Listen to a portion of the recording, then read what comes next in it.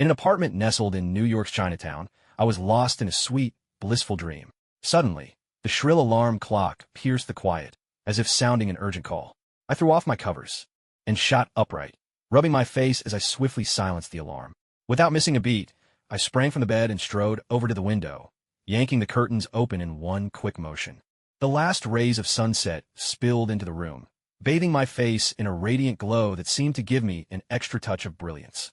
Squinting slightly as my eyes adjusted, I gazed across the street at the boxing gym. On the training ground, a graceful girl was leading a group through their boxing drills. Her movements were sharp and precise, her expression fully focused, and I couldn't help but smile at the sight. My name is Chun Xing. Before I crossed over, I was just an ordinary young man in China. After graduating from college, I became a civil servant, living the regular 9-to-5 life. My family was comfortable, my job steady, and I had no bad habits. My greatest hobby was playing video games. On the day I crossed over, I was about to revisit my favorite game from the Legend of Sword and Fairy series. Just as I pressed start, the screen went black, and when I came to, I had landed in the Marvel Universe, bringing along the Sword and Fairy system. When I first arrived, my English was terrible, and I had no idea what to do. I was completely lost. Luckily, I met May, the very girl leading the boxing class across the street.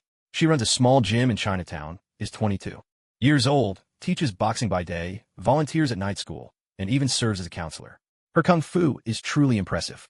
If I hadn't met her, I can't imagine how I would have survived those first days after crossing over.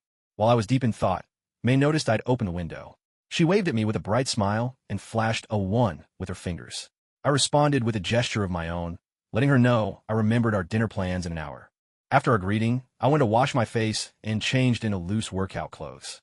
Then, I dragged a large suitcase out from under my bed, selected 2 stones, and placed them into the purple gold gourd within my system space. Soon, the gourd gave a little shake and spat out 3 items.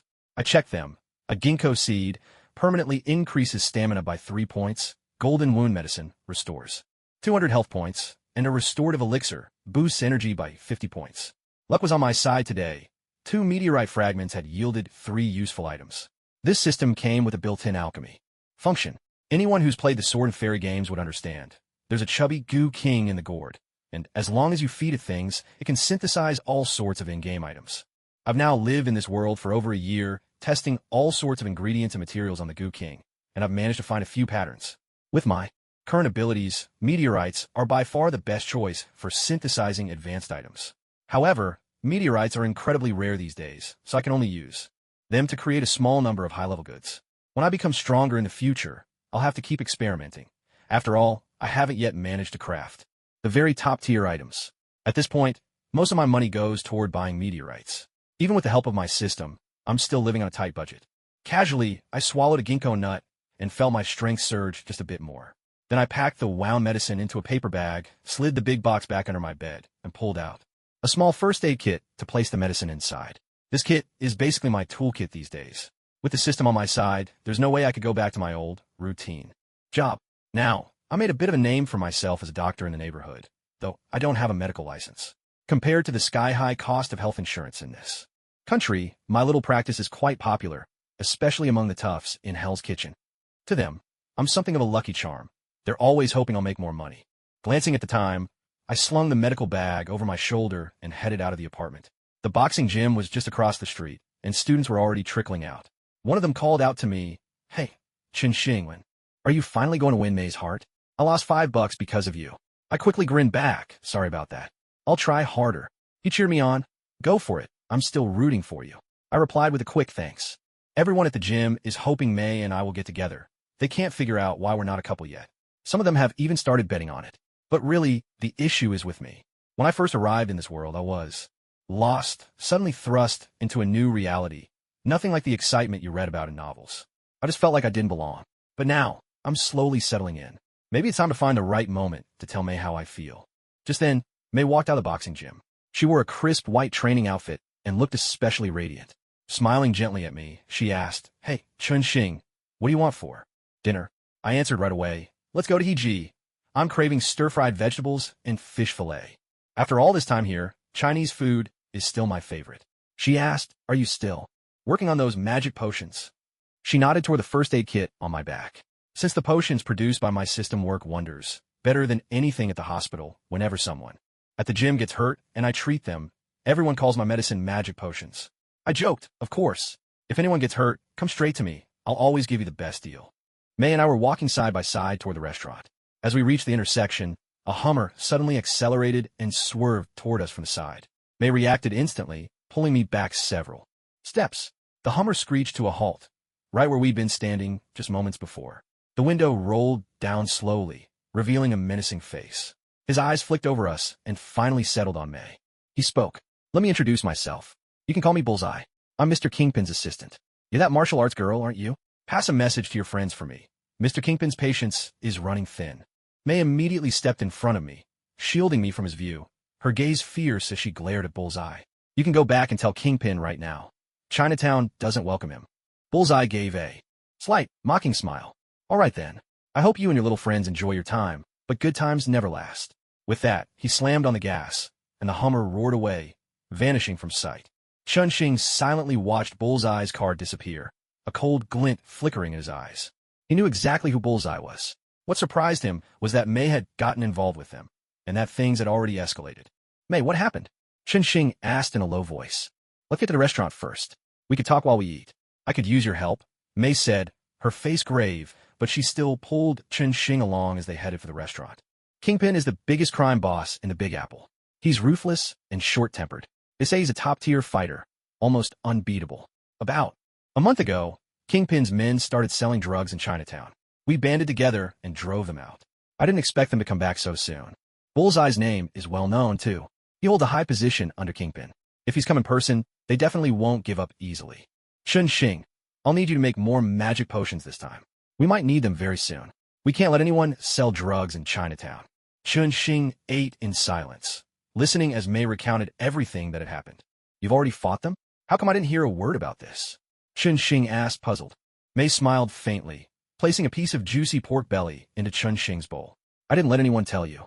Knowing you, you'd rush in head first. I'd worried too much. But now it's time you knew. Please, make more potions. We might really need them soon. The truth was, May's impression of Chun-Shing's combat abilities was still stuck a year in the past. Chun-Shing had never shown his true strength in front of her, so whenever conflict arose, they'd always left him out. Moreover, from May's conversation, it was clear that they didn't really know much about Kingpin. They probably just saw this incident as a minor scuffle. Yet, in Chun-Shing's memory, both Kingpin's personal strength and the power he wielded were far beyond what Chinatown could ever hope to challenge. All right, I'll go back and prepare more medicine for you. But you have to promise me. No matter what happens, you must tell me immediately. After all, if I'm on the scene, I can treat the wounded much faster, Chun-Shing said, his tone serious. May saw how earnest Chun-Shing was and understood that he was genuinely worried for her. She also agreed that what he said made perfect sense. Nodding, she promised that if there was any activity, she would let him know right away. With business taken care of, the two chatted for a while longer. May then got ready to head to school for her volunteer work. She still had an evening class to attend. Chun-Shing paid the bill and said goodbye to May at the restaurant door. He had planned to pick her up from class that night, but May knew he'd be working late, treating patients without insurance. So she told him to just come to her place after finishing up. They could talk things over then. Watching May leave, Chun-Shing turned and headed back toward his own apartment. What surprised him was that, after crossing over into the Marvel world, the very first infamous villain he encountered was none other than the mob boss Kingpin. Unfortunately, he knew very little about this character. Chun-Shing made a mental note to find someone reliable and dig up some detailed information about Kingpin. By now, the sky was darkening and the streetlights were about to flicker on. Chun-Shing walked to the base of his apartment building, wheeled out. A white scooter from the bike shed, strapped on his helmet, tightened the emergency kit on his back, and rode off, leaving Chinatown behind. The scooter hummed along the road for a while, and the number of pedestrians dwindled. For several minutes, the street was all but deserted. Chun-Shing didn't slow down. He kept going. Soon, the sidewalks filled with people again, but these folks looked and carried themselves very differently from before. It was as if he had entered another world. The people on the street eyed Chun-Shing with open hostility, as if they might attack him at any moment. But when they saw the emergency kit on his back, their stares quickly slid away, as though nothing had happened. This was Hell's Kitchen, notorious as the most dangerous neighborhood in New York. In tourist guides, it was always marked as a high-risk zone, with stern warnings to stay far away. Yet Hell's Kitchen was also Chun-Shing's primary workplace. Many people here had been turned away by insurance companies, but they still desperately needed medical care. Because of this, Chun Xing, with his conspicuous first aid kit slung over his shoulder, had earned quite a reputation here in just a single year. No one would dare attack or rob him, at least not openly. After all, gang leaders might accept dying in battle, but they had no wish to die simply for lack of medical help. Chun Xing glanced at the signs along the roadside, making his way deeper into the neighborhood. He stopped in front of a small villa and took out his phone to double-check the address. No mistake, it was here. To prevent theft, he rode his motorcycle straight into the courtyard. No sooner had he parked than the front door swung open. Two tall men stepped out, both armed and alert. "Hey, it's me. Is Pierre still alive? I hope I'm not too late." Chun Xing raised his hands, shifting sideways so they could clearly see the first aid kit strapped to him. "Chun, you finally made it. Pierre's lost a lot of blood. We just hope there's still time. Come on in."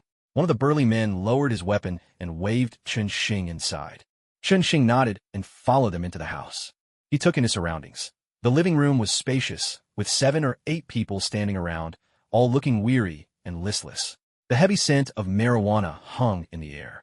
On the couch lay a man with a blissful, dazed look. Clearly, he'd overindulged. Blood from his wounds was running off the leather sofa, pooling in a dark puddle on the floor. "You actually let him smoke weed?" Chun Xing couldn't help but complain. The dazed, twitching figure on the couch was obviously the patient he'd come to treat. Pierre kept screaming in pain. "We just wanted to calm him down," the man who'd opened the door explained, unfazed.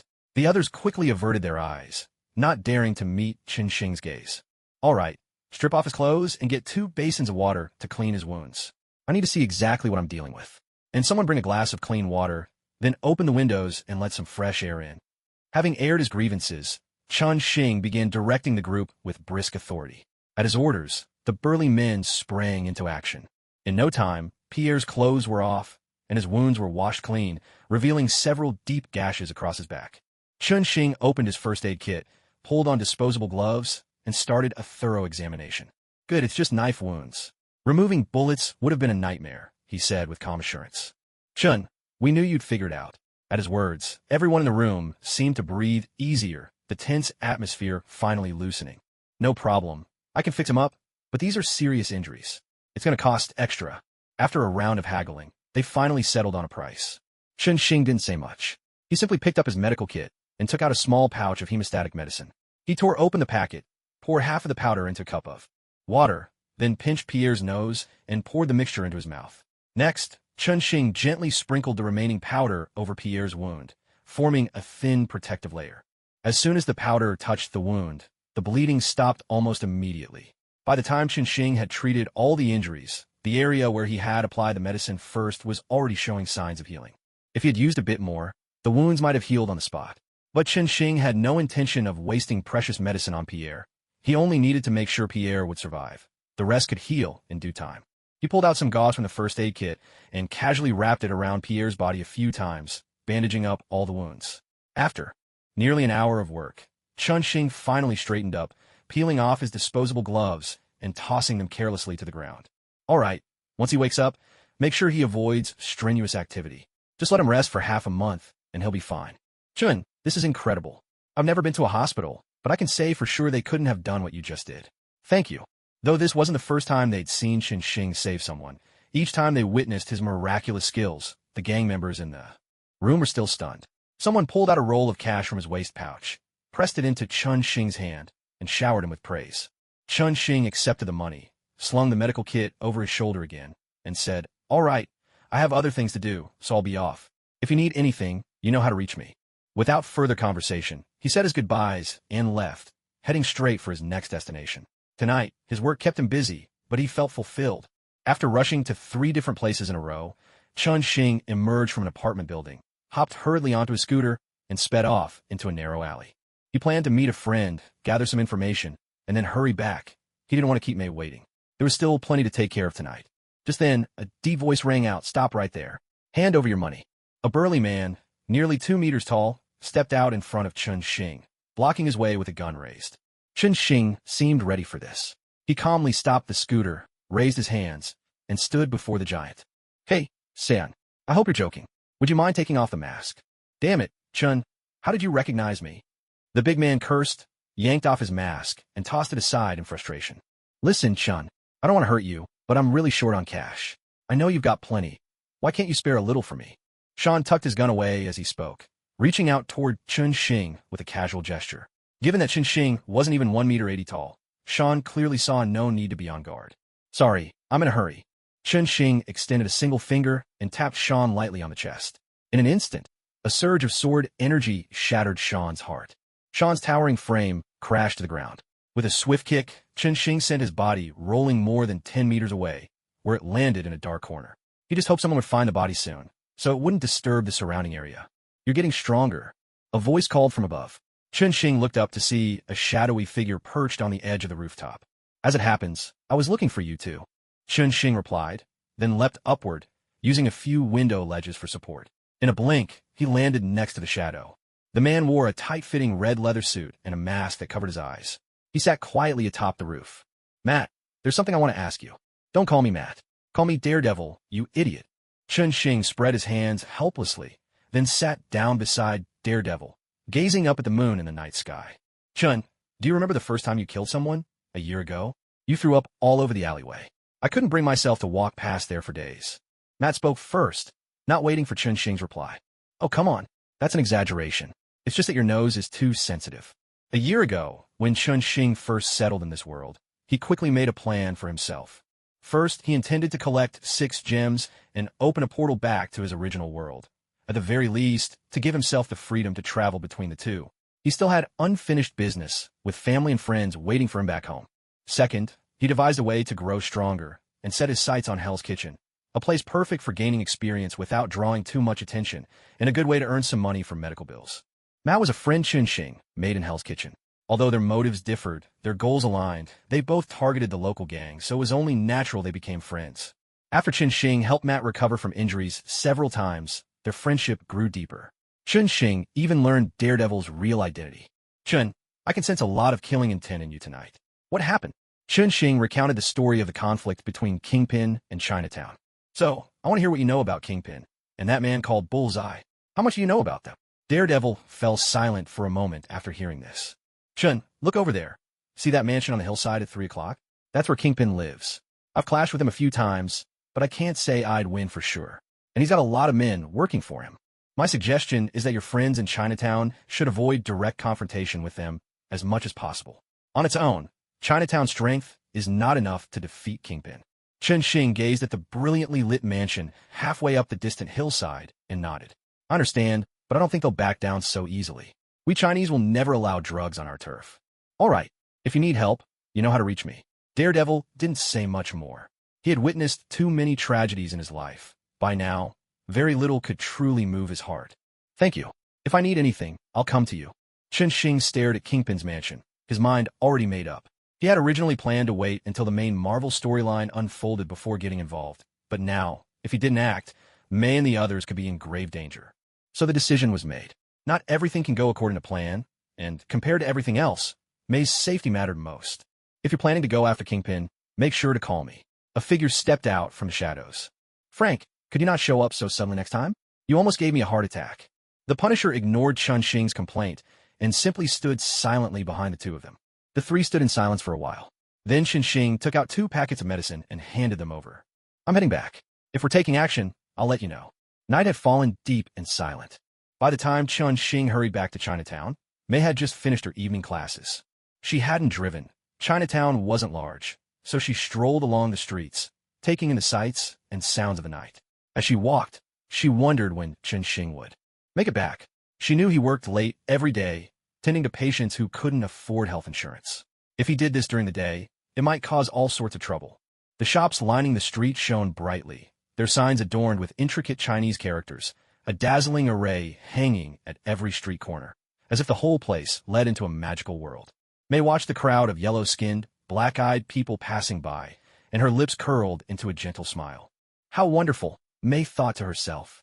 Since she could remember, she had traveled all over the world, facing danger after danger. She had planned to settle back in Asia, but never expected to meet that fool here. In truth, it wasn't just Chun Xing gradually becoming part of this community. May was as well. Through Chun Xing, she had come to appreciate the resilience and diligence of the Chinese people, and she found herself growing ever fonder of life in Chinatown. There is a special strength in these people, something unique, not found in any other culture, and it drew May in deeply and irresistibly. Driven by this feeling, May finally took action a month ago, trying to protect this place. She recalled how, at dusk, she had intercepted her target at the roadside, the man known as Bullseye, and the companion standing behind him, the one called Jean Bing.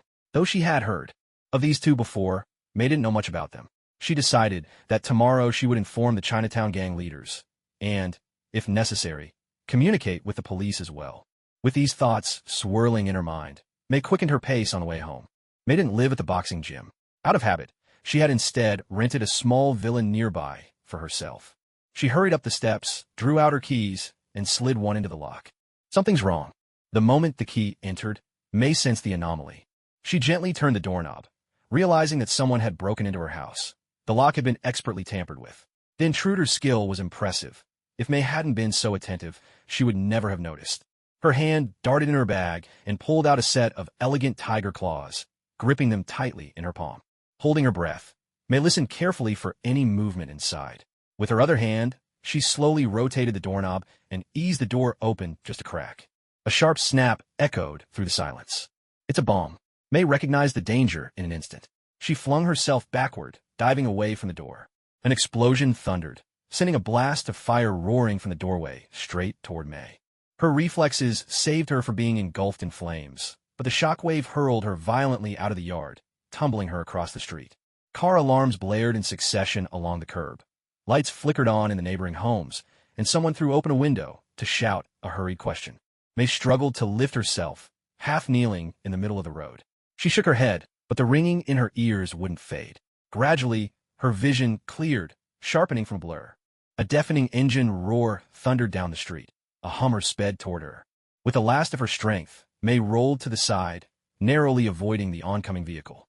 The Hummer screeched to a halt nearby. The window slid down, revealing a twisted, menacing face.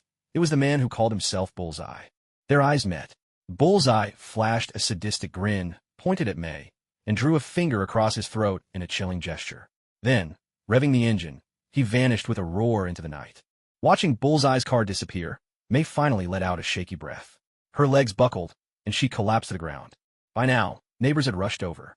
"May, what happened?" "Hurry, call Chin Xing, tell him not to leave my side until I wake up." Summoning her last reserves of strength, May gave this instruction. Before she lost consciousness, her greatest fear was that Chun Xing would set out alone to take revenge on Bullseye. She needed him close, at her side, until she came to. There was no time to lock up his scooter. Chun Xing abandoned his little motorbike at the hospital entrance and dashed toward the third floor. "Chun Xing, over here." Two Chinese men, standing guard outside the hospital room, spotted Chun Xing rushing up the stairs, glancing around anxiously, like a headless chicken. They quickly waved to catch his attention. "Carl, what happened?" Chun Xing hurried over. "The doctor's already checked her. It's a mild concussion with some scrapes and bruises, but nothing life-threatening. She just needs a few days rest to recover." Seeing the worry written all over Chun Xing's face, the man named Carl quickly explained May's condition. Then, in a low voice, he briefly recounted how May had been attacked. "Keep an eye on the door for me. I'm going in to see her." Chun Xing patted the medicine box slung across his back, signaling that he'd brought medicine with him.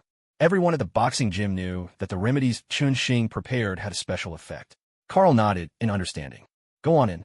Before she passed out, May made it clear that until she wakes up, you're not to go anywhere. She wants you right by her side. Chun Xing was a little surprised by May's request, but he quickly understood her intention. "Don't worry. I won't leave her." Eyes slightly red, Chun Xing gave his word to Carl, then pushed the door open and stepped into the hospital room. Carl closed the door behind him and, together with his companion, resumed their post outside. Inside, May lay quietly on the bed. Chun Xing tread softly to her side and took from his system's space a peach-shaped fruit. Pan fruit, stamina plus 450.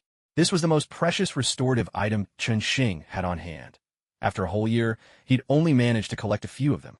He took a cup from his medicine box, crushed the fruit, and slowly fed the juice to May a little at a time. As the juice slid down her throat, May gradually regained consciousness. "Chin, you're here." Seeing Chun Xing sitting at her side, carefully holding the cup, May greeted him with a gentle smile. "Don't talk yet. Finish the juice first." Once May had woken up, Chun Xing finally let out a breath of relief and urged her to drink the rest of the juice.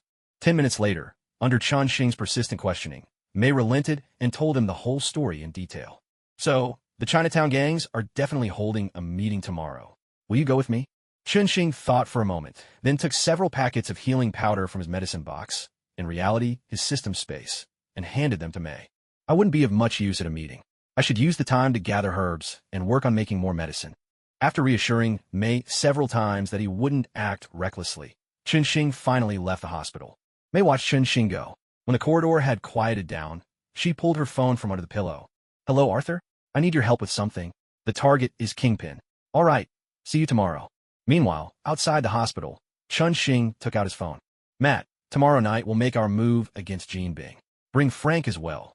After hanging up, Chunxing lifted his head, gazing at the stars sparkling in the night sky. When he got home, he called Matt and Frank a few more times, carefully going over every detail of their plan. Each of the three began preparing for what was to come. Chunxing tossed and turned in bed, unable to fall asleep. In the end, he sat on the edge of the bed, staring into space, waiting for dawn so he could go pick Mei up from the hospital. Since arriving in this world, he had started out cautious, only gradually gaining some strength. Even so, he could only advance one careful step at a time.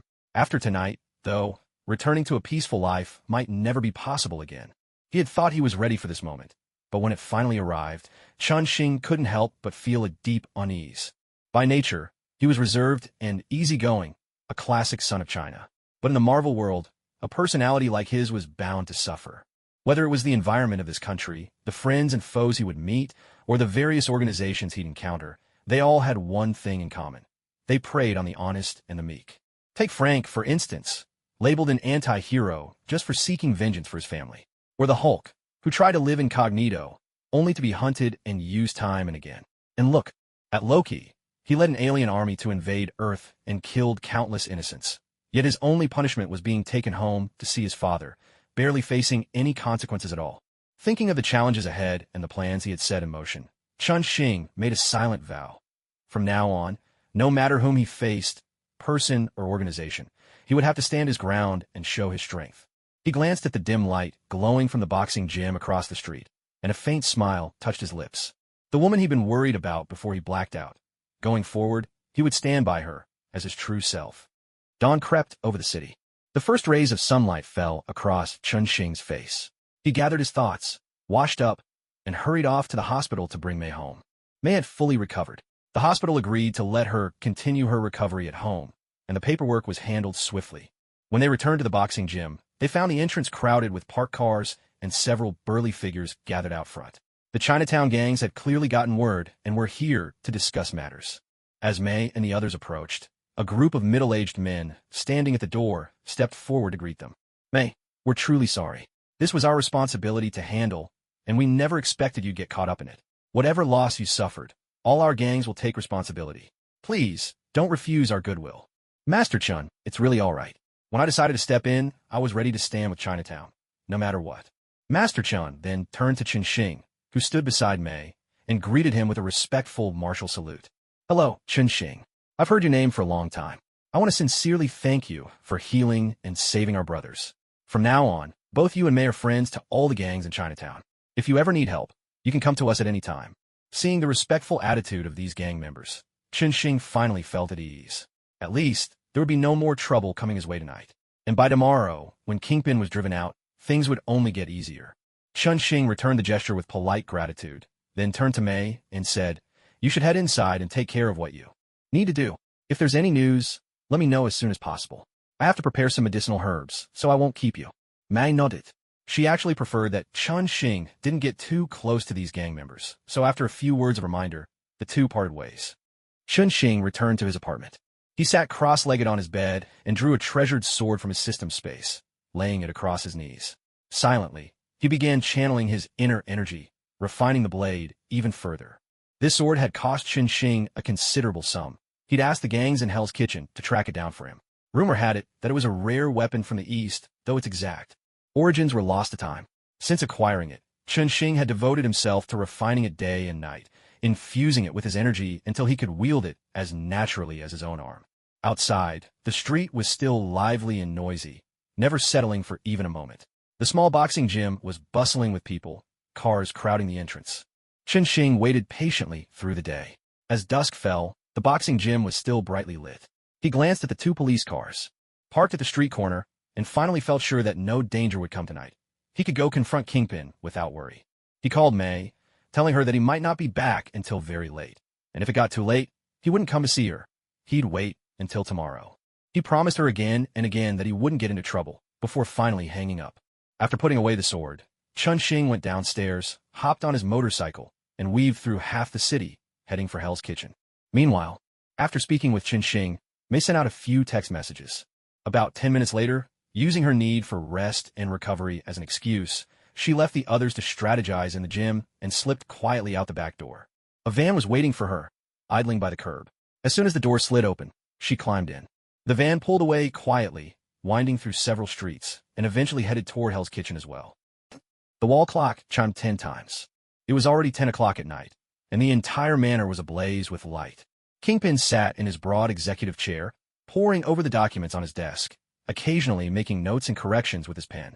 As the ruler of the criminal underworld in the Big Apple, Kingpin was infamous for his utter ruthlessness, cunning, and an almost unimaginable strength. He spent most of his time in this very office, ruling his dark empire with an iron fist. As the chime of the clock echoed through the room, breaking his train of thought, Kingpin looked up at Bullseye, who was lounging on the sofa, idly spinning a pistol in his hand. "Did you go to Chinatown yesterday? How did it turn out?" Kingpin asked. Bullseye paused, ceasing his fidgeting at the boss's question. "Boss, the Chinese will never agree to us selling drugs on their turf. I left them a little present yesterday. What's your next move?" Kingpin knew exactly what Bullseye meant by a little present, but he remained indifferent, replying coolly, "Drugs are just a pretext. Those Chinese could never be our real customers. What we need is control over Chinatown itself." The hand reached out to me. They seemed very interested in something beneath Chinatown and offered a high price for it. Bullseye nodded in understanding. "Got it, boss. Don't worry, that group will be dealt with soon." "Make it fast," Kingpin murmured, trusting Bullseye had grasped his intent. With that, he turned his attention back to the documents on his desk. Suddenly, knock, knock, knock. A series of sharp taps sounded against the window. Startled, Kingpin glanced outside. Bathed in moonlight, a shadowy figure sat cross-legged, suspended in midair, their back to the moon, face obscured. The figure tapped the glass lightly, and only once Kingpin noticed did they wave a hand in greeting. Kingpin stared in astonishment at the stranger outside. Before he could react, a ball of fire flared up in the stranger's palm and slammed straight into the window. A few minutes earlier, night cloaked the estate, but its vast grounds glowed with lights. Chun-Shing, Matt, and Frank crouched in the dense woods halfway up the slope, quietly surveying the estate's layout and the positions of the guards. "Chun-Shing, what's the plan? Are we going to storm and head on?" Matt, Daredevil, asked in a low voice.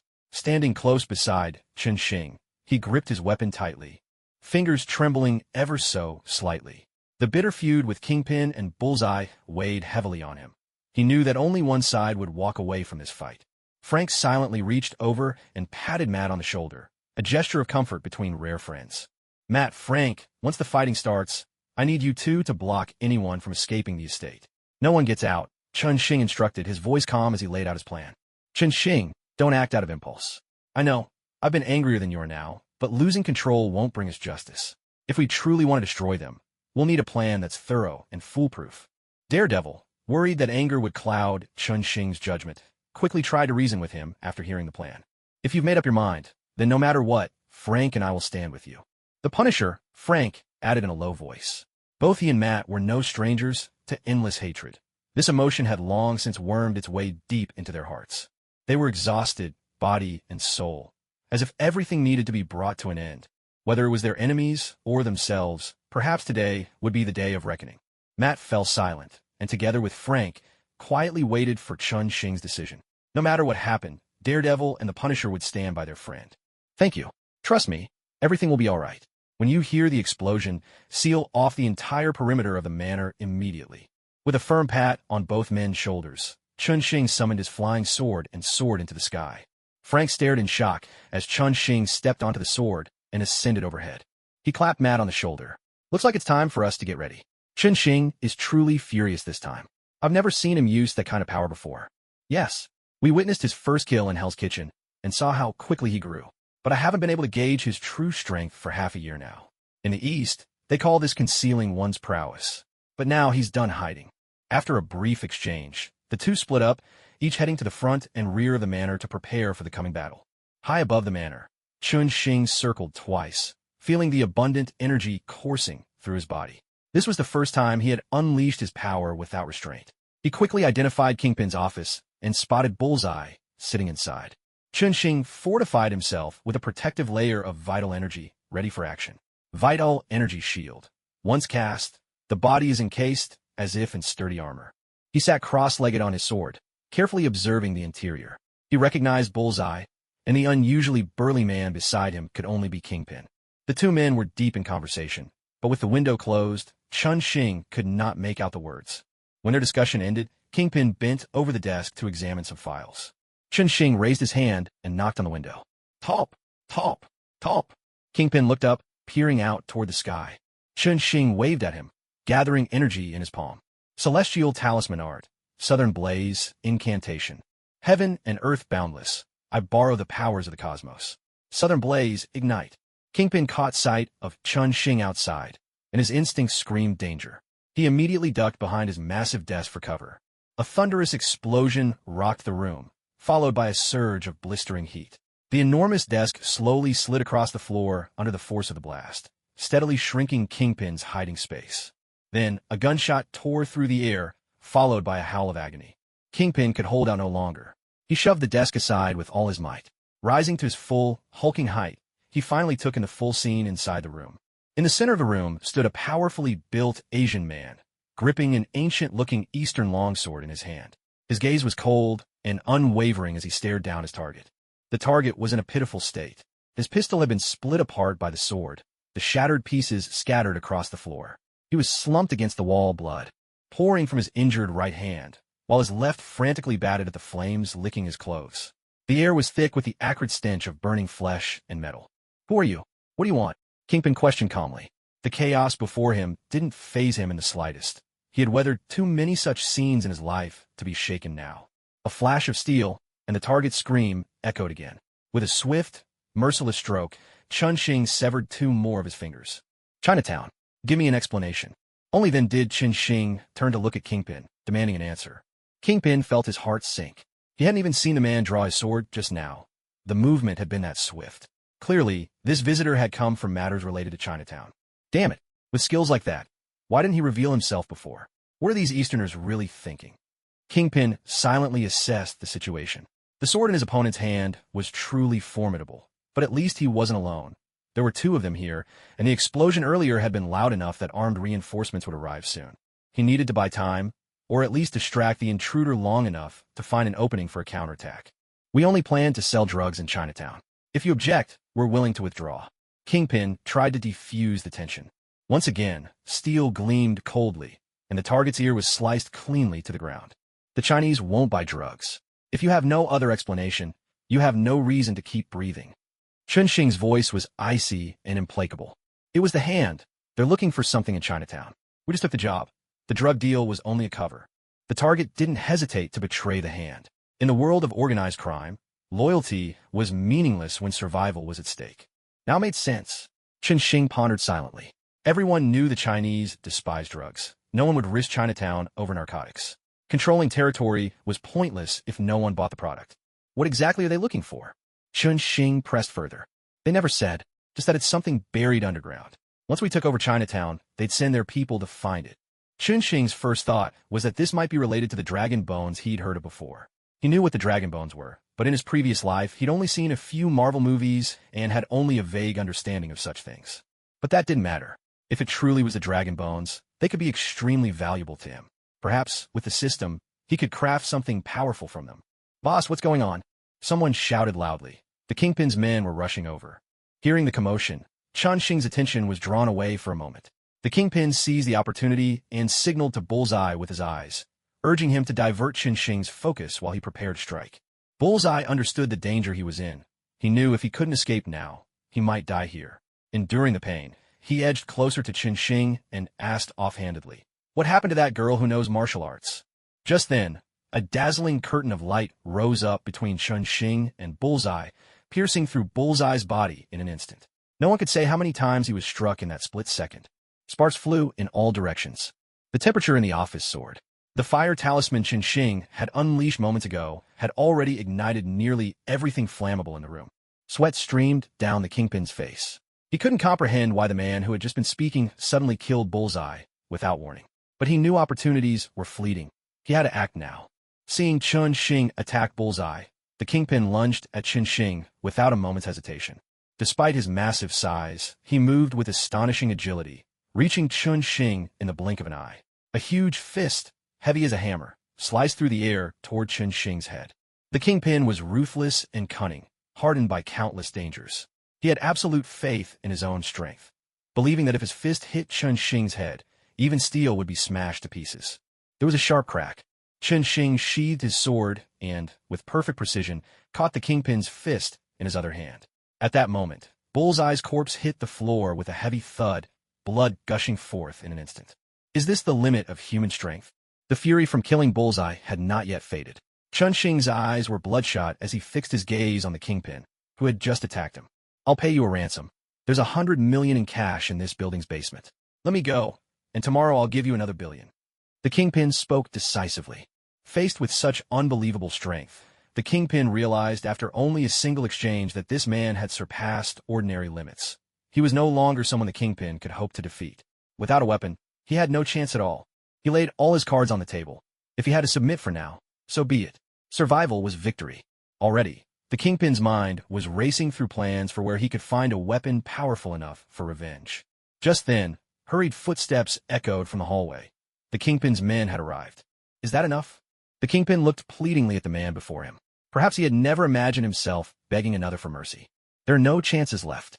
Chun Xing stared at the kingpin with icy detachment, as if he were already looking at a lifeless corpse. Kingpin let out a furious roar, his already formidable frame swelling even larger as bulging muscles tore his shirt to shreds. So be it, let's fight, he bellowed. I am Kingpin, the lord of the underworld, and I welcome any challenge. A brilliant flash of sword light sliced through the air. Half an hour earlier. At that time, Chun Xing, Daredevil, and the Punisher were still deep in the forest, discussing their plan of action. Meanwhile, a van was making its slow way up the winding mountain road toward the manor. May was at the wheel, her attention fixed on the road while her eyes darted, alert, scanning the surroundings for any sign of danger. In the passenger seat sat a burly man with thinning hair, hunched over a small mechanical device, tinkering with practiced hands. May, didn't you say you were moving to Asia a year ago? What brings you back to Chinatown? Chinatown's not so bad, May replied casually. I just want to stay here a little longer. The big man gave a low whistle at her answer. I heard you found yourself a boyfriend in Chinatown. Looks like the rumors are true. I don't know who the lucky guy is, but once this is over, I'm buying him a drink. A faint blush crept on May's cheeks. She pretended to be annoyed. Chun Xing is just an ordinary guy. I don't want him dragged into the underworld. Arthur, you're an assassin, not a gossip. Arthur burst out laughing. All right. The world's top assassin, Arthur, at your service. But seriously, picking a fight with Kingpin isn't exactly wise. The mention of Kingpin made May frown. I know. He's powerful. If things look bad, I'll pull out. This isn't a suicide mission. I'm glad to hear that. Today's just recon, nothing more. Hearing May's words, Arthur visibly relaxed. Truth be told, nobody wanted to make an enemy of Kingpin. Still, if the opportunity arose, Arthur wouldn't mind adding a proud new chapter to his resume. The van came to a halt far from the manor. The doors slid open, and two dark figures slipped into the forest, swiftly making their way toward the estate. Just then, a distant roar echoed across the grounds, followed by a gunshot. Flames erupted from a room in the main building, painting the night sky with angry fire. Arthur's fingers flew over the controls of his monitor, the screen flickering with blueprints of Kingpin's manor. Got it, it's Kingpin's office. At this hour, he should be there, according to his schedule. What the hell's going on? Comparing what he saw to their intel, Arthur sounded genuinely puzzled. Should we go in and check it out? May asked. This might be our chance. Maybe we can take out Kingpin amid the chaos. She wasn't sure exactly what had happened, but May sensed a rare opportunity. With the incident in Kingpin's office, the manor's gang members were rushing toward the main building, leaving a brief opening on the perimeter. All right, let's climb over the wall and take a look. Opportunities always vanish in the blink of an eye. Only those who can seize them become top-tier assassins. Those who can't have long since left this world behind. The two of them moved quickly and silently through the woods, soon arriving beneath the high wall. They took out their grappling hooks and scaled the wall with practiced agility. Without a sound, the pair slipped over the top of the wall, landing deftly on the edge. You must be May, right? A man dressed in deep crimson leather sat on the wall, tilting his head to catch the sounds coming from the courtyard below. May and Arthur were startled, instinctively falling into defensive stances. Relax. I'm a friend of Chun Xing's. You can call me Daredevil. Good thing you chose this side to climb. If you'd picked the other, you might have gotten caught in the crossfire. Remembering that tonight was Kingpin's last stand, Daredevil, for once, spoke a bit more. After all, this was Chun Xing's girlfriend. I know you. You operate in Hell's Kitchen, and you're strong. So why are you here? What's your connection to Chun Xing? May and Arthur spoke in turn, each focused on a different concern. Daredevil shrugged. Why not let Chun Xing explain that himself? Our goal tonight is probably the same. Chun Xing's here too? Didn't I tell him not to take risks? That guy. Where is he now? May watched Daredevil like a mother tiger protecting her cub, eyes locked and unblinking. Daredevil raised both hands in a gesture of peace. Calm down. I promise Chun Xing is fine. He's stronger and safer than any of us. Arthur, seeing that Daredevil meant no harm, reached out to steady May, urging her to stay calm. The three of them turned their attention to the movements inside the main building. Suddenly, a massive plume of fire burst from Kingpin's office, flames licking quickly into the adjoining rooms. A furious roar echoed from within, abruptly cut off. Then, a barrage of gunfire and screams erupted, chaos breaking out in rapid succession. Run! Run! Stay back! You're a demon. The boss has been killed by a demon. Run for your lives. Cries of terror filled the night.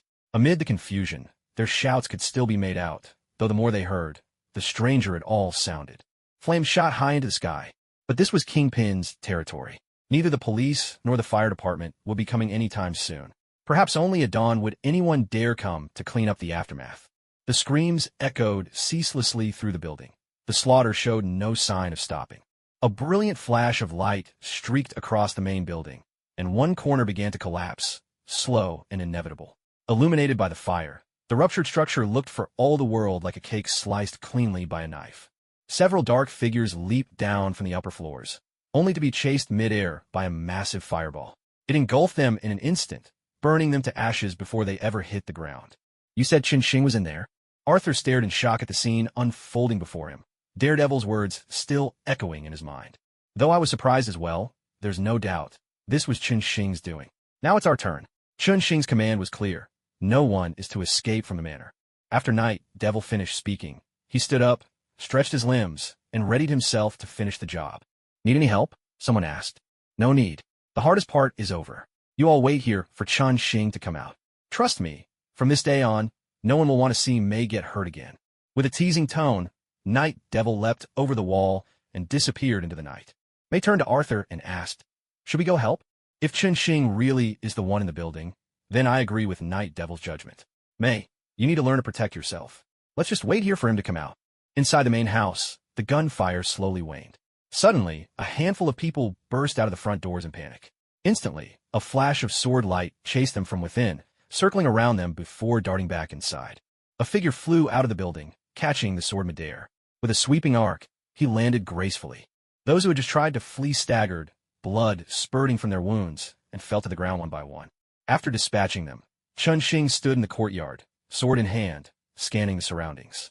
From the corners, cries of pain still rang out. Clearly, Matt and Frank were mopping up the remaining foes. At this moment, Chun Xing was consumed by bloodlust, teetering on the edge of losing control. The enemies left could no longer satisfy the frenzy burning within him. He looked around, his gaze drifting beyond the gates, catching the flickering lights of Hell's Kitchen at the foot of the mountain. Why not offer Hell's Kitchen a blood sacrifice and claim even greater power? If I become strong enough, there's nowhere in this world I can't go. This thought echoed relentlessly in Chun Xing's mind. He stared blankly toward Hell's Kitchen, his grip unconsciously tightening around his sword. Chun Xing. May's voice called out, snapping Chun Xing back to himself. May, you're here. A petite figure rushed toward Chun Xing, throwing herself into his arms. I'm Fina. There's no need to worry. His sword slipped from his hand as he drew May close, comforting her in a low, rough voice. I know, it's all over now. Let's go home. May clung to Chun Xing as if letting go would make him vanish. She would never admit to anyone how the terrifying look in his eyes just moments before had left her deeply shaken. She didn't loosen her grip until she felt the tension slowly leave his muscles. Only then did she gently pull away, but kept a firm hold on his hand. Let me introduce you. This is Chun Xing, and this is my friend Arthur. He's an assassin. Shen Xing. I'm May's friend, Arthur called out from a distance, making sure to emphasize the word friend. clearly afraid Chun-Shing might misunderstand and hold it against him. Hello, and thank you for coming to help us. Chun-Shing regained his composure and nodded to Arthur in greeting. The three of them exchanged a few brief words in the courtyard. A few minutes later, Daredevil returned. It's done. We can leave now. Did any of you see Frank? I'm finished here as well. A tall figure stepped out from the shadow at the corner of the building, a combat knife in his hand still dripping with blood. The group gathered in the courtyard. Chun-Shing took Mei's hand and led the way, with Daredevil and the Punisher following behind as they made their way out of the manor. Wait, you're just going to leave like this? Arthur called out from behind them. The group turned to see Arthur staring at them in astonishment. Chun-Shing immediately understood what Arthur meant, but he had no experience in dealing with this sort of aftermath. He turned to the others for advice. Should we clean up the scene a bit? It should be fine, I guess, Daredevil replied hesitantly. Don't worry about it, the Punisher said indifferently. Arthur looked at them, helpless, and sighed. Forget it. I know some reliable people who can handle the fallout. Leave this to me.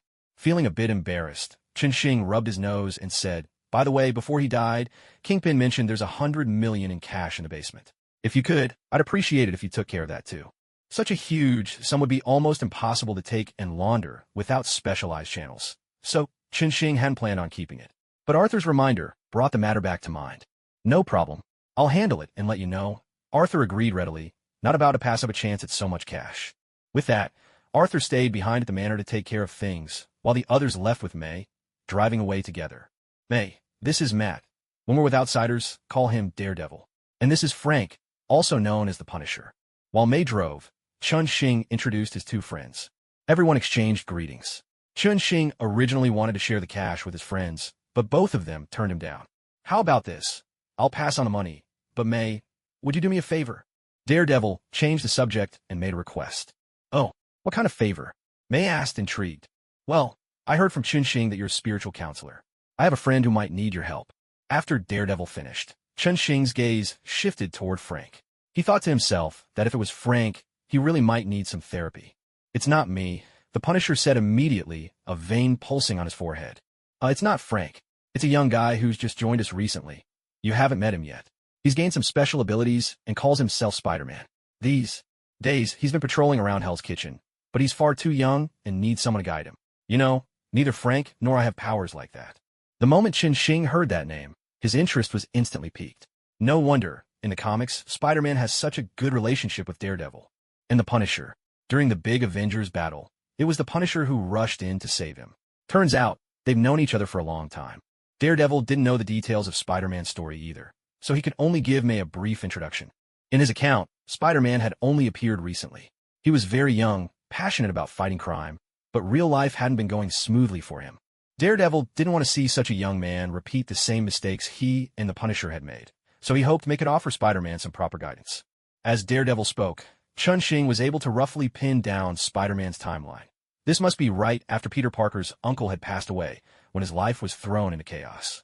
A young man who suddenly acquires superpowers without the right guidance could easily lose his way. Still, knowing Spider-Man's fundamentally good nature, Chun-Shing was more than willing to help. The group discussed their plans as they drove toward home. Morning. Chun-Shing slowly opened his eyes, feeling completely refreshed. Who am I? Where am I? Staring up at the unfamiliar ceiling, Chun-Shing's mind filled with question marks. You're awake? Breakfast is ready. Mei's voice echoed from elsewhere in the house, pulling Chun-Shing back to reality. Oh right, last night, Mei had driven the van, dropped Matt and Frank back at Hell's Kitchen, and must have been so tired on the way home that she fell asleep. Apparently, Mei had brought him back to her place. Once he figured it out, Chun-Shing hurriedly threw back the covers to get up, only to pull them back over himself in a flash. Where are my clothes? There was a knock at the door. I'm coming in. Mei pushed the door open and saw Chun-Shing wrapped tightly in the blanket, lying on the bed in a daze. She couldn't help but laugh out loud. You were completely exhausted last night, so I brought you back here. Your clothes are washed and hanging outside. How are you feeling? I feel great, actually, he chuckled. Looking at Mei's smiling face, her eyes crinkled into crescent moons. Chun-Shing couldn't help but smile along with her. A gentle tap landed on his forehead before his laughter had faded. Don't go off on your own again. Next time you have to tell me, understand? Almost instinctively, Chun-Shing caught Mei's hand. Facing her concerned gaze, he managed an awkward grin. Well, the truth is He hesitated, wondering whether he should tell Mei everything about himself. But before he could say a word, a slender finger gently pressed against his lips. No matter where you come from or what you've been through, promise me, don't ever leave me alone again. Chunxing took a deep breath. I promise. I'll always be by your side. When she saw Chunxing nodding solemnly, Mei finally smiled in satisfaction. At that moment, Chunxing awkwardly puckered his lips, trying to kiss her finger. With a swift motion, her delicate hand slipped away and gave him a playful tap on the forehead. Silly, she laughed, her voice bubbling with amusement. Stunned by the playful tap, Chunxing looked at Mei with innocent eyes, while she couldn't hold back her laughter. After laughing for a while, Mei looked at Chunxing, who was at a loss for what to do. Suddenly, she stepped forward, hugged his head, planted a quick kiss on his forehead, and then dashed out of the room. There's food on the table. I've already eaten. I need to go to the gym and let everyone know the gang problem is solved. See you. Her words echoed through the house, and as the door closed behind her, the room returned to silence. How wonderful, Chunxing thought. He lay on the bed, his heart brimming with happiness, and even his stomach began to rumble. Better get up and eat.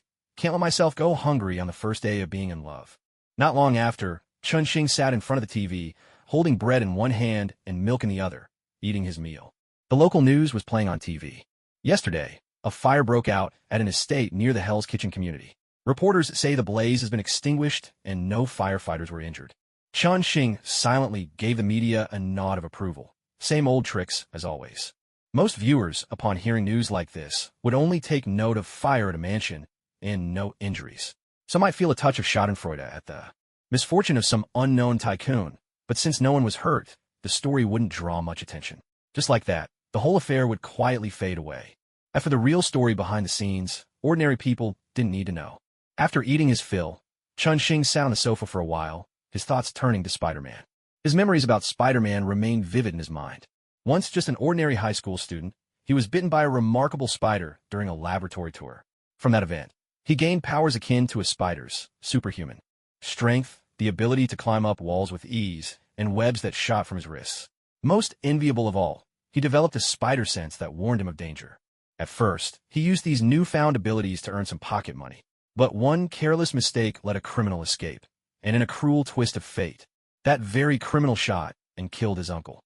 On his deathbed, his uncle left him with these words: "With great power comes great responsibility." Perhaps it was out of guilt toward his uncle, or maybe a sense of justice stirring within him. Either way, from that moment on, the young man set out on a path to fight crime. For now, Matt's story comes to a pause. The next chapter of his journey has yet to unfold. Chunxing couldn't be sure if his own intervention would alter the storyline as it was meant to be. Yet he felt that even if the plot changed, it wouldn't matter much. While Spider-Man devoted himself to punishing criminals, his own life became a tangled mess. If only someone had reached out to help him, perhaps his fate would have been kinder. As for Iron Man's so-called guidance to Spider-Man in later stories, Chunxing was never convinced. After all, what sensible adult would let a high school student take part in the Avengers Civil War? If not for the Punisher's timely appearance, Spider-Man might have lost his life long before. And when the battle was over, Iron Man simply told him he wasn't fit for the team. Such a hasty decision. Why not make things clear before the fight even began? Rather than saying Iron Man mentored Spider-Man, it would be more accurate to say that Spider-Man's sacrifice was what truly led Tony Stark to grow. When Thanos snapped his fingers and Spider-Man vanished right before Iron Man's eyes, it was in that moment Tony was transformed, seeding the resolve that would later drive his own self-sacrifice. Scenes from the movies replayed in Chunxing's mind as he sorted out his thoughts. He hoped his presence wouldn't cause any drastic deviations in the story. Only by allowing events to unfold as they should could he lower the difficulty of obtaining the gem. With his thoughts in order, Chunxing turned his attention back to his system. Yesterday's battle had propelled him all the way to level 20, a leap forward equivalent to half a year's hard work. The lion's share of this progress came from Kingpin and Bullseye, whose defeat had granted him a vast amount of experience. He glanced at the system panel. Reaching level 25 would unlock a new skill: 10,000 swords technique, blades raining like a storm, striking all enemies at once. Had he mastered this skill yesterday, there would have been no need for such a grueling fight. He could have simply stood at the gates of the manor and ended it all in a single, decisive move. Resolved, Chunxing made up his mind. Before the first alien invasion arrived, he would reach level 25 and master 10,000 swords.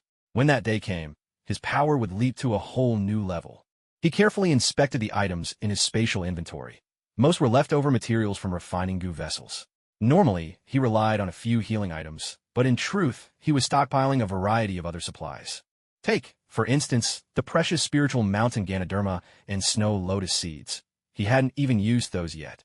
Mimi's recent injuries had awakened in Chun Xing a powerful sense of crisis. With the battles ahead bound to grow ever fiercer, he found himself worrying more and more that Mimi might be hurt again. Perhaps he should let her try some of these rare items. Maybe, just maybe, these mysterious materials could help her break through her physical limits and ascend to a higher level of strength. The more Qin Xing thought about it, the more he felt this was an excellent idea. He leaped up from the sofa and strode out of the house without hesitation. With anticipation bubbling inside him, Qin Xing left Mei's home. He turned into a large supermarket on the corner. When he emerged, a sack of flour was slung over his shoulder, and he was carrying a bulging grocery bag in his hand.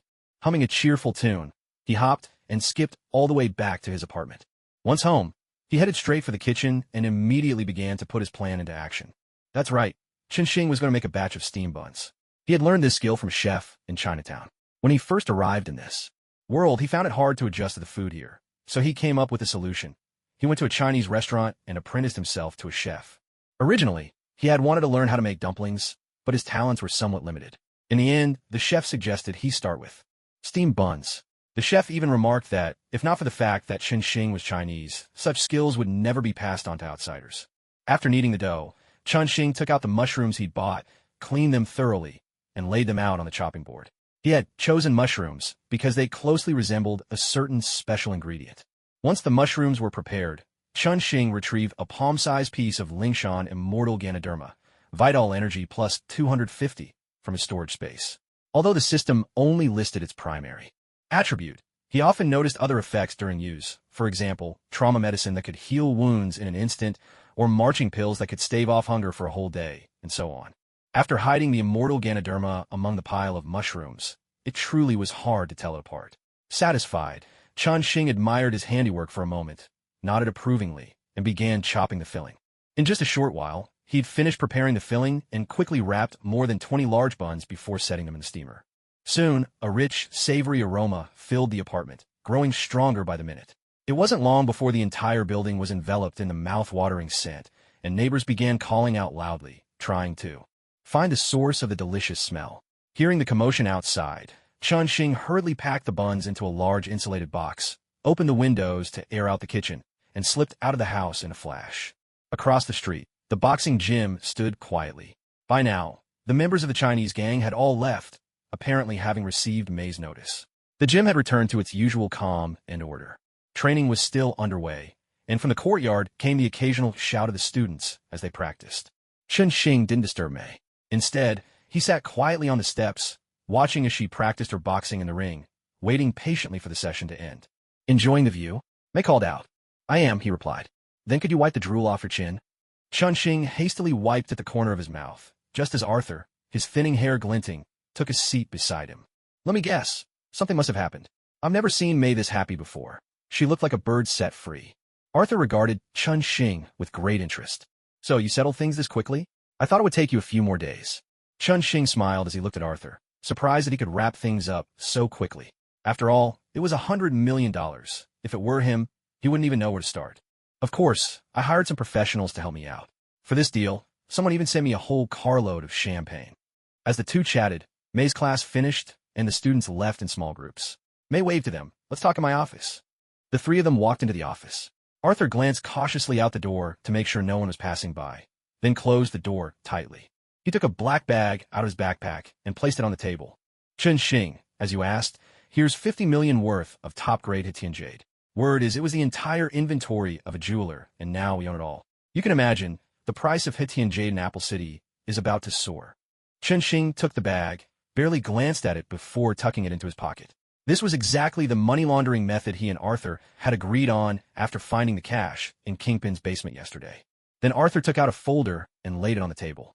A week from now, an investment company from Iceland will show interest in this place. They'll invest $30 million in the boxing gym, but won't ask for any management rights. You know what that means. Qin Xing slid the folder over to Mei, signaling her to keep it safe. Just like that, $100 million in cash had become legal assets for him and Mei. The fees weren't cheap, but it was all worth it. Mei locked the folder away in the office safe, and all three let out a sigh of relief.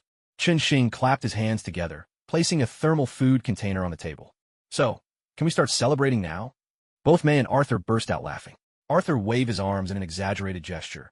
Chun, let's see what delicious surprise you've brought us. Chun Xing cheerfully lifted the lid, and a mouth-watering aroma filled the room. Oh my god, I know this kind of food. You call it baozi, right? But why does it smell so good? Mai was equally intrigued. She looked at Chun Xing, her eyes brimming with curiosity. The aroma was simply irresistible. I added a special seasoning. You know I like to experiment with recipes. Give it a try, Chun Xing said with a smile, spreading his hands in a welcoming gesture. With Chun Xing's encouragement, Arthur wasted no time in grabbing a baozi. He brought it to his nose, inhaled the aroma, and then took a hearty bite. The fist-sized bun vanished in no time, leaving Arthur looking completely content. Wow, this is hands down the best thing I've ever eaten. May also picked one up, taking a thoughtful bite. She chewed slowly, her expression curious. After a moment, she looked at Chun Xing in amazement and gave him an enthusiastic thumbs up. The three of them finished the baozi, then settled back into their seats to chat. Arthur, in such high spirits, began humming a cheerful tune as he lounged on the sofa. How are you feeling? Chun Xing turned to May, concern evident in his eyes. May caught his glance, remembering his penchant for unusual medical experiments. Oh, I see. Did you make this one special too? But aside from being absolutely delicious, I don't really feel any other effects. She concentrated for a moment, trying to sense any changes in her body, but nothing seemed different. That's all right. Maybe it just needs more time to work. I'll make more for you next time, Chun Xing responded, not the least bit disappointed. The taste alone made it worthwhile. He resolved to prepare extra so May could enjoy them at home. After chatting for a while, Arthur stood up to take his leave. There were still things he needed to attend to. Arthur, if you ever decide you want to leave the life of an assassin behind, you'll always have a place with us at the gym. We'd be glad to have you, said Chun Xing, handing Arthur a large bag of healing salve he'd prepared in advance. Though they hadn't known each other long, Arthur had already earned their trust. Arthur gave Chun Xing a heartfelt hug. Thank you, Chun. Is this the legendary remedy you make? I hope I'll never have to use it. But if that day ever comes, I'll come back for sure. Thank you. He repeated his thanks, fully aware that Chun Xing had given him the protection he needed and made his promise in return. For someone in his line of work, it was the best chance at a fresh start. Chun Xing and May accompanied Arthur to the back door and watched as he drove off in his van. Come back soon, they both called out at the same time, their voices overlapping naturally. Arthur tooted the horn a few times, and the van disappeared down the road, its bright, cheerful notes echoing in the quiet air. On one side, Chinatown remained calm and peaceful, while over in Hell's Kitchen, the winds of chaos had begun to stir. Ever since the news of Kingpin's death broke, the usual crowds wandering the streets had dwindled noticeably. Now, gangs of thugs roamed every street and alley in packs, darting about in search of trouble. Anyone who looked the least bit suspicious was stopped and interrogated. These jittery gangsters, unable to sit still for long, soon lost their patience and erupted into all-out turf wars. Chun Xing suddenly found his business booming. Every day, he zipped through Hell's Kitchen on his little scooter, weaving through the chaos. Though a hefty sum of money started coming in, his actual cash flow didn't seem to improve. Thanks to the gangsters' endless brawling, however, Chun Xing finally achieved the rare double harvest of both wealth and experience. That evening, as dusk settled over the city, Chun Xing hopped onto his scooter, eager and full of energy, and sped off towards Hell's Kitchen. Today's mission wasn't about making money. He had promised Daredevil that he'd help mentor Spider-Man, and at last, there was news. Someone had spotted Spider-Man in Hell's Kitchen. As soon as Chun Xing got the call, he rushed over without delay. A promise is a promise, and he intended to keep his word as soon as possible. He made a special point to remind May. If he found Spider-Man, he'd bring him back, so she should wait at home and not worry. From nearby, the intermittent crackle of gunfire echoed through the night. Peter Parker leaned against the cold wall, his arm numb and tingling. The wound he'd been nursing had split open again, fresh blood seeping out. Damn it, what's going on? Has everyone in Hell's Kitchen lost their minds? Peter was still in the dark about what had happened. He'd only just entered Hell's Kitchen that day, and already he'd witnessed several shootouts. He had managed to break up 2 gangs, but then the firepower escalated, and he found himself completely outmatched. Normally, these thugs fought each other with knives and steel pipes, maybe the occasional pop of a small handgun. But today, as he swung through the air, the hail of bullets formed a deadly metal web, denser than any web he could spin himself. The moment he hit the ground, flashbangs and grenades exploded at his feet. Relying on his superhuman physique, Peter finally managed to escape the battlefield. Now, slumped against the wall, he struggled to make sense of it all. Kid, You think you can hide here and get away with it? Footsteps echoed from the mouth of the alley. Leading the group was a burly man with a thick beard and piercing blue eyes that glinted like a wolf's as he stared into the shadows. Behind him, his crew all held M16s at the ready, a scatter of red laser dots dancing across Peter Parker's body in a pattern of menacing pinpricks. Let's see who you really are. The bearded man raised his weapon, inching closer to Peter with caution, finger poised on the trigger, ready to fire at any moment. Peter Parker glanced at the rooftops on both sides, hoping to find a way to escape, but to his disappointment, he found several dark figures rising on either side as well. Guns and flashlights pointed straight at him. Peter's heart sank. The bearded man raised his weapon and shouted loudly, "Take off your mask. Slowly. I want to see your hands." With no other choice, Peter slowly lifted his hands toward his mask. "That's enough, Cornell. He's my friend. He hasn't killed anyone. Don't scare him." Chun Xing's voice rang out as he squeezed his little scooter into the alley. The gang members, recognizing him, instinctively stepped aside to make room. Riding his scooter right up to Peter, Chun Xing angled it in front of him, blocking most of the possible line of fire. Cornell didn't say a word. He glanced at his men, and immediately one of them came over and whispered something in his ear. Cornell nodded. "All right, Chun, your friend's record is clean. But this isn't the week for starting fights. Keep him quiet for a few days." "No problem. I'll take him out of here now. And remember, you owe me a favor. Next time, patch me up for free. In your dreams. Best I could do is half price. Otherwise, you may as well shoot him now." Cornell chuckled, flashed a deal gesture, and led his crew out of the alley. The gang boys waved goodbye to Chun Xing as they followed their boss out. "Hey, you're Spider-Man, right?" Daredevil says hi. "My name's Chun Xing." At the mention of Daredevil, Peter finally let out a long breath. Suddenly, all his pain seemed to rush over him at once. "Thank you, Mr. Chun Xing. Did Daredevil send you to find me?" "That's right. He's found you a mentor. I'm here to take you to her." Peter shot Chun Xing a puzzled look, not quite understanding what he meant. Parking his scooter, Chun Xing walked over and tapped the medical kit on his back. "Can you move? Stand up and let me check you over." Peter stood, letting Chun Xing examine him. What a trusting kid, Chun Xing thought with a smile. So easy to believe in strangers.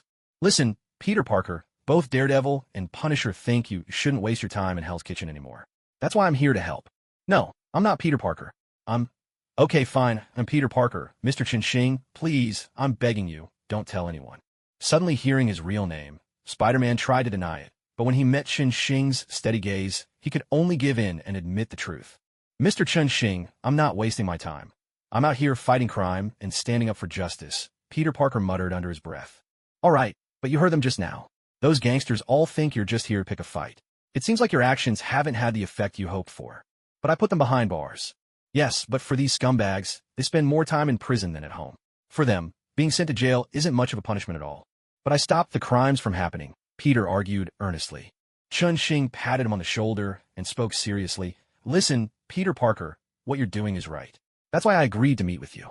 Daredevil, the Punisher, and even I, we all believe you can do even better. But not now. Do you understand?" Peter nodded, half understanding.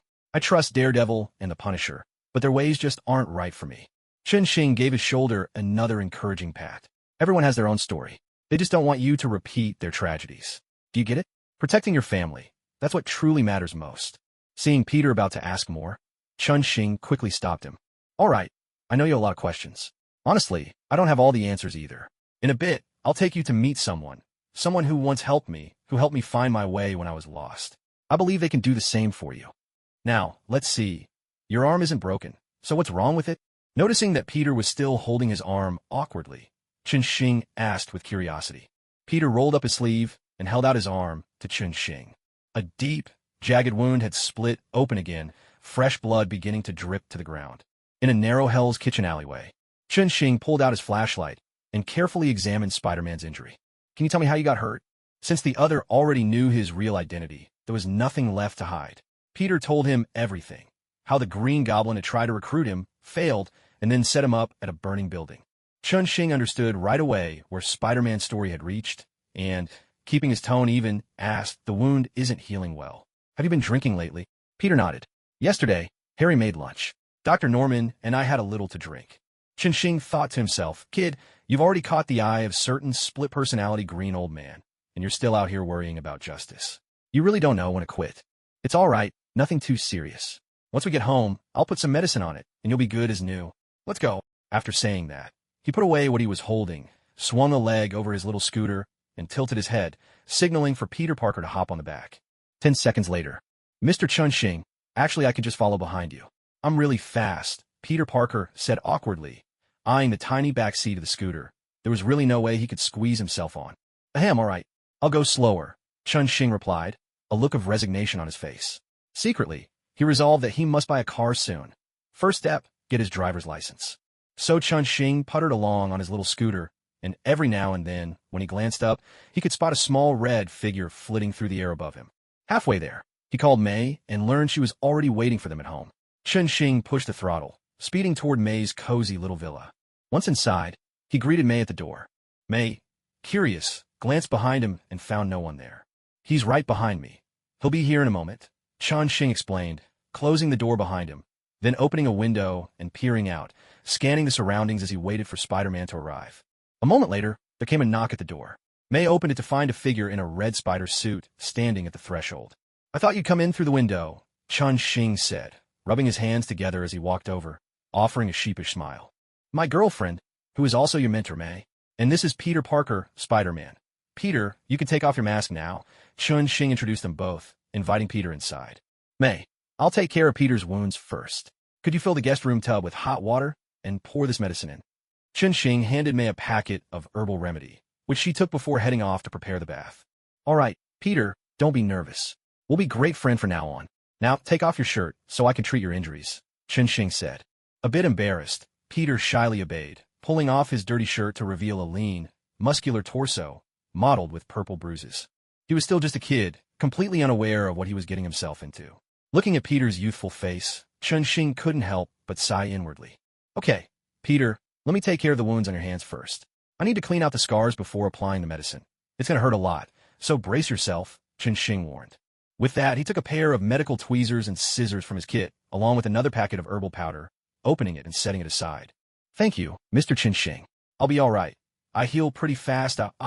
Peter's words quickly turned into cries of pain as Chun-Shing, not the gentlest of doctors, cleaned out the wounds and sprinkled half the herbal powder over them. Just call me Chun-Shing. How are you feeling now? Peter Parker felt a cool sensation wash over his arm. Soon after, the wound began to itch, and to his astonishment, he saw it healing at incredible speed. This is unbelievable, Peter exclaimed, his voice trembling with excitement. Don't think you're the only one with superpowers. When I fly in the sky, I don't need any ropes, Chun-Shing said with a smug look, casting a proud glance at Peter. The water's ready, and I've put the medicine in, May announced as she stepped out of the guest room.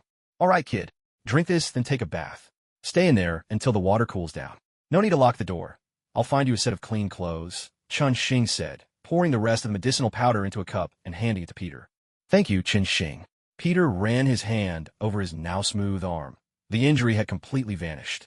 Following Chun-Shing's instructions, he drank the medicine and headed to the guest room for a bath. How do you feel about him? May asked, pointing toward the guest room and directing her question at Chun-Shing. Well, he's got a good heart, but he's lost. After a stroke of luck, he's feeling a bit too confident, Chun-Shing replied. Are you talking about yourself? May teased, giving Chun-Shing a playful look. I'm different. I've inherited the full legacy of Eastern civilization. He can't compare to that. This country is too young. It's never tasted failure. The first time it faces setbacks, people panic and can't handle it. All right, I know you're extraordinary. Go check on him, May said with a smile. Chun-Shing got up and headed to the guest room. From his storage space, he pulled out a spare set of clothes, a necessity, since treating gang members often left his clothes stained with blood. It was always wise to keep extra on hand. Peter, I'll leave the clothes here for you. You can change when you're ready. Thank you, Peter replied. 20 minutes later, wearing Chun-Shing's clothes, Peter Parker returned to the living room. How are you feeling? Chun-Shing, it's incredible. I feel like I've been reborn. May joined in, picking up the thread of conversation. That's right. Today is the beginning of your new life. Let's talk in the study. Chun-Shing nodded encouragingly at Peter. May was, in his eyes, the best mentor anyone could have. Nervous, Peter followed, May just like a student meeting their homeroom teacher for the first time. 2 hours later, he emerged from the room, his face visibly more relaxed. Chun-Shing, May, thank you both so much, Peter said, bowing gratefully. No need for thanks. From now on, we're friends, Chun-Shing replied. Yes, it's getting late. I should head home. See you tomorrow, Peter said. It was indeed late, though he wished he could stay and talk longer. Peter knew he had to get back. He said, "See you tomorrow." Chun-Shing mused, watching Peter's figure disappear into the night. "Yes, I found him a part-time job at the boxing gym. That should be enough to cover his living expenses for now. At the very least, it'll make things easier for his aunt. We're not short on money anyway. Why not just give him a bit more?" Chun-Shing remarked carelessly. "Idiot." May pressed her hand to her forehead and rolled her eyes at Chun-Shing. "How's he doing?" "He's just struggling to find balance in his life. I'll help him figure it out." "So, basically, he needs money?" "All right, fine. Money is the main issue," May conceded, too tired to argue with Chun-Shing any further. "Can I stay here tonight?" "Keep dreaming." 5 minutes later, Chun-Shing was wandering the streets of Chinatown, brow furrowed, as if he'd forgotten something important. Suddenly, his phone rang. Chun-Shing picked it up, still half asleep, and glanced at the screen. "Hey, Peter. Already at work? Good luck. See you later." "Chun-Shing, I need your help. My aunt's been injured in a green goblin attack. Can you come over right now?" "Damn." Chun-Shing slapped his forehead, finally remembering what he'd forgotten. After the green goblin discovered Spider-Man's identity, he'd immediately gone after Peter's family, and even kidnapped his girlfriend. "Peter, I'm on my way. Text me the address. And you'd better warn your girlfriend, too. If the green goblin went after your aunt, I'm worried he won't stop there." "All right, Chun-Shing. I'll wait for you." Hanging up, Chun-Shing jumped out of bed. As he dressed, he called May. 10 minutes later, just as Chun-Shing dashed out of the apartment, he saw May already waiting in her car by the curb. "Did Peter say exactly what happened?" "Don't worry. As long as she's alive, I can save her. Let's get there quickly." After exchanging a few words, May hit the gas, heading straight for the hospital. Outside the hospital room, Peter Parker was pacing anxiously in the hallway. "Peter, where are you?" Hearing Chun-Shing's voice, Peter quickly waved him over. "Chun-Shing, thank goodness you're here. My aunt's out of immediate danger, but she hasn't woken up yet." Chun-Shing and May hurried over. Without another word, Chun-Shing gave Peter a reassuring pat on the shoulder and slipped into the hospital room. "Don't worry. Chun-Shing will take care of everything," May whispered to Peter as the two of them stood guard at the door to keep anyone from disturbing Chun-Shing inside. 10 minutes later, Chun-Shing emerged, flashing Peter an okay sign. "She's awake now. Go in, say a few words, but let her rest." As Chun-Shing finished speaking, Peter's eyes filled with tears, and he couldn't hold them back any longer. "Thank you, Chun-Shing, and you too, May. I don't even know what to say. It feels like I've messed things up again." May took out her handkerchief and gently wiped Peter Parker's face. "Listen, Peter, you haven't done anything wrong. Your aunt would never blame you. Go inside now, and don't let her see you looking so down. And keep an eye on the time." Peter Parker nodded, pushed open the door, and walked inside. May quietly gave Chun-Shing a thumbs up. Chun-Shing grinned with satisfaction and patted his medical kit. After a short while, Peter Parker came back out, a smile on his face. It had to be said, Spider-Man's uncle and aunt were truly wonderful people. Even after all the hardships he'd endured, much of Spider-Man's kindness could be traced back to them. "All right, Peter, we're not done yet. Have you called your girlfriend?" Not giving Peter a chance to get lost in endless thanks, Chun-Shing jumped straight to the point and asked about his girlfriend. "I called her and told her to stay hidden if she could. I haven't heard anything yet, but she should be safe. Here's what we'll do, Peter. May and I will stay here at the hospital. Even if the Green Goblin's lost his mind, he's not likely to cause trouble here. You go look for your girlfriend. If anything happens, call me immediately. Got it?" Chun-Shing paused to consider before making the best arrangement he could. The Green Goblin truly was unpredictable now, and splitting up seemed the safest bet. "All right, Chun-Shing, I'll go right away. If anything comes up, I'll call you." Meeting Chun-Shing's encouraging gaze, Peter Parker nodded firmly and dashed out of the hospital. Ever since Chun-Shing had shown up, Peter Parker felt like he finally had someone to rely on. No more stumbling around in confusion.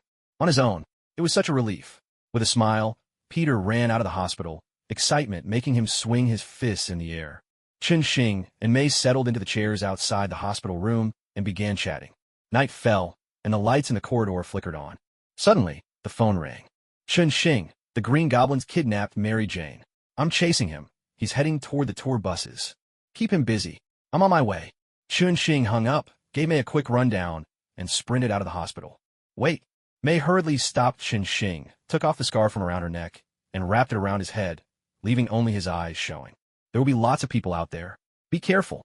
For you, my lady, I'll fight to the end." With a playful salute, Chun-Shing darted out of the hospital, found a quiet spot, summoned his flying sword, and soared up into the sky. After taking a moment in the air to get his bearings, he flew toward the tour bus. Chun-Shing had seen that bus before. He often spotted it while riding his motorcycle. Once he arrived, it was even easier to recognize. The road was crowded with news vans racing wildly in one direction, standing in stark contrast to the police cars crawling along at a snail's pace. He tightened the scarf on his head and descended from the sky. The first thing he saw was a remarkable sight. People on the bridge were furiously hurling objects at the Green Goblin. Not particularly harmful, but highly insulting. Off to the side, Spider-Man was swinging back and forth, gripping 2 strands of web, each anchored to the bridge and the tour bus respectively. Fortunately, since Chun-Shing had restored Spider-Man to full strength the day before, Peter Parker was able to spar evenly with the Green Goblin, using his feet when his hands were occupied. Chun-Shing swooped over and grabbed the cable atop the tour bus. "All right, I've got it. Now go teach that green clown a lesson." Peter Parker felt the sudden relief in his hands and heard a familiar voice. He stared in disbelief at Chun-Shing, who stood poised on his sword midair, then broke into a grin. "Yes, sir. I'll beat the stuffing out of him." But before he could finish, the Green Goblin yanked him straight into the nearby ruins. Chun-Shing listened to the commotion within the rubble, frowning slightly, but paid them no mind. He slowly lowered the tour bus to the roadside. He'd wanted to catch a glimpse of the legendary Mary Jane, the rich heiress turned self-made star and professional fiancée. But after a moment's thought, he decided to save it for another time. Things inside seemed a bit too intense right now. Chun-Shing turned and flew toward the ruins. By then, the fight was already over. The old Green Goblin was kneeling on the ground, begging for mercy. Peter Parker wore a tormented expression, one he always put on when he was about to let some scumbag go. Chun-Shing folded his arms, watching the scene unfold, his sword hovering at his side. If things went the way they did in the original story, he had no intention of intervening. But if the goblin tried anything, Chun-Shing wouldn't mind offering him a taste of the blade. A madman like that was nothing but trouble if left alive. Sure enough, the Green Goblin tried to ambush Spider-Man from behind with his glider. Thanks to his spider sense, Peter dodged it with ease. That was the end of the goblin. "All right, Peter. Someone like him isn't worth your sorrow." Chun-Shing threw his arm around Peter Parker's shoulders and led him out of the ruins. There's still one more thing to take care of. The night breeze whispered softly. Above a quiet, deserted stretch of road, Chun-Shing sat cross-legged atop his flying sword, pulling back his scarf to eat a slice of watermelon. Peter Parker had already changed clothes and was hanging upside down from the sword by a strand of web. "Chun-Shing, what are we waiting for?" Peter Parker tugged at the stocking on his head, one that Chun-Shing had just bought at the supermarket. "Cut the chatter. They're coming," Chun-Shing replied, spotting headlights in the distance as he readjusted the scarf on his own head. A sedan drew closer, its white body glinting under the streetlights. "Do you know who it is?" Chun-Shing asked. Peter Parker squinted at the car. It looked vaguely familiar, but he couldn't quite place it. "Check the driver," Chun-Shing reminded him. Peter leaned in, using the light to get a better look inside. "Oh, it's Gordon, the editor-in-chief of the Daily Bugle. Are we waiting for him here?" "That's right. In a moment, you're going to go down there and rough him up." "But that's not right," Peter blurted out in shock at Chun-Shing's command. "Haven't you seen the things he writes about Spider-Man? Or do you think he doesn't deserve a beating?" "But, no buts. If you don't do it, I'll tell your aunt your real identity." Judging the distance of the approaching car, Chun-Shing pulled out a pair of scissors and, without hesitation, snipped the web line beneath the flying sword. "How did you even find him?" Peter asked as they hung in midair. "He was gawking under the bridge just now. I spotted him then." With a tremendous crash, Peter landed hard on the car roof, caving it in. The sedan shuddered and swerved before finally coming to a halt. The car door flew open, and a man leapt out like an enraged gorilla. "Damn it, what the hell happened here? Kid, get off my car. You're in big trouble. Do you know how much this car costs?" Peter rolled off the roof, landing beside the car. He clenched his fists and struck a few poses, but couldn't quite bring himself to move forward. "Idiot," Chun-Shing muttered as he put away the flying sword and allowed himself to drop straight down. The sight of his beloved car's destruction sent Gordon over the edge, and he unleashed a torrent of curses at the two in front of him. Suddenly, a watermelon rind fell from the sky and struck his forehead dead on, knocking him over. Chun-Shing landed heavily on the hood, then jumped up and down a few more times just to make sure the car was thoroughly totaled, before hopping to the ground. Smack! Gordon, just getting to his feet, was sent sprawling again by a resounding slap. "Idiot, get over here and give him a few kicks," Chun-Shing called. Peter hurried over and kicked Gordon a few times. The two of them set about pummeling him with fists and feet. "Take it easy. Are you trying to kill him?" Seeing foam at Gordon's mouth, Chun-Shing quickly pulled Peter back before he could do any more damage. After a brief check, he confirmed the man wasn't dead, just had a few broken ribs. With a casual punch, Chun-Shing knocked Gordon unconscious. "That's enough. Let's head back." He summoned the flying sword again, and together with Peter Parker, soared off toward the hospital. "Don't tell May about this, understand?" "All right. Are you happy?" MHM. In the pitch-black night, the laughter of two men echoed, sly and conspiratorial. Even more entertaining than mentoring Spider-Man is coaxing Spider-Man into a fight. It was another beautiful afternoon. Chun-Shing woke from his nap, staring absent-mindedly at the ceiling. He made a tidy profit recently. Maybe it was time to move to a new place. He wondered how much the villa next to May's would cost. Yesterday, after taking Peter Parker back to the hospital, Chun-Shing and May finally returned home. It had been another busy day. Today, at last, there was nothing urgent to do. Chun-Shing decided to give himself a well-deserved break, planning to invite May out for a lavish dinner that evening. There had been too much going on lately. Everyone needed a little rest. After washing up and getting dressed, he left his medical kit behind, humming a cheerful tune as he stepped out of the apartment building. He greeted his neighbors as he strolled along, leisurely crossing the street. But just as he reached the entrance of the boxing gym, a black Chevrolet SUV blocked his way.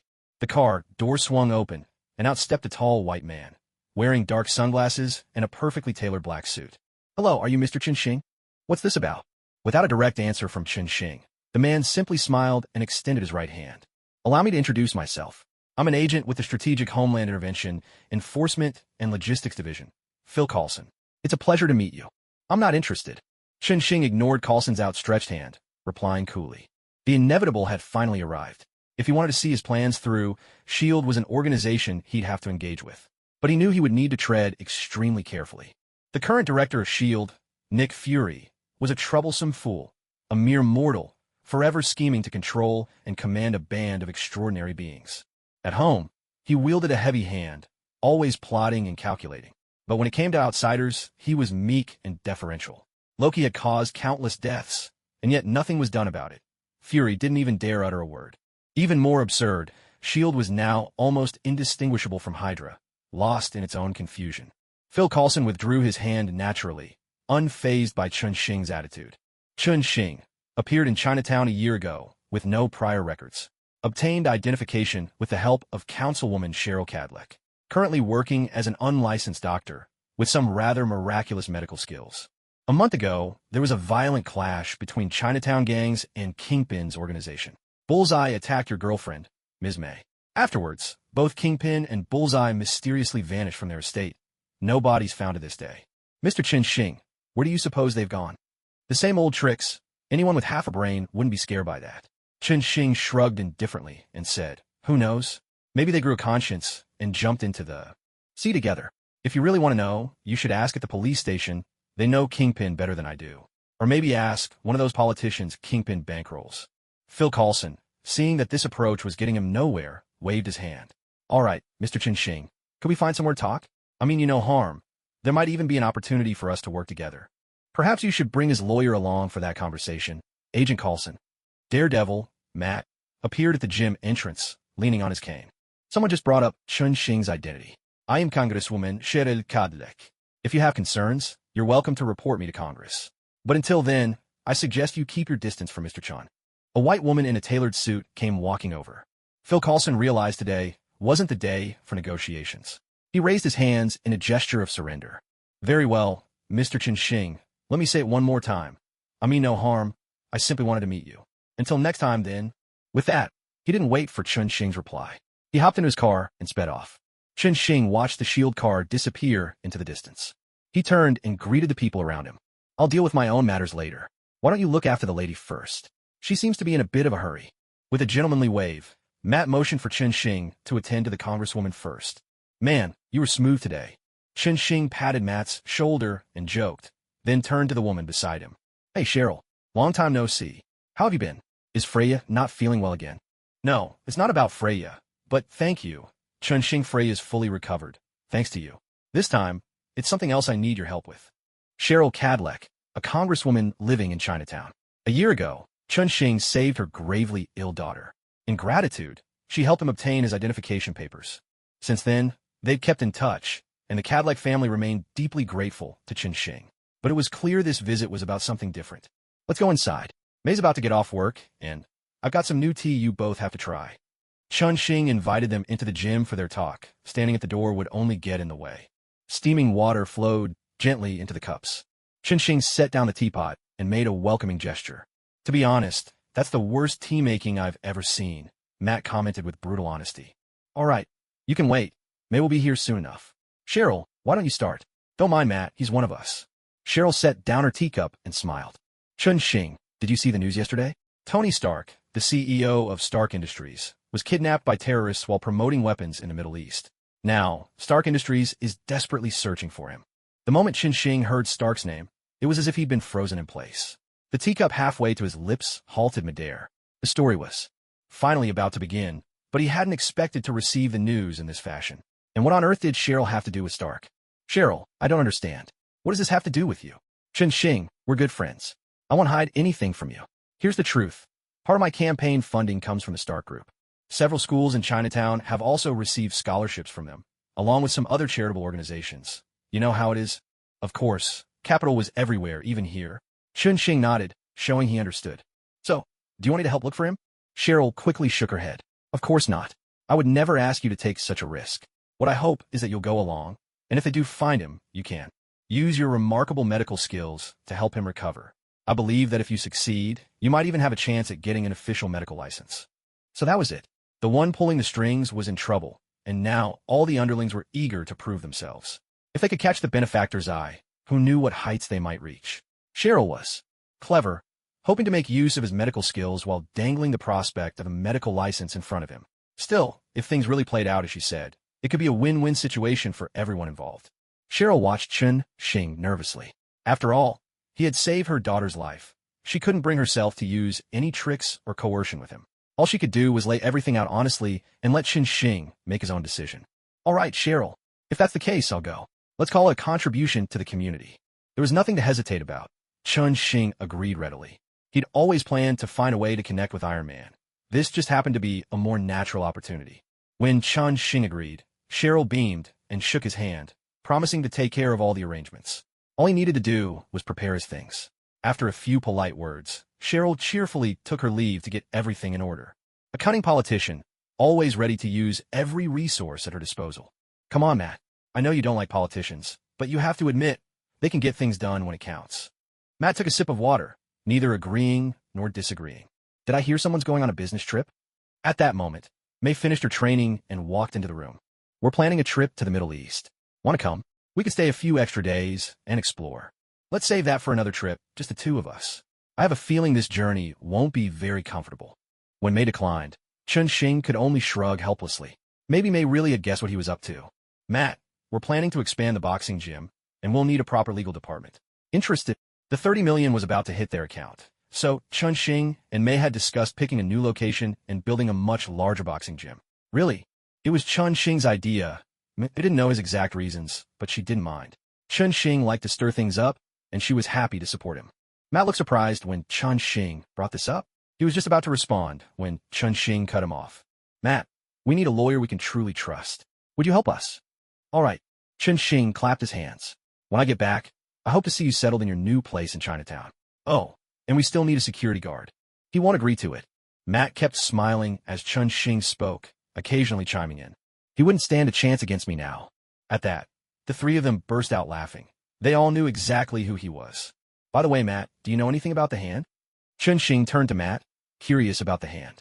He vaguely remembered reading something about how Daredevil was deeply entangled with them, but he didn't know the details.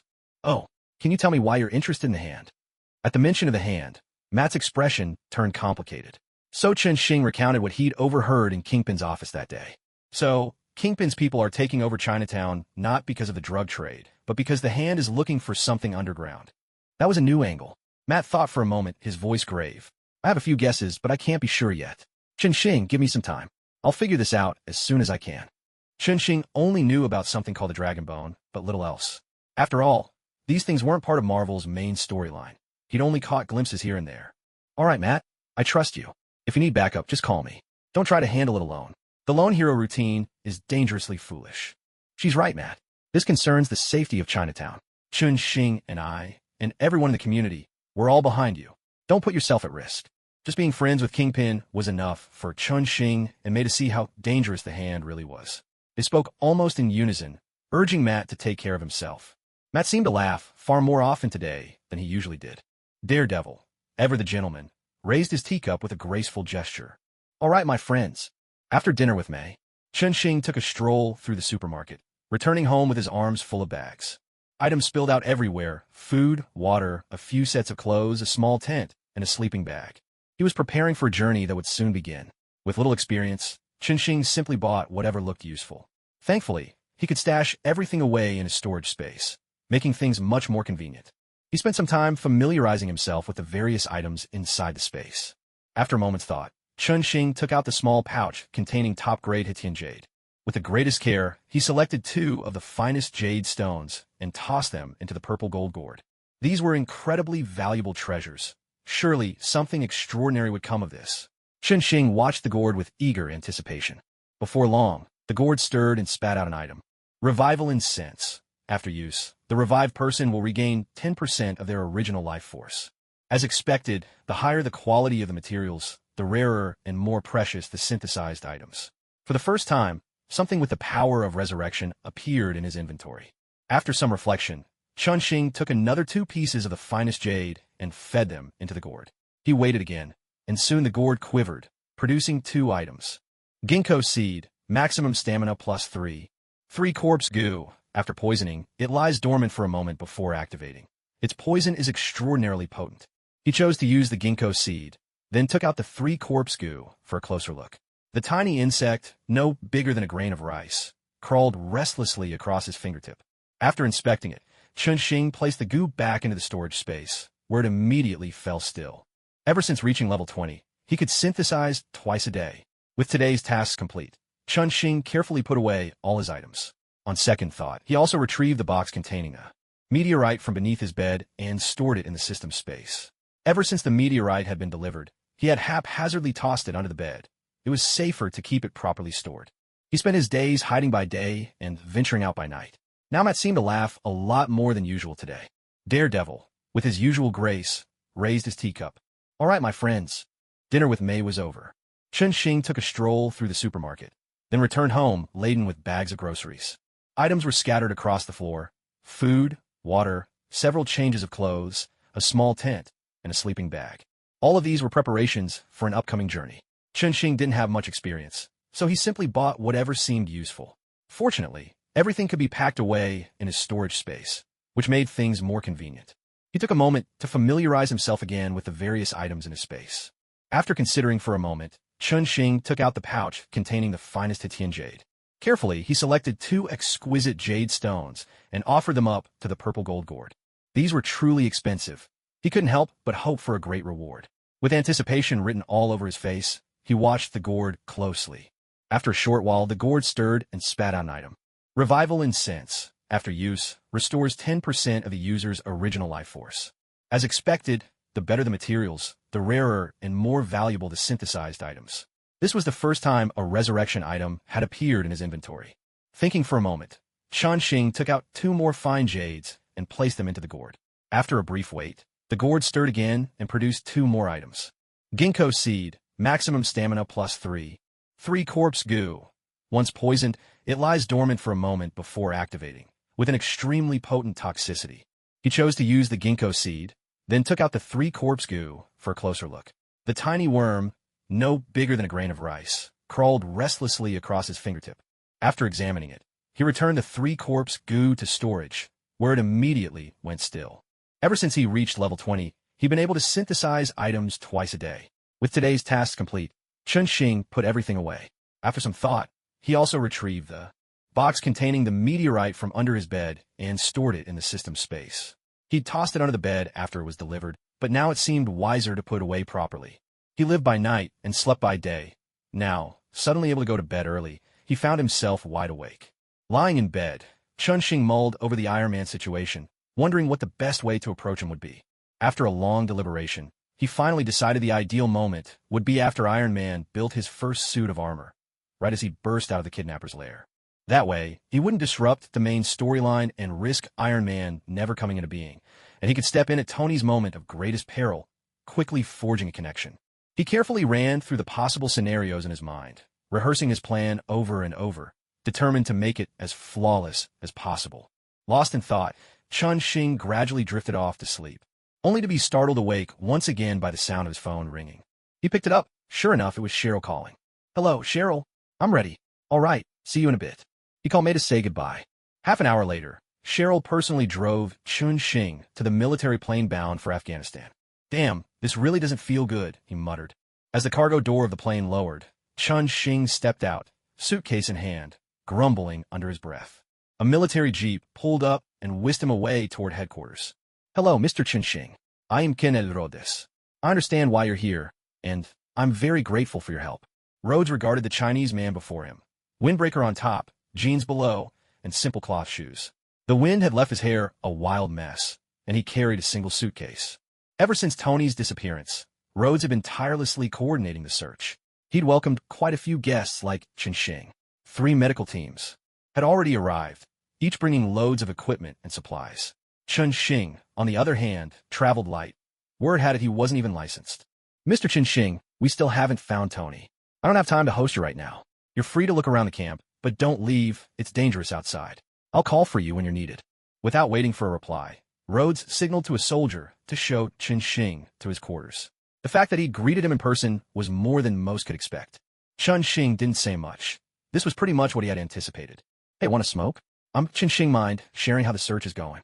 Following the soldier, Chun-Shing pulled out a cigarette and stuck it between his lips, then offered one to his escort. The soldier took the cigarette and lit up. No news at all. Lots of people are out searching.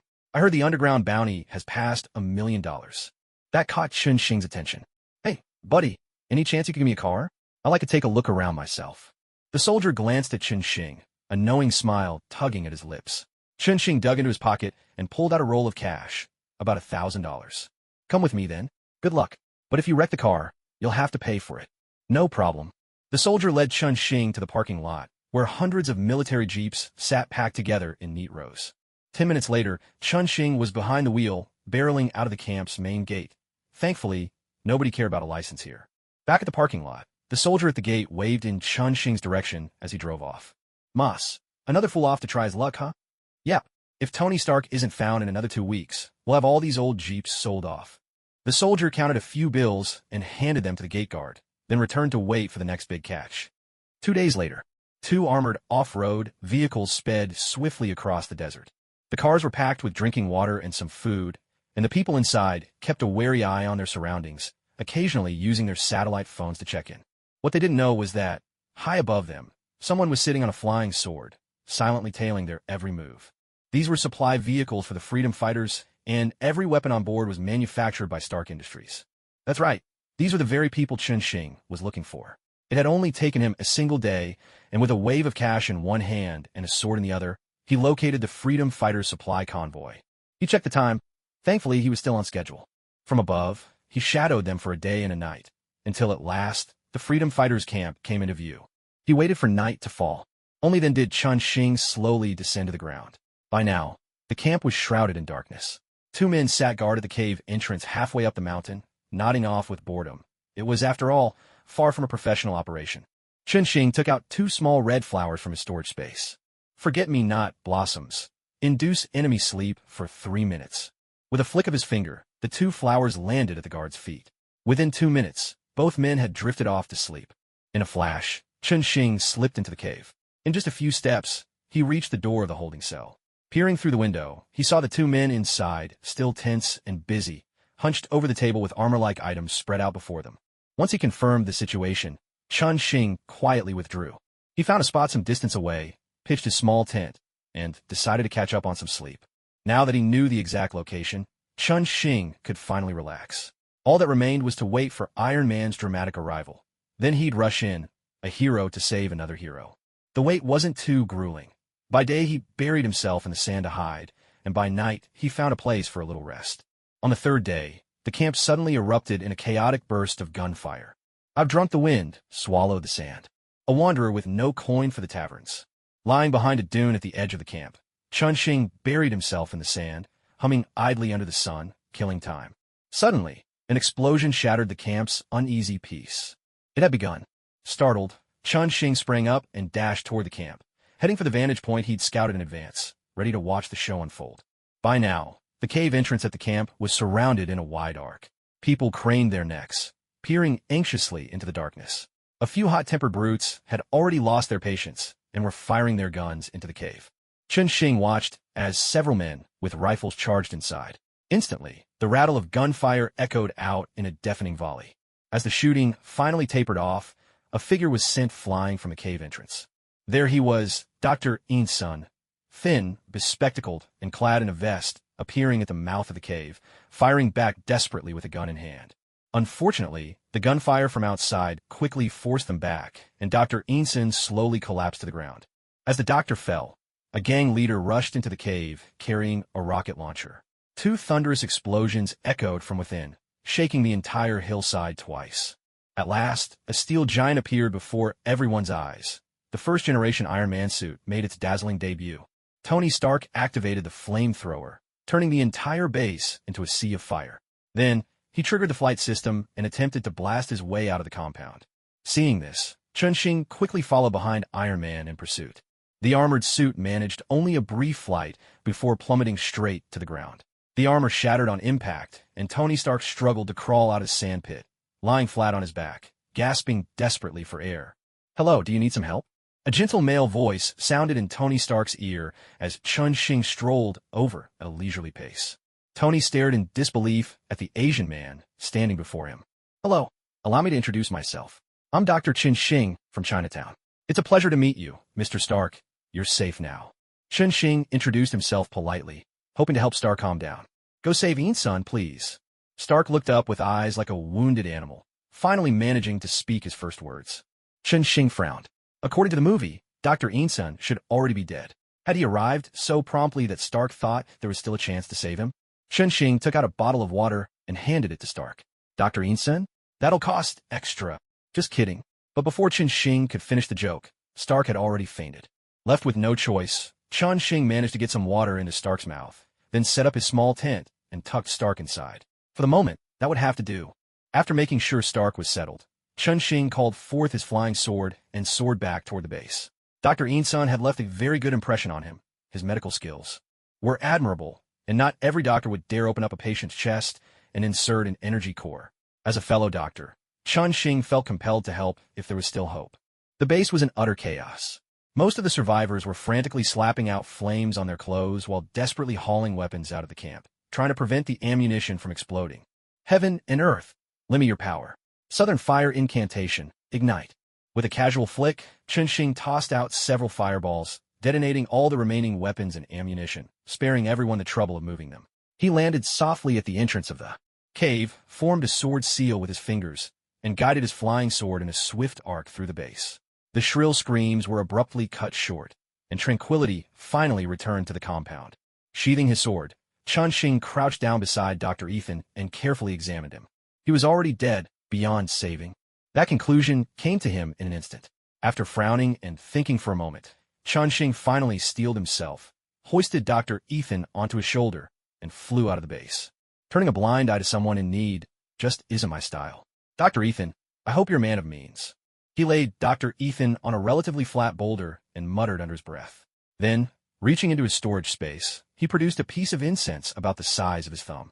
Soul-returning incense, upon resurrection, the user regains 10% of their original life force. It was a newly acquired item, worth 2 pieces of top-grade Hitian jade.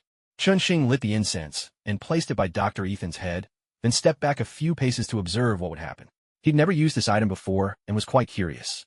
As the incense burned, the smoke drifted along the rock like a river running backward, slowly blanketing Dr. Ethan's entire body. The incense burned away quickly, gone in less than 2 minutes, but the smoke gradually seeped into Dr. Ethan's form. Chun-Shing went over to check again and found that Dr. Ethan had begun to breathe, albeit faintly. Products from the system truly never disappoint. "Damn, I forgot to remove the bullet from Dr. Ethan."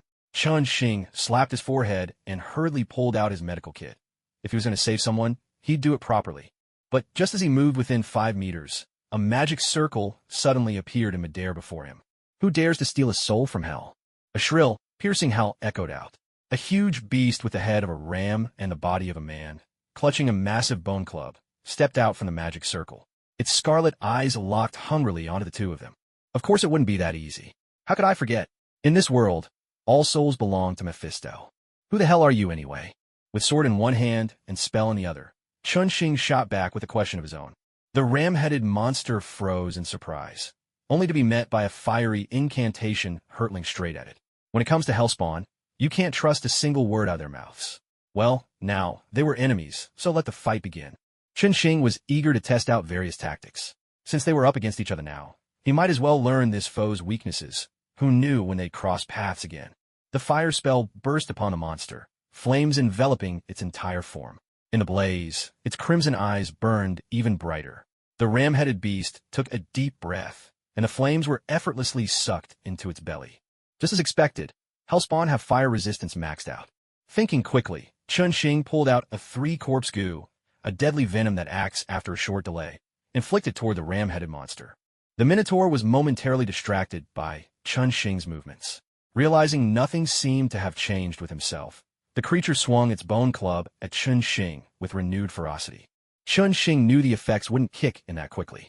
He fortified himself with the wind and cloud steps, a movement technique that temporarily boosted his agility, and true essence bodyguard, shrouding himself in an invisible armor as if clad in steel and gold.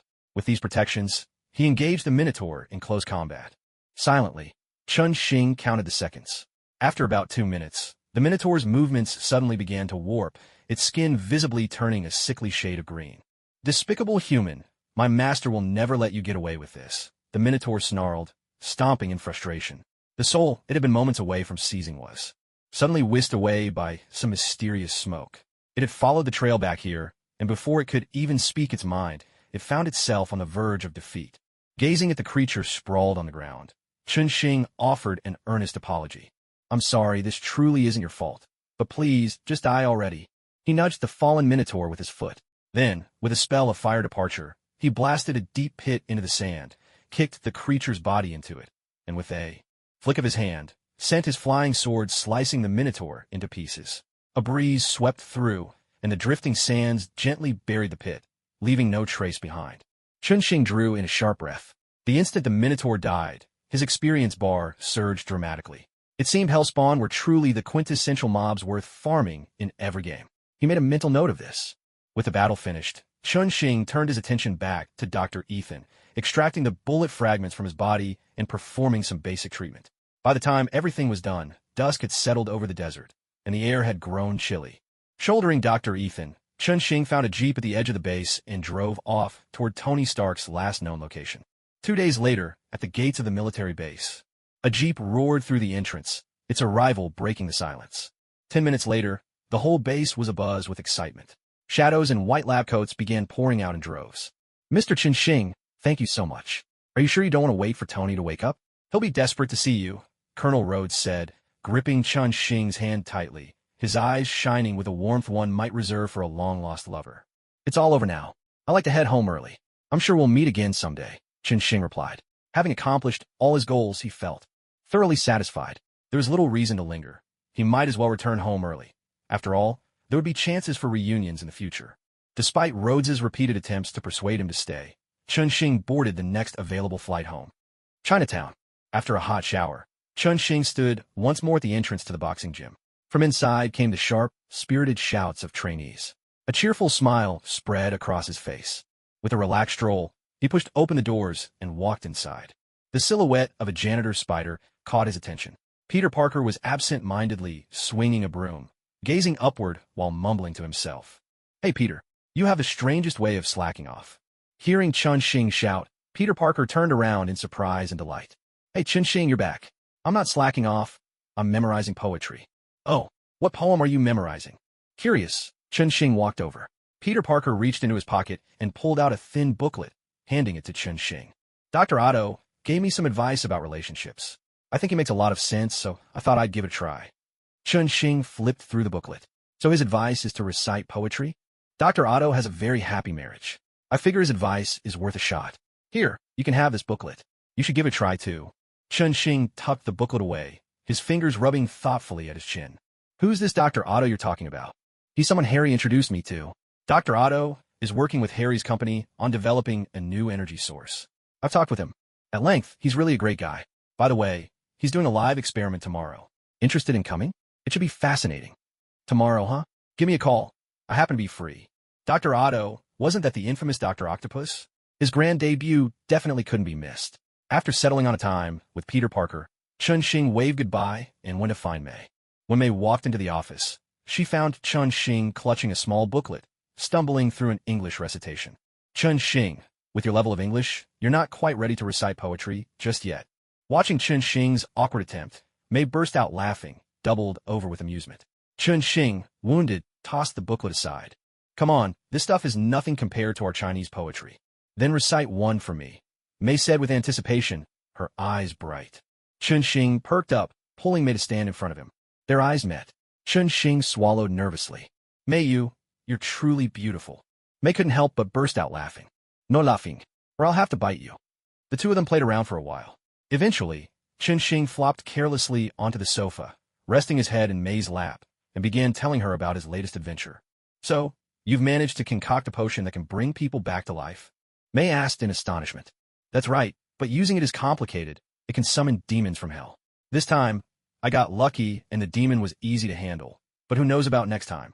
In that case, maybe it's best not to make any more. Safety first. Mei didn't care much about Stark.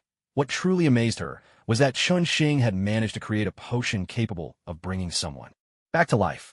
However, upon hearing that it might carry immense danger, she didn't hesitate to lay down a strict ban for Chun Xing. I'll listen to you. By the way, how's Matt doing on his end?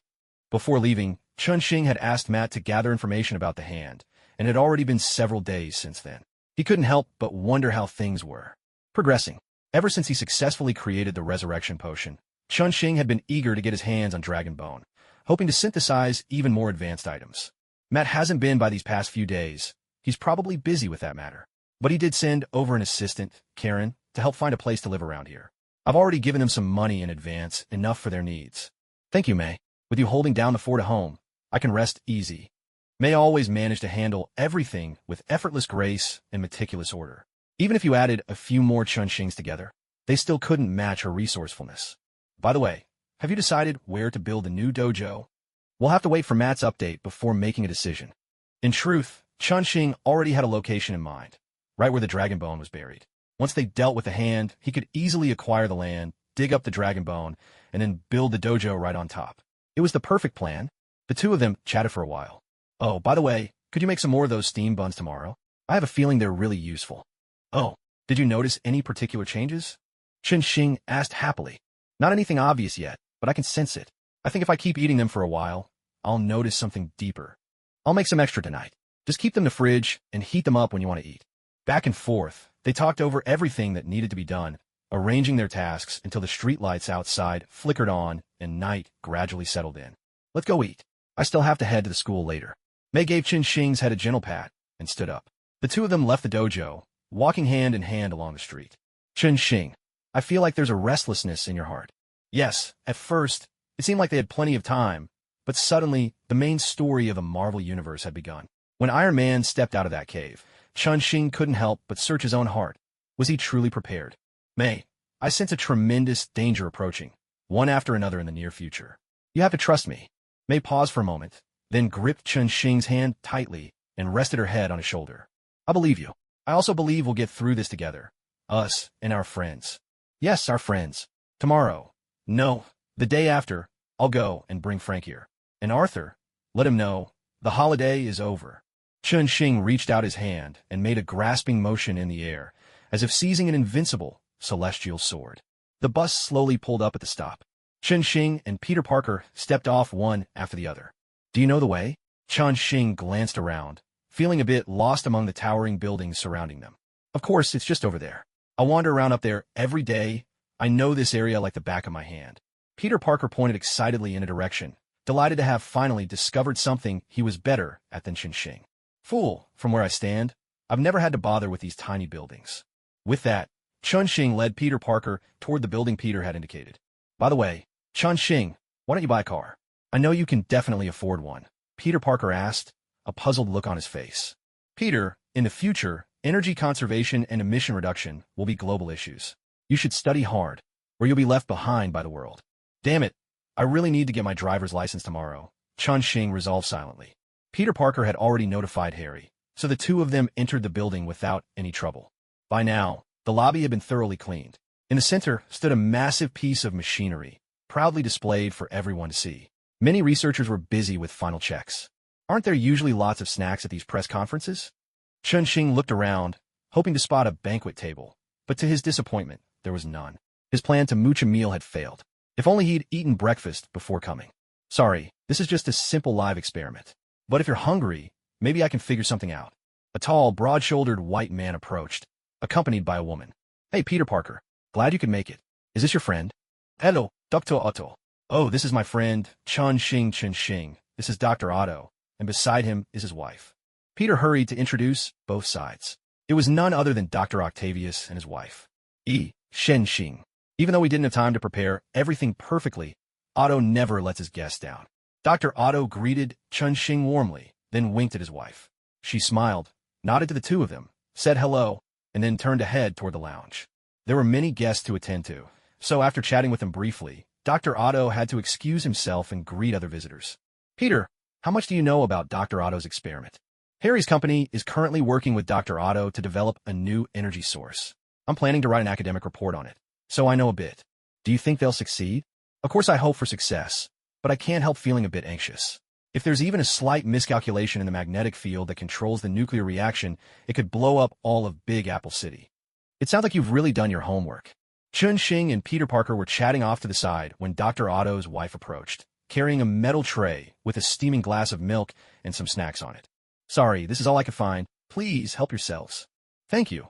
I really don't know what to say, Chun Xing replied quickly, taking the tray with a slightly embarrassed smile. It's an honor to have you both visit Otto's lab. Next time, if you have the chance, please come to our home for dinner. I'll prepare a real feast. Ma'am, thank you so much. Peter Parker offered his heartfelt thanks.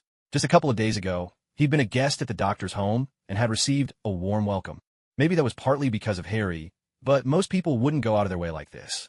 The couple's hospitality was truly overwhelming. At that moment, the people scattered around the room began gathering toward the center. The experiment's about to start. Let's go join them, Peter Parker said, beckoning the others. Chun Xing, tray in hand, followed behind. Ladies and gentlemen, allow me to introduce these mechanical tentacles. In order to precisely control the fusion process, my team developed this special apparatus. Each tentacle can lift up to 8 tons. They're easy to operate, completely resistant to radiation, incredibly strong, and astonishingly precise. Dr. Otto spoke with pride as he showcased his invention, removing his shirt to reveal his pale torso. Looks like Dr. Otto isn't much for working out, Chun Xing joked, drawing a stifled laugh from Dr. Otto's wife. Standing before the mechanical tentacles, Dr. Otto gestured for his assistant to help him suit up so the audience could see more clearly. The assistant carefully attached the tentacles to Dr. Otto's back. Silver needles on the device tightened and pierced into his spine, anchoring the apparatus securely to his body. As you can see, once the tentacles are connected to the spinal nerves, they can be controlled with the mind alone. Each tentacle is a separate artificial intelligence unit. Dr. Otto rotated on the stage, making sure the investors in the audience had a clear view. As he turned his back to them, he pointed to a glowing chip at the base of his skull and continued his introduction. This is a specially designed inhibitor chip to prevent the tentacles from taking control of the user. It ensures absolute safety during operation.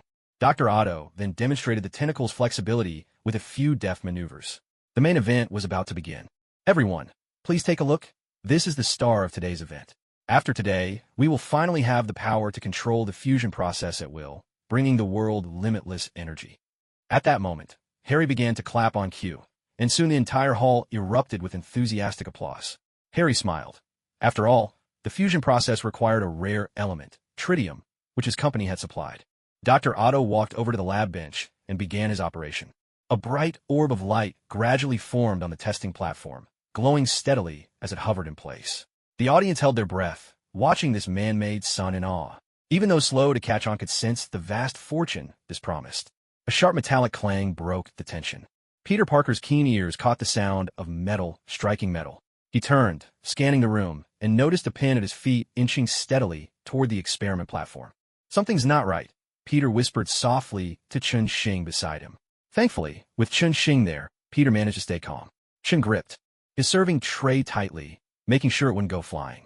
Nearby, a man had a pen slip right out of his pocket, pulled by some invisible force. Hurry and change your clothes. I'll keep watch here, Chun urged, sending Peter off to change into his Spider-Man suit before anyone noticed. By now, the magnetic field was growing more chaotic, and metal objects all around the hall began to fly recklessly toward the energy core. All right, Peter replied, giving a small nod before weaving his way to the back of the crowd. Lucky he always carried his Spider-Man suit with him. Meanwhile, Chun-Shing took Dr. Otto's wife by the hand and began edging them both toward the wall for safety. Chaos quickly swept through the hall. Large pieces of metal started rolling wildly across the floor, and every so often, screams of panic rose above the din. Chun-Shing, still holding on to Dr. Otto's wife, ducked with her into a safe corner, watching the pandemonium unfold. "Where's Peter? Go get him, bring him here." Dr. Otto's wife called out anxiously, her eyes darting between her husband and the frantic crowd. Even in her worry, she hadn't forgotten about young Peter Parker. "Don't worry, I saw him head out to find help," Chun reassured her, and with a swift kick, sent a heavy metal crate skidding away from them. But then, another crate tumbled directly toward Harry. Chun tightened his grip on the tray, ready to intervene, when, in a flash of red, a figure whisked by, saving Harry just in time. Spider-Man quickly scanned the chaos, then dashed toward the experiment platform's power source, determined to pull the plug and end the experiment. "No, wait." Dr. Otto cried out desperately as Spider-Man's hand closed in on the power switch. If the experiment stopped now, everything he'd worked for would be lost. "Just give me a moment. I can regain control." Dr. Octavius used his mechanical arms to knock Spider-Man aside, then turned around and frantically tried to salvage the experiment. But it was all in vain. The magnetic field only grew stronger and stronger. Suddenly, the glass doors in the hall shattered completely, sending countless shards flying wildly through the air. A piece of glass shot straight toward Dr. Octavius's wife. Her eyes widened in terror as she let out a piercing scream. With a crisp clang, Chun-Shing raised his metal tray just in time, blocking the shard and saving Mrs. Octavius. Overwhelmed by fear, she fainted on the spot. Dr. Octavius also witnessed the harrowing moment. Frozen in shock by the experiment table, he barely had time to react before sparks suddenly flashed behind his head.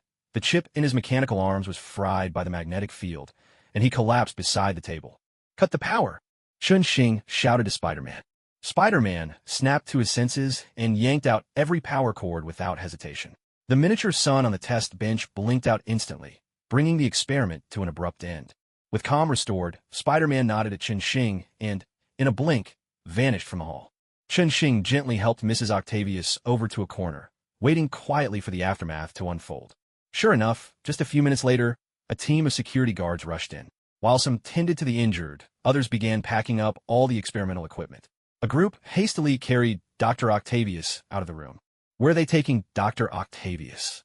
Peter Parker had slipped back to Chun-Shing's side and whispered anxiously. "That's their company's business. We have no right to ask. But you should give Harry a heads up. I have a feeling Dr. Octavius isn't out of danger yet." Neither Dr. Octavius nor Harry was particularly close to Chun-Shing, so all he could do was give a subtle warning. The rest would depend on their own luck. Just then, some of the company's staff came to check on Mrs. Octavius.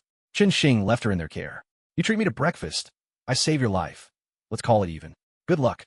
Meanwhile, Peter Parker had found Harry and relayed Chun-Shing's concerns. Harry's face turned ashen as he nodded, far too preoccupied to say much. He hurriedly led his team away. Having witnessed quite the spectacle, Chun-Shing and Peter finally stepped out of the building. "Chun-Shing, what's going to happen to Dr. Octavius?" "No idea. But if I had to guess, he'll probably lose everything he owns. I think if the doctor's research could continue, he'd definitely succeed. There are no ifs in this world. If you lose everything, you're out of the game. Of course, if he goes mad, that's a whole different story." Peter Parker trudged behind Chun-Shing, both of them making their way to the bus stop. In the days that followed, Chun-Shing finally returned to a peaceful routine. Every day, he'd go on dates with May, then head over to Hell's Kitchen for some fun. Strangely, Frank had vanished these past few days. He was completely unreachable. The good news was that Arthur was about to return. Just as Chun-Shing was savoring this brief moment of peace, in a villa by the sea, Tony Stark sat, troubled, staring at a medical report in his hands. "Ethan, you're the best doctor I know. Give me some advice." Ethan's own face was grim as he studied the report before him. After their brush with death, Ethan had temporarily followed Tony Stark back to his villa. "It's confirmed palladium poisoning from the reactor. But if you stop using the reactor, the shrapnel in your body will kill you. Tony, it's a vicious cycle. Damn it."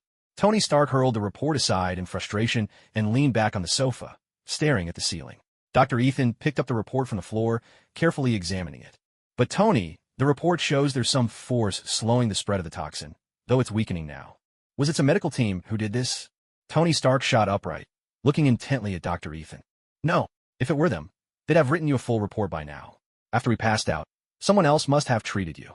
In fact, Ethan had a pretty good idea who it was, but without that person's permission, he wouldn't say it outright. All he could do was try to hint at it in other ways. Tony Stark sat on the sofa, searching his memory for every detail of how he'd been saved. Hello, let me introduce myself. I'm a doctor from Chinatown. My name is Chun Xing. Pleased to meet you, Mr. Stark. You're safe now. A young Chinese face surfaced in Tony Stark's mind. Chun Xing, he murmured. Dr. Ethan gave a subtle nod. Jarvis, pull up any information on a Dr. Chun Xing in Chinatown. Certainly, sir. 2 minutes later, several files appeared on the tablet in Tony Stark's hands. Sorry, Mr. Stark. There are 3 people named Chun Xing in Chinatown, but none are listed as doctors. Do any of these match the person you're looking for? Tony Stark was speechless. He could only scroll through the tablet. On the 3rd entry, Chun Xing's photo appeared. Name, Chun Xing. Gender, male. Age, 25. Occupation, unemployed. No academic history, no employment history. This man had suddenly appeared in Chinatown over a year ago, living as an aimless drifter.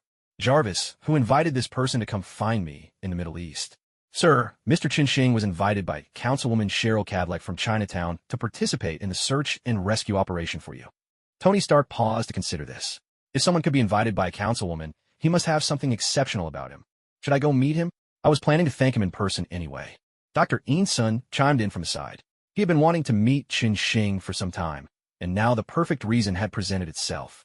No, we can't go directly. No one can know about my condition.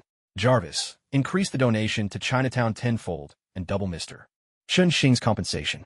Also, send him an invitation to my press conference.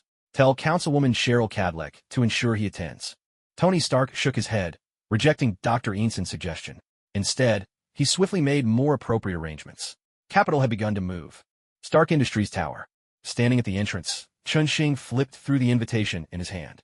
It had been personally delivered to his apartment yesterday by Councilwoman Cheryl Cadleck.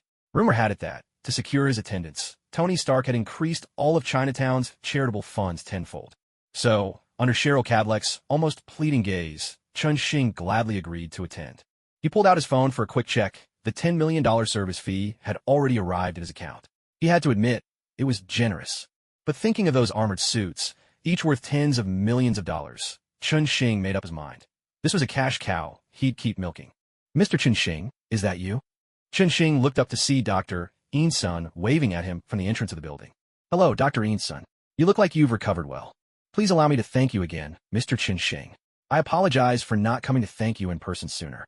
Dr. Eanson shook Chun Xing's hand enthusiastically, so much so that passers-by glanced curiously at the two of them. It's fine. Stark has already paid me, Chun Xing said, pulling his hand back and lightening the mood with a joking tone. That's right. Mr. Chun Xing Tony is already upstairs, preparing. We still have a little time. Would you mind if we talk privately for a moment? Dr. Eanson looked at Chun Xing with an intensity that paid no mind to the people around them. Sure, I just had breakfast with my girlfriend and was thinking of taking a stroll anyway. Chun Xing couldn't quite figure out what Eanson was up to, so he nodded, making it clear up front that he already had a girlfriend. Let's head over there, Dr. Eanson said. Dr. Ethan pointed to a small park nearby, and the two of them walked over together. It was rush hour in the morning, so the park was completely empty. Even homeless people who usually slept there had already gone out early to scavenge for whatever they could find. Mr. Chun Xing, please allow me to thank you once again for saving my life. There's no need to be so polite. It was nothing, really. I simply happened to find you and brought you back. No, Mr. Chun Xing. In fact, although I was unconscious at the time, my mind was clear. Thank you for pulling me back from the very depths of hell. Chun Xing was taken aback for a moment, but quickly understood. No wonder Dr. Ethan was being so warm and grateful. But it didn't bother him. Even if someone tried to talk about what happened, no one would really believe it. And, judging from Dr. Ethan's own attitude, he clearly had no intention of betraying him. Besides, if he could save Ethan, he could just as easily send him back. Of course, Mr. Chun Xing, I promise I haven't told anyone about this, and from now on, I would like nothing more than to stay by your side.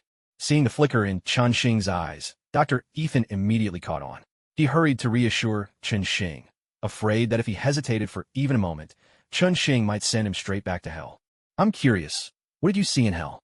Chun Xing didn't respond to Ethan's assurances, but he was genuinely intrigued by what Ethan might have experienced down there. It felt as if I were in free fall through the air, surrounded by all sorts of strange and twisted creatures, including that ram-headed monster that had chased after us. I kept falling deeper and deeper. Those monsters couldn't get close to me, but they circled around, waiting. I think they were just waiting for me to land somewhere. Then, suddenly a cloud of smoke rose up around me, wrapping me up, and the next thing I knew, I was brought back. You never reached the ground? Could you see what was down there? Fire. An endless sea of fire. I was too far away to see any details, just that unending blaze. That's all I remember. If he ever got the chance to fight monsters in hell, he'd better max out his fire resistance first. Chun-Shing made a mental note of all this. Who knew when it might come in handy? And what did you mean when you said you wanted to follow me? This isn't the age of slavery, you know? It's like this, Mr. Chun-Shing. I hope I can work by your side. I'm a doctor as well, and could serve as your assistant. To be honest, I'm not afraid of death, but I absolutely do not want to go back to hell. It was simply too terrifying. Ever since I returned, I haven't been able to find any peace. It was only just now, seeing you again, that I realized being near you is the only way I can feel safe. All right, it seemed that Dr. Insun had been utterly terrified by hell. As an ordinary man, it was already remarkable that he hadn't completely broken down. Chun-Shing nodded in understanding and extended his right hand to Dr. Insun. Well then, welcome to the team, Dr. Insun. For now, you can work as a surgeon at the boxing gym. I have great confidence in your skills in that area. Just call me Insun. I'll follow your arrangements. Finally, I can get a good night's sleep. Insun shook Chun-Shing's hand, his face filled with excitement. The two exchanged a few more words, and when it felt like the right time, they headed off together toward the Stark Industries tower. By the way, Mr. Chun-Shing, your medicine has helped Tony suppress the spread of palladium in his body. Once the press conference is over, he'll probably want to discuss it with you. So that was it. No wonder Tony Stark had been so generous. Chun-Shing finally understood. That day, worried they might not survive the journey, he'd given each of them half a bottle of his wound medicine. He was so used to using it himself that he'd overlooked its significance, never expecting that it would accidentally suppress the virus within Tony Stark. No problem. Everything went just as I planned. With a broad smile, Chun-Shing wrapped his arm around Dr. Insun, who had so decisively given away Tony Stark's secret, and together they walked toward the building. 18th floor, conference room. Chun-Shing and Insun squeezed their way into the crowded room, packed with reporters. There's Tony. Let's go say hello. All right. Insun led Chun-Shing toward the lounge at the back. As Tony Stark's savior, Insun had free reign within Stark Industries. Once the door closed, the noise from outside faded away. Hey, Tony, look who I brought with me. At Insun's call, Tony Stark looked up and saw Chun-Shing following behind. Hey, Chun-Shing, I'm so glad you could make it. Please forgive me for not being able to thank you in person earlier. Tony Stark came over warmly and grasped Chun-Shing's hand tightly. No matter how proud he might be, a man who could save his life deserved respect. Pepper, come over here and meet Chun-Shing. He's my new friend. And don't give me that look. I do have some manners, you know. Tony waved Pepper Potts over. She approached with an expression of disbelief. Pepper Potts, just call me Pepper. Please excuse my reaction. Tony rarely treats people like this. Hello, Miss Potts. Maybe it's because I gave him a ride out of the desert. Oh, I see now. So you're the one who brought Tony and Insun out of the desert. Mr. Chun-Shing, you left so quickly. We didn't get a chance to thank you properly. It's quite all right. I can already feel your gratitude. It's a pleasure to meet you both. A few people were deep in conversation when an assistant walked in and announced, Mr. Stark, it's time. At the press conference, Tony Stark sat by the window, speaking confidently to the crowd about his experiences and reflections. Pepper stood in a corner of the room with Chun-Shing and Insun. Hello, are you Miss Potts? A well-dressed white man, slightly balding, approached Pepper. Pepper looked at him and nodded. Hello, my name is Phil Coulson. I'm with the Strategic Homeland Intervention, Enforcement and Logistics Division, a rather unique and independent agency. It's a pleasure to meet you. Pepper wasn't sure what he wanted, so she simply nodded politely. It was only then that Coulson noticed Chun-Shing standing behind Pepper. There was a brief flicker of confusion on his face, but he quickly regained composure. Mr. Chun-Shing, it's a pleasure to meet you. I didn't expect to run into you here. I didn't expect it either. I suppose you're not here for me. Chun-Shing waved dismissively, signaling to Coulson that he needn't bother about him. Coulson nodded politely, then turned his attention back to Pepper. Miss Potts, would you mind if we spoke privately for a moment? Pepper was somewhat bewildered, but seeing that this man seemed to know Chun-Shing, she glanced at Chun-Shing for guidance. Pepper, my advice is to hear what he has to say. We'll be right here if you need us. Chun-Shing offered his suggestion. He himself could keep a distance from S.H.I.E.L.D., but Iron Man would never have that luxury. Since his father's time, they'd been deeply intertwined. Taking Chun-Shing's advice, Pepper walked off to the side with Coulson. Chun-Shing, for his part, had no interest in their conversation. By this time, Tony Stark had finished recounting his own experiences and feelings and walked up to the podium. All eyes followed Stark's movements. Even Chun-Shing looked over. Tony Stark paused for a few seconds on stage, signaling for silence, and then began to speak. First, I want to thank my two friends for standing by my side. I owe them my life. With that, Tony pointed to Chun-Shing and Inson. The audience, discerning enough, broke into applause. Chun-Shing greeted the crowd with a calm, natural wave. Secretly, he mused that with Tony's public acknowledgement, he could probably secure a $10 million loan from the bank. Next, I have an important announcement to make. I've decided to shut down Stark Industries' weapons division. With just those two sentences, the conference room was plunged into silence, then erupted, as if a volcano had just exploded. Mr. Stark, could you repeat that? Are you saying you're shutting down Stark's weapons division? With a barrage of questions from the reporters behind them, Stark offered no further explanation and made his way toward the lounge. Chun-Shing exchanged a look with Ethan, and the two of them followed close behind Tony Stark. Tony Stark stood by the window, silently gazing out at the scenery. Chun-Shing rummaged through a cabinet and found a bottle of liquor, pouring 2 glasses, one for himself and one for Ethan. They hadn't even finished their drinks. Would you like to take a look around the Stark laboratories? Without mentioning a word about what had just happened in the meeting, Tony Stark instead invited the two of them to visit the lab. A few minutes later, the three of them stepped into the lobby of the laboratory building. Tony Stark rested his hand on the railing, slowly circling a massive reactor at the center of the room. He reached out, as if trying to grasp the blue glow radiating from within the core. This is the arc reactor, the result of years of effort from Stark Industries. Tony's voice was calm as he introduced the machine to Chun-Shing and Ethan, but anyone could sense the turbulence beneath his composed exterior. I'm with you. Chun-Shing shrugged, offering his support. In a world full of fools, it always seemed like the smart ones struggled to get the backing they deserved. And who do you think you are? I doubt you even understand what's happening here. This isn't about the pocket change you carry around. A furious bellow erupted as a towering man strode in, his beard neatly trimmed but his eyes blazing with anger. Death sentence. Chun-Shing silently passed judgment on the newcomer, though he kept the thought to himself. Obadiah, he's my friend. I'd appreciate a little courtesy. Courtesy? If you understood courtesy, you would have discussed things with me before the meeting ever began. Obadiah, unable to contain his rage, glared at Tony Stark, his spittle already flecking Tony's face. After a heated exchange, the two finally fell silent. So, you're really not going to change your mind? Obadiah, I'm planning to focus on the arc reactor project. Don't kid yourself. We both know the reactor was nothing but a gimmick from day one. There's no money to be made from it. Tony Stark hesitated for a moment, then unbuttoned his shirt to reveal the intricate reactor embedded in his chest. Obadiah, I've already succeeded. Right here, right now.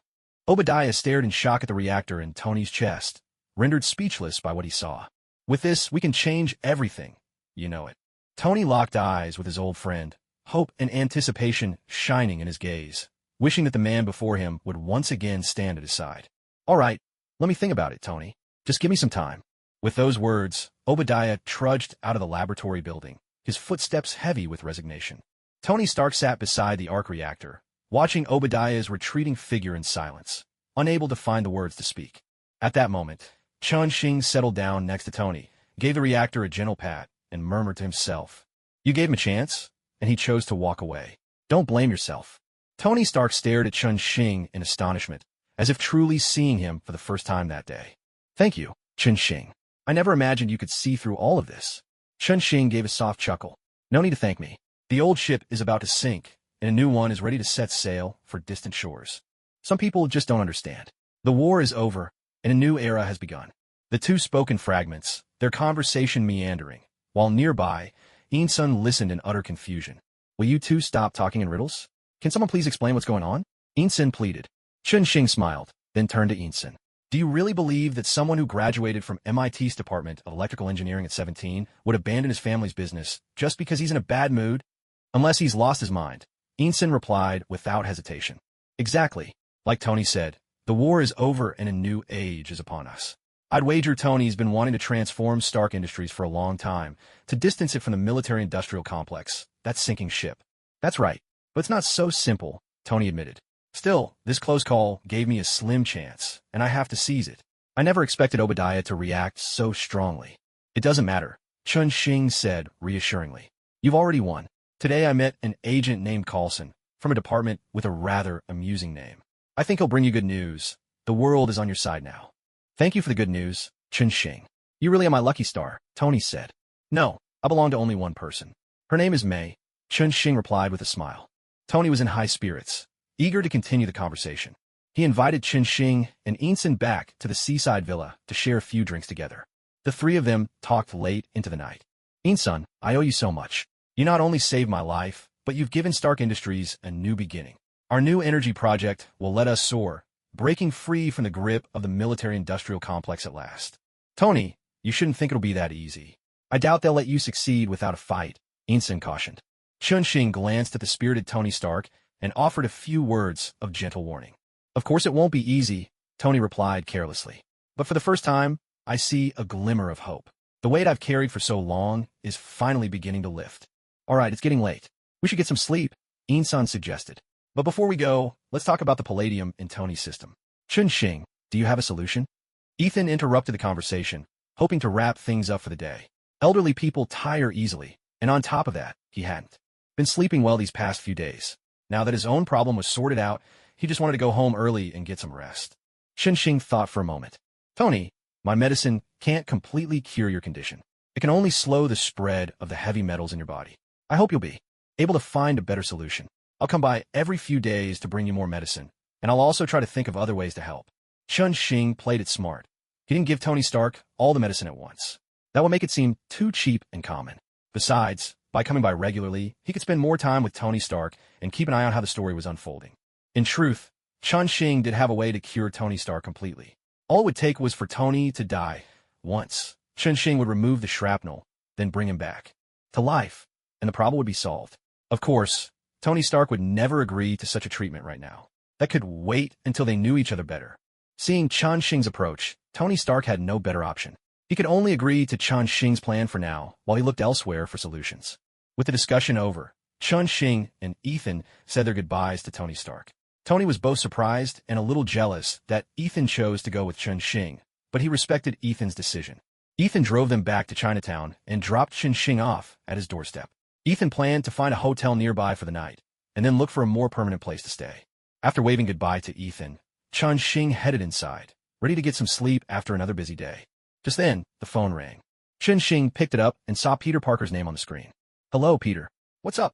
Chun-Shing, I need your help. I think I messed up again. Peter Parker's voice sounded dejected on the other end. What happened? Just give me the important details. Chun-Shing was used to Peter Parker getting into trouble. This was nothing new. Well, I want to hang out with Harry tonight and noticed he was hurt. After I pressed him, he finally told me what happened. It turns out, after Dr. Otto's experiment failed, the company sent him to the hospital. But the next day, he escaped, wearing those mechanical arms of his, and injured several people. In the days since, the police confirmed he even robbed a bank. And last night, he went to Harry, hoping to get some tritium. Looks like he wants to continue his experiment. Well, just give him a little, then let the police handle it. Chun-Shing was a bit confused by how the story was unfolding. It wasn't matching up with the original plot. Still, it was the same few people tangled up together. That's where the trouble lies. Harry set a condition. He'll only give him the tritium if he helps catch Spider-Man. Dr. Octavius agreed to Harry's terms, but now he's vanished without a trace. Peter Parker could only sigh helplessly. After all the twists and turns, everything seemed to land back on his shoulders once more. All right, let's focus on finding Dr. Octavius first. It's far too dangerous to let him roam free. Where do you think he'd go if he wanted to find Spider-Man? The two of them fell silent at the same time, pondering where Dr. Octavius might seek out Spider-Man. In the Big Apple, who would have the most news about Spider-Man? Jonah. They spoke in unison. The Daily Bugle had made a fortune off Spider-Man stories. And, truth be told, Peter Parker had once sold quite a few tips to them himself. Since the last time they'd roughed him up, Peter had settled into his job at the boxing gym, earning a steady income and gradually drifting away from the newspaper. But if you asked anyone in New York who had the most Spider-Man information, the Daily Bugle would be the first name on their lips. All right, Peter, get some rest. Tomorrow morning, let's meet in front of the Daily Bugle building and see if we can catch him in the act. Okay, Chun-Shing, I'll follow your lead. Want me to bring breakfast tomorrow? Of course. I'd love some Chinese food. See you. Hanging up the phone, Chun-Shing made his way back to his apartment. Tomorrow promised to be another busy day. The morning sun bathed the tops of the skyscrapers in gold. Chun-Shing sat on the building's edge, legs dangling freely over the city below, enjoying a leisurely breakfast from a tray in his lap. Peter, just a bit to the right, you're blocking my sunlight. Peter Parker, dressed head to toe in his spider suit, stood holding a trench coat to shield Chun-Shing from the rooftop wind. He adjusted his position slightly at Chun-Shing's request. The view was excellent. Right across from them was the Daily Bugle office, and they could clearly see people inside, already hard at work. Chun-Shing, are you sure Dr. Octavius would attack the office out here? Of course. Can you imagine him lugging those heavy tentacles into an elevator? All right, you've got a point. Peter kept holding up the coat, eyes fixed on the office across the way. He felt a surge of relief. Everything seemed manageable with Chun-Shing around. When do you plan on telling Harry that you're Spider-Man? I wouldn't mind telling him, but he thinks I killed his father. I have no idea how to explain that. There are some things we all have to face. Once this is over, go tell him the truth. Whether he believes you or not, just be true to yourself. All right, I'll tell him. When Harry was mentioned, Peter Parker's brow furrowed once more. He really had no idea how to explain things to his good friend. After all, Harry would never believe that his own father had done so many terrible things. Gordon's here. The two of them watched as Gordon entered his office. After holding a brief meeting, he ushered everyone else out. What's he up to? Peter Parker asked, puzzled. As soon as everyone was gone, Gordon pulled the curtains closed. Then, from under his desk, he dragged out a box. From inside, he took out a costume and changed into it. It was unmistakably the Spider-Man suit. Once Gordon was dressed, he struck a few dramatic poses, leaping about on top of his desk like a showy, oversized monkey. How long has it been since you gave him any news? Let's give him a piece of our mind after this is over. After a few moments of indulging in his ridiculous performance, Gordon finally changed back into his regular clothes and, looking all businesslike again, got to work. Peter, am I seeing things? Or can you check who just walked in a newspaper office? At Chun-Shing's words, Peter Parker carefully scanned the office. No way. Is that Dr. Otto's wife? What's she doing here? The two of them stared in disbelief at the office. At this moment, Gordon was busy signing off on the day's news articles. Suddenly, there was a knock at the door, rat-tat-tat, and the secretary stepped inside. Chief Gordon, I think there's someone you'd like to meet. It's Dr. Otto's wife. You remember the doctor from Oscorp Tower whose experiment failed a few days ago, don't you? Oh, you mean the doctor who escaped from the hospital and then robbed a bank? Of course I remember. His wife is here. Bring her in at once. I want to meet her personally. Gordon's interest was instantly piqued. Lately, Spider-Man hadn't delivered much news, so the paper sales had taken a dip. It seemed luck was on his side after all. Here was Dr. Otto's wife, and her husband had been making headlines everywhere recently. Mrs. Otto entered, her face clouded with worry. Gordon hurried out from behind his desk. Please have a seat, madam. What brings you here? Don't be nervous. Just take your time. Gordon invited Mrs. Otto to sit, personally poured her a glass of water, and placed it by her hand before sitting beside her, his gaze full of sympathy. Hello, Chief Gordon. I'd like to publish a message in the newspaper, a message for my husband, Otto. Mrs. Otto briefly explained her request, then took a prepared envelope from her bag and handed it to Gordon. Gordon took the letter and read it carefully. It turned out that Mrs. Otto wanted to use the newspaper to reach out to her husband, urging him to turn himself into the police. As he finished reading, a subtle smile crept over Gordon's lips. This is truly touching, Mrs. Octavius. I believe that if Dr. Octavius were to see your letter, he would definitely mend his ways. No, I know my husband is not that kind of person. Something must have happened to make him this way. I want to tell him that I will always believe in him, and that I will always stand by his side. Mrs. Octavius spoke with deep emotion.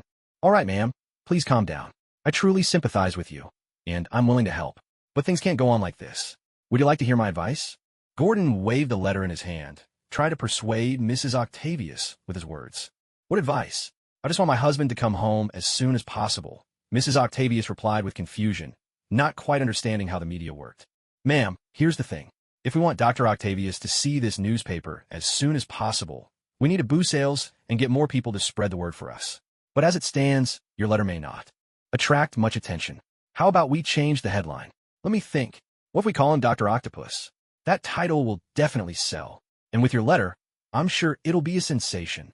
Gordon grew more animated as he spoke, waving the letter around and gesticulating with excitement. No, you're insulting my husband. You fool. Mrs. Octavius stood up angrily, turned on her heel, and stormed out the door. Ma'am, please wait. Gordon hurriedly chased after her toward the doorway. Suddenly, there was a tremendous crash. Every window in Gordon's office shattered at once, sending shards of glass flying everywhere. Gordon stared in shock at the now exposed window. A massive shadow loomed outside. Two enormous metal tentacles reached inside, gripping the walls tightly. Panicking, Gordon dashed for the door, but another tentacle shot in, firmly blocking his escape. Are you Gordon from the Daily Bugle? A weary-looking Dr. Octavius asked in a low voice. Yes, that's me. What can I do for you? Gordon answered in a trembling voice. Tell me, How can I find Spider-Man? One of the tentacles wrapped around Gordon's neck, banging him lightly around the room before pinning him against the wall. The tip of the tentacle began to tighten slowly. Blood trickling from the corner of his mouth. Gordon screamed in terror. Mary Jane, find her, and you'll find Spider-Man. Please, let me go. At that moment, a heavy boot landed squarely on Dr. Octavius's back, kicking him from the window into the office and smashing him through another wall. I'm right here, Dr. Octavius. Were you looking for me? Spider-Man leaped into the room right after. All four mechanical arms whipped wildly around the office, smashing desks to splinters. Fortunately, the staff had already fled, leaving only Gordon's heart to bleed for the destruction. Come with me to see Harry. A mechanical arm shot out toward him. Spider-Man nimbly dodged, then fired a web, pinning the arm to a pillar. Two more mechanical limbs lunged, but Spider-Man slipped away, while shards of stone flew everywhere. Dr. Octavius was tearing the office apart. The two of them fought back and forth in the Daily Bugle's newsroom, but gradually, Spider-Man gained the upper hand. He kept webbing up the mechanical tentacles, and soon, he was close enough to strike at Dr. Octavius himself, whose body was nowhere near as tough as his arms. Otto, is that you? Stop this, please. Suddenly, Dr. Octavius's wife burst into the room, her face filled with worry as she called out desperately to him. Ma'am, stay back. Spider-Man shouted, but a mechanical tentacle lashed out at her. In a flash, Spider-Man rushed forward, shielding Mrs. Octavius with his own body and taking the blow across his back. With a heavy crash, the tentacle sent them both flying across the room. They tumbled over the floor. Spider-Man gently set Mrs. Octavius down, kneeling on one knee, just as another tentacle whipped toward him. A cold gleam flashed. Suddenly, the attacking tentacle was sliced clean off. Chun-Shing stepped in through the window, the glimmer returning to his hand and forming into a gleaming sword. Chun-Shing adjusted the mask on his face, wearing it with some discomfort. Aunt May had made it for him, insisting it should carry an Eastern flair. She'd painted it with the bold pattern of a Peking opera mask. He strode over to Spider-Man and tossed him a half-full bottle of spring water mixed with wound salve. Then he turned to face Dr. Octavius, sword in hand, its blue light shimmering. Heavenly gang battle chi. When wielding a weapon, attack power doubles. If you want to die, I'll grant your wish. Under the overwhelming pressure of Chun-Shing's presence, the three remaining mechanical arms couldn't help but drag Dr. Octavius a few steps backward. Please don't kill him. He's not himself. Something must be terribly wrong. Mrs. Octavius, seeing that Chun-Shing was about to kill her husband, pleaded with him, her voice trembling. She could see now just how strange her husband's behavior had become. Strange indeed, Chun-Shing thought. He knew the chip implanted at the back of Dr. Octavius's head was malfunctioning, but what business was it of his? In the end, Mrs. Octavius's desperate pleas made Chun-Shing hesitate. Seizing the opportunity, the three remaining tentacles whisked Dr. Octavius away, making their escape. The office was left in chaos. A fierce wind howled through the gaping hole in the wall, whipping up papers and dust all around. Spider-Man finished the medicine Chun-Shing had given him, rubbed his aching back, and slowly stood up. Are you ready? Let's get going. It doesn't hurt anymore. But before we go, there's something I'd like to ask Mrs. Octavius. Chun-Shing saw Spider-Man get to his feet and urged him to leave together. Right now, the room looked as chaotic as a junkyard. Spider-Man stretched, signaling that he was fine. But Mrs. Octavius's words had piqued his interest. After all, he had a decent relationship with Dr. Octavius's family. If he could help, he was willing to lend hand. Mrs. Octavius, you just said something's wrong with Dr. Octavius. Can you explain what happened? It's the chip, the one on the back of his head. It must have taken control of him. The safety mechanism failed. That's why he's become a completely different person. At this point, Mrs. Octavius had calmed down. She had been involved in Dr. Octavius's research from the start. So with just a little thought, it was easy for her to figure out what had happened. When Spider-Man asked, she quickly told him the truth. These two were clearly powerful, capable not only of helping her, but also, if it came to it, of defeating Dr. Octavius. I see. Well, now we know. Mrs. Octavius, my advice is for you to stay home. If possible, I'll try to bring him back. Running around like this is just too dangerous for you. By the way, do you know how to destroy the chip on the back of his head? I'm terribly sorry. Please accept my apologies on Dr. Octavius's behalf. If you use an electric current to stimulate the chip on the back of his head, you should be able to destroy it completely. Mrs. Octavius apologized repeatedly. After all, Dr. Octavius had just fought them, and Spider-Man had even been injured trying to save her. Still, hearing Spider-Man's promise gave her some comfort. Let's go. With a step onto his flying sword, Chun-Shing grabbed Spider-Man by the collar and soared straight out through the gaping hole in the window. Dr. Octavius's Wife also left the building, her heart heavy. It was only much later that the firefighters would discover Chief Gordon still twitching in a corner. Well, that's all we can do for now. Do you need to go tell Harry the truth, that you're Spider-Man? Hearing Chun Xing's words, Peter Parker, who had just been excitedly gazing at the sea of clouds beneath his feet, immediately fell into a worried silence. I do need to see Harry, but as for telling him the truth, maybe that can wait a little longer. All right, if you need me, you know how to find me. Chun Xing directed his flying sword toward the Osborne Tower. Chun Xing, aren't you curious why I'm going to see Harry? What else could it be? I cut off one of Dr. Octavius's arms, so he probably won't dare come after you again. The only way he can get his hands on tritium now is through Harry. You're going there to wait for Dr. Octavius, aren't you? Chun Xing, you're too sharp. I wish I could handle things as neatly as you do. In the blink of an eye, they landed on the rooftop of the Osborne building, and Chun Xing let Spider-Man down. I'm not going with you. Dr. Otto probably isn't a match for you anyway. Tomorrow, I need to deliver an antidote to someone who's been poisoned. Just call me when Dr. Otto shows up. All right, you go take care of your business first. There's no telling when Dr. Otto will appear. I might be stuck waiting here for a few days. Help me ask for some time off from May, would you? The two of them parted ways on the rooftop. Spider-Man got ready to lie in wait once more, while Chun Xing soared back home. Life was getting busier by the day. Chun Xing squeezed in a quick lunch with May, then hurried off toward Tony Stark's seaside villa. He now had unrestricted access to Tony Stark's home. After greeting Jarvis, he headed straight for Tony's lab. Hey, Chun Xing, take a seat for a moment. I've got something great to show you. Tony Stark was bustling around the workbench, not pausing for a second. Jarvis had already informed him of Chun Xing's arrival, so when he heard footsteps behind him, Tony called out without even turning his head. Sure. So, is your big gadget finally finished? This isn't just a gadget. It'll blow you away, I promise. Chun Xing made his way to the bar, dug out his own bottle from the stash, and poured himself a drink. Watching Tony at work quickly grew tedious, so his eyes wandered. A stack of photographs and a crystal ornament on the bar caught his attention. He picked up the crystal ornament and let it glimmer before his eyes. A cool, blue light shimmered, casting a mesmerizing illusion. It must have been the very first arc reactor Tony used to wear on his chest. I built a new one, so Pepper turned the old one into this. What do you think? Pepper's a wonderful girl, Chun Xing replied offhandedly, setting down the crystal box and picking up the nearby stack of photos. Where did these pictures come from? Hearing Chun Xing mention the photos, Tony paused his work and joined him at the bar, pouring himself a drink and downing it in one go. A reporter gave them to me. A little town called Gamera was attacked by terrorists. Take a closer look. The weapons they used are still made by Stark Industries. As Tony finished, his mood sank, and he poured himself another drink. Chun Xing quickly reached out to stop him. That's enough. Drinking won't solve anything. What's your plan? Need any help from me? Thanks, Chun Xing. I've been working on something. I'll show you in a bit. Maybe it'll make a difference. Tony didn't think there was much Chun Xing could do to help, but he appreciated the gesture. Chun Xing didn't argue, simply smiling in return. Has Obadiah made up his mind yet? Chun Xing asked again about Obadiah. If they could get Obadiah's help, Tony Stark's company reform would undoubtedly be a lot easier. Although in the movie Obadiah was a villain, there was always a chance the story could change, so it was worth asking. Ever since arriving in the Marvel world, Chun Xing had been extremely cautious, even though he knew the general plot when it came to dealing with specific people. He always made sure to double-check.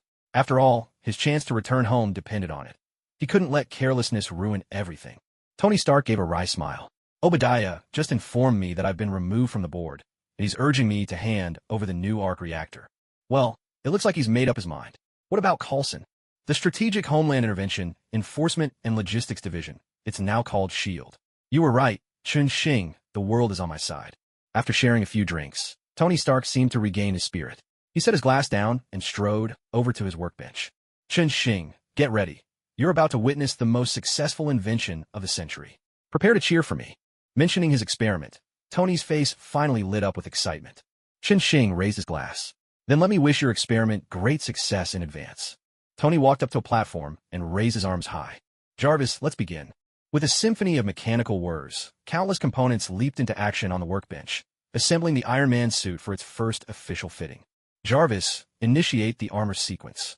As Tony gave the command, lights flashed across the platform, accompanied by the rhythmic sounds of machinery. Armor sequence complete.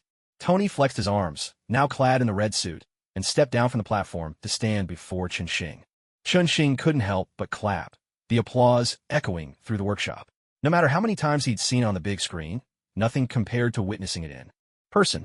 Here it was, human ingenuity elevating ordinary flesh to rival the gods. This was the true crystallization of human achievement, lighting the path to the future. Tony, congratulations. I have to say, it's absolutely awesome. Well then, sit back and enjoy the show, Tony replied, his trademark swagger returning. Jarvis opened the roof. The ceiling slowly parted, revealing a sky glittering with stars. Tony pressed his hands downward, jets roaring as he launched himself up into the night. On the test platform, screens flickered through various camera angles, streams of data cascading like snowfall. Iron Man soared freely through the sky, arcing in a wide loop before circling back. He landed smoothly right in front of Chen Xing. I can't wait any longer, Chen Xing. I'm going to take down those bastards. Perhaps it was the immense pressure at work or the few drinks he'd had that night, but as he thought about those photos, Tony Stark finally could no longer suppress the anger burning inside him.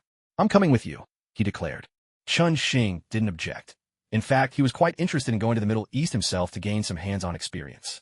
After slaying that hellish creature last time, he had already reached level 21, bringing him one step closer to his short-term goal of reaching level 25. Chen Xing, thank you for your support. Next time, I'll make you a suit of your own. But not today. Please, let me handle this one. Tony Stark assumed Chen Xing wanted his own Iron Man suit to join the mission. But the technology to make such a suit was extremely complex, and Chen Xing would need specialized training, something that would take far too long. Tony simply couldn't wait. Don't worry about me. You go ahead. I'll see you there. Tony nodded, not quite understanding what Chen Xing meant, but determined nonetheless. Once again, he soared high into the sky, oriented himself, and sped off into the distance. Half an hour later. Oh my God, Chen Xing, what on earth is going on here?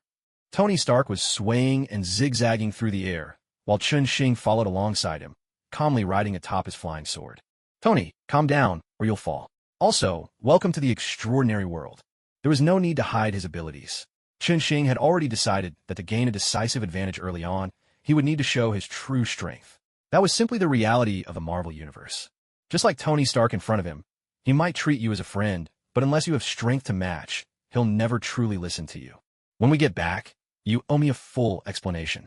Tony grumbled, frustration clear in his voice as he accelerated, trying to outpace Chen Xing and reach their destination first. Chen Xing nodded to himself. Yes, this was how it should be. Only now, standing before Tony Stark, did Chen Xing finally have a voice. You're too slow. If I stick with you, we'll get spotted by radar. I'll wait for you up ahead.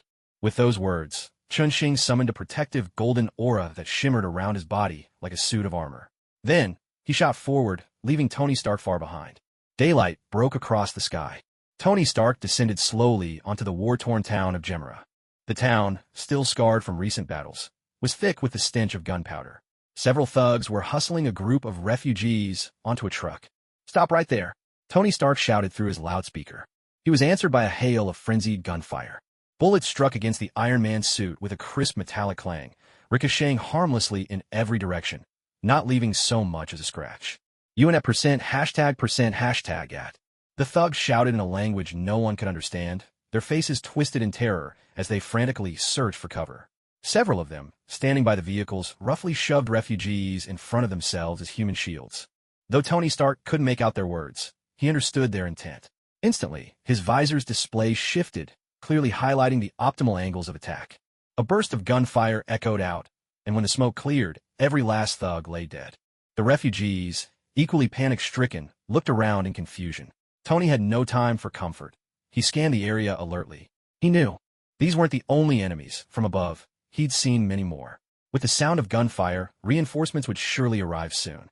How does it feel, taking a life for the first time? Chen Xing landed gently at Tony's side. I'm managing. They'll be here any minute, Tony replied, scanning the area nervously as he moved closer to Chen Xing. Don't worry, I've taken care of the rest. You can go throw up now, Chen Xing offered helpfully. All right. With that, Tony dashed into a nearby alley. Moments later, the unmistakable sound of violent retching could be heard. The last time he'd started a fire, he'd simply escaped in his suit. This time, he was forced to confront the aftermath of battle. A few minutes later, Tony returned to Chen Xing's side, his demeanor as composed as if nothing had happened. Find a place to clean up. This suit reeks, Chen Xing said, pinching his nose and motioning Tony to keep his distance. So what's next? We destroy all the weapons here, then head home, Tony replied weakly, before soaring back into the sky to begin dismantling the thugs' armaments. Chen Xing stayed behind, waiting patiently. He knew Tony needed this moment to vent.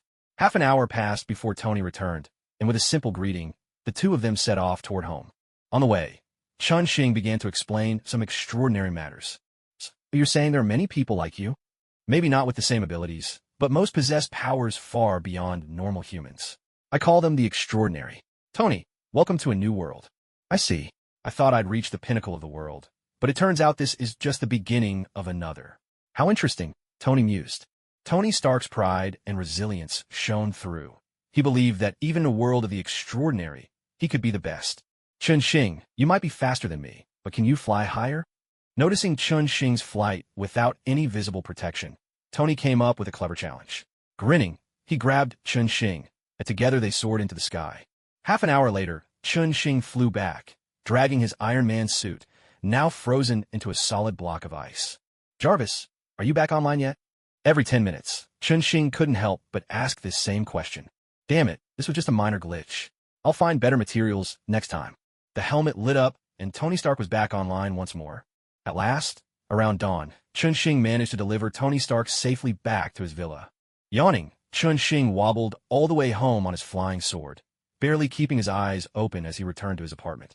He hurried into the shower, tossing his oddly scented clothes straight into the trash. Collapsing onto the bed, he drifted off to sleep before he even had time to gather his thoughts. The shrill ring of the phone cut through his dreams like a summons from the underworld. Chun Xing snapped awake, glancing first at the window. It was already enveloped in darkness. He reached for his phone. Hello, Peter? What's going on? Chun Xing, can you come over? I messed up again. Peter Parker's anxious voice came through the line. Chun Xing, long used to Spider-Man's chaotic lifestyle, wasn't the least bit surprised. He asked matter-of-factly, what happened this time? Dr. Otto just attacked Harry. I fought him. Why didn't you just catch him? Don't tell me you couldn't handle him. Chun Xing said, puzzled. If you could take down Dr. Octopus with 4 arms, surely 3 arms wouldn't be a problem. No, during the fight, Dr. Otto tore off my mask. Harry saw I was Spider-Man, and then he went berserk and started attacking me. I didn't want to hurt Harry, so while we were tangled up, Dr. Otto took the opportunity to grab the tritium and escape. I'm chasing him now. Chun Xing's head started to ache from Peter's tangled explanation. Stop. Hold on. Let's take this one step at a time. You're chasing Dr. Otto right now? Send me your location. We'll deal with him first. We'll figure out the Harry situation later. Okay. He's running toward the river. I'll send you my location. 2 minutes later, his phone chimed with Peter Parker's message. Chun Xing got dressed, swallowed a military ration pill, stamina plus 100, sent a quick reply to May, donned his mask, and flew out the window. In a laboratory by the river, Dr. Otto was busy calibrating a massive reaction chamber. A white girl was tightly bound to a pillar nearby. It was Mary Jane. I know you, Dr. Otto. What you're doing is illegal. Let me go right now. As Mary Jane struggled against her bonds, her curves pressed against the ropes, revealing flashes of snowy white skin. Dr. Octavius, however, had no intention of admiring the spectacle. With only 3 tentacles left, he worked furiously, his movements frantic and relentless. At this moment, Dr. Octopus was entirely under the control of his mechanical appendages. His sole purpose was to complete the experiment before him. As the fireball, symbolizing limitless energy, blazed once more, the crimson light was reflected in the lenses of Dr. Octavius's sunglasses. Dr. Octavius, it's over. Spider-Man descended from the rooftop, gliding down along a strand of web. Suddenly, a mechanical tentacle snapped around Mary Jane's neck. Don't move, and don't say a word, or I'll kill her. Dr. Octavius spoke without even turning his head. He knew he couldn't win against Spider-Man and his allies, but he had come prepared. A hostage would solve everything. For a moment, the only sound in the room was Mary Jane's muffled whimpering. Spider-Man stood tense, poised to strike at any opening. The fireball blazed brighter and brighter, and the clatter of metal echoed through the lab once again. Dr. Octavius, you failed again. Give it up. Are you going to destroy this city? The moment Spider-Man heard the noise, he understood immediately. Clearly, the experiment was repeating its previous disastrous outcome. No, never.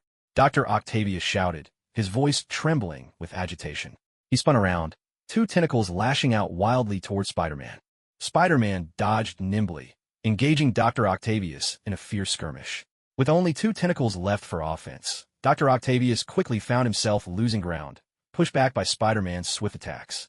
As the two fought, the reactor on the test platform underwent a startling transformation. It swelled into a fireball nearly 3 meters across, and the chaotic magnetic field began pulling nearby objects inexorably toward the core. Dr. Octavius, stop. If you don't, it'll spiral out of control. Peter Parker had once considered writing a thesis on Dr. Octavius's research, so he was deeply familiar with the experiment. What he saw now meant the reactor had entered a self-sustaining phase, an imminent prelude to explosion. Shut up. Dr. Octopus, too, realized the reactor was slipping out of his control. Spider-Man's warning only fueled his fury. He withdrew the tentacle holding Mary Jane, slicing through the ropes binding her as he did so. Suddenly freed, Mary Jane didn't fall to the ground. Instead, the immense magnetic force sucked her toward the reactor. Terrified, she wrapped her arms desperately around a pillar, her body stretched out horizontally by the pull. Bits of her clothing were torn away, drifting toward the reactor and turning to ash before they even touched it. You could try and save her now. Dr. Octopus planted 2 mechanical tentacles firmly into the floor, positioning himself beside Mary Jane, waiting for Spider-Man's next move. As a magnetic pull grew ever stronger, Mary Jane's strength finally gave out. Her hands slipped free. Amid Mary Jane's piercing scream, Spider-Man hurriedly shot a web to wrap around her, then flung her desperately to one side.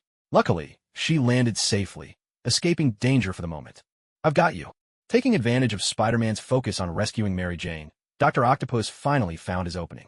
With a heavy blow, he struck Spider-Man, sending him rolling across the ground, dazed and unable to get up right away. Dr. Octopus strode over, one mechanical arm grabbing Spider-Man by the ankle and lifting him into the air. Another tentacle reached menacingly for Spider-Man's head. You're courting death. With a furious shout, a flash of sword light sliced through the air, severing the tentacle aimed at Spider-Man's head. At last, Chun-Shing had arrived. The sword spun in a swift arc, cutting off the tentacle holding Spider-Man's foot as well.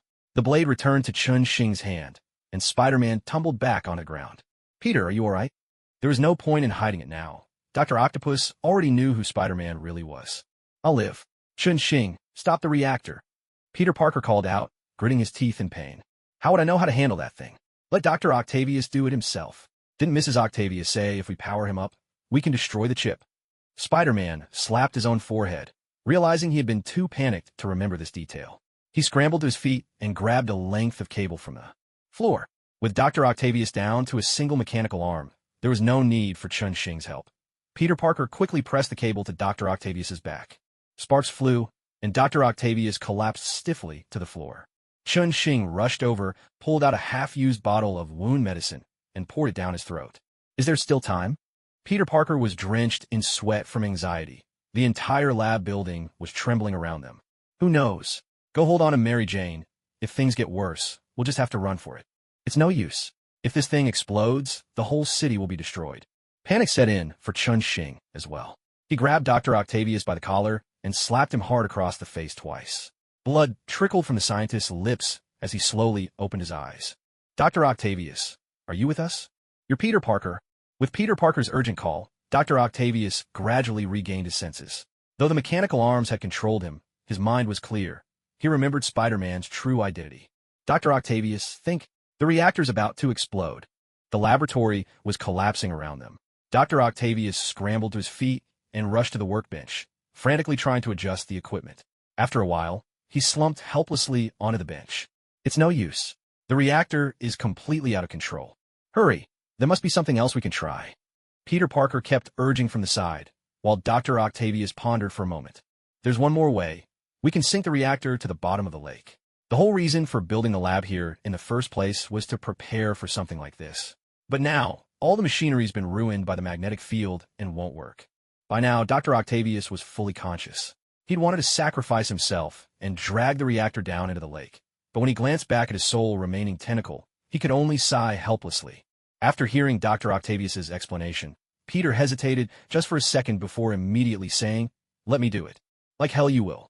Chun-Shing kicked Peter squarely in the rear, sending him stumbling to the side. "So all we have to do is sink the reactor? Get those two out of here. I'll handle this." The heroic resolve that had just started to well up in Peter's heart was scattered by Chun-Shing's swift kick. Rubbing his backside, Peter hurriedly led Mary Jane and Dr. Octavius out. Chun-Shing wasted no words. With a sweep of his sword, a gleaming arc slashed through the roof, leaving a gaping hole. Then, mounting his sword, Chun-Shing soared into the sky, circling once before settling on a suitable spot above. "This time, let's go all out." Chun Xing gripped his sword with both hands, channeling his inner energy into the blade in a steady stream. Since beginning his cultivation, he had never unleashed his full strength before. Heavenly Gang Battle Aura. With every surge of energy, the sword in his hands began to tremble violently. Chun Xing intensified the flow, unleashing his Heavenly Gang Battle Aura, a technique that doubled his weapon's power. Suddenly, a 10-meter-long arc of green light burst from the blade. Split open. Mustered to his utmost, Chun Xing brought the sword crashing down. A colossal sword shadow flashed through the air, and the laboratory below began to crack open. No one could tell how deep the sword light penetrated. The lab, along with the surrounding earth, started to fracture. Murky groundwater surged up from the cracks. The reactor slowly slipped into the water, sending up a few bubbles before disappearing from sight. Yet the tremors didn't stop. The cracks spread wider and wider. Suddenly, the entire lab district caved in and sank into the water. A brand new lake merged with the original one, where clear and muddy currents collided in a swirling clash. When a bit overboard, Chun Xing scratched his head. He waited as the ground's trembling gradually subsided. Fortunately, it was the middle of the night, and this was the experimental zone, so no one was hurt. Peter, get them home. The rest isn't my concern. Waving a casual goodbye to Peter Parker, Chun Xing didn't wait for a reply. He vanished, riding his sword's glow into the night. 2 hours later, Phil Coulson packed up his notes and returned to his car, then picked up his phone and dialed out. Headquarters, the assessment of the unlicensed Dr. Chun Xing in Chinatown needs to be re-evaluated. Yes, the original plan is being scrapped. We will no longer attempt to control him. The danger level is now upgraded to the same as Tony Stark's. I'll file a personal report shortly. Hanging up, Phil Coulson glanced once more at the massive new lake by his car. With a grave expression, he started the engine and drove off into the distance. 3 days later, Chun Xing sat in the gym office, reading the newspaper.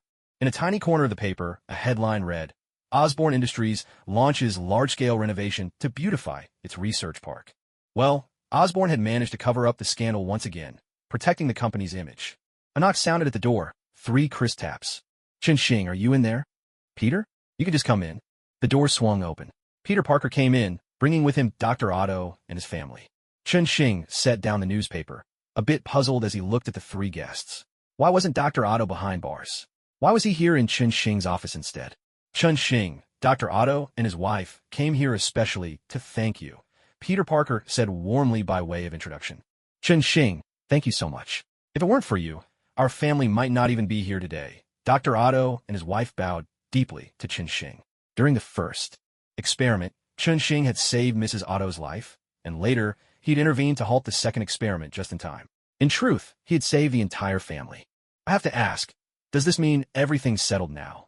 Chun Xing still didn't quite understand how things had played out. Dr. Otto nodded. Failure is always a possibility in experiments. That's part of the process. As for the chip malfunction at the back of my head, well, I'm a victim too. There might be a compensation lawsuit, but I won't be sent to prison right away. That makes me want to be a scientist, Chun Xing said with a sigh. That's not exactly it. Actually, I sold off all my possessions to pay for the damages the experiment caused. That's the only reason. The company agreed to let the matter drop. From now on, Dr. Otto and his research will have nothing to do with Osborne Industries. That must have been a huge sum, Chun Xing remarked. Yes, everything I had, absolutely everything, went to the company, Dr. Otto replied. In the end, capital resolved everything. As he spoke, Dr. Otto's spirits fell. In his current state, it seemed he might never recover from this blow. His wife, however, seemed unconcerned. She gently patted his shoulder. Dr. Otto took his wife's hand, heavy with guilt. I heard from Peter that your experiment still has a real chance of success. Are you going to keep working on it? Something stirred in Chun Xing's heart. Suddenly, he found himself truly interested in Dr. Otto's research. After something like this, I doubt anyone would invest in me again. Dr. Otto managed a wry smile. Reality could be cruel like that. I have a friend who might be interested in new energy, Chun Xing said, probing gently. Would you like to give it a try? Of course. Whether it works out or not, I have to thank you, Dr. Otto replied, his gratitude toward Chun Xing genuine and profound. Still, he doubted Chun Xing could really bring in any investment. After all, Chun was clearly an outsider with no real understanding of what had happened to him or what such things meant to a scientist. Is that experiment still yours?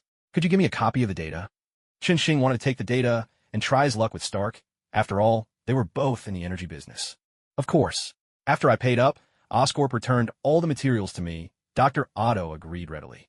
Even though Chun Xing didn't grasp the significance of the data, Dr. Otto was more than happy to give it to him. Let him play with it as he liked. Outside the boxing gym, Chun Xing waved goodbye to Dr. Otto and his wife. As he turned around, he saw Peter Parker still hanging around nearby and asked out of curiosity, "So, did you sort things out with Harry?" Peter, who had looked aimless a moment ago, suddenly let his face fall at Chun Xing's question. I explained to him, it wasn't me who killed Mr. Osborn, but he doesn't believe me, and now he's hunting me down every day. Chun Xing, what should I do? Chun Xing shrugged and spread his hands. I don't have any good ideas either. Let's wait until he calms down a bit. Have you been to Hell's Kitchen recently? Have you seen Frank? Chun Xing had called Frank several times, but no one picked up. He was getting curious about what Frank was up to. Peter thought for a moment. No, I haven't seen him. I've mostly been hiding from Harry lately, so I haven't paid much attention. You should just try calling him. With that, Peter waved and went off to pack up his gear for the day. Chun Xing stroked his chin for a moment, then finally pulled out his phone and dialed. After a series of beeps, the call connected. Hey, Chun Xing, it's Frank. Matt and I talked. Once I'm done with things here, I'll come by your place. As Frank spoke, a chorus of anguished screams echoed through the receiver, sparking Chun Xing's curiosity. What are you doing over there? Sounds like things are getting lively. Hold on a sec. Frank said this, and then there were two sharp, piercing screams from the other side, followed by sudden silence. Hey, Chun Xing, you still there? There's been some strange stuff in Hell's Kitchen lately. Ever heard of vampires? I caught a few, but I'm not sure. Want to come take a look? Frank knew that Chun Xing also possessed some remarkable magic, so he wanted Chun Xing's help to identify exactly what it was they had caught. Vampires? I haven't seen one before, but I'm definitely interested. Whatever you do, don't kill them yet. I'll head over right after dinner. All right, I'll send you the address. Frank hung up decisively, and a moment later, the address popped up. Chun Xing grinned with delight. Vampires, what a treat. They always appeared in packs, which meant at least a minor boss, if not more. What a perfect pool for gaining experience. Even while dining with May, Chun Xing couldn't stop pondering the matter. If he could follow the trail and root out a few big bosses, that would be ideal. These vampires were wealthy, and getting rid of them didn't bring much trouble. Honestly, it was a flawless setup. What's got you so distracted? May asked, eyeing him with curiosity. Frank found some vampires, Chun Xing replied. I think it's pretty unusual. Want to come check it out tonight? Who knows? Maybe you'll discover some kind of anti-aging serum. Truth be told, the science in the Marvel Universe could be downright bizarre. Maybe there really was something to be learned from vampires. Chun Xing had said it offhandedly, but the more he thought about it, the more sense it made. I'm not interested in that sort of thing. I have class tonight anyway. You and Frank, just be careful.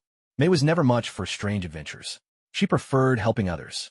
Once they finished dinner, Chun Xing hopped on his little motorbike and set off for Hell's Kitchen. Hey, Tony, what have you been up to lately? It's all company stuff, plus there's plenty of room to upgrade the Iron Man suit. I'm tinkering with that.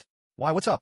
Midway through his ride, Chun Xing called Tony Stark, planning to borrow a laboratory. Dr. Insan happened to have some free time. Tony, do you have a spare biology lab? I want to do some research. There's definitely a lab, but I'm not sure about the details. Let me check with Pepper and get back to you. Don't tell Pepper. She definitely won't like it. Just make the arrangements yourself. The closer to Chinatown, the better. I'll have Dr. Insan come take charge. Chun Xing's secretive planning piqued Tony Stark's curiosity. Ever since learning about the supernatural from Chun Xing, Tony had been eager to get involved with more mysterious matters. So what's this about? Can I join in? Sure. We're going after some vampires.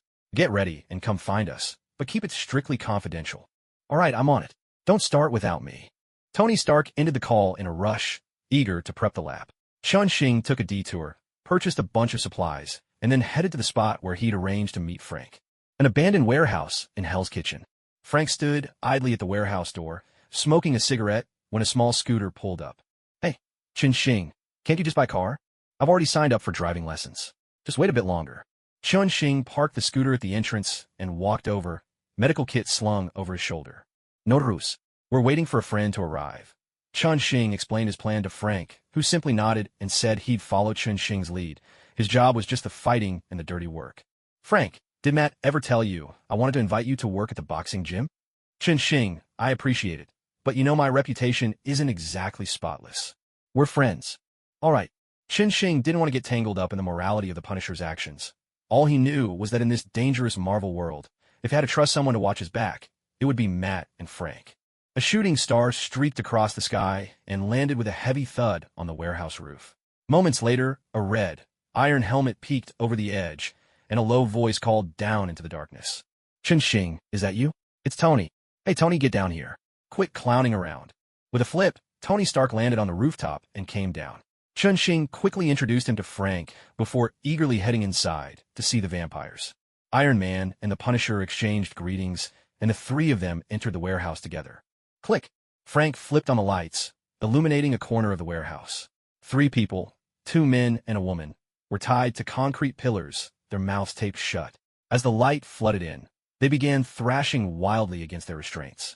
Do I need to take off the suit? Tony Stark asked cautiously. Keep it on. This is my first time dealing with these things too, and we don't know if there's any danger. Chun-Shing wanted to play it safe. After all, without the suit, Tony Stark was just an ordinary man. The two of them approached, curiosity written on their faces as they studied the 3 bound vampires. The vampires grew even more frenzied as people drew near. Look at their eyes. It's insane. Tony Stark swallowed hard, instinctively keeping his distance. So what's our plan? Chun-Shing opened his medical kit and began pulling things out. We're here to test the legends. See if these things really have all the weaknesses. Frank, keep them secured. Tony, help me with the gear. Out came 2 ultraviolet flashlights, a pile of various silver trinkets, a pure silver dagger, a jar of garlic, and a bottle of water. An abandoned warehouse in Hell's Kitchen. Under the dim light, Chun-Shing and Tony Stark began prepping their equipment. Frank, where did you find them? In a narrow alley of Hell's Kitchen. I was just passing by, and at first, I thought they were fighting. But then, out of nowhere, they attacked me. Their speed and strength were both far beyond what you'd expect from ordinary people. That got me curious, so I tailed them for a few days. I had just managed to catch a few when you called. No wonder Frank hadn't answered his phone the past few days, Chun-Shing thought. He pressed on. Do they have any distinguishing features? Frank considered for a moment, then shook his head. If you go by appearance alone, it's nearly impossible to spot them among regular people. But when they start attacking, they become utterly vicious. And their ability to recover from injuries is astonishing. Maybe thinking his description wasn't enough, Frank grabbed the female vampire's leg and lifted it up. Look here. When I caught them, I broke their legs. But now, they've already healed, and you can't see any sign of injury. Tony Stark leaned in for a closer look. The slim, pale leg was now flawless, without a trace of harm. He reached out and grabbed the vampire's foot. Jarvis begins scanning. After a moment, Jarvis's mechanical voice rang out. Muscle strength and bone density are both more than twice that of an ordinary human. I'll need a dissection to provide more detailed data. A remarkable species, Tony Stark remarked, letting go of the foot in admiration. Frank stepped forward and yanked back the vampire woman's hair. Take a look at her eyes. When they go on the attack, their irises and pupils turn blood red. Tony shone the built-in flashlight from his Iron Man suit into her face, and, just as Frank described, the vampire's eyes filled with countless blood-red veins, the whites crawling with crimson lines. Bathed in the beam, the vampire, who had already been twisting and thrashing, became even more frenzied. She jerked her head to the side, clearly trying to avoid the light. So the legends are true. Vampires really are afraid of light. That's right. I followed them for days, and they never came out during the daytime. Tony kept adjusting the brightness of his flashlight, while Jarvis continuously collected data. Meanwhile, Chun-Shing had finished setting up the equipment he'd brought. All right, gentlemen, we need to run these tests one by one. Which should we start with? Frank casually picked up a UV flashlight from the ground and tossed it in his hand. Doesn't matter. Let's try this one first. Tony Stark stepped back and activated the recording function, instructing Jarvis to document everything. Okay, gradually increase the intensity. Frank nodded and started shining the ultraviolet beam onto the vampire's arm. As the brightness increased, the once deathly pale arm began to turn black, while the female vampire trembled uncontrollably. After testing for a while, Frank switched off the flashlight. It can cause harm, but it's not lethal. Maybe the ultraviolet power isn't strong enough. Try this one. I think it should do the trick, Chun-Shing said as he handed over the jar of minced garlic he'd been holding. Frank took the jar, tore off the seal that was taped over the female vampire's mouth. The vampire had just begun to let out a shriek when Frank grabbed her jaw, exposing 2 rows of jagged, uneven fangs for everyone to see. Damn, I really don't like these creatures. Tony Stark, visibly uncomfortable, scratched at his hip. Frank forcefully shoved the minced garlic into the vampire's mouth. After a moment, they saw the skin from her chin down to her chest begin to darken, but the vampire didn't die. She only grew extremely weak, too drained even to make a sound. Let's try another one, Chun-Shing suggested, then handed over a pure silver dagger he'd just bought at a goldsmith shop. Frank took the dagger and walked over to the next vampire, tearing off one of the vampire's sleeves in a single motion, revealing skin just as deathly pale as before. He gently scored the skin with a dagger. Instantly, as if a hot iron had touched ice, a plume of white smoke and a foul stench rose up. Instead of blood, the wound turned an inky black. That reeks. Jarvis, make a note. We'll need to manufacture some silver weapons when we get back, Tony Stark complained, already planning to arm the group. And now for the ultimate weapon. This was no easy thing to get from the church in Hell's Kitchen. A vial of holy water, Chun-Shing announced, pulling a small bottle from his bag. There's a church in Hell's Kitchen? You mean Old John's place? Of course. I once patched up a gunshot wound for him. He owes me a favor. Frank shook his head and took the holy water, moving on to a different vampire. This one, at the sight of the holy water, immediately went berserk, thrashing against the pillar behind it so hard that the entire structure shook. Looks like this really is the ultimate weapon, Frank remarked with approval, but showed no mercy as he grabbed the vampire's arm. Its fingernails shot out to 2 inches long, black as if coated in poison. Frank gently trickled holy water onto the vampire's arm. Instantly, white smoke billowed up, and half the arm turned to ash in a heartbeat. Startled, Frank jerked his hand back. All three stared in shock. The remaining half of the vampire's arm kept crumbling to gray dust. That's enough for now. At least we know how to deal with them, Chun-Shing said. Frank, did you manage to get their gathering place out of them? They didn't talk. But with what we have now, it won't be long before we find out. Frank shook the half-empty bottle of holy water in his hand, looking absolutely confident as he spoke. All right then, I'll leave the questioning to you. I'll wait outside. Seeing that everything was more or less settled, Chun-Shing nodded to Frank and headed for the exit. Meanwhile, Tony Stark remained faithfully at his post, continuing his work as the record keeper. At the warehouse door, Chun-Shing sat atop his medical kit, counting stars in the sky while listening to the agonized cries coming from inside. After a while, Tony Stark wandered out, looking a bit shaken. Chun-Shing, your friend is really one tough guy. Where did he learn all that? Frank received rigorous training in the Marine Corps, combat, hand-to-hand fighting, marksmanship, underwater operations, interrogation, intelligence gathering, you name it. Chun-Shing gave Tony a brief rundown of Frank's background. Tony nodded quietly, thoughtful. That must have been an unforgettable chapter in his life. Frank's always done what he believes is right. I really admire that about him. Noticing Tony had opened his helmet for some fresh air, Chun-Shing couldn't help but ask out of curiosity. Jarvis, is there any chance the Iron Man suit comes with adult diapers? Mr. Chun-Shing, that particular feature was not included. Tony gave Chun-Shing a playful punch, and the two shared a laugh, helping to ease Tony's nerves. Then, their conversation shifted to the laboratory. The place is set.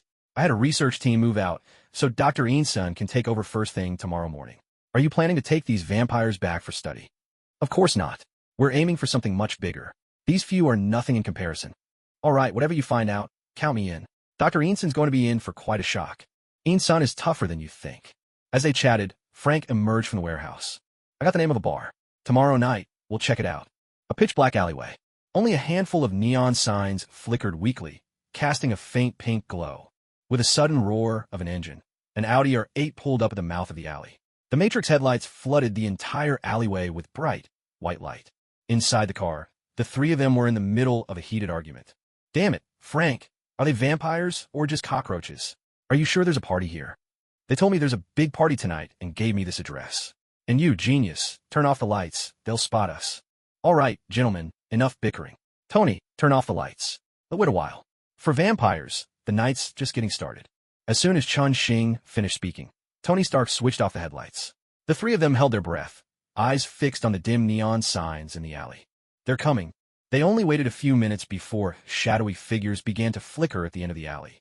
Tony Stark let out an excited shout. All right, let me repeat. Don't rush in when things start. We're here to catch some big fish. Tony, I've got your gear with me, so stick close and don't wander off. Chun-Shing had stored Tony Stark's Iron Man suit in his own dimensional space, intending to return it once the action started. Of course, Frank's heavy weapons were also stashed with him. The three of them watched quietly as a stream of vampires slipped through a small side door, silently counting. When the crowd inside had swelled to 40 or 50, Chun-Shing gave the others a tap on the shoulder. It's time. We'll blend in. If anyone tries to stop us, Frank, you cover the left, I'll take the right. Got it. Frank replied with a nod, then opened the car door. The three of them stepped out, each wearing a well-fitted suit. Tony Stark and Chun-Shing even sported impeccably tied bow ties. Tony, are you sure we won't stand out dressed like this? Of the three, Tony Stark had attended more parties than anyone, so he'd suggested they dress up and add a touch of makeup. Chun-Shing, with little. experience in such matters, had been easily convinced. But now, seeing the scene, their attire seemed oddly out of place with the mood of this gathering. I have no idea. Their parties and mine seem pretty different. But don't you think you look a lot sharper this way? By the way, do you think they'll recognize me? Star quipped, his ego on full display. Of course not. To them, we're just like loaves of bread. Would you recognize every slice in a bakery? Tony Stark gave a nonchalant shrug, and the three of them made their way toward a nondescript door beneath a flickering sign. Knock, knock, knock. With 3 crisp raps, a narrow slit opened in the door, and a pair of wary eyes peered out. Who is it? Hey, we heard there's a secret party here tonight. Thought we'd join the fun. Tony Stark oozed charm as he spoke, slipping a roll of bills through the crack. Chun-Shing and Frank stood ready by his side, prepared to break in if things went south. Apparently, in the vampire world, American dollars had just as much sway. The guard didn't hesitate for a second, immediately opening the door and waving them inside. Lucky you. Tonight's show is going to be unforgettable. The guard grinned, his eyes glinting as if he were looking at 3 walking corpses. They walked down a long, narrow corridor and arrived at another door. From the other side came a blast of jarring music, loud enough to make the door vibrate. Stay with me. Chun-Shing took the lead and pushed open the door, cold light washing over their faces. In the center of the stage, scantily clad dancers moved wildly, teasing and taunting the young men gathered around them. The 3 of them moved slowly along the outer edge of the crowd, huddled together as they discussed their plan. Are we sure they're vampires? They don't look the least bit on guard, someone questioned in a low voice. Of course. If a bunch of men are only staring at women's necks and not their backsides, then they're definitely vampires, Tony Stark declared, drawing on his considerable experience. Let's check the other rooms. The real heavyweights probably make their entrance later, Chun-Shing suggested, leading them further back. They rounded a corner and spotted 2 guards standing watch by a door. The 3 exchanged glances, then moved closer toward the guards. What they didn't know was that as soon as they stepped inside, a group of vampires had already set their sights on them. Hey, did someone order delivery? A shirtless punk with a wild hairstyle shouted gleefully at the 3 newcomers. I want the tall one. He looks delicious. A young female vampire beside him drooled as she eyed Frank. You're both wrong. Look at the Asian one. His blood smells exquisite even from here, said an older vampire, adjusting his glasses with a genteel air. Can I have the one nobody likes? A chubby young vampire asked hopefully, his gaze landing on the curly-haired white guy. The vampires exchanged glances, then swayed their bodies as they closed in on Chun-Shing's group. By now, Chun-Shing and his companion stood face to face with the 2 guards. Hi, we've got some news to share with your boss, Chun-Shing ventured, hoping to bluff his way past the guards for a meeting with their leader. But before he could say more, the 2 vampires began to transform without hesitation. Humans, they hissed in unison, lunging forward. 2 silver-plated daggers flashed and stabbed into the vampires' chests. Tony Stark pushed open the door, while Chun-Shing and Frank quickly dragged the bodies inside. Beyond the door lay another corridor. Chun-Shing yanked his dagger free and tossed the corpse aside, the vampire's heart already reduced to ashes. Well, so much for playing detective. Gear up, it's time to get to work, Chun-Shing said, rummaging through his storage space for equipment, and urging the others to suit up. They thought a vampire ball would be more entertaining, but clearly, their expectations have been dashed. When we get back, I'm organizing a real vampire ball for you, one straight out of our wildest fantasies, Tony muttered as he donned his Iron Man suit, still grumbling about throwing the party they all imagined. May is going to kill me for this, Chun-Shing sighed, handing Frank a few magazines loaded with top-grade silver bullets. They were still sorting their gear when suddenly the door burst open and several vampires leapt inside.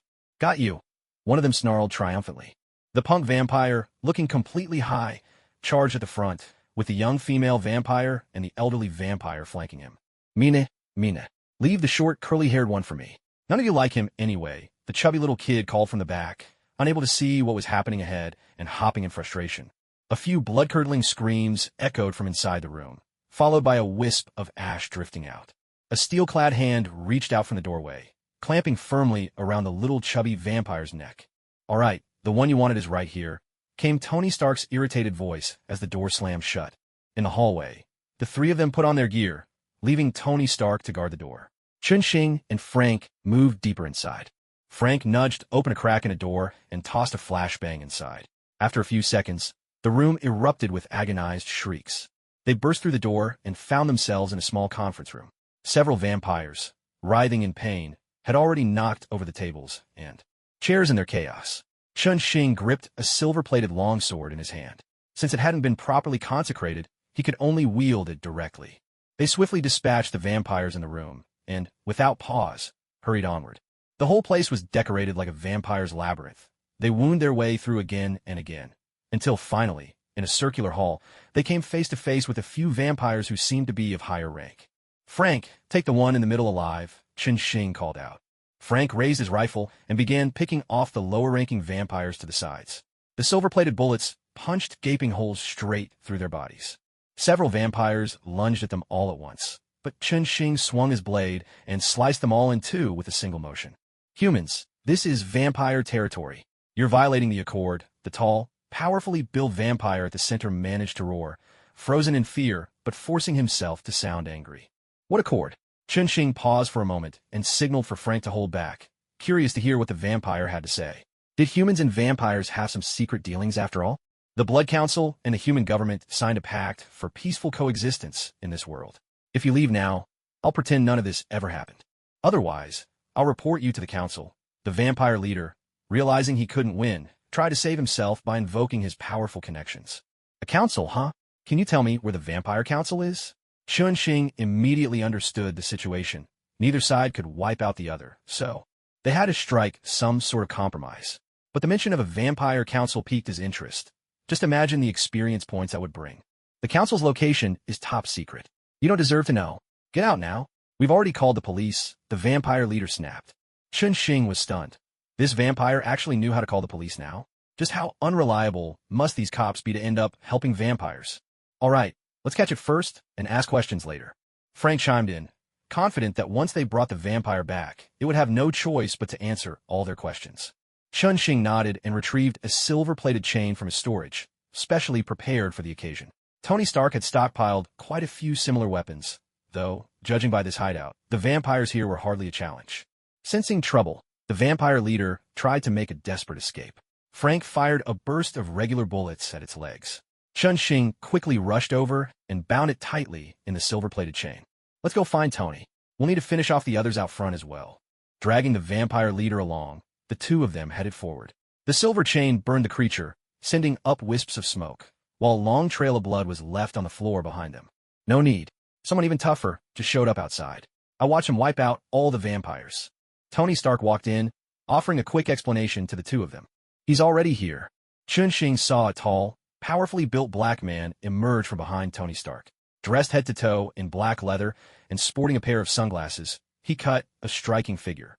"Cool look, but can you actually see through those?" Chen Xing asked, curiosity piqued, gesturing for the newcomer to keep a safe distance. The man paused, taking in the scene before him. "You can call me Blade. Was this your handiwork?" Blade pointed at the vampire bodies strewn across the floor, as well as the one Chen Xing was dragging. "That's right. Looks like our work here is done. Care to join us for a drink?" Seeing Blade, Chen Xing was genuinely pleased and extended the invitation. "I'm in. Drinks are on me, but you'll have to hand him over first." Blade nodded toward the vampire leader in Chen Xing's grip. Tony Stark stepped forward. "Hey, we caught this one. If you want a vampire, go hunt another." Blade unsheathed the massive sword from his back, his tone deadly serious. "You have no idea how dangerous vampires are. I have to wipe them all out." "Listen, Blade or not, you can't just steal our prize," Chen Xing retorted, bristling at Blade's quick draw. "We're not about to let you push us around." Without a word, Frank responded to Chen Xing's anger by raising his gun and unleashing a burst of bullets at Blade. The bullets sparked as they struck Blade, bouncing off his protective clothing. Without missing a beat, Frank swapped out his magazine, aiming for Blade's head to try again. The Blade warrior lunged at Chen Xing, swinging his greatsword, trying to snatch the vampire from his grasp. Iron Man raised his hand and fired a repulsor blast, sending the Blade warrior flying. The group sized each other up for a moment, then the tense standoff resumed. "All right, I'll admit you're all quite strong, but this isn't as simple as you think. Maybe we should talk." The Blade warrior realized his opponents were tougher than he'd expected, so he wasn't as insistent. After all, he was worried these people didn't truly understand the dangers of vampires. He'd always been a hardliner, but now he'd met his match. "We plan to take this vampire back for research. Can we go now?" Chen Xing explained his intentions. He knew the Blade warrior wasn't a villain, so there was no reason to make enemies. But handing over the vampire was out of the question. He wasn't about to show deference under these circumstances. "You could take the vampire with you. Let's just leave it at that." The Blade warrior signaled that Chen Xing and his group could take the vampire, then stepped back a couple of paces. Just then, the distant sound of sirens drifted in from outside. Voices could be heard shouting, "Police!" Damn it. Are the police really protecting a vampire? Xing found it hard to believe. No, some humans must have snuck into the masquerade tonight and called the police. The Blade Warrior explained from the side. Is there a back door? We should slip out that way, Xing suggested, glancing at the Blade Warrior. The three of them had come in through the front, so they weren't familiar with the layout. There are police at the back too. I can get you out, but not him. The Blade Warrior pointed to the vampire leader, who was still rolling around on the floor. He added, if you're willing to kill vampires, I can help make sure he gets away. The shouting grew louder and closer. Without hesitation, Xing yanked back the iron chain in his hand, signaling for the Blade Warrior to get to work. The Blade Warrior didn't waste words. He stepped forward and broke the vampire leader's limbs, then pulled out a small can of gasoline, doused the vampire, and set him ablaze. Xing gestured at the fireball blazing on the floor. So, this is how you're keeping him safe? Don't worry, fire won't kill him. We can sneak him out of the hospital later. The Blade Warrior sounded completely confident. Xing nodded. Let's go. A few minutes later, the group emerged from a manhole in an alley behind the building. A bar near the hospital. Xing, the Blade Warrior, and two others sat around a small table. The Blade Warrior was briefing the three of them on the ways of the vampire clan.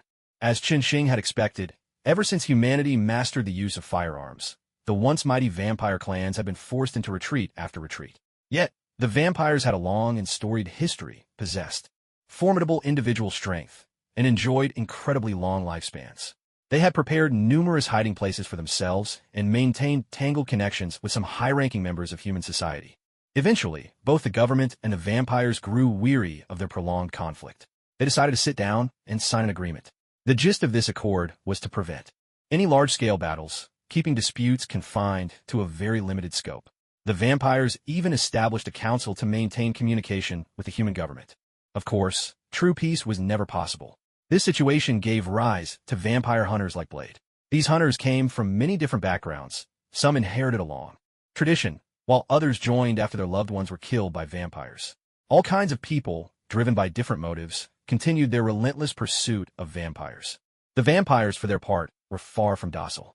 The masquerade ball everyone had just witnessed was a perfect example. They lured humans to secret gatherings, only to drain them of blood. Blade spoke at length to Xing and his two companions, recounting the long struggle between mankind and the vampires.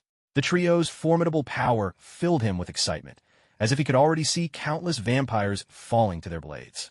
Tony Stark listened intently. For him, aside from Xing, this was his first true encounter with the supernatural world.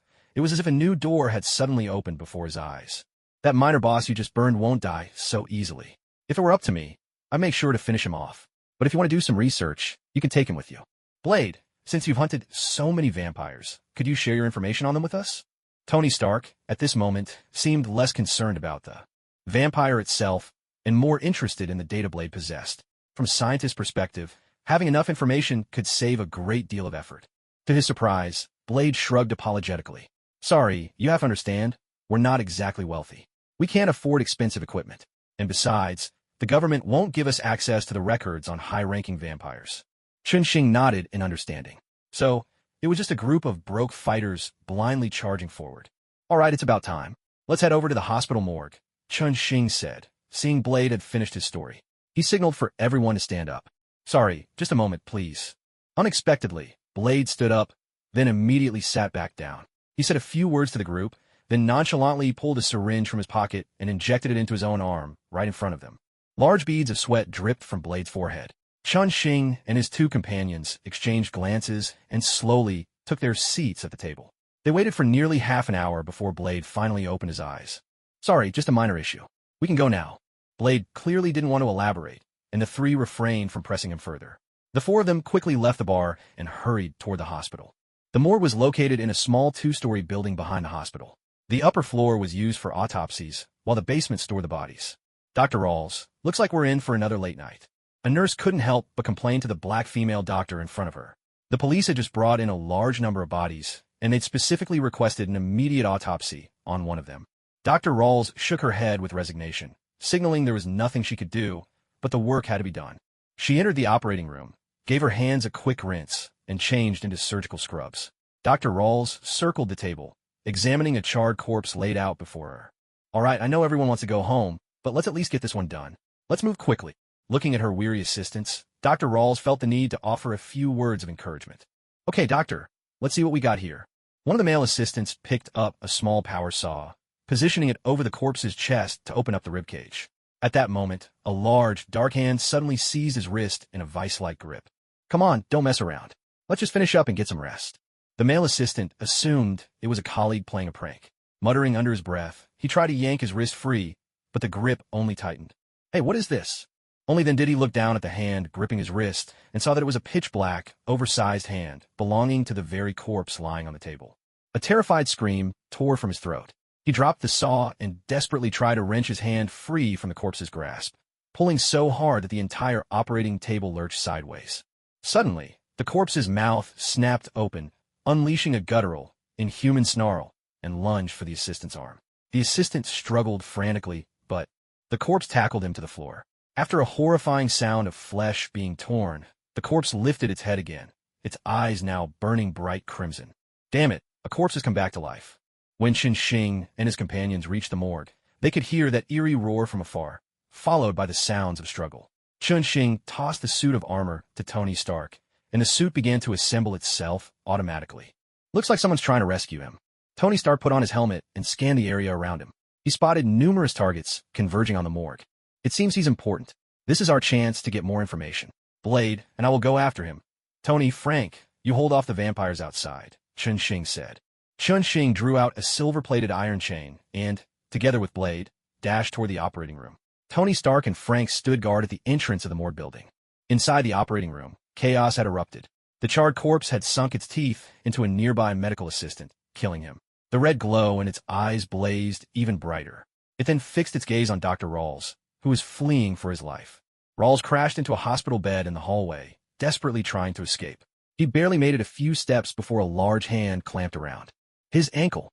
Losing his balance, he fell hard to the floor, and a sudden, searing pain shot through his thigh. The charred corpse had bitten him. Suddenly, a heavy boot smashed into the corpse's head, sending it flying several meters. Its neck twisted at an odd angle. It crawled erratically across the floor. I'll go after him. See if there's anyone here we can still save, Chen Xing said as he stepped over Dr. Rawls and strode toward the vampire. Effortlessly, he crushed the vampire's limbs and bound it tightly with a silver-plated iron chain. Blade glanced around. The room and hallway were strewn with bodies, but it was clear none could be helped. With a shake of his head, Blade prepared to leave with Chen Xing. Just then, a pair of hands clutched Blade's leg.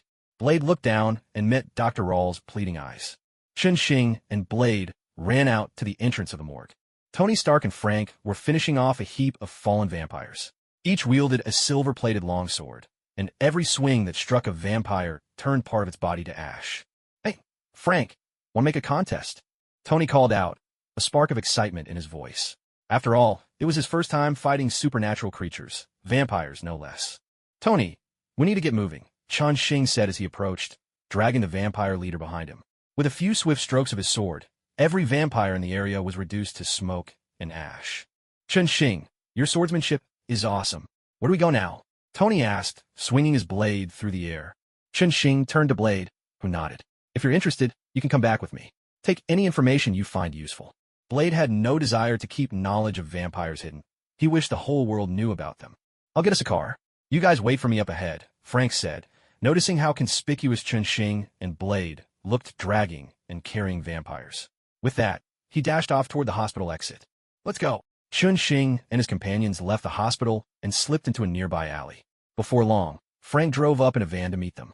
An hour later, the van rolled into an abandoned factory. As soon as the vehicle came to a stop, Blade scooped up the lady doctor and dashed inside. Whistler, I'm back. Someone's hurt. Blade shouted as he ran, and a white-haired old man quickly rushed out from one of the rooms. Put her on the operating table. I'll get the medicine. The two of them worked together with practiced efficiency, making it obvious this wasn't the first time they'd faced a situation like this. Within minutes, they had administered the serum to the doctor. The serum's been injected. Now, her fate is in her own hands. Whistler's face was grim, clearly not optimistic about the doctor's chances of survival. Chen Xing and his companions had followed them in by this point and gathered around the doctor's side. Chen Xing wasn't sure if his magic potion would have any effect on the vampire toxin, so he kept quiet about it, deciding it was better to let Dr. Ethan study it back at their base before saying anything more. Blade gave everyone a brief introduction, and Whistler greeted them with genuine warmth. Hey there. Blade rarely brings people back, so you all must have really impressed him. We only stumbled upon the vampires by chance, tracked them here, and ended up running in a Blade. Chun Xing explained simply. We're very interested in vampires, and we'd like to study them. Of course, we're also happy for any chance to kill them. He gave a quick summary of how they discovered the vampires, then expressed his wish to see Blade and Whistler's research. Come with me, I'll show you what we've found. With that, Whistler led them upstairs to a large laboratory. The group took a look around, and, just as Blade had described, the vampire hunters were obviously strapped for resources. The lab was filled with old weapons and outdated equipment. Though clearly maintained as well as possible, everything still looked rather shabby and worn. Tony Stark was particularly intrigued by the serum on the workbench. He picked it up, examined it carefully for quite some time, then finally set it back on the shelf. Could I have some information about this serum? We just set up a biolab ourselves, and it'd be really useful, Chun Xing asked, turning to Whistler. Of course. All the serum data, vampire samples, anything we can provide, you're welcome to take. Just promise me you'll kill more of those monsters. For an old hunter like Whistler, his hatred of vampires was woven into the fabric of his life. The fact that Blade had brought these three here was proof enough of their strength. If they were willing to join the war against the vampires, Whistler was more than happy to help. At their first meeting, everyone was in high spirits.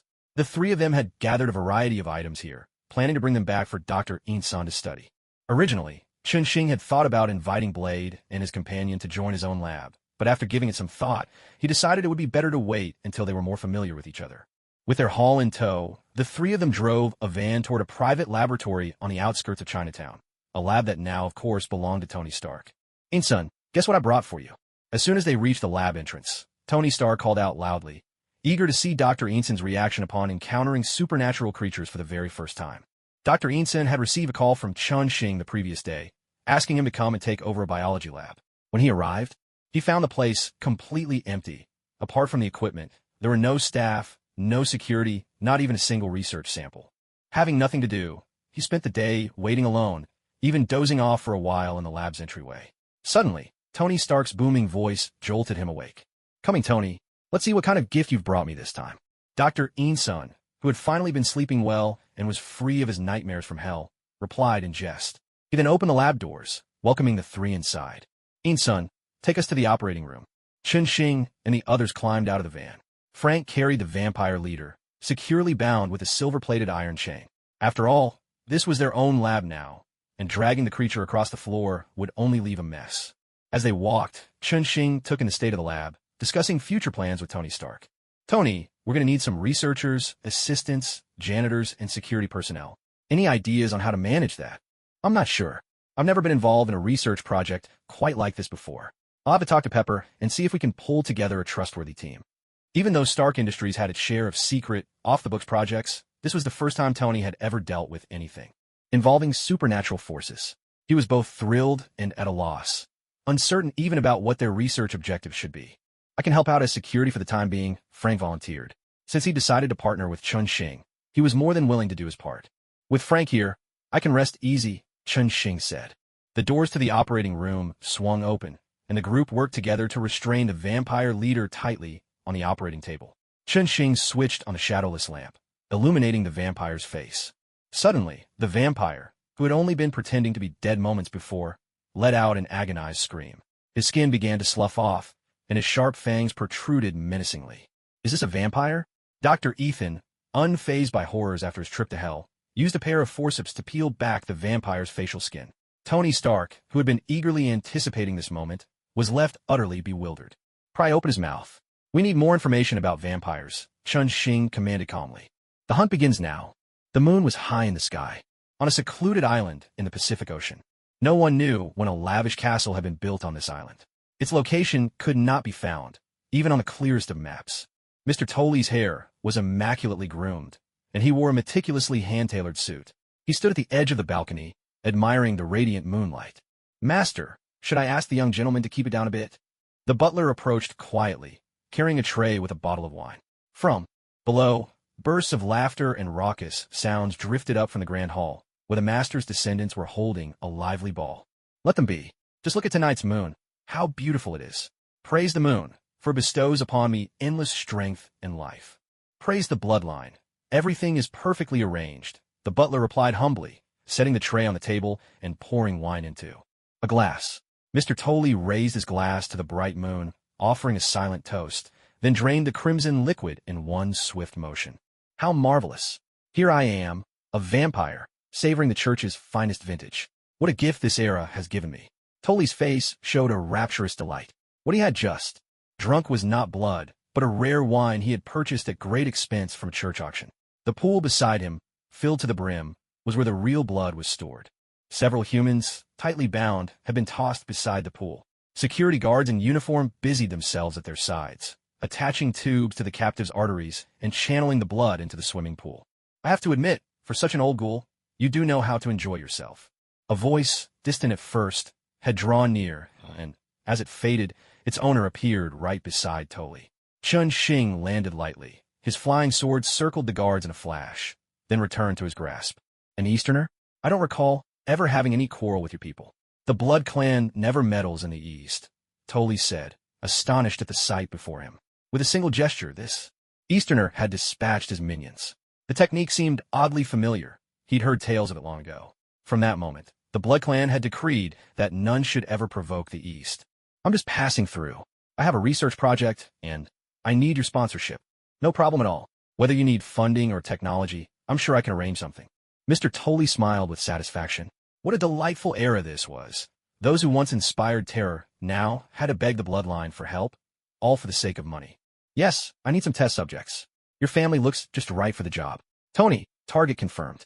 Let's begin. Chun Xing issued the order through his earpiece. Immediately, the sky thundered with a deafening roar as several missiles hurtled toward the ballroom where the party was in full swing.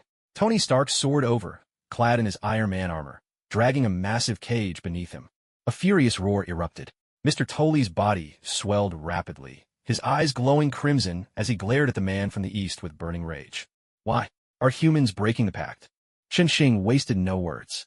He summoned his true energy for protection, channeling celestial battle chi as he charged at the vampire. With a single strike, he severed two of the vampire's tendons. I'll be back, Tully bellowed, mustering all his strength to leap toward the sea. No chance, Chun Xing replied, weaving a sword incantation with his fingers. His flying sword darted through the air, piercing Tully. Again and again, as he hung mid-flight, riddling the vampire's body with holes. Blood sprayed wildly, painting the air with crimson arcs. Tony Stark fired a chain from his gauntlet, snagging the airborne vampire and hauling him back. Lock him in the cage. I'll take care of the rest down below. With a quick word to Tony, Chun Xing mounted his sword and shot downward. The hall below, ravaged by missile strikes, was littered with ruins and only a handful of vampires struggling amidst the debris. Moments later, silence reclaimed the castle. Chun Xing and Tony Stark flew back, dragging the cage behind them. Another night descended. At the edge of a tropical rainforest in Africa, a group of hunters in camouflage gathered in animated conversation. This time, whoever bags the most game will receive a $10 million prize, and 3 beautiful virgins as a bonus. To keep things fair, no one's allowed to use weapons. The heads of the prey must be brought back. As they discussed the rules, 2 trucks loaded with captives pulled up. The mercenaries aboard began herding the terrified humans into the depths of the jungle. After driving every last person into the rainforest, the mercenaries fired a few rounds into the trees to scare them deeper into the wild, only then gathering up their gear with satisfaction.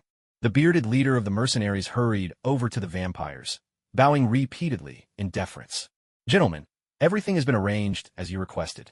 I hope you enjoy your hunt. If you need weapons, we can supply them at very reasonable prices. To this point, the mercenaries still thought they were dealing with a handful of idle, wealthy perverts eager to play hunting games in the jungle. Well done. In human society, you'd be considered more than deserving of death. Gentlemen, our hearts have long since been sold to the devil. All you need to do is pay us.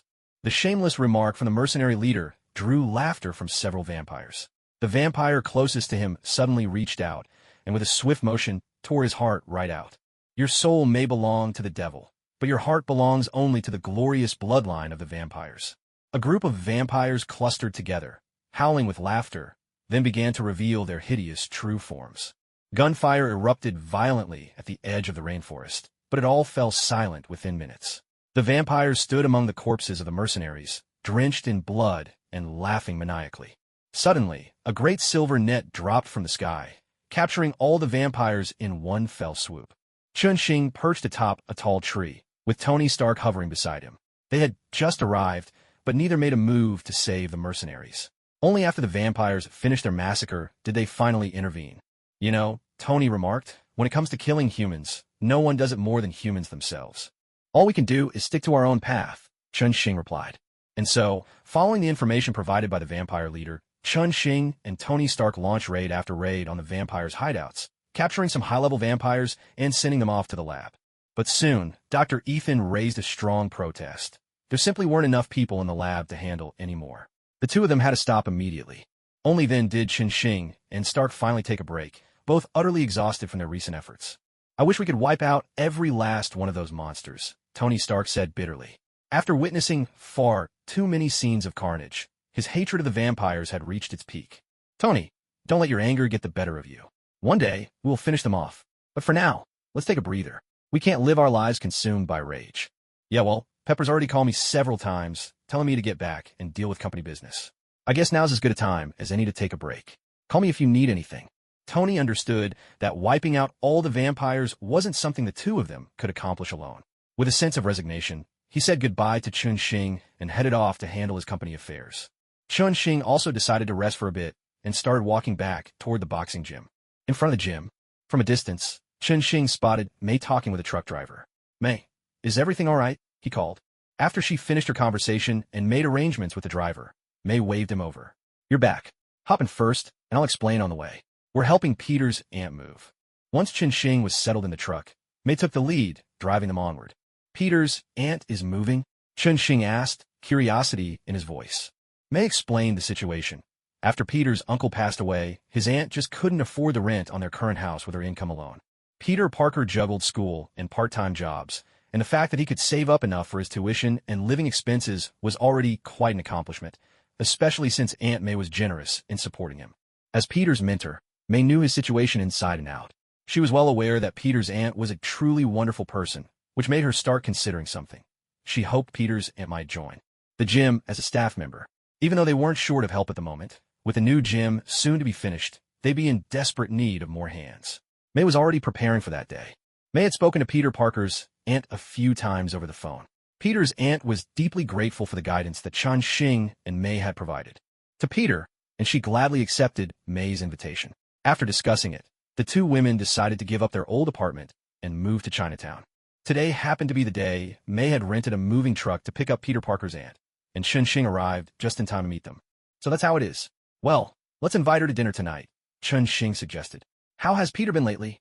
He proposed hosting a dinner for Peter Parker's family, then asked about Peter's recent activities. Lately, Chun-Shing had been preoccupied with hunting vampires and hadn't had time to check in on the kid.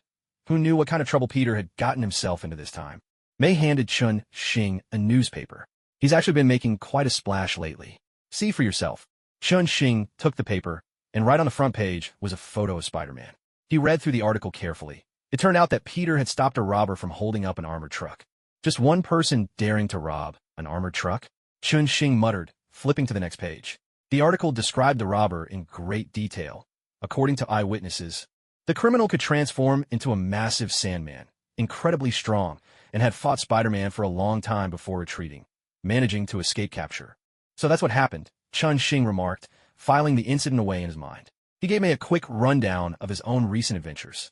The two chatted as they drove, eventually arriving at Peter Parker's house. Ding dong. The doorbell rang. Peter Parker's aunt hurried to the door. She had arranged the move with May today, but hadn't expected them to arrive so early. Hello, ma'am. Is Peter home? It wasn't May at the door. Instead, she recognized the young man.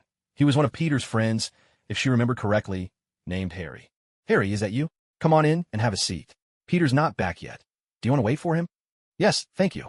I have some things to discuss with him, so I'll wait. Peter Parker's aunt welcomed Harry warmly into the living room, then brought him a glass of water and sat down beside him. Are you cleaning up the house? Harry asked, noting the neatly packed boxes filling the room. No, we're actually getting ready to move to Chinatown. That might make it even harder for me to find Peter. As the two were talking, the sound of a car horn echoed from outside the door. Harry, make yourself comfortable for a bit. I'll go greet our guests. Peter Parker's aunt asked Harry to wait in the living room, then hurried off to answer the door. When she opened it, May and Chun-Shing appeared on the doorstep. May, you're here. Chun-Shing, it's good to see you. Thank you both for your help. Please come in and have a seat. The two guests entered. Chunxing noticed Harry sitting in the living room as well, and his eyes narrowed slightly. May, why don't you help direct the movers? I'll wait here in the living room for a while. May immediately sensed something off in Chunxing's tone. She quickly took Peter's aunt by the arm, and the two of them moved aside to orchestrate the movers as they began carrying out boxes. Chunxing, calm and collected, sat down across from Harry and fixed him with a steady gaze. Tell me, what are you doing here?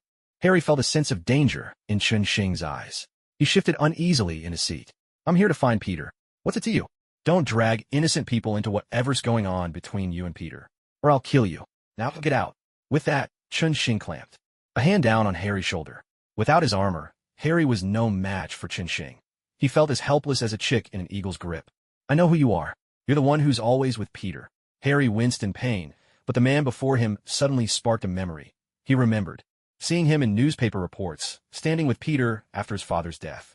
The man's face had been covered then, but Harry was sure this was him. Listen, I have no wish to hurt Peter's aunt. I swear on the Osborne family's reputation. But I must see Peter. He can't keep hiding from me. Harry had been hunting Peter Parker for some time, but recently, Peter had managed to elude him again and again.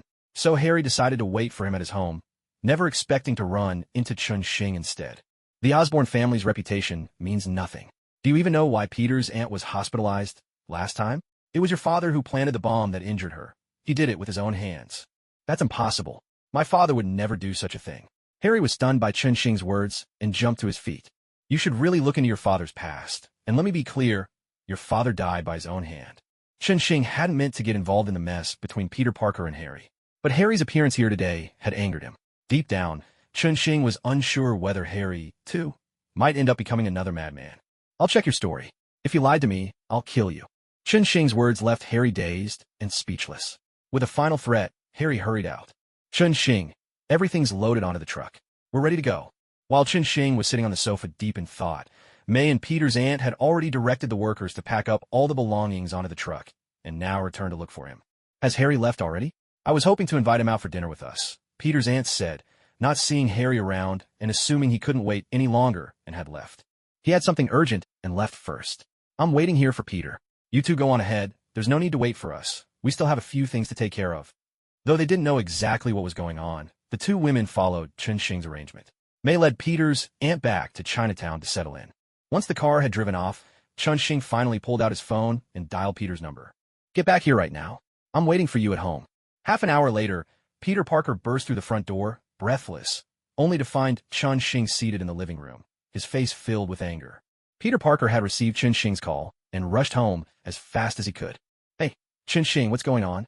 Chunxing pointed to the spot in front of him, signaling for Peter Parker to stand there as punishment. If I hadn't come, do you know who you would have had to face? Don't bother guessing. Harry was just here. Peter Parker's face showed utter disbelief. In his mind, Harry would never do something like this. What? Harry was here? How could he do that? Chunxing sat on the sofa, looking at Peter Parker with disappointment. This kid still didn't understand the situation. Harry hadn't come to play games. He'd come to kill him. Hiding wouldn't solve anything. Remember the first time we met? I told you, no matter what you do, the most important thing is to protect your family. Peter, you've let me down. Peter Parker crouched down, clutching his head in frustration. Chunxing, you know the whole story. This is just a misunderstanding. I didn't kill his father. But he refuses to listen to my explanation. Fine then, but you'd better do something. At the very least, make sure he doesn't target your loved ones. Do you remember how your aunt ended up in the hospital last time? I don't want to speak ill of Harry, but your aunt works for me now. If Harry comes near her again, I'll kill him. I hope you understand. The old Green Goblin never hesitated to go after Spider-Man's family. And now, there was a young Green Goblin on the scene. Chunxing didn't think Spider-Man should put up with this. No matter how good a friend he was, there were limits. Then, Chunxing gave Peter Parker another lecture. This time, Chunxing was truly angry, and Peter didn't dare utter a word for a long while. All right, think it through carefully. Come see me when you've made up your mind. But this time, you can't keep putting it off. Chunxing gave Peter Parker an ultimatum. The situation between him and Harry was already starting to affect those around them, and it had to be put to a stop immediately. Otherwise, it was bound to lead to even bigger trouble. With that, Chunxing left, leaving Peter Parker alone at home, hoping that Peter would come to his senses on his own. The next day, boxing gym. May called Chunxing early in the morning, saying she had something important to tell him. But when Chunxing arrived, May was still busy with her work. Left with nothing to do, Chun-Shing idly practiced swordplay in the training area. He waited until all the students had left the gym. Then, enthusiastically, he hauled 4 wooden dummies onto the training floor, setting them up at the 4 corners. Picking up his wooden sword, he began to move in a dance around the dummies, sword flashing as he weaved between them. Chun-Shing, I've never seen you practice swordsmanship before. Could you show me a bit?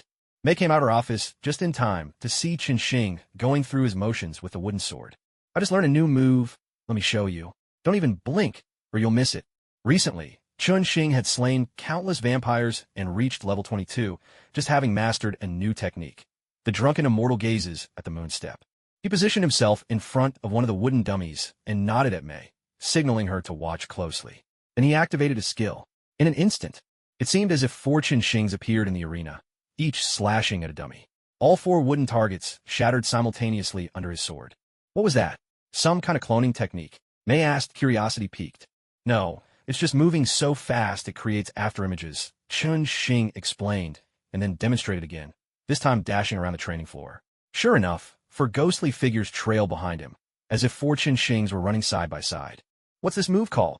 Mei asked. Drunken immortal gazes at the moon step. That sounds beautiful. Seeing the longing in Mei's eyes, Chun-Shing scratched his head and smiled. It was a shame, he thought, that the skills of Li Xiaoyao couldn't be taught to others. Maybe after reaching level 100, when he started learning Zhao Linger's skills, he could try teaching Mei then. Oh, right. Chun-Shing, there's something I need to tell you. What is it?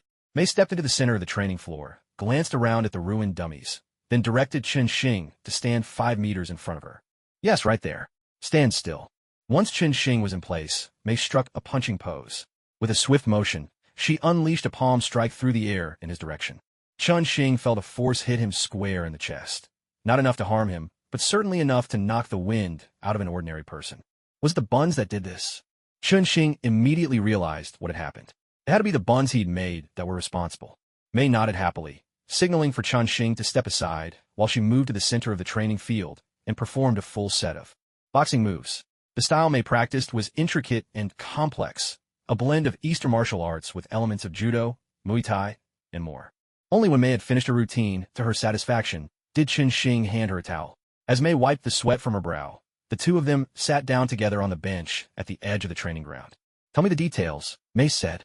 Chun-Shing poked and prodded Mei's arms and shoulders, curiosity shining in his eyes as he asked, how did it start? At first, I only felt some vague sensation of energy. You know, my training is all over the place, not very advanced, honestly. To tell the truth, I never really believed in this so-called qi. But, after I've been eating those buns for a while, I started to feel a force building inside me. Lately, I've been working hard to connect with it, to control it. What you just saw was the result. Is there any way to strengthen that force further? I still have some magical potions left. Should we try using them? Chun-Shing frowned, his tone full of concern. He was clearly determined to make Mei's health the top priority. No need for that yet.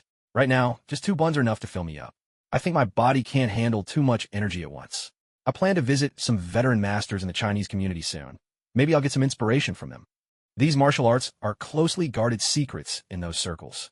You can give it a try, and no matter what conditions they set, we'll find a way. Meanwhile, I'll look into other channels, see if there's any knowledge out there that could help. Chun-Shing replied. There was little he could do in this regard. Everyone knew such secrets were never passed to outsiders. If all else failed, he could always try bartering with those potions, or perhaps find another solution in the extraordinary world. Mei noticed the furrowed brow and thoughtful expression on Chun-Shing's face. She shook her head with a gentle smile and reached out, smoothing his forehead with her hand. It's still early days. We're just starting out. Don't be so anxious, silly. All right, I guess I'm just impatient. I'll leave you some of the magical potions anyway, so you can experiment and cook whatever you like. The buns were just a test. Now that we know it works, we can try all sorts of new things. From his storage, Chun-Shing took out several large pieces of spiritual Ling Mountain Ganoderma and handed them to Mei. He wasn't ready to let Dr. Ethan's lab start researching these yet. Not until his own strength was great enough to ensure safety. Mei picked up a piece, holding it up to her eyes with a look of curiosity before handing it back to Chun-Shing. But to be honest, I'd still rather eat buns made by a certain someone. I can cook other things, you know. How about meat pies? Do you like those? Silly, that's called pizza. The two of them sat talking quietly on the bench by the training field, sharing a moment of peace. At that moment, a phone call came in. Chun-Shing glanced at his phone. It was Matt Murdock, the daredevil, someone he hadn't heard from in quite a while. Ever since Matt had gone to investigate the hand, he'd kept silent. Could something have happened? Chen Xing showed the screen to Mei, then answered the call. Hey, Matt. What's up? If you need backup, we actually have some free time right now. It's not about the hand. Matt's voice came through, but he was talking about Spider-Man. I just saw Peter Parker fighting someone on a glider in Hell's Kitchen. Want to check if you knew what was going on. Those two idiots are at it again. Chen Xing shook his head. Their situation is complicated. I'll fill you in when we meet up. Let me handle this for now. You focus on your own case, and keep me posted if anything new comes up. Matt was busy with the hand, and Chen Xing didn't want him getting sidetracked. He decided to handle the two troublemakers himself. After hanging up, Chen Xing spread his hands toward Mei. Bring Peter back. I need to have a talk with him. You're always so impatient. Mei, Peter Parker's mentor, knew him better than anyone. In truth, neither of them had done anything wrong at the start, but if things kept escalating, someone was bound to get hurt. She also knew that if Chen Xing stepped in, there was a good chance Harry wouldn't make it out alive, and losing Harry would devastate Peter. So, she gave Chen Xing a direct order. Bring Peter Parker back, and don't harm Harry. Chen Xing promised he'd get it done, then leapt onto his sword and flew toward Hell's Kitchen. In an alleyway in Hell's Kitchen, two figures raced through the shadows, Peter Parker and his best friend, Harry. This wasn't their first chase, but tonight was different. In the past, it had always been Harry chasing Peter. Now they were fighting each other blow for blow. Harry, you idiot. I told you, I didn't kill your father. Swinging on his web, Peter vaulted over the rooftops and landed a powerful kick squarely on Harry's back. Harry tumbled across the rooftop, but quickly sprang to his feet, landing deftly on his glider once more. Then how do you explain those photos in the paper? Both of you went down in that wreck, but only you walked away. He died there. Two grenades sailed from Harry's hands, exploding violently beside Peter. The shockwaves forced Peter onto the defensive. Listen to me, Harry. You know what your father did? He killed so many people, attacked my aunt, and tried to kill Mary Jane and me. Don't you think he deserved what happened? If he was guilty, the law should have judged him, not you. The two of them spoke as they darted between the buildings, their movements swift and relentless. Every now and then, they clashed midair, leaving chaos and destruction in their wake. Damn it, I didn't kill him. But since you insist, it doesn't matter anymore. Today, I'll kill you. I promised Chen Xing I wouldn't let anyone hurt Aunt May again. The anger in Peter Parker's eyes blazed even brighter. A tide of black liquid surged over his body, and in the blink of an eye, his red spider suit turned pitch black. Chen Xing probably had no idea how much he meant to Peter Parker. Yesterday, when Chen Xing scolded him, it had truly shaken Peter to his core. Ever since his uncle died, Peter's life and emotions had spiraled into a deep crisis. He tried to break free of his struggles, delivering food, working as a freelance photographer, even selling his own pictures to the newspaper. But nothing seemed to help. The smear campaigns and humiliation never let up. It wasn't until Daredevil handed him over to Chen Xing and Aunt May that things began to change.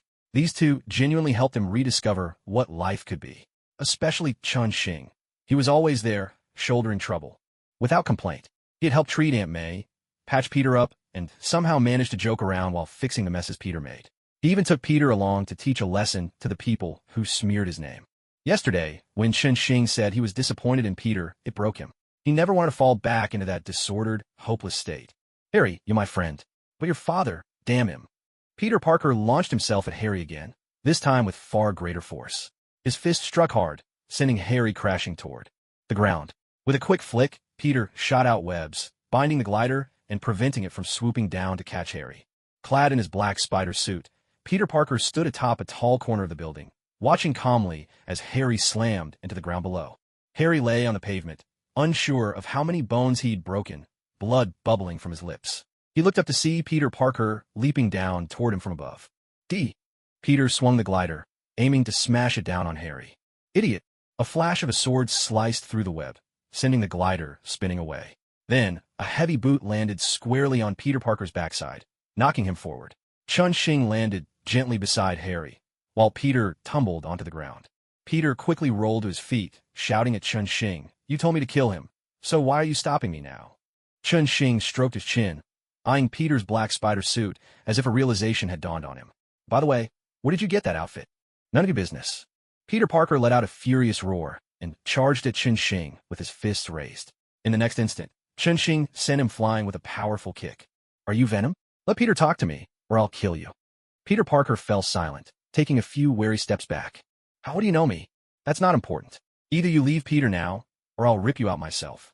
Chen Xing reached out toward Peter Parker, but Peter spun around, shooting a web far into the distance in an attempt to escape. Suddenly, a flash of sword light streaked by, slicing the web in two. This stuff is really tricky to handle, Chun-Shing muttered. For 5 minutes, Chun-Shing circled Peter Parker, trading blows. He hadn't expected Venom to be so tough. No matter how hard he hit, Venom recovered instantly. Meanwhile, Venom tried every trick to escape, but somehow, Chun-Shing always managed to conjure 4 images of himself, blocking every route. Clearly, this stalemate was going nowhere. Besides, Harry nearby was about to cough up blood and die. Chun-Shing knew he could save Harry, but it was better not to waste precious items if he could avoid it. Peter, hang in there. I'll heal you in a moment. Heaven and earth without bounds, the cosmos lends its power. Southern Bright Blaze spell, ignite. A massive fireball erupted over Peter Parker, blasting him through the air until he crashed to the ground and lay motionless. Chun-Shing hurried over and scooped Peter Parker into his arms. After a moment's thought, worried that someone might snatch Harry, he tucked Harry under his arm as well. With both in tow, he soared skyward on his sword. Circling above, he got his bearings and then sped toward a clock tower. Chun-Shing remembered that this was the place where Venom could be forced out of Peter Parker. He landed softly atop the clock tower. Glancing around, Chun-Shing gently set Harry down in a spacious corner. Then, gripping the still struggling Peter Parker, he walked over to the great bell. Dong dong. Chun-Shing tapped the bell twice with his hand, then grabbed Peter Parker by the neck and asked, "Are you coming out on your own, or do I have to force you out?" He waited, but Venom stayed silent. So, Chun-Shing hoisted Peter Parker closer to the bell and slammed his fist against it with all his might. Dome! The deafening peal rang out, and waves of black rippled across Spider-Man's body. 2 black web strands shot from Spider-Man's chest toward Chun-Shing. True Essence Shield. A golden light flared around Chun-Shing, effortlessly halting the black webs in midair. Stubborn to the end? Sword to me! At his call, the flying sword returned to Chun-Shing's hand. Gripping the hilt, he struck the bell again and again, each blow faster than the last. Dong, dong dong, dong dong dong. The black symbiote suit on Spider-Man began to boil, writhing violently before slipping off and sliding toward the ground. As the darkness receded, the red of Spider-Man's original suit emerged once more. Chun-Shing casually pulled off Spider-Man's mask, revealing Peter Parker's pale face. A trickle of fresh blood flowed from his nose. "Peter, how are you holding up?" "I'll be fine. Chun-Shing, don't worry about me. Just get rid of it." Spider-Man had already survived a fierce battle with Harry earlier, then taken a beating from Chun-Shing, and finally suffered the brunt of the naming. Leaf Fire spell. Now his face was worn and exhausted. Even though Venom had taken over Peter Parker's body, Peter still knew exactly what was happening. "Hang in there. I'll treat your wounds in a moment." Lifting Peter Parker high with one hand, Chun-Shing repeatedly struck the church bell with the pommel of his sword. With no other choice, Venom was forced from Peter's body, oozing away like thick tar. Venom moved swiftly. Once separated from Peter Parker, it slipped into the shadows of the bell tower and made a desperate dash for escape. Chun-Shing waited until Venom had fully left Peter, then gently laid Peter down beside Harry. "Stay here. I'm going after it." With that, he soared out of the bell tower on his sword, circling through the air until he locked onto Venom's location. "Heaven and earth, lend me your power." Namingly fire spell ignite. A massive fireball struck the fleeing Venom, blasting a deep crater into the ground. Chun-Shing hovered steadily above the smoldering pit on his sword. "Chun-Shing, come back. Harry's dying." Peter Parker's desperate wail echoed from afar. Chun-Shing frowned, then looked down into the crater and called out, "Until next time, don't let me catch you again." With that, Chun-Shing turned his sword and sped back, Peter Parker's cries growing more frantic by the second. After a moment, black bubbles began to churn at the bottom of the pit. The bubbling mass quickly coalesced and slipped away at lightning speed. "Stop yelling, I'm back." With a quick flick to Peter's forehead, Chun-Shing ended his lament, then turned his attention to Harry at Peter's side. The situation was dire. It hadn't been so obvious before, but now Harry was bleeding from every orifice. Blood sprayed from his mouth and burst like water from a shaken bottle. Chun-Shing hastily took out a vial of wound medicine, mixing it into a bottle of mineral water. As long as a person survived, injuries like these, inflicted by ordinary attacks, could be fully healed with the wound medicine. "Open his mouth." While stirring the mixture, Chun-Shing instructed Peter to pry open Harry's jaws. In his panic, Peter forced Harry's mouth open, only for several mouthfuls of blood to gush out. Then Harry went limp. It's all right. We can save him." Seeing Peter about to break down again, Chun-Shing quickly reassured him, then poured the medicine down Harry's throat. The two of them, anxiously, waited at Harry's side. Within just a couple of minutes, color began to return to Harry's cheeks, his ghostly pallor giving way to a healthy flush. It's working, Chun-Shing. He's coming back. Nonsense, I've always been fine. You could take it back now. Oh, and by the way, May wants to have a word with you. Get home early. Seeing that everything was in order, Chun-Shing decided to head back. When it came to disciplining children, May was far more adept than he was anyway. Just as he was about to leave, Peter Parker hurriedly grabbed his arm. Chun-Shing, my wounds haven't been treated yet. Chun-Shing tapped his forehead, then decided to be generous for once. He took out 2 packets of medicinal powder, one large and one small, and tossed them to Peter Parker. Keep the big one for yourself and use it as needed. The small one's for Harry. Let him soak in a bath with it, and he'll be as good as new. With those instructions, Chun-Shing rode his sword back home, leaving Peter Parker standing there, grinning foolishly with the medicine in his arms. Morning sunlight streamed into the bedroom. Harry furrowed his brow and slowly opened his eyes. Where am I? He raised his hand in front of his face, staring blankly at his uninjured fingers. He vaguely remembered that when he fell to the ground yesterday, most of his fingers had been broken. Young master, are you awake? Hearing movement inside, the butler hurried in, looking at Harry with concern from the doorway. In his heart, he sighed over the misfortunes that had befallen the Osborn family. What happened? Although he already had an inkling, Harry still asked quietly. It was Peter Parker who brought you back. He left a packet of medicine and asked me to tell you that if you soak in a bath with it just once, all your injuries will be healed. The butler's gaze shifted to the bedside table, where the packet of medicine lay quietly. Harry picked it up and slowly kneaded it in his hands. Tell me everything my father has done. I want the truth.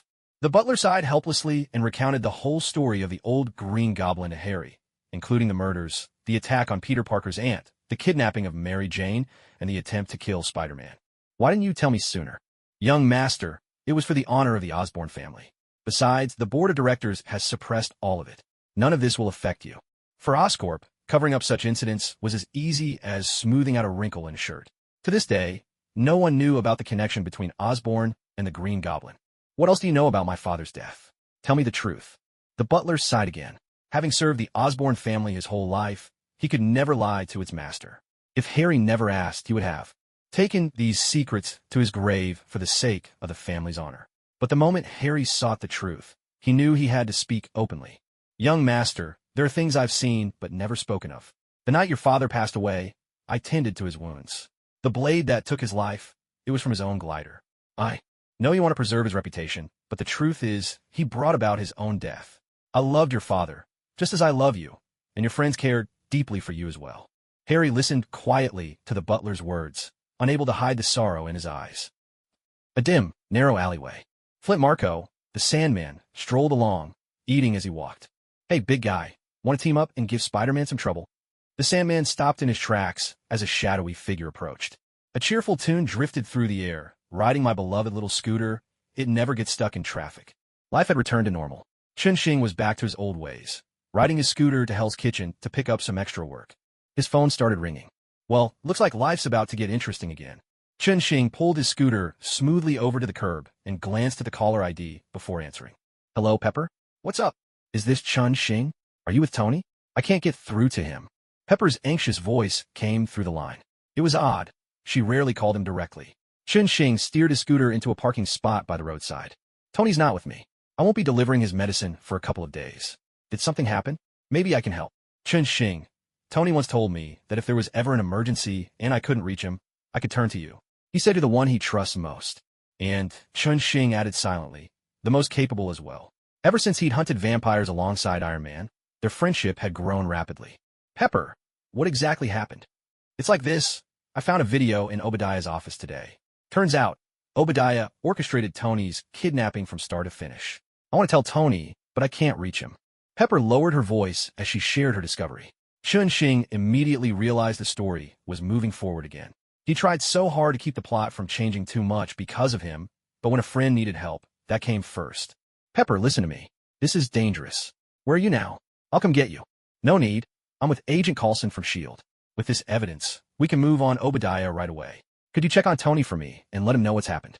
The hum of a car engine filtered through the call. It seemed S.H.I.E.L.D. couldn't wait to take down Obadiah and put Tony Stark in charge. All right, Pepper. I'll go find Tony now. Let's stay in touch. After Chun-Shing finished speaking, He quickly found a secluded corner and soared to the sky on his sword. By the lakeside villa. At that moment, Tony Stark lay sprawled on the floor of his workshop, his face ashen, a gaping, empty hole in his chest. Struggling, he directed Jarvis to remove his arc reactor. As the reactor slowly drew closer, Tony Stark finally let out a sigh of relief. Suddenly, a large hand reached in front of Tony and took the reactor away. "Tony, are you still with us?" Chun-Shing turned Tony Stark over and carefully placed the reactor back into his chest. After a few moments, Tony finally began to recover. "Chun-Shing, I just don't understand. Obadiah was my father's friend and business partner. After my father died, he was the one who guided me all along. How did things come to this?" Those were the first words out of Tony Stark's mouth.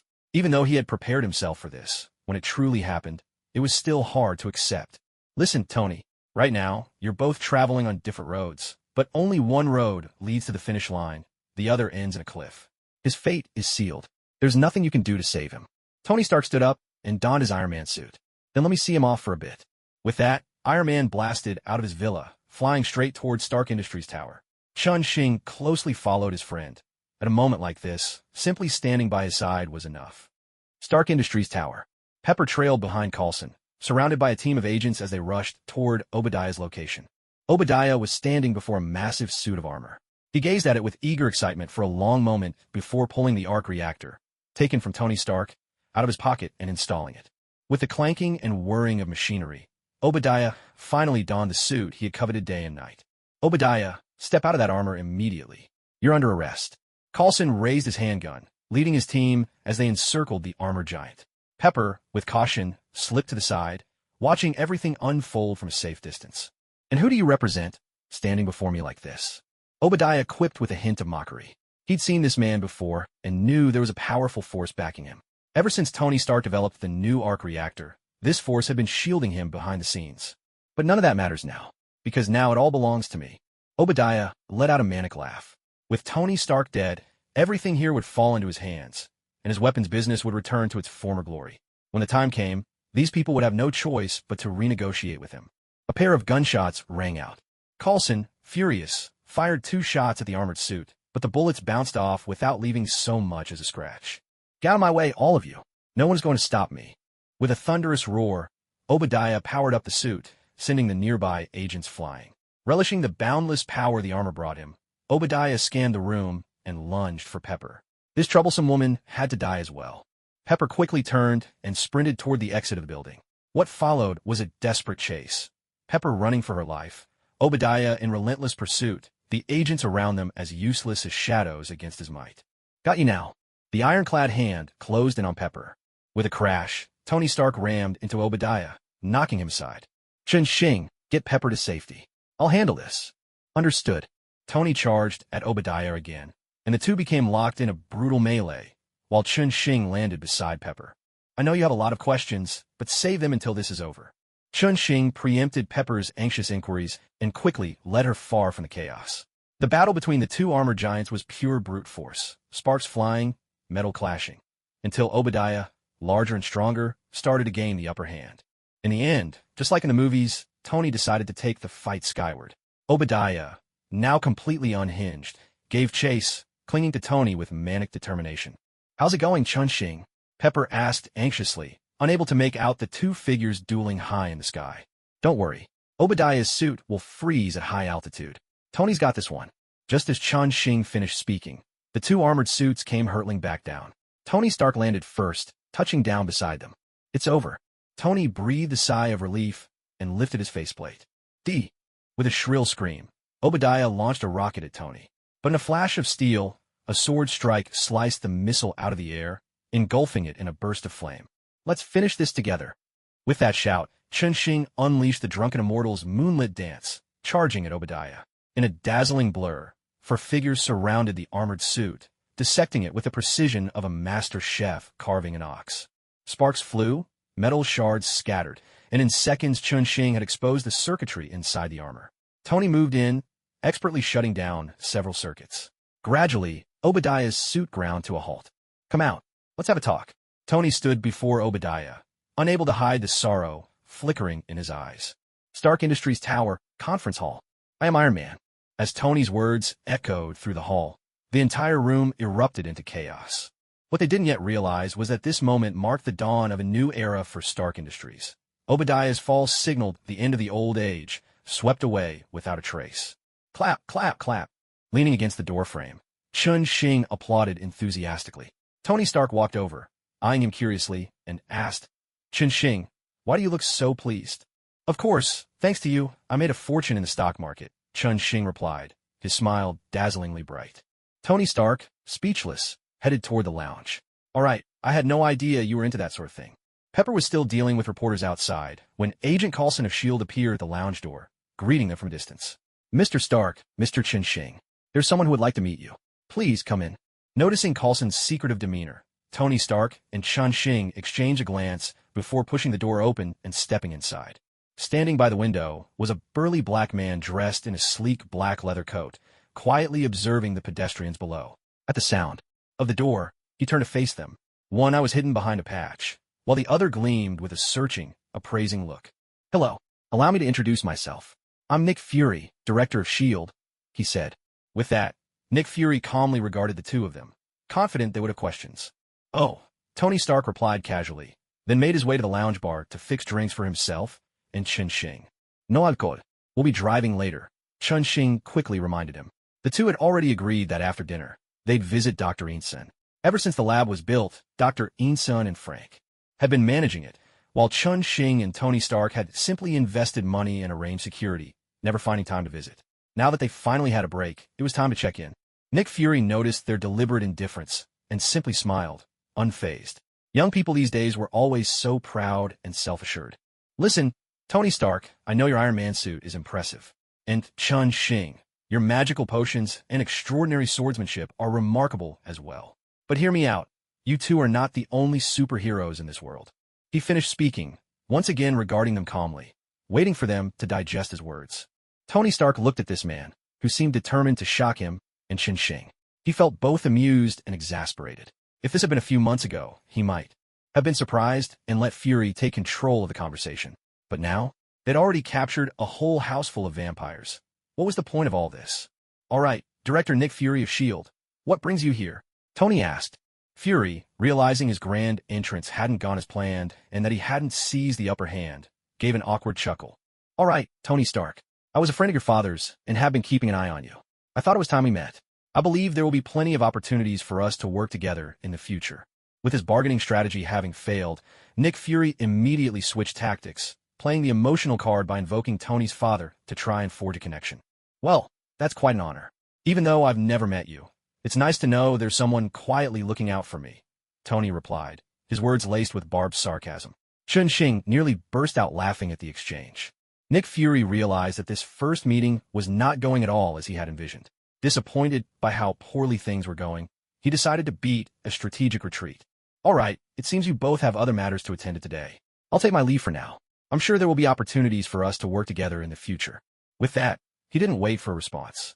He simply turned and strolled out, entirely at his own pace. After Fury left, Chun Xing remarked, full of control issues. Tony nodded and added, a pawn who wants to play at being the player, bit out of his league. Ever since Tony Stark had succeeded in creating his new arc reactor, the powers behind S.H.I.E.L.D. had been reaching out to him, trying to curry favor and, to be fair, had helped him sidestep quite a few problems. But when it came to truly working together, the director of S.H.I.E.L.D. still didn't have the stature to match Tony Stark.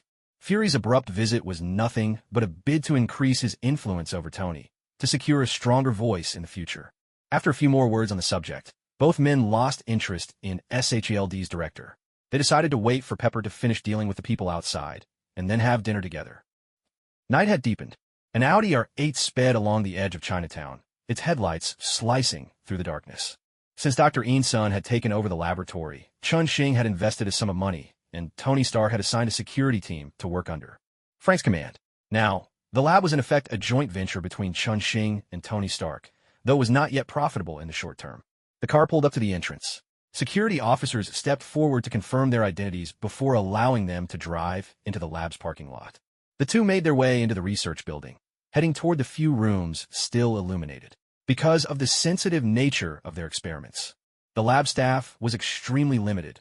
Only those who had passed multiple background checks could be hired, and even then, only for a generous salary. Pushing open the door to one of the rooms, they found Dr. Inson deep in conversation with a white man, the two of them facing a wall covered in film reels. "Hey, Inson. Sorry it's been so busy lately. I'm only just now able to visit," Chun Xing greeted him. Inson wrapped up his conversation and came over, delighted, to hug both Chun Xing and Tony Stark in turn. "I'm doing well here, so there's no need to worry about me. Tony, how are you feeling? We're all working hard to help you with your condition." "It's the same as always," Tony Stark replied, a look of resignation on his face as they discussed his illness. He had tried countless remedies, but none had brought any real improvement. Chun Xing, however, remained unhurried. He had his own way of treating Tony Stark, but he preferred to wait until S.H.I.E.L.D. returned the video recordings from Tony's father. That would be the best time. After a few more words, Dr. Insun gently pulled the person beside him closer, eager to introduce him to Chun Xing and Tony Stark. "This is Dr. Lan. Well, that's his online name, and that's what we all call him. As you know, back in my hometown, our medical technology isn't especially advanced, so we often have to learn new techniques from the internet. Dr. Lan is a top expert in hematology and has offered us invaluable guidance many times. He's passionate about his work, and above all, incredibly reliable. This time, our research covers vampires and Tonys. Palladium poisoning. Both are truly unprecedented scientific challenges. If anyone can make breakthrough discoveries on these fronts, it's him." Chun Xing and Tony Stark both turned their attention to Dr. Lan. Inside the office of a laboratory building, Dr. Lan extended his hand toward Chun Xing and Stark. "Hello, Mr. Tony Stark, or should I call you Iron Man? And Mr. Chun Xing, it's a pleasure to meet you both." Chun Xing and Tony Stark shook his hand in turn. "Welcome to the team, Dr. Lan. How are you feeling about everything?" Chun Xing asked. Dr. Lan rubbed his hands together, his face alight with excitement. "It's almost unbelievable. I never imagined I'd actually meet real vampires. I'm sure we'll be able to make some incredible discoveries from them, as long as we're given a bit of time." "That's great, but for now, we need to focus most of our efforts on Tony's palladium poisoning," Dr. Insan interjected, noticing Dr. Lan growing more and more animated and quickly steering the conversation back. Tony Stark watched Dr. Lan with concern, hoping to hear some good news. After all, the virus was still steadily eating away at his body. Dr. Lan realized all eyes were on him, and, after a moment of thought, spoke cautiously. "I've never encountered a case quite like Mr. Stark's palladium poisoning before. For now, all I can do is continue experimenting with conventional methods. I can't promise we'll see results in the short term." A flicker of disappointment passed through Tony Stark's eyes, but he still patted Dr. Lan's shoulder in gratitude. Sensing the heavy mood, Dr. Lan tried to lighten the atmosphere. "But we shouldn't lose hope. A friend of mine might be coming back soon. He's probably even more of an expert in this field than I am, or at least he could give us some fresh perspectives." Dr. Ethan asked with curiosity, "Who is this friend of yours?" Dr. Blue turned to Dr. Ethan and said, "His name is Bruce Banner, a physicist. The reason I think he could help us is because he was exposed to gamma bomb radiation during an accident, which caused some incredible changes in his body. He's been studying this ever since, so I believe he can at least point us in some useful directions." Hearing someone had such an experience, Tony Stark's curiosity was piqued as well. "When will your friend be back?" Dr. Blue did a quick mental calculation. "He's still dealing with some trouble of his own, but we planned an experiment and need him to come back and work with us. Mr. Stark, may we use this lab for our work?" Tony Stark replied nonchalantly, "Of course. You can use anything you need here." Dr. Blue thanked him repeatedly. Just then, a woman's voice called from the doorway. "Dr. Blue, I brought the lab results you asked for." Dr. Rawls, the African-American physician, walked in carrying a stack of documents. Seeing the room full of people, she quickly greeted, "Everyone, Mr. Stark, Mr. Chun Xing, so it's you too. I've always wanted to thank you in person, and now I finally have the chance." With that, Rawls bowed in gratitude to Chun Xing and Tony Stark. Last time at the hospital, it was Chun Xing and his companions who had saved her from the clutches of the vampires just in time.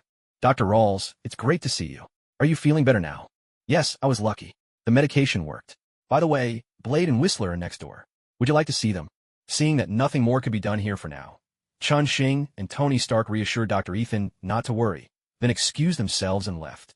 Rawls led the way, guiding the two of them toward an underground testing area at the back. From outside the door, they could hear gunshots from within. Chun Xing pushed the door open and saw Frank helping Blade perfect his shooting stance. "That's it, just like that. Your old draw was too slow, and it threw off your aim. You'll need to break that habit." Following Frank's guidance, Blade kept drawing and firing his gun, while Whistler, his shock of white hair gleaming, watched on with keen interest. On the target was a vampire, securely bound. "Looks like you guys are having a good time," Chun Xing called out to Frank with a smile. Frank turned and reached out for a high five with Chun-Shing. Hunting vampires is a hell of a thrill. These creatures truly deserve what's coming to them. Tony Stark greeted Whistler, who was standing nearby. Hey, Whistler, did you guys move your whole operation here? Ever since Chun-Shing and Tony Stark began hunting vampires, their impressive results and ample supplies had earned constant praise from Whistler and Blade. The two of them now practically lived in the lab, much to Blade's delight. After all, it meant Whistler was safer than ever. Hey, Stark, we built a few new weapons. Want to give them a try? Whistler offered. Chun-Shing was used to relying on just one weapon, but most of their high-tech gear needed Tony Stark's help for field testing. Tony happily suited up in his Iron Man armor, and together, they headed toward the weapons area. It's about time to bring Dr. Otto back, Chun-Shing mused silently. Ever since the trouble with Dr. Octopus had been resolved, Otto had been traveling with his wife, making up for lost time. Chun-Shing had planned to put him in charge of the weapons lab, but kept postponing it. As for the rest, well, none of them were quite up for the challenge yet. After spending a little time tinkering with the weapons, Tony proposed, how about we go hunt down a few vampires? Looks like everyone's free. All eyes turned to Blade. Blade shrugged, resigning himself. All right, I do have a target. Was planning to handle it on my own, though. Let's get to it, then.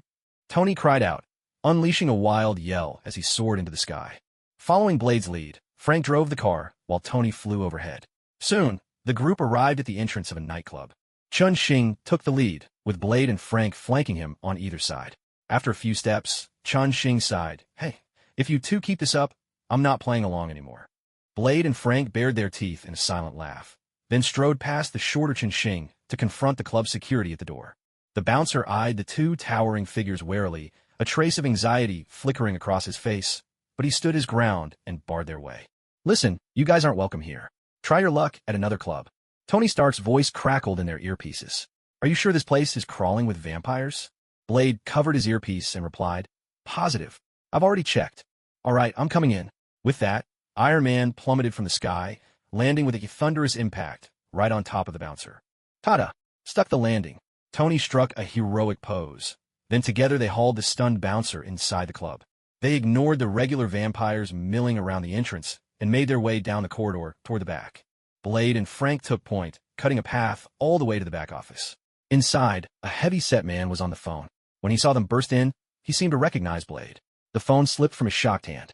Hey, aren't you going to say something? The tip of a silver blade pressed against the vampire's face, sending up a wisp of white smoke. Bang! With a thunderous crash, Blade kicked open a hidden door behind the refrigerator. What's in here exactly? Frank dragged in the battered, barely recognizable vampire supervisor, pointing toward the doorway as he questioned him. I don't know. I was just ordered to guard this place. Go ahead and kill me. The vampire supervisor's voice was frail. He had just broken under Frank's interrogation and revealed the existence of the secret room. No matter what happened next, he was as good as dead. Let's take a look inside. Seeing there was nothing more to be gained, Chun-Shing activated his protective force, took the lead, and stepped into the room. The group entered the secret chamber, and what they saw took them by surprise. Rather than the creepy, oppressive atmosphere of a typical vampire lair, the room felt more like a museum. Ropes dangled from the ceiling, each one tied to what appeared to be ancient wooden plaques, covered in mysterious, unreadable script. As the group moved about, the air currents they stirred caused the wooden plaques to gently sway, filling the room with an air of mystery. Jarvis analyzed these. Tony Stark ordered Jarvis to scan the writing on the plaques, hoping to turn up some clue. Meanwhile, Chun-Shing and the others began searching the room for anything else of interest. After a few minutes, Jarvis's mechanical voice broke the silence. Sorry, I couldn't find any matching data. Tony relayed the result to the others, and Blade jumped in. These things belong to the vampires. We should take them back for Whistler to examine. Seeing nothing else worth their attention, Chun-Shing agreed with Blade's suggestion. Take all the wooden plaques with us. Let Whistler have a look.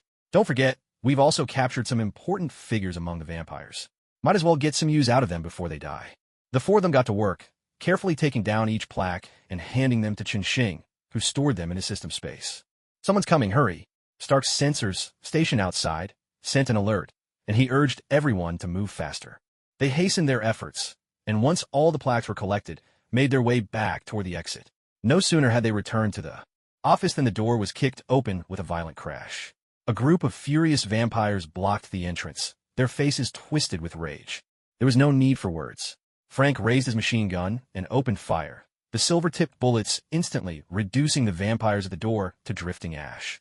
As the vampires scattered backward, the group burst out of the office, chasing the fleeing vampires all the way to the dance floor ahead. At the center of the spacious dance floor, vampire corpses lay strewn about, battered and incomplete.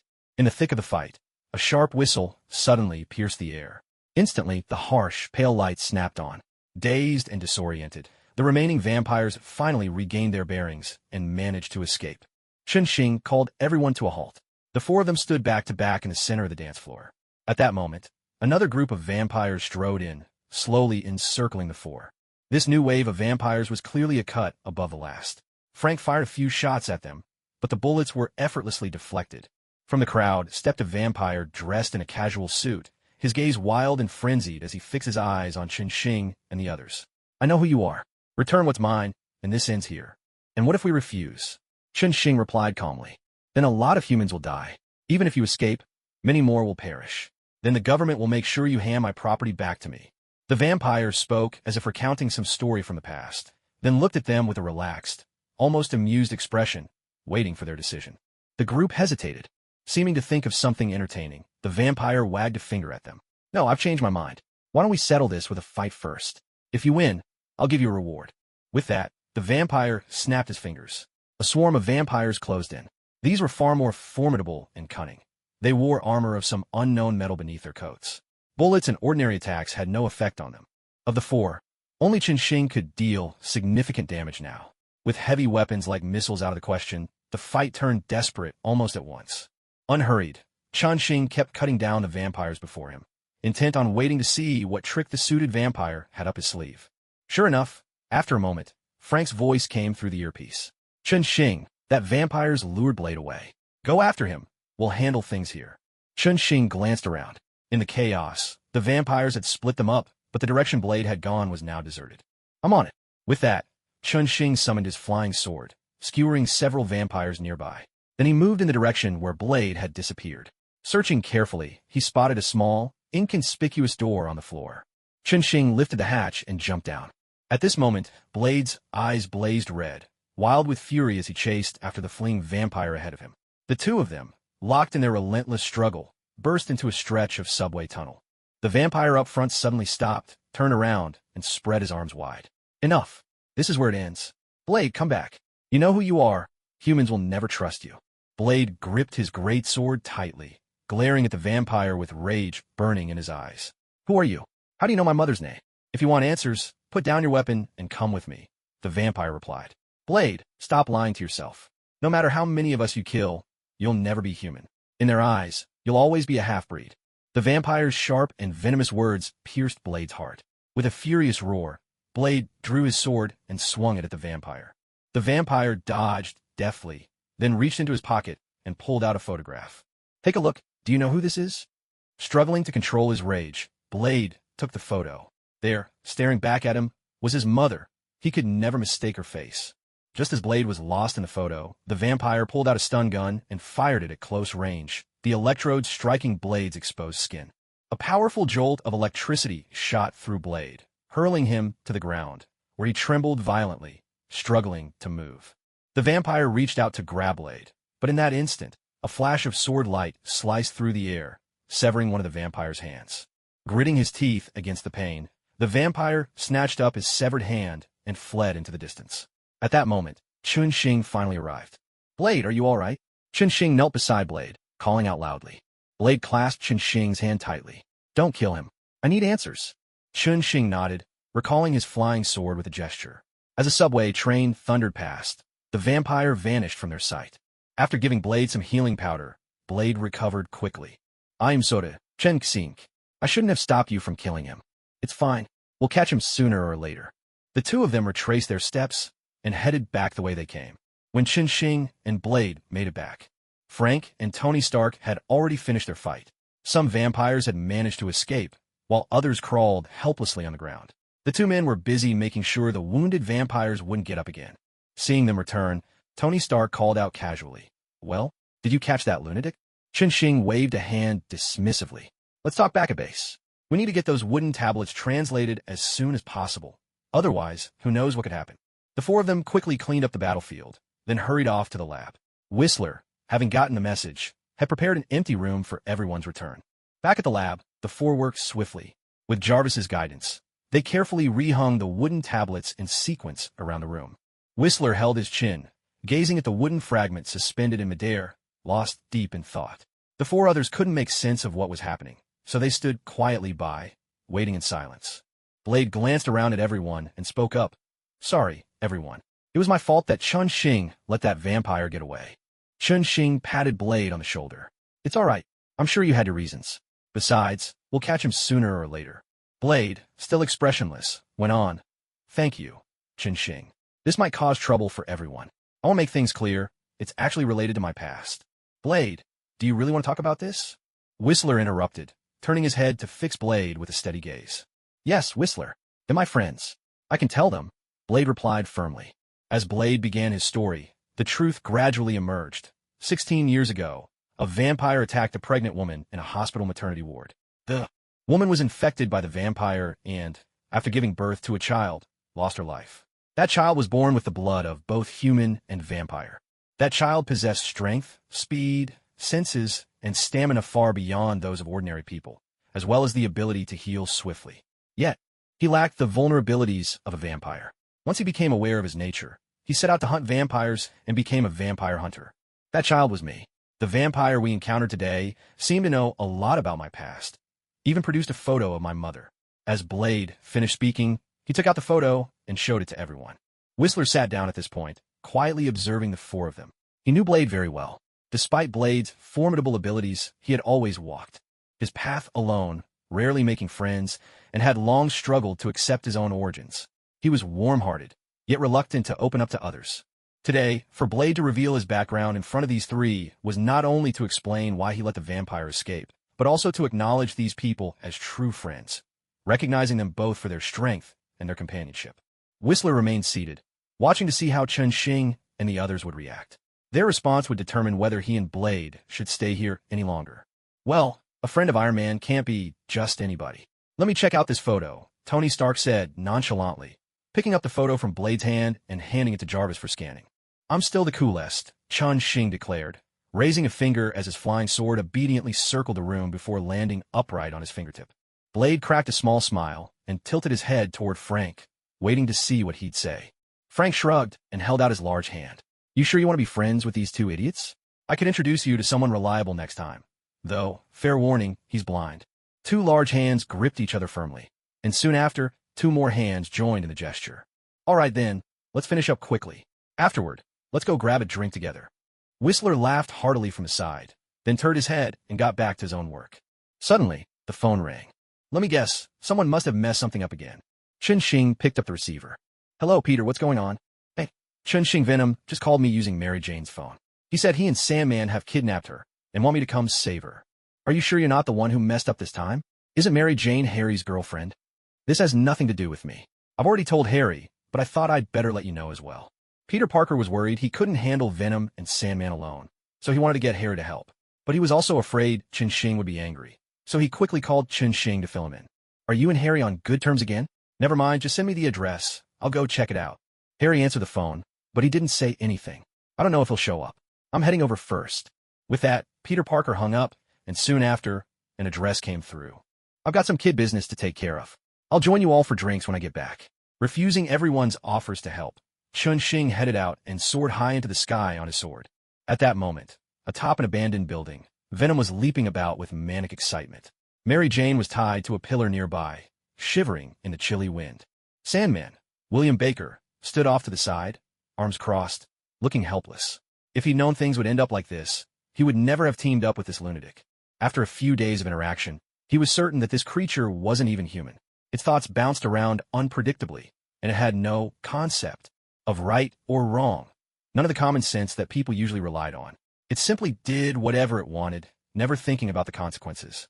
Originally, he just wanted the two of them to quietly teach Spider-Man a lesson and leave it at that.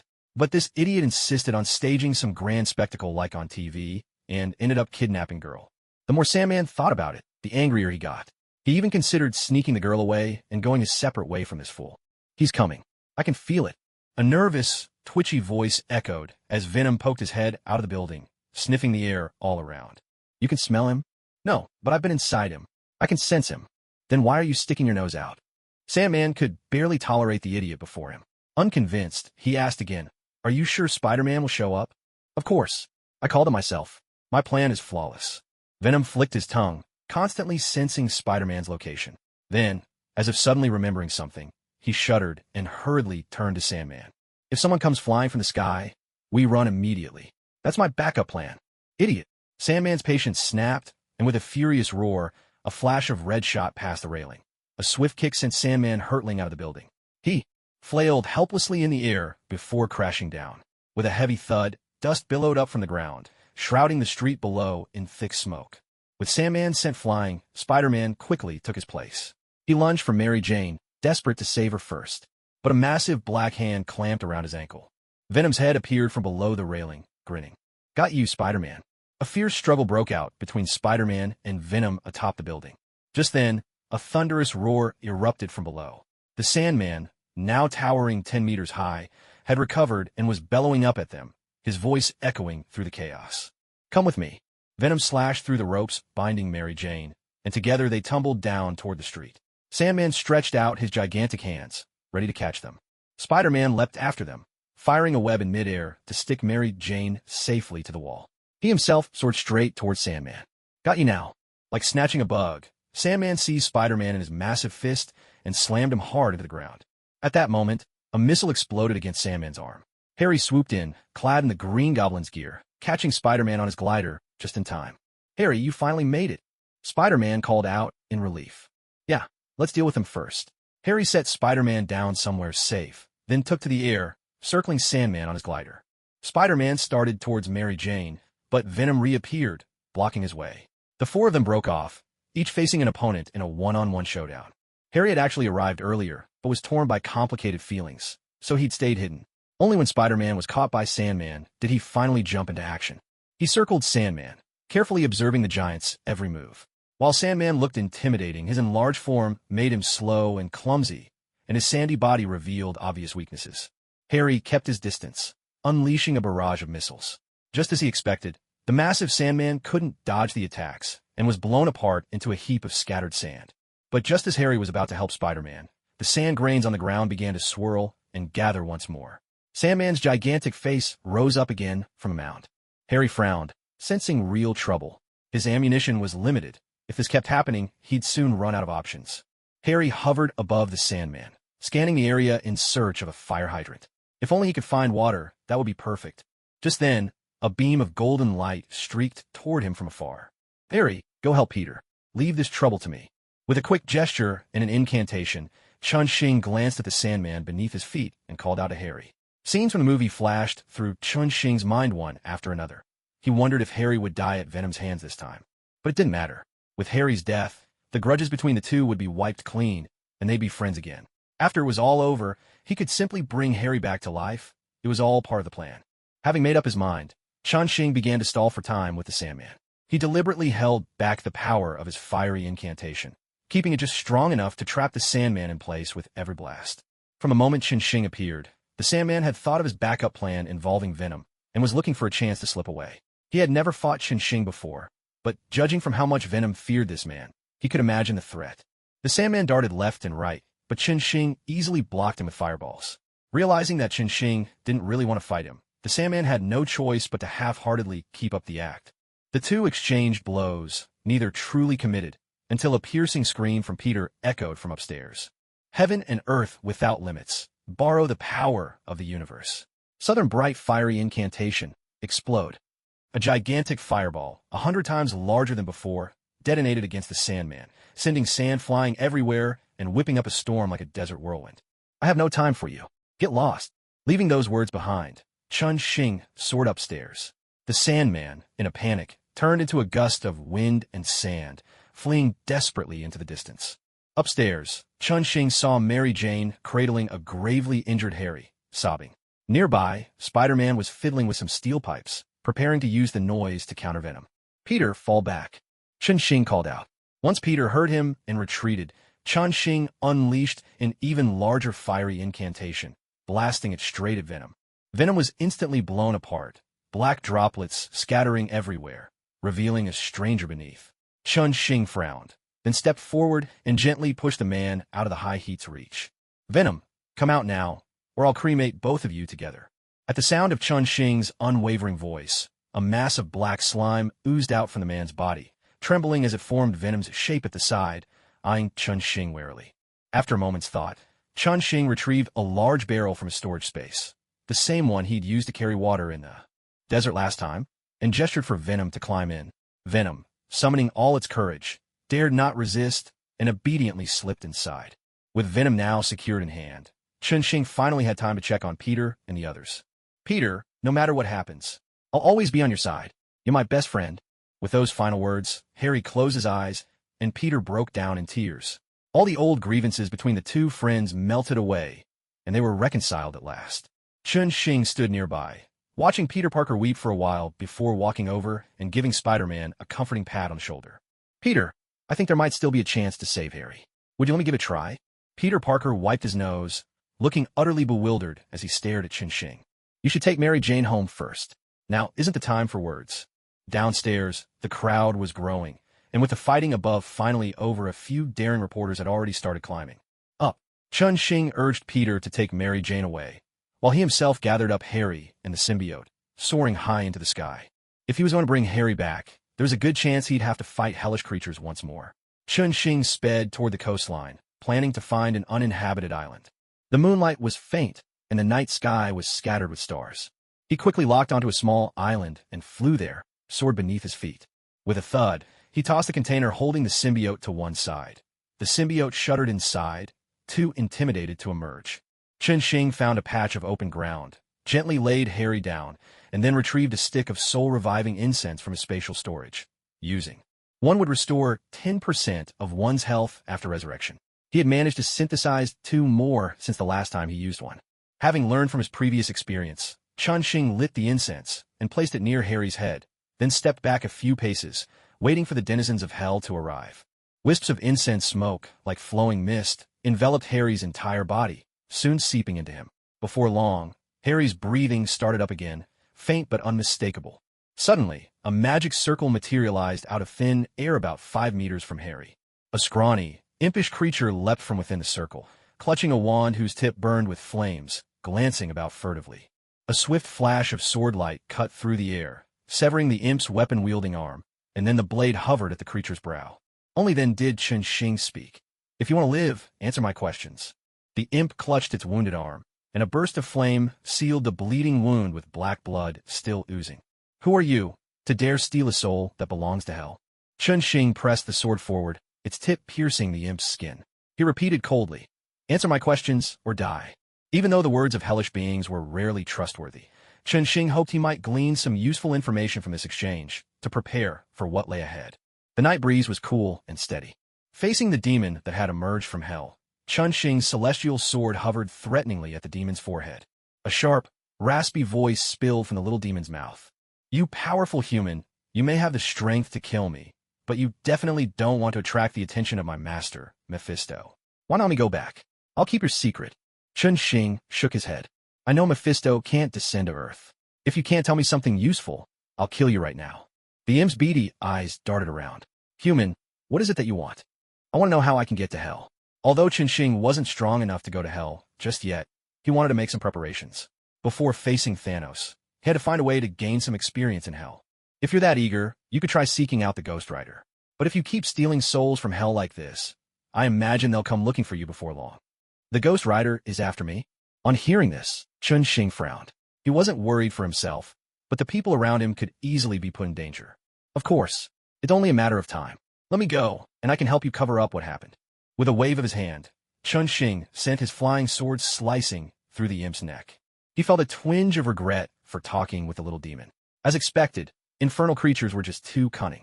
By rights, a minor demon like this shouldn't even know anything about the Ghost Rider, yet he'd skillfully shifted the topic right onto Chun Xing's own predicament.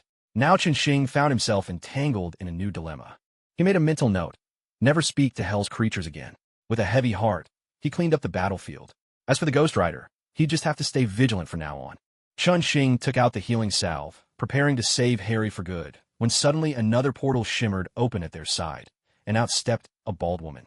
Hello, allow me to introduce myself. I'm the Ancient One. You needn't worry about what just happened. For a soul, or two, hell won't bother with you. There was a reassuring strength in the Ancient One's voice, and her arrival immediately brought Chun-Shing a piece of good news. He looked at this formidable woman and greeted her politely. Thank you for letting me know. May I ask, have you been watching me all along? Chun-Shing was genuinely curious. Had he caught the Ancient One's attention from a moment he crossed into this world? If so, everything he'd done would be laid bare before her. The Ancient One shook her head gently. I only noticed you when you first rescued those souls. The souls you brought back gave the demons a way to locate you. When they opened a portal, I sensed it. I'm sorry for the trouble I've caused you. Chun-Shing hadn't expected such a chain of cause and effect, and rubbed his hands together in embarrassment. It doesn't matter. As long as you can deal with the demon, I won't care about such trivial matters. The Ancient One waved her hand, signaling Chun-Shing not to be nervous. This time, I actually came to ask a favor of you. If there's anything I can do to help, just let me know. Chun-Shing asked curiously. I hope that, at some point in the future, you will refuse to treat a patient whose hands are disabled. Can you do that? Chun-Shing pondered for a moment and realized that the person the Ancient One was referring to must be Dr. Strange. But since he had no real connection to him, Chun-Shing could only look at the Ancient One in confusion. The Ancient One continued. I've seen a possible future where that man obtains a miraculous medicine from you and his hands are healed. But if that happens, it will set him on a different path, one that I wish to avoid. So that was it. Suddenly, everything became clear to Chun-Shing. At some point in the future, Dr. Strange might come to him to have his hands healed. And if he succeeded, Strange would never seek out the Ancient One as his mentor. The Ancient One had come specifically to prevent this from happening. Chun-Shing nodded. All right, I'll do as you say. But I'm curious, can you really see the future? The Ancient One smiled gently. The future holds countless possibilities. I'm only here to change one of them. Chun-Shing understood. In the end, he'd have to rely on his own efforts. There were no shortcuts. Still, it was a bit domineering of the Ancient One to block off all other path for Dr. Strange so early, leaving only the option of becoming her disciple. As a token of gratitude for your help, let me give you a small gift. The Ancient One reached in her robe, took out a sling ring, and tossed it to Chun-Shing. I watched you use magic. It's fascinating. Pour your energy into this ring and focus on a place you've been before. Give it a try. Chun-Shing accepted the sling ring, followed the Ancient One's instructions, and channeled his energy into it while picturing his own apartment. In an instant, a portal appeared before him, revealing his bed inside. Our powers are different, so you can only use this function. It should save you some travel time, at least. I hope you like it. Having achieved her goal and paid her price, the Ancient One turned away, stepping into her own portal, which then vanished into thin air. Chun-Shing stood still, holding the ring, lost in thought. It seemed the Ancient One had already noticed him and was willing to make the first move. She must have glimpsed a future connected to him. Otherwise, she would never go out of her way to be so friendly. But it didn't matter. As long as he kept growing stronger, everything else would fall into place. With renewed confidence, Chun-Shing clenched his fist, picked up Harry and Venom from the floor, and headed back into his home. Half an hour later, Chun-Shing was sitting on the bench in the training hall of the boxing gym, chatting with May. In front of them, two young men were hugging each other and sobbing uncontrollably. After their brush with death, Peter Parker and Harry had both become much more mature. Seeing that it was getting late, Chun-Shing waved them off and sent them on their way. It's finally over for those two, Chun-Shing said, lying back on the bench with his head resting on May's lap, gazing up at the starry sky. How do you plan to arrange things for them? May asked, should they fight like you, or go back to being good students? May and Chun-Shing were discussing the boys' future. May was Peter Parker's mentor, and Harry had just asked if he could learn from her as well. So, from now on, both of them would be coming to May for guidance. They should keep going to school, but they'll need to train in combat skills too, Chun-Shing replied after a moment's thought. He would have liked to tell them to return to a peaceful life. But that was clearly impossible. Things were only going to get more dangerous. And with their newfound abilities, it was unlikely that either of them would settle for an ordinary life. That's going to be quite a headache for you, May teased, her small hand gently massaging Chun-Shing's furrowed brow. Lately, she noticed he was frowning more and more often. It's just that things keep piling up, but everything is still under control, Chun-Shing said, allowing himself a rare moment of complaint in front of May. He needed a rest. Tomorrow there would be more work waiting for him. Chun-Shing was awakened by the chirping of birds at dawn. He realized he had fallen asleep while chatting with May in the training hall the night before. No wonder his head felt so comfortable. It was still, resting on May's lap. Fortunately, both of them were far from ordinary humans, or they might have caught a cold from spending the night there. You're awake. Go wash up. Let's get some breakfast, May said. All right, Chun-Shing replied. He rolled to his feet, stood up with May, and together they stretched out with a big yawn, exchanging a smile as their eyes met. A few minutes later, after freshening up, they headed outside to find breakfast. As they reached the entrance of the boxing gym, Chun-Shing was surprised to spot someone across the street, lurking suspiciously at the entrance of an apartment building, a person he had dealt with just yesterday. "Hey, big guy, what's your name again? I forgot. Are you looking for me?" Chun-Shing called loudly across the street. William Baker, known as Sandman, was pacing nervously at the base of Chun-Shing's apartment building, muttering to himself as he rehearsed what he would say when he finally met Chun-Shing. He was determined to make a good impression. Suddenly, the voice from across the street caught his attention. Sandman turned and saw that the very person he was waiting for was now standing right outside the boxing gym, calling to him. "Hey, hello." Sandman quickly waved and hurried across the street toward him. Chun-Shing crossed his arms and watched the Sandman running toward him. Judging by the look of it, it probably wasn't someone coming for revenge. If it was, he'd be doomed. Chun-Shing took half a step forward, shielding May behind him. "What's your name? Are you here to see me?" The Sandman stopped 5 paces away from Chun-Shing, clasped his fists together, and bowed. "Hello. My name is William Baker. You met me yesterday. I have something important I'd like your help with." As he finished, the Sandman looked at Chun-Shing anxiously, clearly afraid he would refuse. "All right, William. What do you need from me?" The Sandman glanced around awkwardly. By now, more and more people were gathering at the entrance of the boxing gym, many of whom were greeting May and Chun-Shing. "Chun-Shing, I'm going to get breakfast. You and this gentleman should go inside and talk," May said. She didn't know who the Sandman was, but seeing the pleading look on his face, it seemed urgent. Chun-Shing nodded and led the Sandman into the gym's office. The Sandman quickly explained his reason for coming. It turned out that when he fled the day before, he'd run blindly all the way to the seaside. When he finally came to his senses, he saw Chun-Shing flying overhead with Harry. Driven by curiosity, the Sandman quietly followed Chun-Shing and saw him bring Harry back to life and kill a demon. Then, a bald wizard appeared. The wizard glanced at the Sandman, and that single look scared the Sandman into fleeing. But even after returning home, he couldn't calm his nerves. That's why, early this morning, he found his way to Chinatown. Chun-Shing understood the Sandman's story, but still wasn't sure what he wanted. "So, what exactly do you want? Do you want to fight demons? Or maybe you're interested in learning magic?" The Sandman shook his head again and again, then began to tell Chun-Shing about his life. He explained that he'd once been a street thug, and during a prison break, while running from the police, he'd accidentally ended up in a nuclear test site in the desert. There, exposed to nuclear radiation, he fused with the sand and became the Sandman. He went on to describe how he'd stolen and robbed armored trucks to pay for his critically ill daughter's medical bills. And the reason he fought Spider-Man was that Spider-Man kept getting in his way. He only wanted to teach Spider-Man a lesson, never to kill him. Who could have guessed he'd end up with such an unreliable partner as Venom? "Sir, that's my story. After witnessing your miraculous healing, I want to beg you to save my daughter. For that, I'm willing to give anything." With that, the Sandman stood respectfully to the side, as if awaiting Chun-Shing's judgment. Chun-Shing listened to the Sandman's story in silence. The man before him had done many wrong things, but he'd also done one thing right. For the sake of his daughter, he was willing to do whatever it took. Chun-Shing glanced at May, who had already returned. May nodded to him. "All right, I'm willing to save your daughter. As for your payment, I happen to have a security job that doesn't pay much. Would you be willing to take it?" The laboratory was in urgent need of staff, and the man before him was a perfect fit, both for his combat abilities and his loyalty. "As long as you're willing to save my daughter, my life is yours," the Sandman said, meeting Chun-Shing's gaze and making his vow. "Take my car.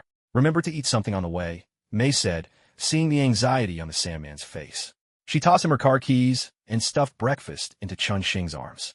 Almost swept off his feet, Chun-Shing was half carried by the Sandman into the car, and they sped toward the hospital. It was evening when the Sandman finally brought Chun-Shing back.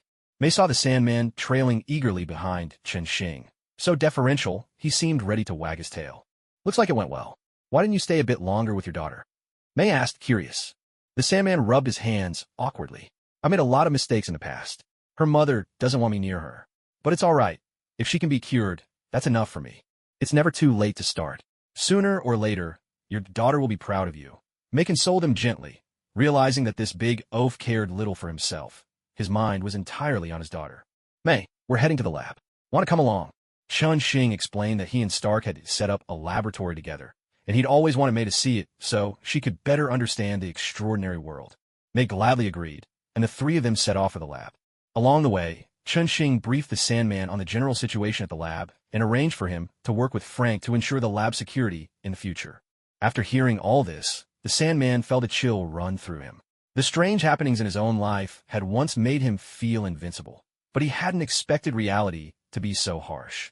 Vampires who fed on human blood, demons who harvested souls, both had appeared before his very eyes. They were powerful armored warriors, highly trained special forces, and right in front of him stood a man with miraculous medical skills and swordsmanship. Determined to make his daughter proud again, the Sandman clenched his fists in silent resolve. They arrived at the parking lot without a hitch. Chun-Shing handed the large vat containing the symbiote to the Sandman, and the three of them made their way toward the lab. In the first lab, Dr. Ethan and his team were studying various slides hanging on the wall. Chun-Shing greeted them and left the symbiote with them. Once they learned the symbiote's weaknesses, these scientists would have plenty of ways to deal with it. Soon after, Chun-Shing led the two of them into the lounge next door. As soon as he opened the door, the heavy scent of alcohol drifted out.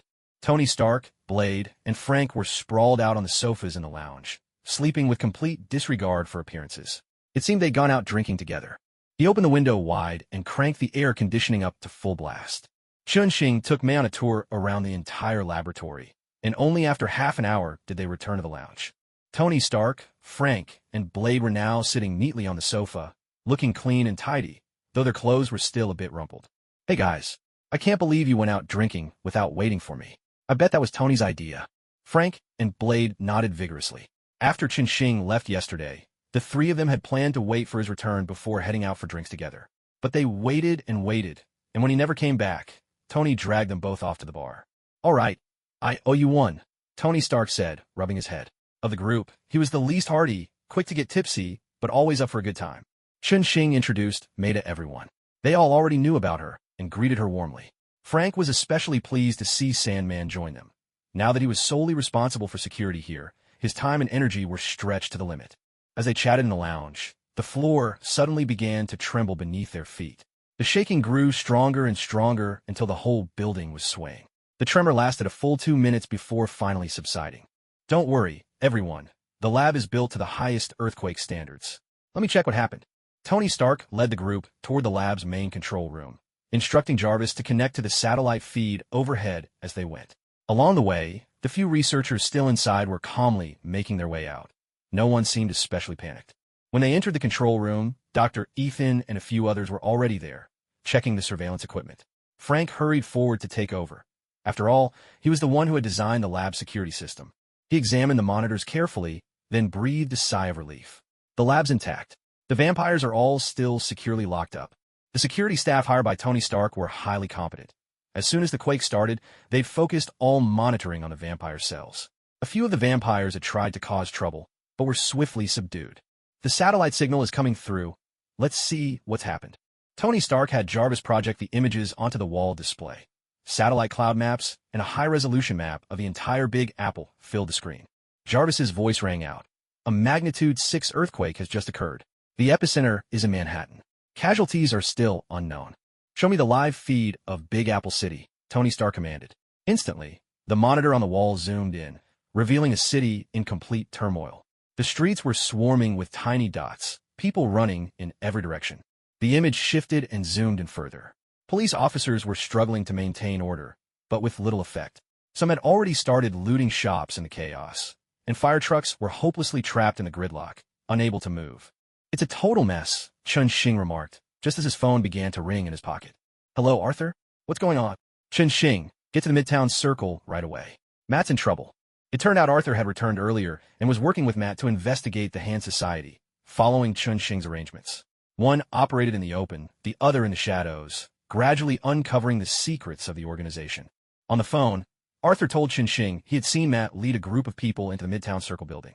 Arthur had hesitated about whether to follow, but before he could decide, an earthquake struck without warning. Moments later, explosions ripped through the building, causing it to collapse.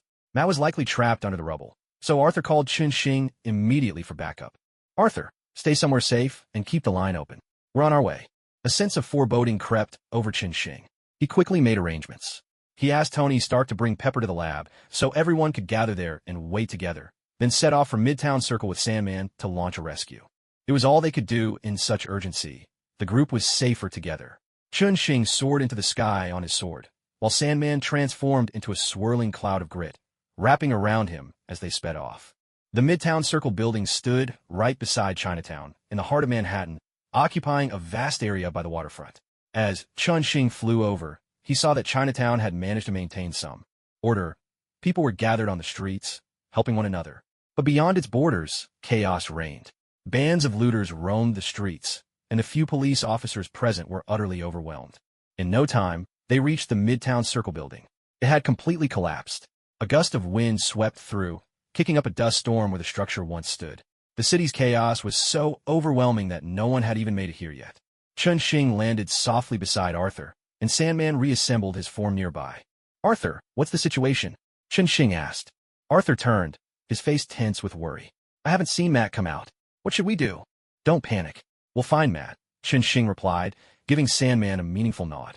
Sandman nodded back and strode toward the rubble. His body began to dissolve into sand, and as he neared the ruins, he transformed into a towering sand giant, 20 meters tall. The Sandman began gently clearing the ruins of the building, steadily pulling people from the debris. "Chun-Shing, where did you find this guy?" Arthur watched in astonishment from the side. "William, the new security guy. I'll introduce you later. For now, help me look for Matt among the survivors." The two of them walked over to the group of rescued people. Beside a pile of corpses, a few injured survivors were standing there, crying helplessly. Arthur looked through them carefully, then shook his head at Chun-Shing. There was no sign of Matt or his group. Chun-Shing thought for a moment and called out to the Sandman. "William, try digging downwards. They might be in the basement or somewhere below." The Sandman gave an okay sign and began clearing away debris from the surface, gradually digging deeper. As the excavation continued, a flash of red became visible beneath the rubble. Chun-Shing soared over on his sword, and sure enough, it was Matt in his signature red leather suit. He quickly had the Sandman set Matt aside. Matt, are you all right?" Chun-Shing shouted into Daredevil's ear, all the while rummaging through his storage space for medicine to give him. Matt coughed up sand and finally regained consciousness. Erica's still inside. And the dragon bone." Matt cried out in panic, his emotions spiraling out of control. Chun-Shing did his best to comfort Daredevil, then signaled for the Sandman to keep digging. As the hole grew deeper, more survivors were pulled out. When a woman in red was rescued, Chun-Shing told the Sandman to place her next to Matt. The woman was unconscious, and Chun-Shing quickly administered some medicine. Matt grasped her hand and quieted down. The Sandman continued digging nearby. As more and more people were saved, most quietly slipped away after regaining consciousness. A few more gathered around Matt. Finally, the Sandman unearthed a large box and set it gently before Chun-Shing. Chun-Shing frowned as he examined the box in front of him. It was over 2 meters long and rectangular, resembling a coffin. Mysterious patterns covered its surface, imbuing it with an air of enigma. The lid was plastered with many talismans, most of which were now damaged, seals, by the look of them, meant to contain whatever was inside. Chun-Shing placed his hand on the box, sending a pulse of energy into it. As he did, he felt a powerful life force sealed within. But now was no time for close inspection. Chun-Shing stored the box in his private space, deciding to examine it thoroughly after everything was settled. Matt and Erica, having taken medicine, were already recovering rapidly. Erica noticed Matt staring at her in a daze, slipped her small hand free from his, and gave him a playful tap on the shoulder. Matt grinned, his mouth splitting into a smile, but he didn't quite know what to say. So he decided to change the subject with Chun-Shing. "Chun-Shing, give me some magic potions. A few of my friends are injured." Most of the people who had just been dug out by the Sandmen had already gone their separate ways, but a handful still lingered around Matt. Chun-Shing quickly produced some wound-healing salve and handed it to Matt. Matt swiftly distributed the medicine among those nearby, muttering under his breath as he arranged the time for their next meeting. With dust swirling all around, this was hardly the place for conversation, and besides, the police could show up at any moment. After agreeing on the details with Matt, the others cast a glance at Chun-Shing and his companions. Without saying a word, they melted away into the city streets. "We should head back too. Everyone is waiting for news. Let's talk more once we're home." Chun-Shing took out his suspension ring and opened a portal back to the laboratory. Suddenly, the sound of gunfire echoed over, making Chun-Shing frown in confusion. He hurriedly led the group through the portal into the lab. They rushed to the control room, where they found May and Pepper casually chatting while keeping an eye on the wall of surveillance monitors. The situation didn't seem too dire. Both women sat comfortably, coffee cups in hand. "May, Pepper, what happened? I was only gone a moment, and now it looks like a war zone out here." May turned to see Chen Xing and the others, Daredevil and the rest, behind him, and greeted them cheerfully. Chen Xing, you're back. Matt, are you alright? Not long after you left, a group of vampires tried to take advantage of the chaos and attack the lab, but we caught them quickly. They're fighting outside right now, but it doesn't look too serious. Daredevil exchanged greetings with May, while Chen Xing scanned the monitors. Just as May had described, a bizarrely dressed crowd was storming the parking lot. The lab's security team was holding their ground without firearms, wielding shields and stun batons in the melee. Only Frank was armed with a machine gun, occasionally dropping dangerous attackers, but he wasn't using lethal force. I don't see Tony or Blade anywhere. Tony's upstairs keeping watch, and Blade is making rounds inside the building. Seeing everyone so at ease, Chen Xing finally relaxed. He then began assigning tasks to the returning group. Matt, you and Erica gather the lab personnel and keep them safe. Arthur, you're with me on patrol. William, head over to Frank and get acquainted with the security team. Everyone received their assignments and sprang into action. Chen Xing and Arthur began their patrol in the basement, making their way up. Floor by floor, 3 underground levels, 7 above ground. The two of them swept through the building quickly, but saw no sign of Blade. Eventually, Chen Xing and Arthur reached the rooftop, where they found Iron Man standing alone, looking rather bored as he watched the battle unfolding below. Tony, we're back. Any news on your end? Have you seen Blade? Tony Stark waved his hand dismissively. I had Jarvis run a scan. The group downstairs is a bunch of genuine idiots. They call themselves the Hargue, desperate for power from the vampires, and willing to serve as their lackeys. The vampires are clever. They're hiding in the shadows, letting these cannon fodder draw our attention. What a bunch of fools. Would there be trouble if we just took them out? Chen Xing considered the situation. The lab was under both his and Tony Stark's names. If they wiped out the Hargue clan here, it could stir up unnecessary trouble. These people might be brainless, but technically, they were still human. This is our turf. They're trespassing illegally. As long as we don't kill too many, it should be fine. I've already told Frank. Take out the leaders, scatter the rest. My real concern is that the vampires themselves haven't shown up yet. As Tony spoke to Chen Xing, he communicated with the Punisher through Jarvis, continually identifying the ringleaders among the intruders. I think they're already here. Have you seen Blade? Chen Xing paused, piecing together the vampire's intentions. They tried to lure Blade once before, only to be thwarted by him. Now, it seemed, they were after Blade again. Clearly, they were short-handed, a gap the vampires were quick to exploit. Blade was just patrolling the building. Didn't you see him?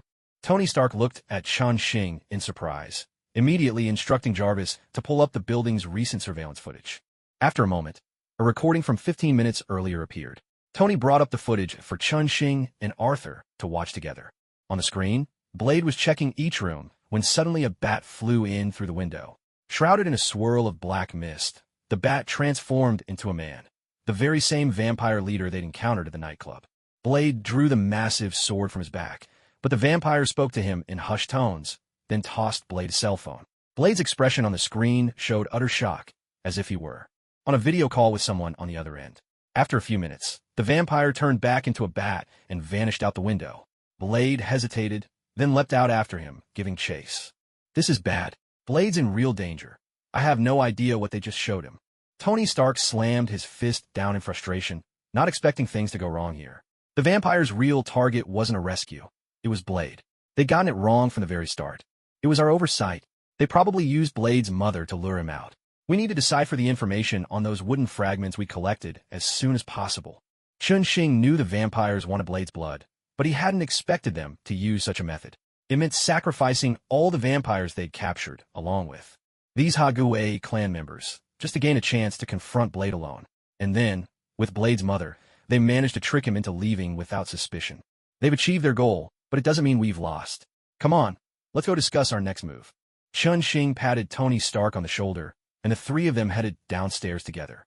The laboratory was utterly silent. Everyone sat quietly on the sofas, their eyes following Whistler as he paced the room. Cold air drifted from the vents, and the wooden fragments hanging in midair swayed gently. Each mysterious symbol on them flickered through Whistler's mind as he scrutinized them. Sorry, there just wasn't enough time. I can't do it, Whistler said, rubbing his tired, dry eyes, his voice heavy with frustration. It's all right, Whistler. We have other ways. Someone out there can decipher these, Chen Xing said softly, offering comfort to Whistler. The old vampire hunter, who was like a father to Blade, was clearly the most anxious among them. Xing knew the vampires intended to use Blade's blood to summon some kind of blood god, but he had no idea where the ritual would take place.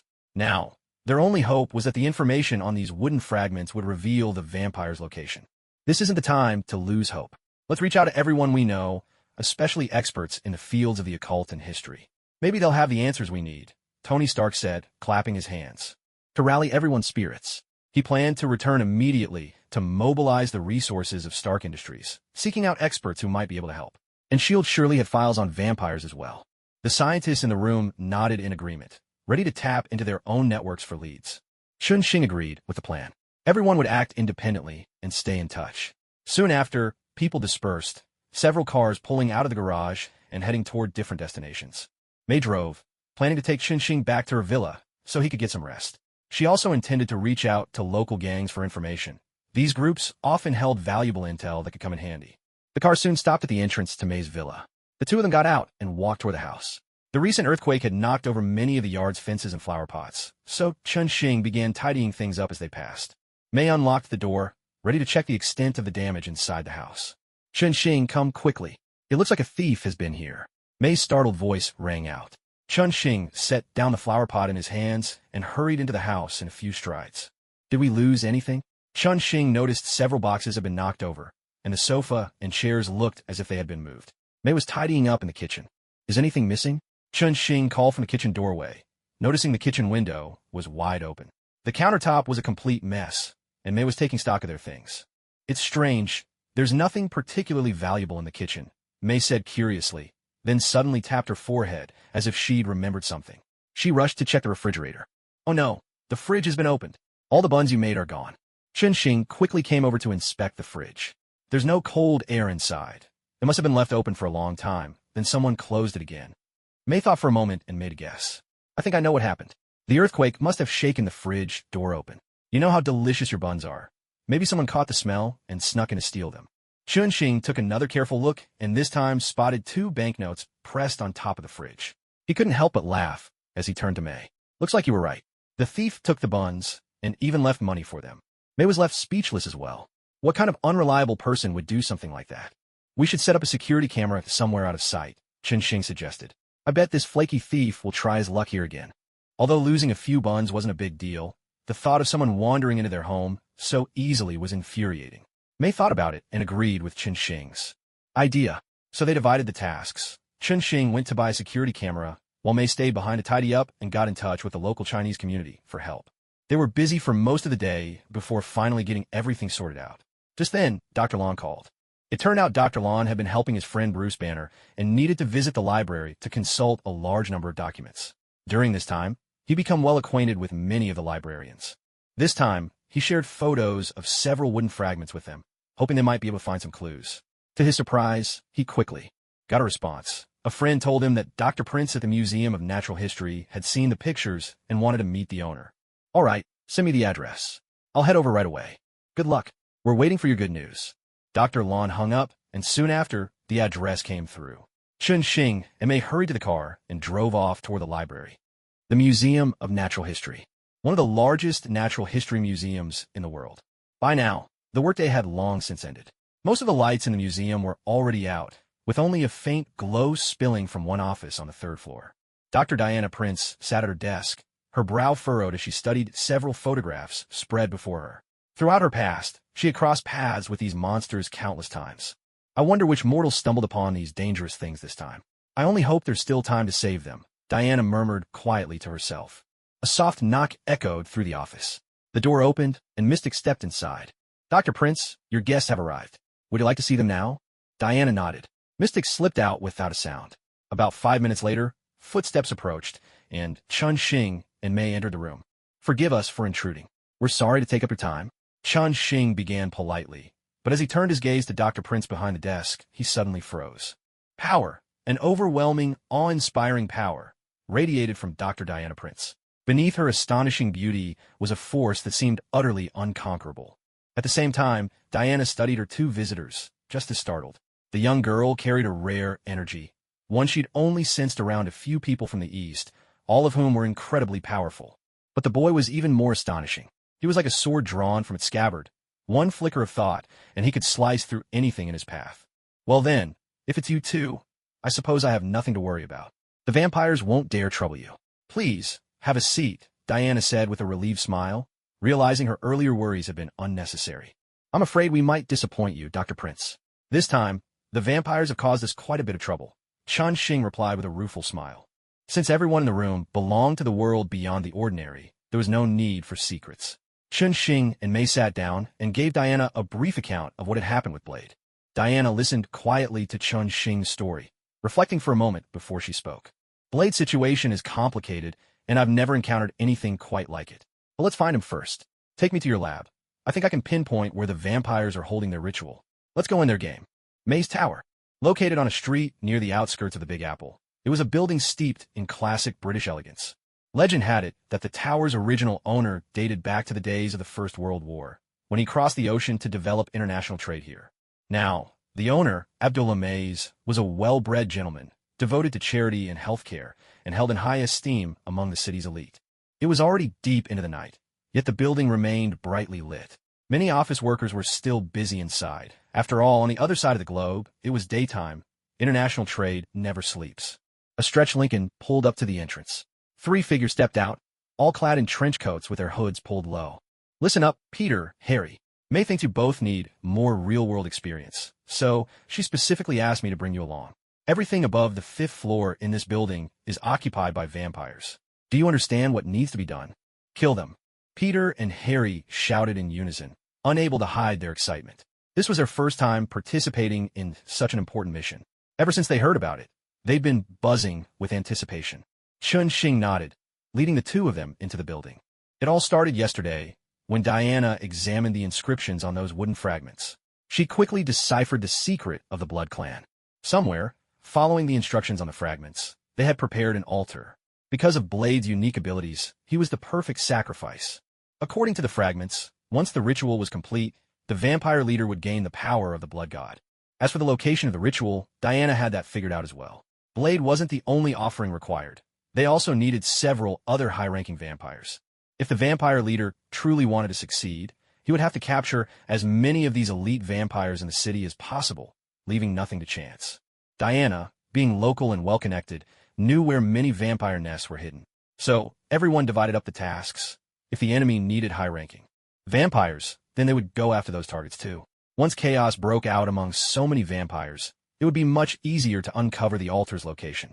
The maze building was one of the targets Chun Xing drew. He had originally planned to handle it alone, but May thought Peter and Harry were already in college, and it was time they had some training. So, she arranged for Chun Xing to take them with him. Below the 5th floor, the place was a trading hall, bustling with people who didn't know each other. The 3 of them blended in effortlessly. But above the 5th floor, the elevators no longer worked. They circled around before finally finding the staircase that led upward, but the entrance was guarded by 4 security men, and a surveillance camera watched from the corner. Chun Xing approached the guards. Before any of them could speak, he launched into the drunken immortal moonstep, his figure splitting into 4 afterimages. Each one tapped a guard lightly on the chest. Peter dragged the bodies inside. Harry, disable the cameras. As Chun Xing spoke, he placed his hand on the door to test it. The door was thick and securely locked. Locating the lock, he released a burst of sword energy from his hand, and a crisp crack echoed from within. Then, with a gentle push, Chun Xing swung the door open and stepped inside. Peter hurried to drag the 4 corpses from outside into the room, piling them in the corner. Meanwhile, Harry rummaged through his backpack, producing a mechanical device which he attached to the surveillance system.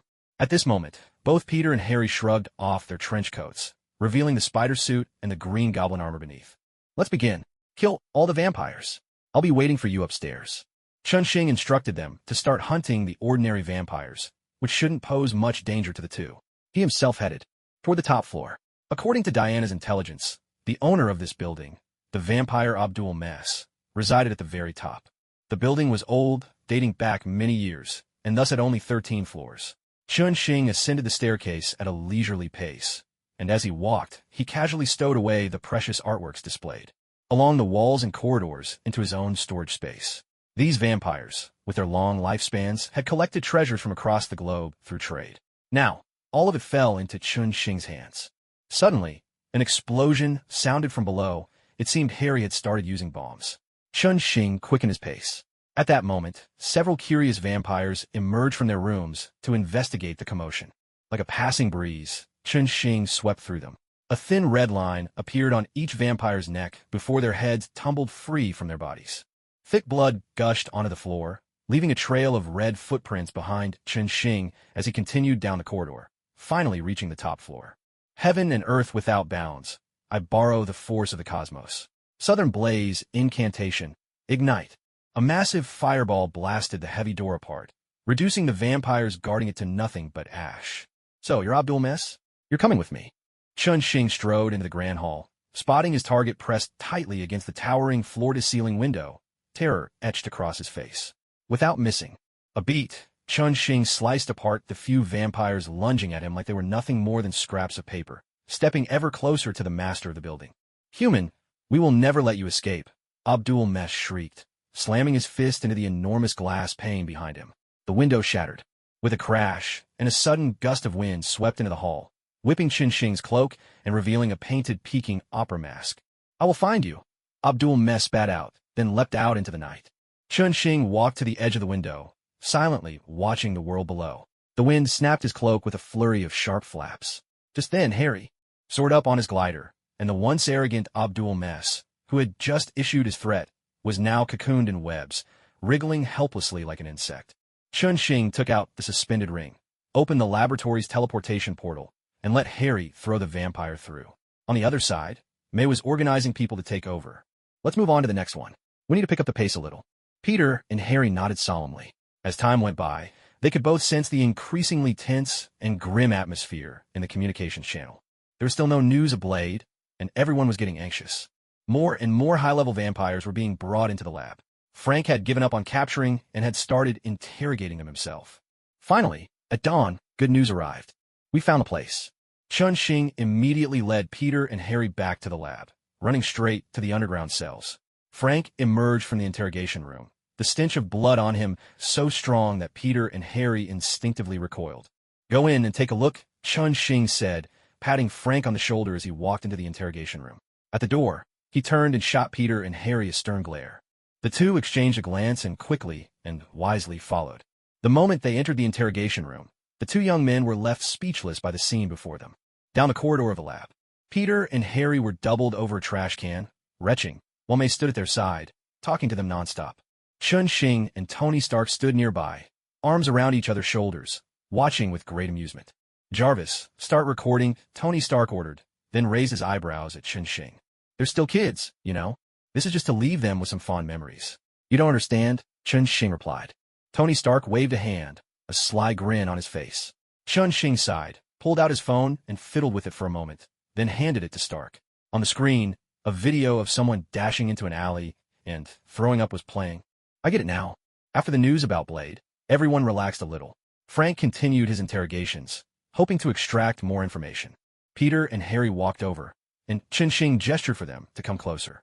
Listen, I don't want to lecture you. What you've seen is the truth.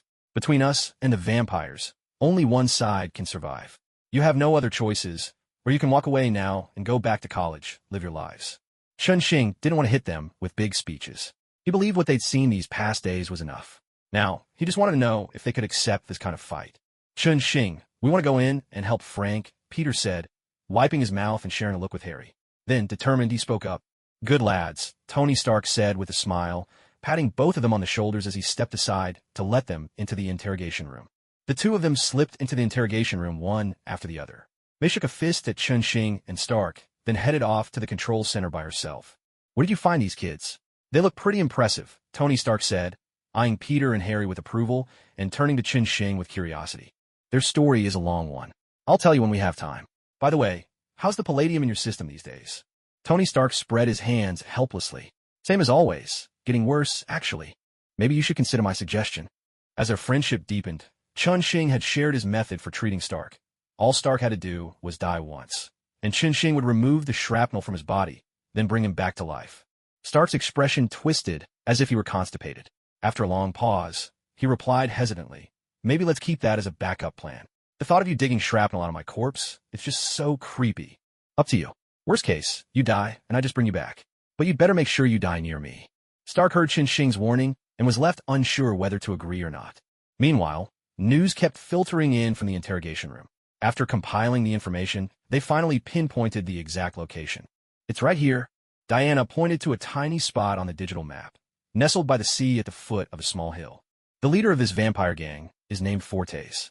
He's considered young among vampires, but he's extremely powerful and unyielding. Toward humans, he's notorious for throwing bloody feasts using human captives, which has drawn a pack of ruthless followers to his side. For this sacrifice, they've captured a number of high-level vampires, enough to enrage every vampire in Big Apple City. A gang like this, hated on both sides, is the perfect target. We can wipe them out without a second thought. The only thing we need to plan for is to make sure not a single one slips away. If even one vampire escapes into human society, the consequences would be disastrous. Everyone turned to look at Xing somehow. He had become the one holding the group together, the trusted leader in their midst. Xing thought for a moment. Me, Tony, Diana, and William will go in. The rest of you will be under Frank's command, setting up a perimeter. Don't let a single vampire escape. Everyone nodded in agreement and split up to make preparations. At dusk, at the foot of the small hill by the sea, a convoy of vehicles rolled in slowly. Every 500 meters, one car would peel off and park at the roadside, standing guard in silence. Up on the hill, the vampires remained oblivious to it all, or perhaps they were simply too preoccupied to notice. The entire interior of the small mountain had been hollowed out. Inside this vast cavern, an altar had been erected, rising imposingly from the ground. Blade now sat with his eyes tightly shut, bound securely to the central pillar of the altar. 12 enormous stone columns flanked the altar on either side. Yet, only 9 of these columns held captive vampires, their bodies lashed to the cold stone. The remaining 3 stood ominously empty. Before the altar stretched a wide plaza. Over 100 vampires knelt there, arms raised high, their faces alight with fervor as they chanted incantations in a feverish chorus.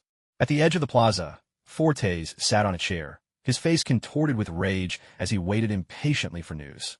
Soon, a vampire rushed over. Fortes, the vampires in the city have become wary.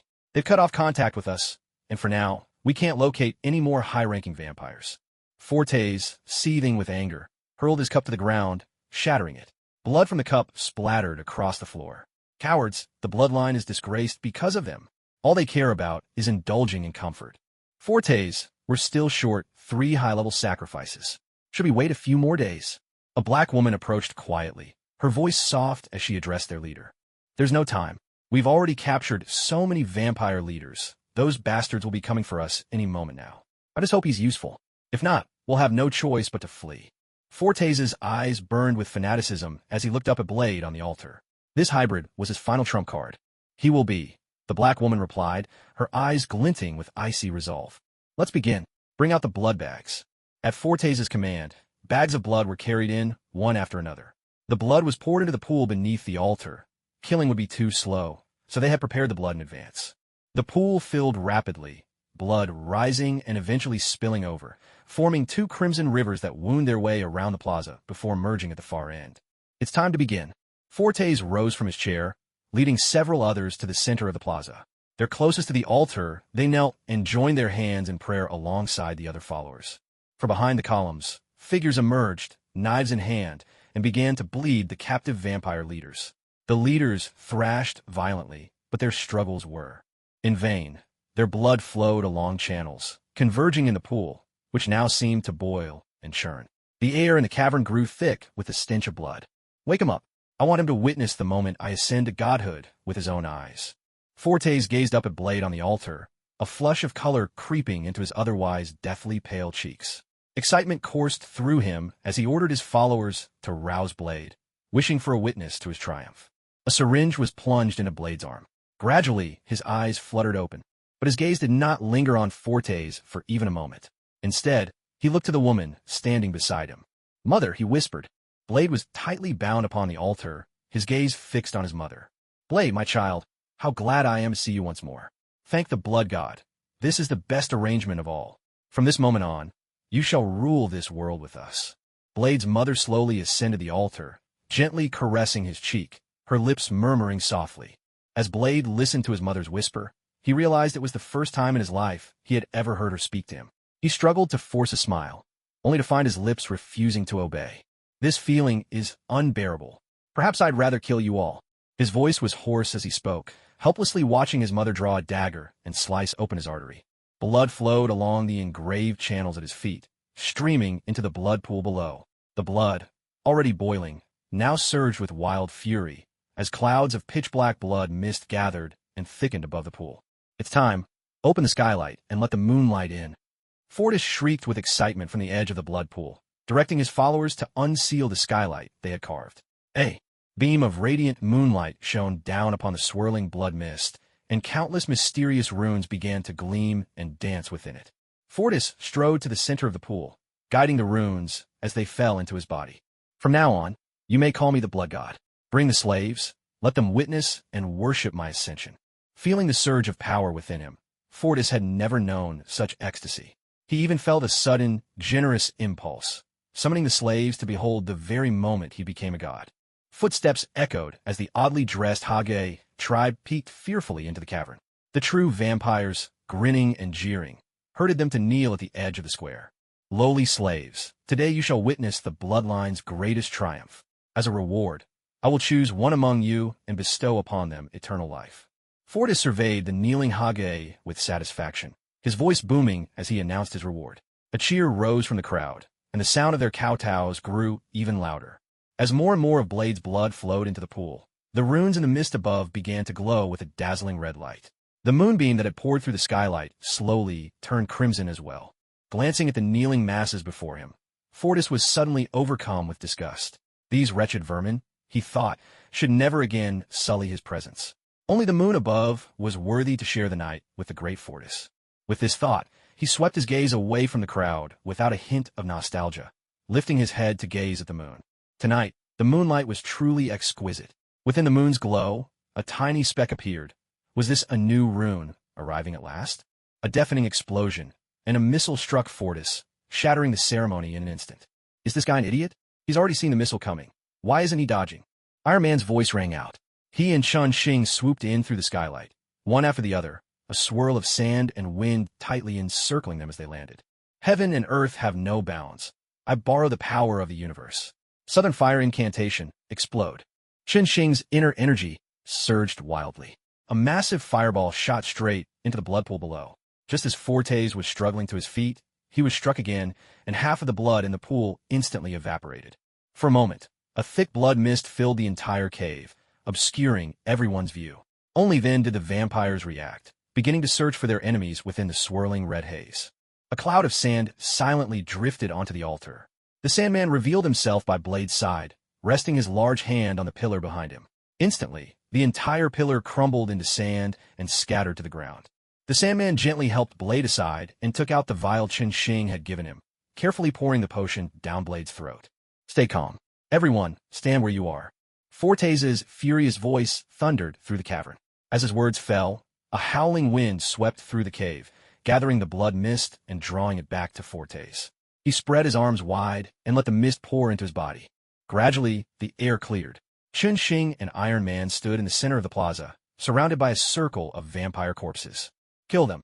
Fortes commanded the vampires to attack Chun Xing and Iron Man with a frenzy, while he himself frantically searched for any sign of Blade. If he could drain Blade's blood, his own power would soar even further. "Looking for me?" Blade's voice came from right behind Fortes. Startled, Fortes spun around, only to see a massive sword slicing toward him. The great sword cleaved Fortes in two, but not a drop of blood spilled out. His two halves tumbled and crawled, quickly merging back together. "Blade, leave him to me. Go hunt the others." From a distance, Chun Xing caught sight of the scene. He swiftly cut the vampires around him into pieces, then flashed over in a blur of afterimages. The hardest part today wasn't defeating Fortes. It was making sure not a single vampire slipped away. To ensure none escaped, Chun Xing had even asked Tony Stark to call in shield vampires were a common enemy of humanity. He could take them down, but he wasn't about to shoulder the whole burden alone. Agent Coulson had hesitated on the phone, saying he couldn't break the truce with the vampires. But once he heard that even Fortes had turned against his own kind, he hurried over with his agents in tow. Blade saw his attacks weren't working and decisively switched places with Chun Xing. "It's useless. None of you are leaving here alive today," Fortes boasted arrogantly, grabbing a sharp sword and charging at Chun Xing. After just one exchange, he was hacked into 18 pieces. Watching as Fortes' body once again fused together in midair, Chun-Shing reached into the void and pulled out a type of parasitic insect, the blood jade goo, which feeds on its host blood and can be refined into the scarlet blood silkworm. Fortes had only just finished reassembling himself and hadn't even uttered a word when Chun-Shing split into 4 shadowy figures surrounding him and unleashing a flurry of vicious attacks. But this time, with every strike, Chun-Shing kept planting the blood jade goo into Fortes' body. "It's useless. You can't kill me," Fortes shouted, even as he was battered beyond defense, relying on his undying ability to keep taunting Chun-Shing with reckless bravado. After a while, Chun-Shing stopped, his forms merging back into one. Thinking Chun-Shing had given up, Fortes turned to flee. If he couldn't win, he might as well escape and figure things out later. But after just 2 steps, he suddenly felt his strength drain away. A crisp metallic clink rang out. A crystal-clear, blood-red silkworm dropped from his body and landed on the ground. Immediately after, a cacophony of sounds erupted as Fortes' body began to collapse, scattering into a field of blood-red silkworms. Chun-Shing walked over and collected all the blood silkworms into his spatial storage, leaving one to toy with in his hand. The scarlet blood silkworm, capable of fully restoring stamina. "The leader is dead. Begin the sweep." Down the mountain, in the command vehicle, Frank received the signal and exchanged a glance with Coulson beside him. The two immediately issued the order to attack. Agents swarmed the mountainside, weapons raised, charging upward in a coordinated assault. Days had passed since the vampire purge. S.H.I.E.L.D. had taken over the cleanup operation, and everyone gradually returned to their peaceful routines. At this moment, in an office within the laboratory, Chun-Shing, Tony Stark, and Dr. Otto, who had just returned, sat together. Harry, looking puzzled and bewildered, had also been called in. Dr. Otto had just finished his vacation and, according to Chun-Shing's arrangement, was preparing to temporarily take over the lab's equipment division. After all, Old Man Whistler's abilities had their limits. That was when Tony Stark came by and asked Chun-Shing to gather Dr. Otto and Harry together. Tony Stark pulled out a folder and laid it on the table. "Chun-Shing, here's the patent you gave me earlier, Dr. Otto's controllable nuclear fusion experiment. After further optimization by Stark Industries, we've found the correct algorithm and believe that this experiment is entirely feasible."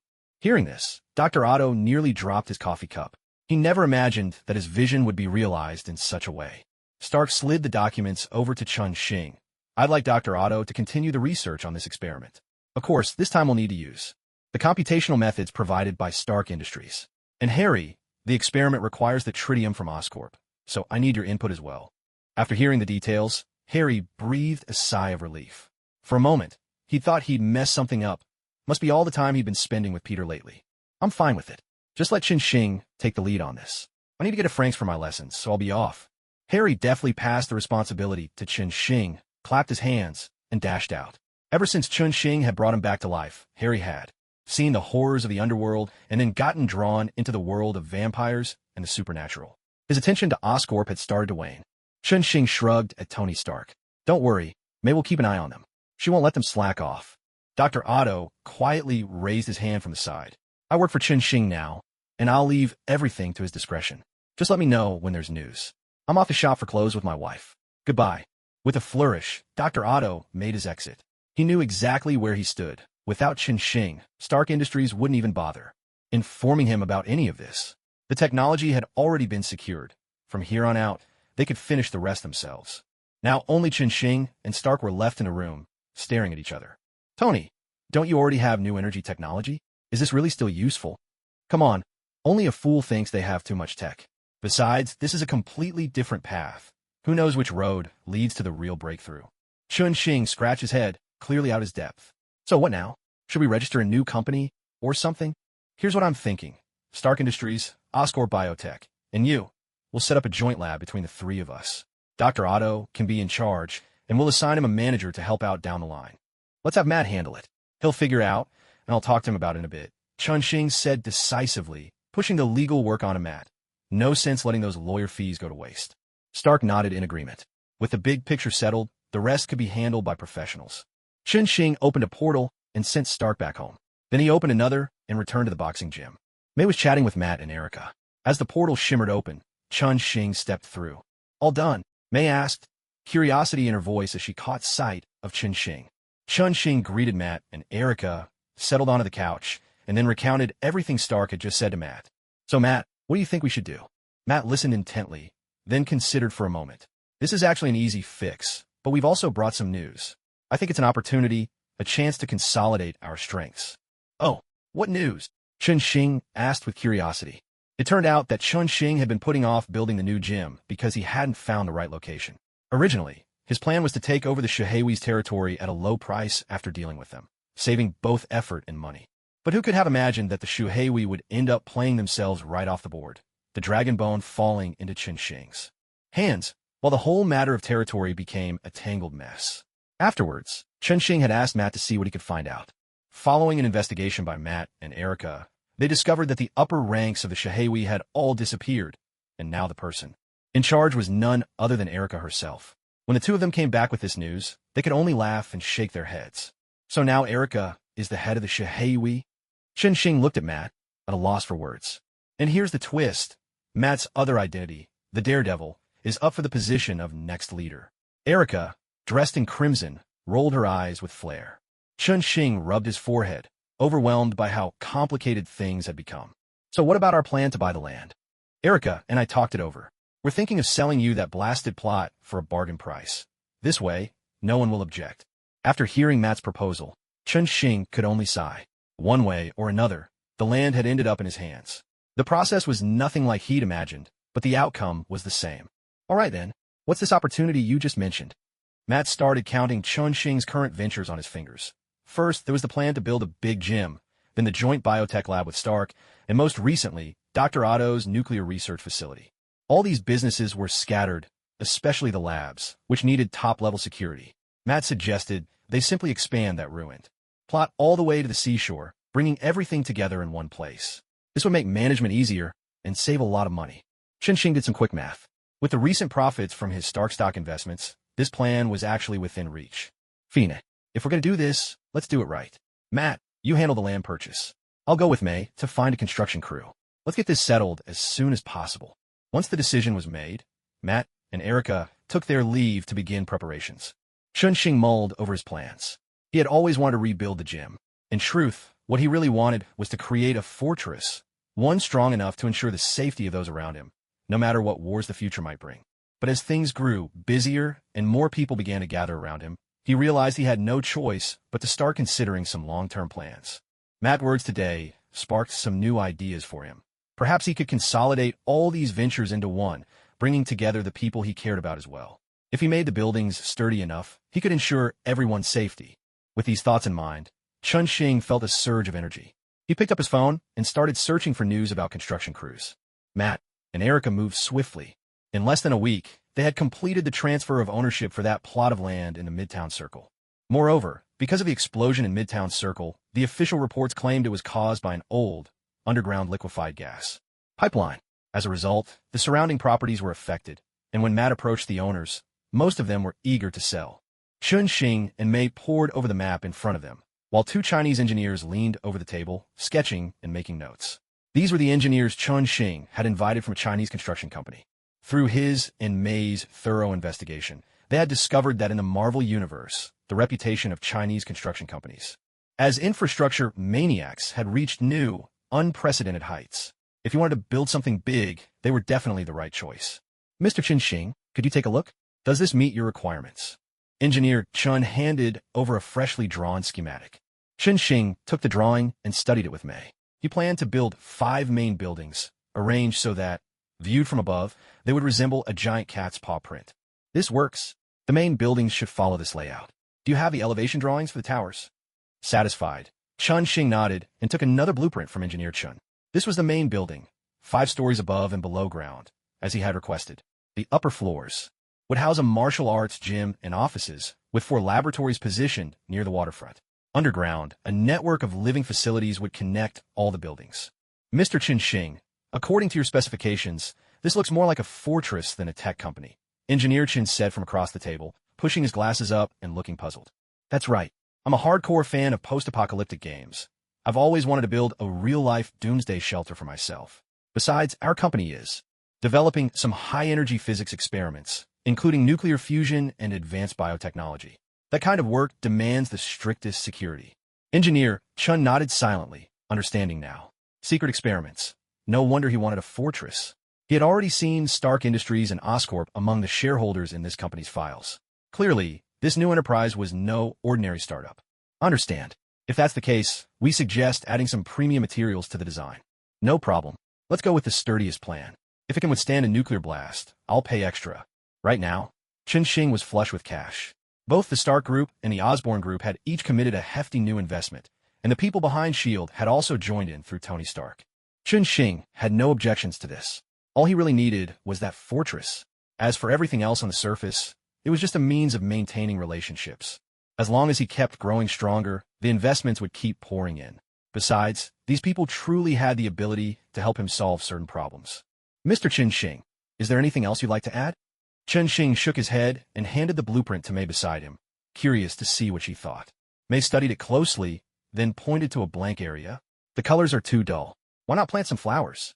Chunxing clapped his hands. Exactly. We should cover the surface with blooming flowers. The group discussed a few more details. Once everything was finalized, the two engineers stood up, said their goodbyes, and left. At that moment, Chunxing called out, "How long will the construction take in total? Could you bring a bigger crew? I'm in a hurry to use it." Engineer Chun shook Chunxing's hand. "Mr. Chunxing, we promise that in 3 months, you'll be cutting the ribbon at your own flower fortress."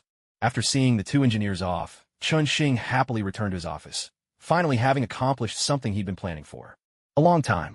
Mei, just as pleased, walked alongside him, flipping through her phone, browsing for the most beautiful flowers to plant. Suddenly, a red alarm flashed on her phone screen. Mei tapped it in confusion, then remembered it was the alert from the surveillance camera Chunxing had installed at her house. "Chunxing, come look. I think that bun thief is back." The two of them leaned in together, eyes on the phone's video feed. "Should we go back now?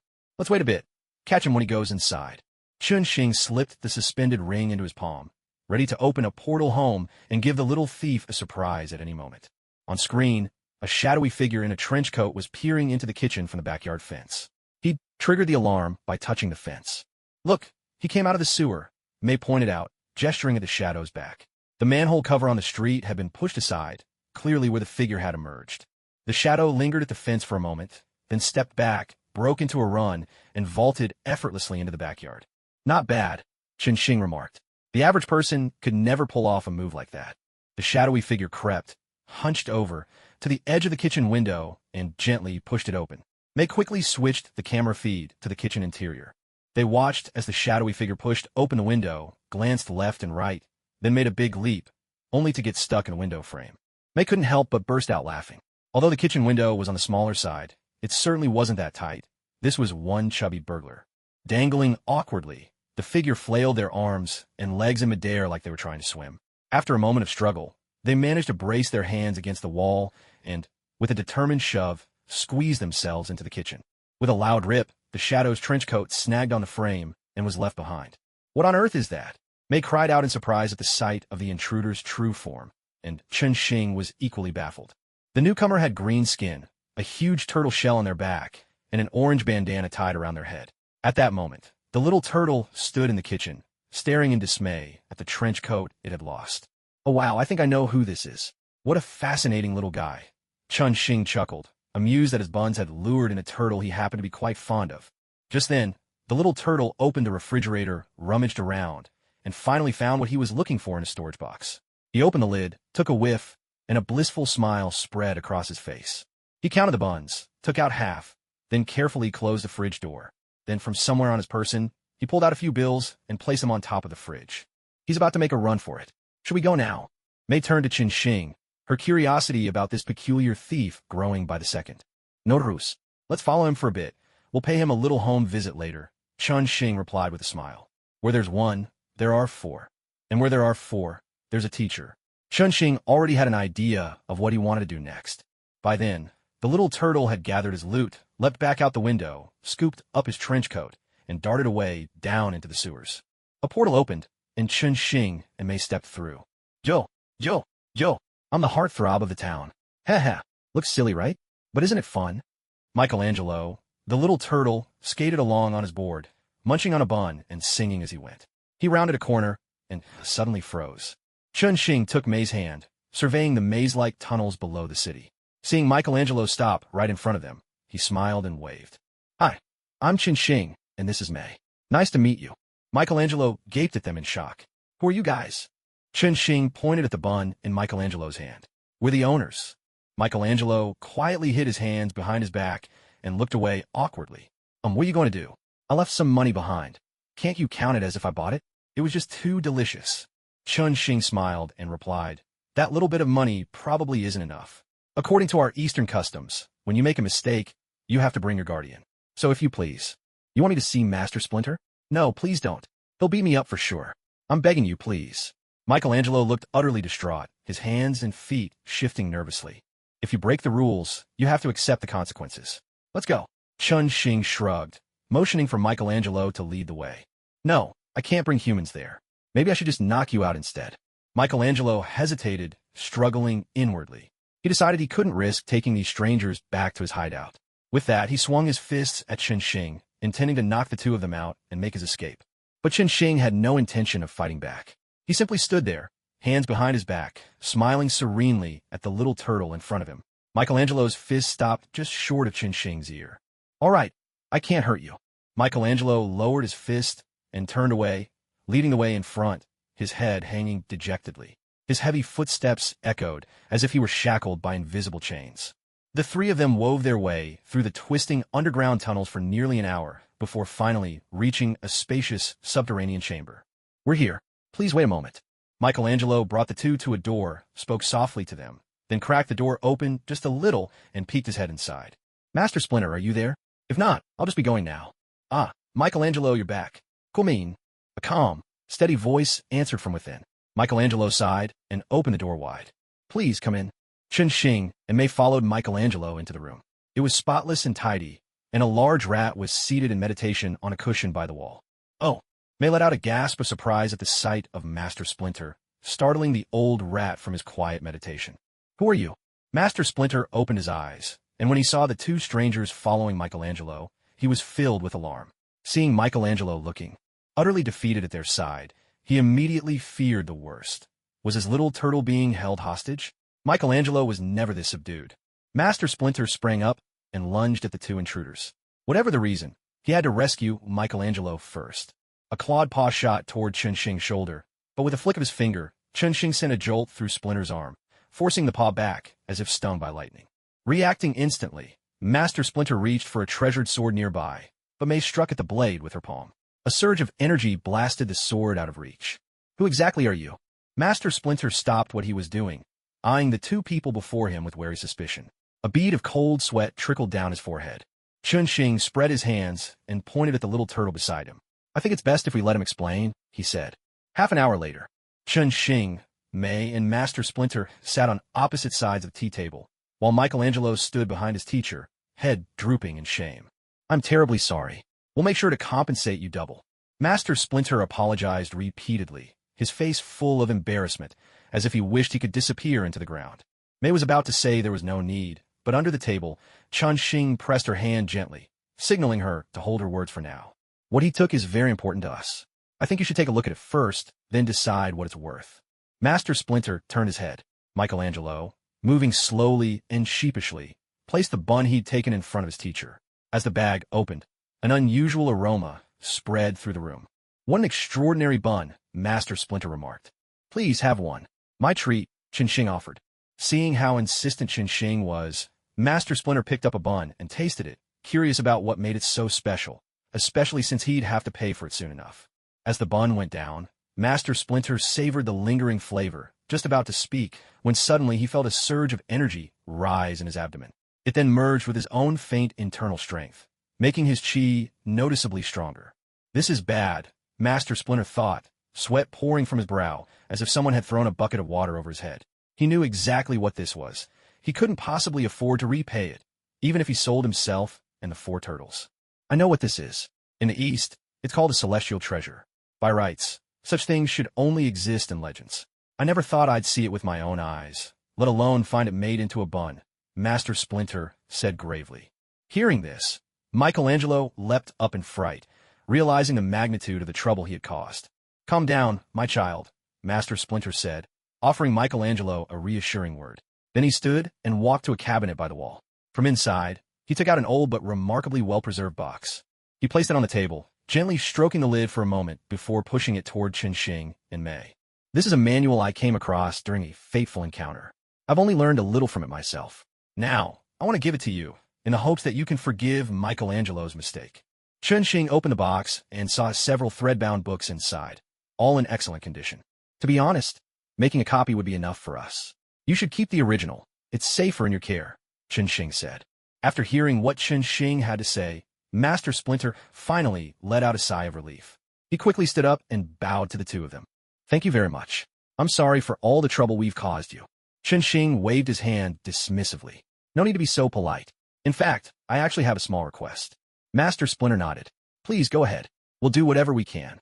It's like this, Chun-Shing explained. We've opened a martial arts school in Chinatown, and the skills written in these secret manuals are mainly for my girlfriend to practice. But we really lack knowledge in this area, so I was hoping you could teach her some real skills. She is welcome to come to me at any time, Master Splinter replied. I'll teach her everything I know. He glanced at May, who sat quietly nearby, and couldn't help but wonder. This young woman was stronger than even he was, and yet she lacked even the most basic knowledge. Truly, the rare treasures of heaven and earth must possess extraordinary effects. No, I hope you can come to the martial arts school to teach her personally. Consider this our tuition, Chun-Shing said, taking a few celestial lingji mushrooms from inside his jacket and placing them on the table. A hush fell over the room. Master Splinter silently gazed at the lingji mushrooms laid out before him. Who exactly are you people? He finally asked. Chun-Shing reached into his pocket, pulled out his Beijing opera mask, and put it on. We're not bad people. Master Splinter thought for a moment before recognition dawned. He remembered this mask. Chun-Shing always wore it when he went out with Peter and Tony Stark. May had made it herself. This man was a friend of Spider-Man and Iron Man. Whenever the media reported on Spider-Man, they often mentioned the people around him. According to rumors, Spider-Man himself had admitted that this person was both his mentor and his friend. The media had even given Chun-Shing a nickname, drawing inspiration from Eastern mythology. In those legends, those who commanded flying swords were called sword immortals. So, after a bit of wordplay, Chun-Shing became known as the heroic sword immortal. A smile spread across Master Splinter's face. He knew that this man, together with Spider-Man, had done a great many good deeds and saved countless lives. With that in mind, he was happy to accept the offer. Hello, heroic sword immortal. It's an honor to meet you.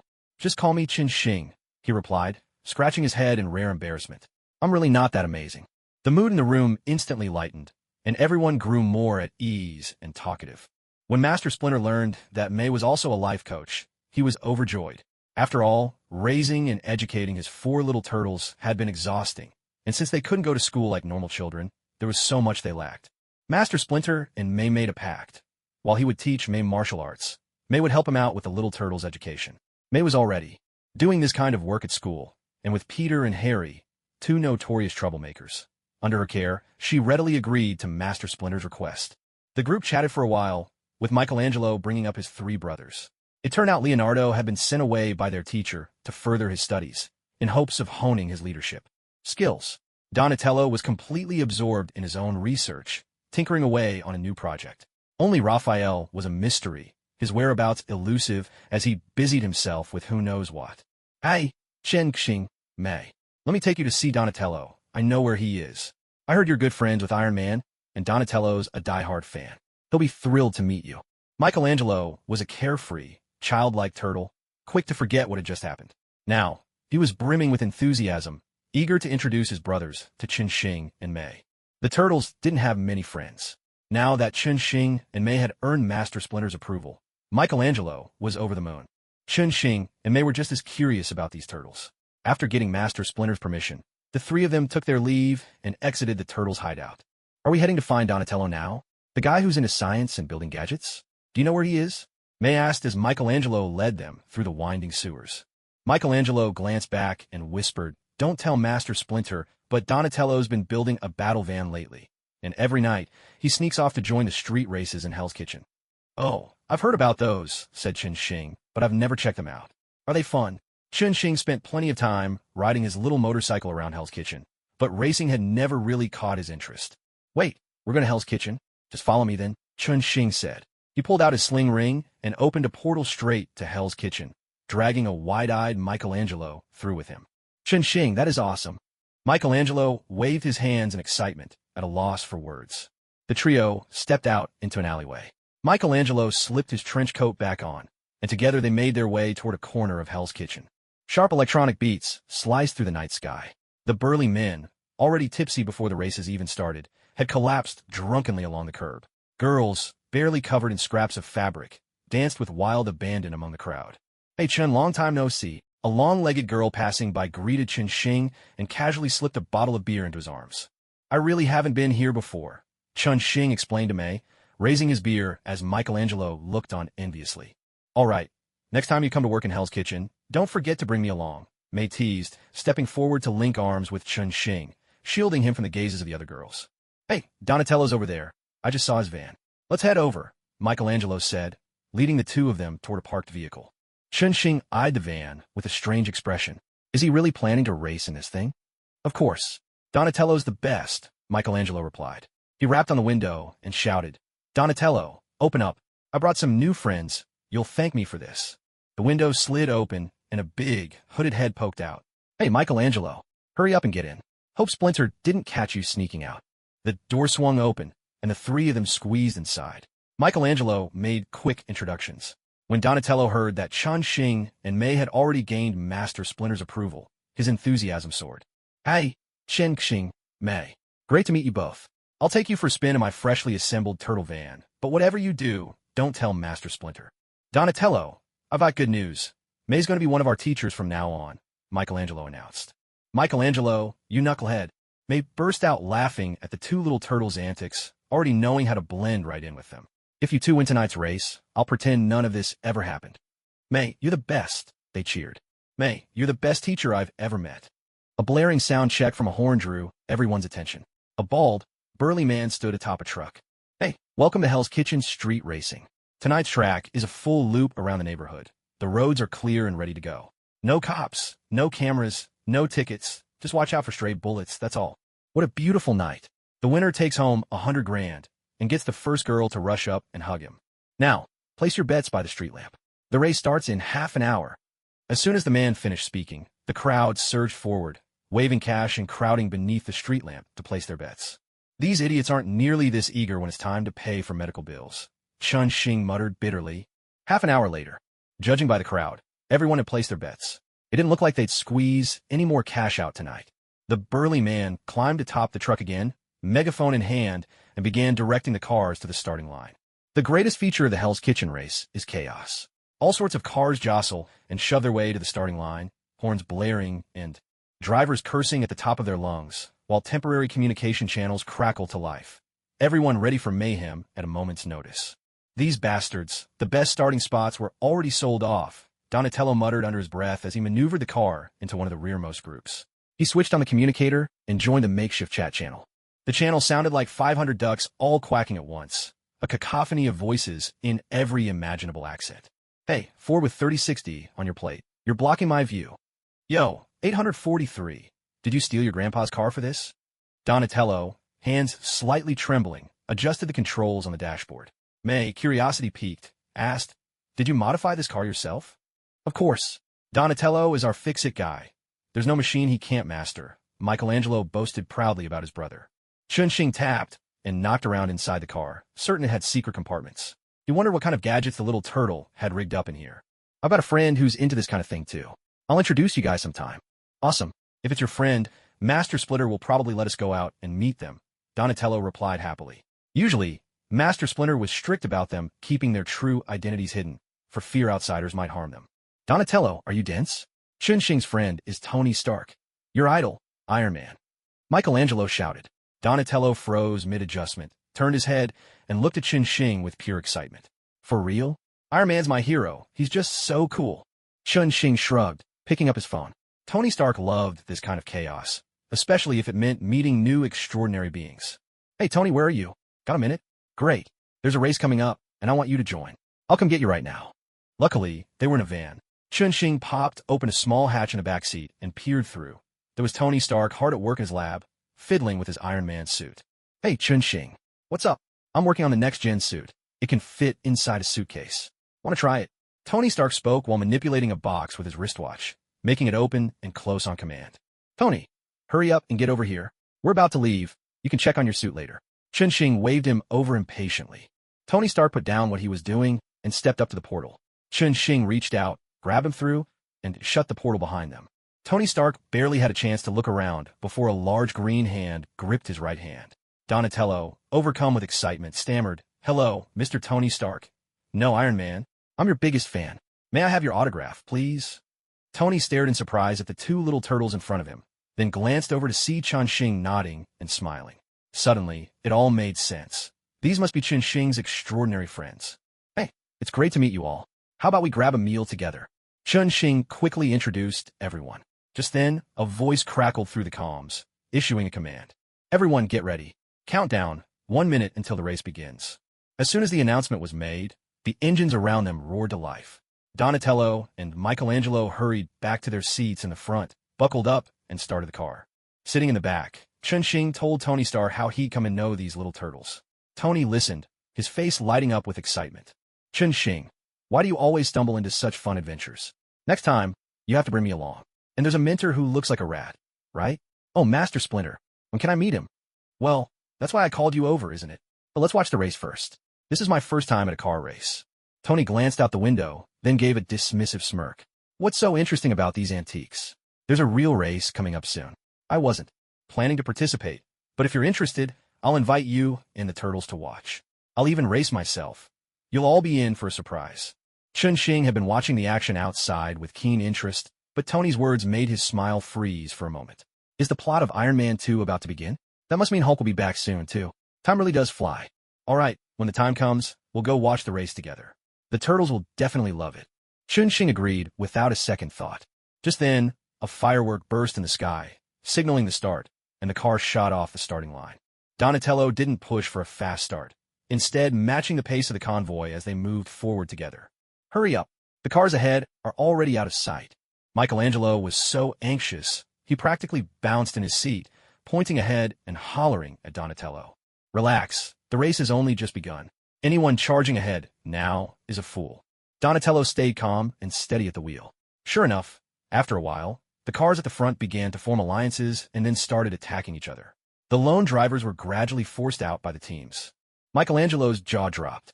"So what about us? We only have one car. We take our time, wait for the right moment, and then hope luck's on our side. Wait, we have to count on luck.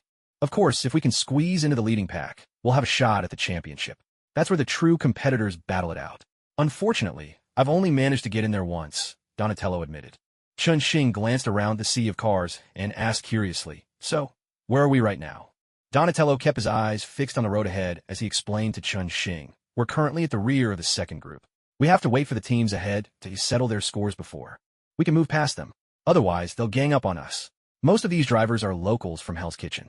Their goal isn't to win, but to make sure their own people stay in the front pack." Chun Xing nodded. "I get it. So, what you meant by luck is that chaos has to break out in the second group for us to slip through. But what if nothing unexpected happens?" Donatello shrugged. "Then we just have to wait for the next race." Chun Xing stroked his chin, eyeing the cars ahead, and suddenly broke into a smile. "Maybe I've got a way to get through. Is the radio working now?" Of course. Donatello didn't really understand what Chun Xing was up to, but he turned on a radio anyway, which he'd only just switched off because it was too noisy. Instantly, the car filled with a cacophony of insults and shouts from the other drivers. Chun Xing cleared his throat. "Dick Garcia, you're blocking my way. Move it now." As soon as Chun finished speaking, the radio channel seemed to freeze for a moment, then erupted as more voices chimed in, all talking over each other. "Hey guys, did I just hear Chin's voice? Am I hearing things? No way. Chin's little scooter is slower than my grandma. Run for it, everyone. Chin's here to collect debts." Amid the commotion, a few cars quietly slipped off the track, probably those who still owed hospital bills. Then a slightly hoarse voice came through the radio. "Hey, this is Dick Garcia.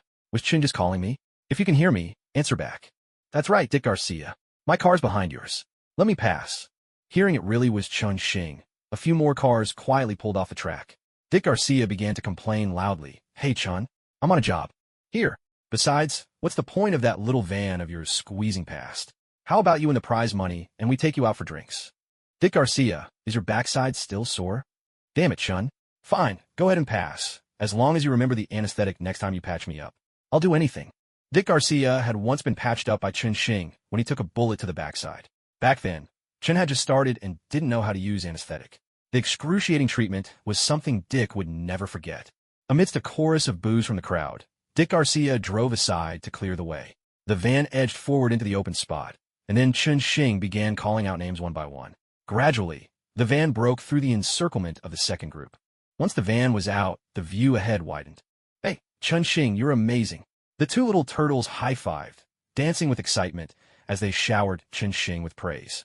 Just then, a Mazda RX-7, which had been tailing the van closely, surged up from behind.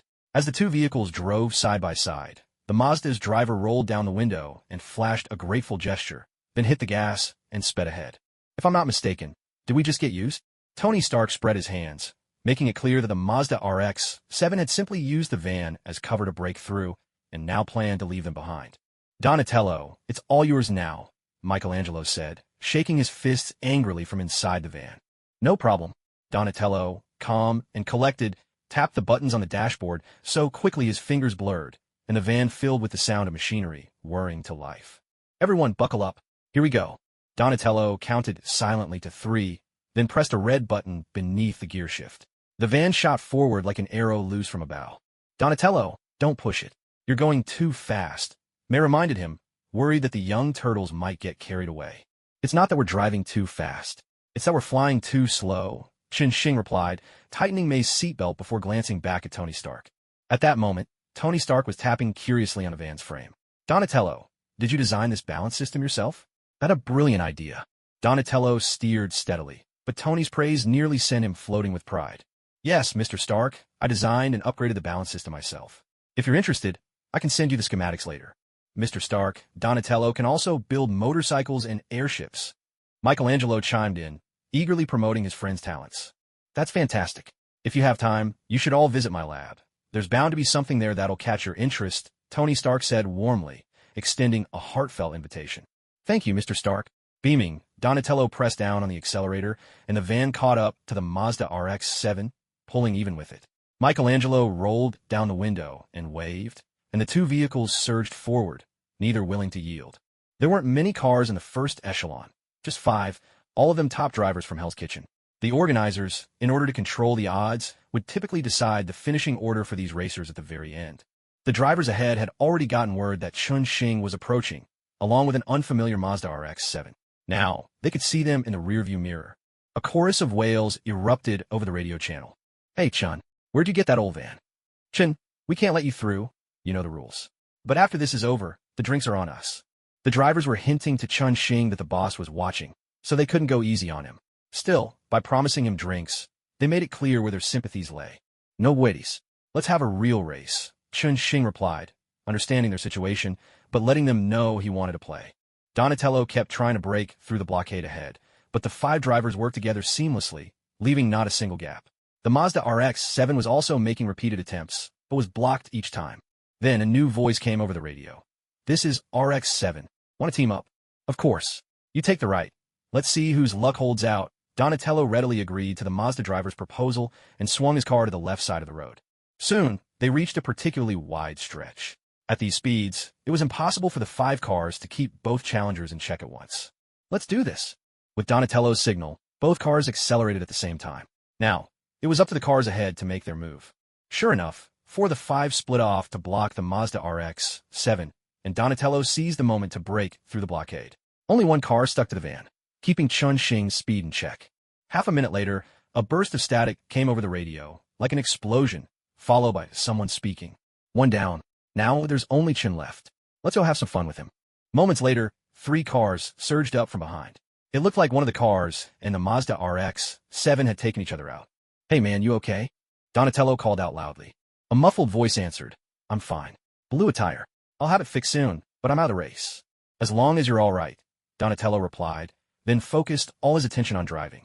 Now, 4 cars were tailing the van closely. Over the radio, a cocky voice sounded. "Hey Chun, if I were you, I'd just give up now. We'll cover all your drinks tonight. How's that?" "No way. Show me what you've got. If you win, I'll double the drinks." Chen Xing shot back, refusing to back down. Several cars tangled with each other for a few minutes, but the drivers never dared to use truly dirty tricks against Chen Xing. As they neared the finish line, a resigned voice came through the radio. "Hey, Chun, your car is impressive, but let's call it a night here." With that, the communication cut out, and the cars began to close in. On the highway, through Hell's Kitchen, Donatello gripped the wheel of his modified van, anxiously maneuvering to break free from the cars crowding around them. Donatello, don't push yourself, May reminded him from the passenger seat, her voice calm but firm. Never lose your head, not now. This isn't fair. Look at what they're doing, Michelangelo shouted, pointing at a car nearby. From beneath its chassis, a half-meter-long spike jutted out. If not for some restraint, their van would have been shredded long ago. Well, they're the ones playing dirty first, Chun-Shing said, a note of reassurance in his tone. He patted Donatello on the shoulder, signaling for him to slow down. Donatello, listen to me. Ease up on the gas. Donatello thought Chun-Shing was worried they'd get hurt and wanted him to give up the race. He sighed in resignation and started to decelerate. The other drivers, seeing the van slow down, also relaxed. Eager to avoid embarrassing Chun-Shing, they sped ahead. Chun-Shing kept silent, tilting his head as he ran through a mental map of Hell's Kitchen. Good thing he spent every day zipping around here on his scooter. Otherwise, this would be trouble. Not that he could really use his flying sword on them, anyway. Once the cars ahead had pulled away, Chun-Shing pointed to an alley on the side of the street and tapped Donatello on the shoulder. Now do as I say, don't slow down. Turn into that alley fast. Donatello didn't have time to think. He responded instinctively, swerving the van into the alley at full speed. It's a dead end, Michelangelo cried out in alarm.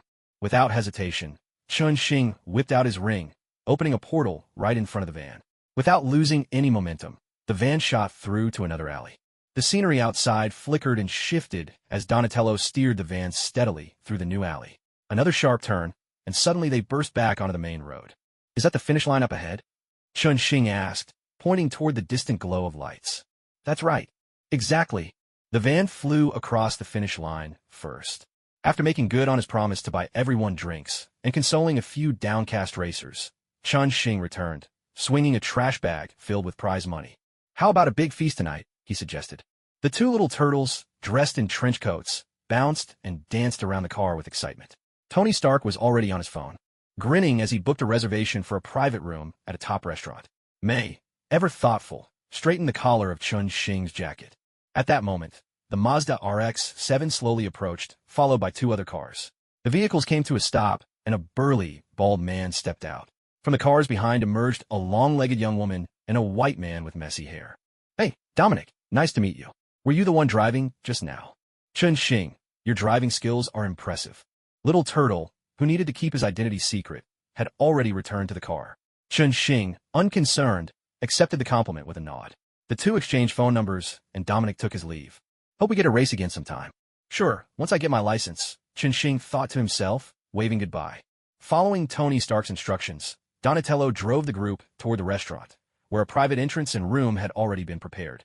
Laughing and chatting, they soon reached the edge of Hell's Kitchen. Suddenly, there was a loud bang. Donatello and Michelangelo craned their necks inside the car, trying to spot the source of something falling from above. At that moment, a red-masked face appeared upside down from above the windshield. Hey, Chun-Shing, I just saw you cheating. Where are you all headed? Peter Parker called out, brimming with excitement. Now that he'd caught Chun-Shing street racing, he finally had something to report to Aunt May. Peter, didn't you say you were studying with Harry today? Came May's voice. Peter's head slowly retreated out of view. Another excited voice piped up. Peter, did you catch Chun-Shing? Next time we skip class, we'll have him cover for us. Half an hour later, in a private suite at a luxurious hotel, everyone gathered together, laughing and drinking. In a corner, two somber figures, one in red, one in green, stood facing the wall in silent reflection. Laboratory. The new lab was almost finished, and Dr. Ethan was busy there with most of the team. Projects in the old lab were temporarily on hold, so there weren't many people left. Chun-Shing found himself a quiet room, closed the door, and began to sort through his haul. He placed the box containing the dragon bone in the center of the room and studied it carefully. The box's intricate, ornate patterns hinted at an unknown civilization. Several scraps of paper inscribed with runes were stuck to the lid, most of them badly damaged. With great care, Chun-Shing used tweezers to remove the surviving, intact pieces and store them in a box he had prepared in advance. He tried to nudge the lid. It didn't budge. After double-checking, Chun-Shing gathered his strength and pried the box open. A strange, enchanting fragrance wafted out, instantly refreshing his mind. The box was large, but the dragon bone inside was disappointingly small, no bigger than an adult's arm, and covered in cracks. Chun-Shing slowly removed the dragon bone, feeling its smooth, rounded surface in his hand. The milky white bone was laced with fine, blood-red veins, and it was covered all over with cracks, as though it had been battered by countless blows. He tried probing it with tweezers, but couldn't make a dent. Switching to a few other tools, he soon realized that the dragon bone was far sturdier than he had imagined. With no other choice, he drew his treasured sword, channeled his energy, and finally managed to split off a few fragments. Picking up 2 pieces, Chunxing opened the system interface and tossed them into the purple gold gourd. After a short wait, a golden silkworm emerged. Golden Silkworm King, level +1. Chunxing held the golden silkworm king in his palm, speechless for a long while. This was practically a divine artifact. After all his recent battles, he had already reached level 24. If he used the golden silkworm king now, he'd jump to level 25 and instantly learn the myriad sword technique. If he had 20 golden silkworm kings, he could master the celestial sword at once. After thinking it over for some time, Chunxing managed to suppress his excitement and carefully stowed the golden silkworm king away. Using something like this now would be a waste. The higher his level, the more experience each upgrade would require, so the longer he waited, the greater the benefit. He had 2 chances a day, so Chunxing decided to take out 2 more dragon bone fragments and place them in the purple gold gourd. After another short wait, out came a crystal-clear snow toad. Snow toad, strength, spirit, defense +2. Not bad at all, Chunxing thought, choosing to use it right away. Then he put the rest of the dragon bone away, deciding to open more later. After all, the bone was a bit on the small side. After tidying up, Chunxing circled the chest twice. Something didn't add up. These 2 items clearly weren't a set, so why use such a large chest for such a tiny dragon bone? This called for expert advice. Chunxing took out his phone and dialed Diana's number. They hadn't been in touch since the raid on the vampires, so this was the perfect chance to pay her a visit and see if she recognized the chest. Diana was intrigued when she heard that Chunxing had found something strange. She told him to bring it straight to her office later that evening. After hanging up, Chunxing called May to join him. Intending to buy some gifts, they still needed to thank Diana for her help with Blade. Night had fallen by the time their car rolled to a gentle stop outside the museum. Inside the museum's office, Diana was carefully examining the patterns on the chest with a magnifying glass, a thoughtful look in her eyes. My guess is that it's an ancient Egyptian artifact, far older than most things we see. Though Diana had lived among humans for a long time, in the grand sweep of history, she was little more than a ripple. There were still many things she didn't fully understand. Chunxing nodded. I'm really sorry to trouble you so late. Now that we have a lead, I'll go back and see what else I can figure out. Chunxing wasn't particularly anxious to unravel the origins of the box. After all, it was already in his possession. His main reason for coming here was to express his gratitude. If it hadn't been for Diana's intervention, Blade might have already fallen victim to a blood sacrifice by now. As for the mystery of the box, it would be ideal if he could get some answers, but if not, he was content to search for clues slowly over time. Diana, on the other hand, seemed quite fascinated by the box. In the long span of her life, she needed something to occupy herself with from time to time. After thinking for a moment, Diana turned to Chunxing and May. If you're interested, perhaps I could take you to a place where we might find some answers. They're not particularly fond of humans, but I believe you two might be the exception. Diana's words piqued Chunxing and May's curiosity. They exchanged a glance, then nodded in unison, eager to see what awaited them. 15 minutes later, the 3 of them were back in the car, heading out once more. On the way, Diana explained their destination to Chunxing and May. We're going to the home of the gargoyles, a truly magnificent cathedral. Gargoyles have existed since medieval Europe. By day, they become hard as stone, but at night, they transform into fearsome beasts soaring through the clouds. They possess incredible strength and razor-sharp claws, and some even have massive wings that let them glide through the air. Listening to Diana's account, Chunxing and May found themselves deeply fascinated by the legend of the gargoyles. May's curiosity got the better of her. You mentioned they're not friendly to humans. Did something happen between them and people? Diana's voice was tinged with anger as she replied. They were betrayed by the very humans they had sworn to protect. Over 1,000 years ago, humanity grew fearful of their power and, in the end, turned against the gargoyle clan.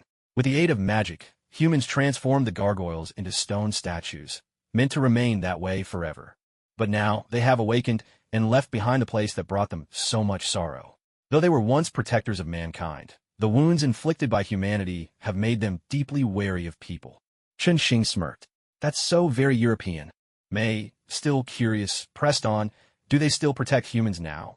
Diana's voice dropped, solemn and full of conviction. Yes, they are brave, strong, and just. The gargoyles have never changed. Silence settled over the car. Diana drove on in quiet contemplation, while Chun-Shing and Mei gazed out the window, their faces filled with anticipation. The car eventually came to a halt in front of a grand cathedral. Diana led Chun-Shing and Mei up the steps and through a long corridor. "Lady Diana, welcome. May I ask what brings you here today?" A tall man in a cloak approached from the far end of the hallway, his eyes carefully assessing Chun-Shing and Mei as he spoke. Diana quickly gave everyone a brief introduction. "This is the leader of the Night Gargoyles. You can call him Brooklyn. Brooklyn, these are Chun-Shing and his girlfriend Mei." Chun-Shing.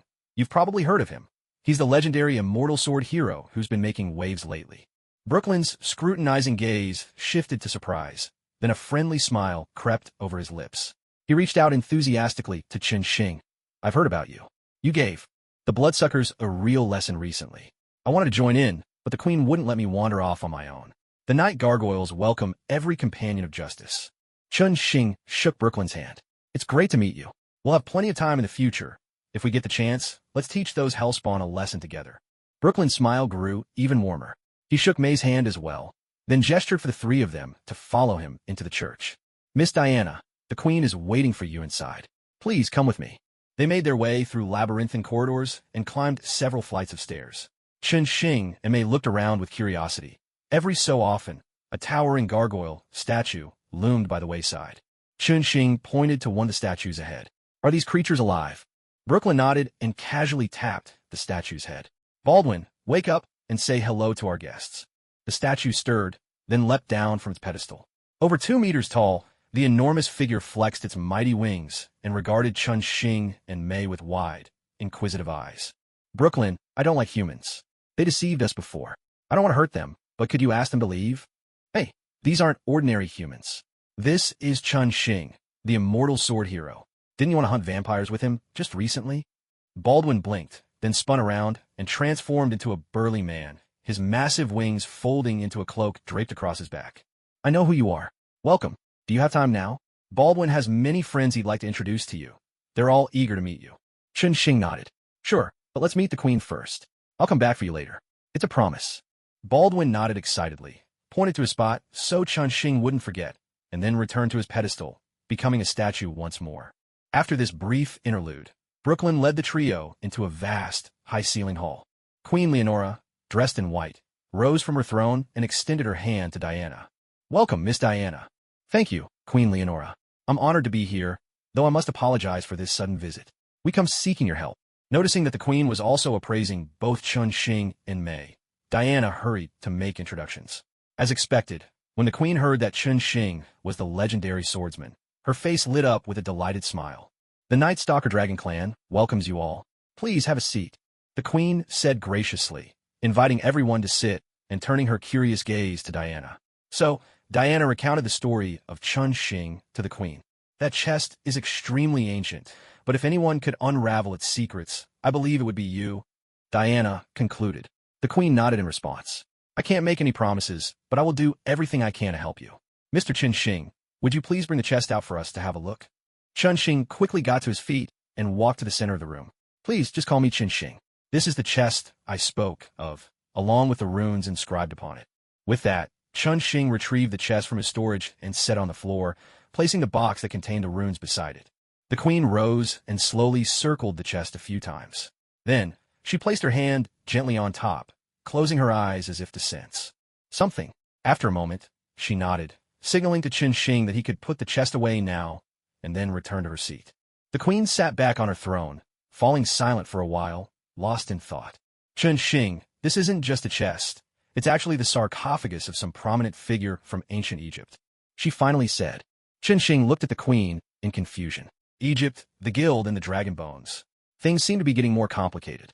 The queen continued. "Such sarcophagi generally serve 2 purposes. The first was to grant the deceased eternal rest. The second, more ominous function, was to imprison the dead, preventing their resurrection. The sarcophagus you brought bears sealing runes. It once held a powerful figure, but it appears that individual is long gone. My guess is that whoever acquired the sarcophagus later used it to seal something else. The runes on those paper strips were likely added afterwards, but they've worn away quickly and lost their power." Chun-Shing nodded in agreement with her assessment. "Still, The question of who was behind all this only deepened the mystery for him. The queen thought for a moment, then offered Chen Xing a word of caution. I suggest you examine it carefully when you return. Sarcophagi, like this, often have hidden compartments or secret mechanisms.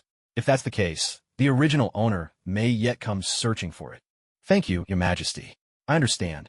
Chen Xing replied, suppressing the urge to pry open the coffin lid right then and there. He didn't want to cause trouble for the Night Stalker dragons.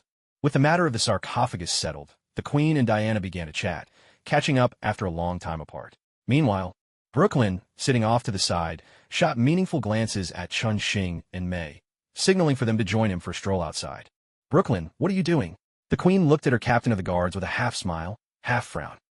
It was Baldwin. He just arranged for me to meet some new friends with Chen Xing. Brooklyn quickly shifted the blame onto Baldwin. The Queen chuckled, then nodded at Chen Xing. Go ahead, then. Chen Xing has already proven himself to be an ally of justice. Introduce him to everyone. Brooklyn bowed hastily to the Queen, then waved to Chen Xing and Mei, signaling for them to follow him outside. Just then, a commotion erupted from beyond the door. Brooklyn motioned for Chen Xing to wait a moment, then hurried out to see what was happening. After a short while, Brooklyn returned. Your Majesty, do you remember Adam? He's come back, and they say he killed someone. He's in a standoff with the guards. The Queen frowned, searching her memory. Is he the stitched-together creature? Bring them in.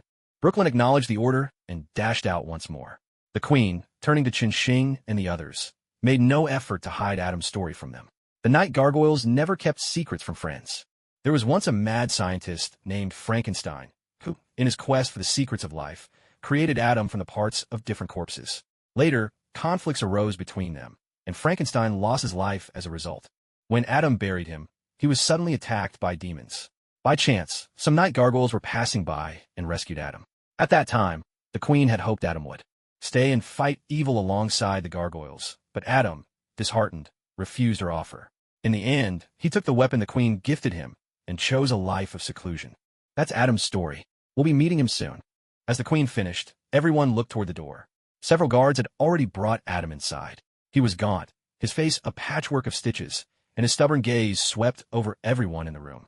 Your Majesty, he greeted her, his voice cold and edged with distrust for those around him. Except when addressing the Queen, when a faint warmth flickered through. I bring some news, and I did not kill anyone. The Queen glanced questioningly at the guards beside her. One of the guards spoke up at once. I found him in an alley. There was a policeman's corpse there, and he was the only one nearby. So I arrested him. The Queen nodded and turned to Adam. Adam, can you prove you didn't kill the policeman? Adam shook his head. It was a demon who did it. While I was confronting the demon, the policeman ran over and was killed by it. The guard insisted. Then we'll have to keep you here until we finish our investigation. Adam shook his head again. No, I'm only here to deliver the message. Then I must go. Your Majesty, I was attacked by demons at my place of hiding. I followed them and tracked them here. I suspect they're planning something big, so I came to warn you. Having delivered his message, Adam turned to leave, but his path was blocked by the guards. The two of them began to argue back and forth, their voices overlapping in heated dispute. At that moment, Diana rose to her feet, clearly displeased by Adam's frosty demeanor. Years ago, it was the gargoyles who saved him, and later he even accepted their weapon. No matter what, this attitude was simply ungrateful. Adam, is it? I have a way to prove whether you're telling the truth. Are you willing to try it? As she finished speaking, Diana drew out her lasso of truth. The lasso was unbreakable, and those bound by it could speak only the truth. Who are you? I'm not accepting any suggestions. I'm leaving now. Adam shot Diana a glance, utterly indifferent, and turned to leave without a second thought. Diana let out a cold chuckle and stood up. Her long legs carried her across the room in just a few strides. She reached out, aiming to seize Adam by the shoulder. You do well to cooperate, she said coolly. Hearing her voice behind him, Adam twisted aside, evading Diana's grasp, and quickly drew his weapon. But before he could properly ready himself, Diana landed a solid punch right in his gut. Adam was sent flying several meters, crashing hard to the ground. Before he could even struggle to rise, Diana pinned him under her foot. She wrapped the lasso of truth around Adam, compelling him to recount his story once more. As Adam spoke, Diana drew her foot back from his back. Though he was emotionally distant, he hadn't lied. His account matched what he'd said earlier. He was attacked by demons in seclusion, then came into the city, and the police officer had died after getting caught in his battle with the demons. Diana returned to her seat. The Queen furrowed her brow, thinking for a moment. If that's the case, Adam, it would be best for you to stay here for now. We need to uncover the demon's true intentions. The Queen's advice gave Adam pause. As he hesitated, another guard rushed in from outside. "Your Majesty, a thick fog has risen outside the cathedral. Upon inspection, we found traces of magic within it. The demons must be approaching." Upon hearing the report, the queen stood and walked to the window, looking out. The fog was thickening, visibility dropping by the moment, and the lights along the streets were gradually winking out one by one. "We are the guardians of the night. We are the gargoyles. Prepare for battle." Queen Leonora stood at the window, gazing out into the swirling, impenetrable darkness. The gargoyles shed their stone forms one after another, transforming into majestic dragons as they roamed through the cathedral. Diana and May stood behind the queen, gazing out the window together. The streetlights at the corner had all gone dark, and in the depths of the night, the sound of something climbing echoed through the silence. Chunxing busily tapped away on his phone, sending messages nonstop. Ever since he had first heard the tales of the gargoyles and then met them in person, he had developed a fondness for their kind. If needed, he was willing to fight by their side, and now he had already begun to alert his friends. "Your Majesty, please allow me to join the battle," Brooklyn said, bowing deeply before the queen. With her permission, he withdrew from the hall with his guards. Moments later, a squad of gargoyles, led by Brooklyn, burst out of the cathedral and circled the edge of the black mist before charging in without hesitation.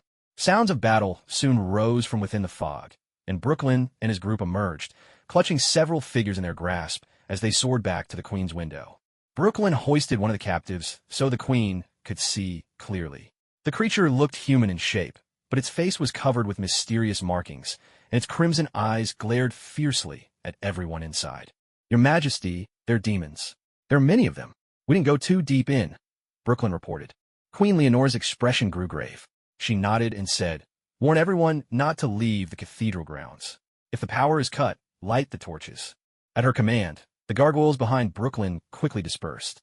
In no time, countless torches illuminated the area surrounding the cathedral. "They're coming," someone whispered. "There are so many," May added. Diana and May spoke in unison as dense shadows emerged from the black mist, scurrying up the cathedral walls using both hands and feet. "Gargoyles to battle!" Brooklyn's roar rang out, and the gargoyles surged forward to meet the demons. The battlefield became a chaotic clash, the two sides locked in fierce combat. The queen gripped the windowsill tightly, her face tense as she watched the fight unfold outside. From here, it was clear. The gargoyles were individually stronger, but the demons held an overwhelming numerical advantage. Centuries of war, coupled with the gargoyles' extremely low birth rate, had left their ranks ever dwindling. If the battle dragged on, the losses for the gargoyles would be devastating. "I'm going to help them," Diana declared, then leapt out the window, charging straight into the thickest cluster of demons. Chunxing approached the queen. "Your Majesty, my friends all want to help. Please, if you could spare me an empty room, I can summon them here." The queen nodded. "Thank you, Chunxing. You may use this place as you wish, summon them right here." Chunxing nodded, and then turned to May, who stood beside him. Understanding his intention, May smiled softly and walked over to straighten Chunxing's collar. "Be careful. I'll be waiting for your news." With that, Chunxing opened a portal and let May return home first to wait. May waved goodbye and stepped through, returning to her own place.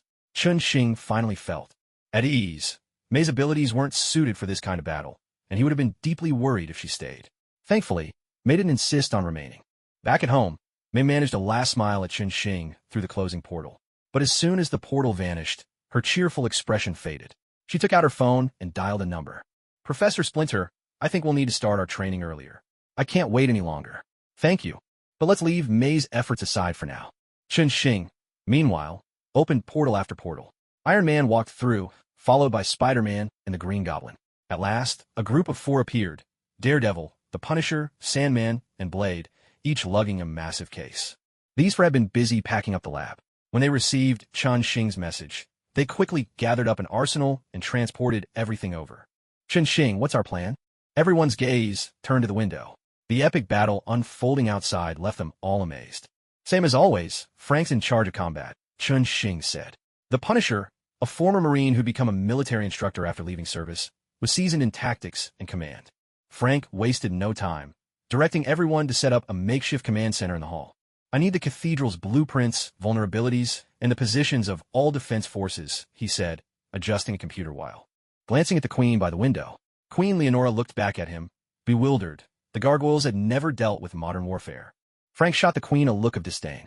"We're strong," a nearby gargoyle muttered. and we're good at teamwork and hand-to-hand combat. Frank gave the gargoyle an equally dismissive glance. All right, we'll make do, Chun-Shing said, grabbing a communicator and slipping it over his ear before heading out. Frank reached into one of the big cases and handed out 2 bags, one to Peter, one to Harry. Peter, install these surveillance cameras where I tell you. Harry, distribute the communicators to the gargoyles and make sure they remember their numbers. Peter and Harry accepted the bags, faces solemn. The chaos raging outside was overwhelming for 2 newcomers like them. The Punisher continued handing out assignments, and everyone dispersed to take up their positions throughout the cathedral. Chun-Shing casually slashed apart a demon that had suddenly appeared beside him, carefully patrolling down the corridor. There were just too many of these demons. They scurried about the church like a swarm of rats. After rescuing a trapped, nocturnal dragon, Chun-Shing suddenly sensed that something was off. These demons were certainly stronger than humans, yet they seemed to be lacking in true power. He had encountered real demons from hell before, 2 of them, in fact, and they were nothing like this. One of those, a ram-headed monster, could even swallow his Nanming divine fire hole. Even though he had deliberately held back his power, that fight had still left an impression. Chun-Shing decided to test things again. Heaven and earth, limitless and vast. I borrow the might of the cosmos. Nanming fire spell, ignite. A small fireball blasted open the corridor ahead, reducing a few demons blocking his path to a cloud of ash. Could it be they're a different breed? Chun-Shing mused as he walked forward. Suddenly, with a thunderous crash, a nearby wall burst open, leaving a gaping hole. Several demons, spraying black blood, scrambled out through the breach. Baidui had transformed into his dragon form, wielding a massive hammer as he gave chase, muttering anxiously, "This is a disaster, a total disaster. The wall's broken, and I can't afford to fix it." Chun-Shing swiftly dispatched the fleeing demons, then looked at Baidui with curiosity. "I just met an excellent construction crew. Wanted to introduce them to you." Meanwhile, the Punisher was constantly adjusting his computer, directing everyone to their positions. Queen Leonora stood by the window, observing the scene.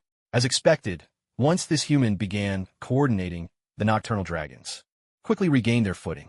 Chun-Shing's friends always managed to appear at just the right spot to scatter the demons' ranks. "Thank you." The Queen turned to the Punisher, expressing her gratitude sincerely. The Punisher glanced up, then quit standing at the window. "Do you want to be a target?" Queen Leonora nodded awkwardly and returned to her throne. The Punisher took her place at the window, casually setting 2 grenades in position. Chun-Shing and Baidui patrolled together in the lower levels of the church.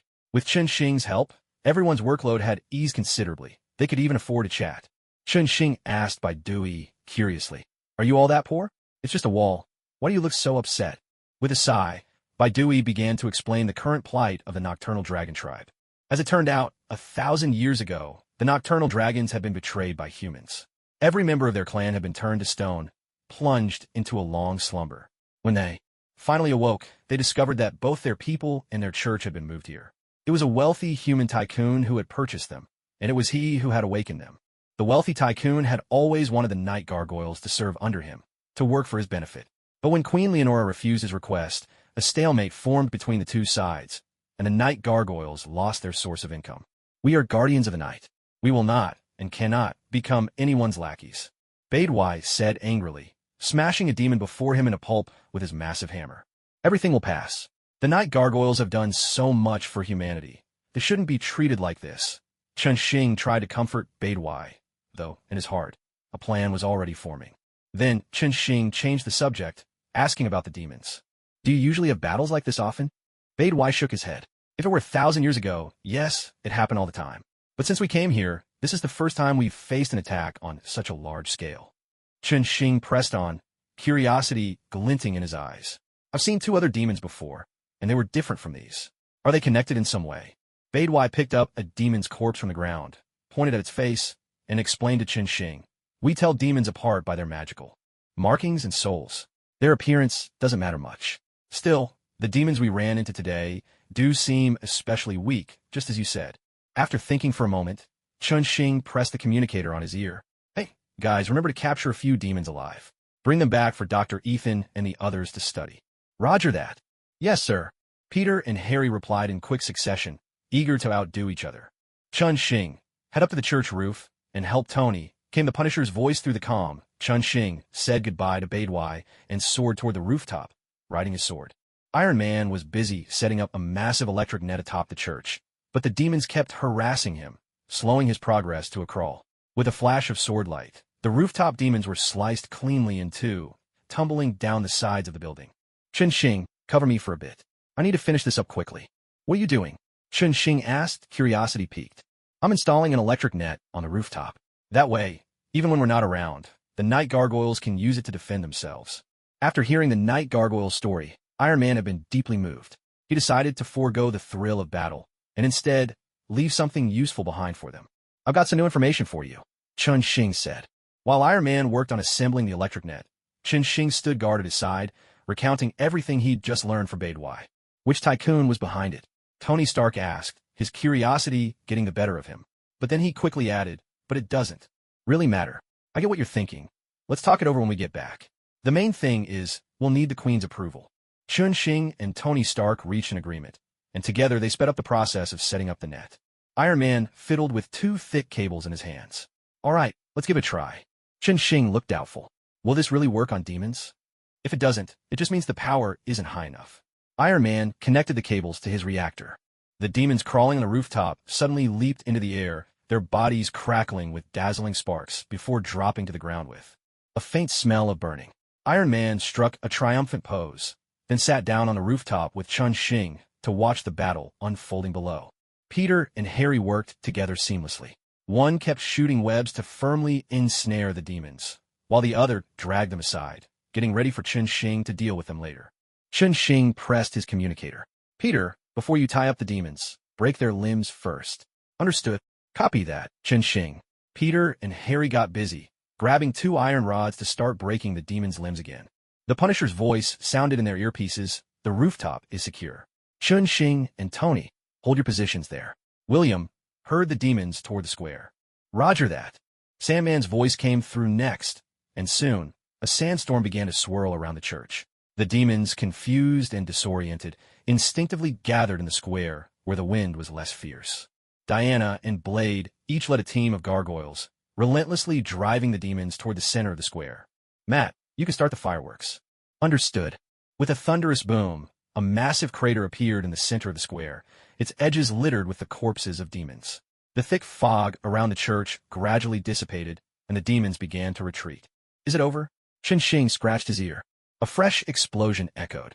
Chun-Shing and Tony Stark leapt to their feet in unison. The blast seemed to come from the grand hall where the Queen was.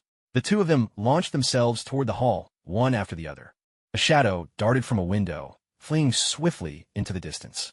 A flash of a sword followed, slicing through the air with a muffled grunt, and then the shadow vanished without a trace. Calling his sword back, Chun-Shing glanced at the black blood staining the blade, then flew through the window into the hall. What happened here? Inside, Frank calmly adjusted some equipment, while the Queen sat on her throne. Though clearly unsettled, she showed no sign of panic.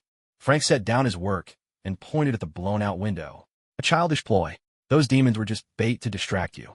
The real goal was to capture the Queen, or to get something from her. Chun-Shing saw that the Queen was unharmed, so he didn't seem worried. Glancing at the blasted windowsill, he asked curiously, what kind of grenade was that? The one that just showed up was a real heavyweight.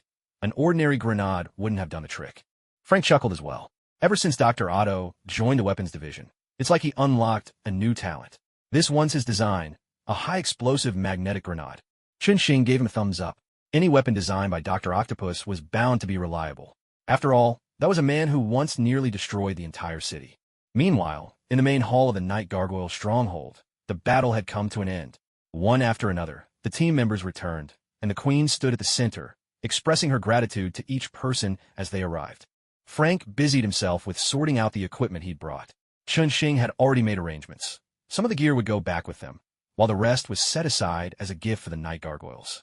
The hall buzzed with lively conversation. Just then, Peter and Harry entered, each dragging several demons behind them.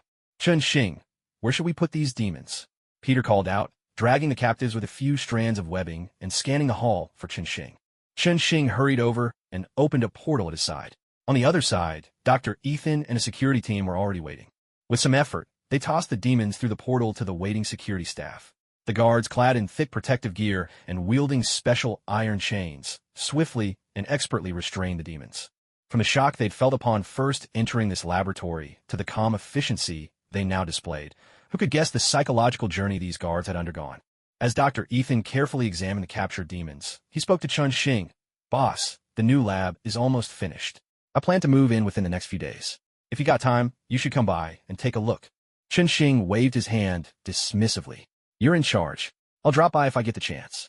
Once all the demons had been sent through, Chun Xing moved to close the portal. But just then, Dr. Ethan cried out in surprise, Wait, Chun Xing! I found something. His shout drew everyone's attention. Those nearby all turned to look. Chun Xing paused, his hand on the portal, and waved Dr. Ethan over. Come tell us, Ethan. Looks like everyone's curious. All right, Ethan replied. He continued his examination of the demons, as if double-checking his discovery. Then, instructing the guards to take the captives away for holding, he stepped through the portal alone. The commotion drew the others over, gathering around to see what was happening. Dr. Ethan greeted everyone politely, then shared what he had found. Chun Xing, you know I've had some unusual experiences. That's why I can sense that these demons' souls don't truly match their bodies. To be precise, it's the souls of demons that have been placed into human bodies. Dr. Ethan's words startled Chun Xing. He knew that Dr. Ethan's soul had once descended into hell, and that he himself had brought Ethan back. But he hadn't expected that Dr. Ethan would gain such a rare sensitivity. Noticing everyone's questioning looks, Chun Xing repeated Dr. Ethan's assessment and made it clear that he completely trusted him. A heavy silence fell over the hall. Everyone was deep in frantic thought. Chun Xing turned to Queen Leonora, his voice tinged with uncertainty. Your Majesty, our encounters with demons have been very limited. Could you share your perspective on this? Queen Leonora nodded. We've been at war with demons for over 1,000 years, and we know them well. When demons want to enter the earthly dimension, their most common method is to possess human bodies with their souls.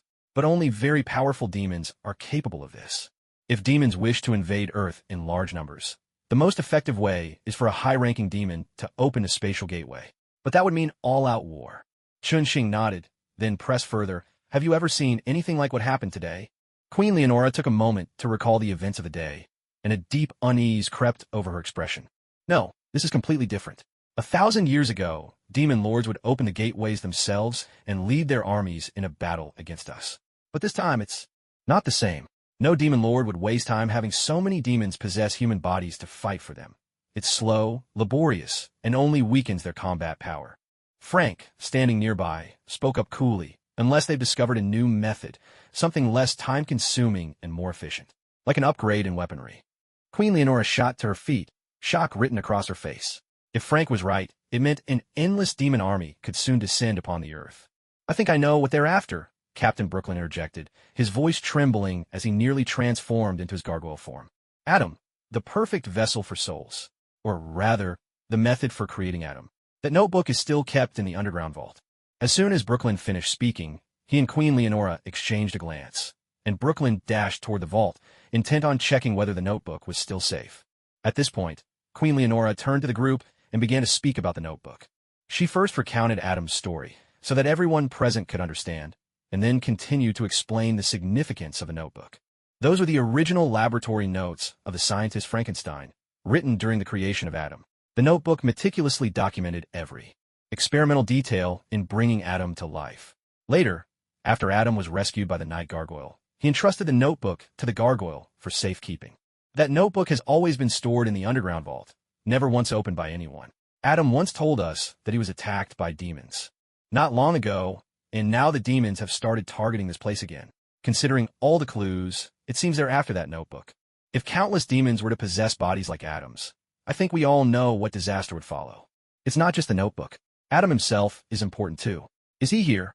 Dr. Ethan, who had the clearest grasp of the situation, immediately zeroed in on the crucial point. Everyone looked around. With the chaos of the battle, it seemed no one had paid attention to Adam's whereabouts. The queen quickly ordered the night gargoyles to search the church. After a long while, they returned empty-handed. Adam had quietly vanished in the midst of the battle. No one knew whether he'd been abducted by demons or slipped away on his own. At that moment, Brooklyn came running over, holding a box in his arms. Your Majesty, I've checked. The notebook is still here, untouched. The queen accepted the box and inspected it in front of everyone. After a long moment of contemplation, she rose and walked over to Chun Xing. Chun Xing, I know this isn't fair. I shouldn't burden you with this responsibility. But the night gargoyles are at their weakest now, and we don't know if we can withstand another attack from the demons. Would you be willing to take on the safekeeping of this notebook? Chun Xing exchanged a glance with Stark. Stark gave a small nod. Only then did Chun Xing accept the notebook, casually storing it away in his own space. Your Majesty, we would like to speak with you privately about the future of the night gargoyles. The Queen nodded and led Chun Xing and Tony Stark to a conference room off to the side. Inside the conference room, Chun Xing, choosing his words carefully, spoke slowly. I'm sorry, Your Majesty. Without your permission, we've learned a bit about the current state of the night gargoyles. For what we understand, things aren't looking good. We'd like to do what we can to help you through this difficult time. The Queen smiled at the two men before her. Neither of them were skilled at expressing themselves, at least not as convincing diplomats. Chun Xing, Mr. Stark. Thank you. I can sense your kindness. As you've seen, when we woke again, everything around us had become so unfamiliar. The gargoyles are not as stubborn people. We are willing to accept help from friends. Just like today, thank you for everything you brought us. Chun Xing and Stark both breathed a sigh of relief. It was truly a blessing to encounter such a reasonable queen. Your Majesty, what we mean is, would you be willing to move to a new place? We've just started a new company with plenty of space, and we happen to need night sentinels like you. The Queen's eyes widened. Only those responsible for a household know the true weight of daily burdens. She understood all too well what a massive undertaking and powerful connections it would take for the gargoyles to relocate. Tony Stark leaned in with a reassuring smile. Of course, this is mutually beneficial. We'd like to entrust the company's security to the gargoyles. I have complete confidence in you. The Queen nodded. Thank you for your generosity. Compared to what you've offered, what we can do may seem insignificant. But give me some time. I need to discuss this with the other gargoyles. As soon as there's any news, I'll let you know. Everything that had happened today made the Queen realize more clearly than ever that times had changed. The equipment these people had brought introduced the gargoyles to an entirely new way of fighting, one very different from what she had ever known. The three of them talked for a while longer. Chun Xing and Stark gave Queen Leonora a general overview of the company. She listened carefully and committed everything to memory. They agreed to stay in touch and left the meeting room together. They returned to the main hall. Chun Xing opened a portal and called for his team to head back. The Queen led the gargoyles in bidding their guests farewell, one by one, until the portal finally closed. Just then, Diana approached the Queen's side. Leonora, I think I've guessed what you discussed. The Queen turned to her. Diana, my friend, I need your opinion. Diana took the Queen's hand. I know you're feeling lost, but my advice is to trust them. I haven't known them long, but I can tell they might not be saints, but they would never betray a friend. They are the best choice for the gargoyles. Queen Leonora lifted her gaze to the moonlight outside the window, old memories flooding her mind. Yes, never betray a friend. It's time for the gargoyles to make a new choice. The sky was clear and bright. A gentle breeze stirred a few fallen leaves, sending them drifting into the distance. A small sedan wobbled its way down the road, veering left and right, earning a chorus of impatient horns from the cars behind. Chun Xing finally brought the car to a crooked stop in a parking space by the curb, leaping out to flash a defiant gesture at the line of cars behind him. With a blare of horns, the trailing vehicles roared past. Chun Xing pulled his hand back angrily. Today was a great day. He'd finally gotten his driver's license, so he wasn't going to argue with them. Mei Hu was sprawled across the passenger seat, was laughing so hard she couldn't sit up straight, her small fists thumping repeatedly against the car door. Stop laughing. I'm preparing for Tony's big race, you know. All right. When the time comes, I'll be cheering for you from the stands. Ha ha ha. Mei pushed open the car door and stepped out. The two of them headed toward the massive construction site not far away. At the edge of the site stood a giant billboard. The name Xingchen Group was displayed high above, and beside the name was the image of a plum blossom, a symbol that served as the group's logo. Engineer Chun, whom they'd met before, approached with his team and handed each of them a safety helmet. Welcome, Mr. Chun Xing, Ms. Mei. This is the first time I've seen you here since construction began. Please, let me show you around. Chun Xing and Mei put on their helmets and followed Engineer Chun onto the site. Thanks to Chun Xing's insistence on sparing no expense, the project's progress was remarkably fast. The underground facilities and 4 laboratories were nearly complete, and Dr. Ethan and Dr. Otto were about to start moving in. After giving them a general tour, Engineer Chun said, Mr. Chun Xing, the above-ground portion will be finished within a month. Once the flowers are planted, the site will be ready for handover. Is there anything else you'd like to request? Chun Xing nodded. The progress is impressive. I'm very pleased. My main reason for coming today is to discuss something with you. Do you offer relocation services? I have a church that needs to be moved here. Yes, the entire church, relocated in one piece. Engineer Chun looked surprised for a moment, then broke into a delighted grin. Mr. Chun Xing, That's absolutely no problem. Whether it's moving the whole building or reconstructing it from scratch, we'll make sure it's done to the highest standard. 3 days earlier, Queen Leonora had called to give her full approval to the plan Chun-Shing and Tony Stark had proposed, placing the future of the gargoyles squarely in their hands. So the two went their separate ways. Tony Stark to negotiate with the wealthy patron, and Chun-Shing to arrange the gargoyles' relocation.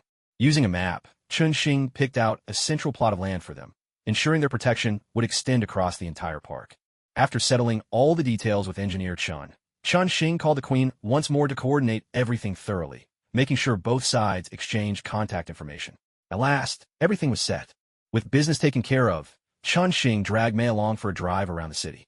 After leaving a trail of chaos and commotion in their wake, he finally returned home with a contented smile. There were still things to do that evening. Mei was eager to learn martial arts from Master Splinter, so before starting her training, she decided to treat Master Splinter and the little turtles to a grand feast. Her aim was both to express her gratitude and to strengthen their bond. All the way there, Chun-Shing kept wondering if the spiritual herb in his bag could make up for his lack of cooking skills. After accidentally knocking over the trash can and mailbox by the door, the car finally came to a stop. Chun-Shing carried the fresh groceries he'd just bought into the kitchen. Meanwhile, Mei went to open the back door. Soon, the little turtles would be emerging from the sewer in the alley. The city lights began to twinkle, and the night deepened. On the street, a manhole cover gave a gentle nudge, then slid aside. A shadowy figure leapt out, glanced around, and called down into the sewer. "Master Splinter, hurry up. I'm starving. I haven't eaten since noon." A calm, steady voice echoed up. "Michelangelo, you're on lookout duty tonight." Chun-Shing and Mei exchanged a smile as they stood at the back door. Inside Mei's cozy villa, everyone gathered around the dining table, enjoying the delicious dishes Mei had carefully prepared. The three little turtles, attending such a family gathering for the first time, could barely contain their excitement. Leonardo, who had just returned, entertained the group with tales of his adventures in the forest. Determined to hone his leadership skills, this little turtle had ventured alone into the rainforest for training, only managing to make it back a few days earlier. "Chun-Shing, Teacher Mei, I'm really sorry Michelangelo caused you so much trouble," Leonardo said, a little shy but unfailingly polite. "Hey, Leonardo, don't take it all on yourself. It wasn't your fault. Besides, Chun-Shing and I are already good friends with you all," Michelangelo chimed in, waving his glass. This brother of his always tried to shoulder the blame. Chun-Shing raised his own glass to Leonardo and added, "That's right, Leonardo. Relax, we're friends now." Laughter and warmth filled the dinner table. Everyone was smiling. But just as Michelangelo was brimming with joy, he suddenly sighed. "If Raphael were here, he'd be so happy. I miss him."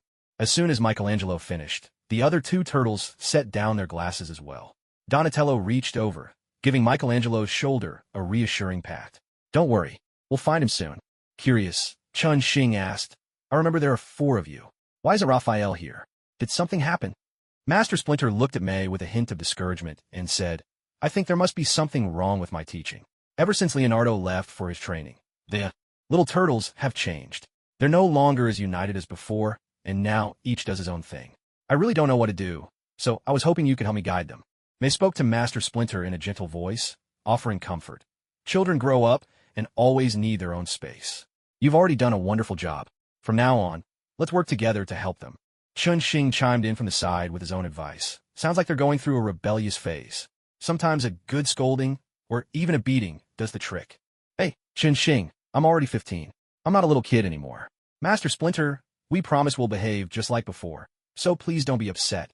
Michelangelo shook his fist at Chun-Shing in protest, then quickly turned to reassure Master Splinter again. Leonardo and Donatello also hurried to promise Master Splinter that they'd find Raphael as soon as possible, and that everything would return to how it was. They wouldn't let their sensei worry any longer. Chun-Shing raised his hand with a question. "Any idea where Raphael went? Maybe I can help you look for him." Hearing this, Donatello suddenly slapped his forehead as if struck by inspiration. "That's right, I almost forgot. Chun-Shing is really well connected in Hell's Kitchen." As it turned out, ever since Leonardo left to train on his own, the 3 remaining turtles had no leader and gradually each drifted off into their own pursuits. Michelangelo spent his days wandering aimlessly through the sewers, passing the time without any real purpose. Donatello became obsessed with racing.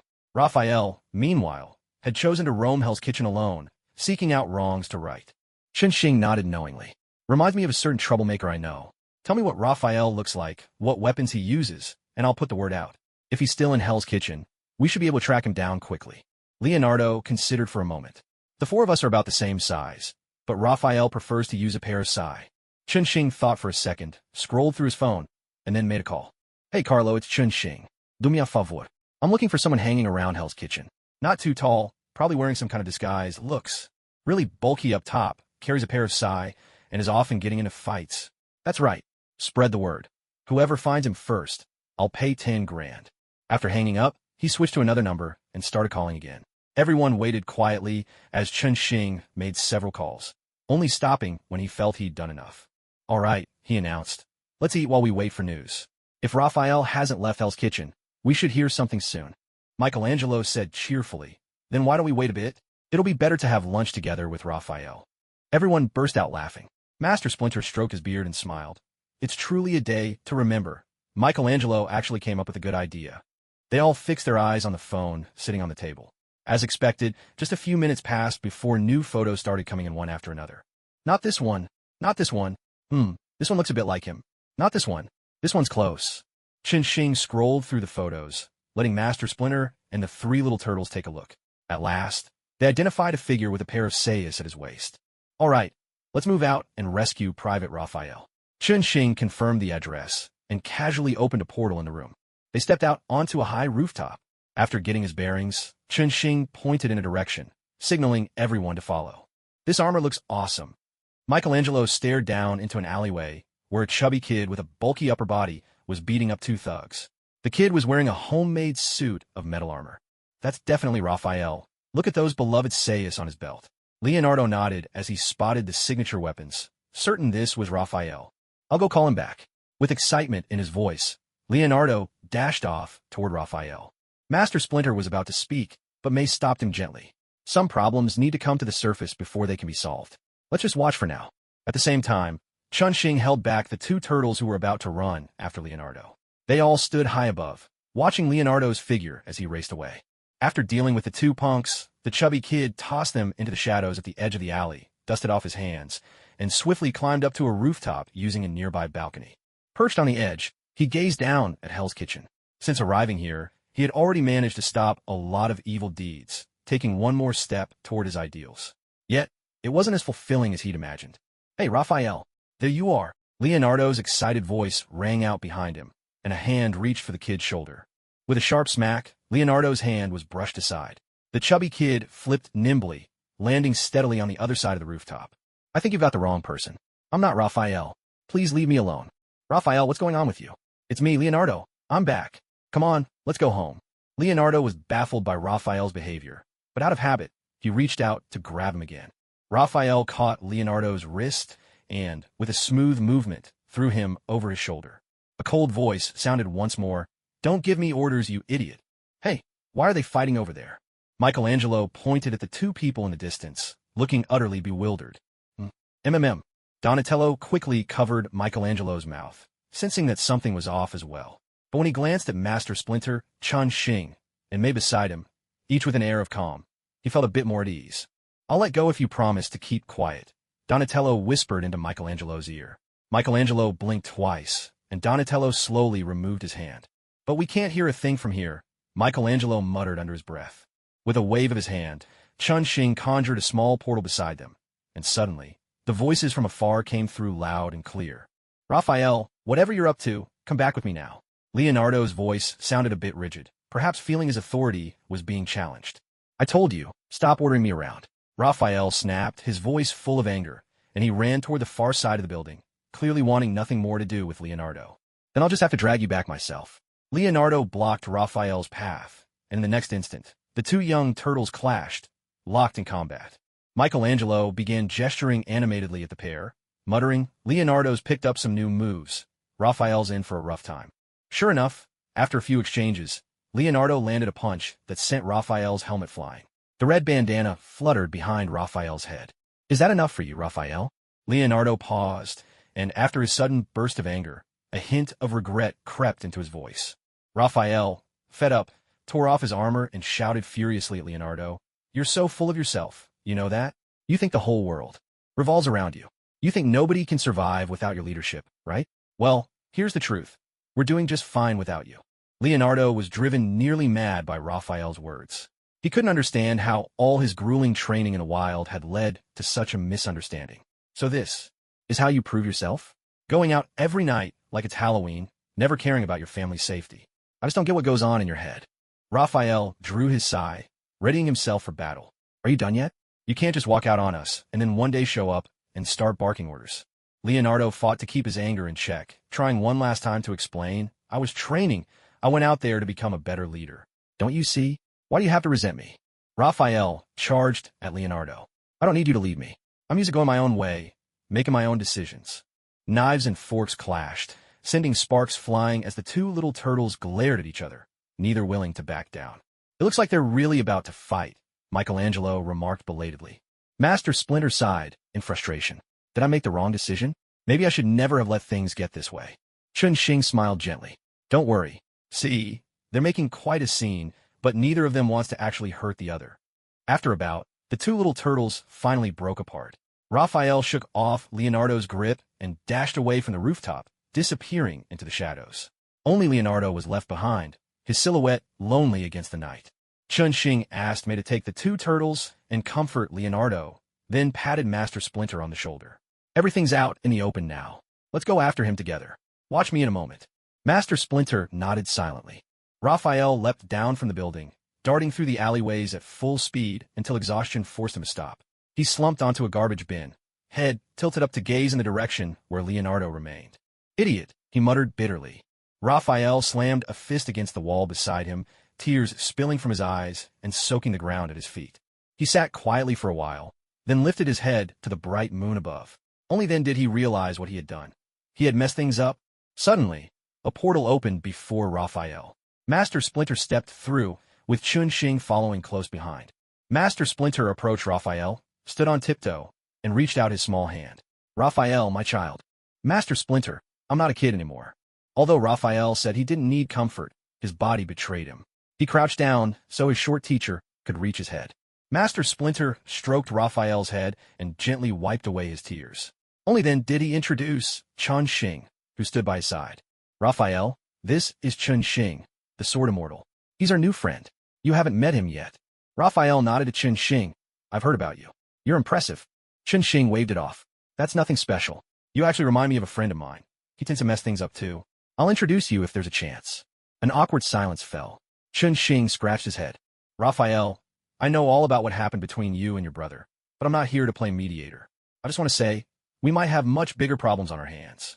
I need you back with the team now. Do you understand? Raphael looked at Chun-Shing in confusion. I don't get it. Did something happen? Chun-Shing took out his phone, pulled up 2 videos, and held them in front of Raphael's eyes. Don't say a word, just watch. This is the real world. It's far more intense than the heroics you pull off in Hell's Kitchen. Raphael scrolled through the videos. One was footage from the vampire extermination. The other captured the recent battle at the Gargoyle Cathedral. Blood flowed in rivers. Hideous vampires turned to ash beneath a hailstorm of bullets. The colossal gargoyle was torn apart by a demon, its soul dissolving into shimmering light that drifted skyward. The brutality and epic scale of it all struck Raphael to his core.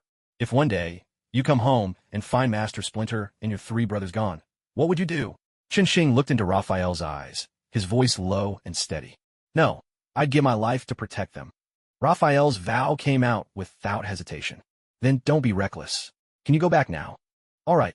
Chun-Shing nodded in satisfaction and casually opened a portal. On the other side, the 3 young turtles huddled around a table, waving and winking at Raphael. Raphael followed Master Splinter through the portal. Leonardo grabbed Raphael's shoulder. Hey bro, I'm sorry. No, like I said, don't order me around. But now I've changed my mind. Never say sorry to me again. The two grasped each other's hands, firm and strong. From the side, Michelangelo chimed in, delighted. Raphael, can I borrow your armor for a bit?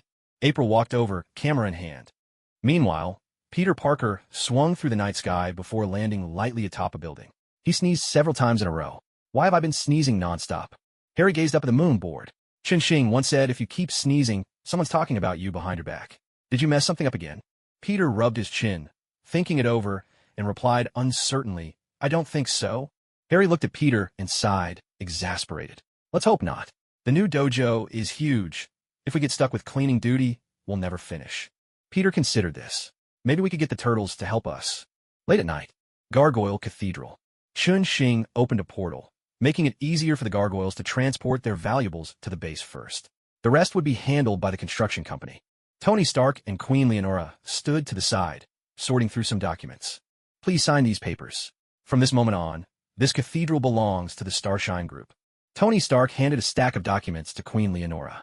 He had already settled matters with the wealthy mogul who had transported the gargoyles. The Queen took the papers, signing them without even glancing at the contents. Once trust was given, there was no turning back. Curious, Chun-Shing asked from the side. Did the negotiations go smoothly? What did that tycoon want? Tony Stark shrugged, answering with casual indifference. He's quite an interesting person, very self-aware. He knew he didn't have enough leverage, so he didn't make any outrageous demands. I offered him a share in the sales of new energy, and in return, he handed over all the information on the gargoyles. As he finished speaking, Tony Stark waved the 2 dossiers in his hand and continued. Truth be told, that guy was well prepared. He originally planned to arm the gargoyles with modern weaponry and even commission custom designs. Oh, in this file here, he had a solution for the gargoyles' fertility issues, offering a feasible plan. But since the Queen had declined his proposal, he kept these things to himself. Now, they're all ours. Hearing Tony Stark's account, Queen Leonora and Captain Brooklyn hurried over to take the documents from his hands. The Queen frowned as she struggled through the report on solving the gargoyles' reproductive challenges. Fertility had always been a problem for the gargoyles, and now, more than ever, the issue was critical. Tony Stark explained from the side. They had chosen a biotech company, supposedly one that managed to resurrect some dinosaurs on an island, and those dinosaurs are thriving. They want to try the same approach with the gargoyles. Maybe it could work. The Queen scanned the file, but the technical jargon was overwhelming. She could barely make sense of it, so she turned to Tony Stark for help. Do you think this plan is actually viable? We genuinely need a solution. Tony scratched his head. Sorry, this is just a preliminary proposal. Since you declined to work with him, there was never any real investigation. But if you do need this, I can arrange for a detailed inquiry right away. It won't take long. Just wait for my update. The Queen bowed to Chun-Shing and Tony Stark. Thank you both. This means a great deal to the gargoyles. Tony hurriedly responded. No need to thank me. We're all on the same side now. Your needs are our needs. I heard that biotech company actually set up a dinosaur park on the island. Once we have the results, we can all go see it together. Treat it as a vacation. Chun-Shing nodded. Sounds good. When the park opens, we'll all visit together. Everyone's been so busy lately. This would be a nice break. The 3 of them quickly reached an agreement, while Captain Brooklyn, standing nearby, let out a low whistle as he looked over the documents in his hands. Chun-Shing leaned over to take a look and saw that the documents contained simple sketches of the gargoyles. The original plan was to equip the gargoyles with bulletproof vests and machine guns. Quite a striking look. Hey, Brooklyn, this is nothing. From now on, contact Dr. Otto, and I promise he's got even better stuff, Chun-Shing said, patting Brooklyn on the shoulder and sharing the good news. Tony Stark joined them, glanced at the sketches, and scoffed. Oh, please. Maybe I should send you some real toys. Just toss this junk already. Brooklyn obediently tossed the documents aside. Excited, he hurried off to direct the gargoyles as they moved their things, quietly sharing the good news. It wasn't long before soft cheers rippled through the group of gargoyles. Soon, the moving was done. Chun-Shing closed the portal and bid farewell to the Queen. Well then, Tony and I will head out. The construction company will take over tomorrow, and before long, we'll be back on our own turf. The Queen's face was radiant with joy. After 1,000 years, the gargoyles finally have a new home. Mr. Chun-Shing, Mr. Stark, we look forward to your guidance in the days to come. They chatted for a while, then Chun-Shing and Tony Stark took their leave. Everything was arranged, and it was best to let the gargoyles settle in on their own. As they stepped out of the cathedral doors, Chun-Shing glanced up at the twinkling stars and turned to Tony Stark. Need a ride home? Tony checked his watch and grinned. It's still early. How about a flight? You ought to see my latest suit.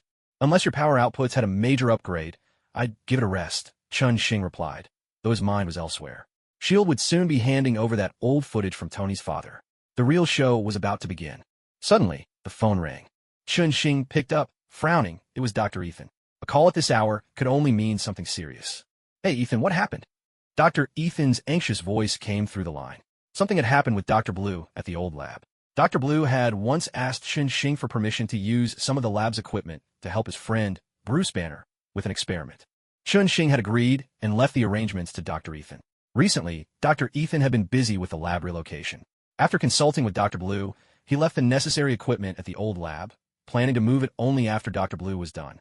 Just now, Dr. Blue called Dr. Ethan, saying that while he was conducting an experiment, a group of soldiers burst in, seized all the experimental materials, and even injured the security staff. So Dr. Ethan immediately reached out to Chen Xing, hoping he could go take a look. Chen Xing offered Dr. Ethan a few words of reassurance, promising he'd take care of it, then hung up the phone. Lately, he'd been so busy that he'd neglected this matter. He hadn't expected Bruce Banner to return so soon, nor the military to arrive right on schedule. He glanced at Tony Stark. With the speakerphone on just now, Tony must have heard everything. Tony Stark gave a nod, and Chen Xing opened a portal. Together, the two of them stepped into the laboratory. The scene was a complete mess. Everything had been looted clean. Searchlights swept constantly across the plaza outside, evidence that the soldiers hadn't yet left. Chen Xing and Tony Stark quickly ran toward the main entrance of the lab, where the security guards were likely still waiting. Sure enough, at the entrance of the research building, two groups were locked in a standoff. Dr. Blue and 4 battered security guards were being shoved around by a squad of soldiers. In the distance, several vehicles were speeding away, already loaded with stolen goods. Stop right there. At the entrance, Dr. Blue was fuming, arguing with one of the soldiers. Behind him, the 4 security guards were bruised and bloodied, their weapons already confiscated. Since the lab was in the process of relocating, only 4 guards had been left on duty. It was clear they'd been badly bullied. This is illegal entry. I'm going to press charges against you. Dr. Blue shook his fist, but was shoved to the ground by the soldier in front of him. A hand reached out to steady Dr. Blue. Chen Xing, his gaze icy as he stared down the soldiers. At that moment, Tony Stark walked over, already suited up in his Iron Man armor. As Iron Man appeared, the soldiers cocked their rifles, aiming them directly at the newcomers. Are you really planning to kill us here? Tony Stark raised his hand, pointing at the soldiers. Mr. Stark, I'm Captain Emil Blonsky. The military suspects extremely dangerous experiments are being conducted here. This is a routine inspection. If nothing's wrong, we'll return your property, Blonsky explained, taking 2 steps forward, his tone casual, as if everyone didn't know the lab's materials were never coming back. You've assaulted my people. Don't you think you owe us an explanation? Chen Xing's voice was cold as he fixed his eyes on Blonsky. They tried to obstruct our operation. We've already shown restraint. If you're dissatisfied, feel free to file a complaint. Blonsky replied with a shrug, his face showing complete indifference. Chen Xing let out a soft laugh, regarding the soldiers before him. I think this time, it'll be you who'll have to answer to me. Captain Blonsky frowned, not understanding what Chen Xing meant. Chen Xing formed a sword seal with his hands, and a flash of sword light circled twice around the soldiers. A chorus of agonized screams broke out as the soldiers' rifles clattered to the ground, blood streaming from their hands. In a split second, Chen Xing had severed the tendons in their hands. Captain Blonsky dropped to his knees, clutching his wound, his face turned upward in disbelief as he stared at Chen Xing. How could he dare do such a thing? Chen Xing stepped down on Captain Blonsky's face, pressing his head into the ground with his foot. Now, you're welcome to report me if you'd like. A stunned silence filled the room. The soldiers were so shocked by Chen Xing's methods that none of them dared make a sound. Blonsky struggled and managed to say, If you've got the guts, kill me now. It's not time yet. Chen Xing thought to himself, Killing you now won't earn me much experience. When you become abomination, then it'll be your time. Just then, 2 military jeeps rolled in from outside. Clearly, the higher-up station outside could no longer sit still. The jeeps came to a halt, and soldiers jumped out to tend to the wounded. A white man in a general's uniform strode over. Tony Stark, it's been a long time. Put your weapon away. Tony Stark looked at the man in front of him and signaled for Chen Xing to remove his foot from Captain Blonsky's head. General Thaddeus Ross, long time no see. Is this your gift to me? Tony Stark, I know what you all have been doing here. The vampires, you're keeping them locked up. But that's not my concern. I'm just here to reclaim what belongs to me. General Ross glared at Iron Man, his heart seething with anger. Once upon a time, Stark Industries was nothing but a dog to the military. If they wanted to oversee weapons research and production, they had no choice but to follow military orders. But the man before him had broken free from the military's leash in a single leap, thanks to his new energy invention, and had found other powerful allies. At one point, some in the military had tried to seize Iron Man's new energy technology and armor by force, but they'd been easily crushed by an unseen power. The military had found itself powerless to resist. And then there was Bruce Banner. Who knew why he was in this lab? That was yet another pile of trouble. I don't know what you're talking about, Tony said, but I guarantee this won't be the end of it. The assets of the Star Group aren't anyone's for the taking. Now that General Ross had stepped forward, Tony Stark knew there was little chance of retrieving the goods today. Both sides were evenly matched. All that was left was a war of words. General Ross understood the tangled interests at play here, so he didn't mention his injured subordinates. He waited until everyone was loaded onto the vehicles, then withdrew his people from the lab area. Chen Xing, I'm sorry for causing you so much trouble. Once the others had walked away, Dr. Lan approached Chen Xing, her face full of guilt as she apologized. It's nothing, really. Let's just check what we've lost. Is your friend all right? Chen Xing waved off her concerns, suggesting they focus on assessing the situation. Besides, he had noticed that Bruce Banner was nowhere to be seen earlier. You two wait for me in the office. I'll tidy things up and be right back. Chen Xing and Tony Stark returned to the office, waiting for about half an hour. At last, Dr. Lan came in, accompanied by two people, a man and a woman, both looking a bit disheveled. These are my friends, Bruce Banner and his girlfriend Betty Ross. When the soldiers barged in just now, they hid in the secret room where we keep the vampires. Chen Xing studied Bruce Banner for a moment. At this stage, Banner was still quite thin, standing there with a weary look on his face. Guilt and unease were written all over him for having brought trouble to everyone. Chen Xing stepped forward to shake his hand. Dr. Banner, nice to meet you. Dr. Lan has already filled us in on your situation. May I ask, was your experiment successful? Bruce Banner nodded, then shook his head.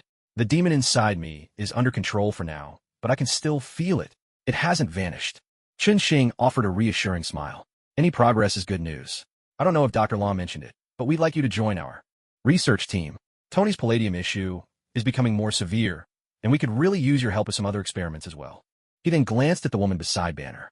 Of course, Ms. Betty Ross is welcome to join us too. Bruce Banner hesitated, catching the encouraging look in his girlfriend's eyes, and spoke uncertainly. But I might put everyone in danger. Chen Xing chuckled softly. Don't worry. When it comes to managing emotions, I know an excellent teacher I can introduce you to. You should meet him. Chen Xing was referring to Master Splinter. Unlike the turtles who grew up in the sewers, Splinter had once been human before transforming into a rat, surviving all those years underground. In self-regulation, he was truly a master. Betty Ross squeezed Bruce Banner's hand tightly. After a moment's hesitation, Bruce finally agreed.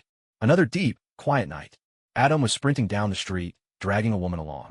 He had just discovered the devil's lair and seen firsthand the hellish experiments taking place within. Now, with the rescued researcher in tow, he was racing toward the Gargoyles' cathedral, desperate for help. Closer. He was getting closer. Suddenly, Adam stopped in his tracks, staring in shock at the scene before him. Where was the cathedral?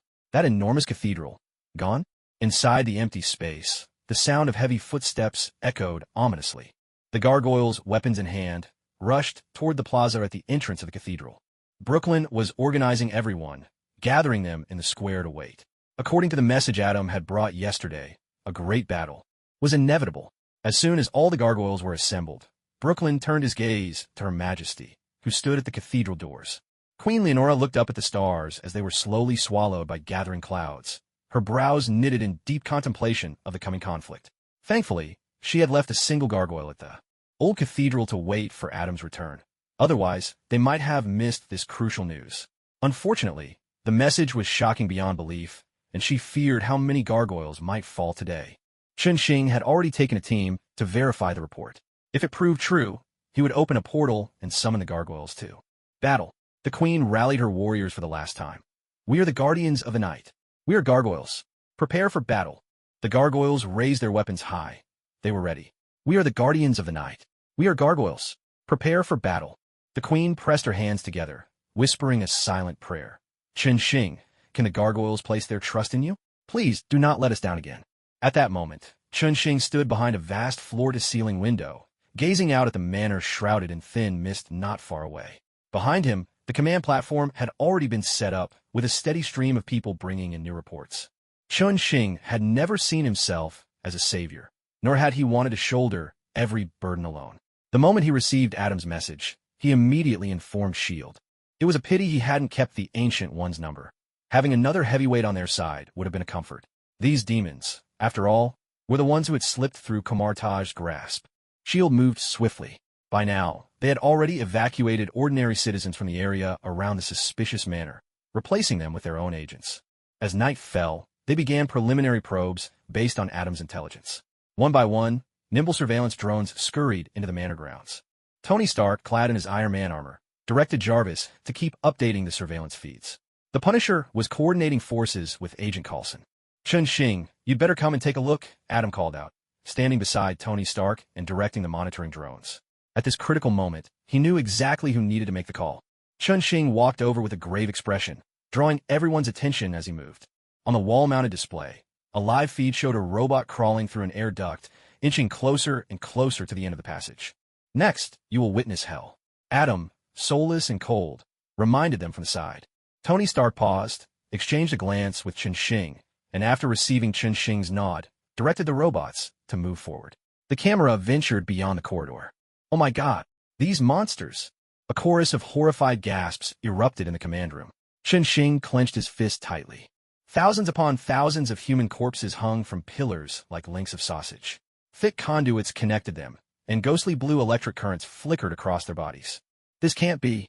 Our research was never meant for this. The female researcher whom Adam had rescued clutched her head and screamed in despair. Chun-Shing turned to her, his voice cold. Tell us, what exactly were you researching? The woman, sitting on the ground, stared blankly at the floor, mumbling to herself. We were studying the technology of resurrecting humans. Chun-Shing pressed further. In your judgment, could these corpses be revived as demons? She hesitated, uncertainty flickering in her eyes. A demon's soul is too powerful. Human bodies can't withstand it for long. Maybe in a few days, their bodies would collapse. Idiot. They won't need a few days. In a single day, they could slaughter half the people in this city. Agent Coulson snapped, his frustration boiling over. He turned to Chun-Shing, eager for his input. Chun-Shing considered for a moment. No need for any more investigation. Let's prepare for a full assault. Can we use missiles? Coulson shook his head. Grenades and heavy machine guns are allowed, but unless half the city is dead, missiles are absolutely out of the question. Fine, have your men begin. My team will provide support, but don't expect us to lead the charge. Chun-Shing made his position clear, not wanting S.H.I.E.L.D. to get any ideas. Coulson hesitated, but after meeting Chun-Shing's unwavering gaze, he said nothing more. After a brief wait, teams of special forces began to appear on the streets, moving swiftly to take cover against the manor's outer wall. Small ladders were set up one after another, and everyone readied themselves for the assault. Chun-Shing watched these men, wondering how many among them might secretly belong to Hydra. Still, it didn't matter. At least today, their actions were on the right side. William, give them some cover. Yes, boss. At a corner of the street, a sandstorm swept in, gradually blending with the thin mist that shrouded the manor. Begin the assault. Coulson's command came through the comms, and the special ops team vaulted over the walls, storming inside. The moment the first shot rang out, gunfire erupted throughout the courtyard, and shadows surged in all directions, pouring out like angry hornets from a nest. After the initial clash, the special ops team discarded their small-caliber firearms. These demons were tough, nearly impossible to kill, and could run along the walls as effortlessly as on the ground, launching attacks from unexpected angles. As more and more demons spilled out of the building, the special ops quickly found themselves overwhelmed. Watching the chaos unfold, Coulson could no longer hold back. He called out to Chun-Shing for assistance. Chun-Shing, it's time for your people to move in. Chun-Shing nodded and pressed his communicator. Begin. He opened a portal and landed atop the manor's wall. With a casual gesture, he opened another portal, revealing the night gargoyles, ready for battle. Thanks to the special ops' initial resistance, the night gargoyles' entry went much smoother. In the blink of an eye, they regained the ground that had just been lost. Thank you, Chun-Shing. Queen Leonora, now in her dragon form, landed beside him. Taking in the scene, she immediately understood Chun-Shing's strategy. This is only the beginning. Tell the night gargoyles not to go in alone. Let's find out who's behind all this. The queen nodded and instructed Brooklyn to keep an eye on the night gargoyles. At that moment, Sandman William arrived as well, transforming into a towering figure 10 meters tall and began demolishing the buildings. Tony, find the weakest spot and break through the ground. We'll force them out. Copy that. William, give me some cover. Iron Man swept overhead, marking a spot on the ground. With Sandman and Iron Man working together, a crater about 10 meters wide began to tunnel deep underground. That's good, William. We'll be seeing the basement any minute now, Iron Man said, landing beside Chun-Shing. Sandman kept hauling dirt out of the hole. If it weren't for a clear weak point, his power would be nearly unstoppable. Suddenly, with a deafening crash, sand poured downward. With a mighty roar, a massive fireball shot up from below, blasting away half of Sandman's body. A dark shape followed, streaking out of the depths. Humans, you all deserve to die. Are you planning to bore us to death with your looks?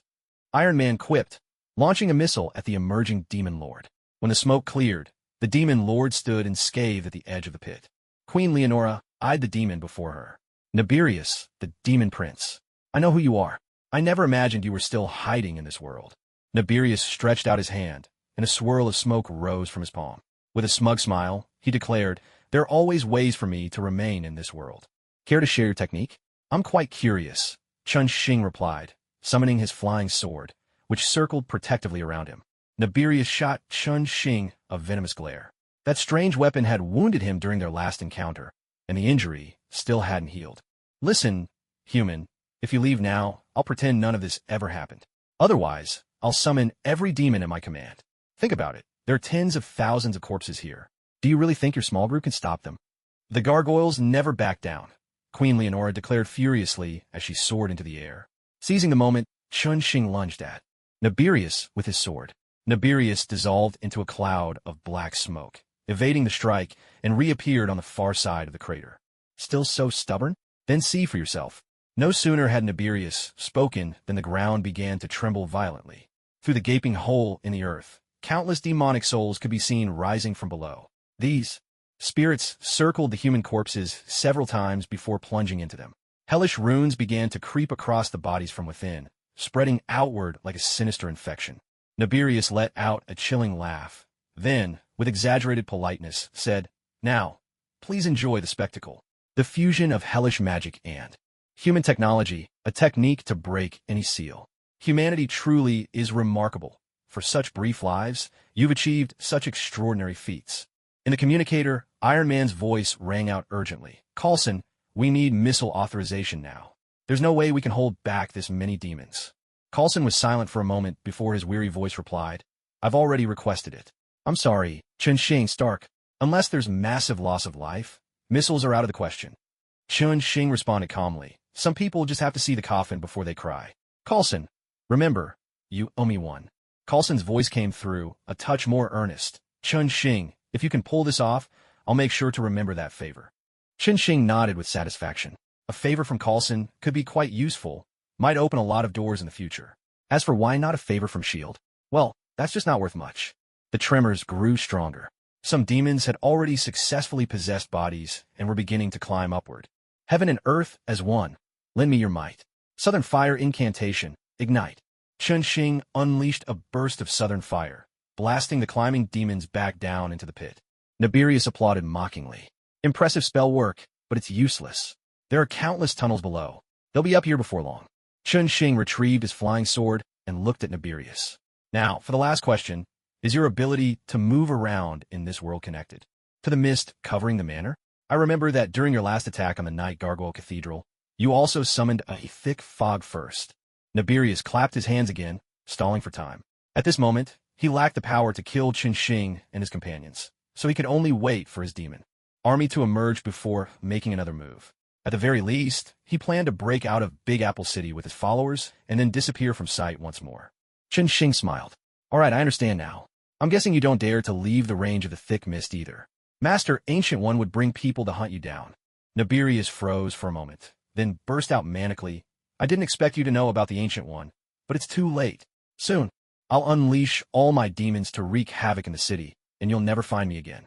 I've remembered you all. I will return." Having said what he needed to say, Chun Xing pressed his communicator. "Everyone, listen up. Withdraw from the mist surrounding the manor immediately, and maintain vigilance outside." He repeated the order 3 times before everyone was convinced.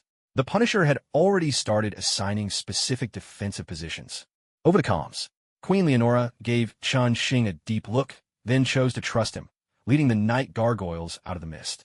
Coulson, grumbling under his breath, also withdrew with his special ops team. Naberius watched their actions with some confusion, but didn't interfere. He was also looking for a chance to slip away. If he actually ran into the Ancient One, he was sure he would be doomed.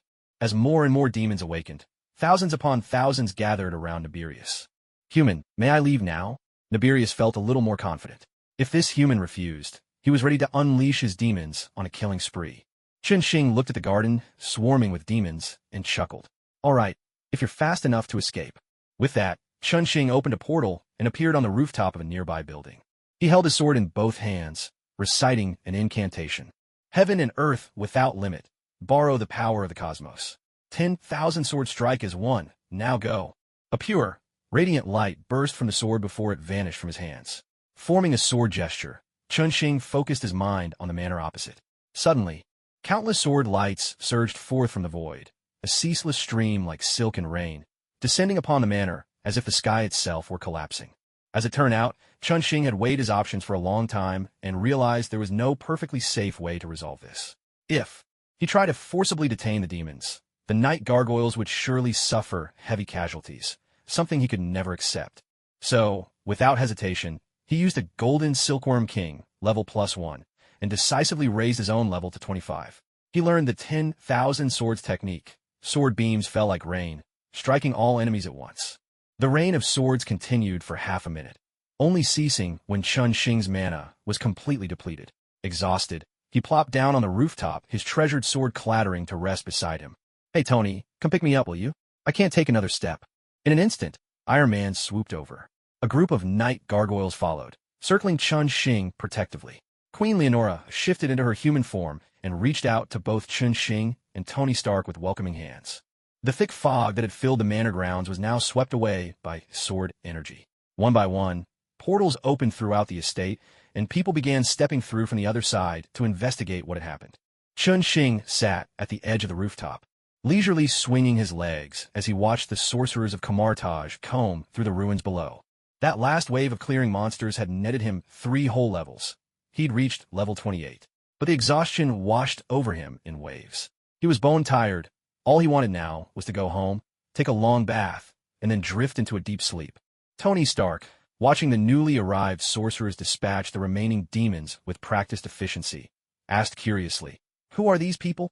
Their portals look a lot like yours." Chunxing waved at the sorcerers. "That's right, the portals I use were actually given to me by them. They're the real guardians of Earth, at least a lot more reliable than S.H.I.E.L.D. Agent Coulson, who had just arrived panting and out of breath, immediately scowled and stepped aside, swallowing the question he'd meant to ask about these newcomers. With the last of the demons dispatched, a portal opened beside Chunxing, and 2 Camartage sorcerers stepped through. Leading the way was a burly man of Chinese descent, holding a long rectangular case.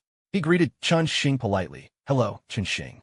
I'm Wong from Camartage. The Sorcerer Supreme sends her regards. She asked me to deliver a message to you." Chunxing stood and shook Wong's hand. "Pleasure to meet you. Is there something the Ancient One needs from me?" Wong handed him the case. "This is a gift from the Sorcerer Supreme, a token of gratitude for your help. It was our oversight that led to this incident. Camartage owes you a debt." Chunxing accepted the case with both hands. "No, Camartage owes no one anything. Honestly, I don't believe protecting Earth is your responsibility alone, even though you've always shouldered it. We all live on this planet. If needed, we should do our part too." Wong was momentarily taken aback by Chunxing's words, then broke into a smile and patted Chunxing on the shoulder. "Thank you for your understanding. To be honest, sometimes the pressure is really overwhelming. The Sorcerer Supreme also asked me to pass on a message. The thing you need can't be given to you just yet." Chunxing was also momentarily stunned, but quickly caught on. The thing he needed must be the time stone that the Ancient One possessed. If the Sorcerer Supreme said it couldn't be given now, that meant there would be a chance in the future. Even though he didn't get the stone, just having this information was enough. "Please be sure to thank the Sorcerer Supreme for me.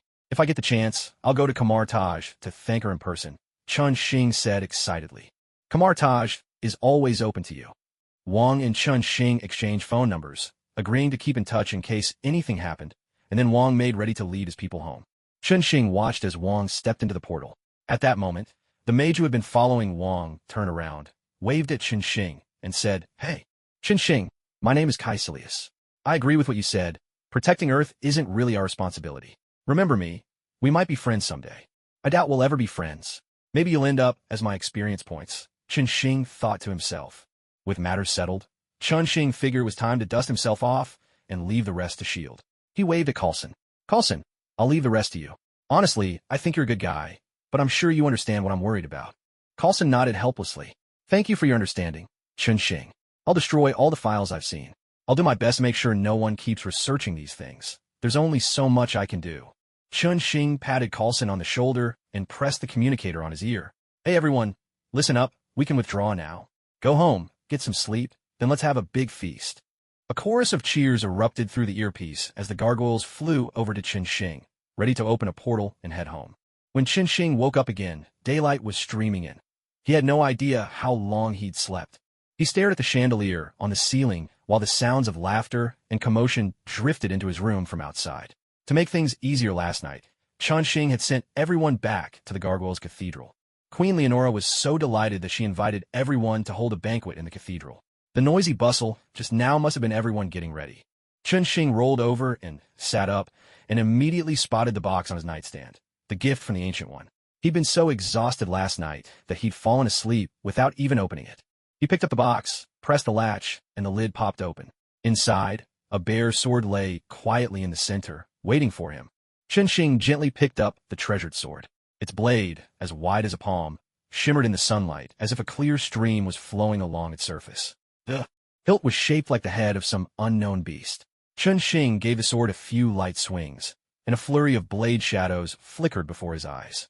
No wonder he's called the Supreme Magus. He always knows exactly what others need. Chunxing reached into his personal space and took out his old sword. After yesterday's ordeal, the blade was covered with cracks. It was no longer usable.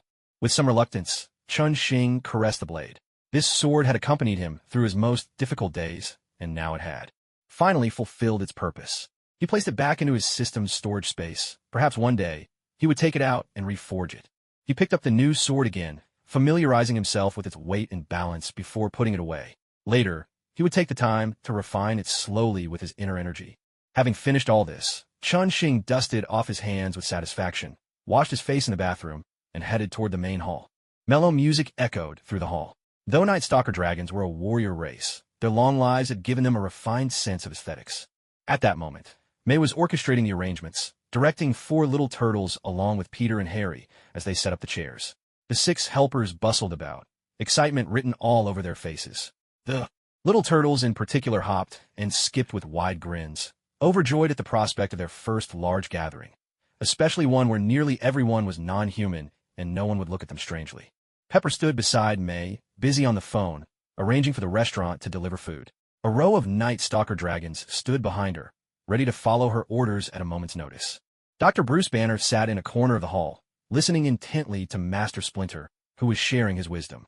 The two occasionally exchanged a few words, and each time, Bruce would gasp with admiration. It seemed Chunxing needn't introduce them. Bruce Banner had already found his spiritual mentor. The ever-elegant Daredevil stood on the second-floor balcony, chatting with Erica, who would occasionally playfully punch his arm. Meanwhile, Blade and the Punisher had set up a makeshift dartboard and were locked in a game of darts, surrounded by a group of security guards placing bets, with Sandman carefully recording each wager. "Hey, is everyone here?" Iron Man called out from behind, giving Chunxing a friendly pat on the shoulder.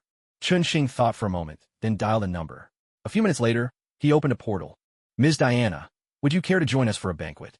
Meanwhile, General Thaddeus Ross was fuming in his office early that morning. "Who was it? Who put this file on my desk?" General Ross roared, waving a document at his aide and bellowing across the room. "General Ross, this is an urgent document from headquarters. The directive states that you must address it today." The aide's face was a picture of frustration. By regulation, documents of this level had to be placed on General Ross's desk immediately, without delay. General Ross slumped into his chair, his posture weary as he scrutinized the papers before him. Bold letters at the top read, "Regarding the incident at the Star Group's laboratory, an immediate and reasonable explanation is required." A wry smile tugged at the corners of Ross's mouth. If every laboratory robbery demanded an official explanation, then generals like him would never have time for anything else. Complaints like these were nothing unusual. Yet when a document like this landed directly on his desk, it signified a deeper problem. Ross knew well, this was a warning from certain quarters. The wording was mild, but the intent was thunderously clear. This cannot simply be brushed aside, Ross mused inwardly. If he retreated now, a pack of ravenous wolves would descend, tearing at him, until there was no ground left to give. Yet he couldn't act too overtly, couldn't take the field himself. That would be far too passive. After a moment's contemplation with his eyes closed, Ross asked the aide, "Who's the new attack dog headquarters has recruited?" The aide answered without hesitation, "Justin Hammer, a businessman with boundless ambition, always scheming to replace Stark Industries." Ross nodded. "Good. Go tell him to stir up some trouble for Tony Stark. Be bold, and don't let my name come up. Understand?" "Yes, General." The aide saluted crisply and exited the office. Ross remained seated in his broad executive chair, quietly calculating his next move. Suddenly, a commotion erupted outside his door. Captain Emil Blonsky, The general is in a meeting. You can't go in. With a heavy thud, the door swung open. Emil Blonsky staggered against the frame, his eyes wild and hungry, like a cornered beast as he stared at General Ross behind his desk. Ross paused, then shot a meaningful glance at the aide outside and spoke. Come in, Emil. What brings you here? Captain Emil Blonsky entered, taking a seat opposite the general. His hands, tendons severed by Chun-Shing, hung uselessly at his sides. General Ross, I want to know, when will you help me get my revenge? Emil Blonsky fixed Ross with a piercing stare. Ross's gaze flickered, then he turned his head away. Emil, it's over. I'll make sure you get a good post in logistics. How about I hire a nurse for you? Blonsky's fury erupted. So that's it for my hands? That's all. General Ross pressed his hands downward, signaling Emil Blonsky to calm down. Emil, we're not children anymore. You should understand. I know you're angry, but there's truly nothing we can do. Emil Blonsky slumped back into his chair, powerless, staring at General Ross in disbelief. It never once occurred to him that those he had hurt before had looked at him with the very same expression. It's over, Emil. Goodbye. General Ross stood up, about to call his aide in. No, I still have a chance, Emil Blonsky blurted out in a panic. General Ross paused mid-step. What did you say? That experiment, the one Bruce Banner did, and those samples we recovered. I'm willing to take the injection, even if it kills me. Emil Blonsky had let go of everything. Living like this felt worse than dying. The aide opened the door and walked in. General Ross gestured for him to wait, then stepped over to Emil Blonsky and looked him in the eyes. Emil, are you sure about this? Yes, I'm sure. Emil Blonsky nodded, a wild glint flickering in his eyes. Aide, take him to the lab. Do as he says. The roar of engines drifted into the private box. A cheer broke out among the 6 figures pressed up against the window. The 4 little turtles, together with Peter and Harry, had become an inseparable gang of 6. Tony Stark had invited everyone to watch the race, and they'd all tag along. Meanwhile, May and Pepper were huddled together at the back, deep in conversation. The locker room door swung open, and Tony Stark and Chun-Shing walked in, both dressed in racing suits. Chun-Shing, are you sure you want to race? May ended her chat and looked at Chun-Shing, worry etched on her face. Of course. Don't worry, I'll take good care of myself. Chun-Shing struck a pose, drawing a chorus of playful boos. I think May's more worried about the others. We're here to race, not to unleash chaos. You don't have road rage, do you? Stark said, settling in front of a computer to choose his car. Donatello, one of the little turtles, looked at Chun-Shing with concern too. Hey, Chun-Shing, do you want to use my car? I made a few modifications, guaranteed you won't crash into anyone. Chun-Shing waved him off dismissively. Keep your van for another time. Today, I want to drive a real race car. With that, Chun-Shing sidled up to Tony Stark, ready to pick out the flashiest car for himself.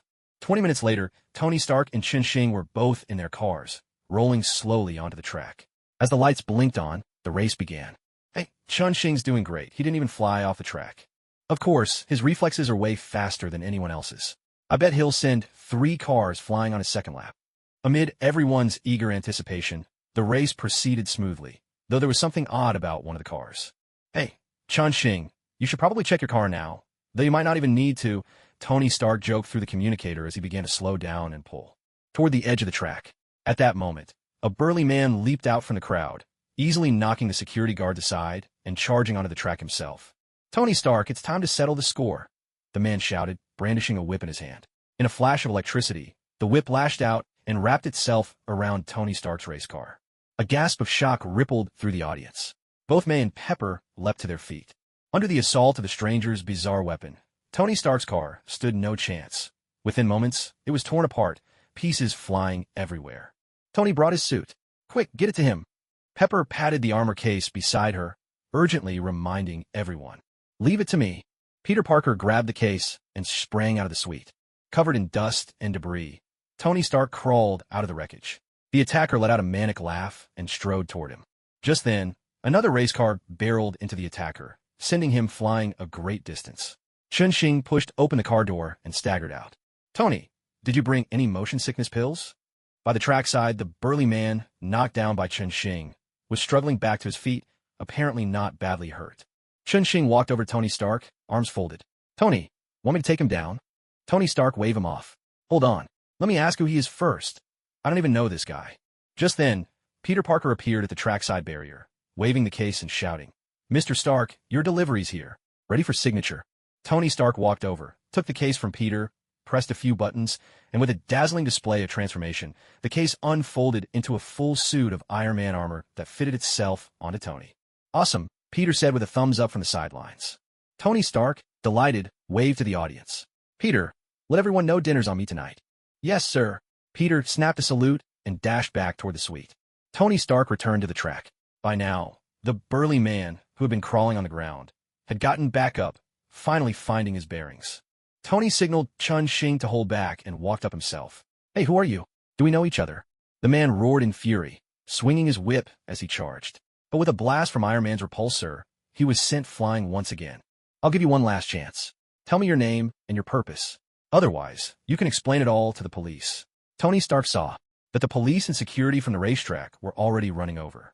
He walked up to the burly man and asked one final time. "Ivan Vanko. Remember my name, Tony Stark. I've found you, and we will meet again." The man's eyes glinted like a wolf's as he stared at Tony Stark. Blood at the corner of his mouth gave him a fierce, menacing look. "You're welcome to come again next time." Chun-Shing flashed forward in an instant, appearing behind Ivan Vanko. He raised his hand, but hesitated. His original plan had been to kill him on the spot, but with so many witnesses here, dealing with the aftermath would be troublesome. This man was reckless and unhinged. There was no point in trying to save him. In the end, Chun-Shing chose not to act. He watched as the police stripped Vanko of his gear and took him away. "Let's go. The police station will send me the results of their interrogation." Tony Stark walked over to Chun-Shing, seeing the serious look on Chen's face. He assumed Chen was worried about him. He quickly patted Chun-Shing on the shoulder, trying to ease his tension. "That guy is no match for me. Come on, let's go have that big meal. I already promised Peter." Tony Stark waved toward the private box, signaling everyone to gather at the parking lot. An hour later, Tony Stark's seaside villa. Since it wasn't convenient to bring the little turtles to a hotel, they chose to dine at the villa instead. Tony Stark led his curious guests on a tour of his lab. After satisfying his own sense of pride, the meals ordered from the hotel arrived. The bountiful and lively dinner lasted into the night. After everyone had eaten and drunk their fill, the little turtles began to regale the group with their adventure stories. With Pepper as their most enthusiastic supporter, the atmosphere reached its peak. Tony Stark sat by the window, enjoying the sea breeze as he flipped through a file just sent by the police. Chun-Shing came over with a glass of wine. "Well, is it about that man from earlier today?" Tony Stark nodded and handed his tablet to Chun-Shing. Chun-Shing glanced at the report. Just as he remembered, there were no surprises. That man's name was Ivan Vanko. His father had once worked with Tony's father on energy research. But when Tony's father discovered the elder Vanko's treachery, he had banished him from the United States. Now, Ivan had come back to seek revenge for his father's exile. Chun-Shing had no fondness for men like this. Reckless, utterly unrestrained, true madmen who cared nothing for the lives of others as long as they got what they wanted. Should I just kill him? Tony Stark wasn't one for outdated scruples. He took Chun-Shing's warning seriously and made up his mind. "I'll have people keep a very close eye on him." The two of them chatted for a while longer, during which Tony Stark made a few arrangements. Just as they were about to go back and join the others, the phone rang. Chun-Shing picked up the call. "Hello, Coulson. Is there something you need from us?" Coulson's voice came through the line. Chun-Shing. Are you with Tony Stark? Perfect. I was just about to call him too. There's something I need your help with. I'll send you a video. Please watch it and get back to me as soon as you can. Coulson sounded anxious. He hung up quickly after speaking, and a series of alert tones signaled the arrival of several video files. Tony Stark asked Jarvis to lower a screen and put the videos up for everyone to see. The others, who had been chatting nearby, gathered around to find out what was going on. The footage showed a highway, where a massive monster was rampaging down the road. Not far behind, several military jeeps were in hot pursuit there, occupants firing round after round. But the monster seemed completely unharmed. Every so often, it would pause to flip over the vehicles chasing it. The second video began. This time, military helicopters hovered above the creature, circling overhead, while another chopper kept journalists at bay. Under the glare of searchlights, the monster's features became clear. A humanoid figure, twice the height of an ordinary man, with green skin, an ugly, distorted face, and bones that seemed about to split through its skin. The scene shifted again. Helicopters launched several rockets at the creature, and it darted through the thick smoke, snatching a massive boulder from the roadside and hurling it at the aircraft. One of the lower-flying helicopters was struck, trailing smoke and flames as it crashed to the ground, erupting in a fiery explosion. The news chopper began a frantic retreat from the chaos. "Hey, is that one of our relatives?" Michelangelo asked with innocent curiosity, only to be dragged aside by Leonardo, who clamped a hand over his mouth. After watching the videos, Chun-Shing picked up the phone and dialed back. "Carlson, we've seen the footage. Quite the show. Good luck with it." Carlson replied, his voice tense. "Wait, Chun-Shing, don't hang up. You know what I'm asking. Please, can you help?" Chun-Shing chuckled. "Why don't you start by telling us exactly what happened? Then we'll think about it." Carlson's frustration was clear in his voice. "It's a problem with a military lab. You should recognize that monster. It's Captain Emil Blonsky. The military hasn't disclosed the details, but apparently he underwent some sort of experiment and ended up like this. Now he's heading straight for the city." Chun-Shing couldn't help but laugh in disbelief. "You can't even tell us what really happened. How do you expect us to help?" Carlson pleaded, "Please, Chun-Shing. If he makes it into the city, a lot of innocent people are going to get hurt." Chun-Shing spoke sternly. "Carlson, don't use ordinary people to threaten me, understood? Besides, I don't believe the military doesn't have more powerful weapons." "Chun-Shing, you know as well as I do, conventional weapons are useless against it, and the more destructive ones are off limits. If you're willing to help, you can negotiate some terms with the military." Carlson switched tactics. Only then did Chun-Shing nod, saying he'd think it over. A gust of sea breeze swept through, tossing Chun-Shing's hair into disarray. Everyone fell silent, waiting for Chun-Shing's decision. After a moment's thought, he began to lay out his terms to Carlson. "Carlson, you know those night gargoyles are still using weapons from 1,000 years ago. I think those belong in a museum, don't you?" "Fair enough. I'm sure the military has a batch of weapons to retire. Those can go to you. Of course, we're talking only about conventional arms. SHIELD can issue you a certificate for their use. And another thing, the military's been giving Dr. Bruce Banner a hard time. I want that to end, right here. If Dr. Bruce Banner is willing to retire with the Xingqiang group, then we'll have no problem. Chun-Shing, you must understand, we can't let Dr. Banner disappear from our radar. But with you, that works. All right, my final condition. I need some rare meteorites and minerals. There's no time limit, and I can pay for them, but I'll need SHELD's help to track them down." "No problem. I can make that a routine assignment." Carlson agreed without hesitation. After all, it was the military footing the bill. SHIELD just had to do the legwork, and they'd even gain a favor in return. Chun-Shing hung up. Almost immediately, Carlson sent over the address. As expected, it was quite close to the city. No wonder the military was in such a rush. "All right, let's move out." Chun-Shing stood up and glanced around. The little turtles, along with Peter and Harry, were all geared up and ready to go. Chun-Shing spread his hands helplessly. "Sorry, guys. We don't need this many people. Tony and I can handle it." The turtles, crestfallen, put away their weapons and flopped onto the sofa in a jumble. Tony Stark sat calmly at one end, patting his stomach. "Sorry, Chun-Shing. I just finished eating and need a rest. How about you fly over first and open a portal for me when you get there?" Chun-Shing shot Tony Stark a middle finger, then strode out to the balcony and soared off on his sword. His phone rang again. Seated on his flying sword, Chun-Shing answered the call. Dr. Ethan's anxious voice came through the phone. "Chun-Shing, have you seen the news? That monster outside the city, just now, after Dr. Bruce." Banner saw the news. He said the monster was his responsibility and ran out of the lab. "Betty is really worried and wants to hear your thoughts." Chun-Shing pressed the phone to his ear. "I was just on my way to take care of it. Tell Betty not to worry. And give her some good news. The military won't trouble Dr. Bruce Banner anymore." A gasp of joy came from the other end. Obviously, Betty was listening in as well. The conflict between her father and her boyfriend had always weighed on her. Feeling pleased, Chun-Shing pocketed his phone and flew swiftly toward the battlefield. He found a quiet spot to land, opened a portal, and Tony Stark sauntered out in his Iron Man suit, looking for all the world like a retired gentleman out for a stroll. He blocked a group of eager little turtles who tried to follow. Today there were just too many reporters around. It wasn't the right time for them to show up. Iron Man took to the sky, surveying the scene. It was quite a spectacle. Soldiers and the monster locked in combat, while fearless reporters crowded dangerously close to catch every moment. "Should we go in now?" he asked. "No. Dr. Banner probably wants to put an end to this himself, and I think that's good for him. We'll be ready to back him up when he needs it," Chun-Shing replied. He put on his mask and, together with Iron Man, soared into the air. As the battle intensified, casualties among the soldiers mounted, and the fighting edged closer to the city.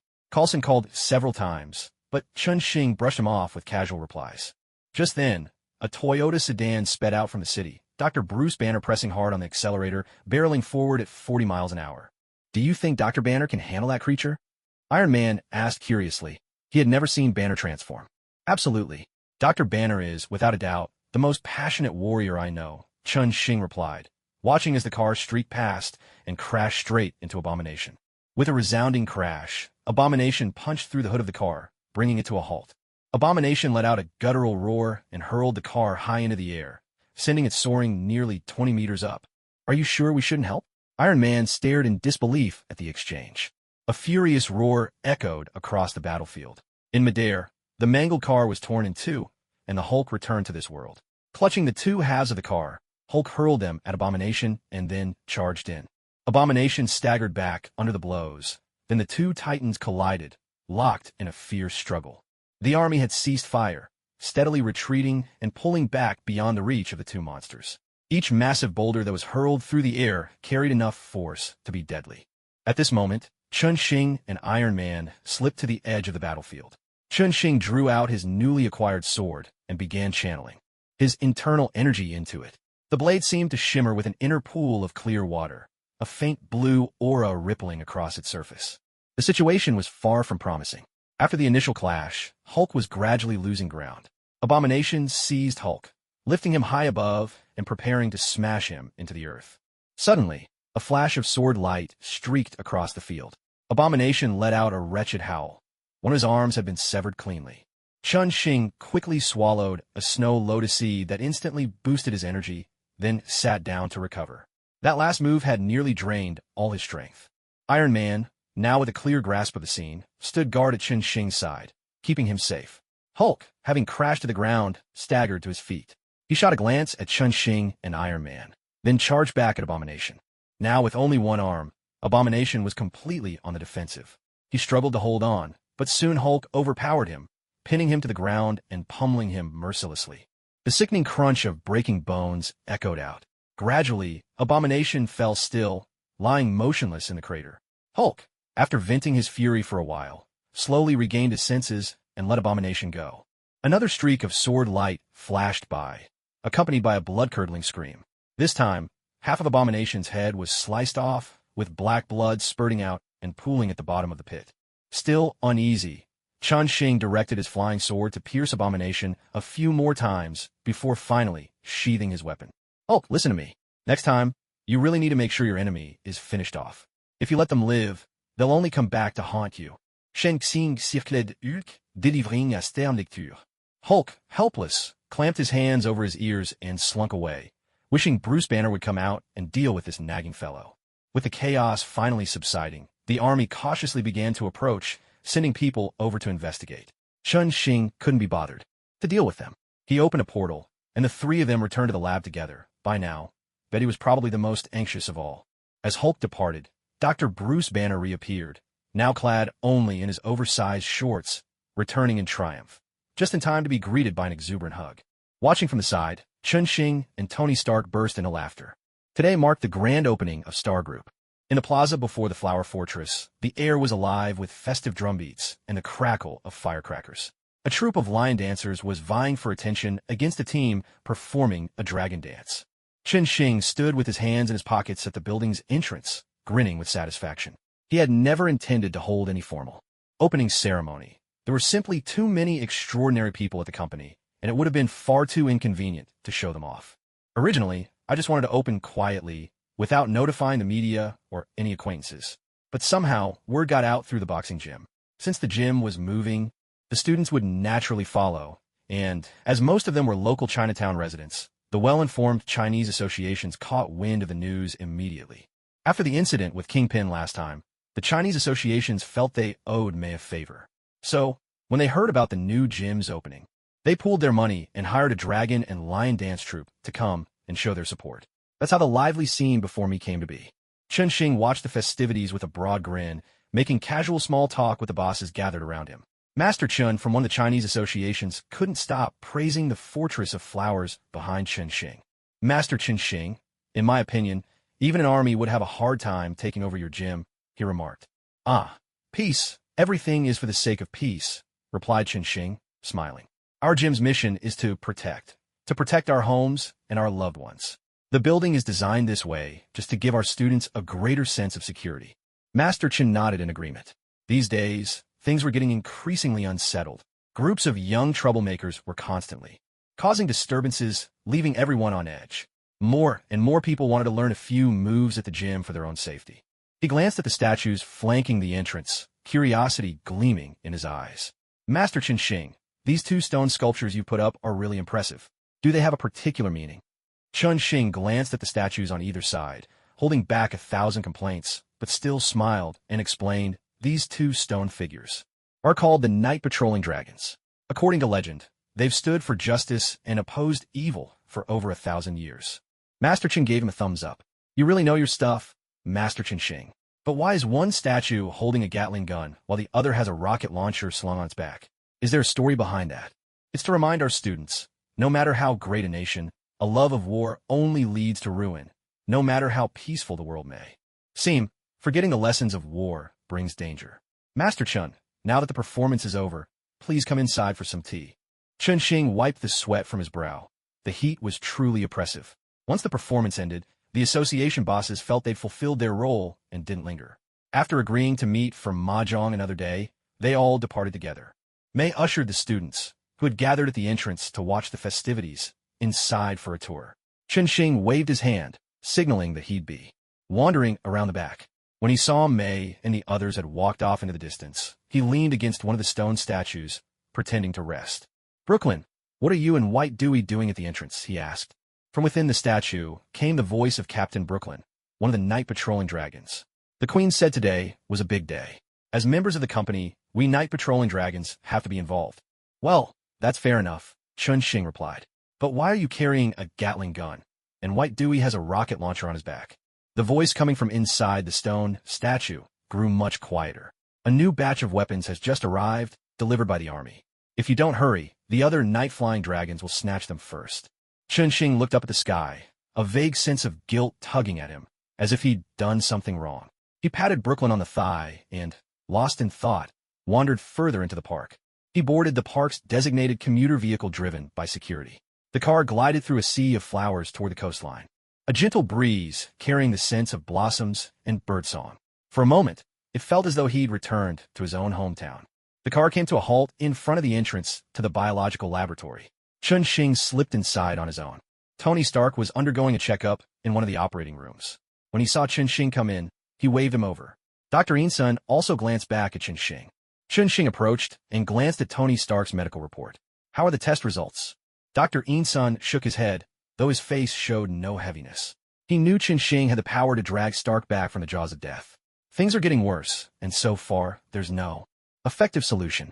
Tony, have you really not considered dying once right now?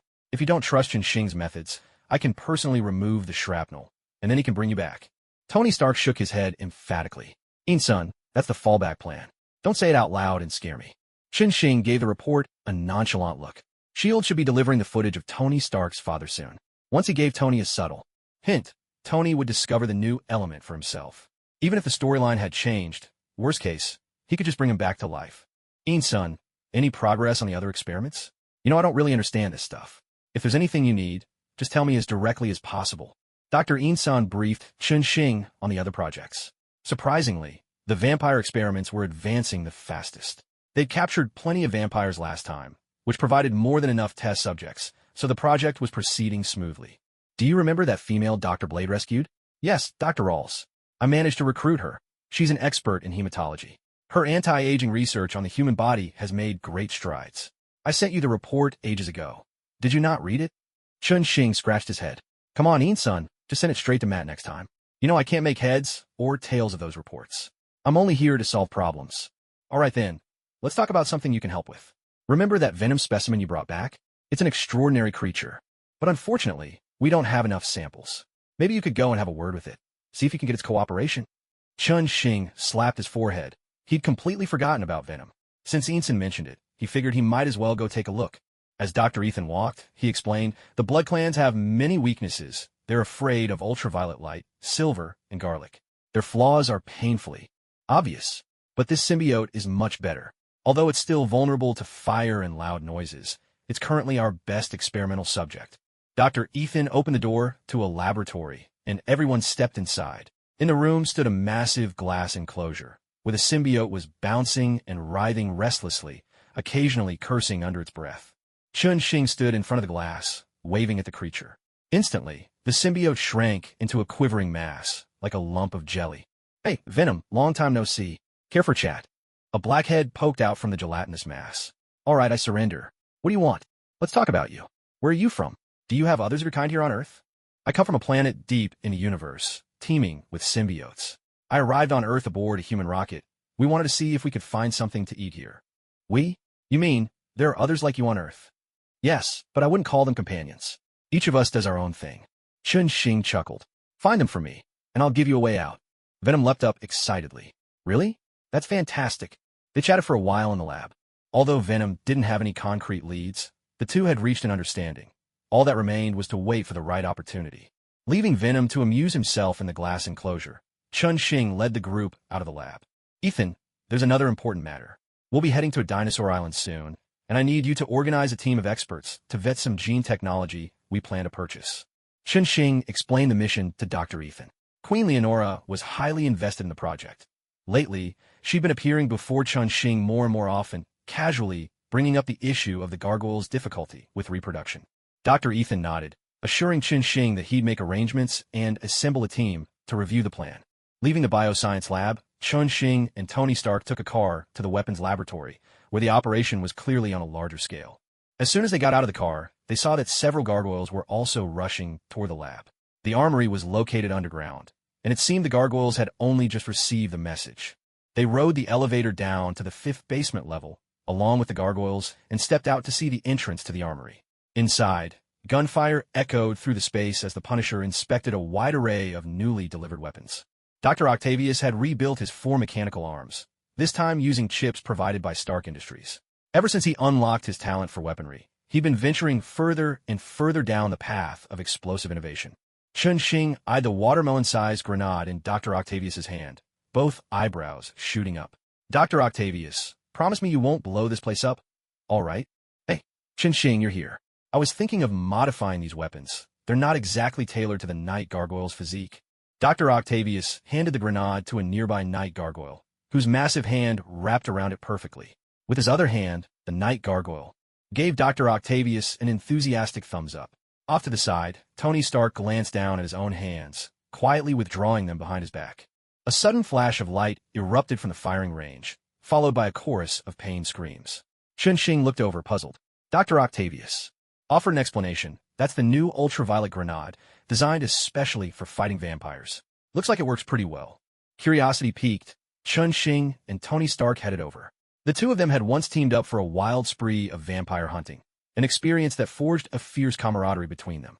Several vampires were tied to crosses, spaced out every 5 meters across the field. Some of the creatures were already half reduced to drifting ash, their agonized wails hanging in the air.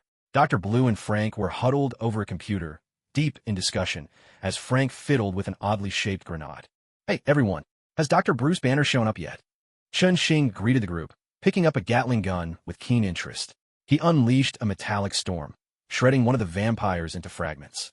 Dr. Banner's not cut out for this kind of scene. He'd just transform and tear these pests apart himself. We're tweaking the ultraviolet grenades right now. They seem to be working well. Dr. Blue replied, without looking up from his data, fingers flying over the keyboard. Chun Xing and Frank exchanged a quick high five, while Tony Stark sidled up to the Gatling gun, gave it an experimental lift, and quietly backed away again. That's good, but you should keep an eye on how quickly you're burning through vampires. I just got a complaint from the biolab. They say you're about to wipe out the entire batch we captured. Old Man Whistler, his white hair gleaming, popped up from the back. Maybe we should go catch some more. Things have been pretty dull lately. Chun Xing clapped the veteran vampire hunter on the shoulder. We'll need to pick the right moment. Petty skirmishes just aren't our style anymore. Last time, Deacon Frost managed to offend both humans and vampires, giving Chun Xing and his team a perfect opportunity to capture a large number of vampires. Now that balance has been restored in the city, it's much harder to mount a large-scale operation. If all they do is take out a few low-level thugs, it doesn't really mean much to Chun Xing and his crew. I think I've brought some good news. Another group of vampires has gotten themselves into trouble, Blade announced as he walked in from outside, though there was a peculiar look on his face. Are you constipated? Chun Xing asked with genuine concern. Blade gave him the finger, then shared the news he'd received. Sure enough, reality had turned out stranger than any fantasy. A group of vampires had actually sent a messenger to Blade, asking for his help. They wanted Blade to fight against a new breed of mutated vampire monsters that threatened both vampires and humans alike. The vampires called this new faction the Reapers. So, let me get this straight. The vampires want us to kill vampires? Tony Stark counted on his fingers, sorting out the connections. Perfect. That means we can wipe out 2 waves of vampires at once, Chen Xing said, flashing a victory sign. Everyone around burst out laughing. Blade handed over a slip of paper. They left a number. They want to meet our leader face to face. When do you want to go? The sooner, the better. We've already got our vacation plans, and I'm not letting a bunch of vampires ruin them, Chen Xing replied, picking up his phone and dialing the number. The call was quickly answered, and the meeting place was set.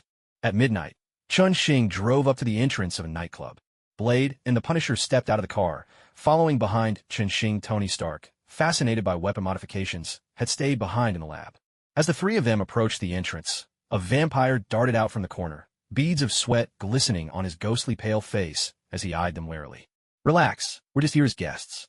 Who knows, maybe we'll end up as friends, Chen Xing said kindly, handing the vampire a handkerchief.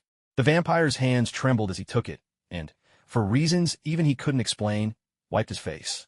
A pungent garlic aroma wafted out, making the vampire shriek as he bolted into a nearby alley. Looks like you two aren't becoming friends after all, Blade said, struggling to suppress a laugh. After waiting a while, another vampire cautiously emerged from the club, keeping a safe distance as he waved them over. Let's go. Vampires really aren't the friendliest bunch, Chen Xing remarked. The 3 of them followed the vampire through the crowd and down several winding corridors, finally arriving at a spacious, hidden chamber. Inside, the room was filled with vampires. The moment they saw Chen Xing and his companions, they all gripped their weapons tightly and watched them with wary eyes. Hey, we're your guests, remember? You invited us here. Chen Xing spread his hands, signaling that he meant no harm. Hello, Sword Immortal. I know who you are, and you were specially invited. An aged voice echoed through the hall as the vampire seated at the head of the table finally spoke. Cloaked in a black robe, his face was shrouded in shadow. The vampire's gathering hall. Chen Xing strolled over to a nearby vampire, kicked him out of his seat, and sat down himself. Enough with the theatrics. Just tell us why you brought us here, Chen Xing said impatiently, pointing straight at the vampire elder cloaked in black. Ahem, ahem. The vampire elder cleared his throat twice, signaling the other vampires to stay put. The reason we've called you here is because we now face a common enemy. A new faction has recently emerged, calling themselves the Reapers. They are a mutated breed of vampire, far more dangerous than the ordinary kind. They fear neither silver nor garlic. The only thing they can't withstand is ultraviolet light. I call them our common enemy because these mutants hunt both humans and vampires alike. Many of our people have already fallen to them. Faced with such a ruthless and powerful foe, I believe we should join forces for now. Maintaining the current balance is in everyone's best interest. Chen Xing wagged his finger. I have no problem wiping them out, but if you want us to get involved, you'll need to sweeten the deal. Word is vampires are quite wealthy. The vampire elder was momentarily stunned, then snapped in anger. They're our common enemy. They're attacking humans too, didn't you hear? Chen Xing shrugged indifferently. First of all, their main targets are vampires, or you wouldn't be so desperate. Second, the humans they're attacking are strangers to me. I don't know those people. So if you want our help, pay up. Are we clear? The vampire elder was so angry he nearly leapt from his seat. On television, this was when the human heroes should be charging in with battle cries. How do things turn out like this? How much do you want? The vampire elder growled through clenched teeth. Chen Xing pondered. Someone like Kingpin could cough up $1 billion just to save his own skin. Doubling that didn't seem unreasonable. He held up 2 fingers. $2 billion. We start when the money arrives. Idiot. There's no way we have that much cash lying around. The vampire elder stomped and cursed in frustration. Chen Xing glanced apologetically at the Blade and the Punisher, but the 2 of them, unfamiliar with such sums, simply looked away. Chen Xing had no choice but to stand up and take 2 steps forward. Listen, he said, either you pay $20 billion and we'll go kill them together, or you refuse to pay and we kill you right now. I've come all this way. I'm not leaving empty-handed. The vampire elder's mouth fell open, as if he simply couldn't comprehend how the world had turned out this way. He struggled with it for a long moment before finally speaking. $10 billion in cash. The other half will be paid in antiques. Everything will be delivered to you tonight. After saying this, the vampire elder seemed utterly drained, as though all the blood had been sucked from his body. He slumped into his chair, limp and powerless. Chen Xing nodded. That's acceptable. We'll wait for your intel back at our place. Don't take too long. We're planning a trip soon. And if you delay, I won't be issuing any refunds. The vampire elder trembled in his seat, his anger making him twitch a few times before he replied feebly, Fine. You'll have the information by tomorrow. I'll arrange for someone to guide you and accompany you in action. Not wanting to drive the elder to an early grave, Qin led Blade and the Punisher out of the vampire's lair. Do you trust them? Blade asked curiously. Of course not. In fact, it doesn't really matter what they say.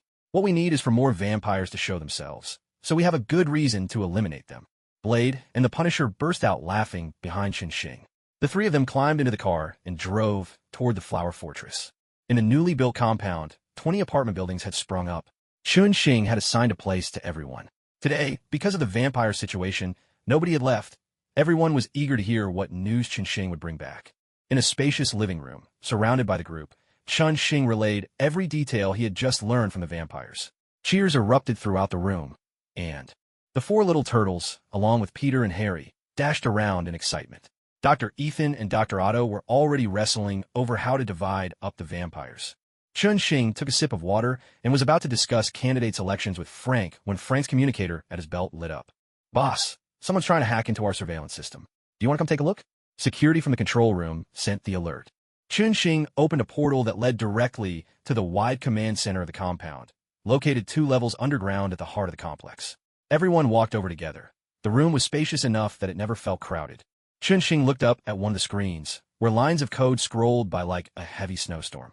Frank walked to the command console, picked up the microphone, and started giving orders. Give them access rights. Let's see what they're after. The tech crew nodded and got to work. Soon, the code vanished, and the screen displayed the compound's surveillance views. The intruder was now using the cameras to spy inside the facility. They think they've taken control of the security cameras, and now they're attacking our main server. Oh, wait a second. They're searching for the addresses of Qin and Tony Stark inside the campus. As the technician reported, Qin and Tony Stark exchanged glances and asked in unison, "Did you offend anyone recently?" Qin thought for a moment. The people he'd crossed either weren't around anymore, or were so powerful they wouldn't bother with such petty tricks. So he shook his head. Tony Stark, on the other hand, realized his list of enemies was far too long to even guess, so he guiltily lowered his head. Give them 2 fake addresses. Let's see what they're after, Frank suggested, typing in 2 bogus locations for the intruders to find. Sure enough, once they retrieved the addresses, the attacks on the main server stopped. We found them.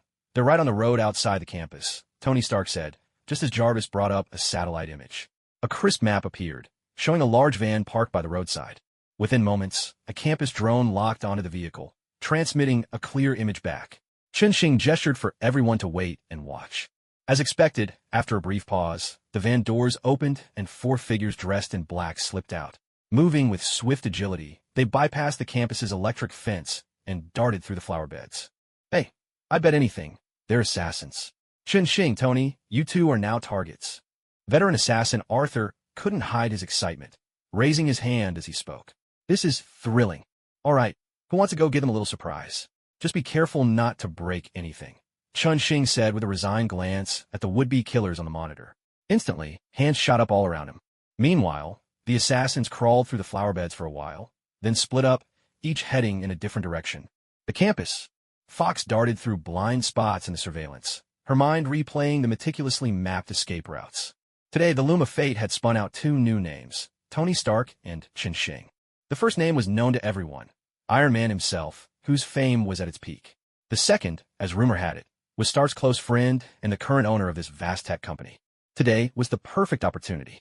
Word was that the campus's grand opening was happening, and Tony Stark's car had been parked outside all day, which meant the VIPs were likely holding a party on site.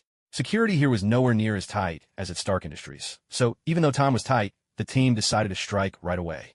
Fox slipped through a sea of blossoms and soon spotted a small villa ahead, the very residence of Qin on the campus.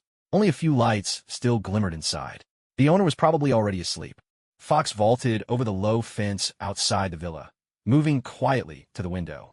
Inside, the villa was utterly silent. It seemed she would need to go in and find the location of the bedroom. Placing her gun at her waist, Fox reached out with both hands and slowly lifted the living room window. Need a hand? A pleasant female voice rang out, followed by the streetlight flickering on. Swiftly, Fox rolled to the side, sprang to her feet with her gun drawn, and saw a woman dressed all in red watching her from beneath the light. A trap, Fox realized instantly, squeezing the trigger and firing 3 shots at the woman in red. With effortless grace, Erica flicked the bullets aside with her short sword. She clasped her hands behind her back, signaling the assassin before her to continue if she wished. Taking 2 steps back, Fox struggled to understand what was happening. The woman in red had just deflected her bullets with a sword. I wonder if I can outrun her, Fox thought silently, holstering her pistol. Logic told her there was no point in trying again. She turned and sprinted in another direction. Since she'd been exposed, there was no need to hide her tracks anymore. Good luck to the others, she thought. There couldn't be many opponents as monstrous as this one. A Chinese woman in martial arts attire appeared in Fox's path, 2 short swords dangling from one hand. Fox's heart pounded furiously her, speed surging as she charged at the woman, her pulse thundering at 400 beats per minute, making her feel invincible for a moment. A sharp, resounding impact. The woman in white opened her free hand, fingers splayed toward Fox. It was like slamming into an invisible wall. Fox was thrown more than 5 meters back, struggled briefly on the ground, and then lost consciousness. Pepper leapt out from the flower beds, holding a stun gun. Shall we call this a joint win for our little sisterhood? May lowered her hand and flashed Pepper an OK sign with a smile. The butcher and pesticide followed the ventilation duct all the way to the basement. Word was, the company's owner had some very peculiar hobbies, designing his offices to resemble a doomsday survival bunker. Tony Stark was certainly an odd one, choosing to have his bedroom on the 2nd basement level. It seemed all billionaires had their quirks. The pair wound their way through the ducts. Eastern construction companies really were something else. These air vents were spotless, not even a whiff of paint fumes. Up ahead, the butcher stopped and nodded at pesticide. They had arrived. They carefully slid aside the vent cover. Outside, it was pitch black, likely a warehouse. The butcher shone a laser flashlight into the room, revealing a vast space filled with many sculptures. We're here.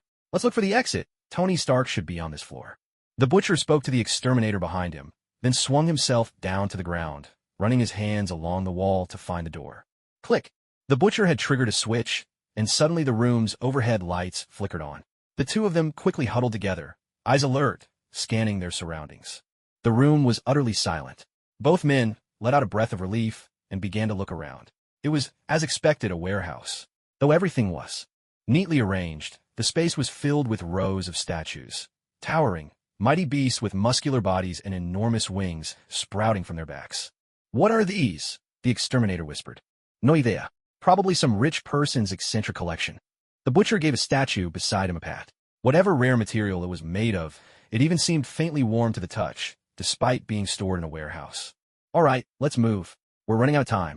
With that, the butcher opened the warehouse door. Standing outside was a man clad in black leather, a massive sword strapped across his back. Hey, it's pitch dark in here. What's with the sunglasses? Can you even see where you're going? The butcher kept talking as his hand slid to the hilt at his waist, quietly calculating the distance between them. He'd have to take this guy out in a split second. Clang! A sharp, ringing sound echoed through the room. The butcher stared, dumbfounded, at the bare hilt in his hand. Impossible! How had his blade been severed in an instant, right as they both moved? Butcher, focus! The exterminator barked, leveling his gun at the swordsman. Don't say a word. Drop your weapon, or I'll shoot. The butcher patted the exterminator on the shoulder a couple of times. Butcher, fetch his sword. It's yours now. The butcher patted him again. The exterminator, gun raised, glanced sideways, and suddenly saw the statues from before, now pointing their gatlings, aimed straight at the 2 of them. Meanwhile, the mechanic was sprinting desperately for the exit. Damn it, something's gone wrong. Not long after they'd entered, the comm signal was jammed. He had no idea what had happened to the others, but getting out was now his top priority. He crested a low hill, pausing to get his bearings. The perimeter fence was close. Once past it, he'd be safe. Taking a deep breath, the mechanic dashed toward a small garden that lay ahead. Just a bit farther, he only needed to cut through the garden to reach safety. Dr. Bruce Banner sat quietly on a bench in a moonlit garden. In the stillness of the night, it was the perfect time to practice the breathing techniques his teacher, Master Splinter, had taught him. The peace he felt in this moment was enough to make Dr. Banner lose himself in tranquility. He murmured to himself, "The world is so wonderful, and yet I am so irritable. This won't do. It just won't do. Don't move. Take me out of here, and I promise I won't hurt you." A sharp dagger was pressed against Dr. Bruce Banner's throat. The mechanic, breathing heavily, scanned his surroundings with wary eyes. If his comrades had unfortunately been captured, he'd just have to take a hostage and try to trade for their release. No, don't. For green shadows leapt out from the flower beds, 3 of them shouting in unison. "Boss, are you coming out now?" Michelangelo, his face lit up with excitement, looked eagerly at Dr. Bruce Banner. Ever since he had seen the Hulk, he'd stubbornly believed the Hulk ought to be the leader of the Turtles. Inside the interrogation room, the four assassins were tied to chairs, seated in a row. Chun-Shing and Tony Stark sat across from them, both eager to uncover who wanted them dead. Meanwhile, everyone else was in the main hall, munching on sunflower seeds and watching the live feed. At that moment, only the Butcher and Pesticide were conscious. They exchanged a glance and clamped their mouths shut, determined to say nothing. Fox still hadn't woken from his faint, and as for the other mechanic, is this guy still alive? Chun-Shing eyed the battered, ragged mechanic tied to his chair, curiosity in his voice. He took a punch from Hulk. We barely managed to dig him out from underground, Leonardo said, scratching his head in embarrassment. They'd hoped for a clean capture, but hadn't expected the man's rotten luck. Michelangelo carefully poked the mechanic with his finger, only for the man, chair and all, to topple over to the side. Chun-Shing tossed over a small pouch of wound medicine. Pour this down his throat. At least let us get to the bottom of things before he dies. Leonardo took the medicine and went to fill a cup at the water dispenser. Just then, a knock sounded at the door, and a security guard walked in. Boss, someone threw a phone into the security office. There's a note with it, saying to give it to you. It's related to today's assassination attempt. Chun-Shing accepted the phone, flipping through it. There was only one number saved in the contacts.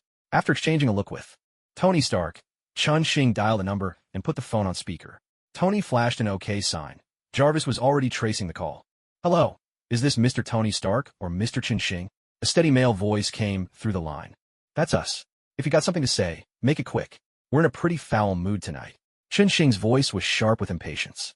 What should have been a pleasant evening had been wasted by these inexplicable assassins, and now yet another mystery man had appeared. There was a brief silence on the line. The person on the other end hadn't expected Chun-Shing to be so dismissive, as if he held these highly skilled assassins in contempt. If it wasn't sheer foolishness, then it could only be confidence born of true strength. Mr. Chun-Shing, I have information on these assassins, but I hope you can grant me a small request. The caller swiftly shifted his negotiating strategy, no longer treating both parties as equals. Instead, his tone became one of supplication. Go ahead, before I lose my patience, Chun-Shing replied. Non-committal, then waited quietly for the other man to speak. On the other end, the caller quickly explained the assassins' origins. These people belonged to an organization called the Fraternity. The group had existed for centuries, guided by an ancient, unbreakable creed, to carry out death sentences decreed by fate itself, to kill one to save 1,000. So, what you're saying is, they believe that killing me and Chun-Shing will save even more people. Tony Stark snapped, bristling with anger. He promptly flipped off the alert Butcher and Exterminator sitting before him. The caller continued, explaining that the organization's role was only to train assassins and, through certain secret methods, awaken the killer instinct buried deep in their blood. As for the list of assassination targets, it came from a device. Within the group, a machine they called the Loom of Fate. At irregular intervals, the loom would spit out a list of names, and the organization would dispatch assassins to eliminate those marked, all under the guise of preserving world peace. So that loom, what does it weave? God's own diapers. How magical, Chun-Shing scoffed, hugging himself in exasperation. It seemed that today, he and Tony Stark were cast as the villains in this particular drama. The voice returned on the line. Mr. Chun-Shing, I was once one of them. I can't speak for the past, but I know for certain that the loom has been corrupted. It's become a tool for someone's selfish desires. That's why I left the organization. And as for these assassins, if you can, please spare them. They're only fulfilling their orders, unaware of the deeper truth behind it all. Cruz, I know it's you. You betrayed the organization. Why keep spinning these lies? Fox, now awake, had listened to the exchange. She yelled into the phone, as if the caller had defiled everything she believed in. Listen, Fox, you've all been deceived. The loom is being manipulated. You're no longer fated executioners. You're just tools in someone else's hands. Before Fox could retort, Chun-Shing raised a finger. A surge of sword energy blasted her, chair and all, across the room. The Butcher and Exterminator, sensing the shift in the air, wisely kept their mouths shut. State your request, then take us to the headquarters of this organization, Chun-Shing commanded into the phone. All right, Mr. Chun-Shing, here's the situation. Ever since I left the organization, they've been hunting me down. Now they've targeted my son and trick him into joining as well. I hope you can get my son out. In exchange, I'm willing to serve you, came the reply. Stay where you are. I'll send someone to pick you up. With that, Chun-Shing hung up the phone. Tony Stark signaled that he had already pinpointed the exact location. Hearing only the cold, empty tone from his phone, Klaus sighed helplessly and tossed it onto the dashboard. This was the best plan he could Think of surely a group as powerful as this could stand up to the organization. He just hoped Mr. Chinxing wouldn't hold it against him. Klaus opened the car door and stepped out, ready to turn himself into Mr. Chinxing. Now that his mind was made up, he would leave the rest to fate. Suddenly, a flock of enormous beasts swept across one corner of the sky, their countless wings blotting out the silvery moonlight. A fierce wind howled through the night. Damn it, could the loom really be working this time? Have real demons shown up? Klaus wondered with dread, crouching in the middle of the road and covering his head. Above him, the night gargoyles circled menacingly. Half an hour later, Chun Xing, now fully briefed on the situation, was driving Carlos toward a textile factory. The rest of the team busied themselves, preparing their gear and waiting for Chun Xing's orders. Matt, the payment from the vampires will be delivered soon. Make sure someone handles the handoff. Brooklyn, this time we're just picking up some small fry. Tell the night gargoyles not to bring heavy weapons. And most importantly, don't blow that textile factory sky high, Chun Xing said, steering the car with one hand while issuing instructions over the communicator.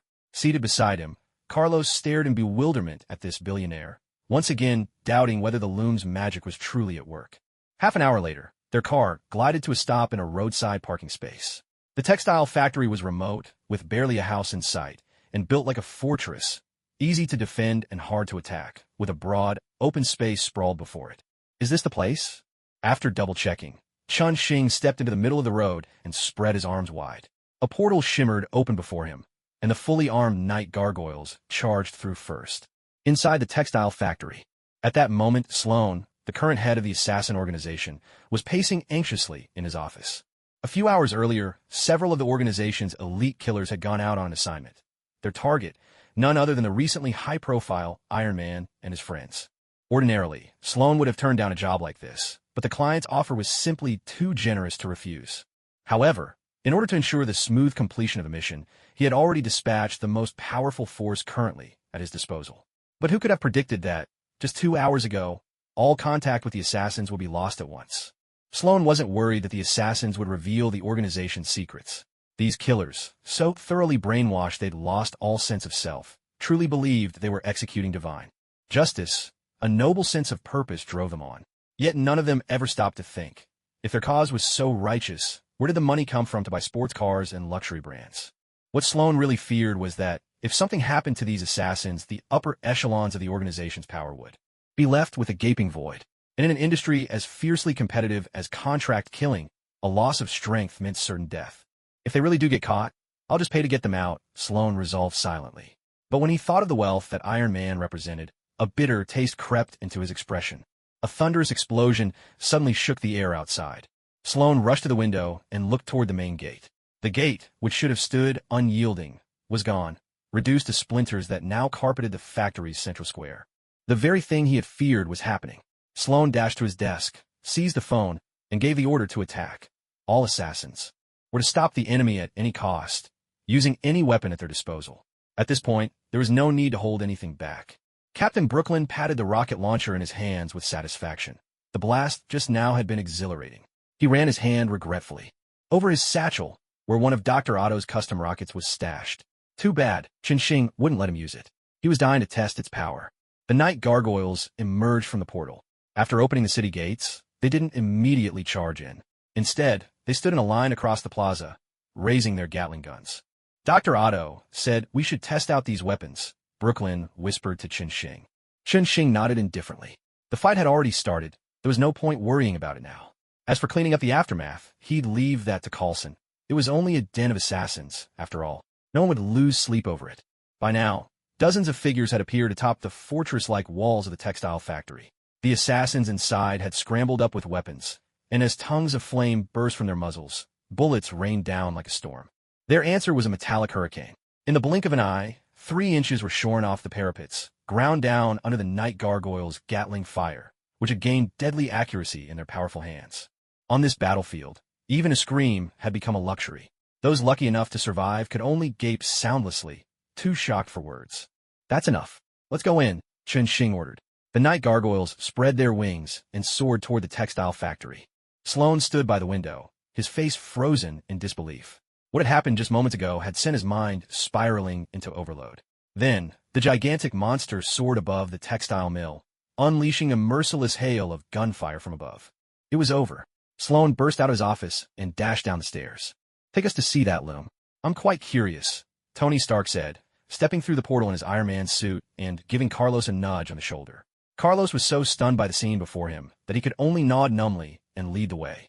They walked through the corridor and entered a vast workshop, where several looms were still clattering away. Carlos pointed to one of them. Chun Xing, intrigued, walked over to the loom. Are you saying this thing weaves out the names of me and Tony? Don't move, or I'll shoot you dead. Sloan appeared from behind the loom, gun raised. He had already tried every possible escape route, each one blocked. Someone in. The other team clearly understood the assassin's craft inside and out. His only option now was to take a hostage, and thankfully, this man had let his guard down. Tell me, who hired you to kill us? Chun Xing said, toying with the loom of fate with genuine interest. We never betray our clients, Sloan replied instinctively. Chun Xing turned to look at him. Come on, don't tell me being an assassin has made you stupid. Aren't you all about the will of fate? Sloan's mind was in chaos, but he knew he was no match for Chun Xing in this conversation.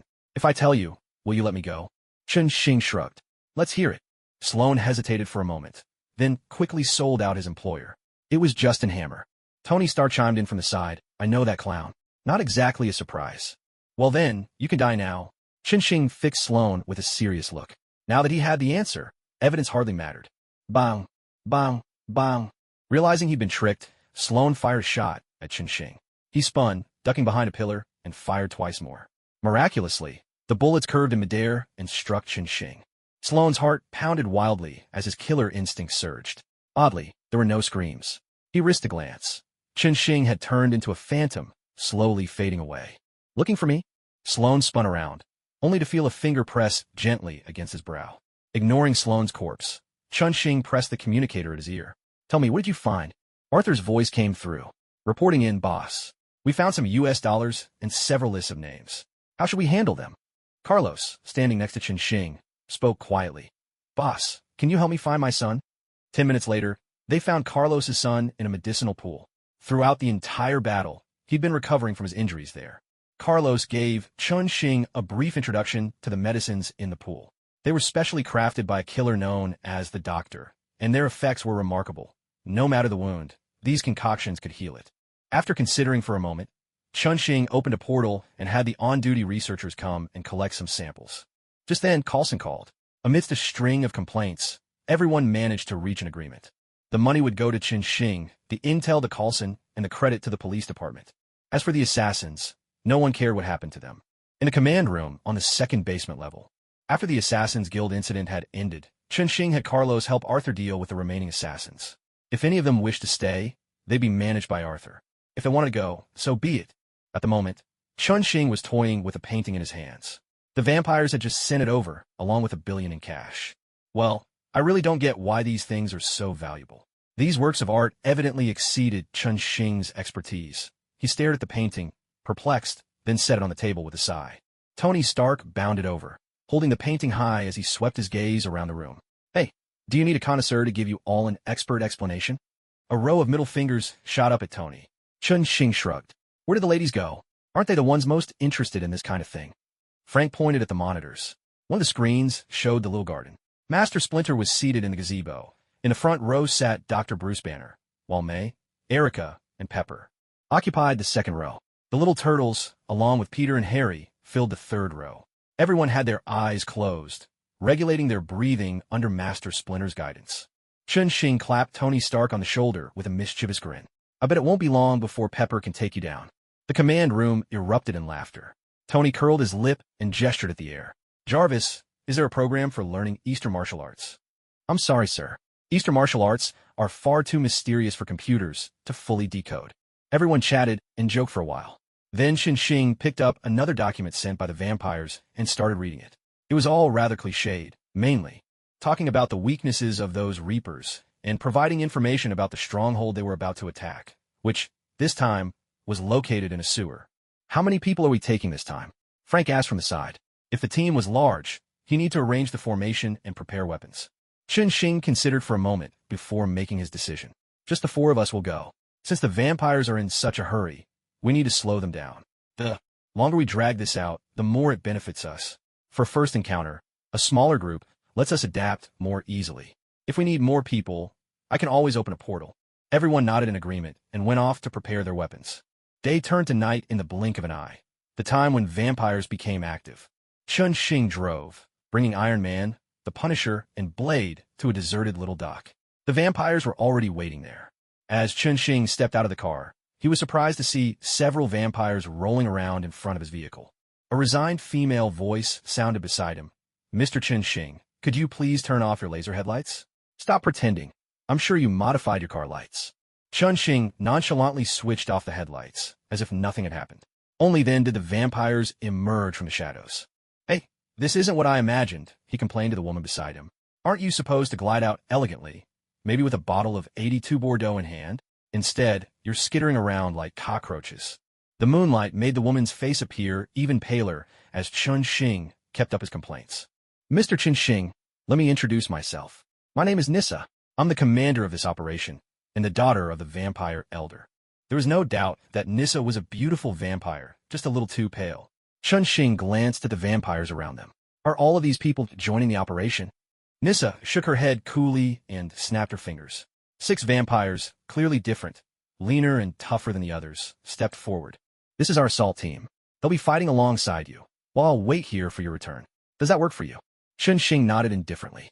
Nissa continued. "This time we plan to attack from 4 directions, driving the Reapers hiding in the sewers into a central spot, and then finish them off together. So you'll need to split into 4 teams as well. Do you need to call in more people?" Chun Xing looked around him. "No need. 4 of us is perfect. We'll each go with 1 team." Nissa nodded in agreement and made a gesture to the vampires behind her. The vampires, following the order they had previously arranged, began to set off. Chun Xing and his 3 companions nodded, then each separated to follow a different group of vampires. The Punisher was flanked by 2 burly vampires, with 5 underlings trailing behind. The group trudged through the damp sewers in heavy silence. Apart from the shuffling of their footsteps, not a soul uttered a sound. Blade, on the other hand, was treated quite differently.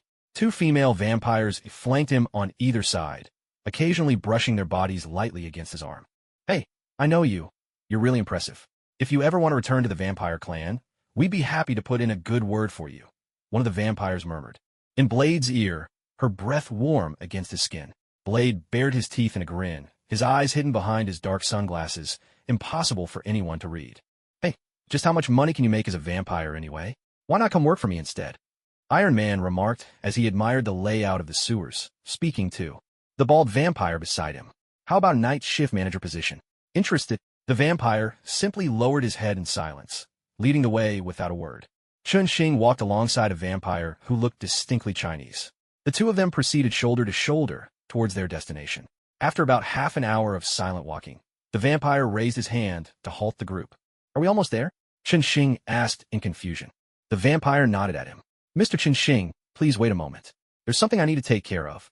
With that, and while Chun Xing was still puzzled, the vampire turned and walked back to his entourage.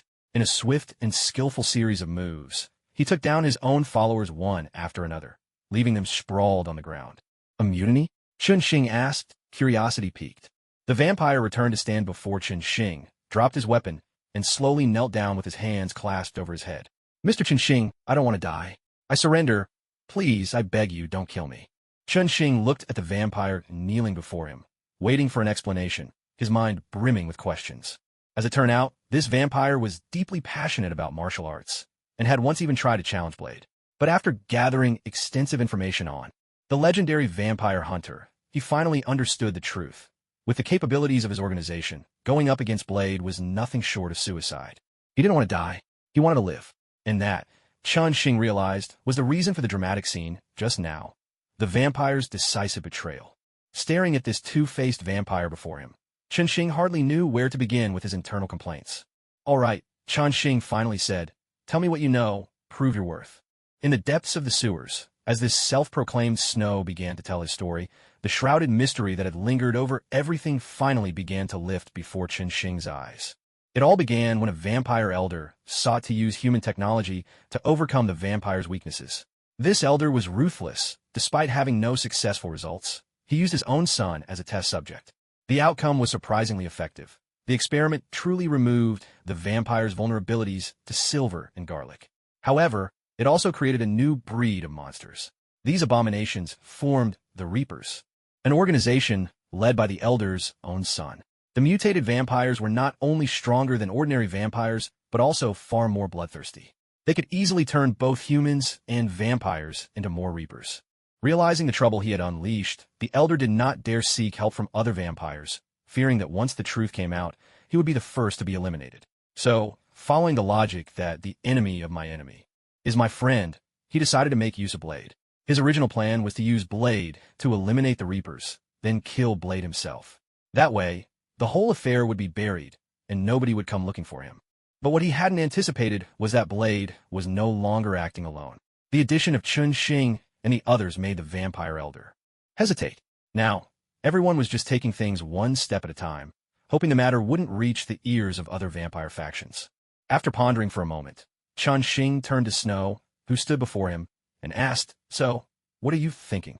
The vampire, who called himself Snow, quickly responded, "The Elder's business has nothing to do with me. I'm just a vampire with a long life ahead of me. All I want is to survive." Chun-Shing nodded in understanding and motioned for Snow to follow behind him. Today's plan would proceed, but some of the details would need to be adjusted. Chun-Shing pressed his earpiece and spoke. "Hey everyone, listen up. There's been a development. Don't kill all the vampires you come across. We might need them. Copy that." Understood. Iron Man and Blade's voices came through the comms in quick succession. "Frank, did you get that? Please respond." When there was no reply from the Punisher, Chun-Shing repeated the question. Sorry." The Punisher's awkward response finally came. He had already wiped out all the vampires around him. "Well, just don't kill anymore. I'll explain everything when we regroup." Chun-Shing planned to have Snow go back as an undercover agent, but he needed other vampires left alive to make it believable. If Snow returned alone, it would look suspicious. Snow followed behind Chun-Shing, beads of cold sweat forming on his forehead as he listened to the conversation over the comms. Still, he was immensely relieved by his decision. He had survived, after all. After walking for another 10 minutes or so, the heavy sound of breathing echoed through the sewers. Chun-Shing halted, glanced back at Snow, who nodded in silent confirmation. Up ahead, the Reapers were waiting. At a bend in the sewer, 3 Reaper vampires sat idly on the ground, the dim light casting a ghastly pallor over their skin, which seemed to be perpetually decaying. They sat in silence, unable to make any sudden movements, for their metabolism was dozens, even hundreds of times faster than that of ordinary vampires. Without a constant supply of fresh blood, their bodies could collapse at any moment. A human emerged from around the corner. The instant he caught sight of them, his face twisted in a mix of panic and disbelief. The Reapers grew instantly excited, lunging at the human in perfect unison. A flash of sword light split the gloom of the sewer. Chun-Shing landed on the head of one of the Reapers, taking a closer look at the grotesque creature. As they rushed him, their lower jaws split wide open, each side peeling away to reveal fleshy tendrils writhing outwards from their throats. The sight was so revolting that Chun-Shing nearly lost his dinner. "Look at their hands," Snow reminded him from nearby. The Reaper's hands had also split open, with sinewy tendrils probing outward, searching. "These Reapers are extremely dangerous," Snow explained further, his own face slick with cold sweat. "If you let them feed on your blood, whether you're human or vampire, you'll become just like them. And they don't just feed with their mouths, they use their hands too." Suppressing his revulsion, Chun-Shing opened a portal. On the other side, Dr. Ethan and Dr. Lon were already waiting with their team. "These things are deadly. Be on your guard," Chun-Shing warned, briefly describing the Reaper's features before instructing the night gargoyles to capture them and bring them through. Once the portal closed, Chun-Shing pressed forward. With Snow leading the way, they encountered more and more Reapers. Pressured from all 4 directions, the Reapers were herded together into a spacious tunnel. "Get to the back," Chun-Shing told Snow. Upon hearing this, Snow darted to the rear at a quick trot. Checking in with his communicator, Chun-Shing confirmed that everyone was in position. He pulled out 2 ultraviolet grenades and lobbed them into the tunnel. After a chorus of agonized screams, a cloud of ashen smoke drifted through the corridor. Switching on a high-powered flashlight, Chun-Shing entered the tunnel, his companions following close behind. Most of the Reapers had already been reduced to dust, but a few survivors, their limbs mangled, rolled and writhed across the tunnel floor. When the beam of the flashlight struck them, they shrieked once more in pain. Glancing back, Chun-Shing saw that Snow had already caught up. Soon, the rest of the vampires joined them, terror-stricken by the devastation before their eyes. This was nothing like the battle they had imagined. "Listen, we need to take the rest of these back for inspection. Any objections?" Chun-Shing glanced around at the vampires. The vampires shook their heads so vigorously, it was as if their necks were loose hinges. All right, you're free to go.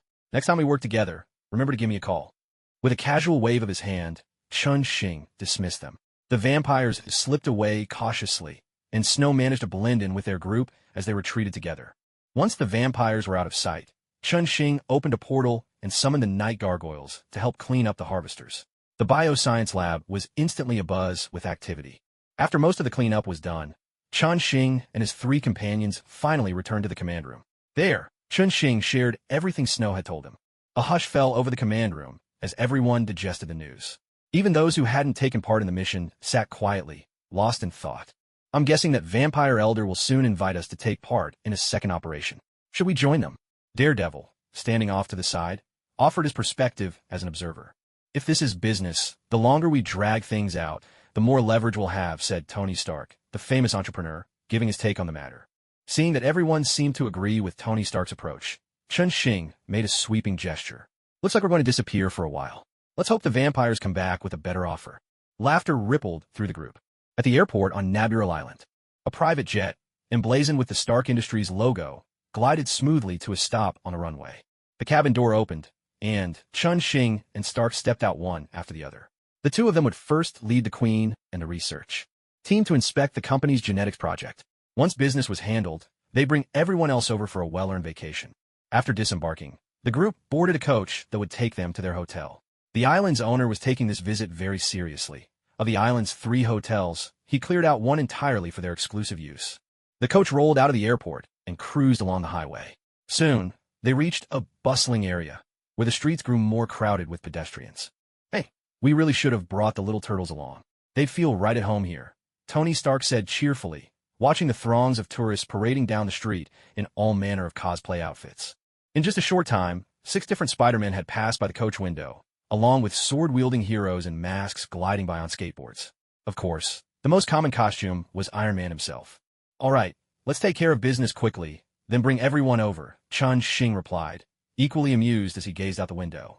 Hey, did you see those girls? Peter is a real genius, Tony Stark said with a satisfied grin, whistling as he admired the young women whose curves were accentuated by the spider suits. Chun Xing scratched his head. I bet designing for that wasn't on Peter's mind at all. The bus circled the edge of the park and soon arrived at the hotel. The staff quickly unloaded the luggage and guided everyone to their rooms. While the group was settling in, a man and a woman emerged from behind the hotel bar. The man wore a sharp gray suit over a pink shirt, his expression shrewd and businesslike. He was none other than the owner of the island, entrepreneur Simon Misrani. Claire, our guests have arrived. Are you ready?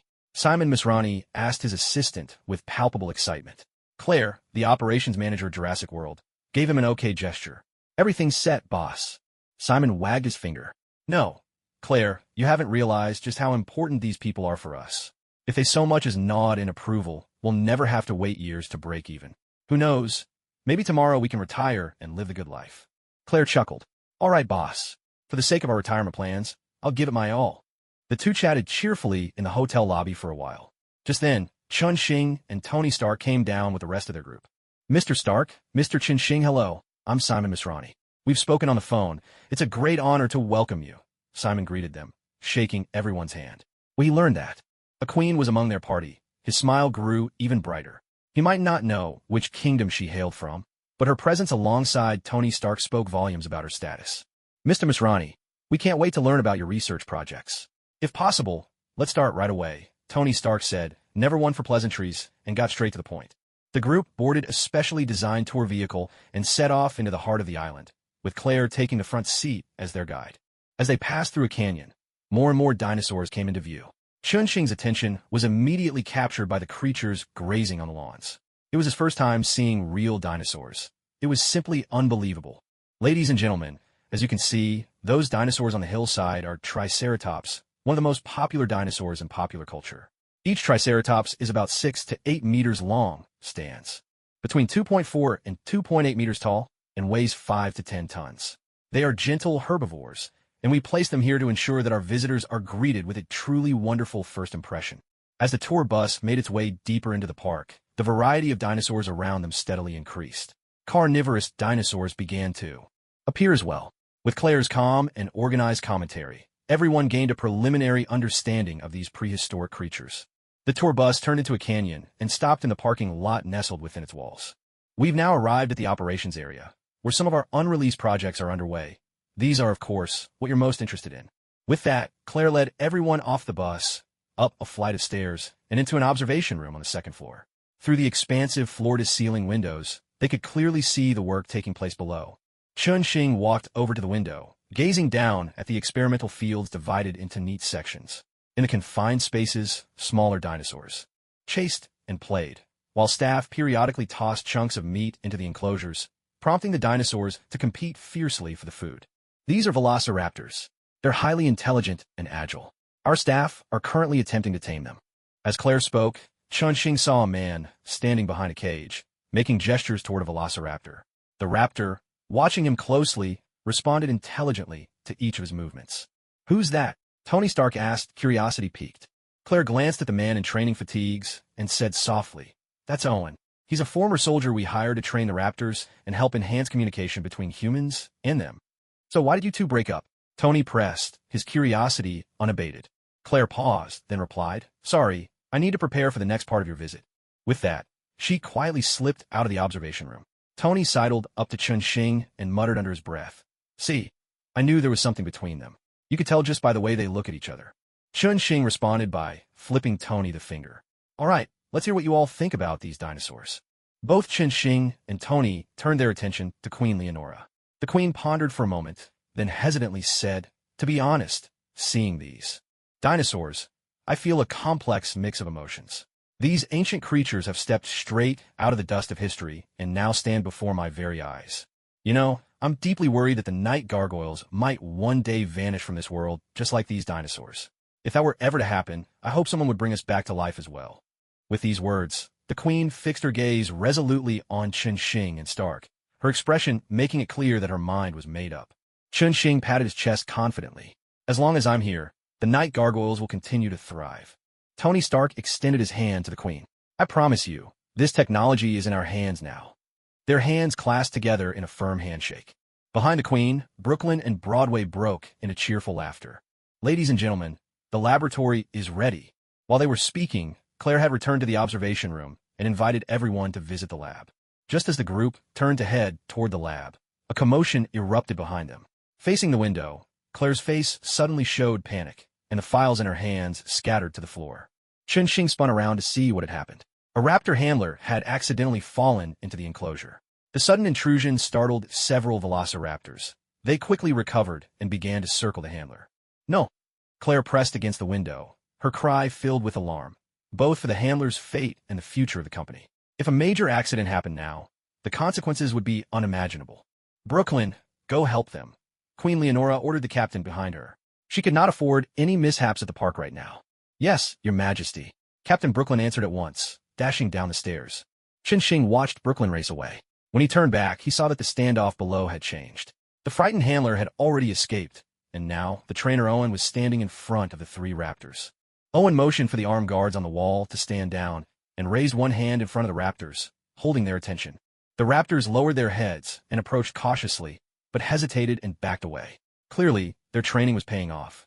"He's brave, but a bit reckless," Queen Leonora said to Claire, offering her assessment of Owen. She admired this young man.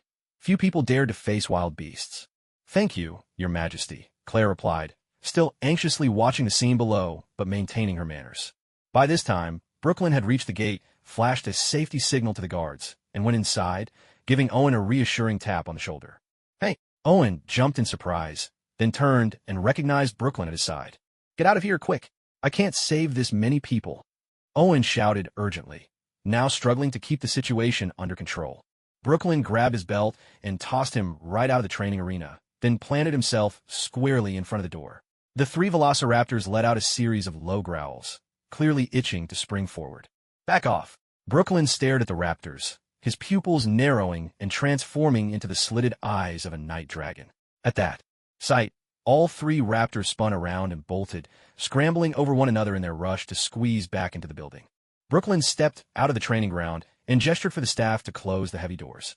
"That was incredible. I honestly don't know how to describe your guard," Claire stammered, her eyes wide with astonishment as she turned to the queen. "Oh, that's nothing." He's faced foes far more formidable than these dinosaurs, the queen replied, tilting her head with a playful glint in her eye. Catching the queen's cheerful mood, Chun Xing waved his hand lightly. All right, let's finish our tour of the lab and then go grab a few drinks. It's a day worth celebrating. The group headed off together toward the laboratory, with Brooklyn quickly rejoining them. Hey, sir, could you wait a moment? I'd like to ask you a few questions. Owen burst in, calling out as he came, only to pause in surprise at the sight of so many people in the observation room. But when his eyes landed on Brooklyn, they lit up with excitement. Claire hurried over and pulled Owen aside. Owen, I know exactly what you want to ask, but now isn't the time. These guests are the highest importance. You can't disturb them. Owen shrugged at Claire. You're always so serious, Claire. I just wanted to ask a few questions. It could help our research project. Standing nearby, Chun Xing waved a hand. All right, Mr. Owen, listen. His technique is not something you can pick up, I'm afraid. That's just the way it is. We need to continue our tour. If you're interested, just tag along behind us. With that, Chun Xing led everyone toward the lab. Claire shot Owen a warning look before quickly catching up. Owen hesitated for a moment, torn by curiosity, but in the end, he couldn't resist and quietly followed after them, planning to find a chance to meet Brooklyn. When Chun Xing and the others entered the laboratory, Dr. Ethan, Dr. Blue, and Dr. Rawls were already poring over the lab's data. At the sight of Chun Xing, they all set aside their work at once. How'd it turn out? Chun Xing asked. The part we needed is fully developed, completely usable, Dr. Ethan replied, choosing his words carefully. After all, they weren't interested in the entire technology, only the segment that could help the night dragon species improve their fertility. Chun Xing, Stark, and Queen Leonora exchanged glances, smiles playing at the corners of their mouths. Tony Stark turned to Claire and said, Go tell Simon Misrani. We'll take the project. Yes, Mr. Stark. Mr. Misrani is downstairs waiting for the news. I'll tell him right away. Would you like our technical staff to walk you through everything again? Claire hadn't expected Tony Stark to make a decision so quickly. She stammered out a few words, then decided to have the technician cover for her while she went to report to Mr. Misrani. Tony glanced at the eager young researcher standing nearby and declined her suggestion without much concern. Have him give Dr. Ethan the update instead. You go tell Misrani someone will follow up with him soon. Claire nodded excitedly and hurried off downstairs, no longer sparing a thought for the disappointed young researcher. While they were discussing business, Chun Xing and Queen Leonora were exploring the lab with curiosity. They stopped before a device that held several dinosaur eggs. Sir, this is our dinosaur incubation unit. The hatchlings should be arriving any moment now, a nearby researcher whispered as he introduced the setup. The queen studied the eggs closely, then placed her hand gently on one of them. Yes, it's ready to hatch. I can feel it. No sooner had she spoken than a crack appeared in the shell beneath her hand. A tiny claw poked through, wrapping itself around her little finger. Chun Xing joked from the side. I think Queen Leonora should write a book, so future generations of gargoyles will remember your legendary deeds. The queen, amused by the tiny hand reaching out from the shell, asked with a bright smile. And what kind of book would that be? Chun Xing grinned. How about calling it Postnatal Care for Gargoyles? What do you think? The queen nodded. Perfect. And on the title page, it will say, with thanks to Chun Xing and Tony Stark. Your names will be cherished by the gargoyles for generations to come. Just then, Tony Stark finished his conversation and wandered over, looking puzzled. Whose names? In the hotel's lounge, Chun Xing, Tony Stark, and Queen Leonora sat together, chatting. The queen was in high spirits, reminiscing with them about the days of the gargoyles until it grew late, and she took her leave. After seeing the queen off, Chun Xing and Tony Stark exchanged a few more words, agreeing to gather everyone for a holiday the next day. Then each planned to return to their rooms. At that moment, a hotel staff member approached them cautiously. Mr. Stark, Mr. Chun, Dr. Henry Wu from the lab, and Security Chief Hoskins would like a word with you. They've been waiting outside for quite some time. Chun Xing glanced at him, thinking that this waiter must have made quite a bit of money. Under Chun Xing's gaze, the waiter lowered his head and stood there quietly, hardly daring to breathe. Let them in, Chun Xing said after a moment's thought, unable to contain his curiosity. So, Chun Xing and Tony Stark sat back down on their sofa, switched to a fresh glass of water, and waited for the two people outside. It wasn't long before the waiter led the two men in. The first was a slender Chinese man in a well-fitted suit. Behind him followed a burly man with a full beard and a nervous look plastered across his face. The Chinese man nodded politely to Chun Xing and Stark. Mr. Stark, Mr. Chun, he began. Allow me to introduce myself. I'm Henry Wu, the lead researcher at Jurassic Park's laboratory. The gentleman behind me is Hoskins, our head of security. Please forgive us for disturbing you. What exactly do you want? Chun Xing asked, swirling the water in his hand and eyeing the two men with an amused look. He didn't offer them seats. Henry Wu cleared his throat. We want to take this opportunity to explain some of Jurassic Park's research achievements to you in more detail. Tony Stark cut him off with a wave of his hand. We've already bought the results. Just hand them over to Dr. Ethan. There's no need to trouble us with the details. Seeing Stark about to dismiss them, Henry Wu hurried to add, No, Mr. Stark, what we want to share is some of our latest research breakthroughs, things even Mr. Simon Masrani doesn't know about. Perhaps you'll be interested. In his haste, Henry Wu revealed that he'd been conducting experiments without his boss's knowledge. Chen Xing and Stark exchanged a look, then turned to Henry Wu. All right, Chen Xing said, show us what you've been doing behind your boss's back. The two men were well prepared. Hoskins pulled out 2 tablets and handed them to Chen Xing and Stark. Chen Xing browsed through his. It was mostly a series of video clips featuring a dinosaur. Henry Wu, visibly excited, began his explanation. As you can see, gentlemen, I've implanted DNA from an adult Tyrannosaurus rex, a velociraptor, a tree, frog, a snake, and a squid into this dinosaur. The result is a creature of immense strength and agility, with an intelligence far beyond the ordinary. So, what exactly do you plan to do with this dinosaur? Chen Xing asked noncommittally. Hoskins couldn't contain himself. Gentlemen, this dinosaur will be the ultimate warrior. Don't you want to own it? Tony Stark yawned, clearly bored. All right, your interview is over. Good night, gentlemen. After speaking, Tony Stark stood up and walked out. Chen Xing put his tablet down on the table and left the lounge as well, each lost in their own thoughts. This kind of dinosaur might be considered a super soldier to ordinary people, but to the two of them, it was laughably weak. The two men left in the lounge stared at each other for a while, their eyes wide with disbelief, as if they couldn't accept that the fruits of their painstaking efforts had failed so utterly. Hoskins wanted to unleash a torrent of curses, but he only managed to raise his hand before letting it fall limply. Whoa, what are we supposed to do now? The lab is about to be handed over to Starry Group. We won't have another chance to meddle behind the scenes. Henry Wu nodded heavily. If Simon Masrani found out about his private experiments, the worst that could happen was getting fired. But if those two just now uncovered his secrets, he'd be as good as dead. That was exactly why they'd rushed over in the first place. Henry Wu gave Hoskins a reassuring pat on the shoulder. Let's head back for now. We'll think of something slowly. One after the other, the two of them left the hotel. Hoskins' face grew more twisted with every step. He was nothing like Henry Wu. Could at least keep a position in the lab, but once Starry Group took charge, Hoskins was certain he'd be thrown out on the street. No, those two have clearly never seen the real power of this dinosaur. That's why they're dismissing it. I have to come up with something, Hoskins plotted to himself as he and Wu walked farther and farther away. Blue sky, white clouds, the sea breeze blowing in gentle gusts. Early that morning, Chen Xing opened a portal and brought everyone over. When they heard there was no need for disguises, the 4 little turtles excitedly dragged Peter and Harry toward the beach, leaving 2 deep trails in the sand. Meanwhile, May, Erica, and Pepper, now a freshly formed sisterhood, stepped out with matching sun hats, ready for a trip to the shopping center. Daredevil, the Punisher, and basically everyone else at the base had been roped in by Chen Xing for this vacation. Even Whistler, the white-haired old man who was usually drunk, had been hauled along by Blade. As for how to explain the sudden influx of so many people to the hotel staff, Chen Xing's answer was simple. I'm Tony Stark. I live my life my own way. Why should I explain myself to anyone? With people coming and going, the cluster gathered at the hotel entrance quickly dispersed, each heading off to wherever they fancied. After closing the portal, Chen Xing strolled around until he found a convertible tourist car, then waved to the others. Tony Stark, Matt, and Frank hopped in behind him. Everybody buckle up. Next stop, Dinosaur Park. Chen Xing called out to the sky, and the electric car rolled leisurely toward the amusement park. They hadn't gone 500 meters when another electric car, this one packed with 6 people, roared past them like a shot. Hey, the last one to arrive is on barbecue duty tonight. Michelangelo stood atop the car, striking a superhero pose.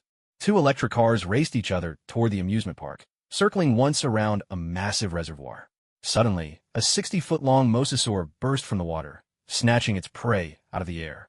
Awesome! The 4 little turtles stared, wide-eyed at the giant creature, all exclaiming in unison.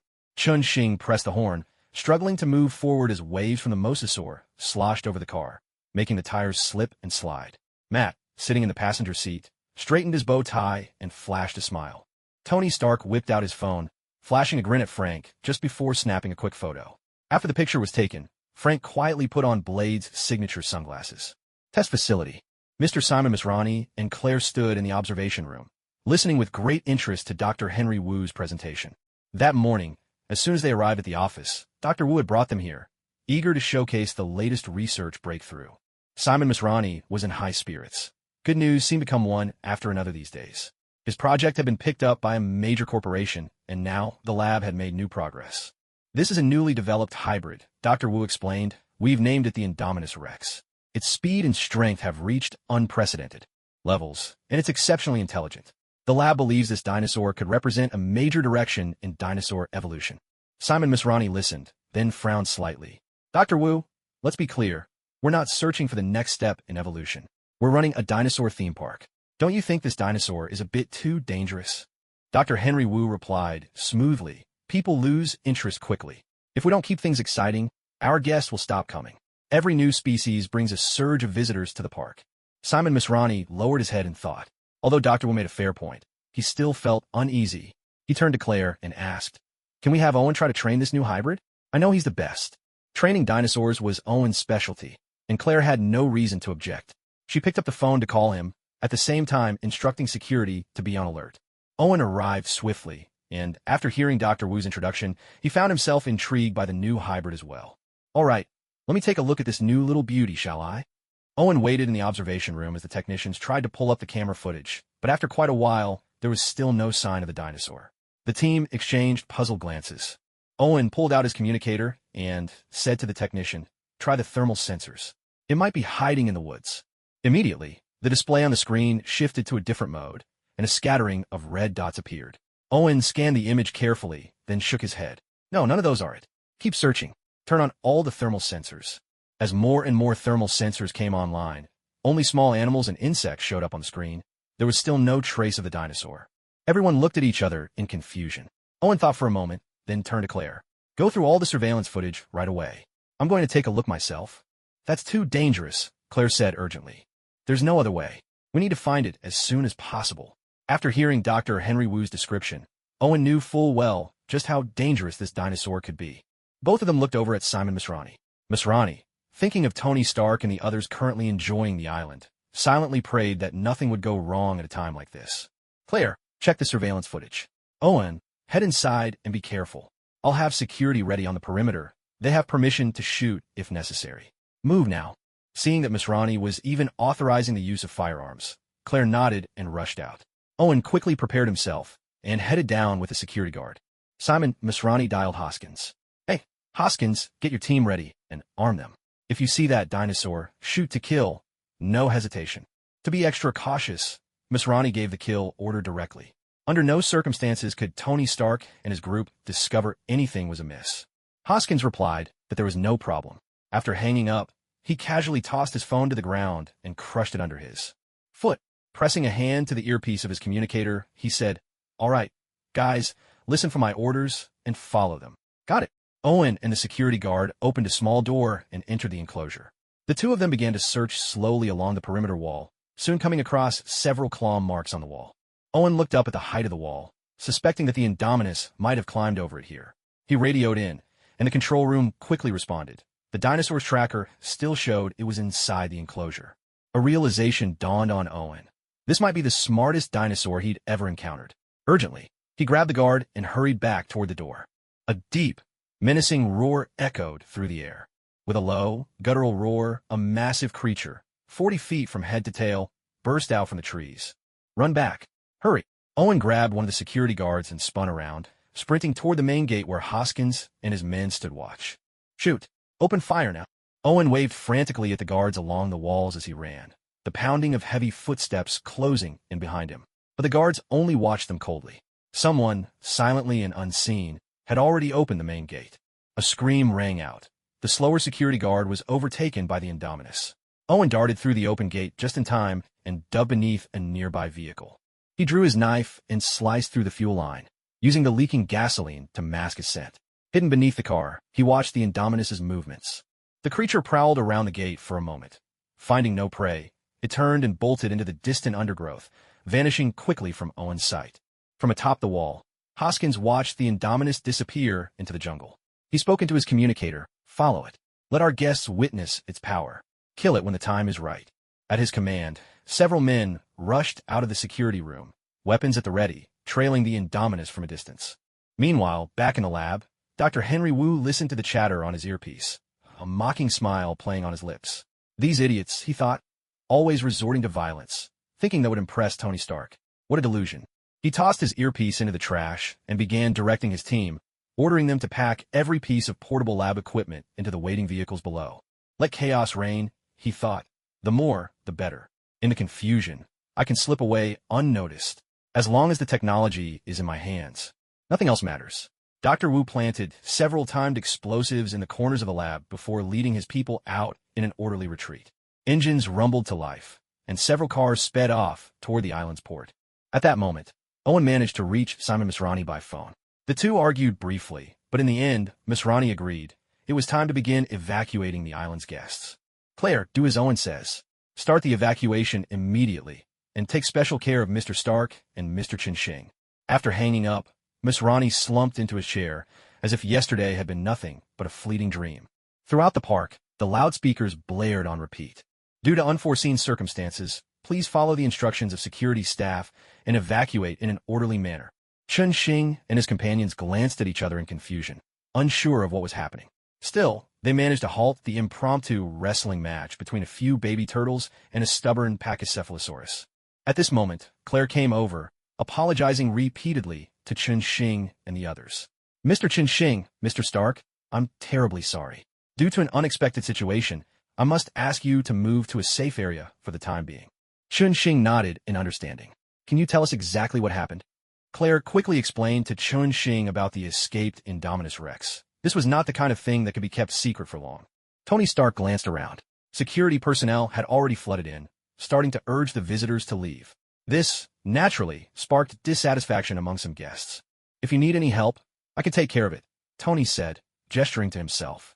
Claire thanked him repeatedly. Of course, she knew the reputation of Iron Man, but she still politely insisted that the park was fully capable of handling the situation.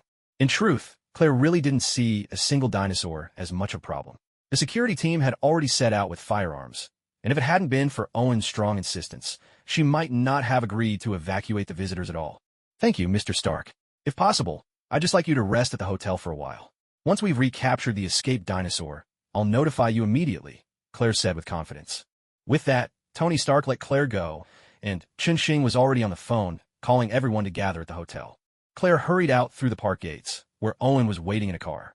She jumped in, spotted a double-barreled shotgun on the back seat, and complained, "Are you telling me it's just the two of us dealing with that dinosaur? Where are Hoskins and his security team?" Owen started the engine and drove toward the experimental paddock in the rear. He switched on the car's radio. Only static came through. Frustrated, Owen slammed his fist on the steering wheel. A lot of people want an answer to that question. Where the hell did those damn mercenaries go? Don't tell me your plan is just a shotgun, and we're supposed to face the Indominus Rex with that. Claire dialed her boss, hoping he would come through for them. Of course not. I brought you a pair of sneakers, too, so you can run faster when we have to make a break for it, Owen said, nodding to the spot under the passenger seat. Just then, the call connected, and Simon Masrani's voice came through. Hi. Claire, Owen, don't ask me where Hoskins is. I can't find him either. I've already texted him and fired him on the spot. But don't worry. I've arranged for another security team to assist you. I'm flying overhead right now, ready to support you at any moment. If you spot the Indominus Rex, just call me. I'll come down and take it out myself. As Simon Masrani spoke, a helicopter circled once above the car before flying ahead. Seeing the helicopter gave Owen a little reassurance. He pressed harder on the accelerator and drove off in another direction, while Claire looked down and changed into sneakers. Meanwhile, in another dense part of the forest, Hoskins' men were struggling through the muck, their boots sinking into a foot of mud. Every now and then, someone lost their balance and fell. Damn it, did that dinosaur really come this way? Can we check one more time? Someone grumbled from within the group. The team leader raised his hand to halt the group and signaled the tracker operator to verify the location again. As the beacon shrank steadily on the electronic screen, the operator looked up in confusion and whispered, "Captain, I think it's right ahead of us." The leader lifted his gun and motioned to the others to hold back. HQ says not to kill it, just drive it forward. The mercenaries emerged from behind the tall grass, finding themselves at the edge of a small stream winding through the woods. A sharp-eyed team member pointed and called out, "Captain, what's that over there?" Cautiously, the leader approached and saw a large chunk of dinosaur flesh abandoned on the bank. The tracker was still attached, its signal light flickering erratically. An uneasy silence fell over the group. "Damn it, everyone stay alert," the leader ordered, realizing the Indominus was toying with them like a cat with mice. Suddenly, a monstrous dinosaur head emerged from the underbrush. As Simon Misrani spoke, a helicopter circled above the car, once before flying ahead. Seeing the helicopter, Owen felt a bit more confident. He pressed harder on the gas pedal, steering off in another direction, while Claire looked down and quickly changed into her sneakers. Meanwhile, deep in another part of the forest, Hoskins' men were trudging forward with difficulty, their boots sinking into a foot of thick mud. Every so often, someone would lose their balance and stumble. "Damn it, did that dinosaur really come this way? Can't we check again?" Someone grumbled in the group. The team leader raised his hand, signaling everyone to halt while the tracker operator double-checked their readings. As the beacon on the electronic screen shrank ever closer, the tracker operator looked up with a puzzled expression and whispered, "Captain, I think it's just ahead of us."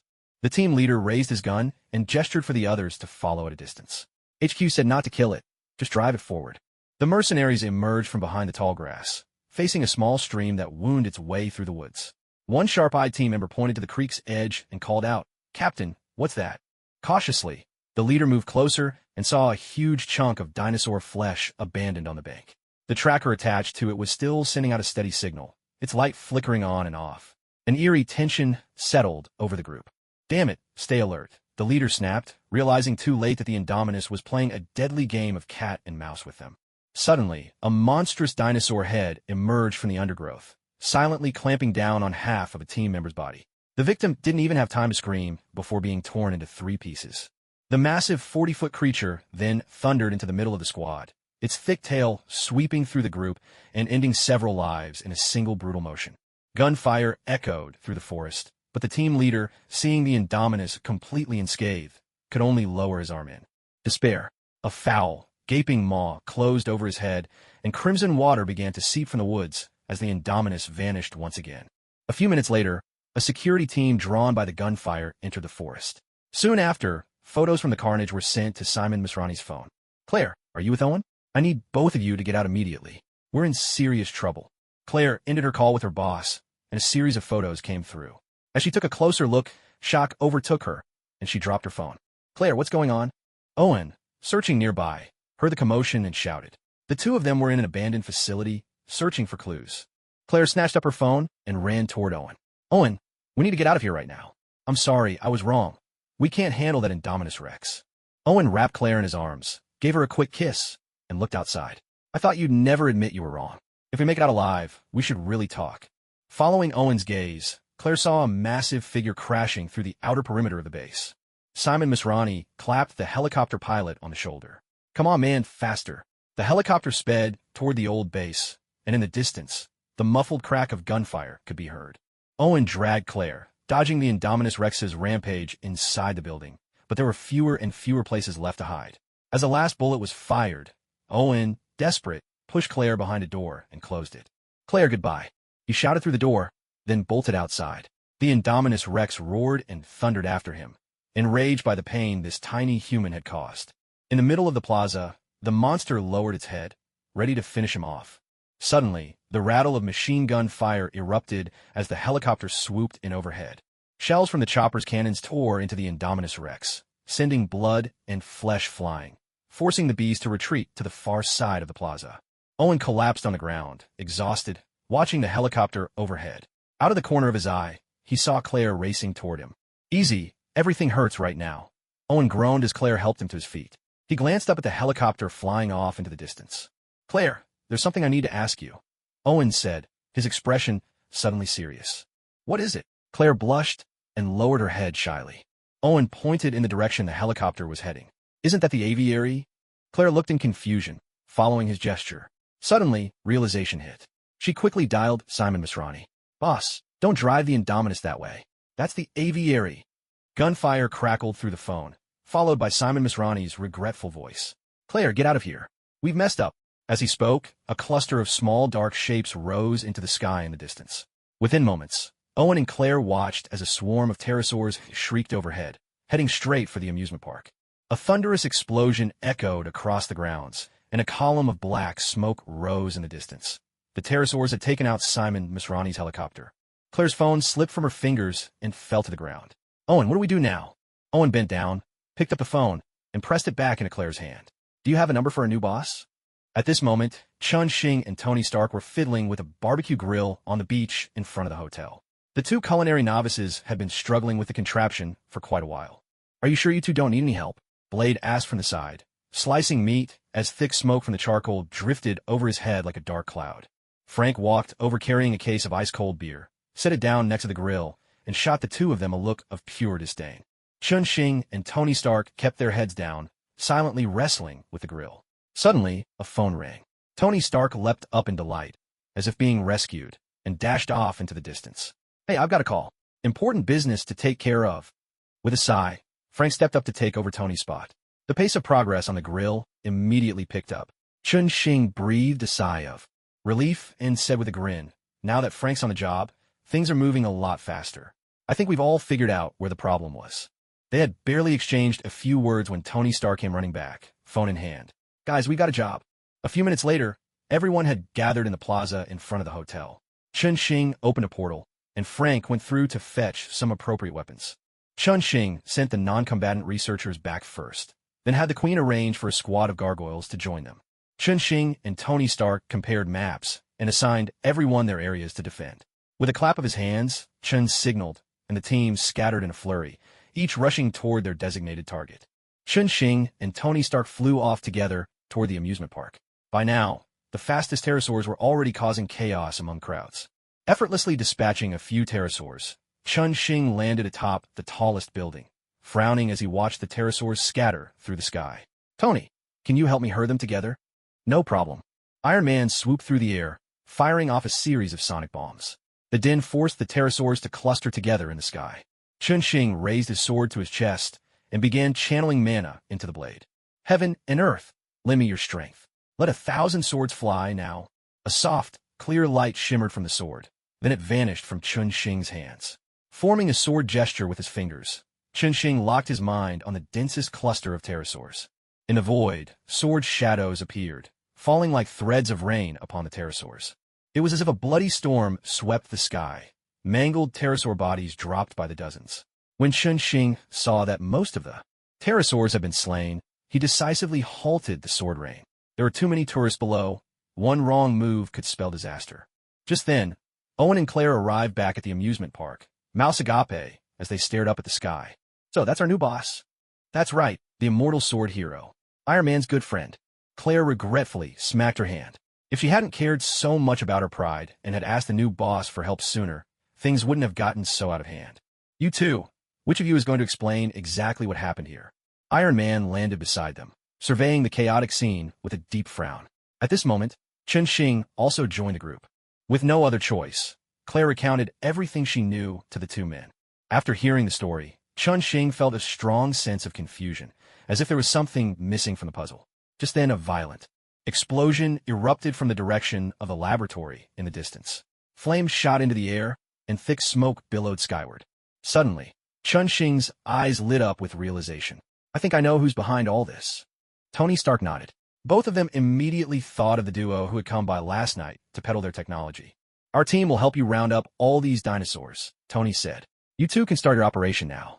With the powerful intervention of the gargoyles, the chaos at Jurassic Park was finally brought under control. Queen Leonora returned home, delighted with the technology she'd acquired. But the story was far from over. 3 nights later, under the cover of darkness, a cargo ship slowly docked at a Manhattan pier. The hatch creaked open, and a group of people filed out. Dr. Henry Wu, clutching a briefcase, blended into the crowd. Hey folks, let's get this cargo unloaded fast. After that, drinks are on me in the city, he called out. Gazing at the city lights, Henry Wu couldn't help but smile. At last, he had returned to the big city, and he was on the verge of a huge payday. He had already lined up another buyer. The mercenaries busied themselves with the unloading while Henry Wu sat on a crate, waiting. Suddenly, a gust of gritty wind swept across the pier, growing stronger and swirling until it obscured everyone from view. Shots rang out from within the sandstorm. Henry Wu stood up abruptly, only to feel a large hand clamp down on his shoulder. No one steals from Chun Xing, a voice growled. That was the last thing Henry Wu heard before everything went black. Arthur tossed Henry Wu into his car. Out of the swirling sand emerged several figures. Carlos, Fox, the the butcher, bug spray, and the doctor. They were the survivors of the Assassin's League, and after their faith had collapsed, they had all become Arthur's men. Arthur motioned for them to get in the car, then shouted into the sandstorm, "All right, William. Have security take everything back." The Sandman responded, and the swirling winds dissipated as quickly as they had appeared. Stark Tower. On the top floor terrace, Chun Xing lounged in a deck chair, basking in the sun while scrolling through messages on his phone. There were a lot of missed calls, probably from the vampire elders. Chun Xing simply deleted the call log, pretending as if nothing had happened. Then he began scrolling through the messages sent by the vampire turncoat, Snow. It turned out that ever since that last ambush, Chun Xing and his team must have gone overboard, frightening the Reapers. Now the Reapers had huddled together, playing a game of hide-and-seek with the vampire elders. There had been a few more skirmishes recently, but neither side had managed to gain the upper hand. In his final message, North explained that, since Chun Xing and his group had gone silent, the Reapers had started to act more boldly. It looked like a showdown with the vampire elders was imminent. The Reapers couldn't afford to drag things out any longer. They were running out of resources. Chun Xing nodded in satisfaction. This was exactly the outcome he wanted. He put his phone aside and stretched comfortably. Turning his head, he saw Tony Stark busy signing papers in the office. Grinning, Chun Xing waved at him cheerfully. Tony Stark shot him the middle finger, but before he could lower his hand, Pepper pressed it down. Then Pepper waved at Chun Xing, said a few words to the assistant beside her, and soon that assistant came out, holding a cup of coffee. "Mr. Chun Xing, Miss Pepper asked me to bring you this coffee." Chun Xing reached out for the coffee and looked up. "Thank you. May I ask your name? I don't think I've seen you before." "You can call me Natasha. I'm a new assistant in the legal department. It's a pleasure to meet you." She smiled at Chun Xing and turned back toward the office. Watching Black Widow's retreating figure, Chun Xing fell deep into thought. Before long, a cushion landed squarely on Chun Xing's head. Tony Stark, shaking out his hand after signing one too many documents, strolled out onto the terrace. "So, how do you like the new assistant? All I know is if you're not wearing the Iron Man suit, you don't stand a chance against her." "How do you know that? Did Happy spill the beans to you just now?" Tony Stark's face clouded with annoyance. Clearly, Chun Xing had hit a sore spot. It must have been Happy who let it slip. Tony quickly changed the subject. "Everyone's busy. Are you just planning to lounge around here all day?" "Hey, it's not like I have nothing to do. May's worried you'll suddenly keel over, so she asked me to keep an eye on you for a while." Chun Xing shifted into a more comfortable position on his lounge chair. The truth was the palladium poisoning in Tony's system was getting worse, and May was genuinely afraid he might collapse, so she'd asked Chun Xing to watch over him. Tony shrugged. "Thank May for me, will you? She really is a sweetheart. But you can get up now, we're heading out. There's a military expo I've already postponed several times, but this time I have to go. If I skip it again, Colonel Rhodes will have my head." Chun Xing rolled over and stood up. "All right, I could use some exercise myself. By the way, it's been ages since I last saw Colonel Rhodes. How's he doing lately? I don't pry into military affairs much. These days, the top brass are watching me like hawks." The two of them walked together toward the elevator. Before long, an Audi R8 sped out of the underground garage. The car raced through the city, heading for a military base on the outskirts. After passing security checks, they finally arrived at their destination. Bright lights illuminated a spacious exhibition hall, where all sorts of advanced weaponry were laid out casually on the floor, inviting visitors to pick them up and examine them at will. Tony Stark stood sullenly before a surface-to-air missile, looking distinctly displeased, as if haunted by memories of some unpleasant experience. Hearing the news, Colonel Rhodes hurried over, barely having time to remove his Iron Man suit, the very suit Tony Stark had given him. "Hey, Tony, you finally made it. You've been hard to find lately. Chun Xing, you're here too. Good to see you. How about we go out for a drink tonight?" Colonel Rhodes had met Chun Xing while rescuing Tony Stark. He knew Chun Xing was both capable and mysterious, and was eager to befriend him. "Colonel Rhodes, it's great to see you again." Chun Xing greeted him warmly, but noticed that Tony Stark was standing nearby, looking irritated, his lips pressed in a tight line. "Hey Tony, what's wrong? That's Colonel Rhodes. Don't tell me you don't recognize him just because he's suited up?" Chun Xing joked, but unexpectedly, Tony Stark squared his shoulders and confronted Colonel Rhodes, his expression deadly serious. "Rhodes, I don't remember installing these shoddy weapons on the suit I gave you. Care to explain how they got there?" Colonel Rhodes flipped open his faceplate, glancing awkwardly between Tony and Chun Xing. "Hey guys, let's not do this. You know there are a lot of things I don't have control over." Chun Xing jumped in to defuse the tension, and Tony Stark's mood finally began to settle. But just then, an obnoxious voice chimed in from the side. "Hey, Tony, what do you think of the weapons I added to the suit? Looks a lot cooler now, right?" A short man with thick-rimmed glasses swaggered over, full of self-satisfaction. "Justin Hammer, We still have unfinished business. Are you here to settle the score? Tony Stark looked at the man who had recently tried to have him killed, his demeanor suddenly calm and cold. Justin Hammer slapped the missile rack on Colonel Rhodes' shoulder, his face alight with excitement as he addressed Tony. Tony, I've always said it, your Iron Man suit combined with my weaponry, that's the future. Tony Stark looked at him with utter disdain. Frankly, you're nothing but an idiot who manufactures junk. Without my arc reactor, you're only fit to pick up scraps behind others. Justin Hammer, unfazed, broke out in an arrogant laugh.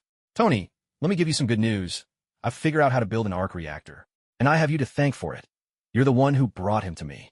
Tony Stark pondered for a moment, his voice dropping low. You mean that moron from the racetrack? You broke him out. Justin Hammer shrugged and whispered, of course. The game's already begun, and plenty of people are eager to join in. Tony, you're not getting out of this. Seeing Hammer's smug expression, Tony fought down the urge to punch him. Ignoring Colonel Rhodes' attempt to stop him, he led Chen Xing out of the exhibition hall. The car sped away from a military base, racing toward the city. Neither of them spoke on the drive, each lost in thought. It wasn't until they neared their destination that Chen Xing finally broke the silence. Tony, we've gotten too complacent lately. That's not good. Tony nodded. You're right. There are always some pesky flies we need to swat. Sitting in the car, watching the scenery flash by outside the window, Chen Xing gradually fell into deep thought. Ever since the construction of Flower Fortress was completed, he had finally fulfilled one of his wishes, to build a safe haven for those around him. With his power expanding rapidly in a short time, Chen Xing had started to get a bit carried away. But today, harsh reality had given him a sobering lesson. A single Justin Hammer wasn't much. He could easily deal with someone like that. But the enemy could always create another Justin Hammer, ready to strike from the shadows at any time. This couldn't go on. Chen Xing knew the risks of complacency. It was time to make those lurking in the shadows think twice before making a move. In his own space, Chen Xing took out a few bright red blood silkworms, items that could fully restore stamina. He'd collected them after defeating the blood god last time. He'd later tried to refine them using ordinary vampires, but lower-level vampires simply couldn't produce blood silkworms. Chen Xing placed the blood silkworms in front of Tony Stark. Tony, take these. If you're feeling unwell, eat one. It'll instantly restore your strength. While it can't cure your palladium poisoning, it'll keep you going for quite a while. Tony stared, momentarily stunned, then hurriedly reached out to accept these precious gifts. Are you leaving? Where are you going? Chen Xing nodded gravely. I'll need to leave for a while. I have to work on cultivating my skills. But don't worry, if anything comes up, you can always call me. I can open a portal and come right back. Tony Stark tucked the crimson blood silkworm into his inner pocket, staring silently at the road ahead. Understood. I'll take care of things here. Just come back soon. The car pulled over to the side of the road. Chen Xing got out, summoned his flying sword, and soared into the sky. A streak of sword light landed at the villa inside Flower Fortress. Mei, having received Chen Xing's call, was already waiting for him at home. As she watched him descend, she asked with concern, Chen Xing, what happened? Chen Xing explained everything that had happened that day to Mei, then looked at her with a serious expression. Mei, I need to go into seclusion for a while to train. I'm counting on you to take care of things at home. Mei stood up and straightened his collar. Don't worry about home. Matt and Frank will help me out. We'll be waiting for you. Just promise you won't be reckless. With everything settled, Chen Xing gave Mei a hug, then turned and summoned his flying sword once more, departing into the sky. On a small island by the sea, Chen Xing sat atop a massive boulder, diligently practicing the breathing techniques he'd learned from Master Splinter, doing his best to find inner peace. He was well aware that he was just an ordinary person who had crossed over into this world, stumbled into a stroke of fortune, and gained these abilities. That's why, before taking a life, he always tried to keep his emotions in check, tempering his will and fortifying what he lacked. Otherwise, if he truly became a wicked sword immortal, it would spell his doom. He'd already called Nos. The original plan was to lead everyone in wiping out the vampires, but that was no longer necessary. Now, these vampires would become his resources, and this was only the beginning. Days and nights passed. Gradually, Chen Xing grasped the key to the breathing technique. Just then his phone rang. Boss, the final showdown is happening tonight. Good. Follow the plan. When it's done, go somewhere safe and wait for me. Start gathering information on the next group of vampires. Yes, boss. After hanging up, Chen Xing summoned his flying sword and headed toward an island he'd marked earlier, the lair of the vampire elders, and tonight's battlefield. By the time Chen Xing arrived, chaos had already erupted on the island, with vampires battling fiercely both inside and outside the buildings. But the main fight was raging in the underground chambers. Heaven and earth boundless, I borrow the power of the universe. 10,000 swords as one strike. Without hesitation, Chunxing unleashed his sword rain technique, blanketing the entire island. A relentless tempest of blades poured down, shrouding the sky for a full minute before finally ceasing. Silence reigned. The island was utterly still. Chunxing sheathed his treasured sword and sped toward the underground passage. Just as he entered, a series of explosions echoed around him. Snore, following his instructions, had destroyed the remaining escape routes. Heaven and earth boundless, the cosmos lends me power. Southern brightly fire spell, ignite. With a wave of his hand, Chunxing collapsed the path behind him as well, sealing his own way out. Now, he could play this game with the others without any worries. The vampire elder sat contentedly in his chair, gazing at the bottle in his hand. Inside was a vampire embryo, his own experimental creation. His son was still too inexperienced, after all. He had created him himself. There was no way he could ever be defeated by his own handiwork. After the initial panic, the vampire elder had regained full control of the situation. Only those wretched humans vexed him. They took his money and, after helping just once, abandoned him. The more he thought about it, the angrier he became. But today was the perfect day to eliminate the Reapers. He should be pleased and leave settling accounts with the humans for another time. Suddenly, another explosion shook the island, making it tremble before everything fell silent once again. Damn it! Is that foolish son trying to take us all down with him? The vampire elder seethed with rage. A messenger vampire rushed in from outside. Someone has blown up the tunnels. We're all trapped underground. The vampire elder pressed his hand downward in a gesture to calm everyone. Don't panic. Kill all the Reapers, then we'll dig ourselves another way out. It wasn't the Reapers. Someone even more ruthless has shown up. The messenger cried in alarm. As he spoke, a surge of fire roared from the tunnel behind him, engulfing him in flames and reducing him to ashes. When the fire faded, Chunxing strode in, holding a vampire's severed head. He casually tossed it at the elder's feet. Your task is complete. What comes next is a complimentary service. No longer interested in exchanging words, Chunxing unleashed a flash of sword light that spun around the vampire elder, hacking him into 1,000 pieces. He used the southern brightly fire to incinerate all the experimental materials. Then, sword in hand, Chunxing began his deadly game of cat and mouse. Not long after, a teleportation gate opened. Chunxing emerged, dressed in crimson, his sword shining brighter than ever. The traitorous vampire Snore, undeterred by the blood reeking from Chunxing, hurried over and presented a stack of files. Boss, here's our next target. Chunxing took the documents and nodded. Grabbing Snore by the neck, he soared into the sky. Unlike previous associates, this faction of vampires, led by Snore, truly represented the higher echelons of their kind. The information they provided was more accurate and valuable than anything he'd received before. Half an hour later, over a manor on the outskirts of Manhattan, a rain of swords fell from the sky. Then, a streak of blue-green sword light flashed and swept inside. The slaughter continued. In a single night, 2 vampire nests were wiped out. At dawn, Chunxing sat quietly atop a skyscraper, gazing silently at the city below. His phone rang. Chunxing glanced at the screen. It was a call from Coulson. He casually hung up and switched the phone to silent mode. 2 minutes later, a text message arrived. Chunxing, this is Coulson. I heard you've had some trouble with the vampires. Is everything all right? Please be careful. Chunxing smiled to himself. If Coulson knew what was about to unfold, he would never have sent such a message. As dusk fell, Snow delivered 2 more dossiers. Night descended. Another rain of swords showered down over an apartment by the river.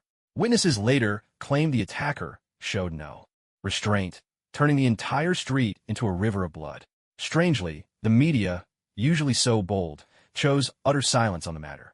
Chunxing, it's Coulson. What on earth is happening? The vampires have gone mad. They're desperately searching for you. Late at night again, Chunxing emerged from a seaside manor, leaving a trail of bloody footprints behind him. Snow, who had been waiting nervously at the gate, approached with trembling steps and handed over another dossier, unable to meet Chunxing's gaze anymore. Half an hour later, a nightclub in Hell's Kitchen was engulfed in roaring flames. Damn it, Chunxing, it's me. The vampires have gathered their forces. They say if you keep this up, they'll start slaughtering innocent people. The higher-ups want an explanation from you. Under a torrential downpour, Chunxing strolled through the streets of Manhattan. Not a single living creature remained standing. The few surviving vampires clung desperately to the ground, praying for mercy. A flash of sword light cut through the dark. Rainwater washed the blood away, sending it swirling down the drains. Chunxing, Answer your phone. The vampires want to talk. If this is about the vampire elders, they're willing to offer you proper compensation. Some people want you to let this go and move on. Can you? That night, 3 abandoned factories in the suburbs exploded. According to news reports, there were no casualties. Chen Xing felt exhausted. Even with the drugs sustaining his body, the mental strain was unrelenting. He leaned against a tree, basking in the sunlight, the scent of blood on him rising into the sky. Snow stood far off, loudly reciting the intelligence he had just received. Chen Xing, the vampires have promised never to set foot in the Big Apple again. They're withdrawing. It's over. Come home. A chartered plane, filled with passengers, sliced through the clouds on its way to another country. Suddenly, a violent explosion erupted in the sky. Shadows were flung from the fireball, only to be met head-on by a storm of swords. The slaughter wasn't over yet. Until the 15th day. Chen Xing, the military says there have been some misunderstandings with you. They promise nothing like this will ever happen again. Why don't we all sit down and talk? Once again, Chen Xing sat atop the high-rise, looking out over the city. He didn't know if, should the military refuse to yield, he might truly unleash a bloodbath upon the city. Maybe he would. He gave Snow permission to move about freely, but instead of rushing home, Chen Xing chose a deserted island. There, he began to process the gains of recent days. With the killings over this period, he had reached level 38. His body and abilities had changed, and he needed time to get used to them. Chen Xing sat quietly on a massive boulder, feeling the subtle shifts in his physique. As the sun rose and set, he lost track of time. Meanwhile, Tony Stark sat in his lab, eyes fixed on the ever-shifting data on his computer screen, lost deep in thought. When Chen Xing left, Tony knew he needed to take action too. He started reviewing all his experimental projects, hoping to discover a new element, one that could boost his arc reactor's performance and, hopefully, cure his illness. He also planned to custom-build suits of armor for Frank and the others. After some discussion, they agreed it was the best way to quickly increase everyone's combat effectiveness. Just then, an Iron Man suit landed out on the terrace. The helmet opened, revealing Colonel Rhodes's stern face. Tony, got a minute to talk? The military wants you to hand over the reactor technology. Tony Stark shook his head. Rhodey, you know that's impossible. Have you heard about Justin Hammer and that Ivan character? They're plotting to kill me, and Chen Xing. Colonel Rodfronet. Tony, you know Ivan's working on his own reactor tech. If he pulls it off, you understand what that means. So now's the best time to hand over your reactor tech. I'll find a way to keep you safe. Tony set aside his work and turned to look at Rhodes. Hey, buddy, are you planning to guard me in a suit I built? Go back and tell them. I'm not handing over anything. Rhodes lingered for a long while, but in the end, he realized he couldn't change Tony's mind. With no other choice, he left alone. Watching his friends retreating back, Tony's eyes were full of helplessness. It seemed another friend was about to drift away. A sudden ring of the doorbell snapped Tony Stark out of his reverie. After waiting for a while, Nick Fury, the S.H.I.E.L.D. director whom he had met once before, strolled in with his entourage. Hey, Tony, I just saw an Iron Man suit fly off. Was that Colonel Rhodes? Nick Fury made himself comfortable on the sofa, asking in a casual tone. Seems like you know quite a lot about what's going on. Nick Fury nodded. Of course, I was friends with your father. I care about you. How's your health been lately? Tony Stark immediately caught on. This man knew a lot about his physical condition. Still, he probably didn't know that Chen Xing could cure him. Otherwise, he wouldn't have brought it up as leverage. I'm managing. Is there something you want? Don't kid yourself, Tony. I know about your condition. Maybe I can help. Nick Fury snapped his fingers, and a figure appeared behind Tony Stark, moving toward him with a syringe. Tony Stark reacted swiftly, dodging the person's attack. He picked up a few moves lately from Pepper and their teacher, Splinter. Spinning around to see who it was, Tony cried out in surprise, Hey, Natasha, what are you doing? Natasha, having missed her mark, stood awkwardly in place, making no further moves. Nick Fury was surprised as well, but quickly recovered, clapping his hands together. Tony, I didn't expect you to be so quick on your feet. Let me reintroduce you.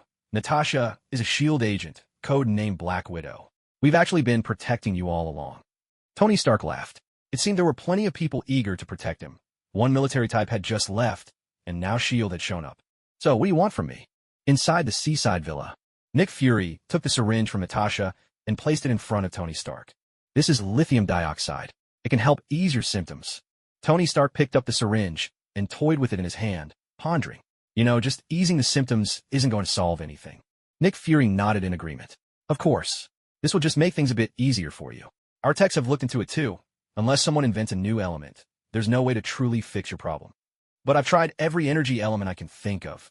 I'm completely out of leads. Tony Stark lowered his head, his eyes hidden from view, his voice filled with frustration. As expected, Nick Fury said with satisfaction, "That's exactly why I came to see you. Years ago, your father discovered a form of energy even purer than the reactor, but due to the limitations of the technology at the time, he couldn't complete it. I believe that if you use this new energy source to replace the palladium, your poisoning problem can be solved." Tony Stark looked up and met Nick Fury's eyes. "So, are you willing to let me use this new element?" Nick Fury hesitated for a moment, then replied awkwardly, "Sorry, Tony. We don't actually have this new element either. But I'll give you your father's notes and recordings. I hope you can make a breakthrough." Tony Stark now understood the whole situation. He didn't bother to ask why his father's notes and videos had ended up in SHLD's possession without his knowledge. Instead, he simply smiled. "All right, let's talk about everything else after I make it through this."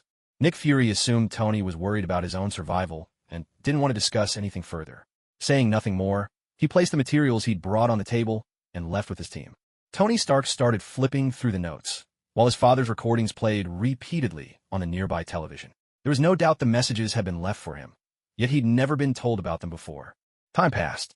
After a while, Tony Stark broke into a smile. His father was truly brilliant. Tony realized that, besides himself, no one else cared about the Stark Expo.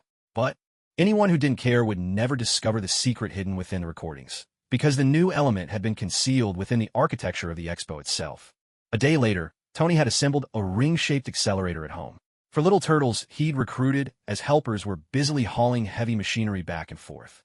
Surveying the results of their hard work, Tony clapped his hands in satisfaction. "All right, now comes the moment of miracles. Who wants to be my assistant?" The four little turtles collapsed, exhausted, onto the sofa. None of them wanted to volunteer. Tony cleared his throat. "The assistant gets a feast, a new car, and a suit of armor. Anyone interested now?" "Duh. Me too." All four turtles sprang up at once. The beam focused on the raw materials, and, at last, the new element was forged. Chun-Shing opened his eyes. A sharp glint flashed through them before he gradually resumed the appearance of an ordinary young man. He took a charger from his storage space and turned on his phone. Checking the internet, he discovered he'd been in seclusion for another week. Chun-Shing quietly felt the flow of magic power within his body, and he gained a new understanding of the system and its skills. At first, he thought the system simply allowed him to level up continuously and learn new abilities. But after experiencing this period of rapid advancement, he realized things were not so straightforward. Ever since he reached level 30, the true energy within his body began to change. What once drifted like mist in his dantian was now gradually condensing. By now, it felt like a stream coursing through his body, its quality enhanced many times over. He couldn't even begin to measure how much it had improved. Not only that, but his skills had also transformed. Chun-Shing raised his palm, and a ball of red energy appeared, hovering above his hand. This was the true form of the Southern Bright. Lihua, its flames were merely a surface manifestation. In reality, the Southern Bright Lihua should be described as a roiling mass of destructive energy, ceaselessly changing and surging. In the five elements, fire stands for destruction. Within the relationships of the heavenly stems and the five elements, the Bing stem represents the fire of the sun, ruling the south, while the Ding stem is the fire of lamps and candles, also governing the south. In the correspondence between the five elements and the 8 trigrams, Li represents fire. Hence the name, Southern Bright Lihua. With a flick of his wrist, Chun-Shing sent the energy ball flying into the sea before him. Instantly, it was as if a massive chunk had been scooped out of the ocean's surface. Billows of steam surged upward, racing toward the sky. He gathered his magic again, and a dragon of fire shot from his hands, spiraling through the air. In its wake, all the steam was swept away. Now, there was no need for incantations or hand seals. His will flowed directly into action, as natural as moving an arm or a finger. He nodded in satisfaction, then spread his palm once more. This time, a green radiance glimmered in his hand. It was the newly learned spirit restoration technique, which boosts allied stamina by 500, an energy of the wood element that symbolized growth. Letting the energy dissipate from his palm, Chun-Shing reflected that the greatest benefit of this level up was the freedom from chanting spells. He also felt a much deeper connection to these skills. While he once believed that levels were merely thresholds for learning new abilities, he now saw that things were far less simple. With each step up, all his capabilities underwent a fundamental transformation. Chun-Shing could faintly sense that after he broke through to level 40 and mastered the heavenly sword, where man and sword become one, transforming. the body into a deadly blade that strikes all enemies. He might transcend the very concept of mortality itself, a profound leap in the order of life. He summoned his flying sword and practiced for a while, infusing it with magic power. The blade now glowed white instead of its former blue-green shimmer. However, after this recent period of use, the sword seemed to be struggling to keep up. The quality of its true energy was simply too high. Sometimes, even power has its drawbacks. Chunxing lovingly wiped the blade and returned it to his personal storage space. He opened a portal and stepped back into his own home. 10 minutes later, the villa was packed with people who had hurried over as soon as they heard the news. May was bustling about the living room, happily entertaining the guests. Matt chatted with Chunxing, filling him in on everything that had happened recently. The house was very safe. After you left, a couple of days passed before we noticed some people monitoring the perimeter of the compound. We didn't pay any attention to them. Later, a few vampires showed up. Frank and Blade went out and killed some of them, and the rest ran off. After that, even the vampires stopped coming. Instead, a lot of companies from around the world started contacting us, wanting to invest in our company. They didn't make any demands whatsoever. It seemed like they just wanted to give us money. Even now, we're still getting calls from companies trying to get in touch. Finally, the military sent over a new batch of weapons. And that was it. Nothing else happened until you returned. Chunxing nodded, but hadn't yet spoken when Tony Stark's boisterous voice rang out from outside. Hey guys, Santa Claus has arrived early this year. Come on out and welcome me. Everyone stepped outside and saw Tony Stark directing the unloading of equipment. The battle suits he had prepared for them had arrived. Half an hour later, in front of Chunxing's villa, 3 suits of armor stood silently, imposing in the open air. Frank's armor towered over 2.5 meters tall, a massive barrier like a stone wall, shielding everyone behind it. The chest plate was emblazoned with a fierce skull. And, just as he requested, sharp ramming spikes jutted from the shoulders, elbows, and knees. Leaning against him was a gigantic double-bladed axe, as broad as a door. The Punisher had once lost everything, cast adrift from the world. Now, once more, he was ready to fight for those dearest to him, willing to crush any foe. With his mighty axe, watching with wide, hungry eyes, Raphael, the tough little turtle, couldn't help but drool. This was exactly what he had always dreamed of. Matt's suit looked much more understated, but it was fitted with numerous external connectors, and a large case trailed automatically at his side, packed with a selection of weapons he'd chosen himself. Daredevil, a top student from Columbia Law, was a master at finding an enemy's weakness and selecting the perfect weapon to exploit it. Though he had lost his sight, his hearing, smell, touch, taste, and radar sense were all heightened beyond ordinary human limits, allowing him to track moving objects with uncanny precision and fully compensate for his blindness. This suit of iron would offer him even more support. Blade chose a striking, streamlined suit of armor, and the great sword he always carried on his back was now sheathed in a peculiar scabbard strapped to his waist. Blade, the warrior who walked in shadows, had long been accompanied only by his weapon. Now at last, both he and his sword had found their place. In a flash, he drew his sword from its sheath and swept it through the air in a series of swift, practiced arcs. Satisfied, Blade nodded approvingly. A round of enthusiastic applause broke out. Chunxing applauded Blade's brilliant swordplay from the sidelines, then asked curiously, Blade, why do you have a pizza pattern splashed across your chest? Blade Warrior looked down, then grew angry and began scanning the crowd for the culprit. Meanwhile, Michelangelo the Little Turtle had already quietly slipped away, blending into the crowd unnoticed. The 3 of them spent a while getting used to their iron suits of armor before finally stowing them away with satisfaction. Tony Stark had already decided to claim a laboratory in the compound exclusively for himself, planning to handle future maintenance and repairs of everyone's suits. After chatting for a bit, everyone went their separate ways, each with plenty still to do. Chunxing took Tony Stark back to the living room, where the 2 of them exchanged updates about recent events. Chunxing listened quietly as Stark recounted his experiences in detail. Deep down, Chunxing was doing some quick calculations. Although things differed somewhat from the movies, the overall direction hadn't really changed. That meant it was best to take care of the current minor troubles first, and then he could wait in peace for the bigger challenges ahead. Tony, my advice is to take care of Justin Hammer and Ivan first. They're not much of a threat, but they're certainly a nuisance. And since they dare to try to kill us, they'd better be ready to face the consequences. Tony Stark nodded in agreement.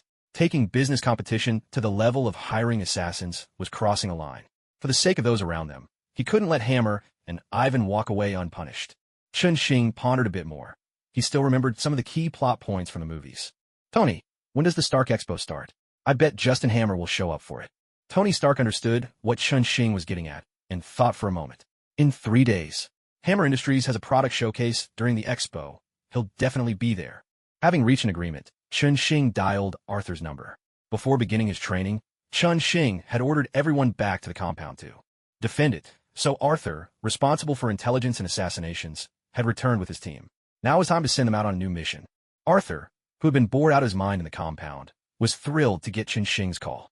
Finally, there was something interesting to do. Meanwhile, inside a secret laboratory at Hammer Industries, Justin Hammer was standing in a vast warehouse, watching as Ivan sat on a ladder, tinkering with one of the suits. Ivan, take a break. Something new has come up. We need to talk. Justin Hammer was visibly anxious. Not long ago, he'd received a call from the military. The very person who had once encouraged him to go after Tony Stark had suddenly changed their tune, now demanding he cease all provocations against Chun-Shing and Tony Stark. Upon hearing the news, Justin Hammer erupted in fury, cursing out the messenger on the spot. He had staked his fortune and his very life on this, and now they were telling him the whole thing was off. But no matter how he raged, all he got in return was a cold, final response. It's over, Justin Hammer. Even when consumed by anger, there comes a moment to cool down. Justin Hammer thought about the terrifying power of Tony Stark and Chun-Shing. Without anyone backing him, he knew he was as good as dead. So he hurried over to find Ivan, hoping they could come up with a plan together. Now, they truly were grasshoppers tied to the same rope. Ivan whistled as he carefully reattached the head to his suit of armor, finishing another masterpiece. Then he waved Justin Hammer over and slowly climbed down the ladder. Hey, what's the matter? Things are going smoothly on my end. Soon, we'll be able to give Tony Stark a real surprise. Or maybe he'll surprise us first. Justin Hammer shooed away the people around them and pulled Ivan aside. He recounted everything that had happened. Ivan listened quietly, a glint of madness flashing in his eyes. Is history destined to repeat itself? Years ago, his father drove mine out. Now he wants to do the same to me? No, this time, he won't get off so easily. Muttering to himself for a moment, Ivan fixed his gaze on Justin Hammer. Mr. Justin Hammer, tell me, what's your plan? What are you going to do? Justin Hammer was startled by the wild look in Ivan's eyes, but he quickly remembered his own dire circumstances. A crazed smile tugged at his lips. I think we're on the same page. Ivan picked up a poster from the table, a flyer for the Stark Expo. This is our last chance. I'll defeat him there and make everyone see us in a new light. Justin Hammer grabbed the poster and crumpled it in his fist. All right, in 3 days, Hammer Industries will have a product showcase. I'm sure he'll be there to see it. Then, let's give him a surprise. All right, I'll make some preparations. In the next few days, you'll have my full support for your experiments. Having made up his mind, Justin Hammer left the lab to get ready for what was to come. Ivan saw him out, waving at the car as it disappeared down the road. And I'll have a surprise for you too, he murmured. Stark Expo. Chun-Shing sat in a private box, watching the fireworks display outside with great interest. Just then, Tony Stark pushed open the door and walked in, waving his phone. Guess who just called me? Chun-Shing paused for a moment, looking at Tony Stark in confusion. It's Ivan. He says he's going to rewrite the Stark family history in 40 minutes. Is he an idiot? Have you found his location yet? Chun-Shing simply couldn't make sense of the madman's logic. Tony Stark fiddled with his phone for a moment. I've already sent his coordinates to Arthur. They'll be heading over soon. Chun-Shing nodded. I'm guessing he's already on his way here, but it's better to have Arthur double-check. Oh, and make your performance look really miserable later. Tony Stark changed into his Iron Man suit right there in the private room. Of course. Don't make a move yet. Wait until he shows himself. If we scare him off, it'll be a pain to track him down again. Chun-Shing made an okay gesture. You've got to look absolutely desperate, or he won't take the bait. Tony Stark nodded, heading for the door, but suddenly turned back. You're sure you're not recording this? Chun-Shing replied with a deadpan expression. Of course. I already have a dozen videos of your embarrassing moments. Don't worry, just go. Tony Stark eyed Chun-Shing suspiciously for a moment, making sure he wasn't about to laugh, then finally turned and left. Once Tony had gone far enough, Chun-Shing broke into a grin, pulled out his phone, and dialed. Hey guys, are you ready? Peter Parker's voice came through the phone. Harry and I are all set. We've got 2 cameras ready. But, do you really think someone will want to buy this? Absolutely. Even Happy's reserved a copy for me. Just make sure you get some good footage. It'll cover your tuition for next semester. Don't worry, we've got this. Peter's voice was bubbling with excitement before he hung up. Natasha vaulted over a wall, pausing to scan her surroundings cautiously. Ivan had called Tony Stark from this location.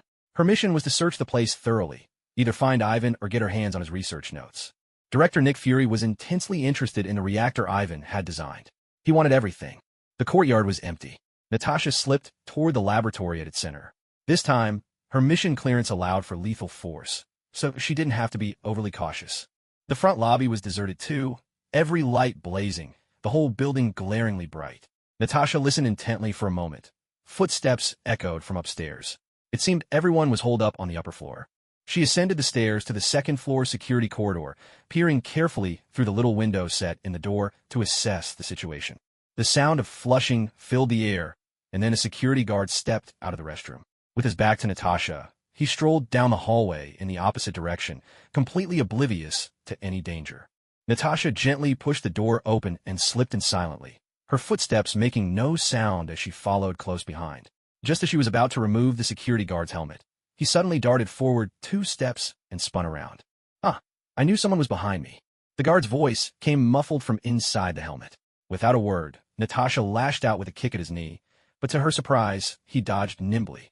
Moving quickly, Natasha unfurled a length of rope from her hand, and this time managed to catch the guard's other leg. In an instant, the two of them were locked in a fierce struggle. Natasha soon realized that while the guard lacked any real fighting skills, he possessed astonishing strength and reacted with remarkable speed. Each time she nearly brought him down, he slipped away at the last moment.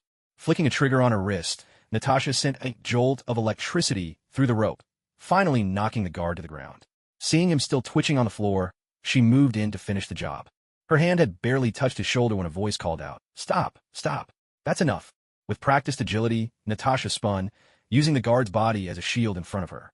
Only then did she notice, at the far end of the hallway, another figure had appeared, though she hadn't noticed when he arrived.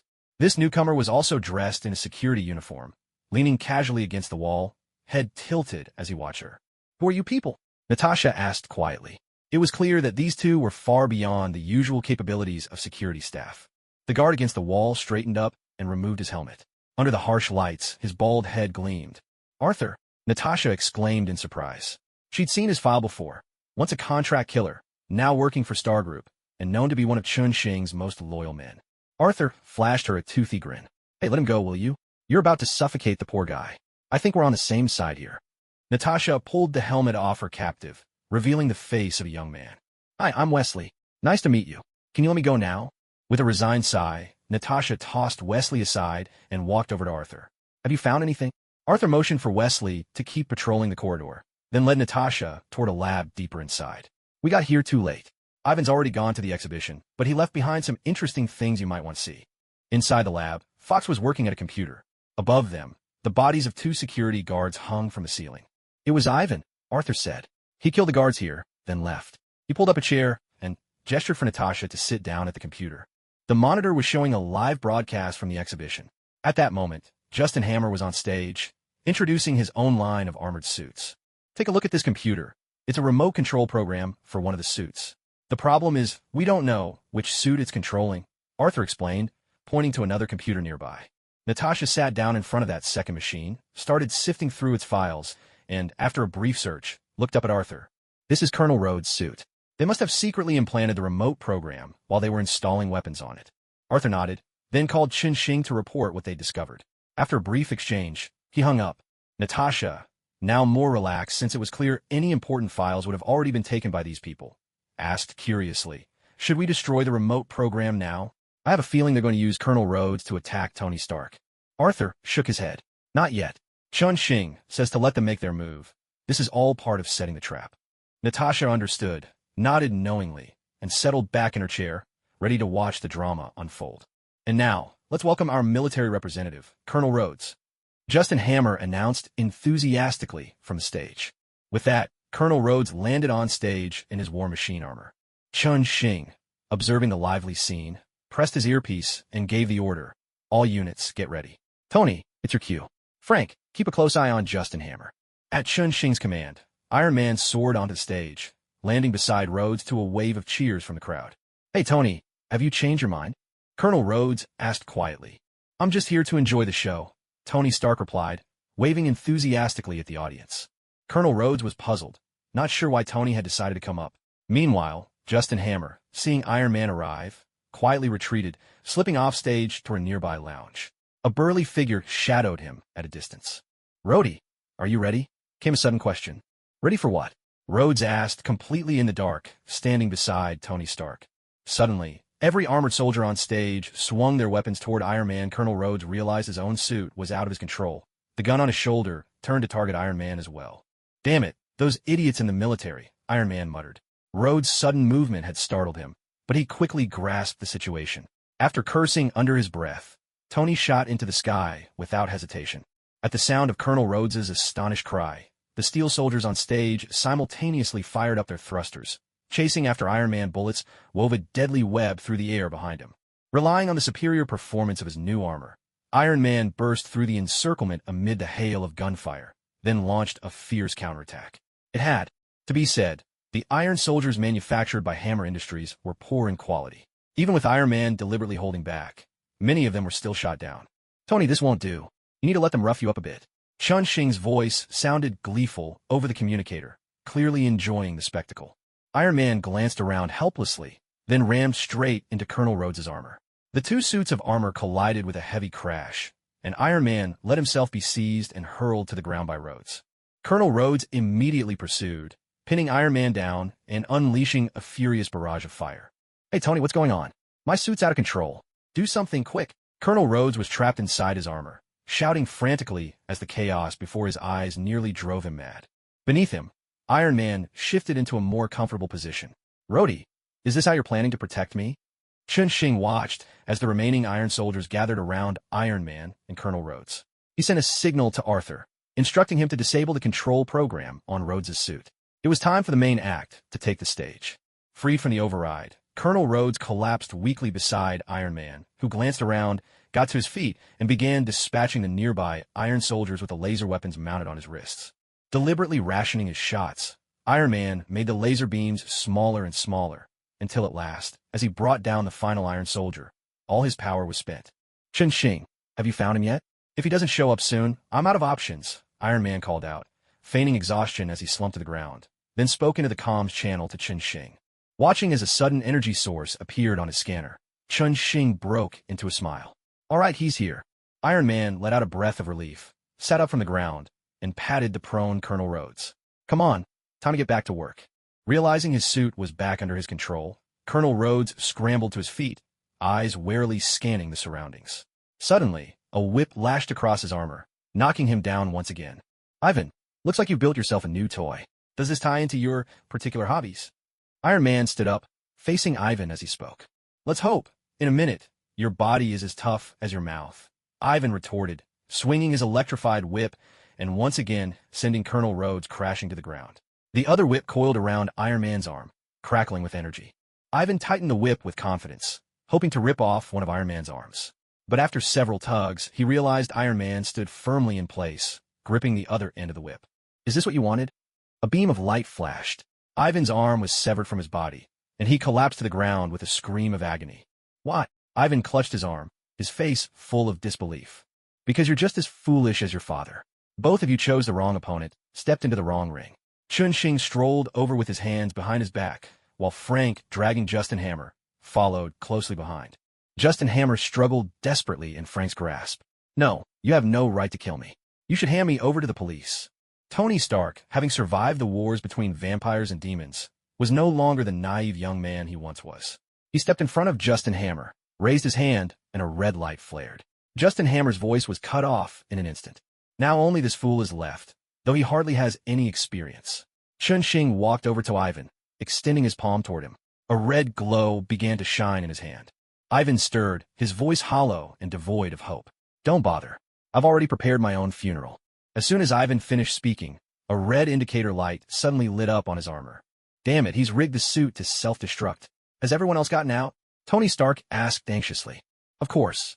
The moment you started fighting, everyone else evacuated the grounds." With that, Chun Xing opened a portal at his side. Under Ivan's astonished gaze, the group stepped through and entered another room, the top floor of a hotel not far from the grounds, where everyone was already waiting. Colonel Rhodes, filled with shame, bid everyone farewell and flew back to his own base. A series of explosions echoed behind them, making it seem as if the park was hosting another fireworks display. "Hey, isn't anyone going to cheer for me?" Tony Stark raised both arms, ready to bask in the applause, only to find everyone preoccupied with their phones. Tony sidled up to Happy. Happy, what are you watching? Show me. Happy quickly shielded his phone and stepped aside. I pay good money for this. The most exciting fight of the year. Tony turned to Pepper, curiosity written all over his face. Pepper smiled and handed him her phone. On the screen played a video clip of Colonel Rhodes straddling Tony and giving him a thorough pounding. Chen Xing, you bastard. The sun blazed overhead. The townsfolk, spirited as ever, gathered in cheerful groups, reveling in each other's company. A few days ago, a hammer fell from the sky, crashing into the outskirts of a small town and leaving a large pit behind. After some bold residents ventured to investigate, everyone discovered something peculiar about the hammer. No matter who tried or what method they used, it could not be moved an inch. Life in the small town was dull, but the people's energy was boundless. The arrival of the hammer brought a new source of amusement to the townsfolk. Whenever they had free time, people would come by, some out of curiosity, others just to gather and chat. As long as they were having fun, nothing else mattered. A sedan slowly pulled up to the edge of the crowd. Coulson stepped out, staring in astonishment at the throng gathered around the hammer. At that moment, 3 young men, bare-chested, were dancing around it. Agents from S.H.I.E.L.D., who had been waiting for some time, approached. Hey, Director Coulson, you're finally here. Coulson pointed at the crowd ahead. What's going on here? Looks like everyone's having a great time. The agent grinned. Life in this town is just too boring. Folks are gathering to have a little fun. Those 3 up front picked up some religious rituals online and want to see if they can awaken the hammer. Coulson scratched his head and replied with a helpless tone. All right, good times never last. Let's send everyone home. We need to set up a camp here. Don't forget to collect all the materials. This is a classified operation. Yes, sir. The agents received their orders and sprang into action. By dusk, the crowd had been completely dispersed and the campsite was set up. Inside one of the tents, Coulson sifted through the collected materials. He glanced over them quickly. There was all sorts of stuff, photos, videos, religious books, notebooks, and more. It was hard to imagine just how bored the townspeople must have been. The tent flap lifted and a well-built agent walked in. Hey, Coulson, want to grab a drink together? Coulson tossed aside the book in his hand, stepped forward, and shook hands with the agent. Hey, Hawkeye, good to see you. A few minutes later, the 2 of them sat in another tent, turning their glasses in their hands. Coulson, this assignment is strange. What do you make of it? Hawkeye gazed through the open tent flap at the hammer, standing silently in the distance, confiding in Coulson beside him. Coulson spread his hands. I have no idea. We don't even know what it is. There are too many unknowns in this world, and humanity is just a brief moment in the river of history. Hawkeye chuckled. Coulson, it seems the fewer days we see each other, the more philosophical you get. Coulson paused for a moment, scratching his head with a wry smile. Lately, his mood had been a roller coaster because of Chen Xing, leaving him restless every night. Even his meticulously groomed hair had started deserting him in noticeable numbers. Should we bring in some experts? Theologians, historians, physicists, or anyone else whose field might be relevant? Hawkeye rattled off a list, following their usual protocol. Once their team secured the scene, it was time to let the specialists take over. After listening to Hawkeye, Coulson mulled it over in his mind. Suddenly, an idea leapt into his thoughts. That's right. Chen Xing was the first person Coulson thought of. Honestly, whether or not Chen Xing could handle this hammer didn't really matter to him. What Coulson truly wanted was to use this opportunity to connect with Chen Xing to strengthen their relationship. At first, Coulson was put in charge of Chen Xing because of the Kingpin situation. Back then, Coulson had seen Chen Xing as just a minor character with some sword skills and the ability to brew strange magical potions. His interest in Chen Xing was really all about those potions. But as Coulson got to know him better, Chen Xing's security clearance within S.H.I.E.L.D. skyrocketed. Just a few days ago, it reached the highest possible level, a walking weapon of mass destruction, on par with a nuclear bomb. Behavioral analysis concluded that, if he wished, this man could wipe out everyone in the Big Apple without a second thought. Once the results came in, the military wasted no time in backing off. Since Coulson was the first at S.H.I.E.L.D. to make contact with Chen Xing, and their interactions have been relatively pleasant, he'd now been given a very clear priority, maintaining a good relationship with Chen Xing above all else. Any other tasks could wait. It was almost certain that this mysterious hammer involved some kind of occult element, and since Chen Xing was versed in the arcane, why not invite him to take a look? Whether or not he could crack the mystery didn't matter. What truly counted was building a stronger connection for future cooperation. Get the camp fixed up first. I'll have someone come over in the next few days to take a look. Once he'd made up his mind, Coulson assigned Hawkeye his task, stepped out of the tent, and dialed Chen Xing's number. Meanwhile, Chun Xing was lying on the roof of his villa, counting the stars overhead. After the Ivan incident, everyone had settled back into their usual routines. Only Chun Xing knew that far greater troubles were about to descend upon Earth. Troubles that would come in relentless waves, one after another. Asgard could hardly be called a friend to Earth, and the Chitauri were absolutely its enemies. The arrival of these mighty forces would open Earth's eyes to wonders and horrors alike, but it would also plunge the world into suffering and hardship. Chun Xing knew he had to get involved in Thor's affairs. At the very least, he needed to make contact with Asgard, laying the groundwork for the chain of events that would soon unfold. His goal was to keep everything within manageable boundaries, arranging matters so that nothing spun out of control. This time, Chun Xing also had a clear objective, the Space Stone. According to the story, after the upcoming events, the Space Stone would be taken back to Asgard by Thor for safekeeping, only to be stolen by Loki, and eventually fall into Thanos' hands. But Chun Xing had no intention of letting Thor take the Space Stone back this time. It was much safer to keep it for himself. With one stone in hand, the others would inevitably come his way sooner or later. No matter how the story changed, he would always have room to maneuver. Having sorted through this tangle of concerns, Chun Xing rubbed his forehead. He still needed to figure out the right entry point into Thor's story. Some suitable reason and identity that would allow him to be involved, even if only as an onlooker. He pulled out his phone, but hesitated for a moment. The most direct participant he could reach was Coulson, but the problem was he had just recently managed to offend the old nice guy quite a bit. It felt a little awkward to reach out now. Just then, his phone lit up. To his surprise, it was Coulson calling him. "All right, Coulson. When the time comes and you die, I'll be sure to bring you back, too." In his heart, Chun Xing quietly gave Coulson a thumbs up. A note to mark the book's launch. "I don't care. Other authors do it, so I will too. Even if I don't have many readers, I still want to share this."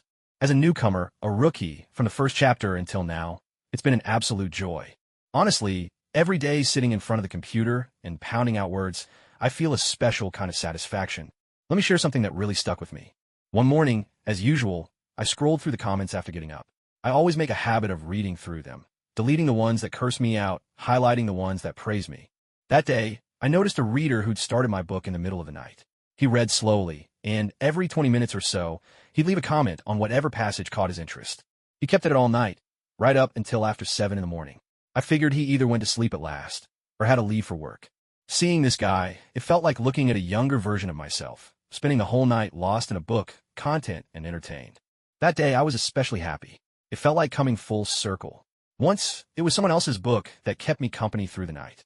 Now it's my own writing keeping another me company till dawn. I've always wanted to share this, so I'm taking this chance to talk to you all. I won't take up too much space. Now it's time for some thank yous. Thank you to all the readers who have walked this journey with me. Every word you type, I see it. You know that. Thank you. For a new author, every comment, every vote is so important. Everything you do makes it possible for this book to continue. That's the honest truth. It's really tough for new writers. Finally, I'd like to ask for your subscription and support. Now that I've come this far, I want to keep going. Dear readers, I need your help. A plane sliced through the clouds and disappeared into the horizon. Under the blazing sun, a sedan drove into the temporary camp. Chun Xing climbed out of the shield vehicle, raised his hand to shield his eyes, and surveyed his surroundings. "Hey, Chun Xing, over here." Coulson ran out from the largest tent in the center, waving to Chun Xing, with Hawkeye following close behind. Coulson introduced Chun Xing to Hawkeye, though Hawkeye was already well aware of Chun Xing's story. The two exchanged a quick greeting. Rubbing his hands together, Coulson asked Chun Xing, "Would you like to take a look at the thing first, or grab a drink together?" Chun Xing smiled. "Since I'm here, let's check out the thing first. When it cools down later, drinks are on me in town." Chun Xing's attitude pleased Coulson immensely. As long as he didn't cross any lines, he was a very easy person to talk to. "Come on, let's take a look inside together." Coulson led Chun Xing towards the tent, recounting how the hammer had been discovered along the way. A giant tent had been set up over the crater left by the hammer's impact. The hammer stood silently at the bottom of the pit. Coulson brought Chun Xing over to it, gesturing for him to examine it freely. He explained that S.H.I.E.L.D. had tried many methods, but nothing had worked. Chun Xing gripped the hammer's handle and tried to move it with all his strength, but it didn't budge an inch. Then he released a trace of inner energy probing into the hammer. The hammer glimmered faintly with golden light, repelling his attempt. Chun Xing withdrew his hand and said to Coulson, "There's some kind of energy protecting this hammer. May I try using a bit more force?" When the hammer glowed with golden light, both Coulson and Hawkeye gasped in astonishment. Hearing Chun Xing's request, they exchanged a glance and nodded in agreement. "Of course. We'd like to get to the bottom of its secrets, too. Chun Xing glanced around, weighing his options, then turned to Coulson. Have your people clear the area as far away as possible. Take any important materials with you. Things might get a little intense in a moment. Coulson was well aware of Chun Xing's strength. Seeing how serious he looked, Coulson nodded hurriedly, grabbed Hawkeye, and quickly headed outside. Not long after, the sound of engines starting up filled the air outside, a chorus of vehicles roaring to life. After about half an hour of bustling activity, Coulson came running back, gasping for breath. Chun Xing, it's done. Can we stay and watch? Chun Xing could only shrug helplessly. Sorry, I might need to go all out in a moment, and I'm afraid I won't be able to look after you. Please wait outside. If anything comes up, I'll let you know. Coulson nodded and led his team out. With Chun Xing's level of power, there was no reason for him to deceive them anymore. Once everyone had left, Chun Xing circled the hammer a couple of times. He knew perfectly well where this hammer came from, and this was a good opportunity to test his own strength and to get a sense of Asgard's weight. This time, instead of grabbing the handle, he reached out and seized the head of the hammer. Southern Blaze. Chun Xing murmured the words, enveloping his hand in the flames of the Southern Blaze, steadily increasing his power. Suddenly, with a booming impact, the force of the Southern Blaze collided with the power within the hammer. A shock wave burst outward, and the massive tent was instantly swept away, vanishing without a trace. Chun Xing gripped the hammer tight, channeling more and more power into his hand. The red glow around his fingers grew ever fiercer. He could feel the force of the Southern Blaze clashing head-on with the power contained inside the hammer. As he poured in more energy, the ground beneath his feet began to tremble. It was as if a small earthquake had erupted, the earth around him splitting open, deep fissures extending far into the distance. That's enough, young man. I acknowledge your strength. There's no need to push it any further. An elderly figure appeared, shimmering above the hammer, a mane of golden hair and a finely crafted eye patch. Chun Xing gradually let his power dissipate. To be honest, if he'd continued any longer, it would have started to take a toll on him. Greetings. I am Odin. I've heard the Ancient Ones speak of you, but I didn't expect you to progress so quickly. It's a pleasure to meet you, the spectral figure said. It was none other than Odin, Lord of Asgard himself. Hello, Mr. Odin. Is this hammer yours? Chun Xing looked calmly at Odin's apparition. After all, a mere projection was hardly enough to showcase the majesty of the king of the gods. Odin also studied the young man before him.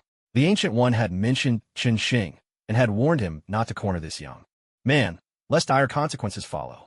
Odin trusted the Ancient One's judgment completely, which was why he spoke so courteously now. Hearing Chun Xing's question, Odin nodded. Yes, this hammer is simply a test for my son. It won't bring any harm to Earth, so you needn't worry. After listening to Odin, Chun Xing was full of complaints.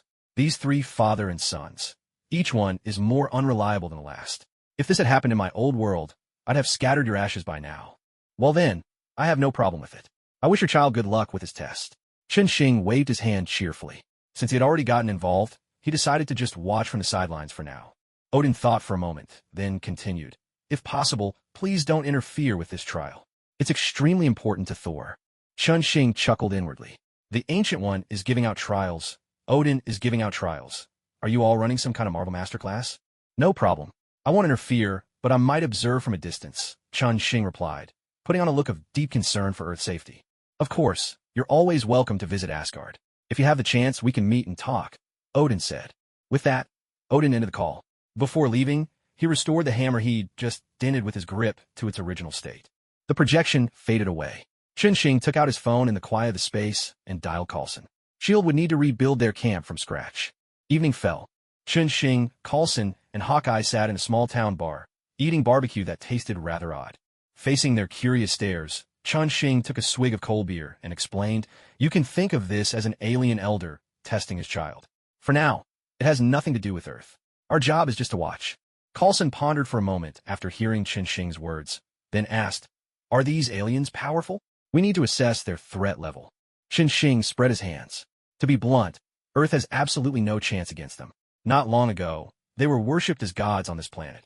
Coulson stood up in shock, knocking over a plate on the table. "If that's the case, I have to report this immediately. Of course, my suggestion is to keep your distance for now. And if you have time, it's best to start evacuating the people in the area." Coulson nodded, grabbed his phone, and hurried outside. A few days later, Chun Xing was napping in the newly built camp while agents bustled about, setting up all kinds of surveillance equipment. S.H.I.E.L.D. had taken Chun Xing's advice and pulled out a number of their people, but at the same time, they were preparing to install a large amount of monitoring tech. By this time, Coulson was already in town, organizing the evacuation of the residents. Hawkeye, bored, wandered over to Chun-Shing. Chun-Shing, when is that unlucky alien son finally going to show up? Chun-Shing had already told S.H.I.E.L.D. about Thor's trial and asked them to cooperate. In doing so, he'd probably saved a lot of lives. Now, they were all on Earth's side, united against an outside threat. Chun-Shing stretched lazily, gazing at the drifting white clouds in the sky. It shouldn't be long now. Tonight, make sure everyone stays alert. If anyone sneaks in, just run for it. Hawkeye nodded and went down to make the arrangements. Night fell in the blink of an eye. As expected, a car, after a long journey, barreled toward the base. S.H.I.E.L.D. picked up on it when it was still 2 kilometers away. Watching the monitor, Chun-Shing and the others saw the car stop far from the camp. 2 people jumped out and started running straight toward the base. Hawkeye, a seasoned special ops expert, put a hand over his eyes. Are they trying to be sneaky? Chun-Shing nodded. Maybe it's some kind of alien tactic. Listening to their banter, Coulson chuckled and handed the freshly printed documents to both of them. Here's the info on that woman. Interested. Jane Foster, an astronomer, should have been out in the desert conducting observations at this time, judging by her recent activities. Somehow, though, she got mixed up with the aliens. We need more detailed information, Coulson said, ending his call with the tech team and nodding to Chun-Shing and Hawkeye. Investigate her entire team thoroughly. They'd expected the pair to scout around the perimeter, but it turned out Thor couldn't hold back and charged straight for the camp. Hawkeye stood up with a resigned sigh. Well, if I had a son like that, I'd put him through a trial too. You two keep watch. I'll see about letting him in. Thor ran all the way to the barbed wire fence, leapt up, and tried to climb it, only to have the flimsy wire give way and send him sprawling to the ground. Quickly, Thor scrambled up and looked around. Thankfully, no one had spotted him. He pressed on, heading toward the center of the camp. On his 3rd stumble, tripping over a trench, he finally drew the attention of the guards. Brandishing wooden batons, they charged at him, exasperated. With a single punch, Thor sent a guard flying over 5 meters. Then he lunged at the rest. After a fierce scuffle, he finally took down every guard who'd rushed at him, making his way to the main tent in the center. Watching Thor disappear inside, Hawkeye let out a sigh of relief and grabbed his radio. Pull back. The surveillance feed switched to the inside of the tent. Thor rushed eagerly to the hammer, reaching for the handle. Coulson watched silently as Thor tried pose after pose with the hammer, only to finally drop to his knees before it, defeated. The look of bitter anguish on his face nearly made Coulson burst out laughing. So what now? Do we let him go? Coulson conferred with Chun-Shing. Chun-Shing thought for a moment and decided to stick to the script. Let's detain him for now, he said. Try to question him, but make sure not to hurt him. Coulson gave a signal and picked up his walkie-talkie. Ground team, take him in. Get him a shower and a change of clean clothes. Once he's had a good sleep, let me know. A day later, after Thor had eaten his fill, drunk plenty, and slept well, he sat quietly in the interrogation room. His expression made it look as if he'd just been bullied. We didn't do anything to him, the interrogator explained quickly, noticing Coulson and the other 2 watching him. It's all right. He's just in a bad mood. Chun-Shing reassured the interrogator and sent him out. The group then sat together in front of the monitor, watching Thor stare blankly into space. Suddenly, a long-haired man in a fitted suit appeared before Thor, as if out of nowhere. Coulson jumped in surprise and hurriedly asked Chun-Shing, "Who's that guy? Now, I really believe they're aliens." Chun-Shing looked at Loki on the monitor and sighed helplessly. A god of ancient cunning, Thor's brother. People were so gullible in ancient times. Let's listen in on what they're saying. Inside the interrogation room, Loki delivered the news of their father's death to Thor and told him he was permanently exiled. Then, under Thor's stunned gaze, Loki vanished without a trace. Coulson stared in disbelief at the heartbroken Thor sobbing in the interrogation room. Completely baffled, he asked Chun-Shing, he just believed it? The king of the gods just dies like that, and the heir to the throne gets exiled just like that. Chun-Shing scratched his head, equally at a loss. Alien logic was beyond him, too. Coulson instructed his team to take Thor to the lounge and make sure he got some rest, and, importantly, that he didn't wander off. The 3 of them sat back at the table to discuss their next steps. Just then, an agent approached and informed Coulson that an astrophysicist named Eric wanted to see Thor. Another astrophysicist, you know what that means? Chun-Shing said to Coulson, raising his eyebrows. Coulson nodded and headed outside. Hello, I'm Eric Selvig, an astrophysicist. Eric introduced himself. I'd like to explain about the man who broke in last night. It was all a misunderstanding. Coulson replied sternly, so, Dr. Selvig, what exactly is going on with that man? He caused quite a stir last night. Dr. Selvig hastily explained, that man is a doctor who's lost his mind. His name is Donald Blake. I assure you, he means no harm. He's just having some mental difficulties. Coulson studied Dr. Eric for a moment before speaking. I'll look into it. If it's true, I'll let you take him away. But don't let him out again to cause trouble. Reassured by Dr. Eric's repeated promises, Coulson turned and went back inside the tent. Are we really going to let him go? Of course. Let's see what he does next. Keeping him with us would be nothing but trouble. 10 minutes later, Thor was escorted out of the camp by Dr. Eric. The two of them drove off in a small car, disappearing into the distance. Naturally, everything was under satellite surveillance. At that moment, Loki sat on the throne of Asgard, gazing at the 4 people standing before him. Listen carefully. Father has entered the Odin sleep, so I will serve as acting king of Asgard for now. Until he wakes, I don't want any accidents in Asgard. As for Thor, that matter is finished for the time being. Let him stay on Earth. Thor's friends exchanged glances, then reluctantly left the palace. Asgard. Standing in a corner of the palace, Loki watched as the rainbow bridge lit up in the distance once again, a faint, bitter smile tugging at his lips. He knew that Thor's friends were on their way to Earth to find him, but that wasn't what troubled Loki. Loki had never realized that after the Bifrost was supposedly sealed, it could be opened again so easily. It seemed the people of Asgard had already made their choice between him and Thor. Whether Odin or Thor was present, whether or not he held the scepter, the true master of Asgard had long been decided by fate. Loki recalled what Odin had told him a few days earlier about his origins. He had learned that he was not Odin's biological son. He was a child Odin had taken from Jotunheim years ago, hoping to use Loki as a bridge for peace between Asgard and the Frost Giants. Looking into the distance, Loki realized that all the older folk in Asgard probably knew his true heritage. Yet they had all stood idly by, watching him flounder and struggle before Thor. Clutching the scepter in his hand, Loki turned and walked toward the palace's lower chambers. If Odin wished for a bridge of friendship with the Frost Giants, then Loki would grant him that wish. He had already made secret contact with Laufey, king of the Frost Giants, but his true aim was the murder of Odin while he slept. Before that, however, Loki was determined to try once more to destroy Thor. If the living refused to obey, then he would use a machine. As it happened, Loki knew of a certain automaton that would serve his purpose perfectly. The Destroyer Armor, one of Asgard's most fearsome weapons. Earth. Coulson sat with his legs crossed, tapping his fingers as he watched the surveillance feed, visibly at ease. On screen, Thor and Jane Foster were flirting and teasing, their growing affection clear to see. It seems our prince is doing just fine, Chen Xing said as he walked over and glanced at the screen. Coulson put his legs down and replied with a bored tone.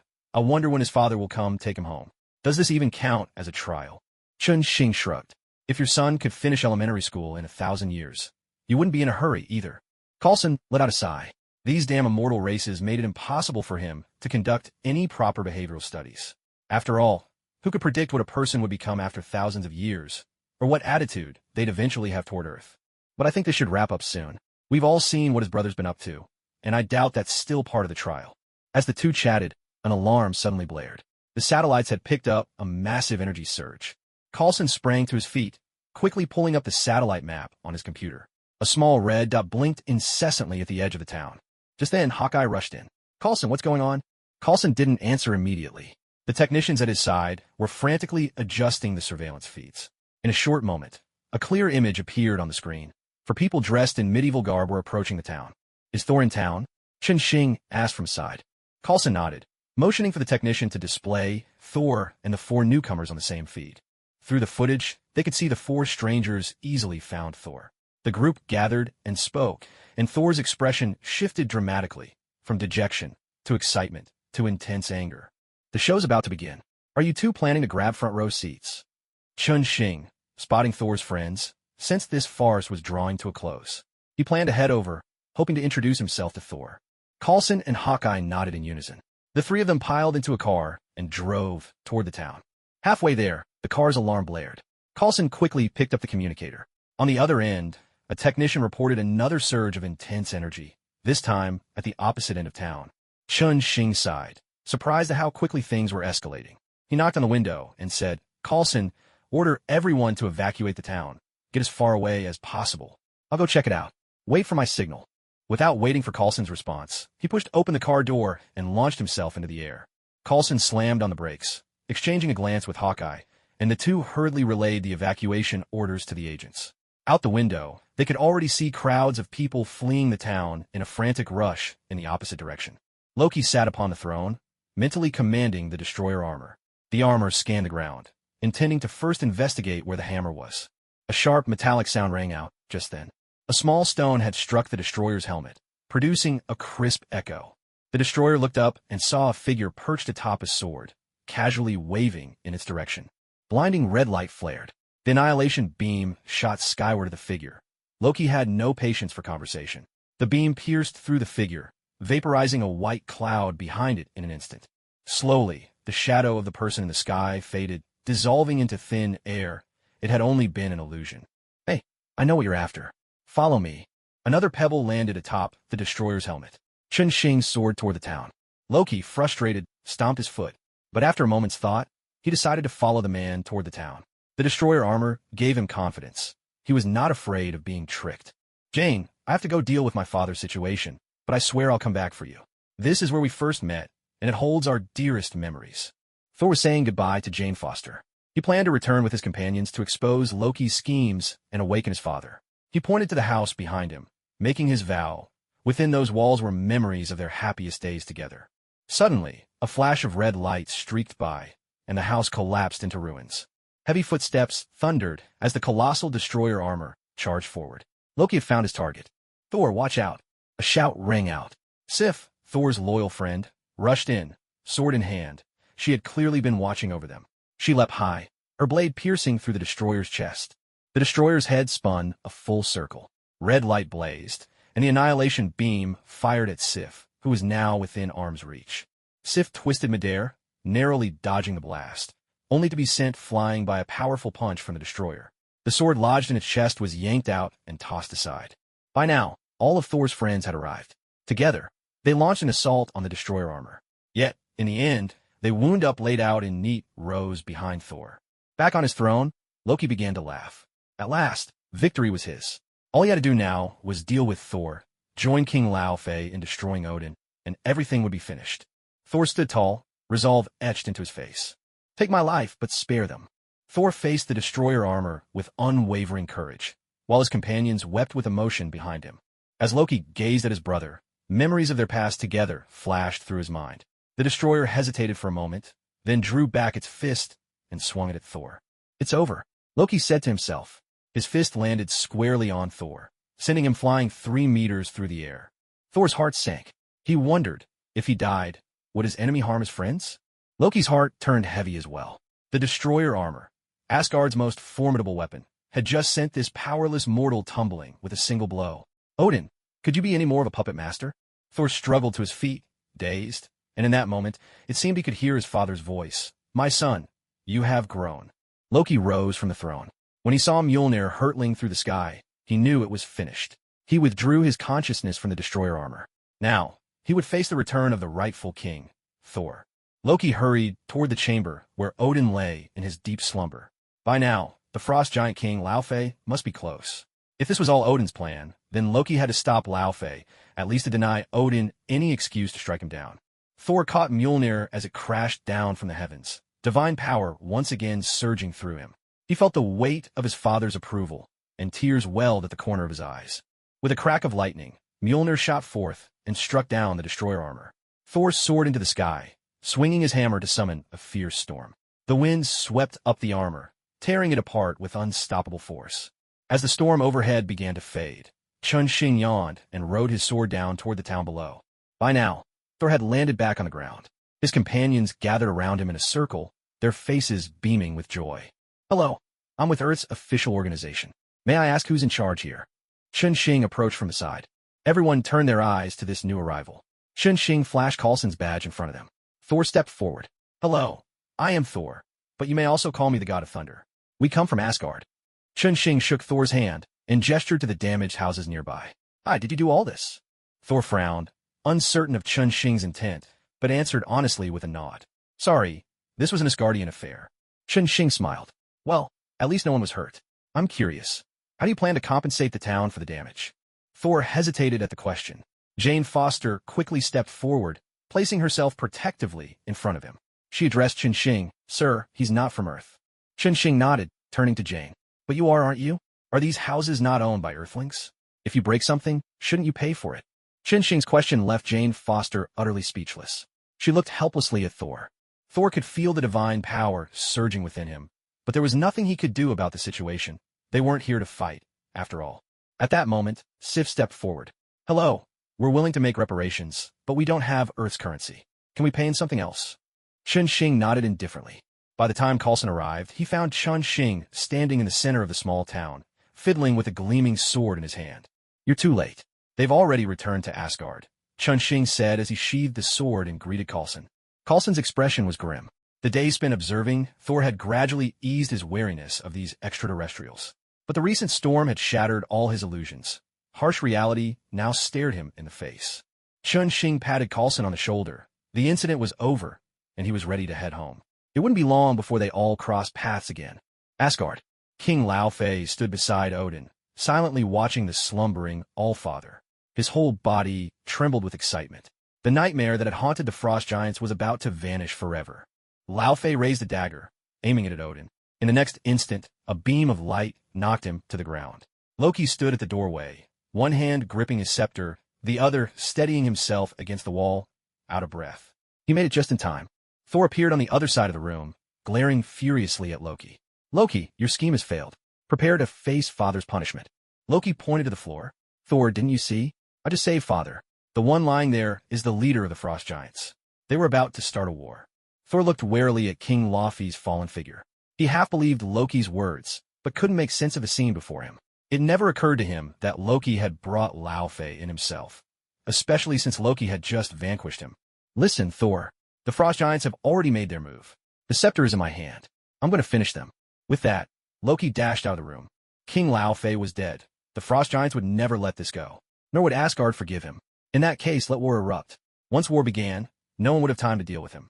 Loki mounted his steed and raced toward the Bifrost, intent on using its power to strike Jotunheim and ignite the war.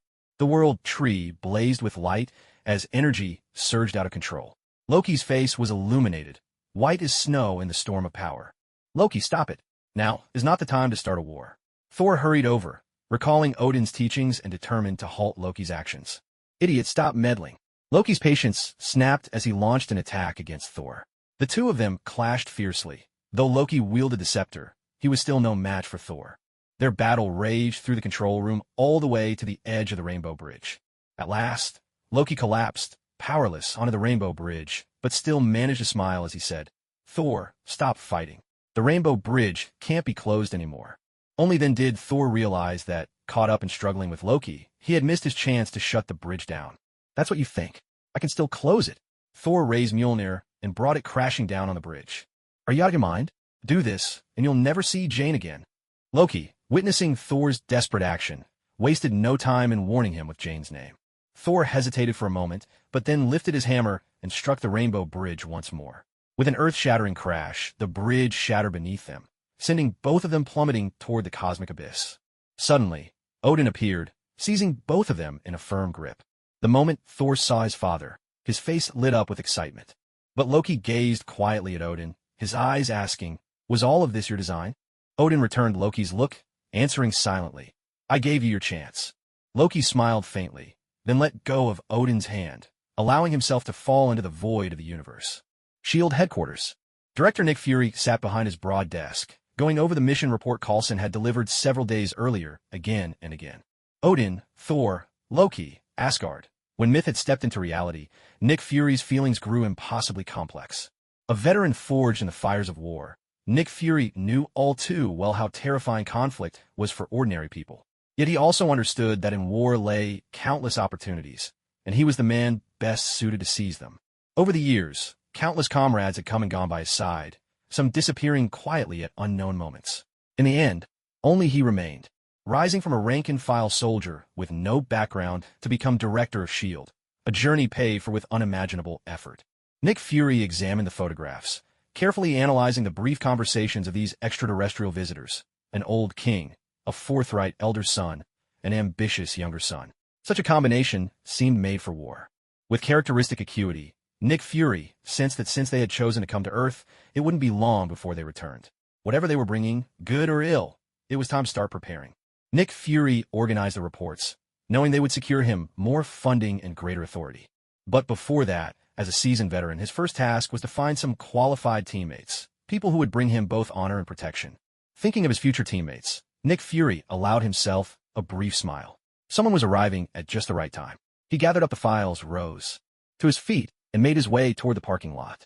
Halfway there, he answered a call from one of his agents. "Hey, has our captain woken up yet?" "Reporting, sir. The doctor says he'll be awake any minute. Would you like to come down?"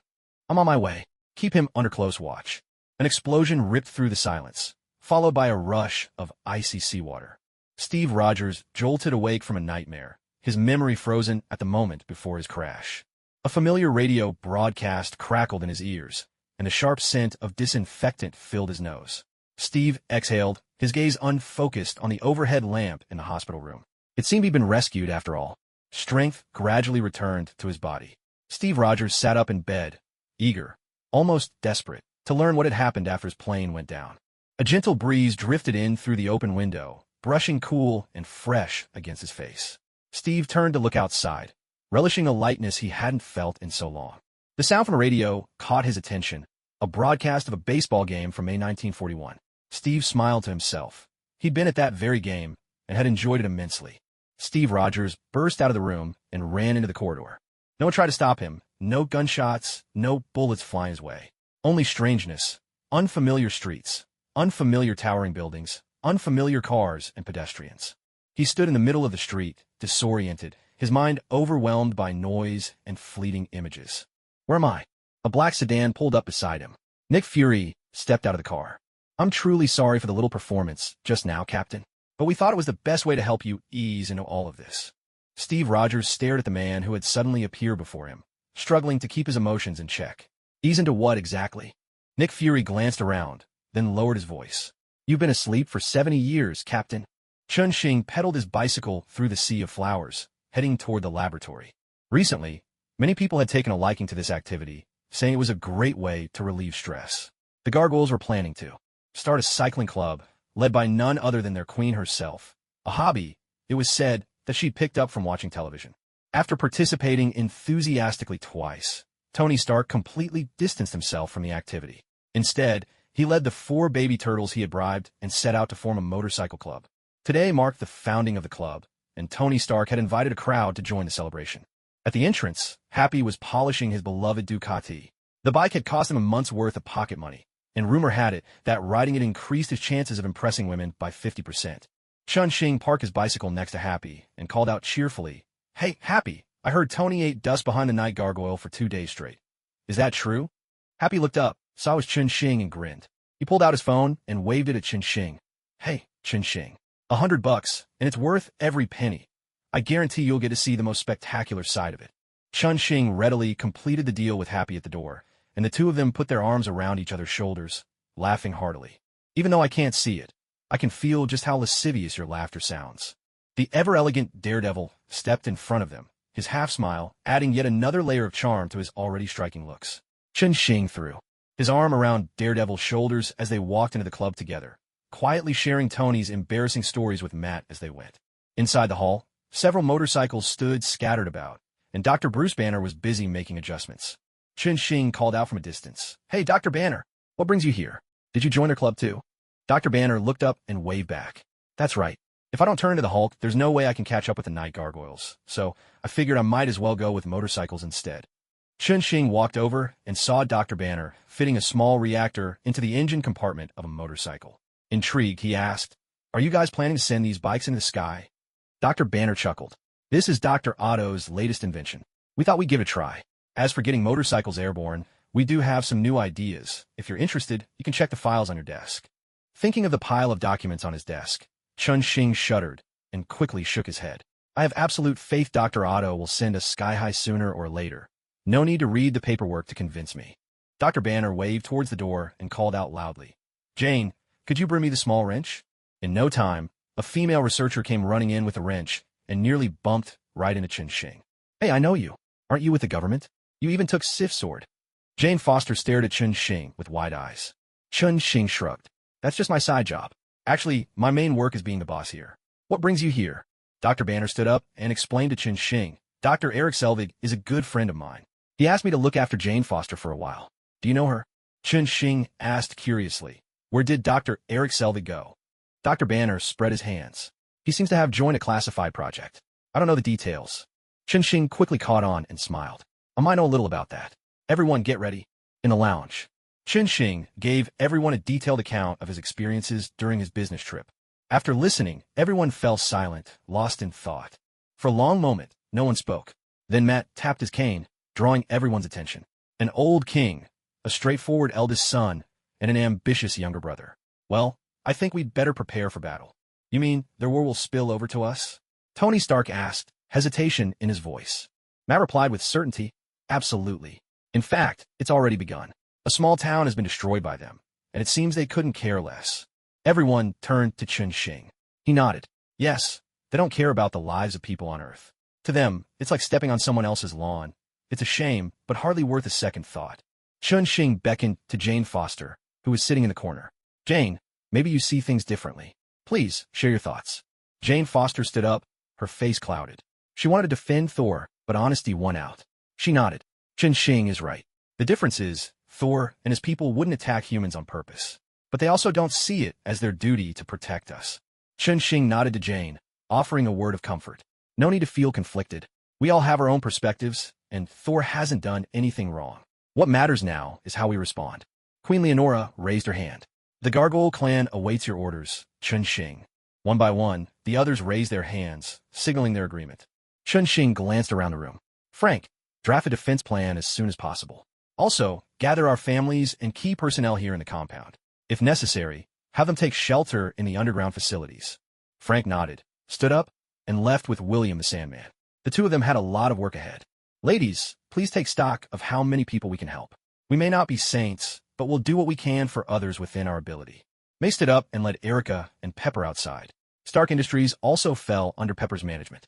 With Xing's directives, everyone sprang into action. The entire complex was thrown into a flurry of commotion. Arthur and his team were summoned back, while Peter and Harry were pulled out of school. Tony Stark watched the bustling scene in silence, his voice low and grave. Let's hope we're wrong about this. Xing gave his shoulder a reassuring pat. I hope so too.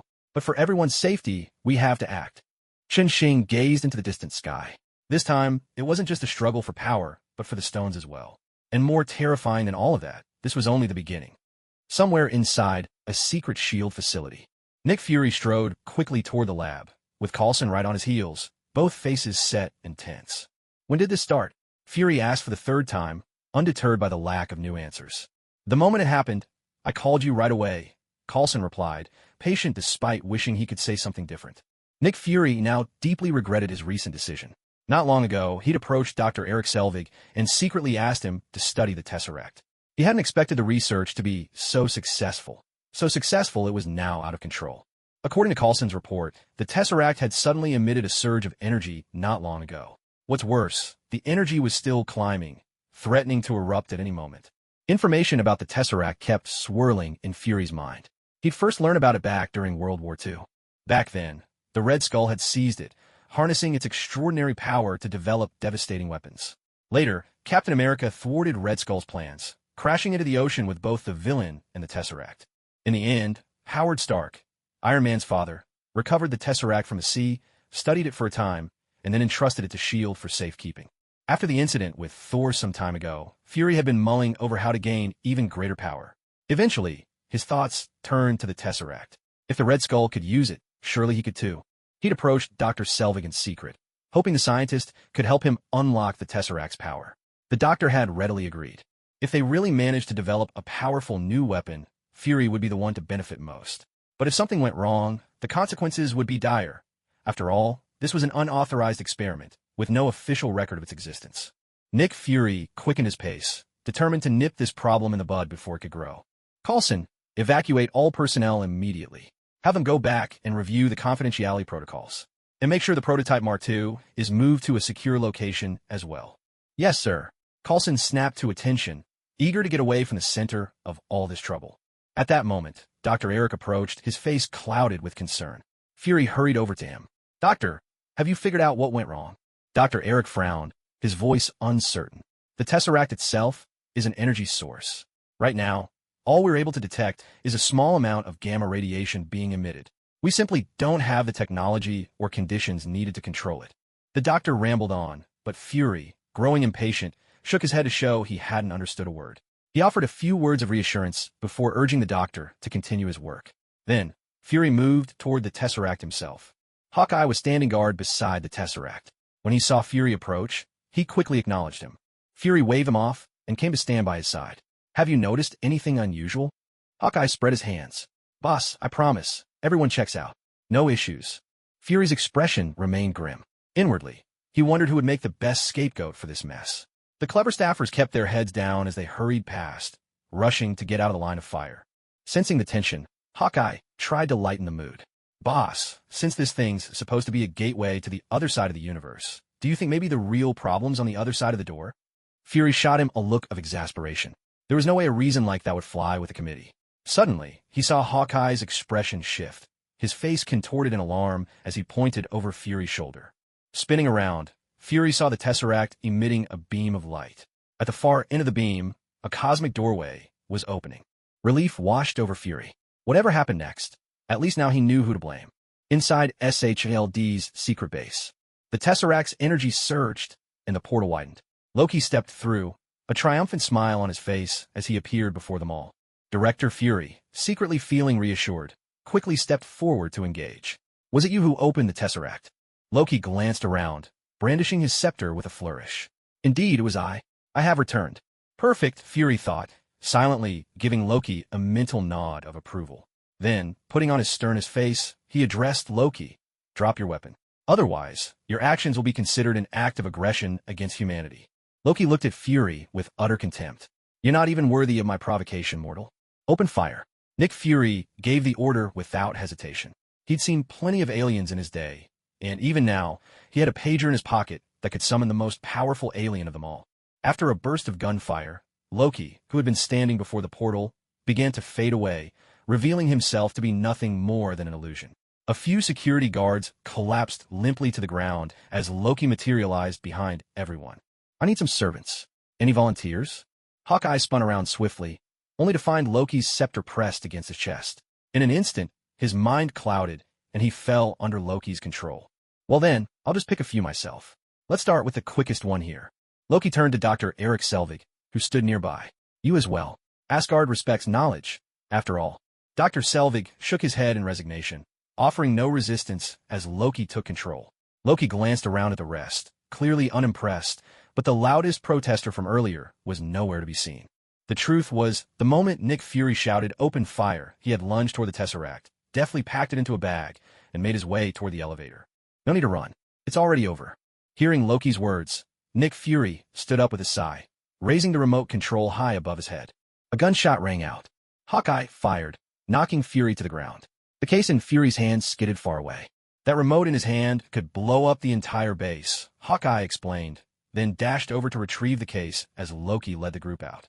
As their footsteps faded into the distance, some time passed before Fury stirred, sitting up and brushing dust from his bulletproof vest. He let out a long breath of relief. "Agent Coulson." Loki used the Tesseract to open a portal. Now he's bewitched Hawkeye and Dr. Selvig, and left with the Tesseract. "We have to act fast. The war has begun." After hanging up the phone, Fury bowed his head in thought for a moment. Maybe it was time to seek out another powerful weapon. He'd prepared the Avengers initiative long ago, but those superheroes were notoriously difficult to manage. Still, with a common enemy now before them, perhaps they'd finally fall in line. And before that, he could always request more funding and greater authority from the Council. Resolved, Nick Fury sprang into action. Looking down at the recruitment list in his hands, Coulson scratched his head. Iron Man, Hulk, the Celestial Sword Hero, Sandman William Blade. All right, it seemed Director Fury was ready to move Chun-Xing's entire household into S.H.I.E.L.D. Had he lost his mind?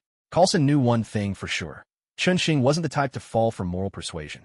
Coulson had been waiting all morning at the newly built Stark Tower, only to be informed that everyone was now working out of the Star Group headquarters. With no other choice, he drove straight to Flower Fortress. The entrance was bustling with activity. Many people were carrying suitcases, greeting each other as they arrived. Curious, Coulson approached and asked what was happening. A young man explained, "I heard there might be a war coming. The Star Group arranged for us to come here and lay low for a while." Startled, Coulson quickly asked, "Who told you that? You can't just spread rumors like this." The young man shrugged carelessly. "It's all over the internet every day, talk about war. I just want to check out Flower Fortress. What a great opportunity." Coulson sighed and hurried upstairs, hoping Qin would be in his office. Luck was on his side. With so much going on lately, Qin had been managing everything from his office. At that moment, he and Tony Stark were playing a video game. Without knocking, Coulson rushed in, relief flooding him when he saw the two of them there. He collapsed onto the sofa, catching his breath. After spending those days together in the desert, he and Qin had grown quite close. Everyone's pretty busy. Help yourself to water if you want some. So, do you have any good news for us? Qin didn't even look back. Stark was just about to lose the game. Pouring himself a glass of water, Coulson replied, I'm afraid it's bad news. That alien prince is back, the little prince, and he's stolen something from S.H.I.E.L.D.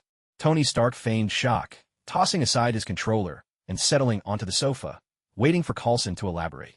Coulson pointed at the screen. Mr. Stark, you lost. Qin put down his own controller and sat on the sofa as well. All right, Coulson, tell us everything in detail. Coulson cleared his throat and recounted the incident to Qin and Tony Stark. For reasons he couldn't quite explain, he found Qin more reliable than his own director. Qin ran through the details in his mind. Everything more or less matched the plot he'd been carefully steering. So far, his efforts seemed to be working. He'd always been hesitant to interfere too much with the storyline, afraid that his influence might cause drastic changes. At least, until he got his hands on an Infinity Stone, he didn't feel ready to let loose. Does this mean the aliens have officially declared war on us? Tony Stark asked, frowning. Coulson nodded. That's right. You have to understand, he's got something that can open a cosmic portal. No one knows what might come through next time. Qin thought for a moment before turning to Coulson. Thank you, Coulson. We'll be careful. I hope you recover the cosmic cube soon. Good luck. Coulson gave a wry smile, as if he had known things would turn out this way. But the mission had to go on. Qin, we'd like to have Dr. Banner and Dr. Stark join us. Their expertise would greatly help us recover the cosmic cube. Of course, this also includes you and others like you. Together, we could form a powerful team and accomplish this mission. Qin politely raised a middle finger at Coulson. So you messed things up, and now you want us to clean up the mess? Are we supposed to take orders from you two? Or should we just hand over our companies while we're at it? Tony Stark watched from the side, his expression cold and detached. He had figured out what was really going on. Win or lose, S.H.I.E.L.D. intended to have it all. Coulson had nothing more to say. Left with no choice, he called director Nick Fury for backup. On the street, pedestrians hurried by. Nick Fury strode out of an office building, his face brimming with satisfaction as he gave his briefcase a pleased pat. Inside the case were several documents. He had just received the authorization from the World Security Council. Just as he had expected, despite some minor obstacles, when faced with a greater threat, the Council had no choice but to grant him more authority and funding. His phone rang. Fury answered with a broad smile. Hello, Coulson.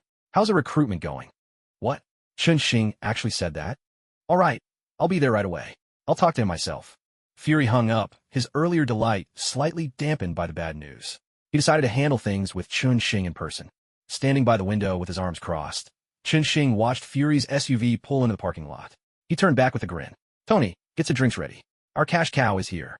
Tony Stark flashed an OK sign and headed over to the office bar, leaving Coulson alone on the sofa, caught between laughter and exasperation. After a few footsteps echoed in the hallway, someone knocked at the office door. Come in. Qin personally opened the door. Nick Fury stood outside. With his face so dark, it was impossible to tell if he was angry. Qin, how could you do this? Fury stormed in and sat heavily on the sofa, his voice sharp as he confronted Qin. Qin didn't reply. He sat across from Fury, swirling a glass in his hand. The room filled with tension. Suddenly, Fury seemed to snap out of his anger, as if a bucket of cold water had been dumped over him. His expression flickered, and in a heartbeat, he recalibrated his approach. Nick Fury cleared his throat and said softly, Qin, can we have a word? You know, people are in danger right now. If we join forces, we have the power to save them. Then let them die, Qin replied with a dismissive curl of his lips. He turned to Coulson beside him, signaling for him to help his boss come to his senses. Coulson glanced helplessly at Nick Fury. Boss, maybe it's better to just get to the point. Nick Fury pondered for a moment, then opened his briefcase. He took out a file and placed it on the table. Qin, I have authorization from the World Council. I can requisition anyone for this mission. Of course, I'm inviting you. Qin took the file with a grave expression, studied it carefully for a while, then nodded solemnly. With a wave of his hand, the document crumbled to ash and scattered from his palm. Let's cut the nonsense. I'm guessing you've just gotten your hands on a lot of valuable assets. How do we split them? Nick Fury's dark face flushed with frustration. Gritting his teeth, he said, I could just not invite you. I don't believe you'll stand by and do nothing. Chun Xing made a gesture toward the door, indicating Fury was free to leave, and said casually, "Then tomorrow, the whole world will hear that the director of S.H.I.E.L.D. ran a secret experiment and ended up attracting aliens to Earth. I bet the story you told the World Council sounds quite different." Tony Stark pulled out his phone, pretending to dial. "Hello, Daily News? I have a huge scoop for you." Nick Fury immediately settled back onto the sofa, forcing himself to speak calmly. "Tell me your terms. We have plenty of projects to collaborate on." Chun Xing had originally planned to ask for a share of the projects, but after considering that S.H.I.E.L.D. was now crawling with HYDRA, he decided it would be less of a headache to just ask for money. "We won't get involved in past affairs, but as for your newly acquired funds, we want half," Chun Xing said boldly. After all, it wasn't like the money wouldn't end up in Hydra's hands otherwise. Nick Fury's eyes widened in disbelief. "That's impossible. Every cent is strictly audited. The most I can offer is 10%. Chun Xing tapped the table. "Here's the deal. We operate under SHELD's name. You get the credit, we get the cash. You get promoted, we get rich. How about it?" Nick Fury wrestled with the idea for a moment before reluctantly agreeing. "Fine. But you get 20%, and it has to be paid in installments." Chun Xing looked visibly impatient. 30%, and we start as soon as the money lands." Nick Fury stood up and extended his hands. "Deal. Here's to a successful partnership." For large hands clasped together. Off to the side, Tony Stark rolled his eyes, looking as if he might throw up. After a bit of discussion, Nick Fury took Coulson and said his goodbyes. The group had settled on a meeting time and finalized who would be involved. Chun Xing, Tony Stark, and Dr. Banner would participate in the entire mission, while the others would join in as needed. Nick Fury stepped out through the flower-filled fortress gates. Although this trip had cost him a lot, he believed it was worth it. He patted his head, suddenly realizing that in his haste, he might have overlooked something. Watching Fury's car pull out of the parking lot, Tony Stark turned back and asked, "Is that S.H.I.E.L.D. identity really that important?" Chun Xing nodded. "Of course. Let him take the credit, but also the blame.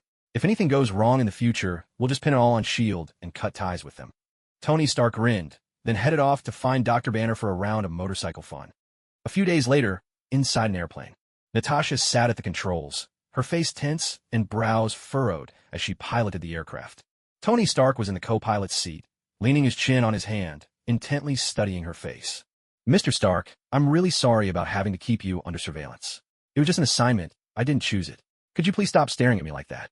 Natasha glanced at Tony in exasperation. She couldn't hit him or scold him.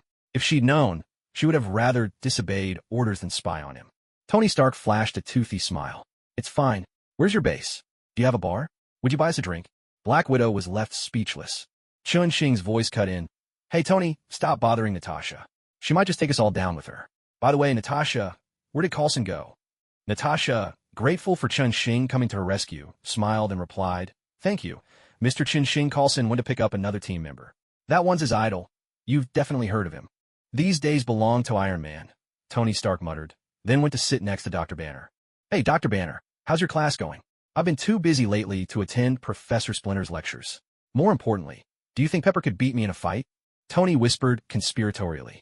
Dr. Banner chuckled. "If you miss a few more classes, I bet you'll end up black and blue." Tony Stark frowned and thought, "Do you know any way I could learn how to transform, too?" Dr. Banner. The plane landed smoothly on the deck of the carrier. As the hatch opened, Chun Xing and the others stepped out, greeted by the salty ocean breeze. "I'm going to hand in the mission. You guys can look around as you please." With that, Natasha slipped away. She really wanted to put some distance between herself and Tony Stark. "Hey, Tony, you scared her off," Chun Xing said cheerfully, watching Natasha's retreating figure. Tony Stark ran a hand through his wind-tousled hair. "Come on, they're the ones who tricked me. I just want to teach them a little lesson." Dr. Banner pulled his coat tighter around himself and stepped closer. "It's pretty windy out here. Let's head inside to talk." Shielding his eyes from the sun with his hand, Chun Xing glanced around and saw another plane landing nearby. As the plane came to a halt, Coulson emerged, spotted their group, and waved enthusiastically while leading someone over.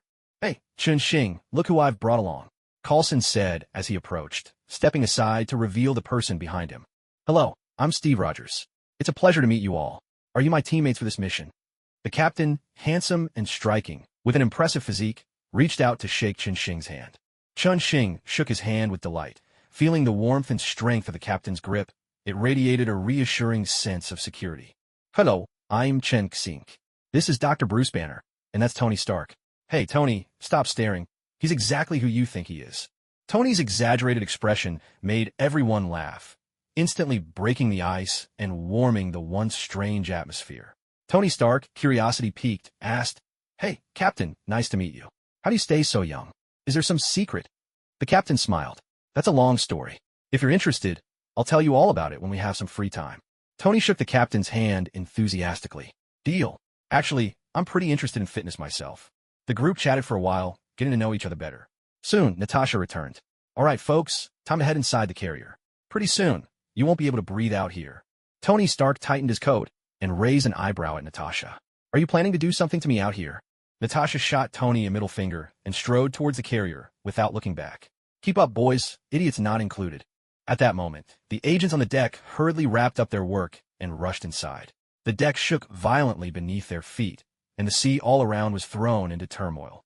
Curious, the captain walked over to the edge of the carrier and watched the massive turbines churning the water into a spectacular display. "Wow, this is amazing. Has technology really advanced this far?" Tony Stark walked over to stand beside Captain America, watching as the helicarrier slowly ascended into the sky.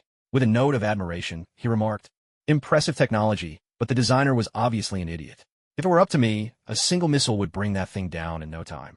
Dr. Banner followed, silently observing for a while before adding his own assessment. "If it were Dr. Octavius, I doubt it would even take a missile to take it out." Chen Xing, on the other hand, was brimming with excitement. "Hey, guys, maybe we should look at this differently. How about we build one ourselves when we get back? Park it by the lake in our compound and turn it into an amusement park. The baby gargoyles are about to hatch. Let's call it the Little Gargoyle Club." Tony stroked his chin, calculating quickly, then nodded in agreement. "That's actually a great idea. With our own energy source, we'd save a fortune. A few of my modifications, and it'll be a hit. Everyone will love it." Captain America listened in utter confusion as Natasha appeared again, waving them over. Chen Xing led the group toward the interior of the helicarrier.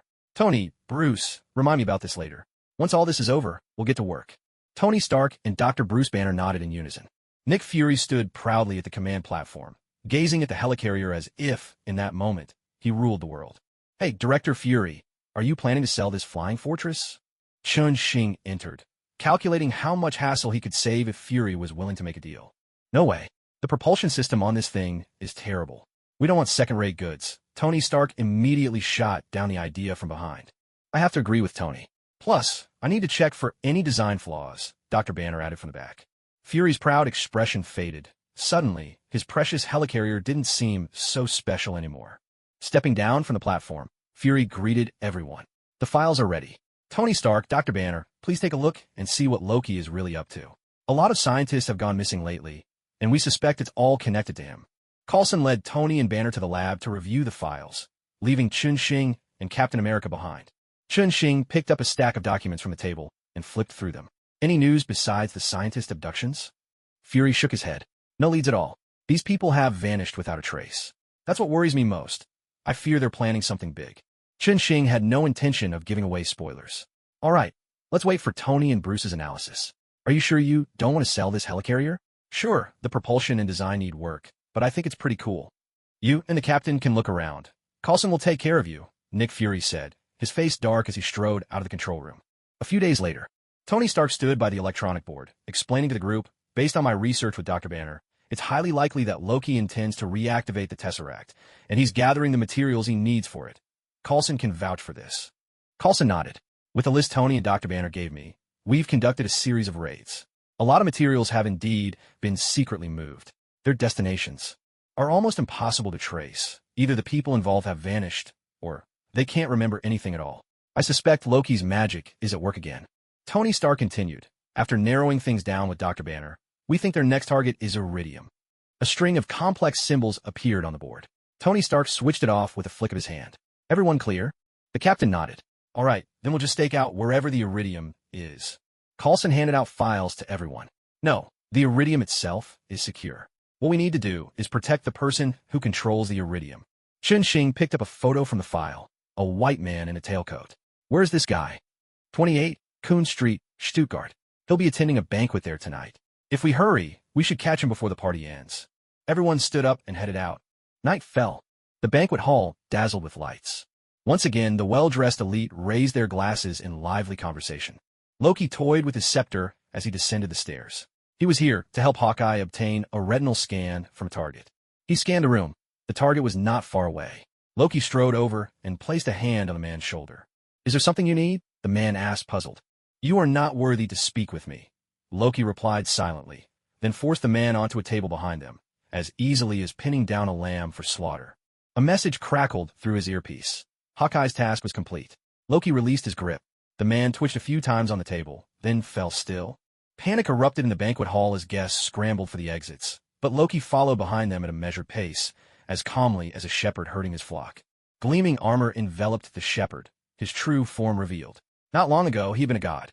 Strolling through the doorway, Loki surveyed the chaos before him.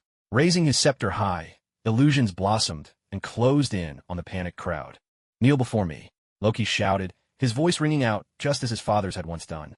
Watching the trembling lambs fall to their knees, Loki allowed himself a satisfied smile. This is how Odin conquered world after world. Today, let me begin with Earth.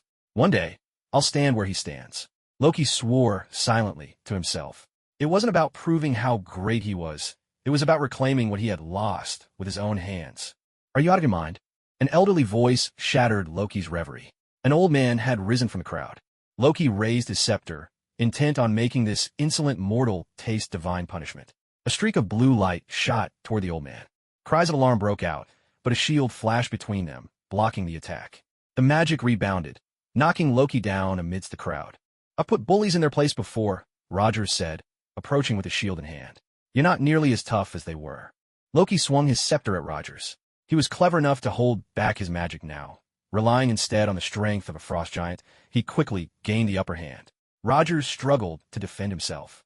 From the sky, Iron Man swooped down, blasting Loki with a beam of energy. Loki tumbled to the ground, then raised both hands in surrender.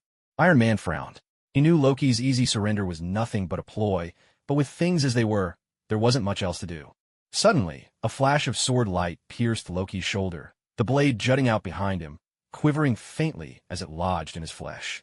I already surrendered," Loki screamed in pain and protest. Chun-Shing strolled over, taking the sword hilt in hand. "Sorry, someone was in the way earlier. I didn't see you." With a wet, sickening sound, Chun-Shing pulled the sword free, widening the wound a little more. He had deliberately left a trace of sword energy inside Loki's body, making it easier to track him in the future. Sheathing his sword with an apologetic shrug, Chun-Shing looked at Loki with concern. "Sorry about that. I'll find you a doctor." Loki pressed a hand to his wound and edged away from Chun-Shing. The bleeding stopped almost instantly, but a strange energy lingered around the injury. "Cap, we're done here," Chun-Shing called out, and Captain Rogers strode over, gripping Loki's wounded shoulder and, ignoring Loki's cries of pain, marched him onto the plane. The hatch closed, and the aircraft soared toward the base. Inside the cabin, Tony Stark glanced at Loki, silent in the corner, face pale, and said to Chun-Shing, "I'd bet he surrendered this easily because he's up to something." Chun-Shing said nonchalantly, "The real trouble would be if he did nothing at all." Captain Rogers nodded as well. "Do you need me to interrogate him?" Hearing this, both Chun-Shing and Tony Stark looked at Rogers in shock. Captain Rogers shrugged helplessly. "Hey, I fought in World War II. When I was killing people, you two were still waiting for someone to change your diapers." The three gathered together to plan their next move. Just then, a bolt of lightning flashed outside the plane, followed by a heavy thud on the roof. "I'll go check out," Tony Stark said, lowering his faceplate and heading to open the rear hatch. As the hatch swung open, Thor stormed inside without a word and swung his hammer straight at Iron Man. Chun-Shing quickly pulled Iron Man aside, dodging the blow, then with a swift kick, sent Thor flying out of the plane. After a moment, Thor soared back in, noticeably calmer this time, but still glaring furiously at everyone in the cabin. "Hand over Loki," he demanded. Chun-Shing gave Loki a kick, sending him tumbling to Thor's feet. Thor grabbed Loki and took off, flying downward. "That one doesn't have both oars in the water. We'd better follow before he damages the plane," Chun-Shing remarked, then grabbed Captain Rogers and leapt out after them, with Iron Man right on their heels. Chun-Shing landed with Captain Rogers in a dense forest. The two crept carefully through the undergrowth, circling closer. Not far ahead, Thor and Loki were locked in a fierce argument. "Loki, where have you hidden the Tesseract?" "Thor, you have no idea of the Tesseract's true power. Only in my hands can it reach its full potential. I'm going to rule this planet and show you all what I can do. Listen, whatever new allies you think you've found, you still have to give me the Tesseract. Then you're coming home with me." As their voices rose in anger, A red blur crashed from the sky, knocking Thor flying before he tumbled to a stop in the distance. Tony Stark glanced around and called out, "Sorry to interrupt. Have you seen my friend?" Thor got to his feet, seething with rage, and shouted at Tony, "Mortal, stay out of this. This is a family matter. Earthlings have no right to interfere." Tony bristled at the words and shot back mockingly. "This is Earth, our turf. You clowns in your strange costumes aren't welcome here. Hand over the Tesseract, then get off our planet." Enraged, Thor hurled his hammer at Tony Stark. A blazing red fireball collided with Thor's hammer midair. Chun-Shing stepped out from behind Tony, his voice cold. "Looks like your father's lessons didn't stick. Maybe you need me to give you a refresher course." Thor caught his hammer and instantly recognized the man standing before him. Odin had once warned him never to fight this man, or at least never to truly provoke him. "I know who you are. Chun-Shing Asgard recognizes your status. But please, don't interfere in our family matters." Chun-Shing strolled toward Thor, his flying sword circling around him, a bright white glow shimmering along its blade. "Listen, you idiot. We're not playing house here. Control your temper, or I'll kill you all right now." Section 109. Fearless. Chun-Shing was furious. His original plan was to observe quietly and wait until the time stone appeared before making any move. But just now, seeing Loki herding the crowd like sheep, and hearing Thor's arrogant declaration that humans had no right to meddle in their affairs, had sent Chun-Shing's temper flaring. Maybe someone in this world can be that arrogant, but it's definitely not you two, the brainless and the sulky of Asgard. The sword flashed with a white light and shot toward Thor, who instinctively raised his hammer to block. A metallic ring echoed through the woods. Energy burst forth, blasting apart the ancient trees, and Thor was sent hurtling out of the forest. The sword's momentum didn't falter and chased after him. Meanwhile, Chun-Shing summoned a surge of power into his hand, conjuring a dark red fireball, and hurled it toward Loki. The fireball skimmed across Loki, exploding violently behind him. In truth, the moment Chun-Shing had raised his hand, Loki had already cast a spell, leaving only an illusion in his place. His real body had slipped away to the side. The flying sword clashed against the hammer and soared far into the distance. At last, the sword, a gift from the Ancient One, could no longer withstand the strain and shattered into pieces, leaving Thor's body streaked with countless bloody cuts. Without hesitation, Chun-Shing drew another sword, the one he'd recently acquired from Sif, already refined and bound to his will. "So you know how to use illusions, do you?" Chun-Shing growled through clenched teeth. Sensing the sword energy he'd left inside Loki, he swung his blade at a nearby tree. A flash of sword light, and the huge tree was sliced cleanly in two, sending Loki tumbling and scrambling out from behind it. Chun-Shing's steps were light and swift, almost ethereal, trailing after images as he darted forward, sword in hand, charging straight at Loki. At that moment, Thor, bloodied but unbowed, returned with his hammer raised high. Chun-Shing paid him no mind, driving his sword into Loki twice more. Rogers raised his shield, placing himself between Chun-Shing and Thor.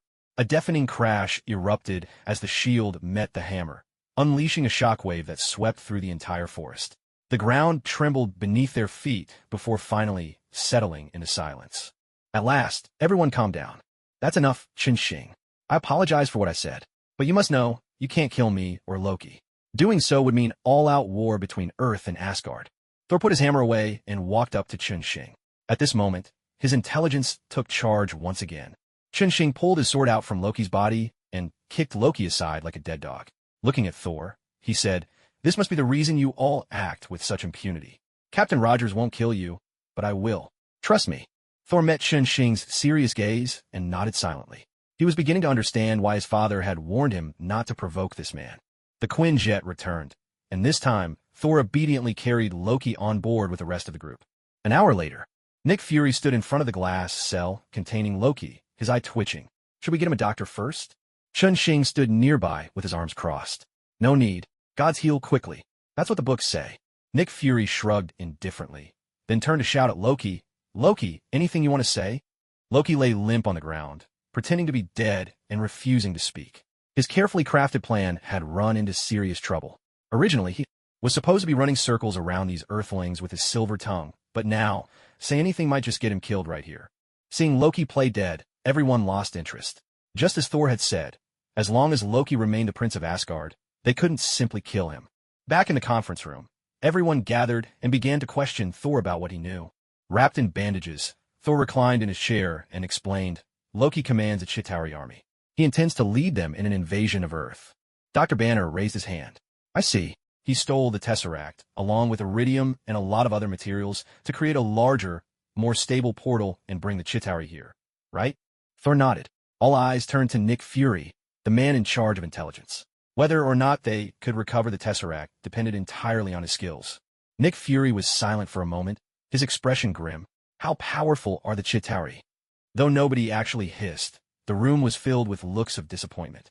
It was clear that S.H.I.E.L.D. alone wasn't going to find the Tesseract. Thor thought for a moment before answering. The Chitauri are a hybrid of biology and machine. They could be produced endlessly, giving them a significant numerical advantage. Moreover, their technology is far more advanced than Earth's, with many powerful weapons at their disposal. Nick Fury jotted this down, preparing to report the information up the chain. The group then spent some time speculating about why Loki had allowed himself to be captured, but no matter how they discussed it, they couldn't reach a conclusion. That's all for now. We'll talk again when there's more news, Nick Fury announced, adjourning the meeting before heading back to his office to file his report. Chun-Shing followed Tony Stark and Dr. Banner back to the lab, where their task was to see if they could crack the secrets of Loki's scepter. After all, Hawkeye and many other scientists were still under Loki's mind control. Chun-Shing picked up the scepter and fiddled with it for a while, already aware that it housed the Mind Stone. But now was not the right time to act. His first priority was the Space Stone. That was the true game-changer. Without it in his grasp, there was always the risk that Thanos could suddenly appear on Earth wielding its power. The Mind Stone, by comparison, held less strategic value. Besides, the reactor in Iron Man's chest was an isotope of the Tesseract, making him immune to the scepter's control. The powers of the stones could counteract one another. He handed the scepter over to Dr. Banner. Hey, Bruce, want to give it a try? I guess Loki was hoping to use this thing to wake up the Hulk inside you. Banner took the scepter, sensing its energy, but shook his head uncertainly. I don't really feel anything. I've been working on my control lately, and it's going pretty well. Chun-Shing clapped his hands together. Looks like your training's paid off. But just in case, Tony, could you turn your reactor into a pendant for Dr. Banner? I know their powers can cancel each other out. Tony Stark flashed an OK sign and had Jarvis start preparations immediately. No problem. It'll be delivered soon. As the three of them were talking, Captain Rogers walked over. Hey, Captain Rogers, is something wrong? You look pretty upset. With a stern expression, Rogers stopped in front of Chun-Shing. Chun-Shing, I'd like to have a word with you. What you did today was extremely risky. That's not what our mission was. You're a soldier now, too. You can't just act on your own whims. Chun-Shing paused, tilting his head. Captain, times have changed. In the lab, Chun-Shing made a timeout gesture to Captain Rogers. All right, Captain, I get where you're coming from. But let me finish. I'm guessing Nick Fury didn't tell you how Loki actually got to Earth when he invited you to join us. Well, let me clear it up. It was because he was secretly running experiments on the Tesseract, trying to create powerful weapons. That's what attracted Loki in the first place. Do you understand? Captain Rogers looked confused. He told me he was planning to use the Tesseract to develop a new energy sector. Dr. Banner laughed from his side. Come on, the only person in the world who can provide his own energy is standing right in front of you. I never heard about him joining any Tesseract project. Tony Stark raised his hand and joined in the laughter. Captain Rogers hesitated for a moment. All right, I'll look into it. If things are as you say, I'll apologize to you, Chun-Shing. Chun-Shing waved his hand. No, you don't need to apologize to anyone. But I hope you come to understand the truth and stop letting those people mislead you. I know your story. You're a true warrior. Captain Rogers shook hands with Chun-Shing, then turned and walked out the door. A while later, on Thor's 8th pass by the doorway, Chun-Shing finally noticed him. Hey, Your Highness, you're about to wear out the floor at the entrance. If you have something to say, just come in. At the sound of Chun-Shing's call, Thor burst into the room like a gust of wind, the bandages trailing behind him. Chun-Shing, I just checked with Coulson. Is Jane really working at your company now? Tony Stark glanced up at the ceiling and drawled. Well, the mighty Prince of Asgard seems to have remembered a certain ordinary girl here on Earth. Chun-Shing chuckled, then, seeing the desperate look in Thor's eyes, pulled out his phone. As the call connected, Jane Foster's voice came through. Hey boss, did you need something? I'm about to head out for a cycling race. Aren't you Dr. Banner's assistant? Shouldn't you be joining a motorcycle club instead? Pepper invited me to join the sorority. The Queen's a member too, so now we're all in the cycling club. Chun-Shing chatted with Jane Foster for a bit, noticing Thor growing so anxious he was nearly in tears. Finally, he handed the phone to Thor. Jane, there's someone here who wants to talk to you. Thor snatched up the phone, blurting, Jane, it's me, Thor. Are you all right? Jane was silent for a moment before replying. Thor, can I ask you a few questions? Thor was taken aback.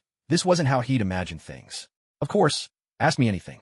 You're here this time to take your brother and that cube, right? That's right. So, whether you succeed or fail, Earth will be in danger, won't it? Innocent people could die, couldn't they? Jane's questions left Thor speechless. In truth, until she brought it up, he hadn't really considered whether humanity might get hurt in all this. Jane, I promise you, I will protect humankind. Thor thought for a moment, then made his pledge in all seriousness. Thank you, Prince Thor. The call ended abruptly, leaving only the monotonous drone of the disconnected line. Chun-Shing retrieved his phone from the side and gave Thor's shoulder a but that's just how things are. No god is going to step in and protect humanity for no reason. It seemed Thor and Jane still had a long way to go. Tony Stark strolled over and clapped Thor on the back, grinning. Want me to teach you some moves? They'll help you clear your mind. Dr. Banner and I took the same class. Dr. Banner responded by flipping off the worst student in class. Thor, lost in thought, wandered out of the room. Wait a sec, look what I found. Dr. Banner waved everyone over, pointing at the data on his screen. Chun-Shing and Tony Stark leaned in as Dr. Banner explained. This scepter is constantly broadcasting signals outward. I think we're about to have company. Chun-Shing opened a portal and said to Dr. Banner, It's not time for the Hulk to show up yet. I'll bring you back when this is done. Dr. Banner nodded and walked through. As the portal snapped shut, Tony Stark turned to Chun-Shing, asking, So what's our next move? Chun-Shing thought for a moment. Let Loki go. He'll lead us right to the Cosmic Cube. But keep Hawkeye here. I still owe him a drink. With their plan agreed upon, the two of them split up to inform the others. Chun-Shing had barely rounded a corridor when Captain Rogers stormed toward him, hauling 2 heavy crates. Hey, Chun-Shing, you were right.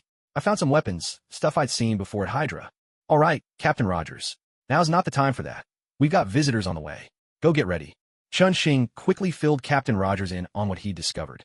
The captain dropped the crates and dashed with Chun-Shing toward the command center. Suddenly, alarms blared and explosions rocked the helicarrier, plunging everything into chaos.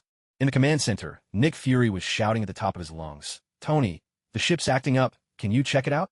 Tony Stark, clad his Iron Man suit, strode over and tapped away at a computer, grumbling loudly. I told you this heap is full of holes. Don't you have your own engineers?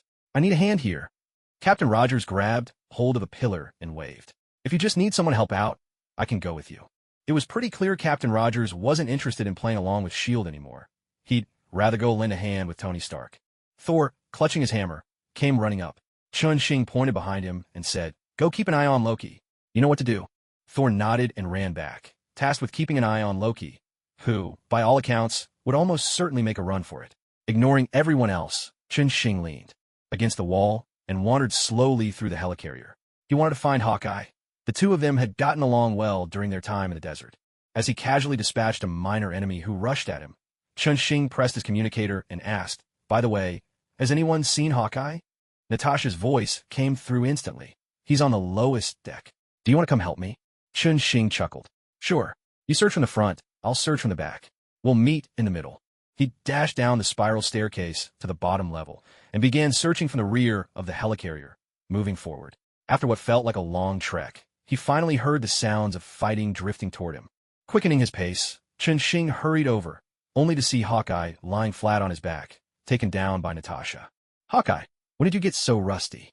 Chun-Shing exclaimed in surprise. Natasha, hands on her hips, shot him an exasperated look. Chun-Shing pulled a packet of healing powder from his storage and tossed it to her. Mix this with water and drink it. You'll be good as new. If you two can handle things from here, I'll go check elsewhere. Natasha gazed thoughtfully at the medicine in her hand and waved at Chun-Shing, signaling he was free to leave. Seriously, how can I type faster? My hands just won't cooperate. I keep making typos.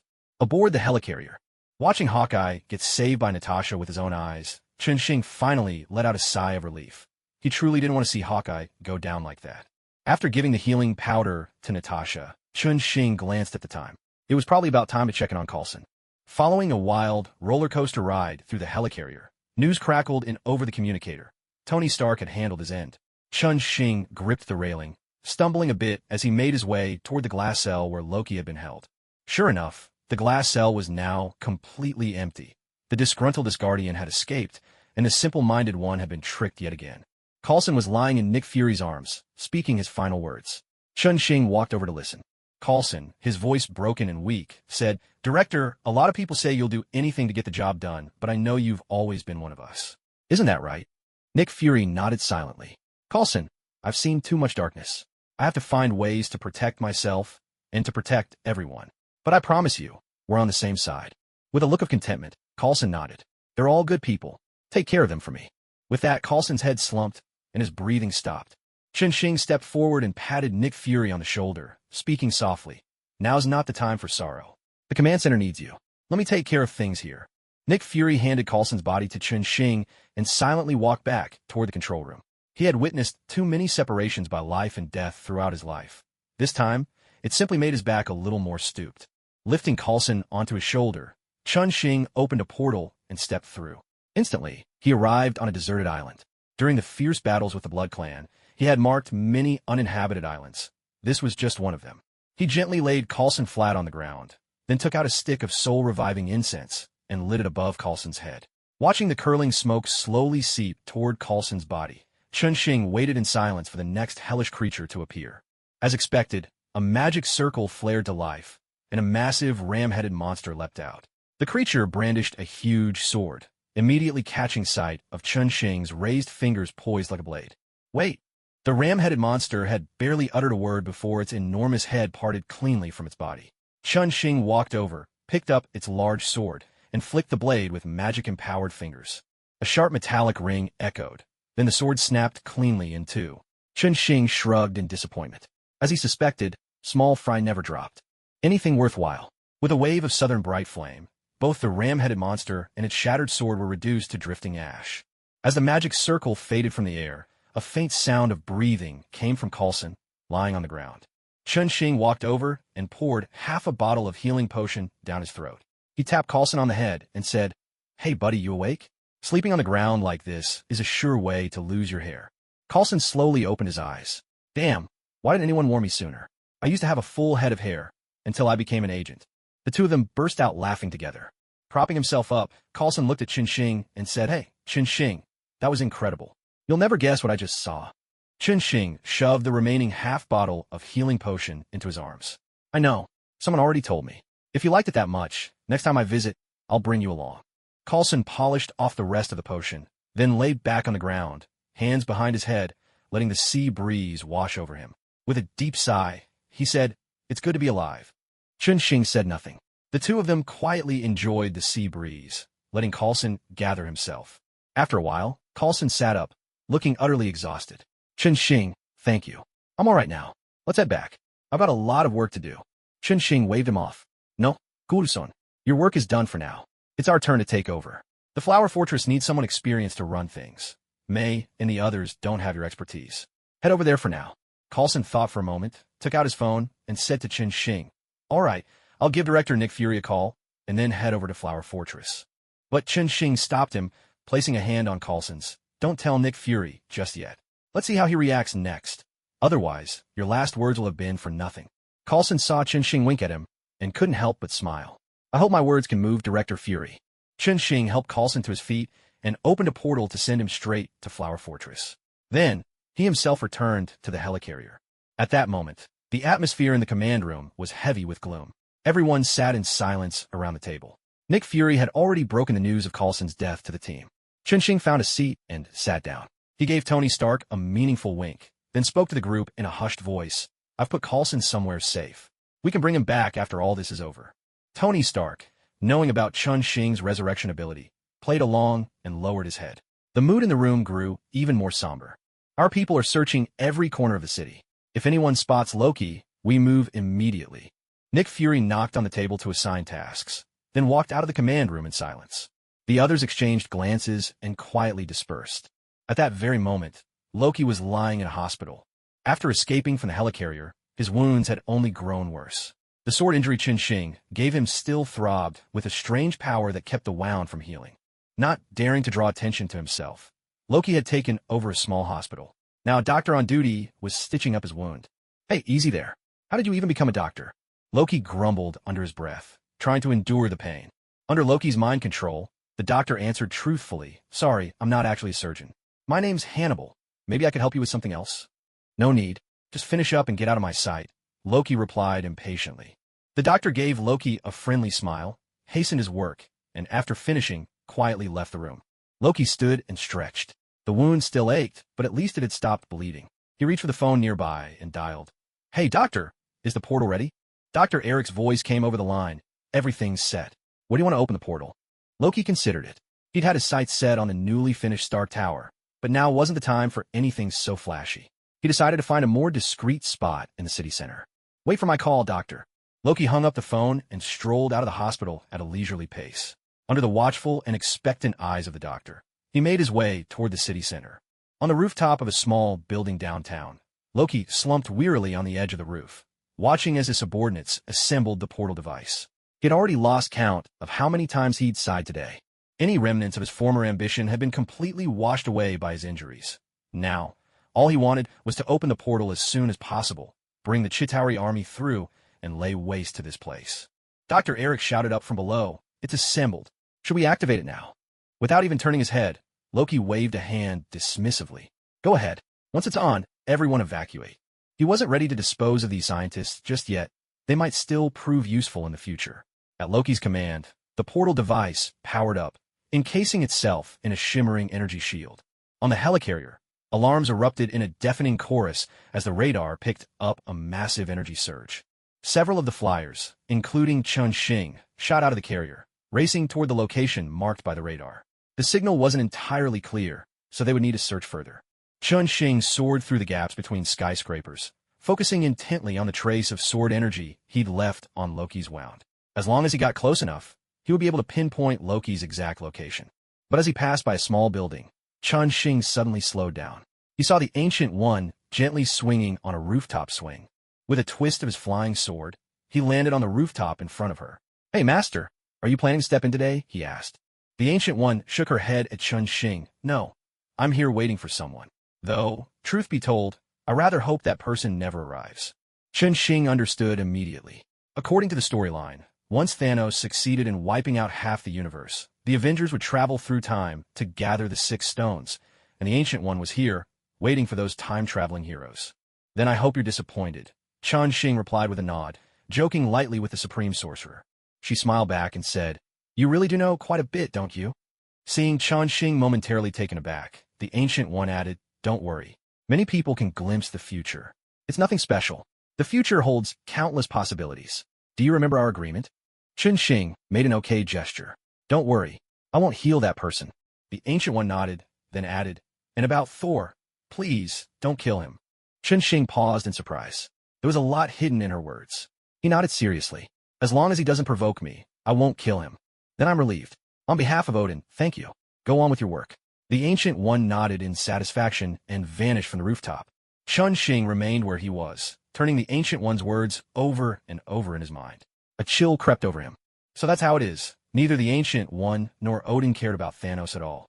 What truly mattered to them was how to cultivate their own successors. Perhaps they'd already ascended to a higher dimension, where whether half the universe perished was utterly meaningless. But then, why reveal so much to him? Could this all be a test devised by the Ancient One and Odin for their heirs? After all, in the end, apart from Doctor Strange and Thor, the others would inevitably grow old and fade away, like smoke dissolving into the air. Meanwhile, the Ancient One reappeared on the rooftop of another building, gazing at the distant figure of Chun-Shing soaring away. Her eyes were filled with confusion. She had sensed another, remarkably mature force of order within Chun-Shing. That power was so vast and boundless, she didn't dare to probe it even slightly. With questions weighing on his mind, Chun-Shing flew off into the distance. Just then, Iron Man sent a signal. He'd located the position of the portal generator. Loki was in low spirits.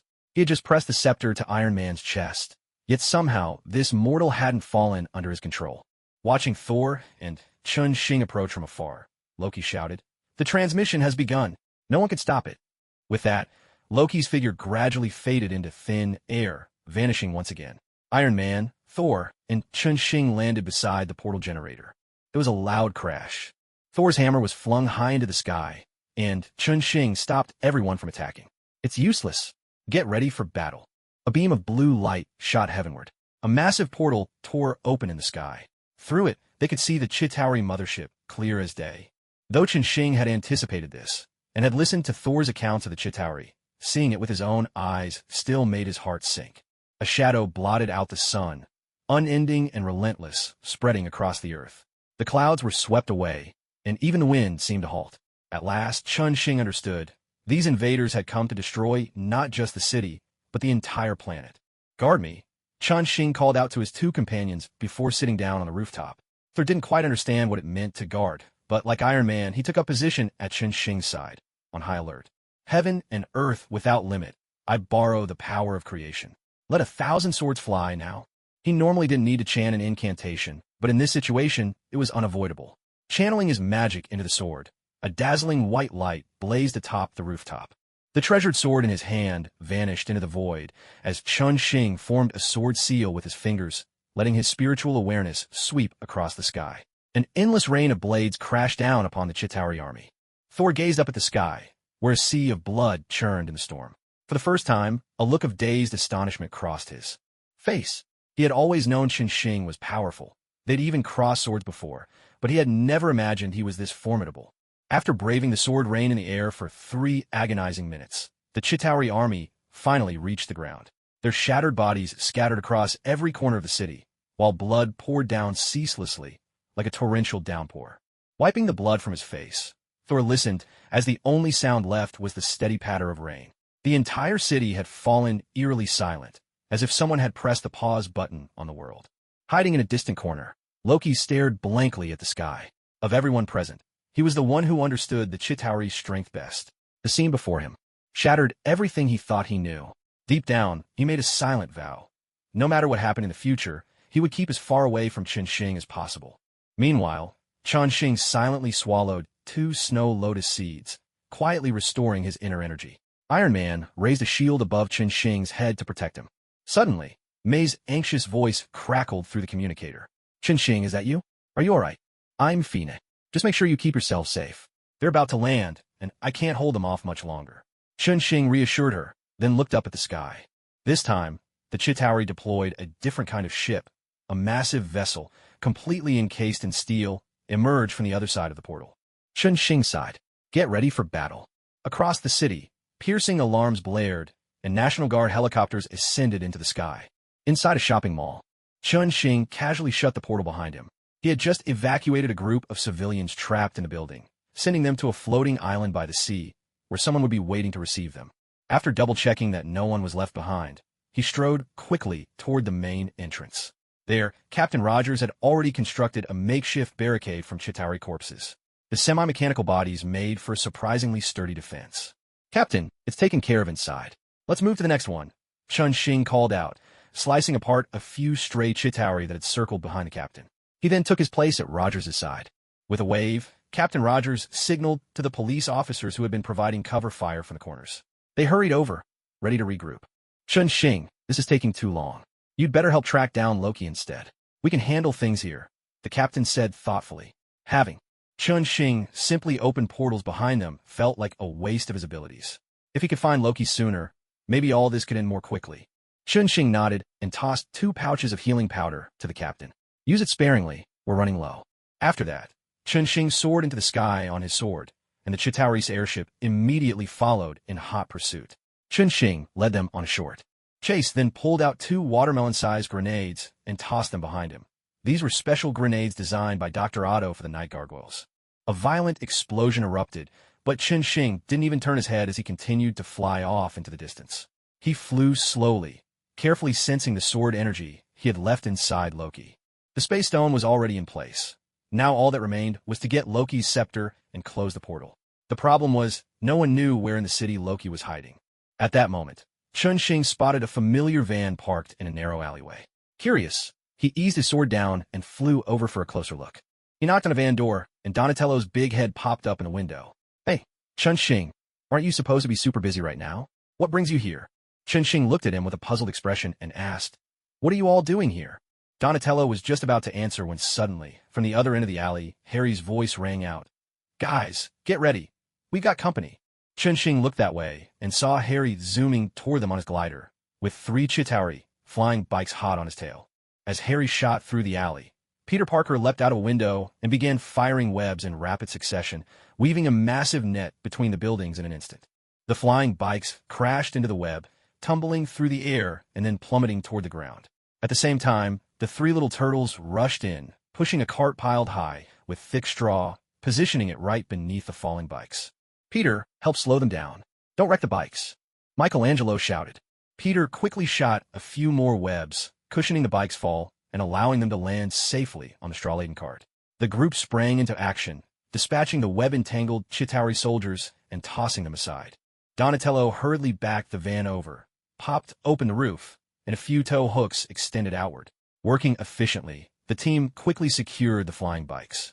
Then Donatello slapped his forehead. Hey guys, hold up. Chun-Shing's here. He can open a portal for us. We'll be able to haul more stuff this way. Only then did everyone seem to notice Chun-Shing, who had been standing there all along. They cheered and ran over, begging him to open a portal for them. Hey, can anyone tell me what exactly you're doing? Chun-Shing asked as he casually opened a portal, still curious. As it turned out, Dr. Otto had given them a task since they had nothing else to do: collect some Chitauri weapons and equipment and bring them back to the lab for research. After they finished negotiating the price with Dr. Otto, the group dashed out. Their scavenging mission had already taken up most of the day. Donatello, the Tinkerer, had been obsessed with flying motorcycles and couldn't take his eyes off the Chitauri bikes, which led to the scene they just witnessed. How are things over at Flower Fortress? Chun-Shing asked with concern. It's not downtown, so everyone's fairly safe. Frank and Matt are in charge, and May has opened up 2 underground levels to shelter the evacuees. With the gargoyles on patrol, things are under control, which is why we had time to come out and gather supplies. Chun-Shing nodded. He wasn't too worried. If anything happened, he could always open a portal and head back immediately. Donatello, having dragged the flying motorcycle aside, scurried back over to Chun-Shing, looking a bit shifty. Hey, Chun-Shing, think you could help us get a big spaceship? Dr. Otto is offering a fortune. Chun-Shing gave him a playful knock on the head. Idiot, that's my money he's offering.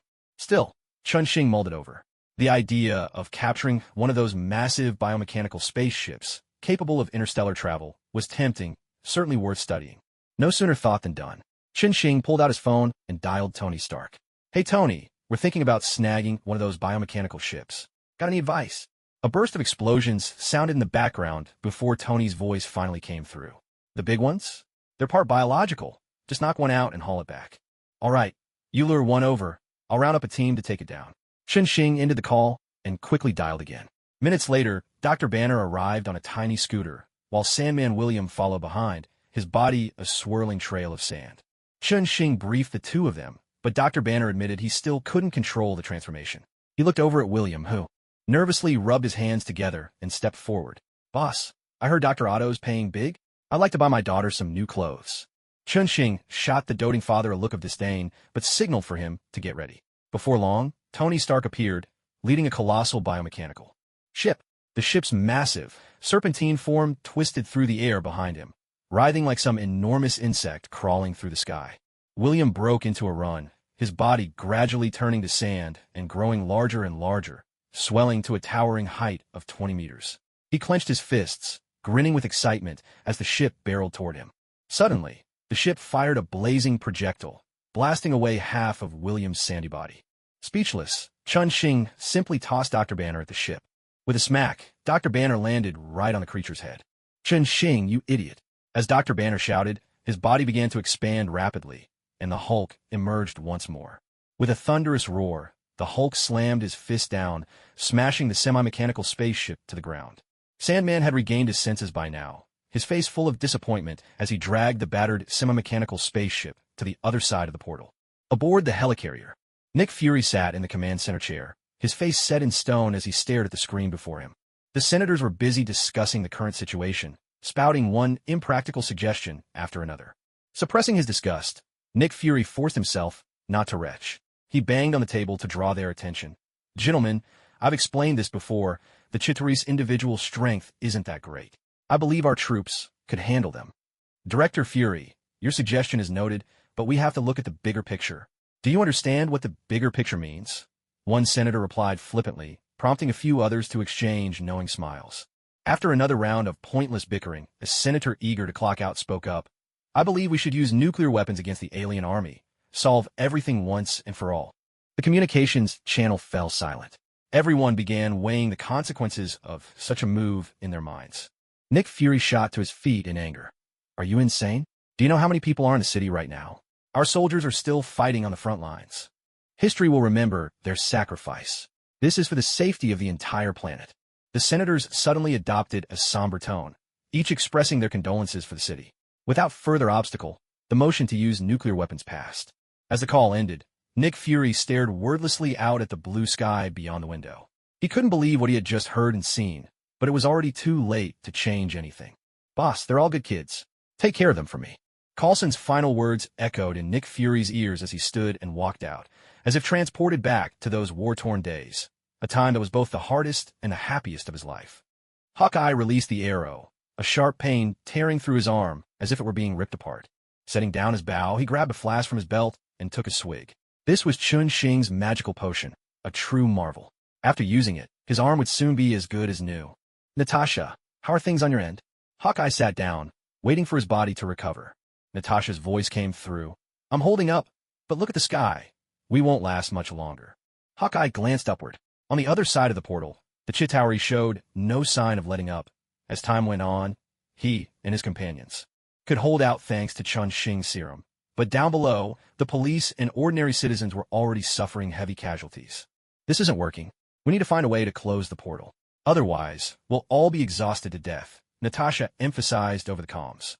Chun-Shing's voice came through decisive. "Find Loki. His scepter can shut down the portal." Just then, Nick Fury's voice broke in, grim and urgent. "Folks, I've got bad news. They're planning to nuke the Big Apple." A chorus of swearing erupted across the channel. Nick Fury continued, trying to sound steady. "I'll see what I can do to buy us some time. Do your best, but if it comes down to it, pull out immediately." The channel fell silent. Everyone understood what Nick Fury's so-called trying to buy time meant for him personally. Hawkeye let out a weary sigh. "Boss, maybe I've misjudged you all along. When this is over, we should go start a farm in the countryside." Tony Stark chimed in, half joking, half serious. "Natasha can come work as my assistant. And Chun-Shing's new company will need plenty of hands." Chun-Shing couldn't help but add, "Hey, Nick Fury, I'm impressed. When this is done, I'll have a surprise for you. But right now, start the countdown for us. We'll make one last sweep for Loki. Everyone remember, if things go south, regroup at Flower Fortress. That place was built to withstand nukes." With a chorus of agreement, everyone split up to search for Loki. At that moment, Loki was riding a Chitauri hoverbike, roaming the city at his leisure. The wind whipped his hair high, like a triumphant banner. Loki gazed at the chaos he had unleashed, his heart swelling with a twisted sense of fulfillment. "More! Send even more troops through. I'm going to conquer this planet completely," he demanded, urging the Chitauri to pour in reinforcements.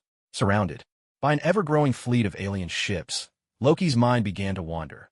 Maybe it was time to find those troublesome heroes and have a little fun. Hawkeye stood on the edge of a rooftop, loosing arrow after arrow at the Chitauri swooping past. Suddenly, he heard applause behind him. Loki's figure slowly materialized. Hawkeye spun and fired an arrow at Loki, but it only struck a phantom. Loki appeared behind him, and with a single kick, sent Hawkeye flying. One down, Loki crowed, standing triumphant on the rooftop, arms raised in victory. Hawkeye shot out a rope in midair, swinging himself in a wide arc before crashing into a room. "I found Loki. He's upstairs, to the right of the portal." Iron Man, who was the closest, flew over almost instantly. Loki watched the red figure approach, wave happily, and then mimed firing a shot. A massive semi-mechanical ship rose up behind Loki and charged straight at Iron Man. With a deft maneuver, Iron Man dodged the collision, but it kept him from getting any closer to Loki. The two began a high-speed chase in the sky, weaving around the ship. Loki watched the spectacle with great interest for a while, then turned his attention to look for the other heroes. In the distance, lightning flashed. He knew his foolish brother had arrived. Loki clapped his hands in delight. The Chitauri surged at Thor like a swarm of locusts. After unleashing several bolts of lightning, Thor found himself overwhelmed and trapped in place by the relentless alien horde. "Loki, you're really asking for it," came Chun-Shing's voice from behind him. Startled, Loki leapt onto a motorcycle and sped off into the distance before daring to look back. Chun-Shing now stood exactly where Loki had been moments before, fixing him with a cold, penetrating stare. "Well then, let's see how you handle this." Loki commanded another semi-mechanical ship to crash toward Chun-Shing. Chun-Shing raised a hand, and a ball of dark red fire ignited in his palm. Southern blaze of Nanming. The enormous fireball collided with the ship, and flames engulfed it midair. There was no time for an explosion. The ship was instantly consumed and reduced to drifting ashes. Loki stared, dumbfounded at the scene before him, when suddenly a flash of white light appeared beside Chun-Shing. Before Loki could react, his own body was lifted from the ground. A burst of searing pain shot through Loki's chest as he was hurled into the distance. His scepter slipped from his grasp and was flung away. Chun-Shing soared toward the scepter on his sword, catching it just before it hit the ground. Glancing back to search for Loki, he found the trickster had already vanished from sight. After a moment's thought, Chun-Shing decided to put that aside for now. Closing the portal was the real priority. With that, Chun-Shing flew toward the portal. Above the clouds, Nick Fury hovered in the air, piloting the Quinjet. From this vantage point, he could see the massive portal looming over the sky, through which the Chitauri army poured into Earth like an endless swarm. He knew that some people down in the city were fighting selflessly, risking everything. Others, meanwhile, turned a blind eye, concerned only with their own gain and loss. If his suspicions were correct, in a few more minutes a plane carrying a nuclear bomb would fly beneath the clouds. He was here to stop that from happening. Howling Commandos, Sergeant Nick Fury reporting in. Sir, Nick Fury muttered irritably, as if he'd been thrown back to that war-torn era. Back then, he hadn't yet learned to curry favor with those in power.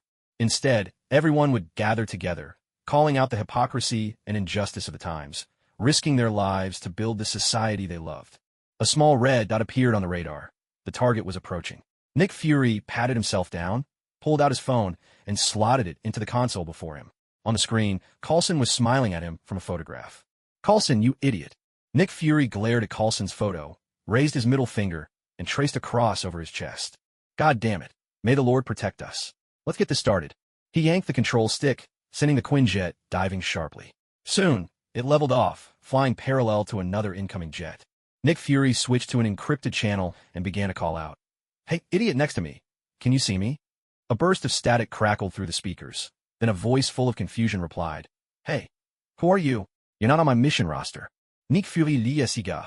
The crisp sound of the lighter echoed in the other pilot's ear. This is S.H.I.E.L.D. Agent Coulson. I'm here to tell you what's really going on. The voice answered.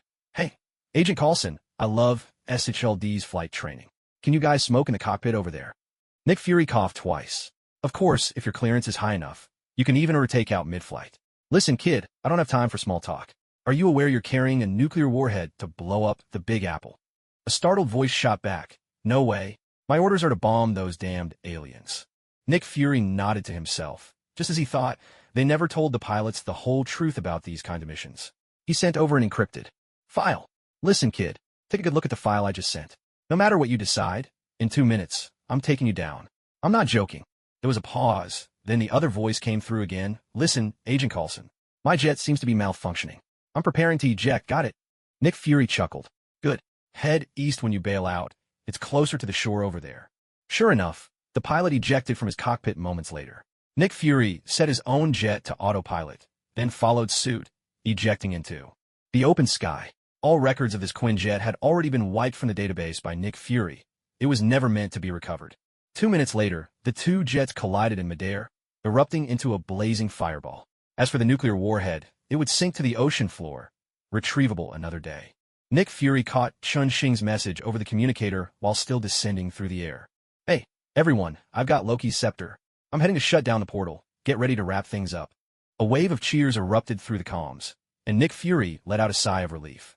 He adjusted his parachute, steering himself closer to the shoreline. He'd have to swim back soon.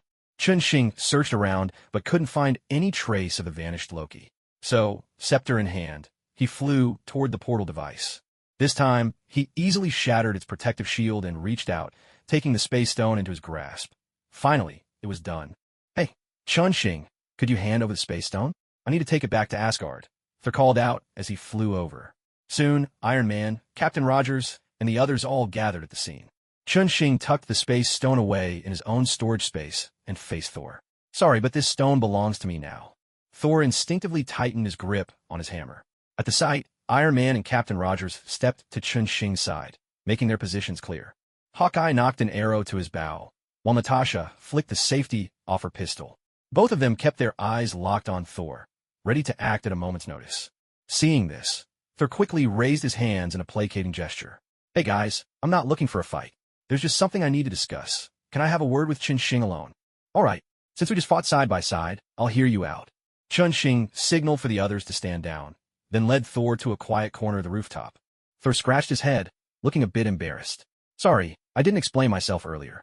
Asgard isn't interested in keeping the Tesseract. We just need it for one purpose. Chun-Shing nodded for him to go on. It seemed Thor had learned to respect the strength of their team.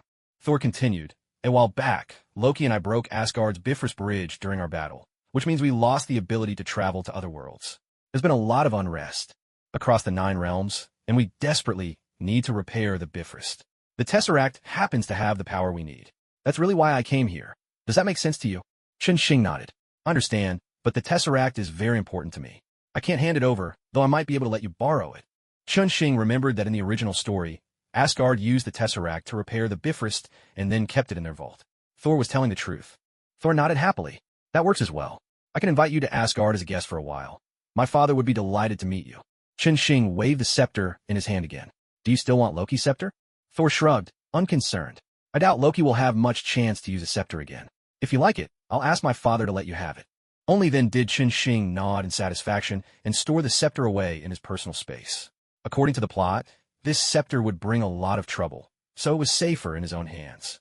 The two of them agreed that after everything was settled, Chun-Shing would accompany Thor to Asgard and help them repair the Bifrost. "All right, everyone, let's finish off the remaining Chitauri and wrap this up. If anyone want a vacation in Asgard, sign up with me. And hurry up and find Loki."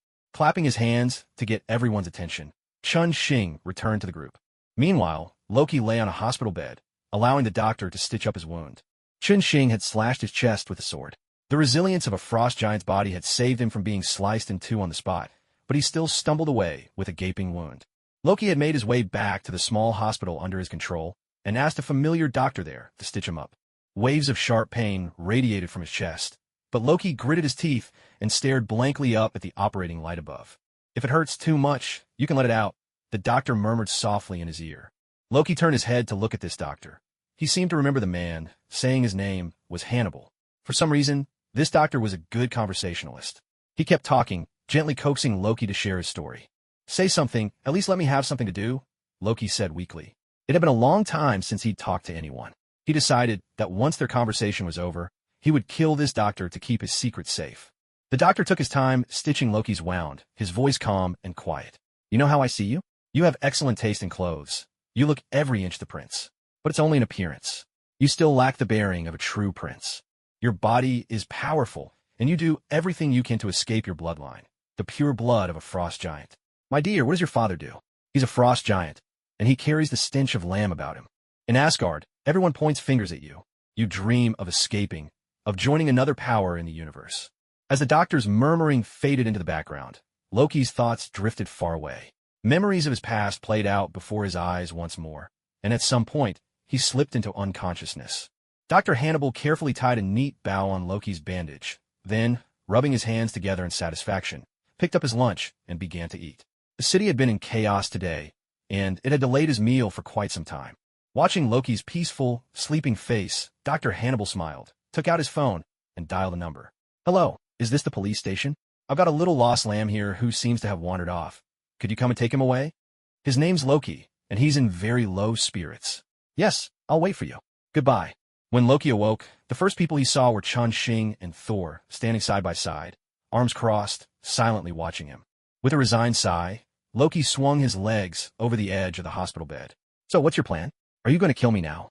Thor strode over and grabbed Loki by the arm. "No, I'm taking you back to Asgard. Father will be the one to judge you." Loki looked at Thor and managed a faint smile. What a lucky fool, he thought. Thor had no idea what had really happened. Then Loki turned to Chun-Shing. "I'm guessing the scepter and the space stone both ended up in your hands. That's dangerous. They'll come looking for you." Chun-Shing waved the scepter in front of Loki with a casual air. "Thanks for the warning. I'll be waiting for them here. In fact, I have something I need from them as well." Loki was taken aback by Chun-Shing's words, but quickly realized the truth.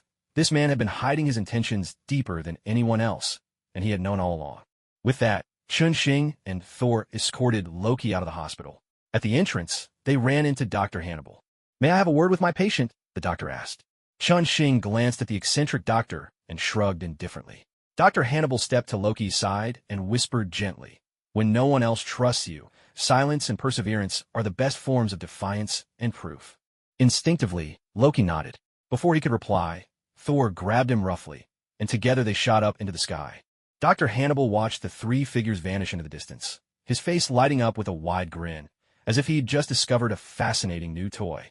With you around, the world is a far more interesting place. Loki was delivered back to S.H.I.E.L.D. and secured in their custody once again, this time with Thor personally standing guard. After agreeing on a time to travel to Asgard with Thor, Chun-Shing hurried back to the Flower Fortress. The battle in the city was not yet over. Remnants of the Chitauri forces still wandered the streets.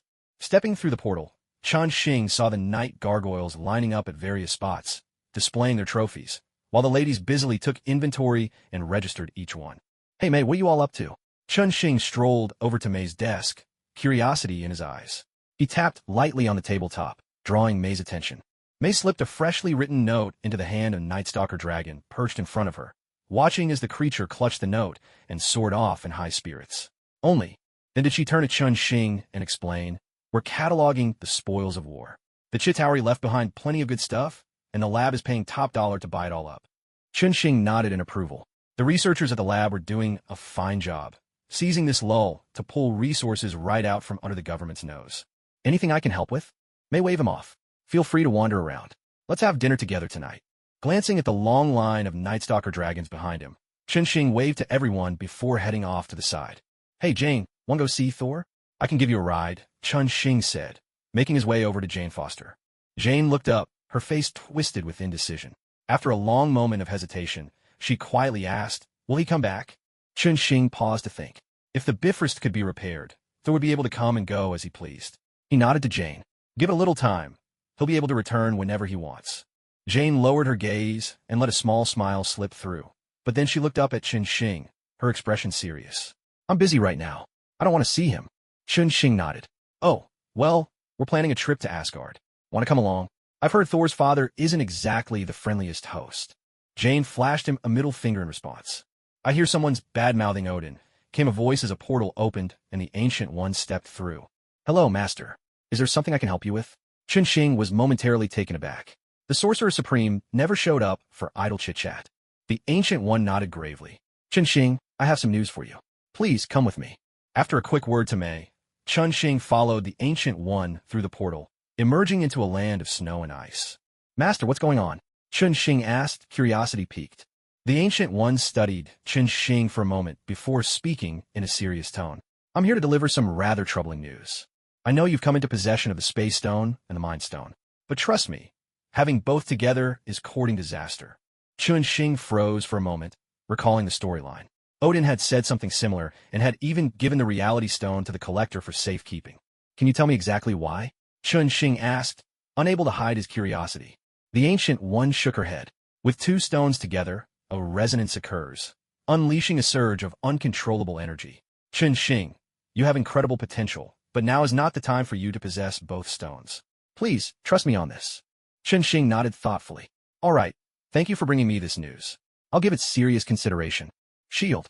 Director Nick Fury sat in his office, hunched over as he signed off on a stack of papers. After a while, he leaned back and rubbed his brow.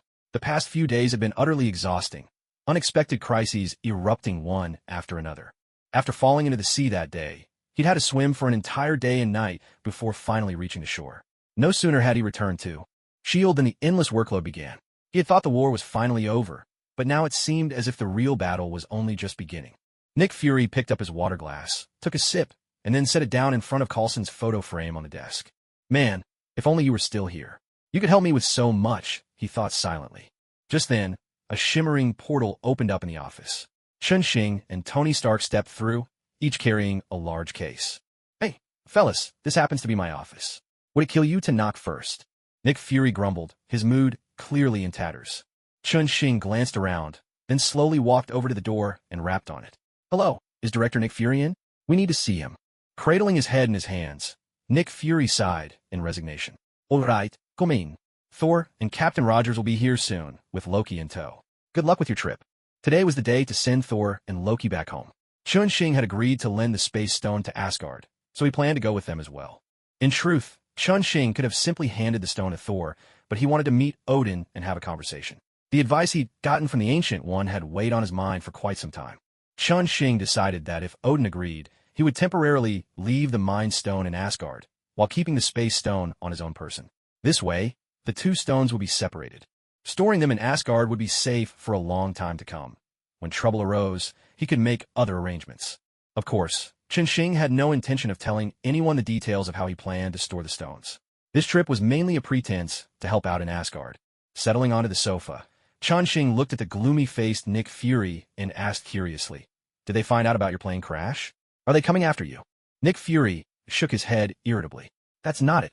In fact, our funding just got a boost, and our clearance levels have been raised as well." Then, brightening suddenly, Nick Fury looked at Qinshing and Tony Stark. "Hey, you two interested in making a little extra money? This time, it could be a long-term gig." Tony Stark let out a yawn and glanced around. "So, what exactly happened? You know, the World Council doesn't have much credibility around here." Nick Fury didn't hold anything back. He explained to the two of them the recent upheavals happening around the world. They had all expected that, after the war with the Chitauri, society would enter a quiet period of healing. But reality proved just the opposite. Governments everywhere sprang into action. Countless war-related projects were launched, and even the most primitive tribes began repairing their spears. Aliens had come, and the aliens had been stopped, but the memory of their mothership still lingered in people's minds. Everyone started to prepare. Defense industry stocks had already soared. And it wasn't just governments getting ready. Terrorist organizations of every stripe sprang up like mushrooms after a rain.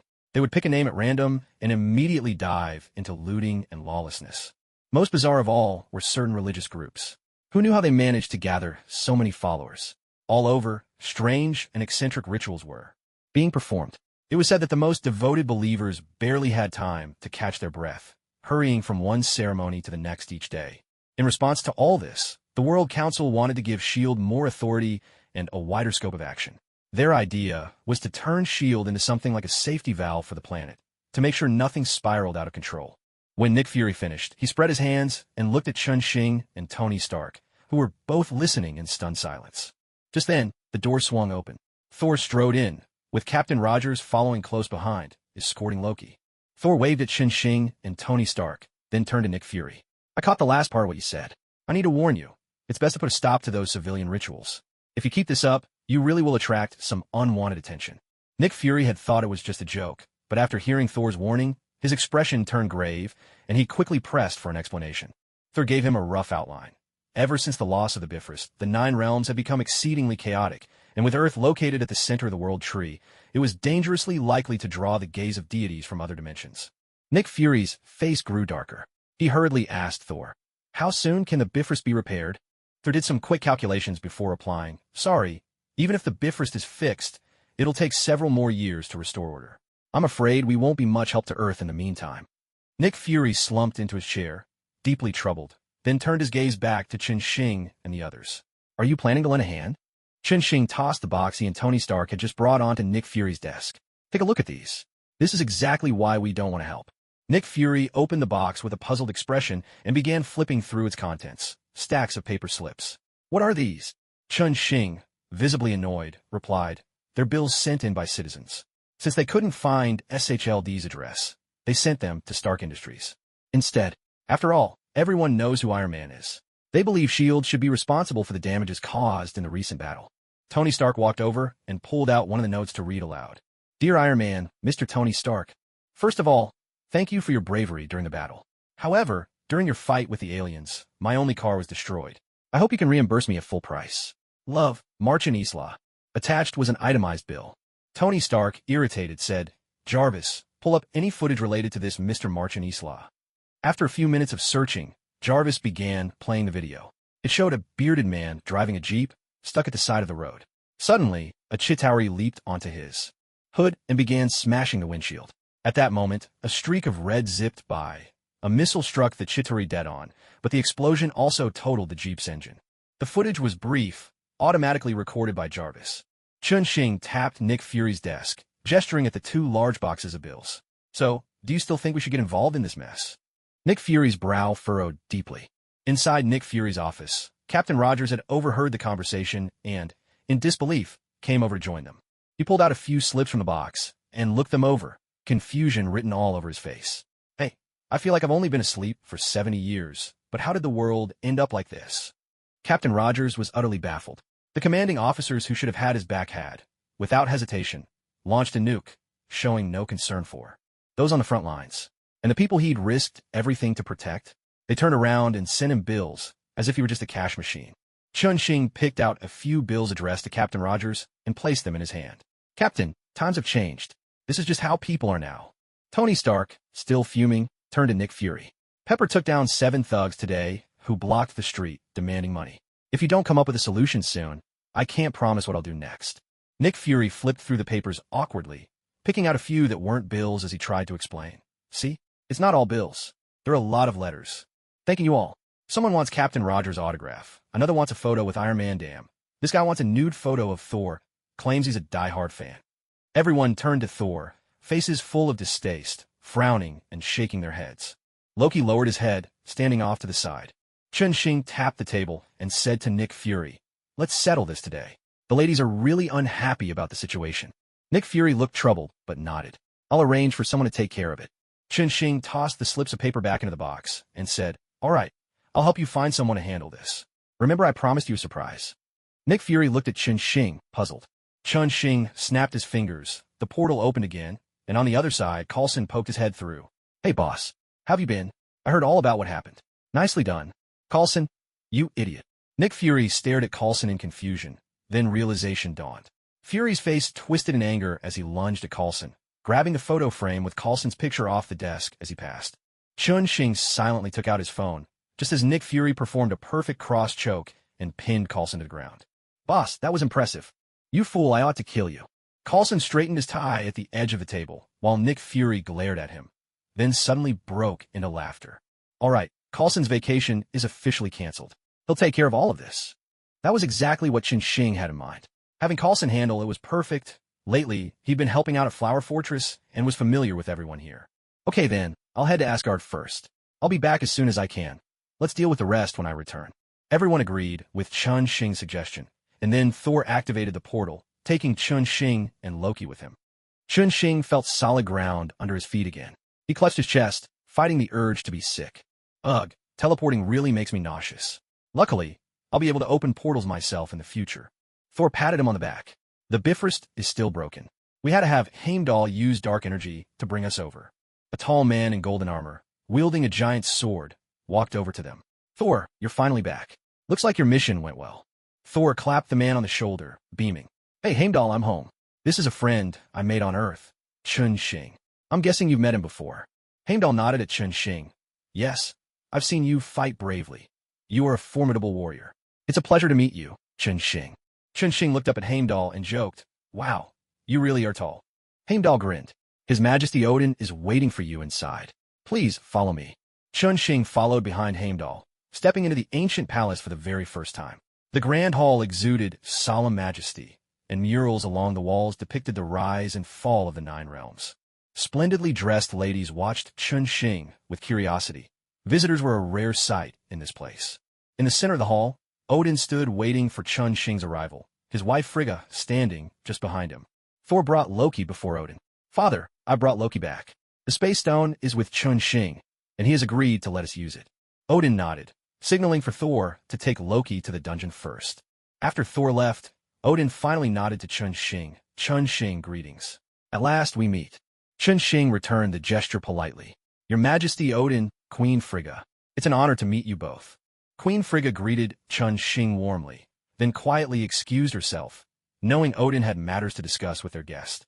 Odin led Chun-Shing out of the palace and onto a terrace, where they looked out over a breathtaking landscape. Only then did Odin speak. "Well, I know you have many questions. Now is your chance to ask them." Chun-Shing considered his words. "You know that I now possess 2 of the stones. The Ancient One gave me some advice, but I'd like to hear your thoughts as well." Odin gazed into the distance, his eyes seeming to pierce the very heavens, and spoke slowly.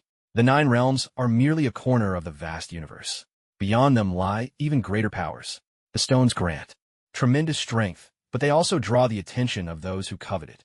I once tried to control the power of a stone, but in the end, I gave up. Power that cannot be truly mastered brings only disaster." Chun-Shing replied, like a child carrying treasure through a bustling market, inviting trouble. Odin nodded. "Easier said than done. Many understand the principle, but few can resist the allure of power once it's within their grasp. In the end, it destroys them. And when 2 stones are kept together, they can react and unleash a surge of energy. It's extremely dangerous." After a moment's thought, Chun-Shing made his request to Odin. Would it be possible for me to leave the Mind Stone here in Asgard for now? I'll do my best to find a secure place for it as soon as I can. Odin said to Qin Shing. You're talking about the scepter that Loki got his hands on, right? Since someone delivered it to Loki, I'm guessing that person will follow soon enough. Are you ready? Qin Shing met Odin's gaze. I've always been preparing.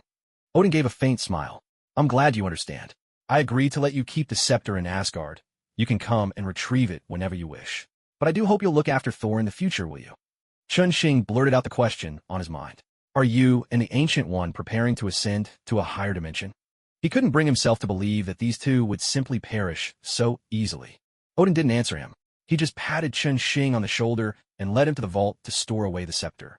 Stark Tower. Tony Stark was busy calibrating his new Iron Man suit. This next-generation armor featured automatic assembly and remote control, an idea that Tony had come up with after the Great Battle. On the test platform, Tony executed a stylish somersault, and the helmet of the Iron Man suit flew toward him automatically.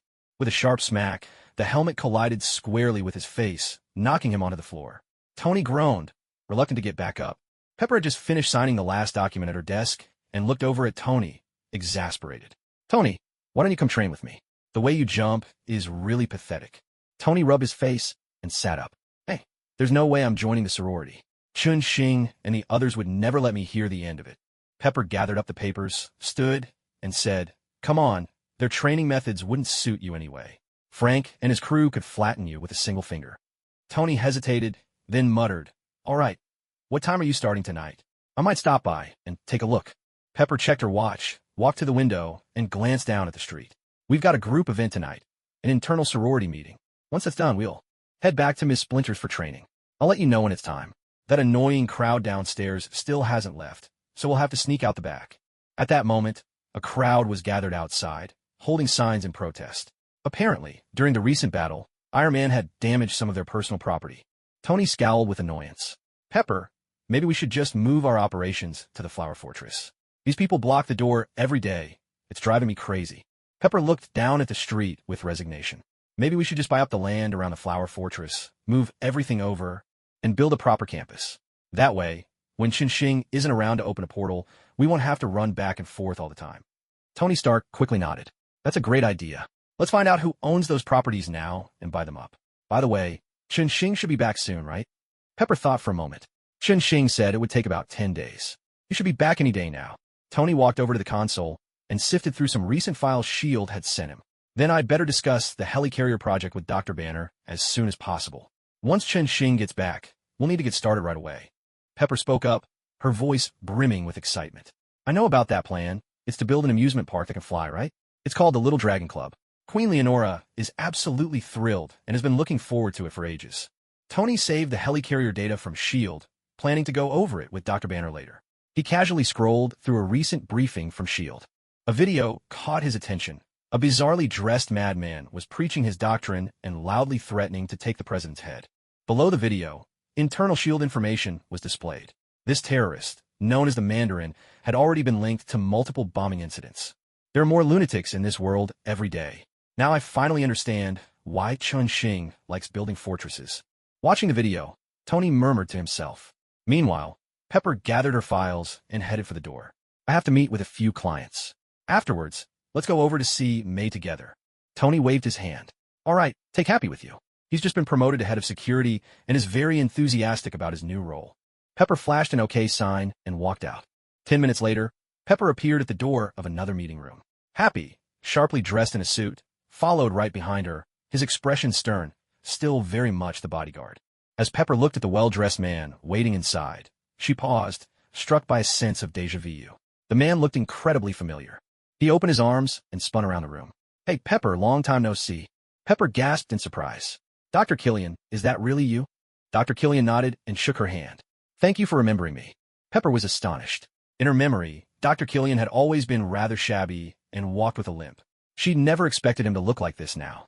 Dr. Killian sat down on the sofa with a self-satisfied smile. Surprised?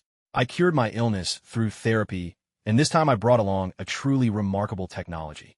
Pepper gestured with her hand, inviting him to continue. Then please, show us what you brought, Dr. Killian. Dr. Killian launched the prepared animation and, with a passionate and rousing speech, finished his introduction. When he was done, he looked at Pepper with barely contained excitement. clearly convinced that this time he would succeed. Pepper listened to his presentation with a furrowed brow, then shook her head in exasperation. I'm sorry, Dr. Killian, but I have absolutely no interest in your project. Dr. Killian stood there awkwardly for a moment, then sighed and said, all right, I'm sure we'll meet again. He reached out, hoping for a hug, but Pepper instinctively extended a single finger and tapped his wrist, deftly flicking his hand away. Startled, Dr. Killian frowned, took 2 steps back, and then politely bid Pepper farewell before leaving. Happy had been watching the whole exchange from the sidelines. When Killian reached out, he was about to step forward and intervene, but seeing how effortlessly Pepper handled the situation, he decided not to act. Is something wrong? Happy asked, noticing the thoughtful frown on Pepper's face as he walked over. Pepper nodded and told Happy, there's something off about Dr. Killian. When I tapped his wrist just now, his hand should have dropped down, not bounced back. May taught me that technique. There's definitely something strange about him. Happy asked cautiously, do you want me to look into him? Pepper considered for a moment, then shook her head. No, it's fine. Just keep an eye on him if he shows up again. With that settled, Pepper got ready to pick up Tony Stark. They needed to get to the Flower Fortress. There's a lot to do that evening, and word had it the sorority meeting tonight would be dealing with something big. Happy stood in the parking lot and waved them off, mentioning he had other things to take care of. As he watched their car disappear into the distance, Happy clenched his fist. This was his first real task as head of security, and he intended to start with Killian. The nerve of that man, getting handsy with Pepper, Happy wouldn't let it slide. He pulled out his phone and started scrolling through his contacts, looking for a professional to help out. After a while, he found just the right person and quickly made the call. Hey, Wesley, are you free tonight? I need a favor. Help me out, and dinner's on me. Somewhere in a shopping mall. Wesley tugged his cap lower over his eyes as he closely tailed a man up ahead. Earlier, Happy had called, asking him to look into Dr. Killian. Wesley happened to have some free time, so he agreed to take the job. Dr. Killian had been holed up indoors all day, but as evening approached, his bodyguard finally rushed out and drove away. With Happy's go-ahead, Wesley decided to follow the bodyguard and see what he was up to. After following the bodyguard for some distance, he finally stopped at a shopping mall. Wesley watched him wander around listlessly for quite a while, which made Wesley suspicious. He decided to call Happy over to join him. Happy hurried over and found Wesley munching on an egg roll, idly keeping watch. Without wasting a moment, Happy strode over and patted Wesley on the shoulder. Hey, Wesley, have you found anything? Happy whispered. Wesley pointed outside. That bodyguard is pacing around the alley. Looks like he's waiting for someone. Happy craned his neck to get a look, but Wesley quickly pulled him back. Don't be so obvious, Happy. You'll blow our cover. Scratching his head, Happy muttered. So what do we do now? Sitting here, we can't see a thing. Wesley produced a communicator and handed it to him. Put this on. We're professionals, remember? Someone's always keeping an eye on him. As soon as Happy put on the earpiece, Peter Parker's voice crackled through. Hey, Happy, I heard you're treating us to a big dinner tonight. Is that true? Happy, feeling his wallet ache, patted his pocket and turned to Wesley. How many people did you call? Wesley gave him a reassuring look. Just Peter and Harry. I'm a new guy. I need their help to fit in. Don't tell me you're that stingy. Happy did a quick mental calculation. The 3 of them weren't heavy eaters, thankfully. If those little turtles had tagged along, he'd be broke by now. His curiosity piqued. He asked, so you're hanging out with them now? Harry's laughter floated through the earpiece. Wesley's too much of a rookie to be an assassin. His old man kicked him out. Now he's one of us. Happy chuckled, giving Wesley's shoulder a friendly thump. Looks like your dad's not a fan of you being a hitman. That's good. We've got plenty of work for you. Just look at me. I'm head of security now. Peter chimed in, teasing, hey, we've got a head of security too, Frank. Interested in a little showdown. Happy's expression darkened at the mention. Just then, Harry called out, hey guys, cut the chatter. Looks like they're making a deal. Happy immediately leaned forward to see. Sure enough, the bodyguard set a briefcase down beside another man, and the two appeared deep in conversation. With his security background, the scene was all too familiar to Happy. He pressed his communicator and spoke urgently. Guys, I'm sure of it. They're dealing drugs. You brought your cameras, right? I'll go bust them. Just make sure you get my good side. No problem, Happy. Are you sure you can handle this alone? Peter asked, sounding concerned. Happy pounded his chest with confidence. Relax, just a couple of small-time punks. Leave it to your Uncle Happy. After speaking, Happy hunched over and slowly walked toward the 2 men. By this time, the man who had been sitting had already opened the suitcase and was taking something out to inhale. Hey, got you. Happy shouted, charging forward. He swung his fist, knocking the bodyguard to the ground, then lunged at the other man. Suddenly, Happy felt a tremendous force shove him aside. In the confusion, he saw red spots begin to appear on the skin of the man in front of him. The spots grew brighter and brighter, as if they were burning. With a guttural roar, the man suddenly exploded right before Happy's eyes. Everything went dark for Happy, and he lost consciousness. A wave of screams erupted as chaos spread throughout them all. Willis, Peter, and Harry hurried over to Happy, while the bodyguard took advantage of the chaos to escape. Peter turned Happy over and carefully checked him, breathing a sigh of relief. He's badly hurt, but he'll be okay. Did anyone bring medicine? Harry and Willis both pulled out small pouches of wound powder and handed them to Peter Parker. Peter also took out his own packet of wound powder from his belt, mixed all three together, and poured the mixture into Happy's mouth. We should get out of here. The police will be here any second, and dealing with them will be a headache, Wesley said as he scanned the area. In the distance, sirens were already wailing. Peter nodded, hoisted Happy onto his shoulder, and the three of them darted into a nearby alleyway. Nightwing Dragon Cathedral. Pepper raced all the way and finally caught up just in time for the Sisterhood's meeting. This room was specially prepared by Queen Leonora in Nightwing Dragon Cathedral for the exclusive use of the Sisterhood. Pepper pushed open the door to find that nearly everyone had arrived. May, Erica, Queen Leonora, and the others. Sorry I'm late. What's on the agenda today? Pepper noticed the somber expressions on everyone's faces, so different from the usual atmosphere, and couldn't help but ask. May waved her over. Come sit down. Today we're discussing Natasha's situation. It's best if Natasha explains it herself. Pepper noticed the seriousness in May's eyes, nodded, and took a seat beside her. Natasha then stood up and moved to the center of the group. As she began her account, everyone finally understood what had happened. According to Natasha, she was taken in and trained from a young age by an organization known as the Red Room. The Red Room's purpose was to train female operatives, also known as Black Widows. This organization recruited orphan girls from all over the world, and Natasha was one of them. The Red Room taught them etiquette, culture, dance, and a host of other skills from an early age. Of course, as spies, mastery of firearms, close-quarters combat, and other lethal skills was essential. The process of learning these was grueling. The Red Room completely conditioned the widows, turning them into killing machines. At the same time, during their training, these Black Widows endured inhuman torment and physical modifications. While these changes granted them formidable power, they also altered their bodies and destinies forever. This time, Natasha was willing to speak out because she saw hope in Chun Xing's magical potion, a hope that one day Black Widows might be restored to normal human bodies. Back on the Sky Carrier, Chun Xing had given Natasha a packet of wound medicine. When she used it, she noticed dramatic changes within her body.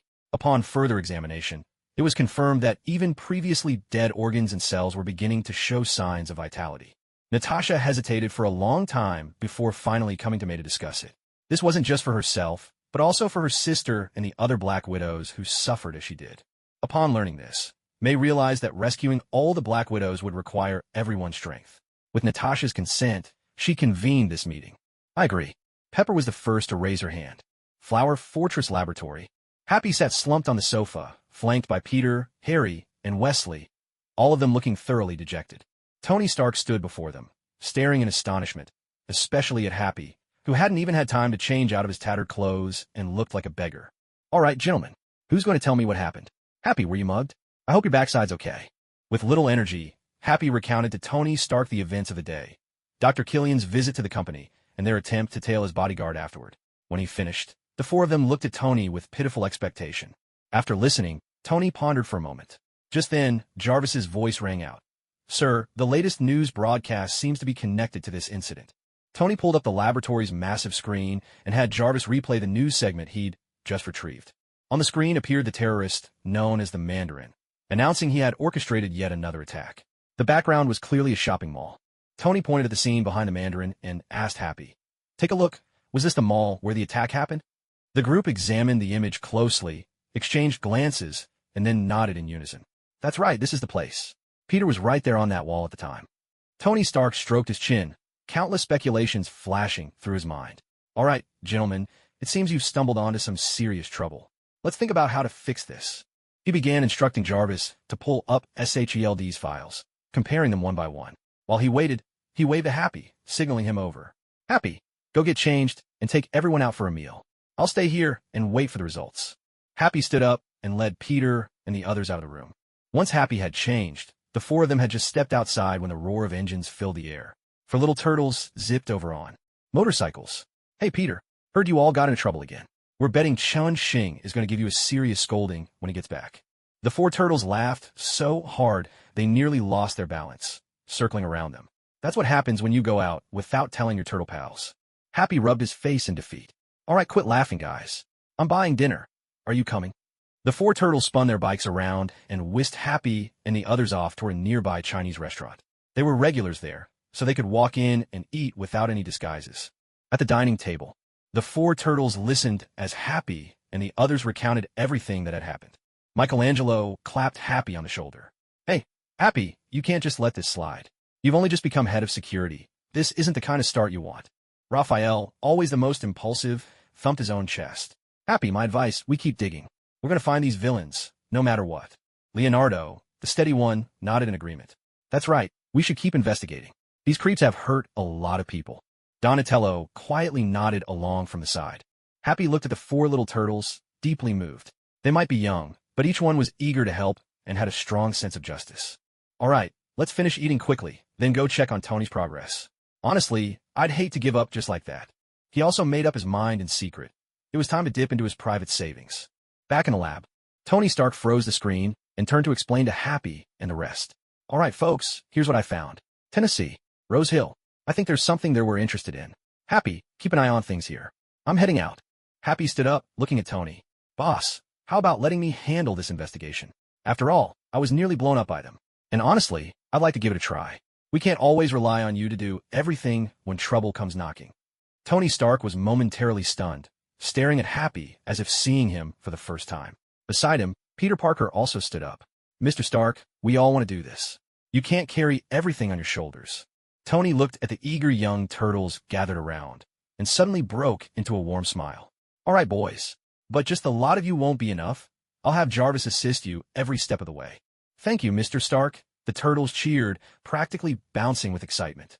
The group huddled together, chattering animatedly as they analyzed the situation for a while, then bid Tony farewell and dashed out as one. Watching their jubilant figures disappear, Tony tapped his own forehead lightly. Well, surprises really do come from everywhere. Jarvis, keep an eye on them for me. Yes, sir. Jarvis's voice responded promptly. Meanwhile, in another biological laboratory, Natasha was laying out weapons one by one on the table, then began removing her clothes and walked toward a large incubation tank.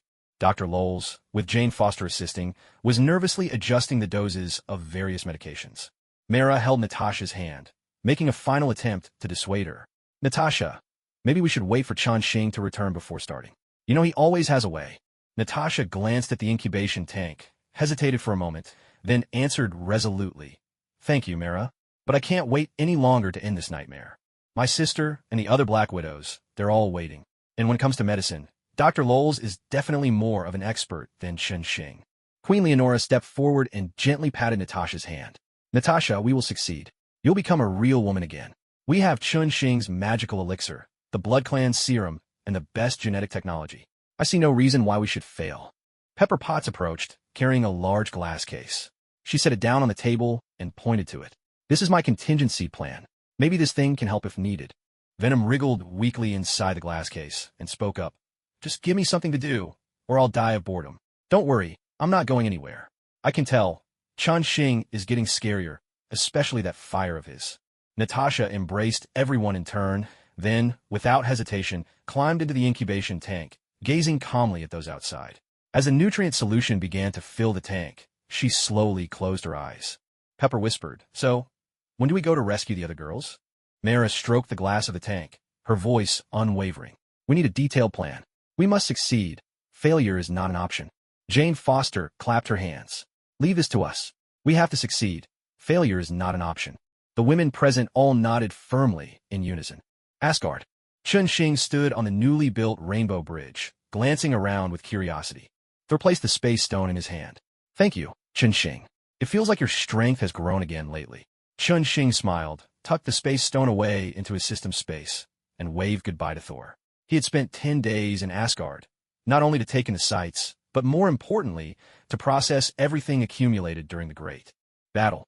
After that fight, he had reached level 41, breaking through the barrier of level 40.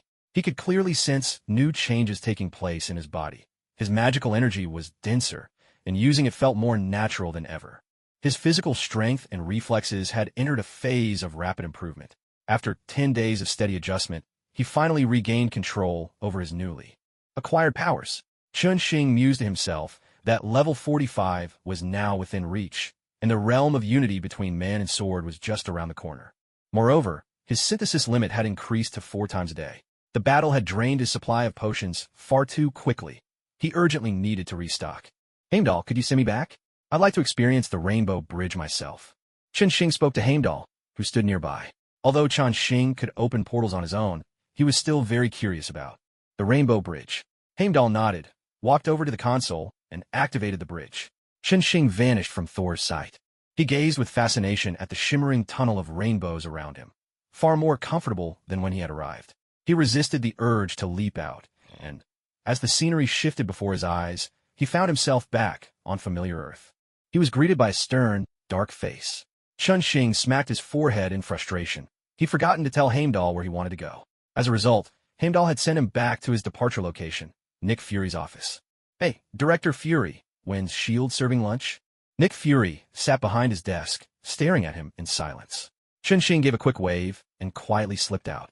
Entering the elevator, Chen Xing decided he would open a portal to return home. Once he'd left S.H.I.E.L.D., Nick Fury seemed to be in a foul mood. Best not to provoke him further.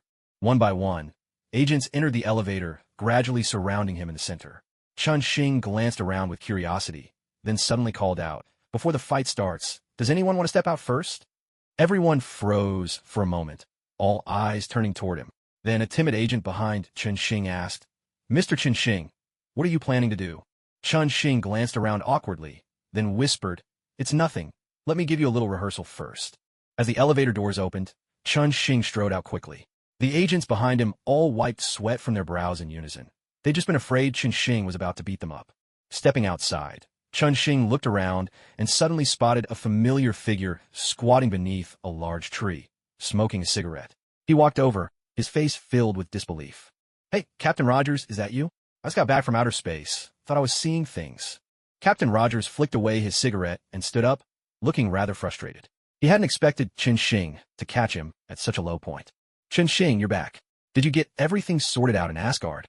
Chen Xing walked over, took a cigarette from Rogers' pack, lit it with practiced ease, took a drag, and immediately broke into a fit of coughing. Wiping his nose, he said, "Haven't smoked in ages. I really missed it. Captain Rogers, is something weighing on your mind?" Captain Rogers sighed and began to share what was troubling him. Since waking up, he'd realized that the people and things in this new world weren't as wonderful as he'd imagined. The world he and countless comrades had fought so hard to build had turned into something unrecognizable, and he was finding it hard to accept. Material life had certainly improved, but it seemed as if everyone's spirit was deeply ailing. For someone with such unwavering ideals as Captain Rogers, it left him feeling lost. Chen Xing listened quietly as Captain Rogers poured out his confusion, then patted him on the shoulder with a helpless smile. He couldn't quite make sense of it either, but at least, unlike Captain Rogers, the world Chen Xing came from wasn't all that different from this one. He didn't feel the same disconnect. The two of them sat silently under the tree for a while, smoking together. Eventually, Chen Xing stood up and tossed his cigarette pack into a flower bed. "Captain Rogers, I don't know why the world's turned out like this either, but I do know someone who might be able to answer your questions. Come with me." He was talking about Daredevil, Matt Murdock, a true hero of justice, top of his class at Columbia Law. He'd always lived by his ideals of justice. If anyone could answer Captain Rogers' questions, it would be Daredevil. Chen Xing opened a portal, and together they arrived at the Flower Fortress. After calling to confirm Matt's whereabouts, he brought Captain Rogers over. Chen Xing briefly explained Captain Rogers' situation to Matt, then left the captain in Matt's care. He himself had no interest in listening to a history lesson on this world, so he wandered off on his own. After learning that May and the others were all busy, Chen Xing made his way toward Tony Stark's lab. An idle man should go find another idle man to hang out with, he thought. As he entered the lab, he found not only Tony Stark but also Frank and Blade sitting there. Nearby, Master Splinter and Dr. Banner were whispering quietly to each other. From time to time, everyone glanced at the live broadcast playing on the wall. "Hey, did I miss something? What are you all watching?" Chen Xing asked, puzzled. Only then did everyone realize he had come back. They waved to him in greeting. After Chen Xing found a seat and settled in, Tony Stark filled him in on what had happened with Happy and the others.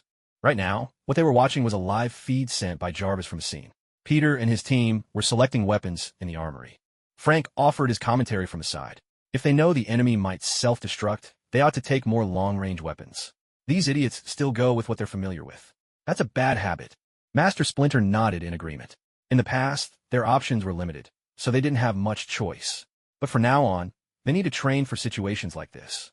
Tony Stark tapped a few lines on his tablet. I'll have Jarvis stock more long-range weapons on their plane. Chun-Shing watched as Happy hauled out a crate of special grenades Dr. Otto had prepared for the gargoyles, and frowned. With Happy's strength, he might just launch himself into the sky. Frank stood up abruptly. This won't do. I'll check their weapons again before they board the plane. With that, Frank strode out of the room. Tony Stark, meanwhile, was meticulously recording everyone's suggestions. Chun-Shing couldn't help but chuckle quietly. The usually wild and carefree Tony Stark now seemed more like a nanny, and the cold, ruthless Punisher was acting like a concerned father. Tennessee, Rose Hill. A soft candlelight illuminated a corner of the street. Happy stood silently, observing a moment of silence. There had once been a terrorist attack here that claimed 6 lives. The suspect, Chad Davis, was the very person Happy was now investigating. Chad Davis had once been an outstanding soldier, honored many times during his service. But one day, he built a bomb and used it here to attack others. Including himself, 6 people died in that incident. But after computer analysis, it turned out that the circumstances here were strikingly similar to the terrorist attack Happy had personally witnessed that day. The same high-temperature reaction and an eerily similar accident scene. Happy straightened his collar and patted the bulletproof vest under his trench coat, a special selection from Frank, designed not only to stop bullets, but also to withstand high temperatures. Hey guys, are you there? Happy tested his communicator, just as a fierce gust of wind swept by.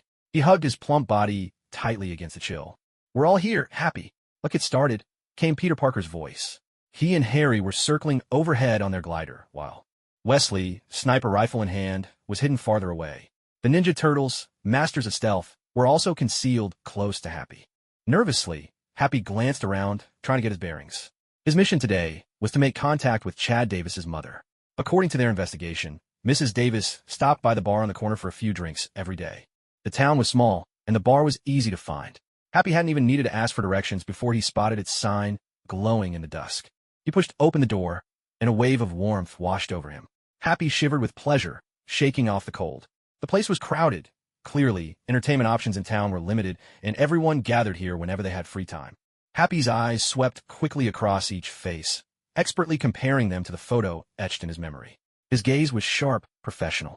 The woman sitting by the second table on the left is Mrs. Davis. Jarvis's mechanical voice chimed in, and a marker appeared on Happy's glasses, highlighting her position. Jarvis, give me a chance to shine, will you? Happy muttered, turning his head to the left.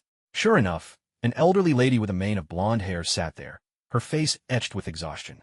Straightening his collar again, Happy walked over to Mrs. Davis. Mrs. Davis, do you mind if I sit down? Of course, please do. Happy took a seat, meeting Mrs. Davis's questioning gaze. He introduced himself. Mrs. Davis, I'm Agent Phil Coulson from S.H.I.E.L.D. I have a few things I'd like to ask you. Mrs. Davis waved a hand dismissively. All right, what is it you want to say? Happy spoke slowly. I just wanted to say, I'm sorry for your loss. I was hoping you could tell me what you think happened. Mrs. Davis raised a hand, signaling him to stop, then slid a stack of documents across the table toward him. That's enough. I brought you what you need. Just take this and go. Happy stared at the documents, momentarily stunned, before realizing what had happened. Mrs. Davis clearly thought he was someone else. Unable to resist, he asked, Mrs. Davis, it's obvious you're expecting someone. Did you arrange to meet here? Mrs. Davis looked surprised at his words and asked, puzzled, Aren't you the one who called me? Happy flipped through the documents and found a missing persons file connected to Davis. He slipped it into his coat pocket, as if it were the most natural thing in the world, then turned to Mrs. Davis and said, Don't worry, Mrs. Davis. Regarding your son's death, I might be able to offer you a different answer. Mrs. Davis looked at him with a puzzled expression. At that moment, a red-haired woman approached. Mrs. Davis, hello. I'm the person you've been waiting for. Let me introduce myself. I'm from S.H.I.E.L.D. Mrs. Davis's gaze flicked between Happy and the woman. Happy gave the woman a little wave. So, are you called Coulson too? Before the woman could reply, Happy kicked her sharply in the knee and grabbed Mrs. Davis, running for the exit. Gunshots rang out. Happy felt a bullet hit him in the back, knocking him forward. With a desperate shove, he pushed Mrs. Davis aside. He rolled twice across the floor, then shouted at the top of his lungs, Hey, the file's with me. Come and get it if you dare. Suddenly, Happy felt a searingly hot hand clamp down on his shoulder. Warning, high temperature alert. Jarvis's alarm blared in his ear. Out of the corner of his eye, Happy saw the hand gripping his shoulder begin to glow and turn red hot. A sharp gunshot cut through the chaos, and the woman beside Happy was sent flying backward. Wesley's voice crackled through the earpiece. Happy, get out now. Your view's no good in there. Happy ripped off his now-burning coat and scrambled, half-crawling, toward the bar's exit. Inside, the bar had erupted into chaos. A police officer rushed toward the fallen woman. Hey, it's dangerous, stay back. Happy shouted from outside, watching helplessly as the officer was flung aside by the woman sprawled on the floor. The woman then rose, her skin glowing like red-hot iron. Hey, streaking in public is against the law. Happy called out, flipping her the middle finger to get her attention. Once he had it, he bolted toward the edge of town. Guys, wait until we're in the open before you start shooting. Happy yelled as he ran, worried an explosion might harm innocent bystanders. The woman shot after him at a speed that made Happy look like he was standing still, but another gunshot rang out, striking her in the knee and sending her crashing to the ground. Happy's heart was pounding so hard it felt like it would burst from his chest as he tore down the street. Suddenly, a utility pole ahead toppled, threatening to crush him. Happy's mouth fell open and his arms flailed instinctively in front of him. Then a strand of webbing shot down from above, yanking the pole safely aside. Keep running, Happy.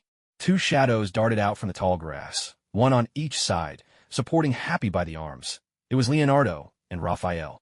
The two little turtles hoisted Happy and kept running forward. At that moment, a man stepped out from where the utility pole had been, blocking their path. Michelangelo and Donatello also emerged from the side. The two little turtles, one wielding nunchaku and the other a staff, quickly intercepted the man. With Leonardo and Raphael supporting him, Happy flashed past them, running several hundred meters forward at full tilt, finally breaking free from the bounds of the small town. Wesley put down his sniper rifle and then heaved a heavy Gatling gun with both arms. Hey guys, come give me a hand here. Just then, Peter swooped down from the sky and, with ease, took over the task from Wesley. All right, let's draw them out. Hurry, go. Donatello tossed away his charred staff and pulled Michelangelo, urging him to run back. The man was impossibly strong. His bones would knit back together instantly, even if broken, and his skin burned like hot iron, offering no opening for an attack. In just a few exchanges, Donatello's weapon was destroyed and Michelangelo's nunchaku were half-melted. The two little turtles made a desperate dash to the rear, but at that moment the woman caught up, barreling into them without slowing down. There was a pair of anguished cries as the turtles were knocked to the ground, their clothes catching fire. The man reached for Donatello's ankle, but a trident came whistling through the air, stabbing into his hand. Raphael and Leonardo had rushed back just in time to save Donatello. Now the two pursuers stood side by side. The man pulled the trident from his hand, and it melted into a puddle of molten iron in his grasp. It's useless. You can't escape, he said. The woman shouted, lunging at the turtles. A wave of searing heat followed her attack, forcing the turtles to scatter in all directions. Yet she moved with startling speed, grabbing Michelangelo by the arm. Tell your people to hand over the information, the woman demanded, paying no mind to Michelangelo's cries of pain as she yelled at the others. Leonardo slashed his sword at the woman's wrist, but the man beside her stepped in, catching the blade between the muscles of his arm. The sword began to glow red-hot, forcing Leonardo to release the hilt. Duck! Came Harry's voice from above. A massive glider swooped past, slicing clean through the woman's arm and carrying her backward in its wake. The severed hand, still gripping Michelangelo's arm, gradually cooled as it separated from the body.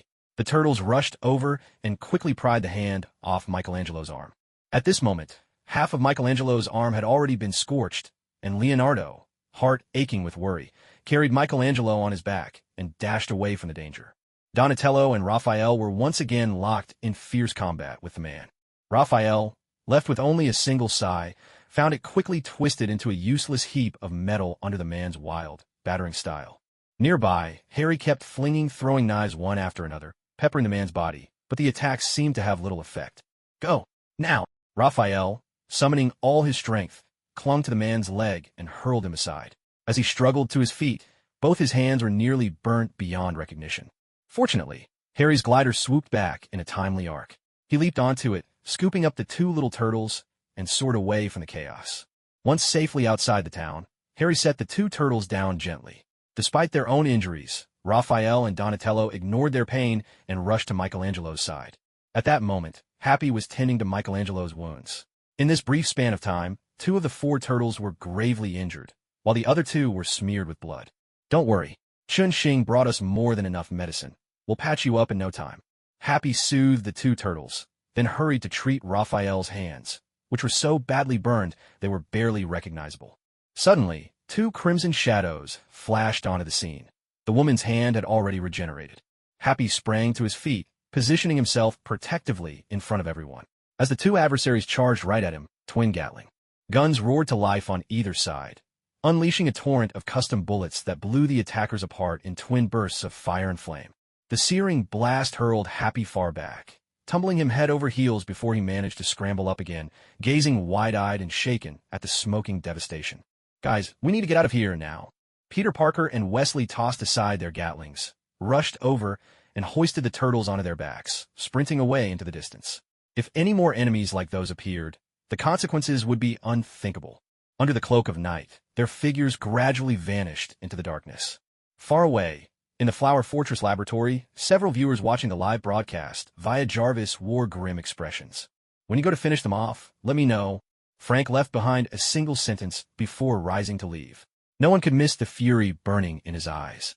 Master Splinter turned to Chun-Shing, his face full of concern. "Will they recover from wounds like these?" "It's all right. Even if they were dead, I could bring them back," Chun-Shing replied with absolute confidence. Only after hearing Chun-Shing's assurance did Master Splinter finally relax, silently resolving to double the turtles' training when they returned. Tony Stark exhaled, still rattled. "Let's not tell the ladies about this, or we're dead men." Chun-Shing let out a chilling smile. "Find them and kill them." Tony Stark nodded, connecting to Happy through his communicator, instructing him to immediately transmit all the information they had gathered. On the phone, Happy spoke with guilt in his voice. "Sorry, boss. I didn't expect things to turn out like this. That's just the price of growing up, Happy. Chin up. You all did a great job. Now it's our turn." After a few words of comfort, Tony Stark hung up, waiting for Happy to send over the data. Just then, Frank, who had just stepped out, returned to the room. Casually flicking on a surveillance monitor, he announced, "Guys, looks like someone's got their eyes on us. Or more accurately, on Tony. Someone just attached a tracker to his car in the parking lot." Frank pulled up a segment of the surveillance footage. A sedan drove into the Flower Fortress parking lot, and a man stepped out, wandering around as if he were simply passing through. When he walked past Tony Stark's car, he seemed to have dropped something. Bending down as if to pick it up, he lingered around the lot a bit longer before getting back in his car and leaving. Frank zoomed in and replayed the moment when the man bent down. Only then did everyone see that, as he stooped, the man surreptitiously brushed his hand under Tony Stark's car. "It's confirmed, a tracker. Should I remove it?" Frank asked calmly. Chun-Shing shook his head. "No need. If someone wants to play games, we'll play along." "Tony, any idea who it might be?" Tony Stark thought for a moment, but couldn't be sure. "Forget it. Doesn't matter who it is. Seems our recent efforts haven't been enough. No one's really afraid of us yet." Frustrated, Chun-Shing stood up. The past few days had been rough. First, a bunch of strangers came knocking, demanding money. Then there was the terrorist attack, and now someone had the nerve to plant a tracker. Is it that I can't wield a blade anymore, or has the world just gone off the rails? Chun-Shing believed he treated this world with enough goodwill, yet there always seemed to be some weird, inexplicable trouble popping up to ruin his mood. "Frank, pick a suitable spot. It's time to get to work." Frank nodded, pulled up a map, and began searching. Night fell. At a management station along a stretch of inner-city highway, a Chinese man approached the station manager, reaching into his jacket and flashing his credentials. "Good evening. I'm Agent Phil Coulson with S.H.I.E.L.D. I'm here to inform you that this section of the highway is being requisitioned, effective immediately." The manager, his face full of confusion, took the credentials and flipped through them. He gestured for the man in front of him to wait, then began making phone calls to verify. After dialing 4 or 5 numbers, he finally confirmed the information was true, and only then did he hand the credentials back. "All right, sir. How would you like us to cooperate?" Chun-Shing took the credentials and flashed a toothy grin. "Have all your people clear out. I'll arrange for my team to take over here." The manager didn't say much more. He followed Chun-Shing's instructions, handed over management authority to him, and told his own staff they could leave early for the day. Once everyone from the original team had left, Chun-Shing opened a portal, and the security staff from Shingshin Group walked in. According to their prior plan, they began setting up the area. At that moment, Coulson's call came through. "Hey, Chun-Shing, what you all up to?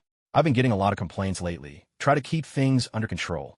Chun-Shing gave Coulson a brief overview of the terrorist activities linked to the Mandarin and told him that Tony Stark was now a target as well. They were preparing to choose the right place to catch these people. Coulson fell silent for a moment. He was probably verifying the information. After a short pause, his voice came back on the line. "Hey, Chun-Shing, I checked into it. Good luck catching those bastards." By the way, the military has sent Colonel Rhodes to follow up on this. Do you need to get in touch with him? Chen Xing asked, curious. Did something happen with Colonel Rhodes? Coulson lowered his voice, speaking quietly. The Mandarin's planning to take out the president. The military's furious. I heard they sent Colonel Rhodes to handle it, but there's been no news so far. My guess is things aren't going well. If you run into Colonel Rhodes, let me know. No problem, Coulson. Goodbye. Chen Xing hung up. He figured his own people could handle things for now, so there was no need to seek out Colonel Rhodes yet. They'd crossed that bridge when they came to it. At the far end of the highway, approaching cars were being turned back, and Xingchen Group security team was busy at work. Midnight arrived. Tony Stark strolled out alone inside the office building, took a turn around the parking lot, then got into his car and headed toward his seaside villa. Hey guys, is anyone tailing me? Or do you need me to slow down? Sitting in his car, Tony Stark looked around curiously. He knew there was a tracker attached to his car. This was a first for him, a new experience. Frank's voice came over the comms. Tony, just stick to the planned route. If no one's following you, they'll make their move at your villa. Trust me, they're desperate. Otherwise, they wouldn't risk planting a tracker on you. It's way too easy to get caught. Got it. Tony Stark hung up the phone and focused on driving. The car merged into traffic, heading toward the stretch of highway controlled by Chen Xing. After a while, Frank's voice came through again. Above you, 2 helicopters. Not sure if they're armed. The 2 helicopters hovered in the night sky, keeping a distant lock on Tony Stark's car, but they had no idea that someone else was tracking them from afar as well. All the documents are fake. No way to trace where they came from. Tony, head onto the highway. We'll catch them. Frank's voice rang out once more. He'd already looked up the aircraft in that brief span, but found nothing. Tony Stark pressed on silently through the flow of cars, moving toward the spot they had prepared. At some point, a few identical SUVs had quietly joined the roadside, trailing Tony at a distance. Looks like we got company. Chen Xing, open the door, let us through. Frank marked the SUVs and stepped through the portal Chen Xing had opened. Everything was ready. Tony drove into the intersection. Moments later, a few people emerged from a nearby building and started setting up a checkpoint at the road's entrance. The SUVs slowed to a stop at the checkpoint. One of the windows rolled down, and a man with a head full of curly hair leaned out to ask, Hey, what's going on up ahead? I saw some cars already pass through. A tall man in a leather jacket walked over. Hello. We just got word there's been a landslide blocking one side of the road. For now, it's one way only. If you're not turning back, we can let you through. The curly-haired man nodded quickly. Then please, let us pass. We're in a hurry. All right. Safe travels. The man waved his hand, and the roadblock opened. The curly-haired man signaled to the others, and the SUVs moved through one by one. The barrier closed again behind them. This time, nobody else would be allowed through. The SUVs sped up, engines roaring as they raced forward, barely managing to catch up with the swaying Audi R8 up ahead. Commence the attack. The order was given, and, from above, the helicopters launched 2 rockets. With a thunderous blast, the R8 flipped over on the highway. The SUVs screeched to a halt not far away. Several men leapt out, weapons drawn. Their leader, the man with curly hair, cautiously tossed a grenade under the R8, sending it tumbling several more times before approaching with his gun raised. A deafening explosion erupted. As the group closed in on the R8, the car suddenly blew apart, engulfing everyone nearby in a burst of scorching flames. Before anyone could react, a massive shadow loomed from the rear of the SUV convoy. Wielding a giant axe, the figure swung it effortlessly, smashing an SUV into pieces. Chen Xing, Tony, you two take care of the planes in the sky. Leave things down here to us. Frank waved his massive axe, his tone cold and resolute. Just then, several figures dressed in red emerged from the wreckage left by the explosion of the R8, rushing toward the unfamiliar mech standing behind them. A flash of sword light swept through. The 2 slowest were instantly sliced to pieces, turning to ashes before they even had a chance to explode. Wielding his greatsword, Blade appeared on the opposite side of the road. This is a little gift from my turtle squad. I hope you're tough enough to let me enjoy this to the fullest. Blade fired up his mech and, together with the Punisher, trapped their enemies in a deadly pincer. Transform, kill them. The curly-haired leader barked out his order. At his command, the assassins' bodies began to glow red, like branding irons heated to searing temperatures. Frank swung his giant axe, cleaving the man before him in 2. After a fierce explosion, he strode out through the thick smoke. Glancing down at the blackened mark on his armor, he shook his head in displeasure. Blade, leave a few alive. Hearing the Punisher's words, Blade slowed his assault. Only now did they realize just how troublesome these shape-shifting enemies truly were. After transforming, these foes possessed immense strength, nearly matching Blade's own when he wasn't in his combat suit. Ordinary attacks barely fazed them. Even severe wounds healed in seconds. Not to mention, the intense heat radiating from their bodies left deep, scorched footprints with every step. If not for their specially designed suits, regular steel would have melted under the assault. Leaping nimbly out of the encirclement, Blade shouted in frustration, "Frank, unless we kill them, it's almost impossible to restrain them. Any ideas?" The Punisher, swinging like a baseball player, sent an enemy flying. The attacker skidded 6 or 7 meters along the ground before erupting into a ball of fire. With a helpless sigh, he replied, "I've got nothing. These monsters are born assassins. Whoever created them is a genius." No sooner had he finished than 2 more assailants lunged forward, clinging to the Punisher's legs. Alarms blared inside his suit, warning of extreme heat. "Hey, guys, you could finish them off now. Jarvis just told me then the file's Happy and his team delivered. We found the Mandarin's lair. If we hurry, we might even pay it a visit."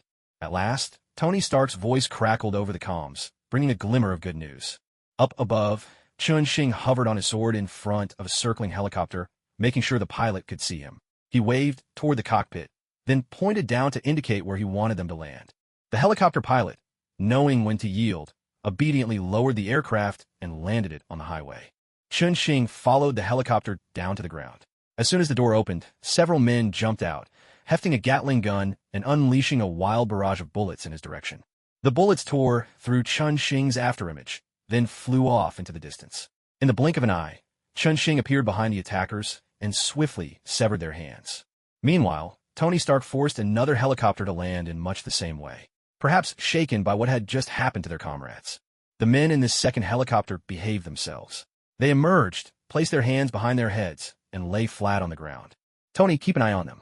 I'm going to check things out over there," Chun-Shing called out to Tony Stark before flying toward the Punisher and the others.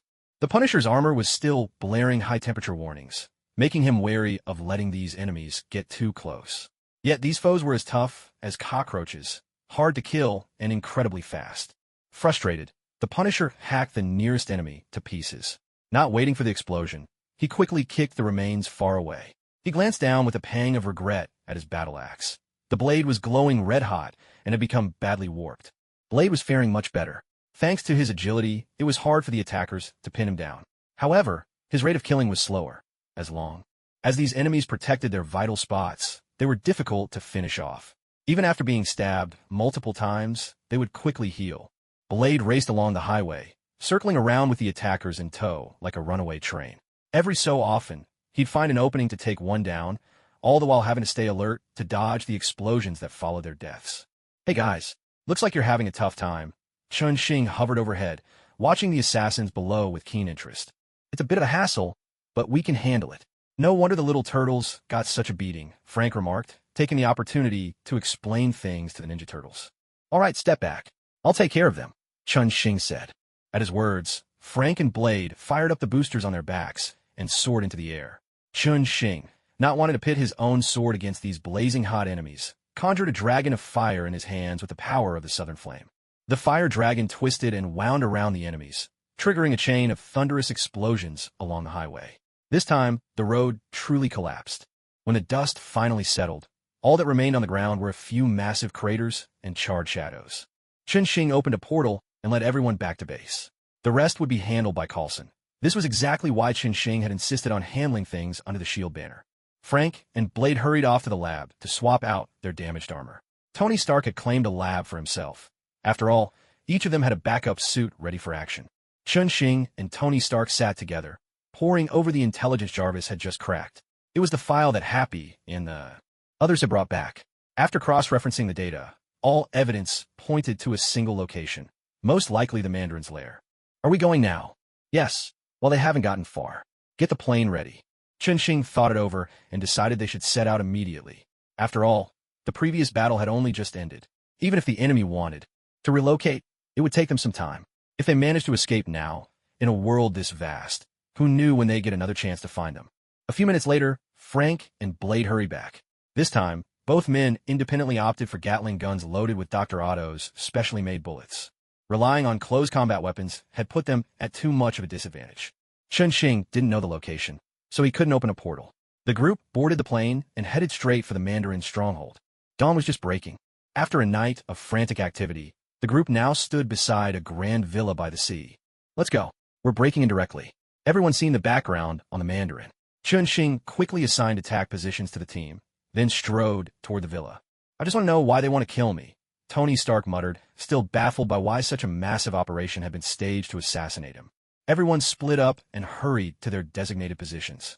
Chun-Shing made his way to the main entrance. Once everyone was in place, he kicked the door wide open. The commotion startled some regular guards, who came out brandishing their guns. A flash of sword light swept through, and Chun-Shing stepped over the fallen guards as he advanced toward the main building. Suddenly, gunfire and explosions erupted from all corners of the villa. Unwilling to use his treasured sword, Chun-Shing summoned the flames of Nanming Li, transforming himself into a man of fire, bare-chested as he strode into the building. Strangely, many of the guards mistook him for one of their own and quickly cleared a path for him, perhaps afraid he might explode at any moment. In this unhurried fashion, Chun-Shing made his way to the upstairs conference room. Inside, video equipment was scattered in disarray, clearly used for filming the Mandarin speeches.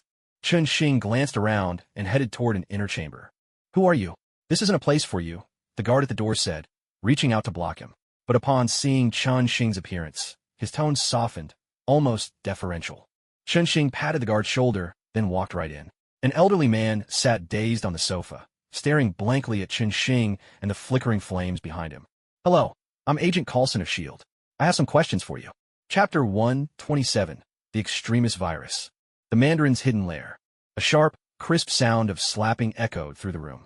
When Frank finally felt there was no spot left on Mandarin's face for another hit, he stopped the beating. "Hey guys, looks like he's telling the truth," Frank said, spreading his hands. He paid no further attention to Mandarin, who was now collapsed on the floor, and walked out of the room with his weapon, continuing his search for clues throughout the villa. Chun-Shing and Tony Stark exchanged glances. So, according to Mandarin's recent confession, he was nothing but a puppet pushed to the front stage by someone else.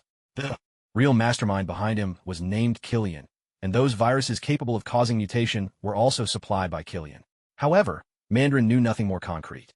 Tony Stark frowned deeply, confusion clouding his face. "So, who exactly is Killian? And why does he want to kill me?" Chun-Shing looked helplessly out the window toward the coastline. "This idiot, someone's trying to kill you, and you still have no idea what grudge you might have with them." Tony Stark felt a bit embarrassed as well, but given the number of people he'd offended in the past, he simply couldn't recall who Killian was. Fortunately, Jarvis stepped in just in time to smooth things over. "Sir, Killian visited Stark Industries a few days ago and even met with Miss Pepper." The call connected, and Pepper's voice came through first. "Hey, Tony, hurry back as soon as you're done. The baby gargoyles are about to be born, and we're all running around like crazy. The parents are practically losing their minds. By the way, did you call for something specific?" Tony nodded repeatedly. "All right, we'll be back soon. We're just dealing with a small issue here. By the way, do you know anything about Killian? What did he used to do?" Pepper thought for a moment and then replied, "Killian used to be one of your die-hard fans, but after you stood him up once, he left the company. He came by a few days ago to seek investment from me, but I turned him down. That's all I know." After promising Pepper they'd return as soon as possible, Tony hung up. Turning to Chun-Shing, he said, "All right, maybe we should just go back and help deliver the baby gargoyles. Without you there, none of the parents will be at ease." Chun-Shing nodded, just about to agree, when Frank's voice crackled through the communicator. "Guys, head down to the basement. I found something new." Chun-Shing and Tony Stark hurried to the basement, with Blade joining them soon after. There, in one of the basement cells, they found two people locked up. Chun-Shing waved at one of them. "Hey, Colonel Hood. Coulson said you were on a mission. Looks like things didn't go too well." Colonel Rhodes glanced at Chun-Shing, exhausted and dispirited. "Ran into a bit of trouble. Now hurry up and get me out of here." Chun-Shing began fiddling with the heavy door of the dungeon where Colonel Rhodes was being held. At that moment, Tony Stark walked over to another cell, his face full of surprise as he asked, "Hey, Maya Hansen, is that you?" Maya Hansen nodded at Tony Stark. "That's right, Tony. I'm glad you still recognize me." Tony Stark then unlocked the cell and let Maya Hansen out as well. Once Colonel Rhodes and Maya Hansen were out, they both started talking to Tony Stark at once, their voices overlapping into an incomprehensible jumble. Chun-Shing made a pause gesture with his hand. "Hey, you two. Let's take it one at a time. Which of you has the more urgent issue?" Colonel Rhodes quickly raised his hand, and Chun-Shing signaled for him to go first. It turned out that Colonel Rhodes had been ordered to apprehend the Mandarin. Things had gone smoothly at first, and the military soon pinpointed the Mandarin's location. As Colonel Rhodes flew in, he arrived just in time to catch the Mandarin recording one of his speeches. Unfortunately, a group of fiery mutants ambushed Colonel Rhodes, seized his Iron Patriot armor, and locked him up in this cell. They took my armor and planned to impersonate me to kidnap the president. Chun-Shing, Tony, you have to stop them now, Colonel Rhodes urged, his face full of anxiety. Chun-Shing listened carefully to Rhodes' account, then shared a glance with Tony Stark before turning to Maya Hansen. All right, now it's your turn to tell your story, ma'am. Colonel Rhodes cried out in disbelief. Hey guys, the president's about to be kidnapped. Aren't you going to save him first? Chun-Shing turned to Rhodes and said, Come on, man. Surely you know the president's reputation is already in ruins around here. Colonel Rhodes looked hopefully at Tony Stark, seeking some support. But Tony just shook his head. Chun-Shing's right. When he ordered that plane to take off with a nuke on board, his credibility was shot. Honestly, he should be grateful. If that nuke had actually gone off in the Big Apple, it wouldn't be Killian hunting him down, it'd be us. Though the nuclear strike order had been issued under the authority of the World Security Council, everyone knew that plane would never have flown without the president's approval. Colonel Rhodes was left speechless by their blunt responses. Deep down, he understood this might just be the beginning. The consequences had been sealed the moment that nuclear strike was ordered. Not want to put his friend on the spot, Tony Stark patted Colonel Rhodes on the shoulder. All right, I'll lend you a suit. Hopefully you'll make it in time. And maybe, when you're a general one day, you'll be the one to make things different. After speaking, Tony Stark instructed Jarvis to prepare a spare Iron Man suit for Colonel Rhodes. Chun-Shing opened a portal to send him on his way. Colonel Rhodes crouched silently atop a small hill, waiting for his Iron Man suit to arrive. All of a sudden, he realized he'd forgotten to ask Tony for a phone to use. With Colonel Rhodes gone, the group's curiosity turned once again to Maya Hansen, wondering what story she might have to tell. Under the watchful eyes of several burly men, Maya Hansen stammered as she recounted her own tale. It turned out Maya Hansen was a botanist by profession. Years ago, she had developed a project called the Extremis virus, a technology designed to reprogram and alter DNA through chemical means. The original intention was to use this technology on humans, hoping to activate the immune system and enable regeneration. This technology was far from mature. It was Killian who hired me, providing ample funding to continue my research. But then I discovered Killian was secretly using the unstable technology for human experiments. The explosions you've heard about? They were all caused by the virus's instability. Maya Hansen shared the story of her years of research, then sat quietly to one side, overwhelmed by all that had happened, so much that she found herself at a loss. Chun-Shing rubbed his temples. All right, let's head back first and sort things out bit by bit. But one thing's for sure, Killian has to be eliminated. Does anyone object? Everyone nodded in agreement. Opening a portal, they brought Maya Hansen back with them to Flower Fortress. Flower Fortress? Back at the compound, security was arranged to help Maya Hansen find a place to rest. Chun-Shing, Tony Stark, and the others hurried off toward the biolab. By this time, the Night Furies were already crowded around the laboratory entrance. But under the Queen's orders, none dared to go inside, so they could only pace anxiously outside. Chun-Shing clapped his hands. Hey guys, we've done all the prep work. You know those dinosaurs? Our tech can clone them right from fossils. Don't worry, everything's under control. The Night Furies gathered around, and Chun-Shing and Tony Stark went around high-fiving them. Tony Stark soared up into the sky and called out, Everyone, I'm about to set up a giant screen at the entrance so you can all watch the babies being born. With hopeful eyes upon them, the group entered the lab, while Tony Stark quickly arranged for a live broadcast setup. At that moment, Captain Brooklyn burst into the corridor, so overwhelmed with emotion that he could no longer maintain his human form. The enormous Nightwing dragon gathered Chun-Shing, Blade, and Frank into its massive embrace. Captain Brooklyn, tears streaming down his face, choked out, Thank you, Chun-Shing. Thank you, Blade, Frank. You are the truest friends the Nightwing dragons have ever known. Do you realize? The last time a Nightwing dragon was born was over 1,000 years ago. I thought our kind would end with my generation. With that, Captain Brooklyn broke down, sobbing openly. His heart-rending cries echoed beyond the doors, and soon, the cries of other Nightwing dragons joined in from outside. Frank the Punisher, whose body was usually as hard as steel, found himself tightly held by Captain Brooklyn. After his initial discomfort faded, Frank relaxed, reaching out to gently pat Captain Brooklyn's sturdy arm. All right, Captain Brooklyn, today is a day for joy. Let's smile, set an example for everyone, okay? Chun-Shing pinched Captain Brooklyn's broad cheeks and forced a smile that was even more awkward than crying. The camera shutters clicked nonstop all around them. Hey, look at those tears, Blade and the Punisher. Guys, we're going to make a fortune. The little turtles shouted as they rushed in, cameras flashing in their hands. The training schedule just got bumped up, Frank said, wiping his face before he and Blade dashed off in pursuit of the little turtles. Chun Xing snapped his fingers, and Peter, Harry, and Wesley slipped in through the door.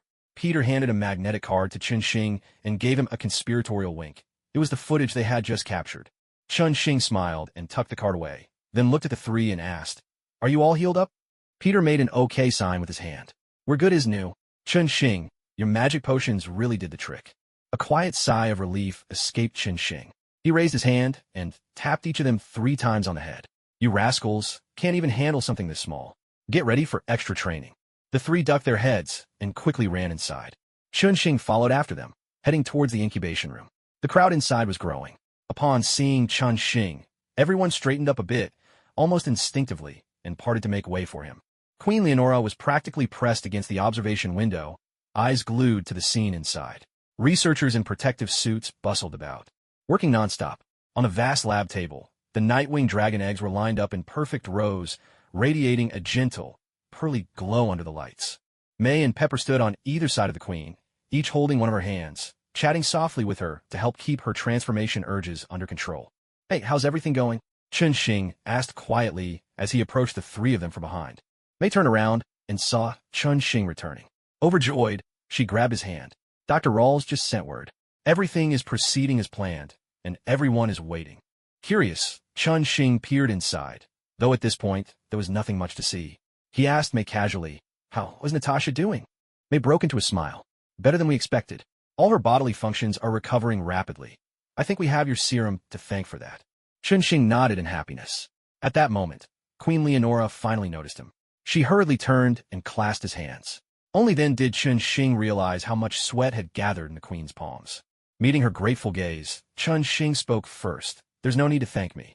The Night Stalkers have already given so much for humanity. We're only doing what little we can." Queen Leonora's voice trembled with emotion. "From ancient times to now, the Night Stalkers have never changed their resolve. But I've hesitated. I've wondered if what I was doing was right, and I feared I might lead the Night Stalkers down the path of destruction. Only today can I finally say, all we Night Stalkers have done is worth it. Because there are humans like you, and you are worth protecting." Chun Xing looked softly at the Night Stalker egg in the laboratory and said quietly, "Yes, the Night Stalkers have never done anything wrong. The misfortunes you've suffered are a stain on humanity. But please believe me, I won't allow such things to happen again." May and Pepper both nodded firmly to Queen Leonora. They knew all too well the sacrifices and betrayals the Night Stalkers had endured. Now, Chun Xing's promise echoed the feelings in their own hearts. Matt the Night Devil, who had been listening quietly, nodded as well. He squeezed Erica's hand, then turned to Captain Rogers beside him. "Captain Rogers, I believe you've found your answer." Captain Rogers looked at everyone around him, then turned his gaze to the test bench. "If we're standing with them, count me in. It's starting. A sudden commotion rose. Chun Xing looked up at the monitor above. The once calm lines on the screen now surged wildly. No one knew exactly what those lines represented, but everyone understood something was happening. Inside the laboratory, Dr. Rawls made an OK gesture toward those outside, signaling that everything was under control. "Everyone, get ready. The first batch of Night Stalkers is about to be born." With Dr. Rawls' announcement, everyone held their breath, eyes fixed on the test platform. Blade and the Punisher released the 4 little turtles from their hands and watched the laboratory in a daze. Perhaps, with this new beginning, the misfortunes that had clung to them might finally give way to a fresh start. Tony Stark, his face smeared with oil, rushed in. He had just finished hastily setting up the emergency big screen outside the door. Matt Murdock, the Daredevil, felt a smile spreading across his lips. He had already sensed what was happening, a step ahead of everyone else. With a crack, the eggshell split open, and a chubby little hand reached out into the world. Queen Leonora, her face streaked with tears, sank to her knees and sat on the floor. Bonfires were lit, and colorful lights sparkled to life. At Chun Xing's command, the Flower Fortress was set to begin 3 days of celebration. The entrance to the biolab had transformed into a sea of joy. Truck after truck of food was delivered, while the night gargoyles darted about, brandishing mugs the size of buckets.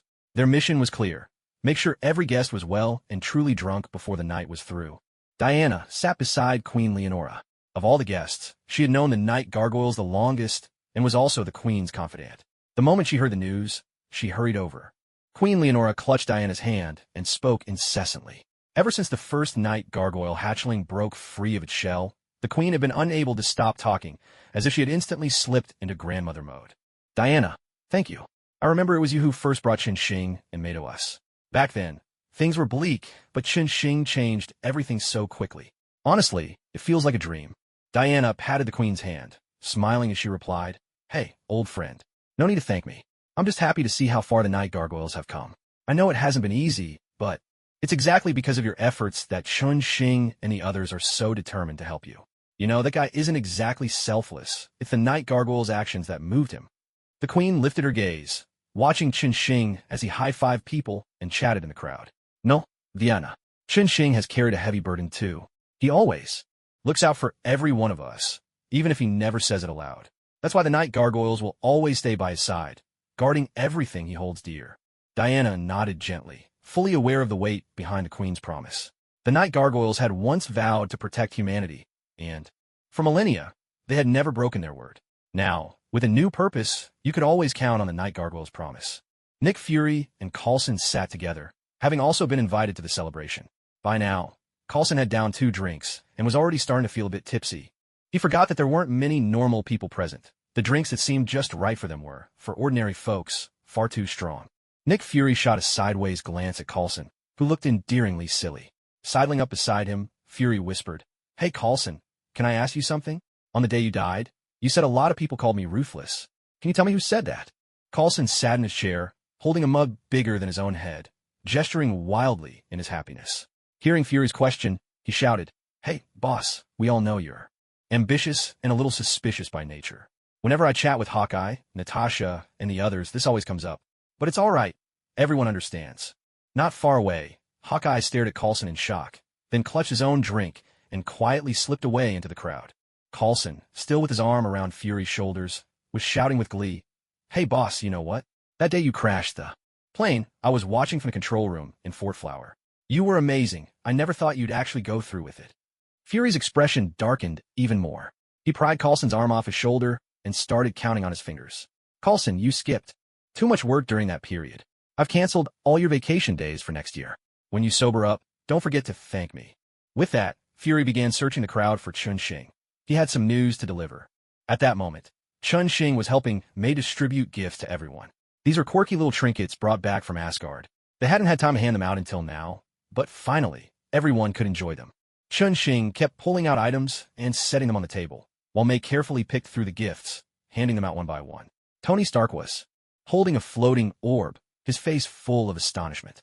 "Hey, this thing is seriously high-tech. Did you manage to bring back any of their technology?" Chun-Shing shook his head as he kept unpacking gifts. "No way. Who would just give away their tech for free? Besides, their stuff runs on magic. We couldn't use it anyway. I could only bring back things that looked interesting." Tony Stark shrugged helplessly and tossed the orb into Peter Parker's arms. "Here, have fun with it, kids. Oh, and I've got good news. Frank's put together a special training program just for you." After saying that, Tony Stark let out a mischievous laugh. Peter Parker looked way down and said, "Hey, Mr. Stark, it's a good day today. Can we not talk about something so morbid?" Noticing that most of the gifts had been handed out, Chun-Shing extended his fist in front of May. "May, take a guess. What present did I bring you?"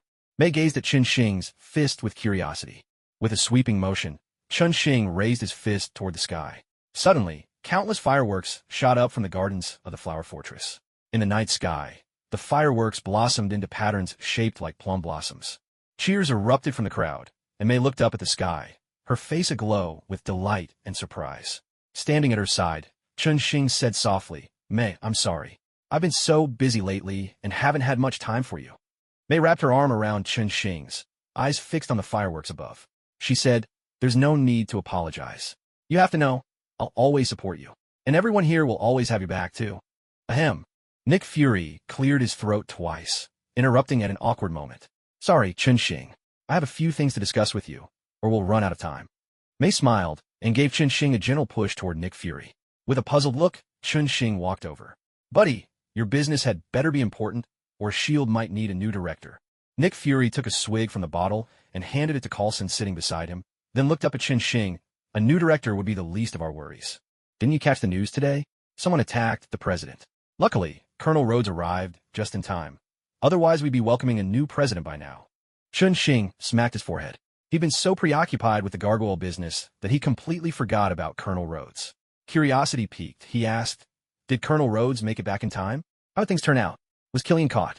Nick Fury poured another drink for Coulson. S.H.I.E.L.D. agents rarely had the chance to relax and enjoy a drink, especially somewhere safe. This wasn't about revenge, just a rare moment to unwind. Thankfully, Colonel Rhodes arrived just in time. 13 officials were thrown off the president's plane, and he managed to save 7. I think he's bound to receive a commendation for this. Chun-Shing nodded in relief. Good thing we gave him a hand. That's great news. And what about Killian? Nick Fury frowned. There are still some issues with Killian. I wanted to talk to you about it. Chun-Shing and Nick Fury moved off to a quiet corner. There, Nick Fury explained the details of the Killian situation to him. According to the intelligence Nick Fury had gathered, Killian was now in military custody. Fury estimated that the military would have Killian continue his extremist virus research, so they could fully secure the technology for themselves. Do you know Killian's exact location?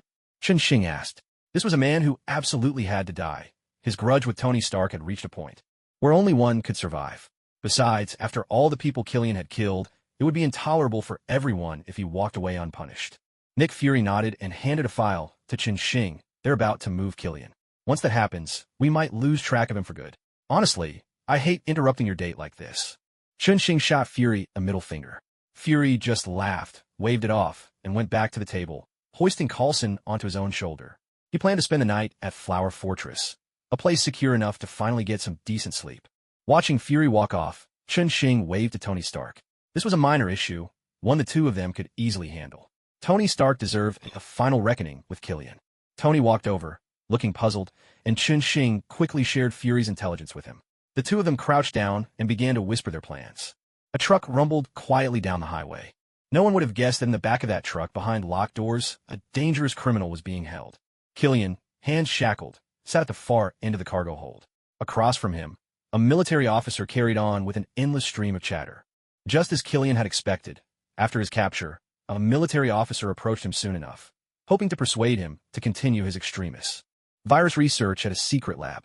The officer promised that if the research went well, he'd fight for the greatest possible sentence reduction. Although Killian scoffed at such promises, he still agreed without hesitation. After all, his enemies were far more than he could handle on his own. The name Tony Stark alone was enough to make anyone in the know keep their distance. So, Mr. Killian, right now, only we can guarantee your absolute safety. And as soon as there's progress in your research, I'll personally fight for the largest reduction in your sentence. The officer continued to tempt Killian with a litany of benefits, clearly treating this task as a matter of utmost importance. Killian nodded, replying, "Very well, sir. Let's hope we both have a bright future ahead." Wiping sweat from his brow, the officer commented on the sudden heat in the truck. "Of course, Mr. Killian. Wait until you see the laboratory I've prepared for you. You'll be quite pleased." A sly smile appeared at the corner of Killian's mouth. "Sir, did you not know? I've always used retired soldiers for my experiments." The officer shrugged indifferently. "Of course. Retired soldiers make excellent test subjects. We have plenty here as well, and they're all volunteers." At that moment, the blaring horn of the truck suddenly sounded. Something seemed to be happening near the driver. It turned out that right in front of the truck, a massive portal had abruptly opened. From the other side, the thunderous roar of ocean waves echoed through. The driver slammed on the brakes, but a tremendous force surged from behind, shoving the truck straight through the portal to the other side. In an instant, the portal vanished into thin air. After pushing the truck through, Iron Man soared up into the sky, hovering beside Chun-Shing. The two of them silently watched as the truck bobbed and dipped in the restless sea below. "I bet 10 seconds before he pops out," Chun-Shing said, sitting atop his flying sword and watching the truck roll and tumble in the waves. There was still air inside the cargo hold, so it wouldn't sink right away. "I'll take 5 seconds, Tony Stark replied, starting to count. But before even a second had passed, a crimson fist punched through the side of the cargo hold. Killian had torn a hole in the truck and hauled himself out. Standing atop the battered truck, Killian looked out at the endless, heaving ocean around him, lost in thought. Chun-Shing and Tony Stark flew overhead. "Hey, we picked out this perfect spot just for you. Do you like it?" Chun-Shing called down. Killian raised his head to glare at Iron Man and roared in fury. "Tony Stark, this is all your fault. If not for you, none of this would have happened." Tony's voice was tinged with genuine confusion. "Hey, what's this got to do with me? I don't even know who you are." Killian's agitation rose, his voice shrill and desperate. "Of course you don't know who I am. Look at yourself now. Just like you were back then, always above everyone else. The rest of us are just ants crawling at your feet." Angered, Tony fired a beam of energy at the truck. The vehicle shuddered and began to sink faster. Killian, clinging to the cargo hold, let out a piercing scream. "Killian, look at you now. I know you're smart, But you chose a disgraceful shortcut. Think of all the people you've killed. Once, they were as desperate as you are now. You really deserve what's coming to you. Killian let go of the truck and floated on the surface of the sea. He didn't use any of his powers. He knew that using them here would only hasten his demise. Tony Stark, don't think you've won. The military has obtained the extremist virus too. And I promise you, what they really want is your Iron Man suit. I'll be waiting for you in hell. My extremist virus will bring you to me soon enough. A flash of sword light swept by, and Killian's head flew into the air. Idiot. As long as I'm here, Tony Stark isn't going to hell. You can play your games by yourself. Chun-Shing spat toward the sea, then opened a portal and returned to Flower Fortress with Iron Man. Tony Stark took off his armor, his face clouded with concern. Chun-Shing, he's right. The military's got their hands on the extremist virus. I'm worried it's only a matter of time before they come after us. With an easy stretch, Chun-Shing patted Tony on the shoulder. Hey, Tony, don't overthink it. I also know the military's got an abomination serum, the super soldier. Formula, and all sorts of weird things. But so what? We'll just keep growing stronger, too. Remember, when someone's killed, they die. Worst case, we take them all out. Tony nodded, agreeing with Chun-Shing's perspective, and for now, he set his worries aside. The two of them rejoined the celebration. At that moment, Queen Leonora called them up onto the stage. Puzzled but compliant, they stepped up, just as Dr. Rawls, May, and Pepper approached, each cradling a newborn Nightwing dragon. The Queen motioned for Chun-Shing and Tony Stark to lift the three little creatures high above their heads. A wave of cheers erupted from the crowd below. In a biolab, Natasha slowly opened her eyes inside the incubator. Her blurry vision gradually sharpened, and she saw Pepper dozing on a table beside the tank. Ostedisk top, ostedisk. Natasha knocked on the glass. Pepper woke with a start, saw Natasha waving at her, and blinked away her drowsiness. Natasha, you're finally awake. Pepper squealed with delight, immediately pressing the intercom button at her side. In less than 5 minutes, the ladies all came rushing into the lab. With Dr. Rawls and Jane Foster's help, the nutrients were drained from the tank and the glass dome lifted. May and Pepper hurried forward, supporting the weakened Natasha. Thank you, Pepper. Thank you, everyone. Natasha tried to speak, her voice raspy from disuse. Pepper draped a white lab coat over Natasha's shoulders and beamed. Thank goodness you're awake, Natasha. But you don't need to thank me. Our sisterhood took turns waiting for you to wake up, and today it just happened to be my shift. May guided Natasha to a chair, holding her hand reassuringly. I know you have a lot to say, but don't rush. We have all the time in the world. For now, let's share some good news with you.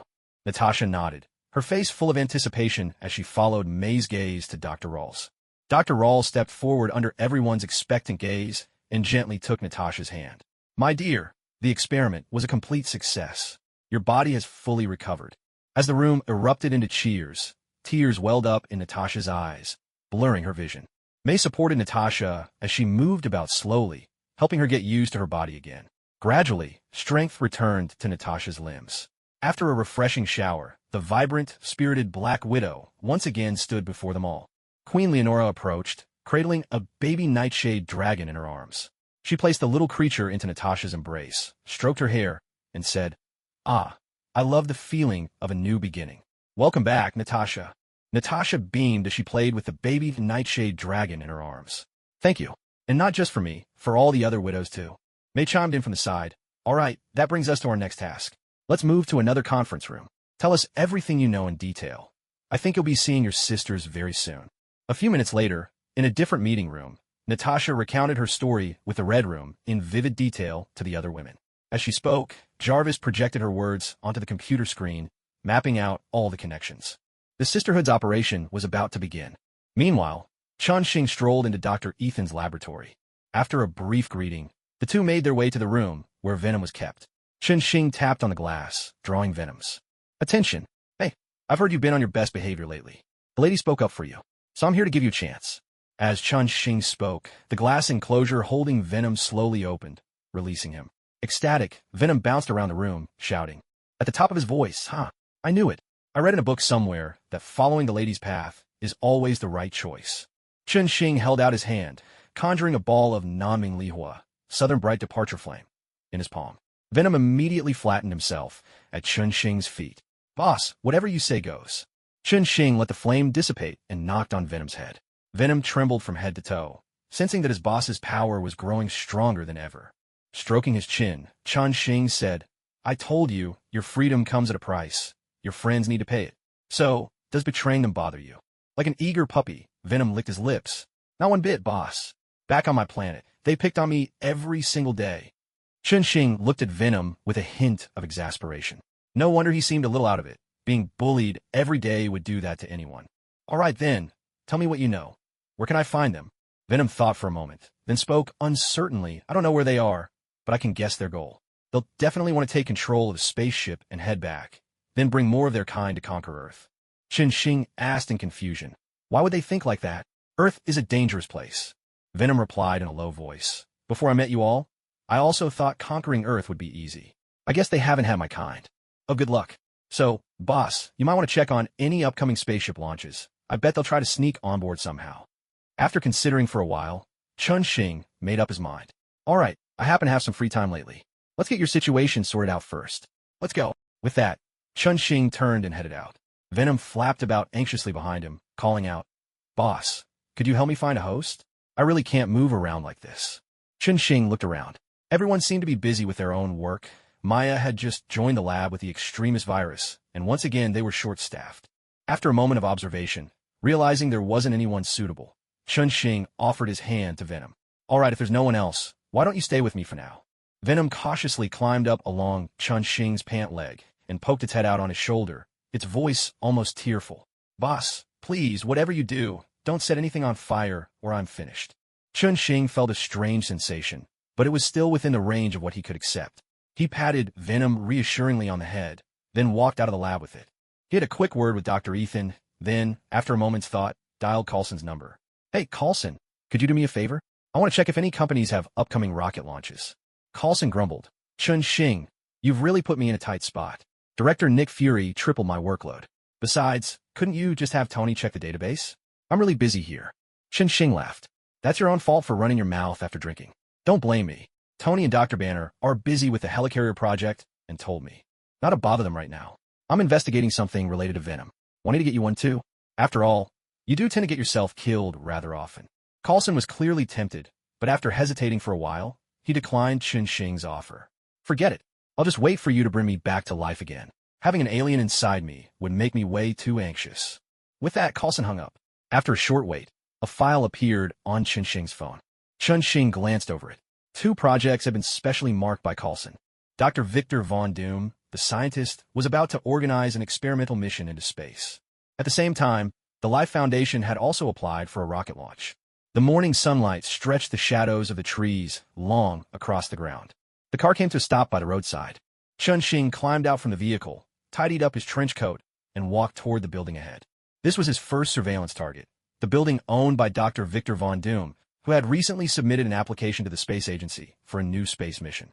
Chunxing reviewed the mission details in his mind. A scientist named Reed hoped to lead his team aboard a spacecraft, approaching the very heart of a cosmic storm. There, he aimed to collect a wealth of data, hoping to unlock the mysteries of human genetic inheritance and use this knowledge for the benefit of all humankind. However, repeated budget cuts from the space agency had left Dr. Reed with no choice but to seek new backing. That was when he turned to his current patron, Dr. Victor Von Doom. The two hit it off immediately, which led to this space exploration plan. Joining the mission were Dr. Reed's girlfriend, Sue Storm, her younger brother Johnny Storm, and his good friend Ben Grimm. If you didn't know this was a scientific expedition, just looking at the names on the list, you'd think it was a family gathering.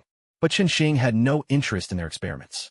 His job was to make contact with these people and let Venom determine whether there were any other parasites hiding among them. He stepped into the building and greeted the receptionist. According to their prior arrangements, the young woman at the front desk led Chunxing to the president's office. As the door opened, he saw Victor Von Doom himself, short-haired, full of energy, seated behind his large desk, signing documents. Chunxing nodded politely. Hello, Dr. Doom. I'm Agent Phil Coulson from S.H.I.E.L.D. There are a few things I need to verify with you. We already spoke yesterday. Dr. Doom stood, walked around his desk, and shook Chunxing's hand. Agent Coulson, nice to meet you. Please have a seat. Chunxing and Dr. Doom sat down on a nearby sofa. Dr. Doom was visibly tense. The prospect of a government agent showing up right before his rocket launch left him more than a little uneasy. He's clean. There's nothing wrong with this one. Venom's voice echoed in Chunxing's mind. Chunxing nodded slightly and said to Dr. Doom, Doctor, please don't be nervous. I'm not here to deliver bad news. You probably heard about the recent alien battle. The government is especially sensitive about space-related projects now, so there are constant inspections. My purpose today is simply to meet everyone who needs to go into space. This won't interfere with your work. Dr. Doom nodded, relaxing a little. He knew all the researchers involved this time, so there shouldn't be any issues. All right, Agent Coulson, they're all in the lower laboratory. Should I call them up for you? There's no need. Just give me a chance to see them at work. Let's go ahead. With that, Chun-Shing took out a notebook and, after asking Dr. Doom a few routine questions, closed it and took his leave with polite formality. Led by the receptionist, Chun-Shing went down to the basement laboratory. Dr. Reed and his team, who had already been notified, were waiting there in advance. After warmly shaking hands with each of them, Venom confirmed there was nothing suspicious about these people. Chun-Shing then took out his notebook again and asked a few token questions. With that, this round of investigation came to an end. It seemed that Venom's fellow symbiotes hadn't chosen this company. Just to be sure, Chun-Shing exchanged phone numbers with Dr. Reed.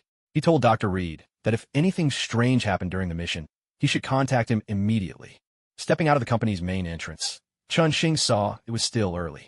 He decided to grab lunch nearby and then use the afternoon to visit another company. By the way, what do you usually eat? As he ate, Chun-Shing's curiosity got the better of him, and he asked Venom about his diet. Venom's voice echoed in his mind. I can eat people or other living creatures. Human-made chocolate is amazing too. But after I was captured, the doctor made some special synthetic food for me, which is actually quite tasty. Also, boss, I really want to eat a vampire. Chun-Shing nodded. All right, if you manage to pull off something big during this mission, I'll get you a vampire to eat. But while you're bonded with me, you'll just have to stay hungry. Understood, boss, Venom replied in a small voice. He'd never expected to get fed while inside Chun-Shing anyway. He only hoped his unfortunate fellow symbiotes would show up soon. After a satisfying lunch, Chun-Shing drove off again toward his next target, the Life Foundation Tower. He looked up at the building to make sure he was in the right place. The security here was clearly much tighter. The moment he stepped inside, a security guard began trailing him from a distance. He walked up to the front desk and identified himself. The young lady at reception carefully looked up his information, then made a call to verify Chun-Shing's identity before finally leading him toward the elevator. Just as the elevator doors were closing, Chun-Shing caught sight of a security guard outside, pressing a finger to his earpiece. The receptionist explained to Chun-Shing that the company's owner, Carlton Drake, was currently being interviewed and asked him to wait at the scene for a moment. They walked through a long corridor, and sure enough, Eddie Brock, with his thick beard, was confidently speaking in front of the camera. Beside him, a reporter was peppering him with questions. Chun-Shing stood to the side, waiting patiently until the interview wrapped up. Only then did he approach. Hello, Mr. Carlton Drake. I'm S.H.I.E.L.D. Agent Phil Coulson. There are a few matters I need to verify with you. We were in touch about this yesterday. Carlton Drake turned his gaze toward him, but before he could respond, the reporter beside him suddenly exclaimed, Hey, are you with S.H.I.E.L.D.? I know about your organization. When you have a moment, could I interview you too? Eddie Brock, your part here is done. Please don't disturb our guests, Carlton Drake said with a frown, clearly irritated. He signaled to the nearby security to quickly escort the overeager journalist away. Once the reporters had been led off by security, Carlton Drake extended his hand to Chun-Shing. Agent Coulson, welcome. I received the notice yesterday. How may we cooperate? Boss, there's something off about this guy. I'm certain he's in contact with my kin. I can't be mistaken. Venom's voice echoed in Chun-Shing's mind. Chun-Shing's hand hesitated for a split second, but then he smiled and continued. Mr. Drake, due to the recent alien conflict, the government is requiring a comprehensive review of all ongoing research projects. We hope you'll assist with this operation. Carlton Drake frowned. All of them? That could seriously delay our experiments. You know, we have a lot of charitable initiatives that mean a great deal to society. Chun-Shing nodded. Yes, all projects will need to be reviewed. But I promise, it won't take up too much of your time. He watched Carlton Drake closely. Dr. Drake clearly hadn't expected Chun-Shing to push for a full investigation of the company's projects. He lowered his head, silent, clearly pondering his next move. After a moment of silence, Chun-Shing spoke again. Of course, I'm only here today for a preliminary look. The detailed inspection will begin in a few days. Drake let out a palpable sigh of relief, his tone now warm as he said to Chun-Shing, Very well, you're welcome here anytime. I still have quite a bit of work to finish, so today I'll have my assistant show you around. Seeing Chun-Shing's indifferent nod, Drake exchanged a few words with his assistant and then excused himself, leaving the room. The assistant led Chun-Shing on a brisk tour through several laboratories. As Chun-Shing glanced out the window and saw that dusk was drawing near, he made up an excuse to leave the Life Foundation. He strolled out of the company's front entrance, glanced up at the sky where the sun had already set behind the horizon, and decided it was about time to find a place for dinner. Boss, you really gave that guy a scare. Venom cackled slyly in Chen Xing's mind. Scanning the area for a decent restaurant, Chen Xing replied to Venom. This move is called stirring the grass to startle the snake, an ancient piece of Eastern wisdom. I have a feeling we're about to see something interesting unfold. With Venom's flattery echoing in his head, Chen Xing picked out a restaurant and was just about to head over when he suddenly heard someone calling his name from a distance. Agent Coulson, over here. I'm right here. Eddie Brock was half hidden behind a parked car, waving at the agent who had just walked out the door. Chen Xing couldn't help but chuckle at the sight of the reporter who'd been kicked out of the building moments earlier. He made his way towards him. Hello, I just saw you inside, right? You're that reporter, aren't you? Chen Xing addressed the man in front of him with a serious expression. Hello, Agent Coulson. My name is Eddie Brock. As you can see, I'm a journalist. I know a few things about the Life Foundation, and I was hoping to talk to you, if that's all right. Eddie Brock eyed the agent warily. After the recent battle, S.H.I.E.L.D. had become a household name, and perhaps he could strike up a conversation, better than risking things on his own. All right then, I was just about to have dinner. Let's hope your news is worth it. Chen Xing tipped his head, leading Eddie Brock toward an upscale restaurant nearby. At the dinner table, Chen Xing took a sip of red wine, then gestured for Eddie Brock to begin his story. Eddie Brock glanced around at the elegant decor and, trying to lighten the mood, joked, Sir, it seems S.H.I.E.L.D. treats its agents very well. Chen Xing carefully sliced into his steak and replied casually, Reporters do pretty well themselves. Lying through their teeth can make anyone rich. Eddie Brock stood abruptly, pressing his hands on the table and looking Chen Xing in the eye. Hey, sir, I'm not that kind of reporter. Maybe you haven't read my work, but I'm known for exposing shady companies, not covering for them. Chen Xing looked up at him and said, I believe you. Just from your clothes, I can imagine the kind of situation you're in. But I'm guessing you didn't come to the Life Foundation today to expose them. Eddie Brock slumped back into his chair, crestfallen after hearing Chen Xing's words. He tugged awkwardly at his cheap shirt and replied in a weary voice, You're right, sir. My company sent me here to help cover things up for them. But I don't want to do it. That's why I came to see you. Chen Xing grew interested in this young reporter sitting before him. He waved the waiter over and ordered a lavish meal for Eddie Brock. All right, tell me what you know. If you're really so committed to justice, dinner's on me. Thank you. My story won't disappoint you. At least, if S.H.I.E.L.D. is the kind of organization I think it is. Eddie Brock began to recount his findings to Chen Xing. It turned out his company had assigned him this task weeks ago, because he often reported on corrupt corporations and had earned some public trust. The Life Foundation had paid his company a hefty sum to help whitewash their image. But during his own investigation, he discovered the company was involved in illegal human experiments. This infuriated him, and recently, he'd been trying every way possible to gather evidence and information on the Life Foundation, hoping to expose the corrupt enterprise. Chen Xing paused what he was doing and looked over at Eddie Brock. You mentioned illegal human experiments. Do you have any evidence? Eddie Brock nodded, scooting his chair closer to Chen Xing and lowering his voice. I have an inside contact at the Life Foundation. Dr. Dora gave me some inside information, but what she told me was so shocking. I'm not sure you'll even believe it. Chen Xing pushed Eddie Brock's head a little farther away and said, All right, just tell me what you know. You should realize there's not much that can surprise the department I work for. Eddie Brock nodded eagerly, his face full of intrigue. Of course. That's exactly why I came to you. After all, your people have taken down so many aliens.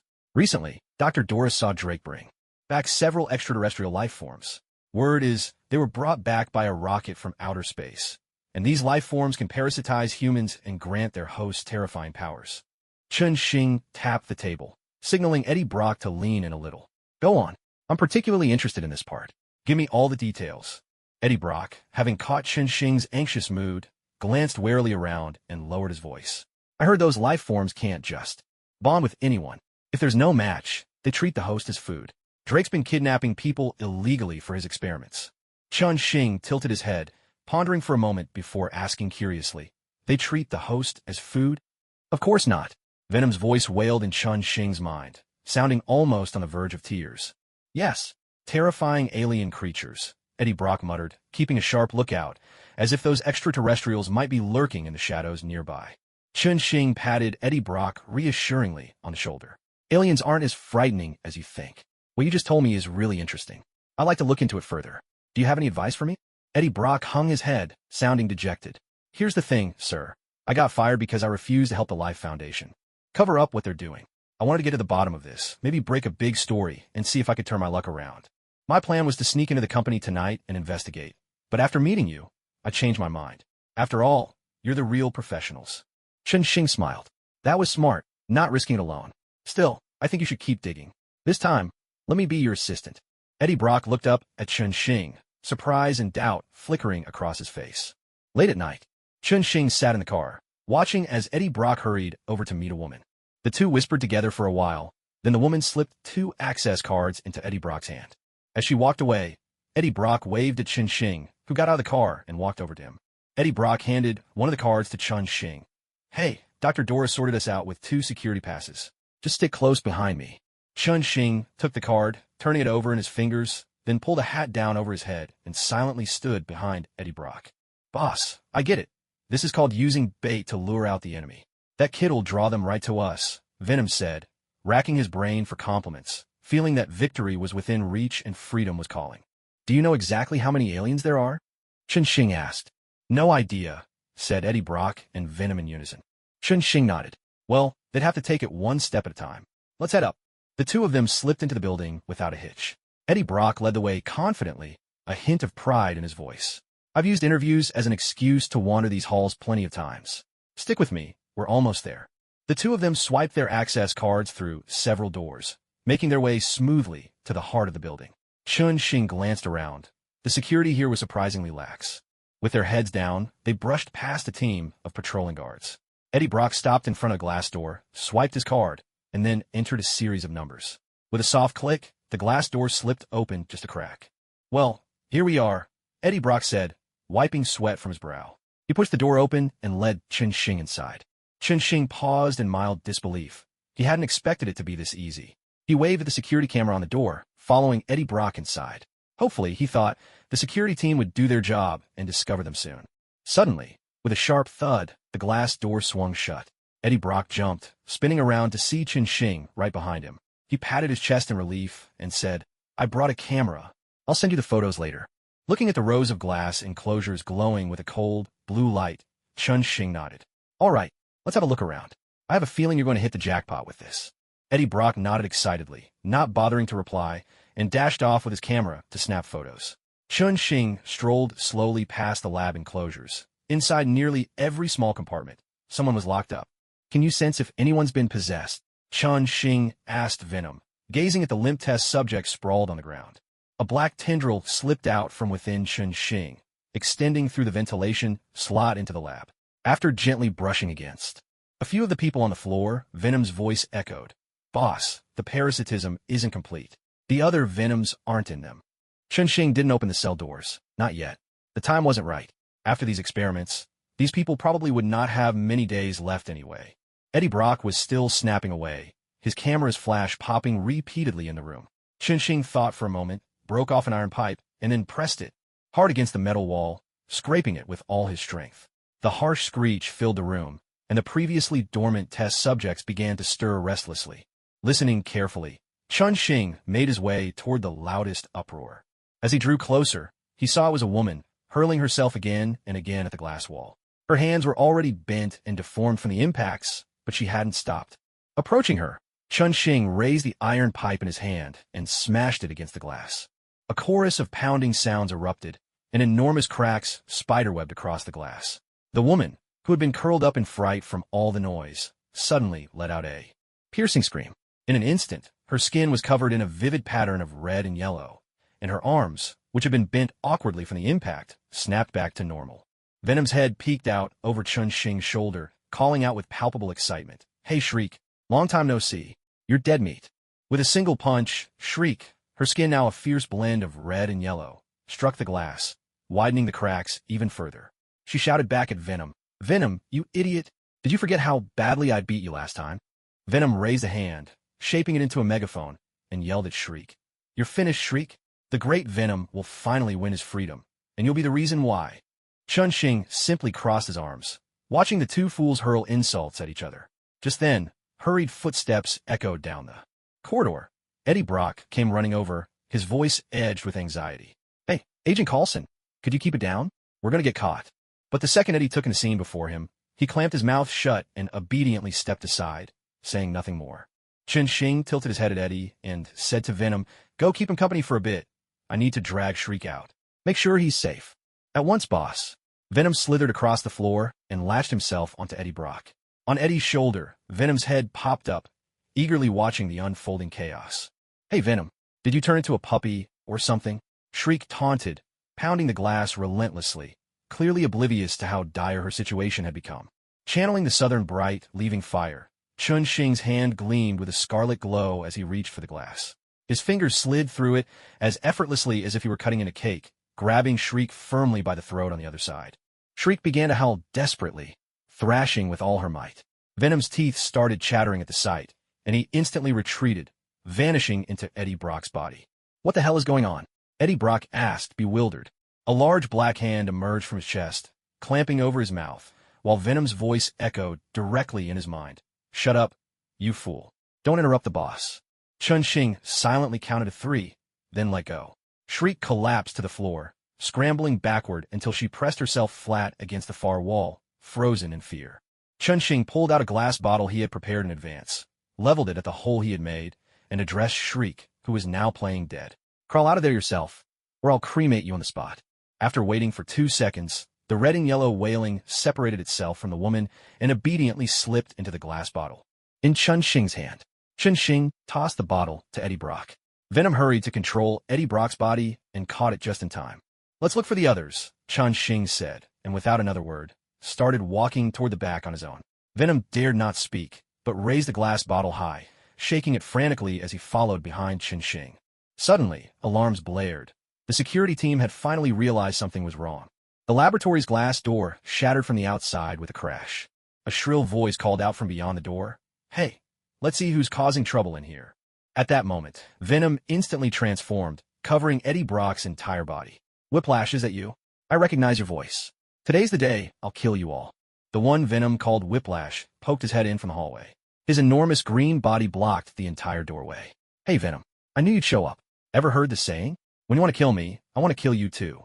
With those words, Whiplash pulled his head back, and several heavily armed security guards rushed in, guns raised, opening fire on Chun-Shing and Venom. Venom leaped in front of Chun-Shing, shielding him from the hail of bullets. He flashed a fawning grin at Chun-Shing, then shouted loudly, "These weapons can't hurt me. You might as well come in yourself." Venom had already decided. As soon as Whiplash dared to step inside, he'd dodge behind his boss and watch Whiplash take a beating. Just then, Whiplash's sharp voice rang out again. "Idiot, let me show you what I've learned lately." As Whiplash spoke, a crate of grenades was hurled inside, scattering across the floor. Chun-Shing glanced at them and immediately warned Venom, "Those are sonic grenades. Get down." The words were barely out of Chun-Shing's mouth before the grenades exploded all at once, flooding the lab with a deafening noise. Even with his current physique, Chun-Shing clutched his chest, feeling nauseous and on the verge of vomiting. In front of him, Venom had collapsed onto the ground like a pile of sludge. It seemed the Life Foundation had thoroughly studied these alien creatures.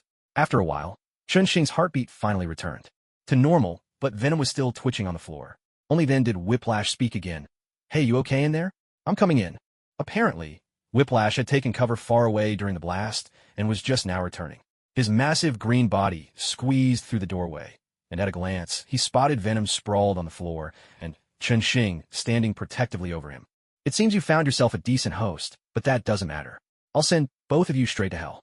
With that, Whip lashed out several tentacle-like appendages behind him, flinging a handful of incendiary grenades wildly inside. Chun-Shing waved his hand, blasting a large hole in the wall, then grabbed the vial of venom and the bottle containing Scream from the ground, and soared out on his sword. He didn't care about the incendiary grenades, but he couldn't let the venom or Scream get damaged. He was here to capture people, not to take a loss. The strong wind in the air whipped Chun-Shing's clothes, making them snap and billow noisily. He silently gazed at the gap he'd just blasted in the wall. At that moment, Whip was posturing arrogantly at the opening, shouting at him with all his might. "No matter who you are, Lord Whip will hunt you down. I'll kill you and everyone around you." As Whip ranted, a gleam of sword light pierced straight through his heart, then punched another hole through his chest from the other side before returning to Chun-Shing's hand. Whip's voice cut off abruptly. His world plunged into sudden silence. "For what you just said, I'll make sure you'll beg for life but can't find death." After leaving a trace of sword energy in Whip's body, Chun-Shing descended to the ground. He'd used this trick when tracking Loki. Now, as long as the sword energy remained, Chun-Shing could track Whip's position within a 2-kilometer radius. Once on the ground, he casually tossed the venom aside. By now, Venom had recovered a good deal, shaking his head and staggering to Chun Xing's side like a drunk. Chun Xing thought for a moment before instructing Venom. Take a deep breath back. Watch out for their pursuit. Looks like your old friend has picked up quite a few tricks here. It's no wonder you always got bullied. Venom's tongue quivered nervously as he whispered. Understood, boss. I'll get it back safely. I'll study hard from now on, too. Chun Xing chuckled, tapping him on his large head. All right, keep an eye on him. If he gets hunted again, bring him to the company tomorrow. Take Scream with you as well. Venom scooped up the bottle containing Scream and vanished into the darkness. Chun Xing flew back up to the floor he'd just left. By this time, the incendiary grenades on the ground hadn't completely burned out. Security guards were busy rushing back and forth with fire extinguishers. Noticing Chun Xing's return, they hastily switched to firearms and opened fire at him. A tremendous explosion rang out, and the whole floor fell silent once more. Since Whip liked to play with fire, Chun Xing was happy to add fuel to the flames. Sensing carefully, Chun Xing discovered that Whip had already fled quite a distance away. It seemed this Whip was rather clever. He had learned to use human weapons and also when to cut his losses and run. At this moment, Whiplash was desperately fleeing through the alleyways. He had already confirmed that the people brought here by the Venom this time were not ones he could afford to provoke. Unfortunately, Riot had taken Swallow and Agony to deal with other matters and wasn't at the company. Earlier in the day, after hearing that a powerful human agency was coming for inspection, Riot had led his people to move much of the equipment, leaving Whiplash alone to guard the place. He narrowly dodged a car that almost hit him, paused to get his bearings, and considered whether he should hide somewhere crowded for safety. Then he dashed toward the brightest lights. Before long, a Life Foundation security guard emerged from the alley, looking flustered as he hurried into a shopping mall. The security guard sat in a busy lounge area for a while, watching for any trouble. When nothing happened, he stood up and wandered around, changing directions several times before slipping out through a side door. After wasting a fair bit of time, the guard's expression finally relaxed. He crossed the plaza and headed for a narrow alley behind a nightclub. Humming a tune, he swept his gaze behind every trash bin, hoping to find some snacks left behind by partygoers. Suddenly, a flash of sword light swept past, and both of the guard's calves were severed. Chun Xing strolled up behind him. Looking for something to eat? I've got something even better for you. The guard rolled over, and a sheet of green slime swiftly reattached his legs. Before he could say a word, another flash of the sword separated all four of his limbs from his body. The green slime began to cover the guard's entire form, and Whiplash once again revealed himself before Chun Xing. Chun Xing stepped closer, placed a hand on Whiplash's head, and let him regenerate his limbs. All patched up? Well, what happens next will make you wish you were dead. Tentacles lashed wildly from Whiplash's back, striking at Chun Xing, but as a crimson glow lit up in Chun Xing's hand, the tentacles fell limply to the ground. Only then did Chun Xing grab the battered Whiplash from the ground, open a portal, and step through. Is Dr. Ethan in? I have an urgent research project here. Our specimen can barely wait. By the time Dr. Ethan arrived, Whiplash's anguished screams were echoing throughout the entire laboratory. Beneath the dim streetlights, Eddie Brock wandered the street, looking lost as he clutched the large container in his arms. Venom popped his head out over Eddie's shoulder, chatting with the Screech trapped inside the container. Venom tapped on the glass with a claw, noticing Screech squirm inside. He asked curiously, "Hey, Screech, looks like you're not with the others, are you? Otherwise, they wouldn't have locked you up." A woman's voice echoed out from the bottle. "Why would I ever team up with that bunch of idiots? And you're even dumber. If I remember right, you're the one who got beaten up the most." Eddie Brock stared straight ahead, a slight smirk curling at the corner of his mouth. Shriek continued, "Hey, kid next to me, if you want to laugh, just go ahead. From what I can tell, you're just as unlucky as he is." Eddie's smirk faded, and then, in perfect unison with Venom, he replied, "Hey, get this straight. Right now, you're the one who's the prisoner." Shriek, trapped inside the bottle, let out a laugh filled with hidden meaning. Annoyed, Eddie said, "All right, could you all please explain what's actually going on here? And that guy, was he really Agent Coulson from S.H.I.E.L.D. or not?" After a night that could only be described as surreal, Eddie Brock was teetering on the edge of a complete breakdown. Venom shouted, "Hey kid, when you mention my boss, you'd better show some respect. And for the record, my boss's name is Chun Xing. I don't think he'd mind you knowing that." Eddie, nearly at his wit's end, shouted back, "Fine. So this esteemed Mr. Chun Xing, what exactly does he want?" Venom gazed up at the sky, his voice full of awe. "You've seen it for yourself. The boss is rounding up all these aliens causing trouble on Earth, making them face justice and change their ways." Shriek scoffed from inside the bottle. "If you were always this good at sucking up, maybe you wouldn't be in such a mess. Tell us your boss's real motive. Who knows, maybe we could work together. Venom shot Shriek a serious look and said, Listen, Shriek, for the sake of our shared heritage, I'm telling you the truth. In the boss's eyes, we're not as important as we think we are. Shriek was silent for a moment, then pressed on, I don't buy it. If that's the case, why does he want to lock us up? Venom shook his head. As aliens, their sense of right and wrong was nothing like that of humans, so even he couldn't quite figure out Chen Xing's intentions. All he knew was that Chen Xing was incredibly powerful. To be honest with you, Shriek, Earth isn't what we thought it was. I've seen plenty of beings here who could kill us in an instant. Right now, all I want is to survive. And if we want to stay alive, we have to do what the boss says. Shriek fell quiet for a while, then cautiously asked, So what's your new boss like? Let me tell you, that bunch with Drake, they're too ambitious for their own good. I always figured they'd meet a terrible end, so I kept my distance. Venom extended two slender tendrils, steadying Eddie Brock's grip on the bottle, and continued. Honestly, after the boss caught me, I cooperated with a bunch of their experiments, but I don't feel like I lost anything in the process. Besides, the boss promised me that once this is over, I'll have my freedom back. I believe him. Perhaps the prospect of regaining his freedom moved Howl, for he asked nervously, Does that mean I have a chance to be free again? Venom nodded. If you're willing to cooperate, I think there's a real possibility. And I'm not finished yet. Honestly, I have no intention of going back to being free. As Earthlings would say, I'd rather keep working for the boss. Maybe he was seeking affirmation from his own kind, because Venom went on, sharing his experiences and thoughts with Howl, finally leaving the decision in Howl's hands.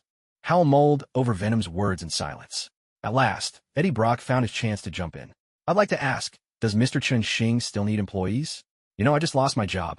After all that had happened tonight, Eddie Brock felt he'd glimpsed another side of the world, a side both mysterious and alluring. Now, he wanted to seize an opportunity for himself. Besides, this alien didn't seem especially clever, which might make negotiations easier. Venom snorted. Don't even think about it, dummy. Look at you. I bet in a few months you couldn't even handle a baby night dragon. A normal life would suit you much better. Eddie Brock hung his head, crestfallen.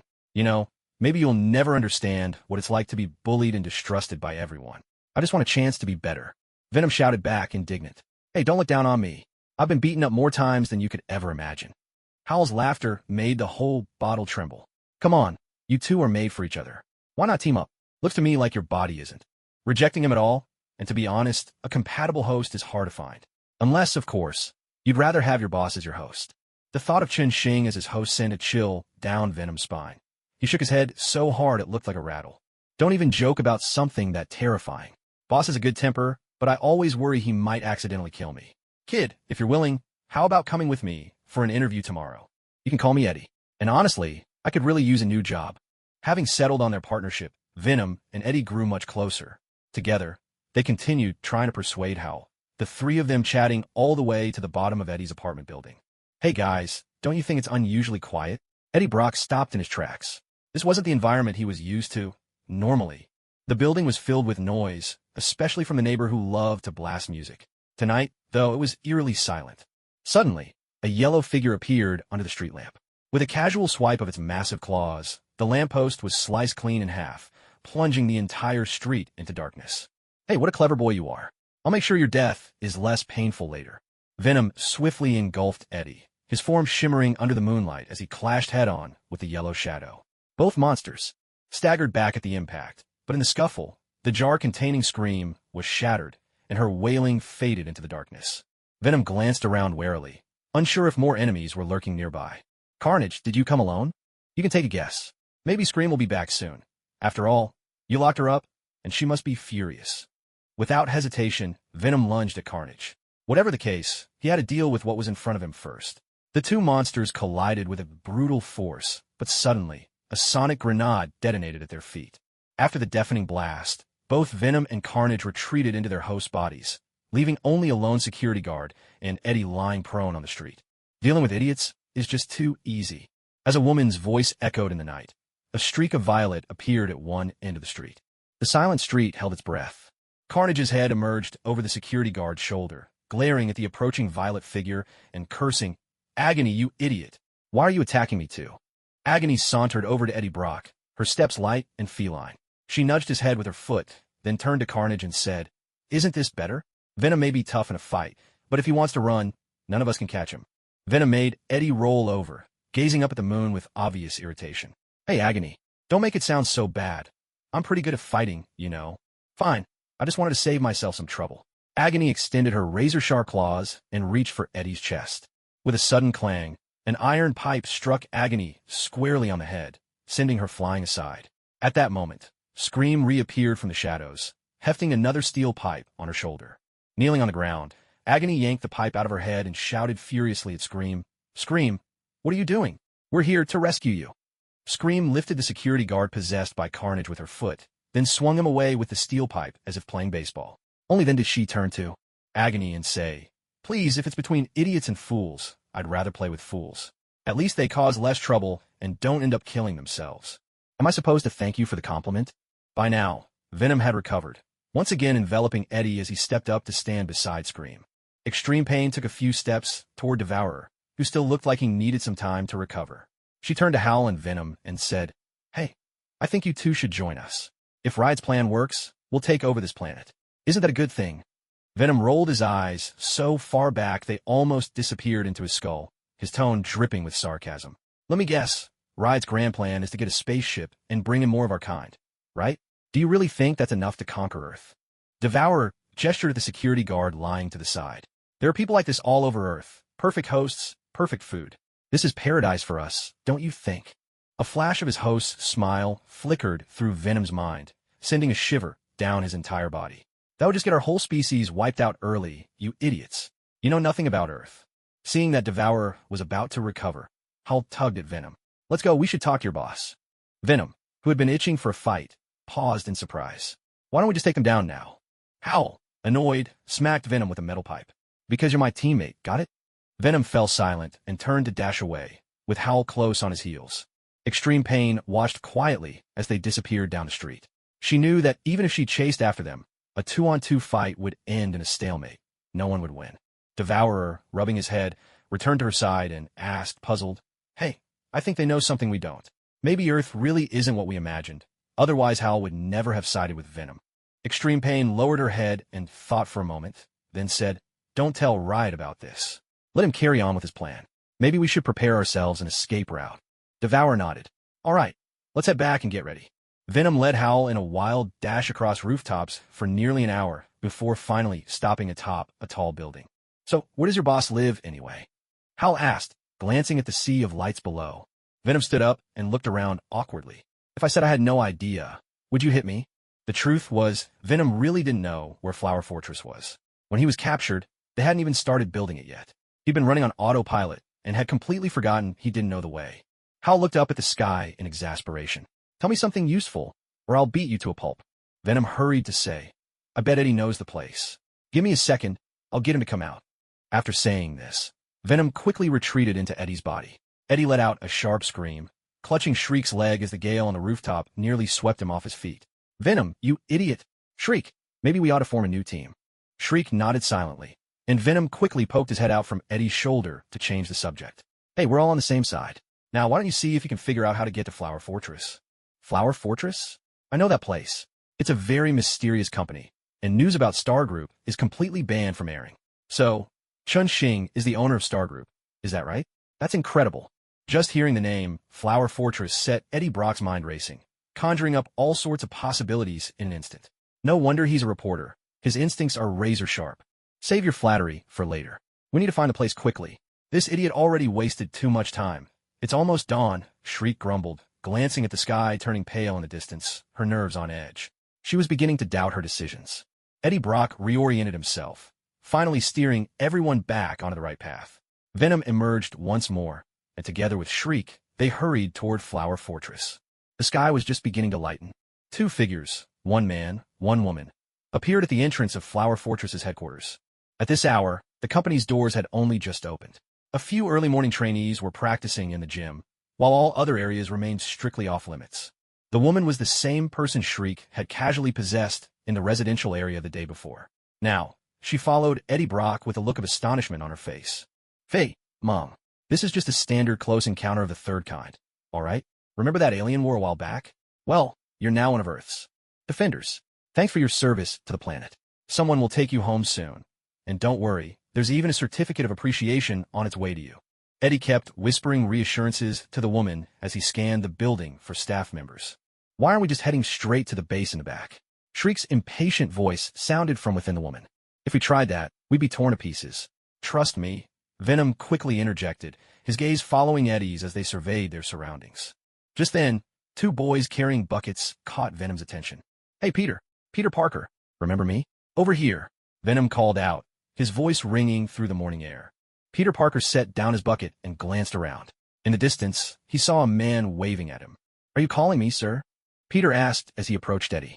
At that moment, Venom's head popped out from Eddie's shoulder. Hey, Peter, remember me? Venom. Peter Parker cried out in surprise, then instinctively lashed out with a kick, sending Eddie flying. At that moment, Harry dropped his bucket and ran over, while the distant whir of a glider signaled the arrival of the Green Goblin's armored suit. Hey, we're on the same side. I'm just out here finishing a mission. Venom, now fully covering Eddie, raised both hands high in the air, making it clear he had no intention of causing trouble, especially given that he'd once killed Harry. Peter watched as Eddie's broken leg snapped back into place, healing instantly. He didn't even look surprised. He knew that was one of Venom's abilities. Peter Parker spoke cautiously. Don't move. I need to verify something. As Peter made his call, Howl poked her head out, frowning. Looks like you're still just as unpopular as ever. Are you sure we're going to be okay? Venom scratched his head. Of course. It's just that they haven't heard the boss has forgiven me yet. Honestly, I get along pretty well with people. No sooner had Venom finished speaking than a fork whizzed through the air, landing squarely in his head. For Little Turtles, weapons at the ready, charged out. Harry, is this the guy who attacked you? Raphael, the most hot-tempered of the bunch, brandished his lone remaining sai and pointed it at Venom. Just then, Peter Parker finished his call and came over. All right, everyone. Chun-Shing sent him out on a mission. I confirmed it. Chun-Shing wants us to bring him to the lab. With that, Peter yanked the fork from Venom's head and handed it back to Raphael, then beckoned Venom to follow. Come with me. Chun-Shing is waiting for you inside. Eddie quickly explained the situation regarding the lady beside him to Peter Parker. After a moment's thought, Peter extended a hand to the woman. You're Howl, right? Come with me first. Harry will take this lady back. Howl obediently exited the woman's body and slipped along Peter's arm, merging into him. Harry stepped forward to escort the woman away. Don't forget to give her a certificate. I promised her one. Eddie called out as he hurried after Peter and the others into the compound. Hey, your name's Peter Parker, right? Need a partner? I think we'd make a great team. Howl poked her head out from Peter's shoulder as they walked toward the compound, her tone eager and ingratiating. The moment Howl entered Peter Parker's body, she was overwhelmed by a power and sense of fulfillment she'd never experienced before. The feeling was so intoxicating that she couldn't wait to team up with this remarkable person. Sorry, I don't need uncontrollable power, and you have too many flaws. It would be easy for enemies to exploit them. Peter Parker spoke politely to Howl. Thanks to everyone's careful guidance, Peter was slowly starting to mature. Howl poked her head out, her voice dripping with temptation. Come on, that's only because you've never tasted real power. Venom is just the weakest of us. Venom, meanwhile, quickly blocked Eddie Brock's ears. Power, huh? Like this. Peter Parker smiled, pointing off into the distance. Only then did Howl notice, far away, as Sandman, dozens of meters tall, was straining to move an entire hill. Is he your leader? Howl asked in astonishment. On her own planet, someone of such size and strength would already be a ruler. It seemed Venom's judgment was spot on. Her previous understanding of Earth had been far too superficial. Of course not. He's just our deputy head of security. Want to say hello? Peter called out to Sandman, who turned and waved back, sending a huge gust of sand, swirling through the air. Realizing this, Sandman hurriedly drew the sand back, careful not to spoil the flower beds. If he did, Chun-Shing would surely be furious. Confronted by Sandman's overwhelming strength and control, Howl fell silent and didn't speak again for the rest of the way. Peter Parker smiled to himself. Just as Chun-Shing had said, these aliens were arrogant and proud. Only a show of force could keep them in line. Chun-Shing had summed it up. The universal law of the cosmos was power. When they arrived at the lab, it was still early morning, so only a handful of researchers were on duty, yawning over their breakfast. Chun-Shing sat alone at a table and waved them over, gesturing to the staff to bring a few more breakfasts. As they ate, Eddie and Venom took turns recounting everything that had happened to them the previous day, interrupting and correcting each other as they went. Chun-Shing listened, then thought for a moment. He produced a bottle from thin air and beckoned to Howl. You'll stay in the bottle for now. I'll give you a chance. If you behave, you'll be treated just like Venom. Don't let me down. In front of Chun-Shing, Howl became as meek as a schoolgirl. She knew just how formidable he was and obediently slipped into the bottle. Chun-Shing then turned to Eddie and Venom. I promised I'd restore his freedom once this is all over. Honestly, I hadn't planned to get involved in his affairs, but if you won't work for me now, that's an option too. Once this matter is settled, I'll help arrange things for you. In Chun-Shing's eyes, Venom was indeed quite powerful, but his weaknesses were far too obvious, making him ill-suited for direct combat. He'd be too easy, a target for enemies. Perhaps Venom could be assigned to Arthur's team of assassins, but that was a decision for after everything else was settled. By the way, I've caught Whiplash. According to what you all said, there should still be 3 more out there: Devourer, Agonizer, and Riot. In a while, let's head over to Whiplash's cell to do a comparison. That's about all for now. Chun-Shing spoke lightly, and from inside the jar, Hal let out a cry of surprise. You captured Whiplash? He's the most cunning of them all, and don't expect to get the truth from his mouth. Chun-Shing didn't answer her, urging everyone to finish their meal quickly. Then he led them all back to the laboratory. Please don't come near me. I'll tell you everything, just let me go. Even from a distance, they could hear Whiplash's desperate pleading from inside. The day before, after Chun-Shing had returned, he'd shared the news with the newly arrived Dr. Maya Hansen. Since joining the organization, Dr. Maya Hansen's research on the extremist virus had made tremendous progress in a short time. The laboratories, vampires, symbiotes, and even the half-mechanical Chitauri hybrids had given her unprecedented new directions and genetic blueprints to study. Thanks to these, Dr. Hansen's research had suddenly leapt forward by leaps and bounds. Upon hearing that a new alien life form had been captured yesterday, Dr. Hansen had rushed to the lab overnight to begin her research. The result was the scene they witnessed now. Dr. Hansen stood outside the glass enclosure, her eyes shining with fascination as she studied Whiplash, who had curled himself into a ball, begging for mercy. Heaven only knew what he'd endured through the night. I think now's the perfect time for an interrogation, Chun-Shing said, lifting the trembling Hal, who was huddled inside the jar. In light of your cooperation, I'll instruct them to treat you a bit more gently. Don't let me down. Venom and Eddie Brock both nodded in agreement. Chun-Shing lingered in the lab for a while. Once he was sure he wasn't needed, he left with Venom and the others. Stepping out into the gentle sunlight, Chun-Shing stretched contentedly. Hey, Eddie Brock, mind if I just call you Eddie? Honestly, I think journalism is a great profession. Are you really giving up for good? After a long pause, Eddie Brock listened to Chun-Shing's words before finally replying with conviction. Mr. Chun-Shing, I'll admit I've messed up plenty of things in my life, and I'm not exactly the bravest person around. Maybe I even have a habit of telling little lies now and then. But when it comes to facing the public, I just can't bring myself to deceive them. So maybe being a journalist really isn't the right job for me. Chun-Shing cheerfully patted Eddie on the shoulder. Hey, buddy, just being able to say that puts you ahead of 99% of reporters out there. Let me think. Maybe I can set you up with a new job. Honestly, we really are short-handed around here. He rested his chin in his hand for a moment, considering, then turned to Peter Parker beside him. Peter, how's the training Frank set? Up for you guys coming along? I'd like to have Eddie join in. Since he's working with Venom, getting some training will help him grow. Peter pointed back toward the direction he'd just come from. Frank and William are building a training ground for us. It should be ready any minute now. Chun-Shing nodded and said to Eddie, Eddie, join Peter and the others for training first. I think you already know about the interstellar war, but let me be clear. The war isn't over yet. Do you understand what I mean? Have Frank set up a training plan for all of you. Go on. Eddie took in Chun-Shing's words, nodded seriously to show he understood, and then walked off with Peter Parker and the rest. Watching them disappear into the distance, Chun-Shing found a chair, sat in the doorway, and let the sunshine bathe him as he sank deep into thought. Ever since he'd gotten hold of the 2 Infinity Stones, the original Marvel storyline in his memory had started to shift. You could already see it in Venom, where the movie had only Venom and Riot. There were now several more symbiotes, and the plot had completely diverged. Maybe this was the price, or the side effect, of holding 2 stones. He opened his palm, and a wisp of white sword light appeared in his hand, shining brilliantly under the sun. His thoughts wandered for a while before he brought himself back. Raising his head to the sky, he said, well, bring it on. Whatever it is, I'm ready.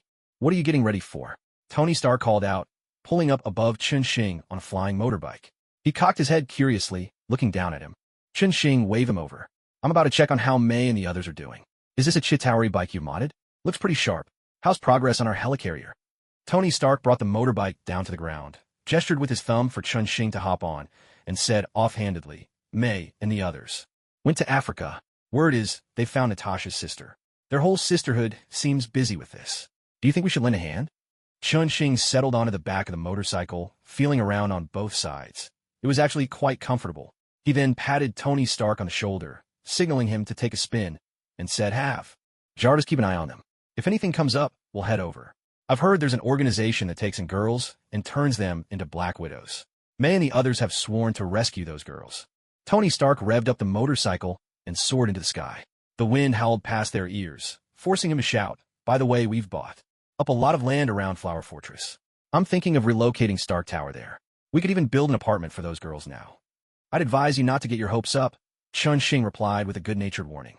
"Unless you're suited up, any one of them could flatten you." By now, the flying motorcycle had reached the coastline. A massive dock was under rapid construction, with countless robots and night dragons busily at work. Morocco. Yelena pulled her scarf lower over her head and hurried through a narrow alleyway. Her mission this time was to eliminate a defecting widow, but these past few days, she couldn't shake the feeling that someone was tailing her. Whoever was following her was highly skilled. No matter how many tricks she tried, she couldn't shake the tail, nor could she spot who it was. At that moment, from a distant vantage point, May lowered her binoculars and turned to Natasha. "Your sister's got sharp instincts. How should we make our move?" Natasha propped her chin on one hand, her brow deeply furrowed. "Honestly, it's been years since we last saw each other. I don't really know what she's thinking anymore. Maybe we should keep watching for now. Looks like she's on a mission." Yelena crossed through a shopping mall, feeling the eyes on her finally slip away. She quickly checked in with the other widows, and after a short wait, her companions replied. None of them sensed anyone tailing them. Then, her commander instructed her not to return to the team for now, but to observe for a while longer. Yelena knew she'd gone from hunter to bait. If she didn't take some action, the organization would soon abandon her, and abandonment meant death. After a moment's thought, she decided to approach her original target alone. Whatever happened, things couldn't get much worse than they already were. She checked her gear one last time, then calmly walked out of the room, heading toward the place she'd had under surveillance for days. She knew the defecting widow would come down every few days to buy food. Maybe, if luck was on her side, she'd catch her this time. At exactly 5 o'clock in the afternoon, the defecting widow appeared at the appointed spot, right on time. Yelena darted into a narrow alley, then broke into a wild run. She knew exactly where she could accidentally encounter that person. "What's wrong? Do you need help? I can hear your heart racing." A concerned voice called out from behind her. Yelena drew her dagger and swung it back, only for a large hand to clamp tightly around her wrist. Yelena's gaze met the eyes of the defecting widow. "Yelena, do you recognize me?" The widow knocked the dagger from Yelena's hand with her knee, her voice urgent as she asked. A trace of confusion flickered in Yelena's eyes. How did this person know her name? Weren't their names supposed to be a secret? They each grabbed the other's wrist, struggling fiercely, and the two of them tumbled sideways into another alley. Yelena rolled away to widen the distance, pulled a hidden dagger from her boot, and charged once more at the unarmored widow. At that moment, a hand landed on her shoulder. "She's here," Yelena realized instantly. The one who'd been tailing her could no longer stay hidden. Her dagger spun deftly in her grip, and she stabbed backward. A tremendous force seized her shoulder. In a dizzying rush, she was slammed to the ground and held there, unable to break free. Yelena struggled to lift her head. A Chinese woman gazed down at her, calm and composed. "Who are you? Who are you?" Yelena raised her head, confusion in her voice as she looked up at the woman before her. "Yelena, it's me." Just then, Natasha rushed over and stood beside May. But she was met with Yelena's bewildered stare. Yelena clearly didn't recognize her. Natasha was about to speak when, from a distance, the widow suddenly called out, "She's been drugged. She can't recognize you. Come help me." Sensing Yelena's struggles, May tightened her grip and nodded to Natasha, signaling her to check on the widow. Natasha hurried over and helped the widow to her feet. The widow dug into a pouch at her back and produced a vial of medicine. "My name is Oksana. I know Yelena. Spray this on her face and she'll come to her senses." Oksana handed the vial to Natasha and nodded reassuringly. "I used to be a widow too. Trust me, this will help." Natasha took the vial, hurried back, and sprayed its contents on Yelena's face. A red mist enveloped Yelena's features. Her eyes closed, a crimson glow flickered across her face, and after a moment, she snapped back to awareness. May released her grip, and Yelena, anxious and tense, sprang to her feet. Without hesitation, she drew a dagger and dug a tracker out of her own thigh. Ignoring the blood streaming down her leg, she hurriedly said, "Natasha, Oksana, quick, we need to get out of here. The other widows will be here any minute." Natasha nodded and took the lead, guiding the group as they ran swiftly toward the safe point they had prepared in advance. A few minutes later, A widow found the discarded tracker in a narrow alley and immediately patched through to headquarters. General Dreykov, we have a deserter. Requesting backup. Safe house. May was tending to Yelena's wound, applying a special healing salve made by Chunxing. As soon as the medicine touched the injury, the flesh began to knit together before their eyes. Yelena let out a sigh of relief, and, with a hint of playful bravado, turned to Natasha. Hey, Natasha, I heard you joined a new organization. Looks like you're doing pretty well. But Natasha wasn't in the mood for jokes. She walked over, gripped Yelena's shoulder, and said gravely, I found a way. There's a way for the widows to return to normal. Yelena thought Natasha meant bringing them back to an ordinary life. She gave a bitter smile and shook her head gently. Natasha, you know we can never go back to a normal life. Natasha's grip tightened as she repeated, I mean it, physically and mentally. We can really become normal again. Yelena stared at Natasha, stunned, uncertain whether to believe her. After all, the widows' bodies had been altered beyond recognition. Is it true? Oksana, who had been sitting nearby, leapt to her feet in excitement. Even though she turned her back on the organization, she knew she could never truly live a normal life. May gestured toward Yelena's wound, which by now had completely healed. Trust us, we have the best technology. What do you need us to do? Yelena and Oksana asked in unison. May felt a pang in her heart. The widows' minds had been twisted beyond repair by that damned organization. In their eyes, people like her were just there to exploit them.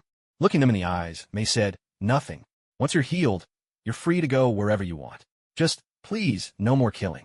Yelena and Oksana exchanged a glance, falling silent. They weren't sure if they could trust the person in front of them. In all their years of training, they had never encountered a situation like this. Natasha moved to May's side, her expression apologetic. I'm sorry, May. That's just how the widows are. If I hadn't met Hawkeye, I'd be just like them. May patted Natasha's shoulder. Everything will get back on track, I promise. By the way, what was that potion you just used? Hearing May's question, Oksana pulled another vial of red liquid from her bag and explained it to everyone in detail. This red potion was a synthesized gas designed to counteract chemical mind control. It protected the brain's nervous system from external manipulation. In short, it was an antidote to psychic control. May held the vial up to the sunlight, watching the blood-red color gleam through the glass. We'll need more of these. Oksana shook her head regretfully. Sorry, this is all I could get. May gathered up the vials from the table. That's all right. This is enough for us to analyze. I think we should head back and help you recover first. Which one do you want to go first?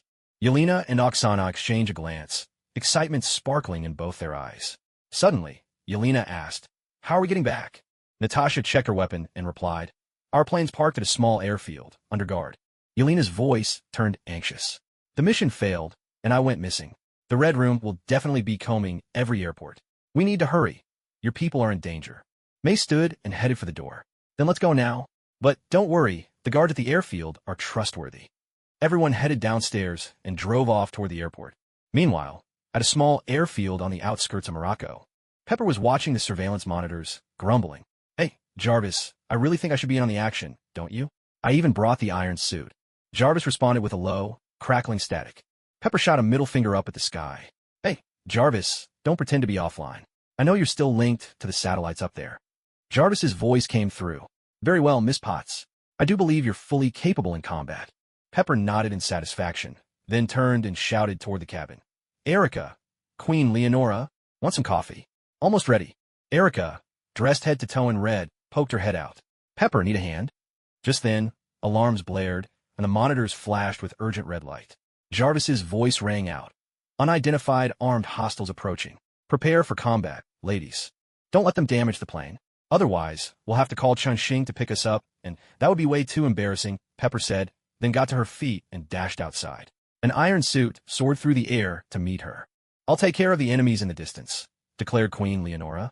She transformed into a night-stalking dragon, hefted a Gatling gun, and soared into the sky.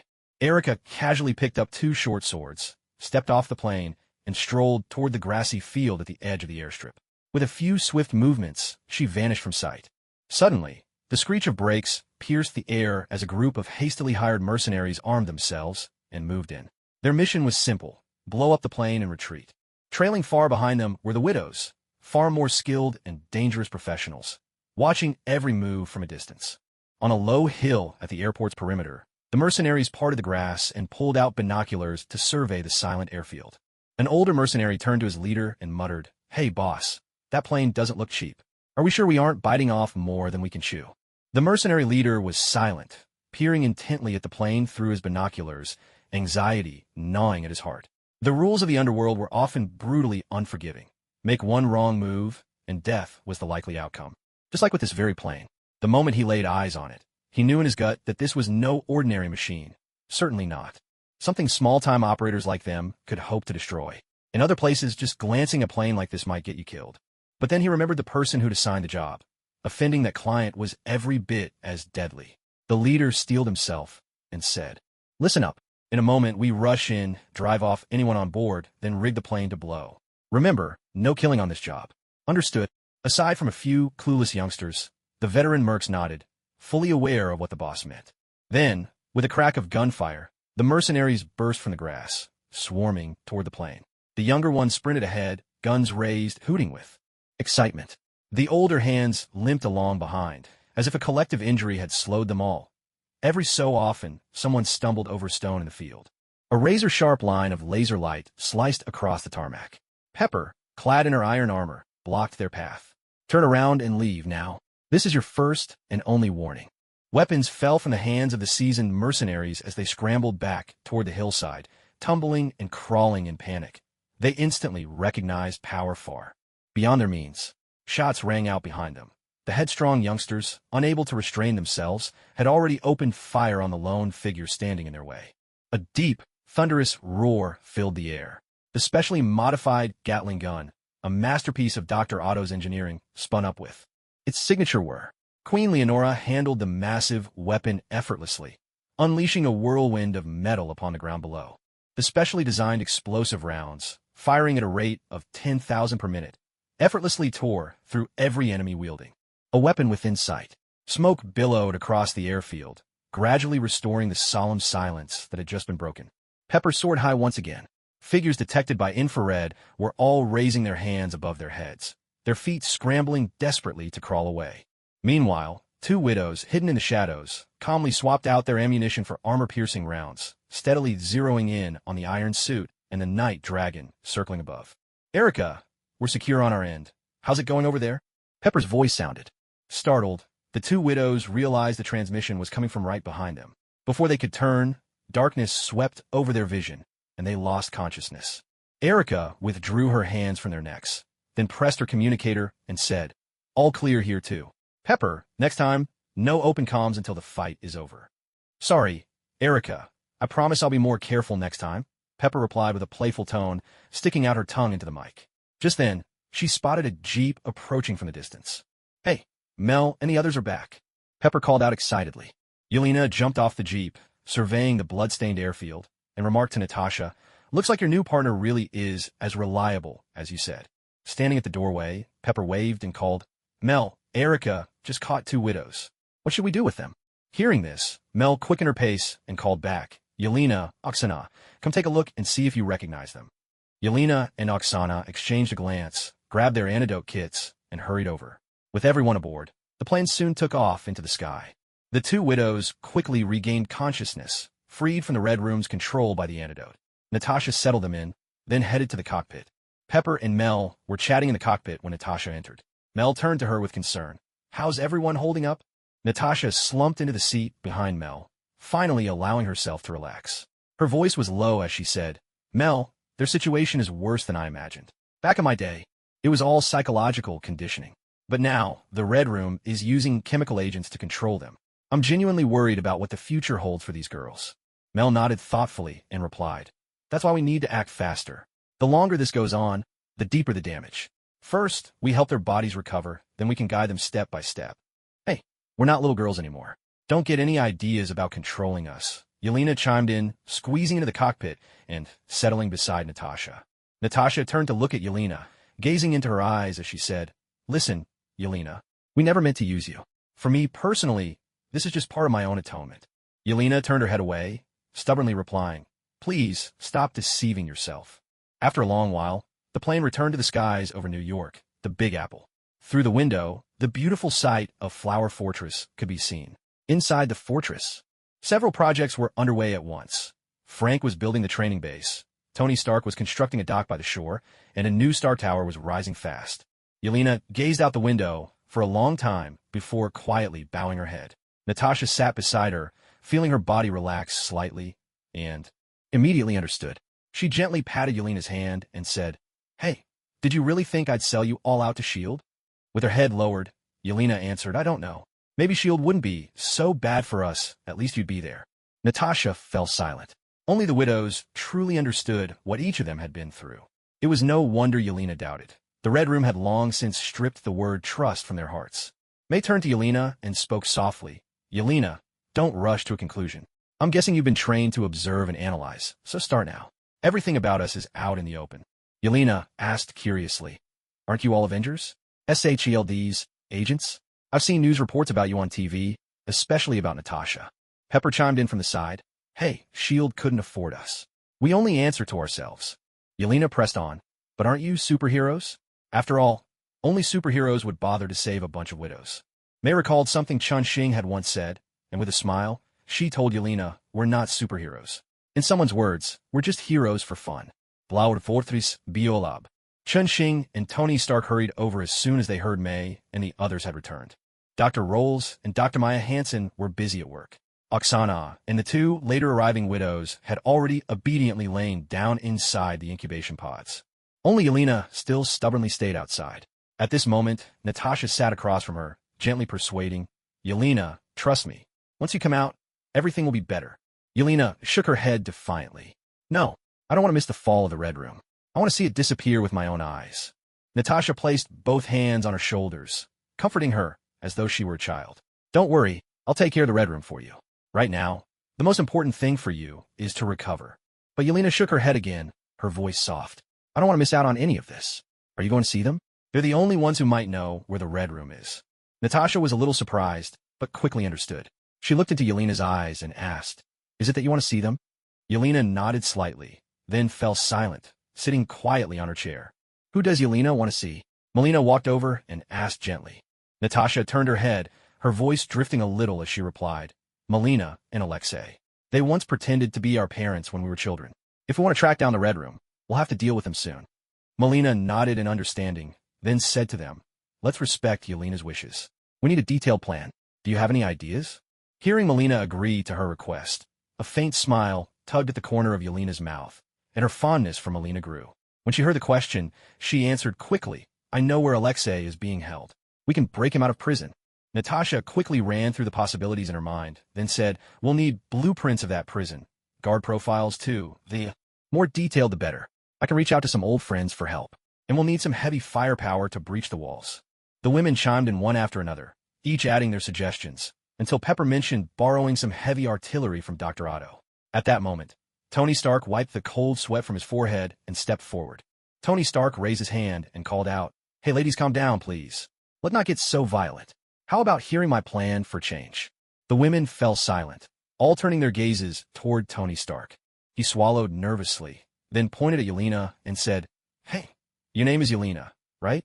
Could you give me the name and address of that prison?" Yelena picked up a pen and paper, jotting down the prison's name and address as she spoke. "You're Tony Stark, right? Iron Man, I know who you are." Tony Stark took the note with a smile and winked at Yelena. "Nice to meet you. You can call me Tony, just like the others." Yelena nodded, blurting out candidly, "I didn't expect you to be so short." In the midst of the girls' laughter, Tony Stark dialed the phone, his face dark. "Hello, Fury. Yes, it's Tony Stark. I need your help with something." "No, your weapons aren't what I need right now. I need to get a prisoner out." "Yes, I'll send you his details in a minute. Get back to me as soon as possible. I know you have your ways." The two of them spoke on the phone for a while, then Tony hung up and spread his hands to the others. "All right, I think it's time you all move on to the next step of your plan." Yelena stared at Tony Stark in disbelief. "You're just getting him out like that?" Tony nodded at her. "When greatness departs, all that's left is the dirty work. We'll have news soon enough." Sure enough, about 10 minutes later, the phone rang. Tony picked up, had a brief conversation, and then hung up, looking quite satisfied. "You bought him out?" Yelena asked, her curiosity written all over her face. Tony gestured that it was a done deal. "To be precise, I bought the whole prison. In 3 days, there'll be an avalanche there, and a few high-risk inmates will vanish in the chaos. A month later, a brand new prison will rise up on that spot. If Peter and the others cause trouble again, at least we'll have a new place to send them." Yelena was stunned. Even as an assassin, what she'd just witnessed upended her understanding of how things worked. Natasha added from the side. We'll need someone to pick him up. I doubt he'll come quietly. Anyone free these days? Everyone glanced at each other.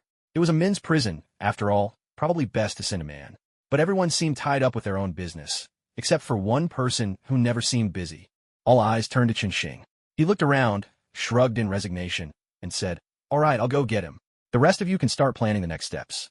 Chunxing still had unfinished business with the Life Foundation, but since they'd all gone into hiding, he'd have to wait until the spaceship launched to try his luck. The launch schedule for the spaceship was set in stone. There was no moving it up. If they tried, they'd be shot down before clearing the atmosphere. Chunxing had already worked out the timeline. If they didn't show up on launch day, there was nothing more he could do to find Riot and his group immediately. With everything in order, the ladies hurried to prepare for the next stage of their plan, while Chunxing and Tony Stark left, both a bit bored. "Remember to bring back some local specialties," Tony said, giving Chunxing's shoulder a friendly pat before handing him a contact number and heading back to the docks. He had to keep a close eye on the helicarrier project. Chunxing made a call and agreed on a meeting place with the other party. Then he headed toward the airport. He didn't know where the prison was, and since he couldn't open a portal yet, and sword flying was rather boring, he figured he might as well just take a plane. "Jarvis, is it hard to get a pilot's license?" Chunxing asked, sitting idly in the pilot's seat and letting Jarvis fly the plane. "Mr. Chunxing, would you like to give it a try?" Jarvis's voice sounded in the cabin. 5 minutes later, the plane began carving all sorts of arcs through the sky. 3 days later, at a prison next to a snowy mountain, Alexei had just returned to his cell and was lying on his bed, leafing through a pin-up magazine that had become nearly transparent from overuse. Just then, the door creaked open and a guard called from outside. "Alexei, someone's here to see you. Come out right away." Alexei carefully hid the magazine, then walked toward the door. "Hey, I didn't know they had visitation here." The guard chuckled. There are always exceptions for certain important people. Alexei followed the guard, giving his hefty belly a quick pat before tightening the rope tied around his waist. He had a sinking feeling that nothing good was coming. Inside an interrogation room in the prison, Chunxing sat idly, toying with a golden pistol in his hand. Next to him, a balding white man in a casual suit was speaking to him with eager politeness. "Mr. Chunxing, everything's been arranged. In a moment, you can take the man with you directly." Chunxing popped out the pistol's magazine and began loading stray bullets from the table into it, one by one. "Yuri, is it? I'm very satisfied with this deal. And thank you for the pistol." Yuri grinned, baring his teeth. "If you like these little gadgets, I have plenty more back at my place. I'll send them over to you when we return. Of course, they're nothing compared to Mr. Stark's weapons, but they're a lot of fun." Chunxing glanced at him. "Honestly, you don't need to be so polite. It makes me think you want something from me." Yuri quickly poured Chunxing a glass of water, choosing his words carefully. "Mr. Chunxing, you're too sharp. To be frank, everyone knows who my boss is. Ever since that plane hijacking incident, he's been wetting himself at meetings, and it's making me pretty uneasy. So I'm looking for new opportunities, you know how it is." Chunxing took a pair of glasses from his pocket, put them on, and adjusted them on his nose, replying offhandedly, "We're not interested in the arms trade, but I've heard you have a lot of influence in Africa. My advice is to keep those connections strong. Maybe one day you won't need to deal in weapons to make a fortune." Yuri listened to Chunxing's words and nodded thoughtfully, then obediently stood aside without saying another word. At that moment, the cell door opened and 2 prison guards brought Alexei inside. Alexei swaggered over to a chair and sat down, sizing up the man in front of him. He greeted him with a probing tone. "Hey there, big shot. So what can I do for you?" Chunxing slid the file across the table to him, looked him straight in the eyes, and said, "Let me introduce myself. I'm Agent Phil Coulson from S.H.I.E.L.D. I'm here today because I need information on 2 individuals. Take a look at this, and tell us what you know. Maybe then you won't have to suffer here any longer." Alexei took the file, frowning in confusion as he opened it. 2 photographs immediately caught his eye. Natasha, Yelena. Even after all these years, Alexei recognized them at a glance. He examined the document carefully. It seemed these 2 had assassinated someone important, and now S.H.I.E.L.D. was on their trail. He closed the file and slid it back to Chunxing with a careless air, replying flippantly, "Sorry, sir, I don't know them. Too bad for me. I guess I'll just have to stick it out in prison a bit longer. If there's nothing else, am I free to go?" Chunxing ignored the file on the table, instead watching Alexei with keen interest. "There's no point pretending. We both know that. The fact that I found you says it all. I'll give you one more chance. Tell me what you know or die." Alexei burst out laughing, making an exaggerated gesture with his hands. "Sir, I really don't know a thing." Before he'd even finished speaking, he grabbed the cup on the table and hurled it at one of the prison guards. With a sharp crack, the cup struck a guard square in the face, sending him crashing to the ground, blood streaming down his face. In a flash, Alexei kicked the other. Guard hard in the knee. There was a sickening snap as bone gave way, and the guard doubled over. Alexei seized him by the head and slammed it down onto the table. Having subdued both guards in a matter of seconds, Alexei hurled the cup at Qin and then leapt onto the table, launching himself at him. Qin dodged the flying cup with ease and met Alexei's punch with his outstretched hand. There was a heavy thud. Alexei felt as if he'd punched a concrete wall. The next thing he knew, Qin had grabbed his wrist and flung him straight into the real wall. This is no longer your concern. Yuri, we'll meet again someday. Qin rose to his feet and addressed Yuri behind him. Yuri nodded, slipped out the door, and disappeared. Seems they've come up with another new monster, Alexei muttered, rubbing his wrist as he got to his feet. Just one brief exchange, and his shoulder was already dislocated. Talk or die. Qin flicked off the safety on his pistol, his voice icy cold. Let me think about it. You know, sometimes it's really hard to make a decision. Alexei muttered as he spoke, all the while edging closer to Qin, then suddenly lunged at him. A gunshot rang out. The bullet tore a hole in Alexei's leg. Qin lifted his foot and kicked him back into the corner once more. Pointing the pistol at Alexei's head, he said, "This is your last chance. I want their intel." Alexei fell silent. He lifted his eyelids to glance at the muzzle pressed to his head, then grinned through the pain. "I know nothing. Go ahead, kill me." Qin laughed along with him, then casually opened a portal beside him. On the other side, everyone was watching a live feed through the glasses he had just put on. "Ladies, are you satisfied?" Qin winked at Natasha and Yelena. Yelena hurried over, crouching beside Alexei to check his injuries as she exclaimed, "Did you really shoot him?" Qin spun the pistol in his hand, striking a cowboy pose. "Of course. I'm a consummate professional, unlike those who just talk tough all day. All right, time to head back. We've got more to do."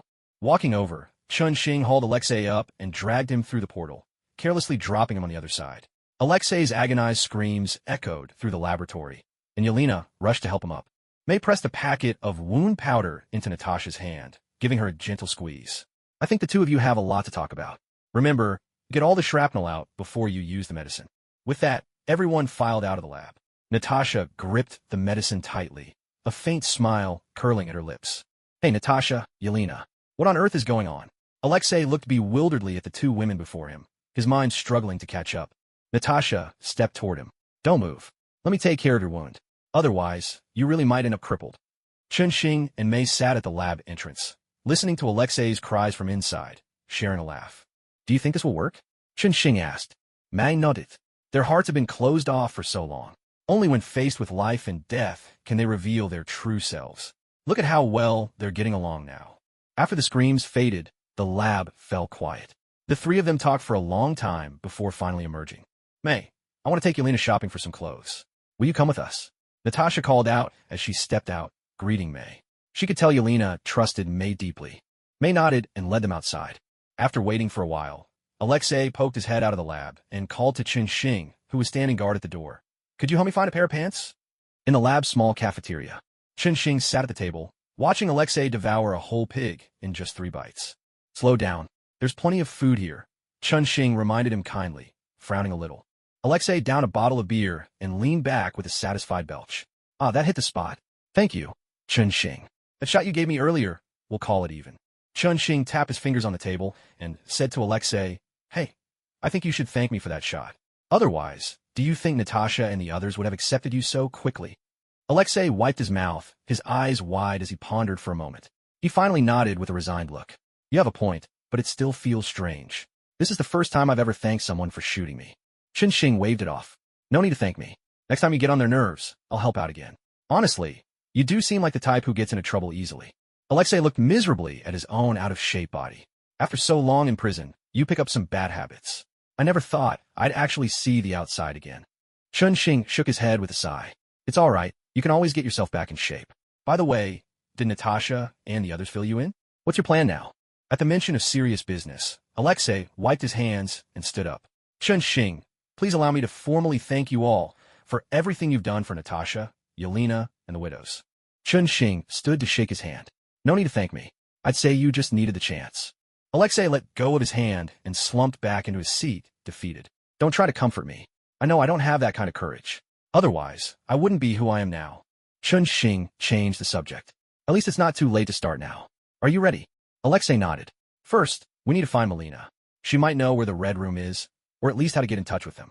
Chun-Shing asked, curiosity in his voice. I've heard your stories. What do you think? Will Melina help us? Alexei thought it over, his expression turning grim. She has to help us. Chun-Shing nodded, getting up to leave. Looks like you get what I mean. Let's hope Melina doesn't let me down. Take a break, then we'll get started. As Chun-Shing walked away, Alexei called after him, if I'd given away Natasha and Yelena's secret just now, would you really have killed me? Chun-Shing raised his hand, pointed it at his own head in the shape of a gun, and mimed pulling the trigger. Bang. Got it. Message received. Control room. The women sat in a row, their eyes fixed intently on the images beamed back from the satellite. Their faces were taut with tension, and a chilling silence filled the room. In a corner, Chun-Shing and Tony Stark huddled together, shivering with anxiety. On the screen, a woman dressed in black work clothes was busying herself beside a pigsty in front of a small house. Jarvis's voice sounded, calm and precise. Surveillance is active. All communications within 2 kilometers are now being monitored. May picked up the communicator from the table. Natasha, you can begin. Remember, all we need is for her to contact the Red Room just once, and we'll have its location. Good luck. Understood. Natasha replied, then gave Yelena a pat, signaling her to drive toward the cottage. Alexei carefully checked his shirt, a disguise hastily put together to make him look more down and out. Before getting in the car, he'd even rolled on the ground a couple of times for effect. Looks like you found some impressive teammates, certainly more reliable than those I had back in the day. Honestly, I thought you'd end up paired with that doofus Rogers. Natasha turned her head slightly. Captain Rogers isn't a fool. He's just been busy lately. Otherwise, you'd have seen him around. At that, Yelena, who was driving, let out a quiet, amused chuckle. Alexei glanced at her in confusion. Hey, mind telling me what's so funny? Yelena tilted her head toward Natasha, then replied, just look at your shape. I'm guessing Captain Rogers could probably take you down without breaking a sweat these days. A faint smile tugged at the corners of Natasha's mouth as she turned to gaze out the window. Alexei looked down at his own belly, lost in thought. We're here. The car rolled to a stop, and the light-hearted mood inside vanished in an instant. The 3 of them wore matching expressions of gravity. What decision would Melina make? Would things really go as smoothly as they hoped? Stay behind me. Alexei opened the door and stepped out first. They walked a short way down a path, stopping beside a fence woven of barbed wire. Melina stood hugging a rifle to her chest, staring at them in astonishment. Alexei stepped forward and spoke softly, Darling, we're home. Melina gazed at them in silence for a long moment, her eyes shadowed and unreadable. At last, still clutching her rifle, she turned and walked toward the house. Come along, girls. Alexei led the way inside. Welcome to my humble home.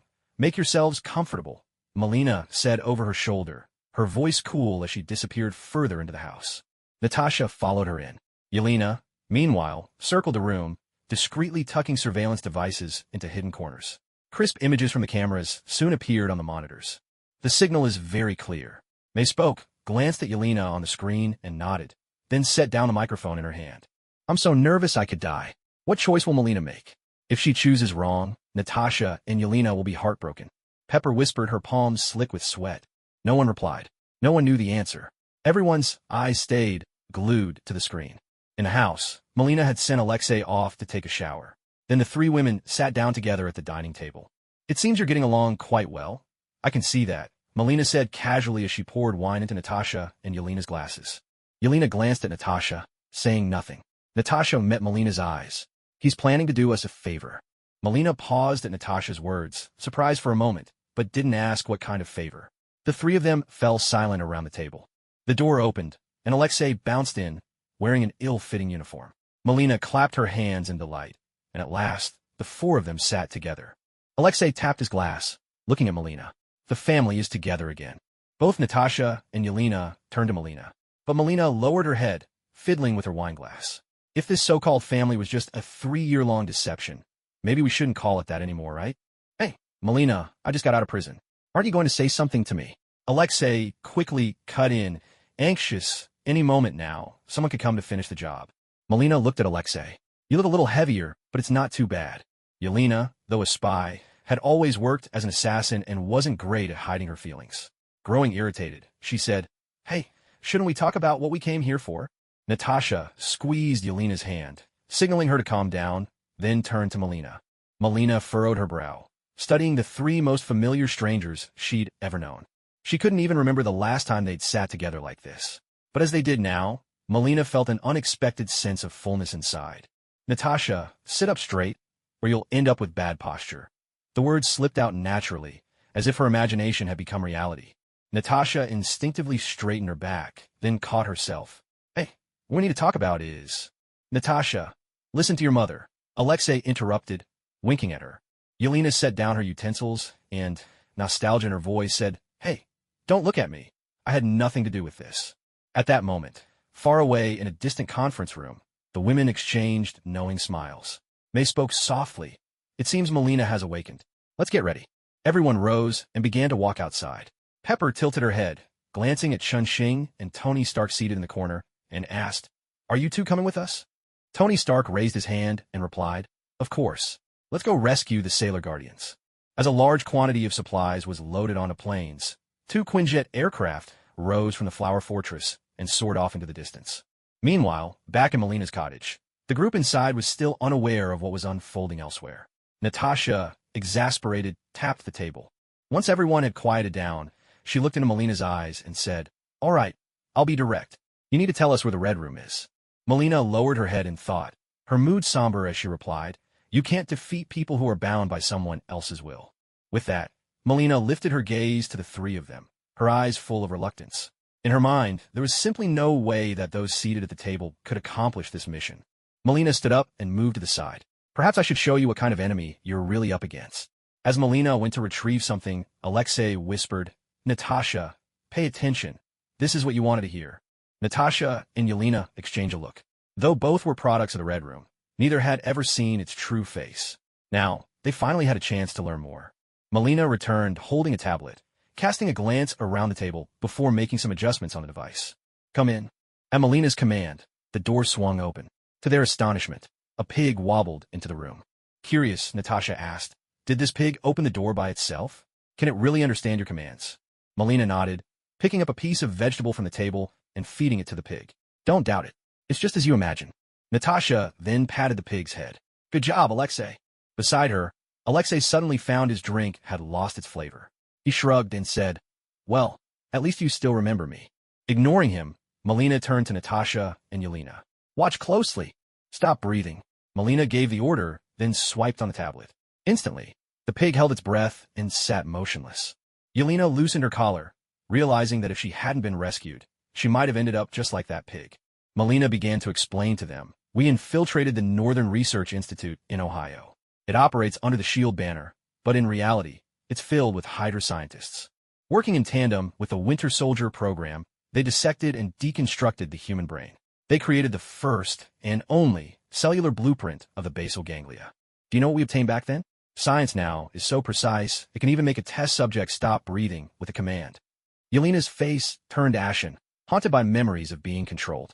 Natasha quickly squeezed Yelena's hand, then slapped the table and said to Melina, All right, that's enough. End the demonstration and let the pig out. Melina let out a breath of relief, stopped the demonstration, and shooed the pig away. Then she turned to the 3 at the table and said, Now you've all seen it. Dreykov uses chemical methods to subdue agents all around the world. Yelena took a few shaky breaths, her voice trembling with emotion as she asked, Do you know who they used for those experiments? Melina fell silent, her head bowed. I'm sorry. I never wanted things to be this way. But we can't defeat Dreykov. Natasha slapped the table again. Well, we're going to put an end to this. Are you coming? This idiot's already on board. Melina's eyes flicked to Alexei, who managed a wry smile and nodded. Melina, I know I look like an idiot most of the time, but please, listen to me this once. Melina hesitated, then rose and walked inside, torn by uncertainty. She didn't know whether she should agree. If they acted rashly, death would be the best they could hope for. In the Red Room, there were punishments far worse than death. Natasha patted Yelena on the shoulder, signaling her to calm down, then shot Alexei a glare before following Melina. Alexei grinned, picked up a small muffin from the table, and handed it to Yelena.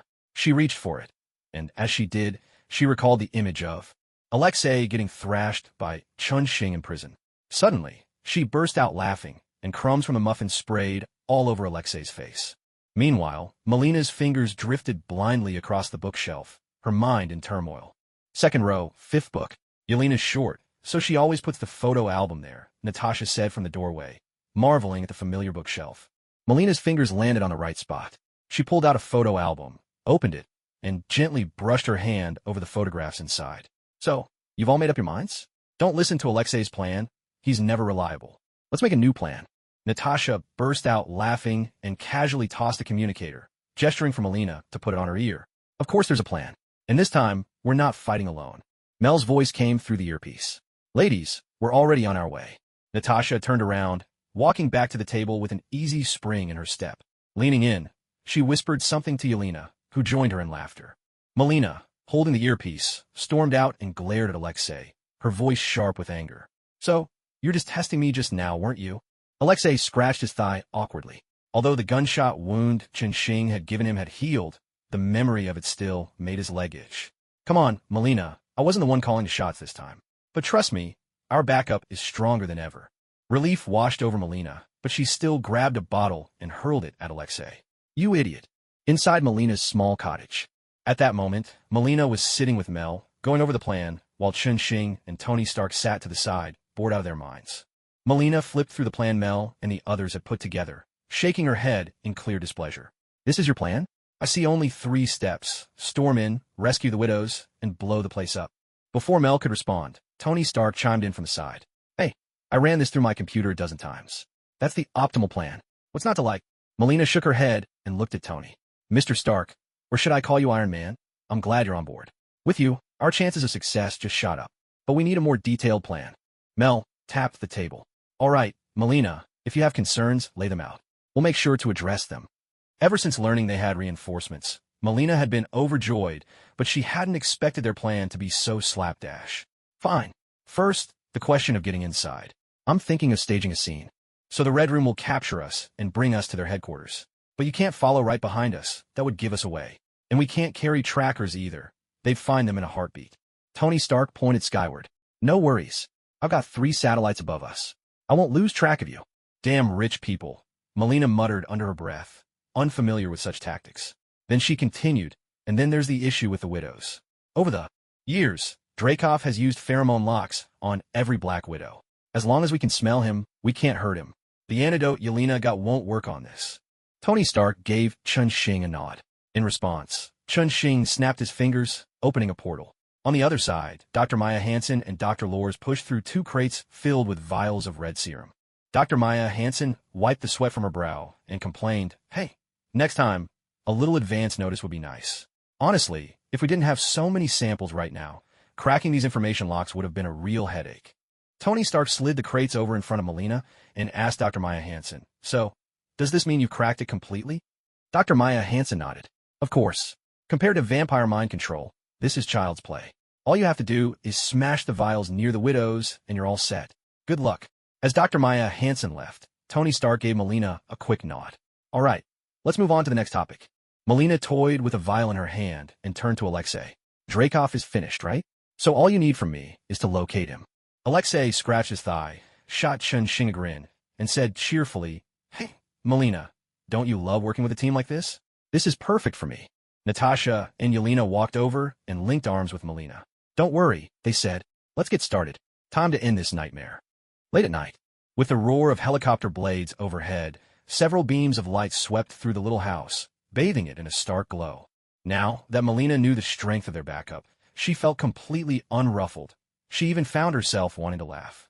Looks like we have a big shot this time, Melina said, glancing out the window. Natasha, you take her on for a few rounds. I'll handle Alexei and Yelena. She recognized the armored figure outside. It was the Red Room's top enforcer, known as the Taskmaster, an expert who could mimic and replicate anyone's fighting style. Natasha nodded, checked her gear, and slipped into position by the door.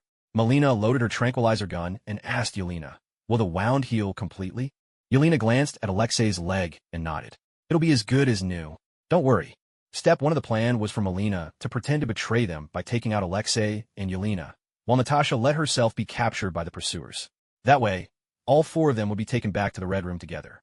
Melina raised her tranquilizer gun and fired several rounds at Alexei. He stared at her in shock as she patted his head, and only then did she deliver the final shot to put him under. Next, she shot Yelena and gently settled her onto the sofa. As gunshots rang out inside the house, the Taskmaster burst through the door.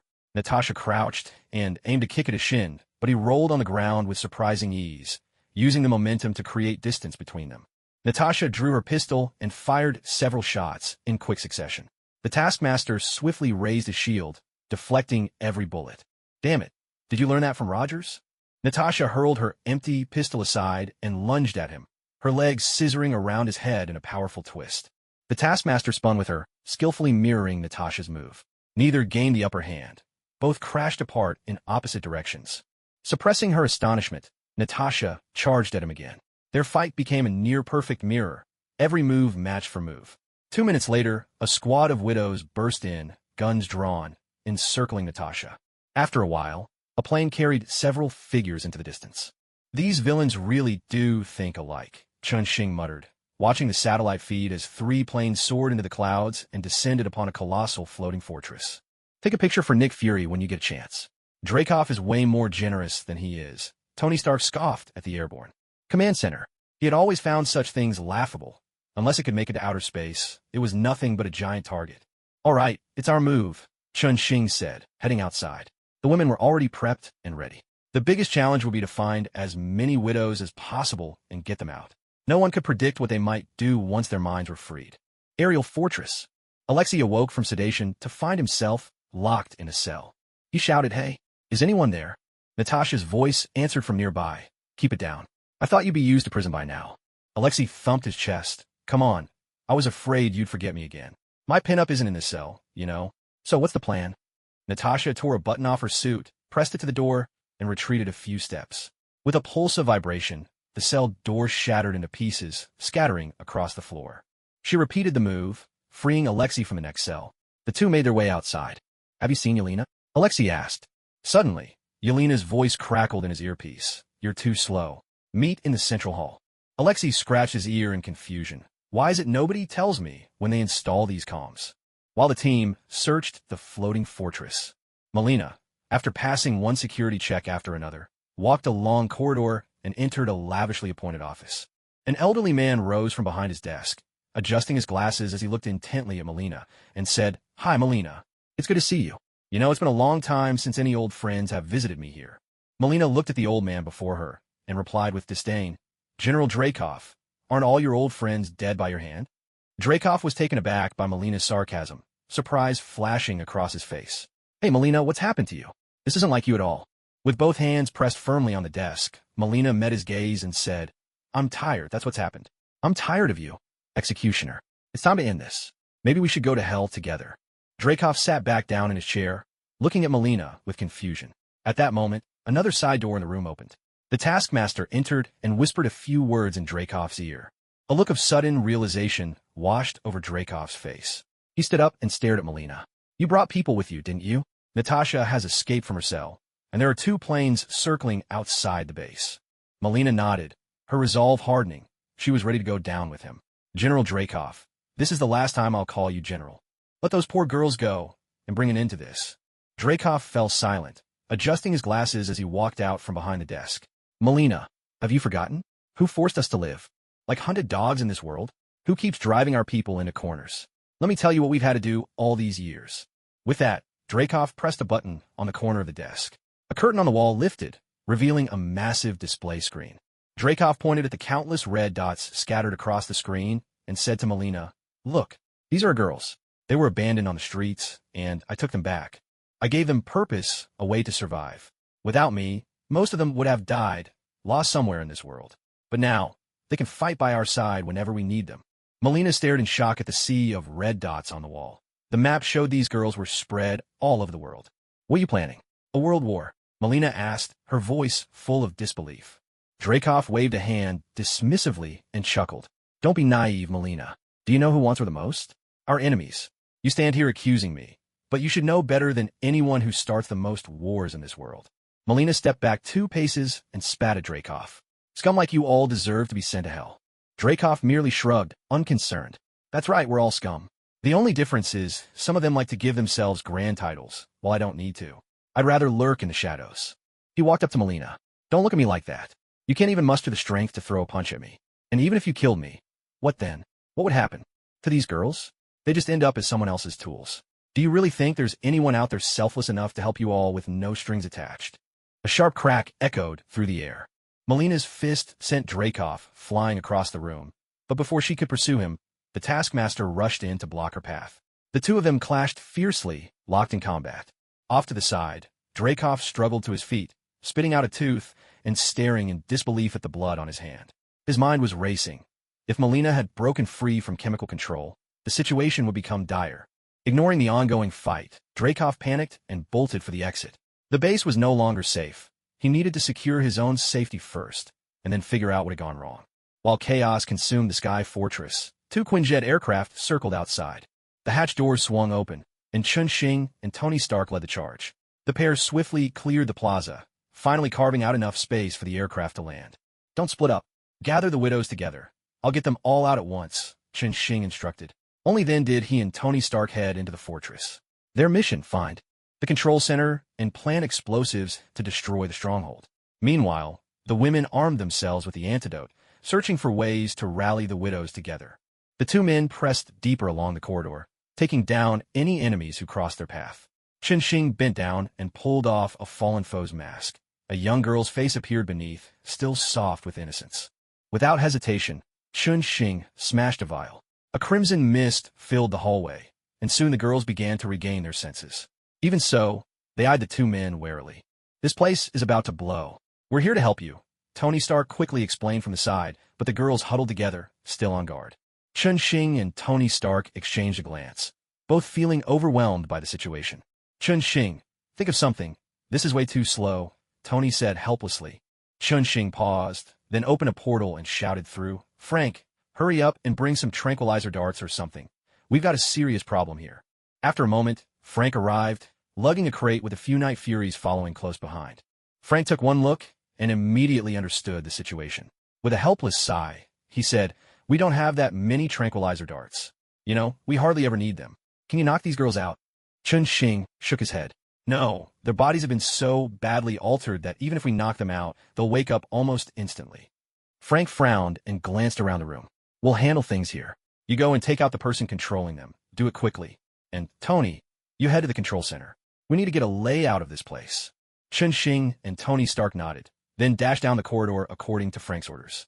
The two didn't dare attack recklessly, so they ended up leading the girls in a chaotic run through the floating fortress, trailing behind them like a group of ducklings. Hey, has anyone found Dreykov yet? Hurry up and take him out. Chun Xing called out through the comms, frustration in his voice, then ducked into a half-open door. Inside, he saw Melina pinned down by Taskmaster, who was raising a knife to strike. With a sharp thud, Chun Xing landed a kick that sent Taskmaster flying. He hurried to help Melina up. Just as he was about to finish off Taskmaster, Melina cried out, Don't kill her. She's being controlled too. Chun Xing quickly pulled back, then lunged forward to pin Taskmaster to the floor. Right then, the widows who had been following close behind burst into the room. They rushed in, guns drawn. On instinct, Chun Xing pulled Taskmaster in front of himself as a shield, but after a moment's thought, realized that wasn't right, so he moved Taskmaster behind him instead. Gunfire erupted, filling the room with chaos. Gritting his teeth, Chun Xing tossed a canister of antidote. A cloud of red mist spread at the widow's feet, and soon their minds cleared. Disoriented, they huddled together, confused and anxious. Ow, ow, ow. Chun Xing groaned, feeling the pain as his bulletproof vest was shredded. Melina rushed over to steady him, carefully checking his back. How are you? Are you badly hurt? Don't touch. Hurts a bit. Go calm the girls down, Chun Xing replied. He tore off his shirt, revealing his back covered in tiny red welts, almost like a rash. Melina breathed a sigh of relief, then went to explain quietly to the girls what had happened. Inside his dimensional space, Chun Xing pulled out a fresh set of clothes and changed, just to be safe putting on 2 bulletproof vests this time. Only then did he stagger back over. Turning to Melina, he said, Get them out of here first. Go with them. We'll handle things on this end. Without waiting for her reply, he opened a portal. On the other side, Dr. Lors and Jane Foster were already waiting for them. After sending the girls over, Chun Xing shut off the portal and turned to Melina, who hadn't followed, curiosity in his eyes. Is there something else you need? Don't worry, we'll have this wrapped up soon. You can go and help calm the girls down. Standing to the side, Melina looked at Chun Xing. There was both relief and hesitation in her eyes, but she finally spoke. Chun Xing, thank you for everything you've done for the girls. But I have some bad news. The girls on the Sky Fortress are only a portion of those who have been controlled. Chun Xing waved it off. It's all right, Melina. We already planned for this. The other scattered girls will gradually find them and help them get back to a normal life. Melina pointed to a nearby display screen. No need to search. All their information is right here. Chun-Shing stared in shock at the dense cluster of red dots on the screen, his mind racing with possibilities. Tony, hold off on the explosions. Come to me right away. We've got a serious problem. 10 minutes later, Tony Stark finally tracked him down using the locator, and the two of them stood in front of the massive screen, both momentarily at a loss for words. How many people can a flower fortress actually hold? I'm not sure, but there's no way it can handle surgeries for this many girls. Tony Stark fell silent for a moment, then slammed his fist into his palm. All right, here's what we'll do. We tow the Sky Fortress back and refit it for our needs. Or, unless you've got a better idea. Chun-Shing considered it and agreed with Tony's suggestion. The Flower Fortress could barely fit all these people, but if they wanted to help the girls through their surgeries, it was hopeless. Let's tow the Sky Fortress back for renovations first. Then we'll look into buying a larger property. Chun-Shing studied the map. In silence. If all else failed, maybe the vampires could help. After all, with their long lives, they had plenty of real estate. Gentlemen, do you know who you ultimately plan to hand us over to? Melina asked from the side. She just had an argument with Dreykov, but some of his points still lingered in her mind.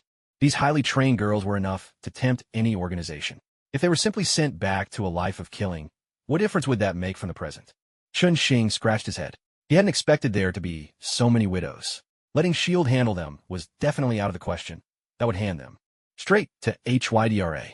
The military wasn't any better, since they conducted their own human experiments. As for other departments, they'd have no real say in the matter at all. Let's take it one step at a time. We'll go back and discuss things in a meeting. Chun-Shing sighed, realizing that the hardest part of this mission wasn't the fighting, but the aftermath.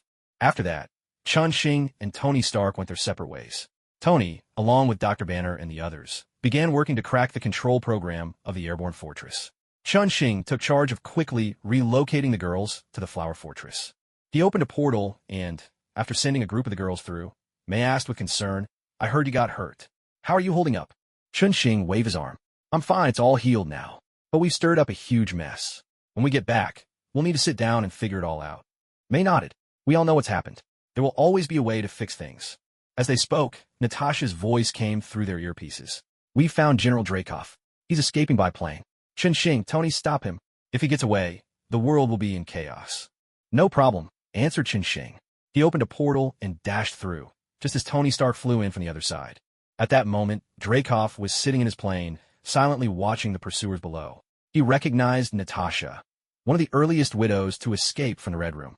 He hadn't expected his entire enterprise to be destroyed by her hand, but it didn't matter. He still had other hideouts. First, he needed to figure out the secret behind that red serum. I will return, Dreykov muttered under his breath. Suddenly, the cabin door was wrenched open from the outside, and two figures burst in. Chun-Shing and Tony Stark didn't give him a chance to speak. Instead, they rushed forward and pinned him down, giving him a solid beating. Lying on the floor, Dreykov began to laugh. I know you, Tony Stark, Iron Man. Do you like the gift I left you?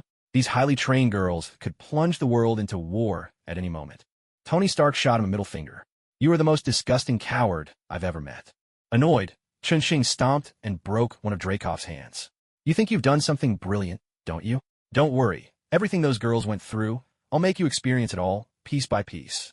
Then, Chun-Shing opened a portal and tossed Dreykov through, calling out, Frank, I need him to remember every single thing he's ever done.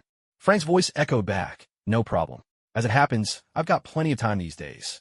3 days later, Chun-Shing stood in his office, gazing out the window at the widows below, lined up in neat rows as they entered the gym for their training. After the initial panic had subsided, the widows finally began to calm down. Following May's suggestion, the widows were encouraged to stick to their usual routines for the time being, and then gradually be helped to adapt to their new lives. That's how the current scene came about. Chun-Shing pinched the bridge of his nose.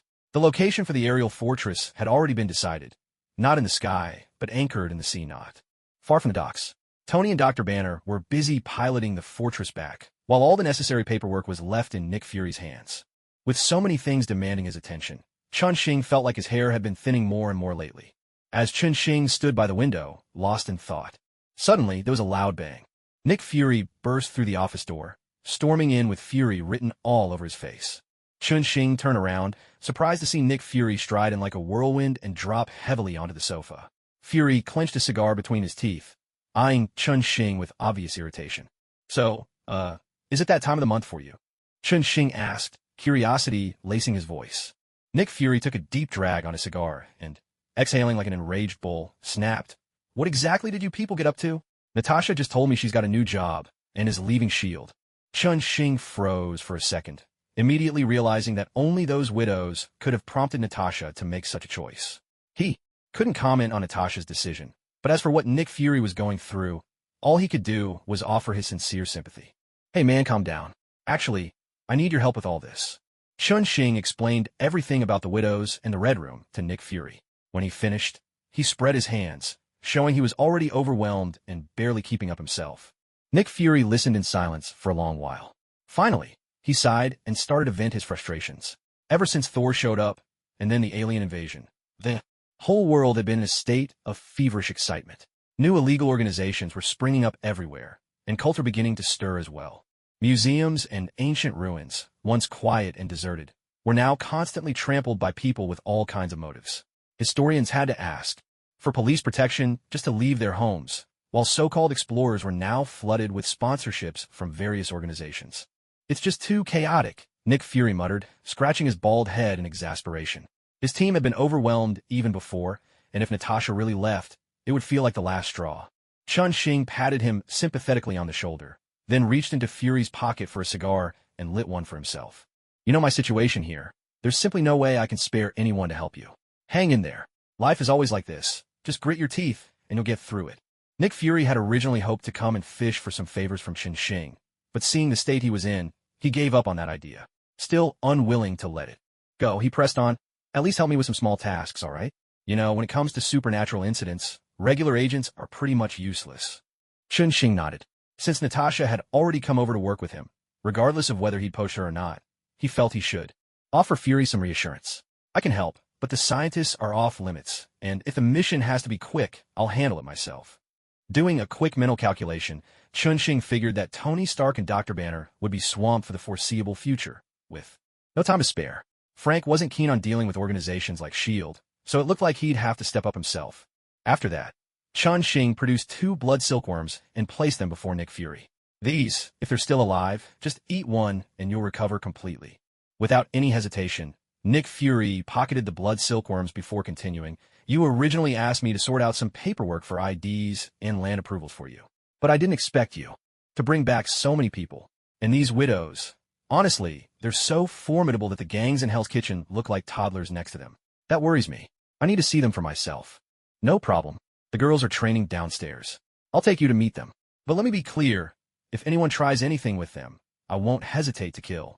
Chun-Shing rose to his feet, leading Nick Fury out of the office toward the gym below, not forgetting to give him a stern warning. When the elevator doors opened, Chun-Shing and Nick Fury stepped out. Chun-Shing gave him a brief introduction. "The girls you're about to see were rescued from the Red Room base. They're still in training, so they're pretty young. And with your distinctive looks, try not to scare them." Nick Fury silently responded with a middle finger, and Chun-Shing, grinning, opened a large door and the two of them walked inside. Sunlight streamed through the enormous glass windows, bathing the room in warmth. The girls, moving in perfect unison, were practicing their dance steps, like a flock of little swans soaring freely across the room. Chun-Shing stood quietly, a wave of unexpected calm washing over him as he watched the scene. Suddenly, he spotted 3 furtive figures clustered in a corner, mopping the floor. "Hey, you idiots over there, you're about to scrub a hole through the floor. Get lost, and..." At Chun-Shing's shouted reprimand, Peter Parker, Harry, and Wesley all lowered their heads and hurried for the exit, tossing their mops by the door on their way out. In front of so many young women, Chun-Shing managed to suppress his urge to kick them. Yet his shout startled the girls who were practicing nearby. "Mr. Chun-Shing, thank you for your help, and thank you for everything you've done for us." A chorus of polite voices rang out as the girls greeted Chun-Shing. He stared a little dazed at these girls who looked as gentle and alert as young deer, their cautious eyes fixed on him. He couldn't imagine what kind of sorrow they must have endured to show such an expression. At that moment, Chun-Shing felt as if his heart had been tightly gripped. "Nick Fury," Chun-Shing murmured quietly, lowering his head. By then, Nick Fury had already turned and was striding toward the exit. "I'll handle the paperwork. You handle this world. Damn it." With that, Nick Fury disappeared down the hallway. From a podium at the front, Natasha waved to Chun-Shing. "Hey boss, want to come say a few words to the girls?" Chun-Shing waved back to Natasha, then turned to the girls. I just want to say one thing. Ladies, Everything is behind you now. Life is starting anew. That's my promise to you. Please believe me. Under the girls' bright gazes, Chun-Shing beat a hasty retreat. He'd thought he would give a long speech, but in the end, only managed to squeeze out those 2 sentences. Thank you, Mr. Chun-Shing. As the girls' voices rose together in gratitude, Chun-Shing hurried out of the building. Hey, Chun-Shing, what are you doing? Tony Stark strolled toward him, spotting Chun-Shing crouched by the door, breathing heavily. He looked at him with curiosity. Chun-Shing looked up and gave a weak wave. Hey, Tony, are you guys done? Tony Stark stretched with a yawn and said, the helicarrier's been towed back. I'm planning to take a couple days off. I'm exhausted. You got anything for fatigue? Chun-Shing tilted his head and thought, if you want to get rid of fatigue, I have an idea. Come with me. Under Tony's puzzled gaze, the 2 of them headed back to the training hall. Mr. Tony Stark, thank you for your help, and thank you for everything you've done for us. As the girls' voices sounded in perfect unison, Chun-Shing leaned against the door, pulling out his phone and switching on the video recorder. He watched as Iron Man himself walked around the corner and headed for the podium where Natasha stood. This was the same Iron Man who always joked with reporters and spoke with such bravado at hearings, now racking his brains, stammering his way through what was probably the hardest speech of his life. After bidding the girls farewell one last time, Tony Stark gently closed the door of the training hall behind him. How do you feel? Still tired? Chun-Shing asked from the side, holding up his phone and grinning. Tony Stark loosened his collar and strode toward the door. I think I can still hold on. I need to get to work right away. The 2 of them left, one behind the other, heading out through the main entrance. Suddenly, Tony spoke up. Hey, this won't do. We should do something for the ladies. Chun-Shing scratched his head. Got any good ideas? They stood side by side at the doorway, pondering, when a voice suddenly sounded from the flower bed nearby. I think, first of all, we should spruce up their apartment. Another voice chimed in. That's right. The girls have tidied their place up like a military barracks. Chun-Shing lowered his head and glanced over at the flower bed. Peter Parker, Harry, and Wesley stepped out, tossing ideas back and forth as they discussed their next move. Chun-Shing smiled at the trio. All right, I'm on board with this plan. Honestly, I didn't expect you 3 to come up with something so thoughtful. But before we get started, answer me this. When did you visit the girls' dorm? As Tony Stark reached for a mop by the door, the 3 troublemakers clutched their heads and made a run for it. Hey, Chun-Shing, we were just helping out. We carried all the furniture for them, came their voices, growing fainter as they fled. Chun-Shing watched as Tony chased them farther and farther down the corridor. Boss, can we talk business now?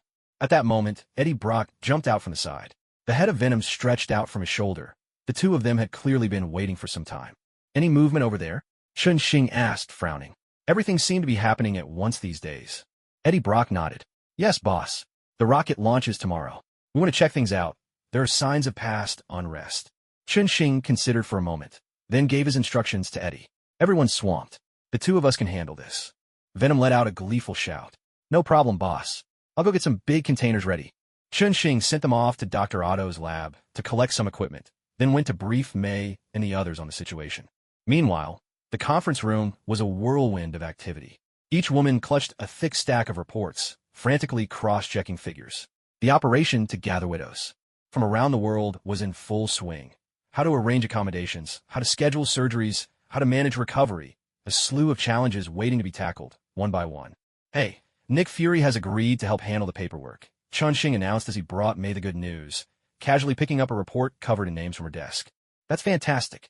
Now the girls won't have to sneak across the border, hiding in the shadows, May exclaimed, waving her file triumphantly through the air. Chun-Shing set the documents aside. Is there anything else I need to do? Oh, and tomorrow I have to go to the rocket launch base to catch a few alien creatures. May thought for a moment, then replied to Chun-Shing. Are they members of Venom species? I'm aware of this. Go ahead with your work.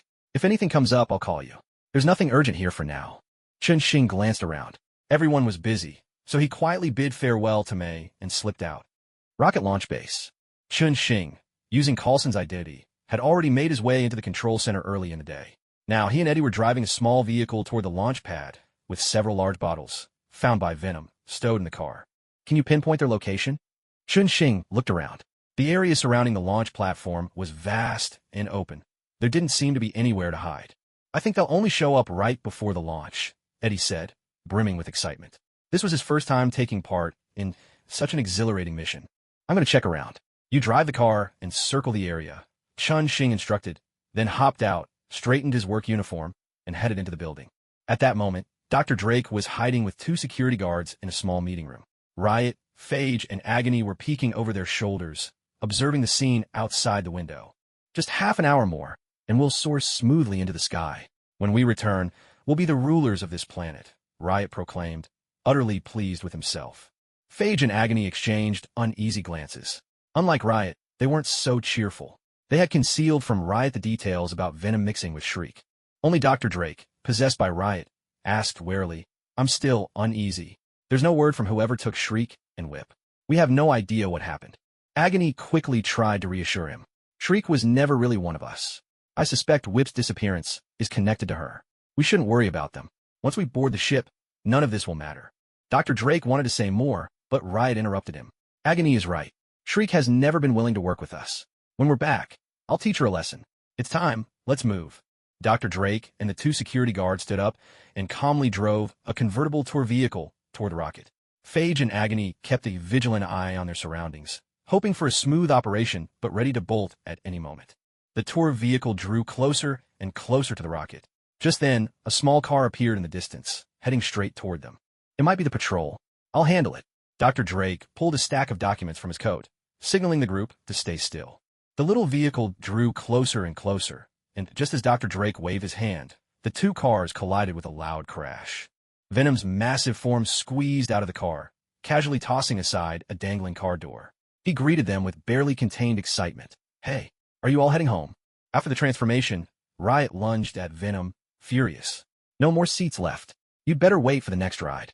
Devour, controlling the security guard, crawled toward the driver's seat and slowly began to reverse the car, inching away from the chaos of Riot and Venom's fight. A curious voice sounded nearby. "Where are you all going?"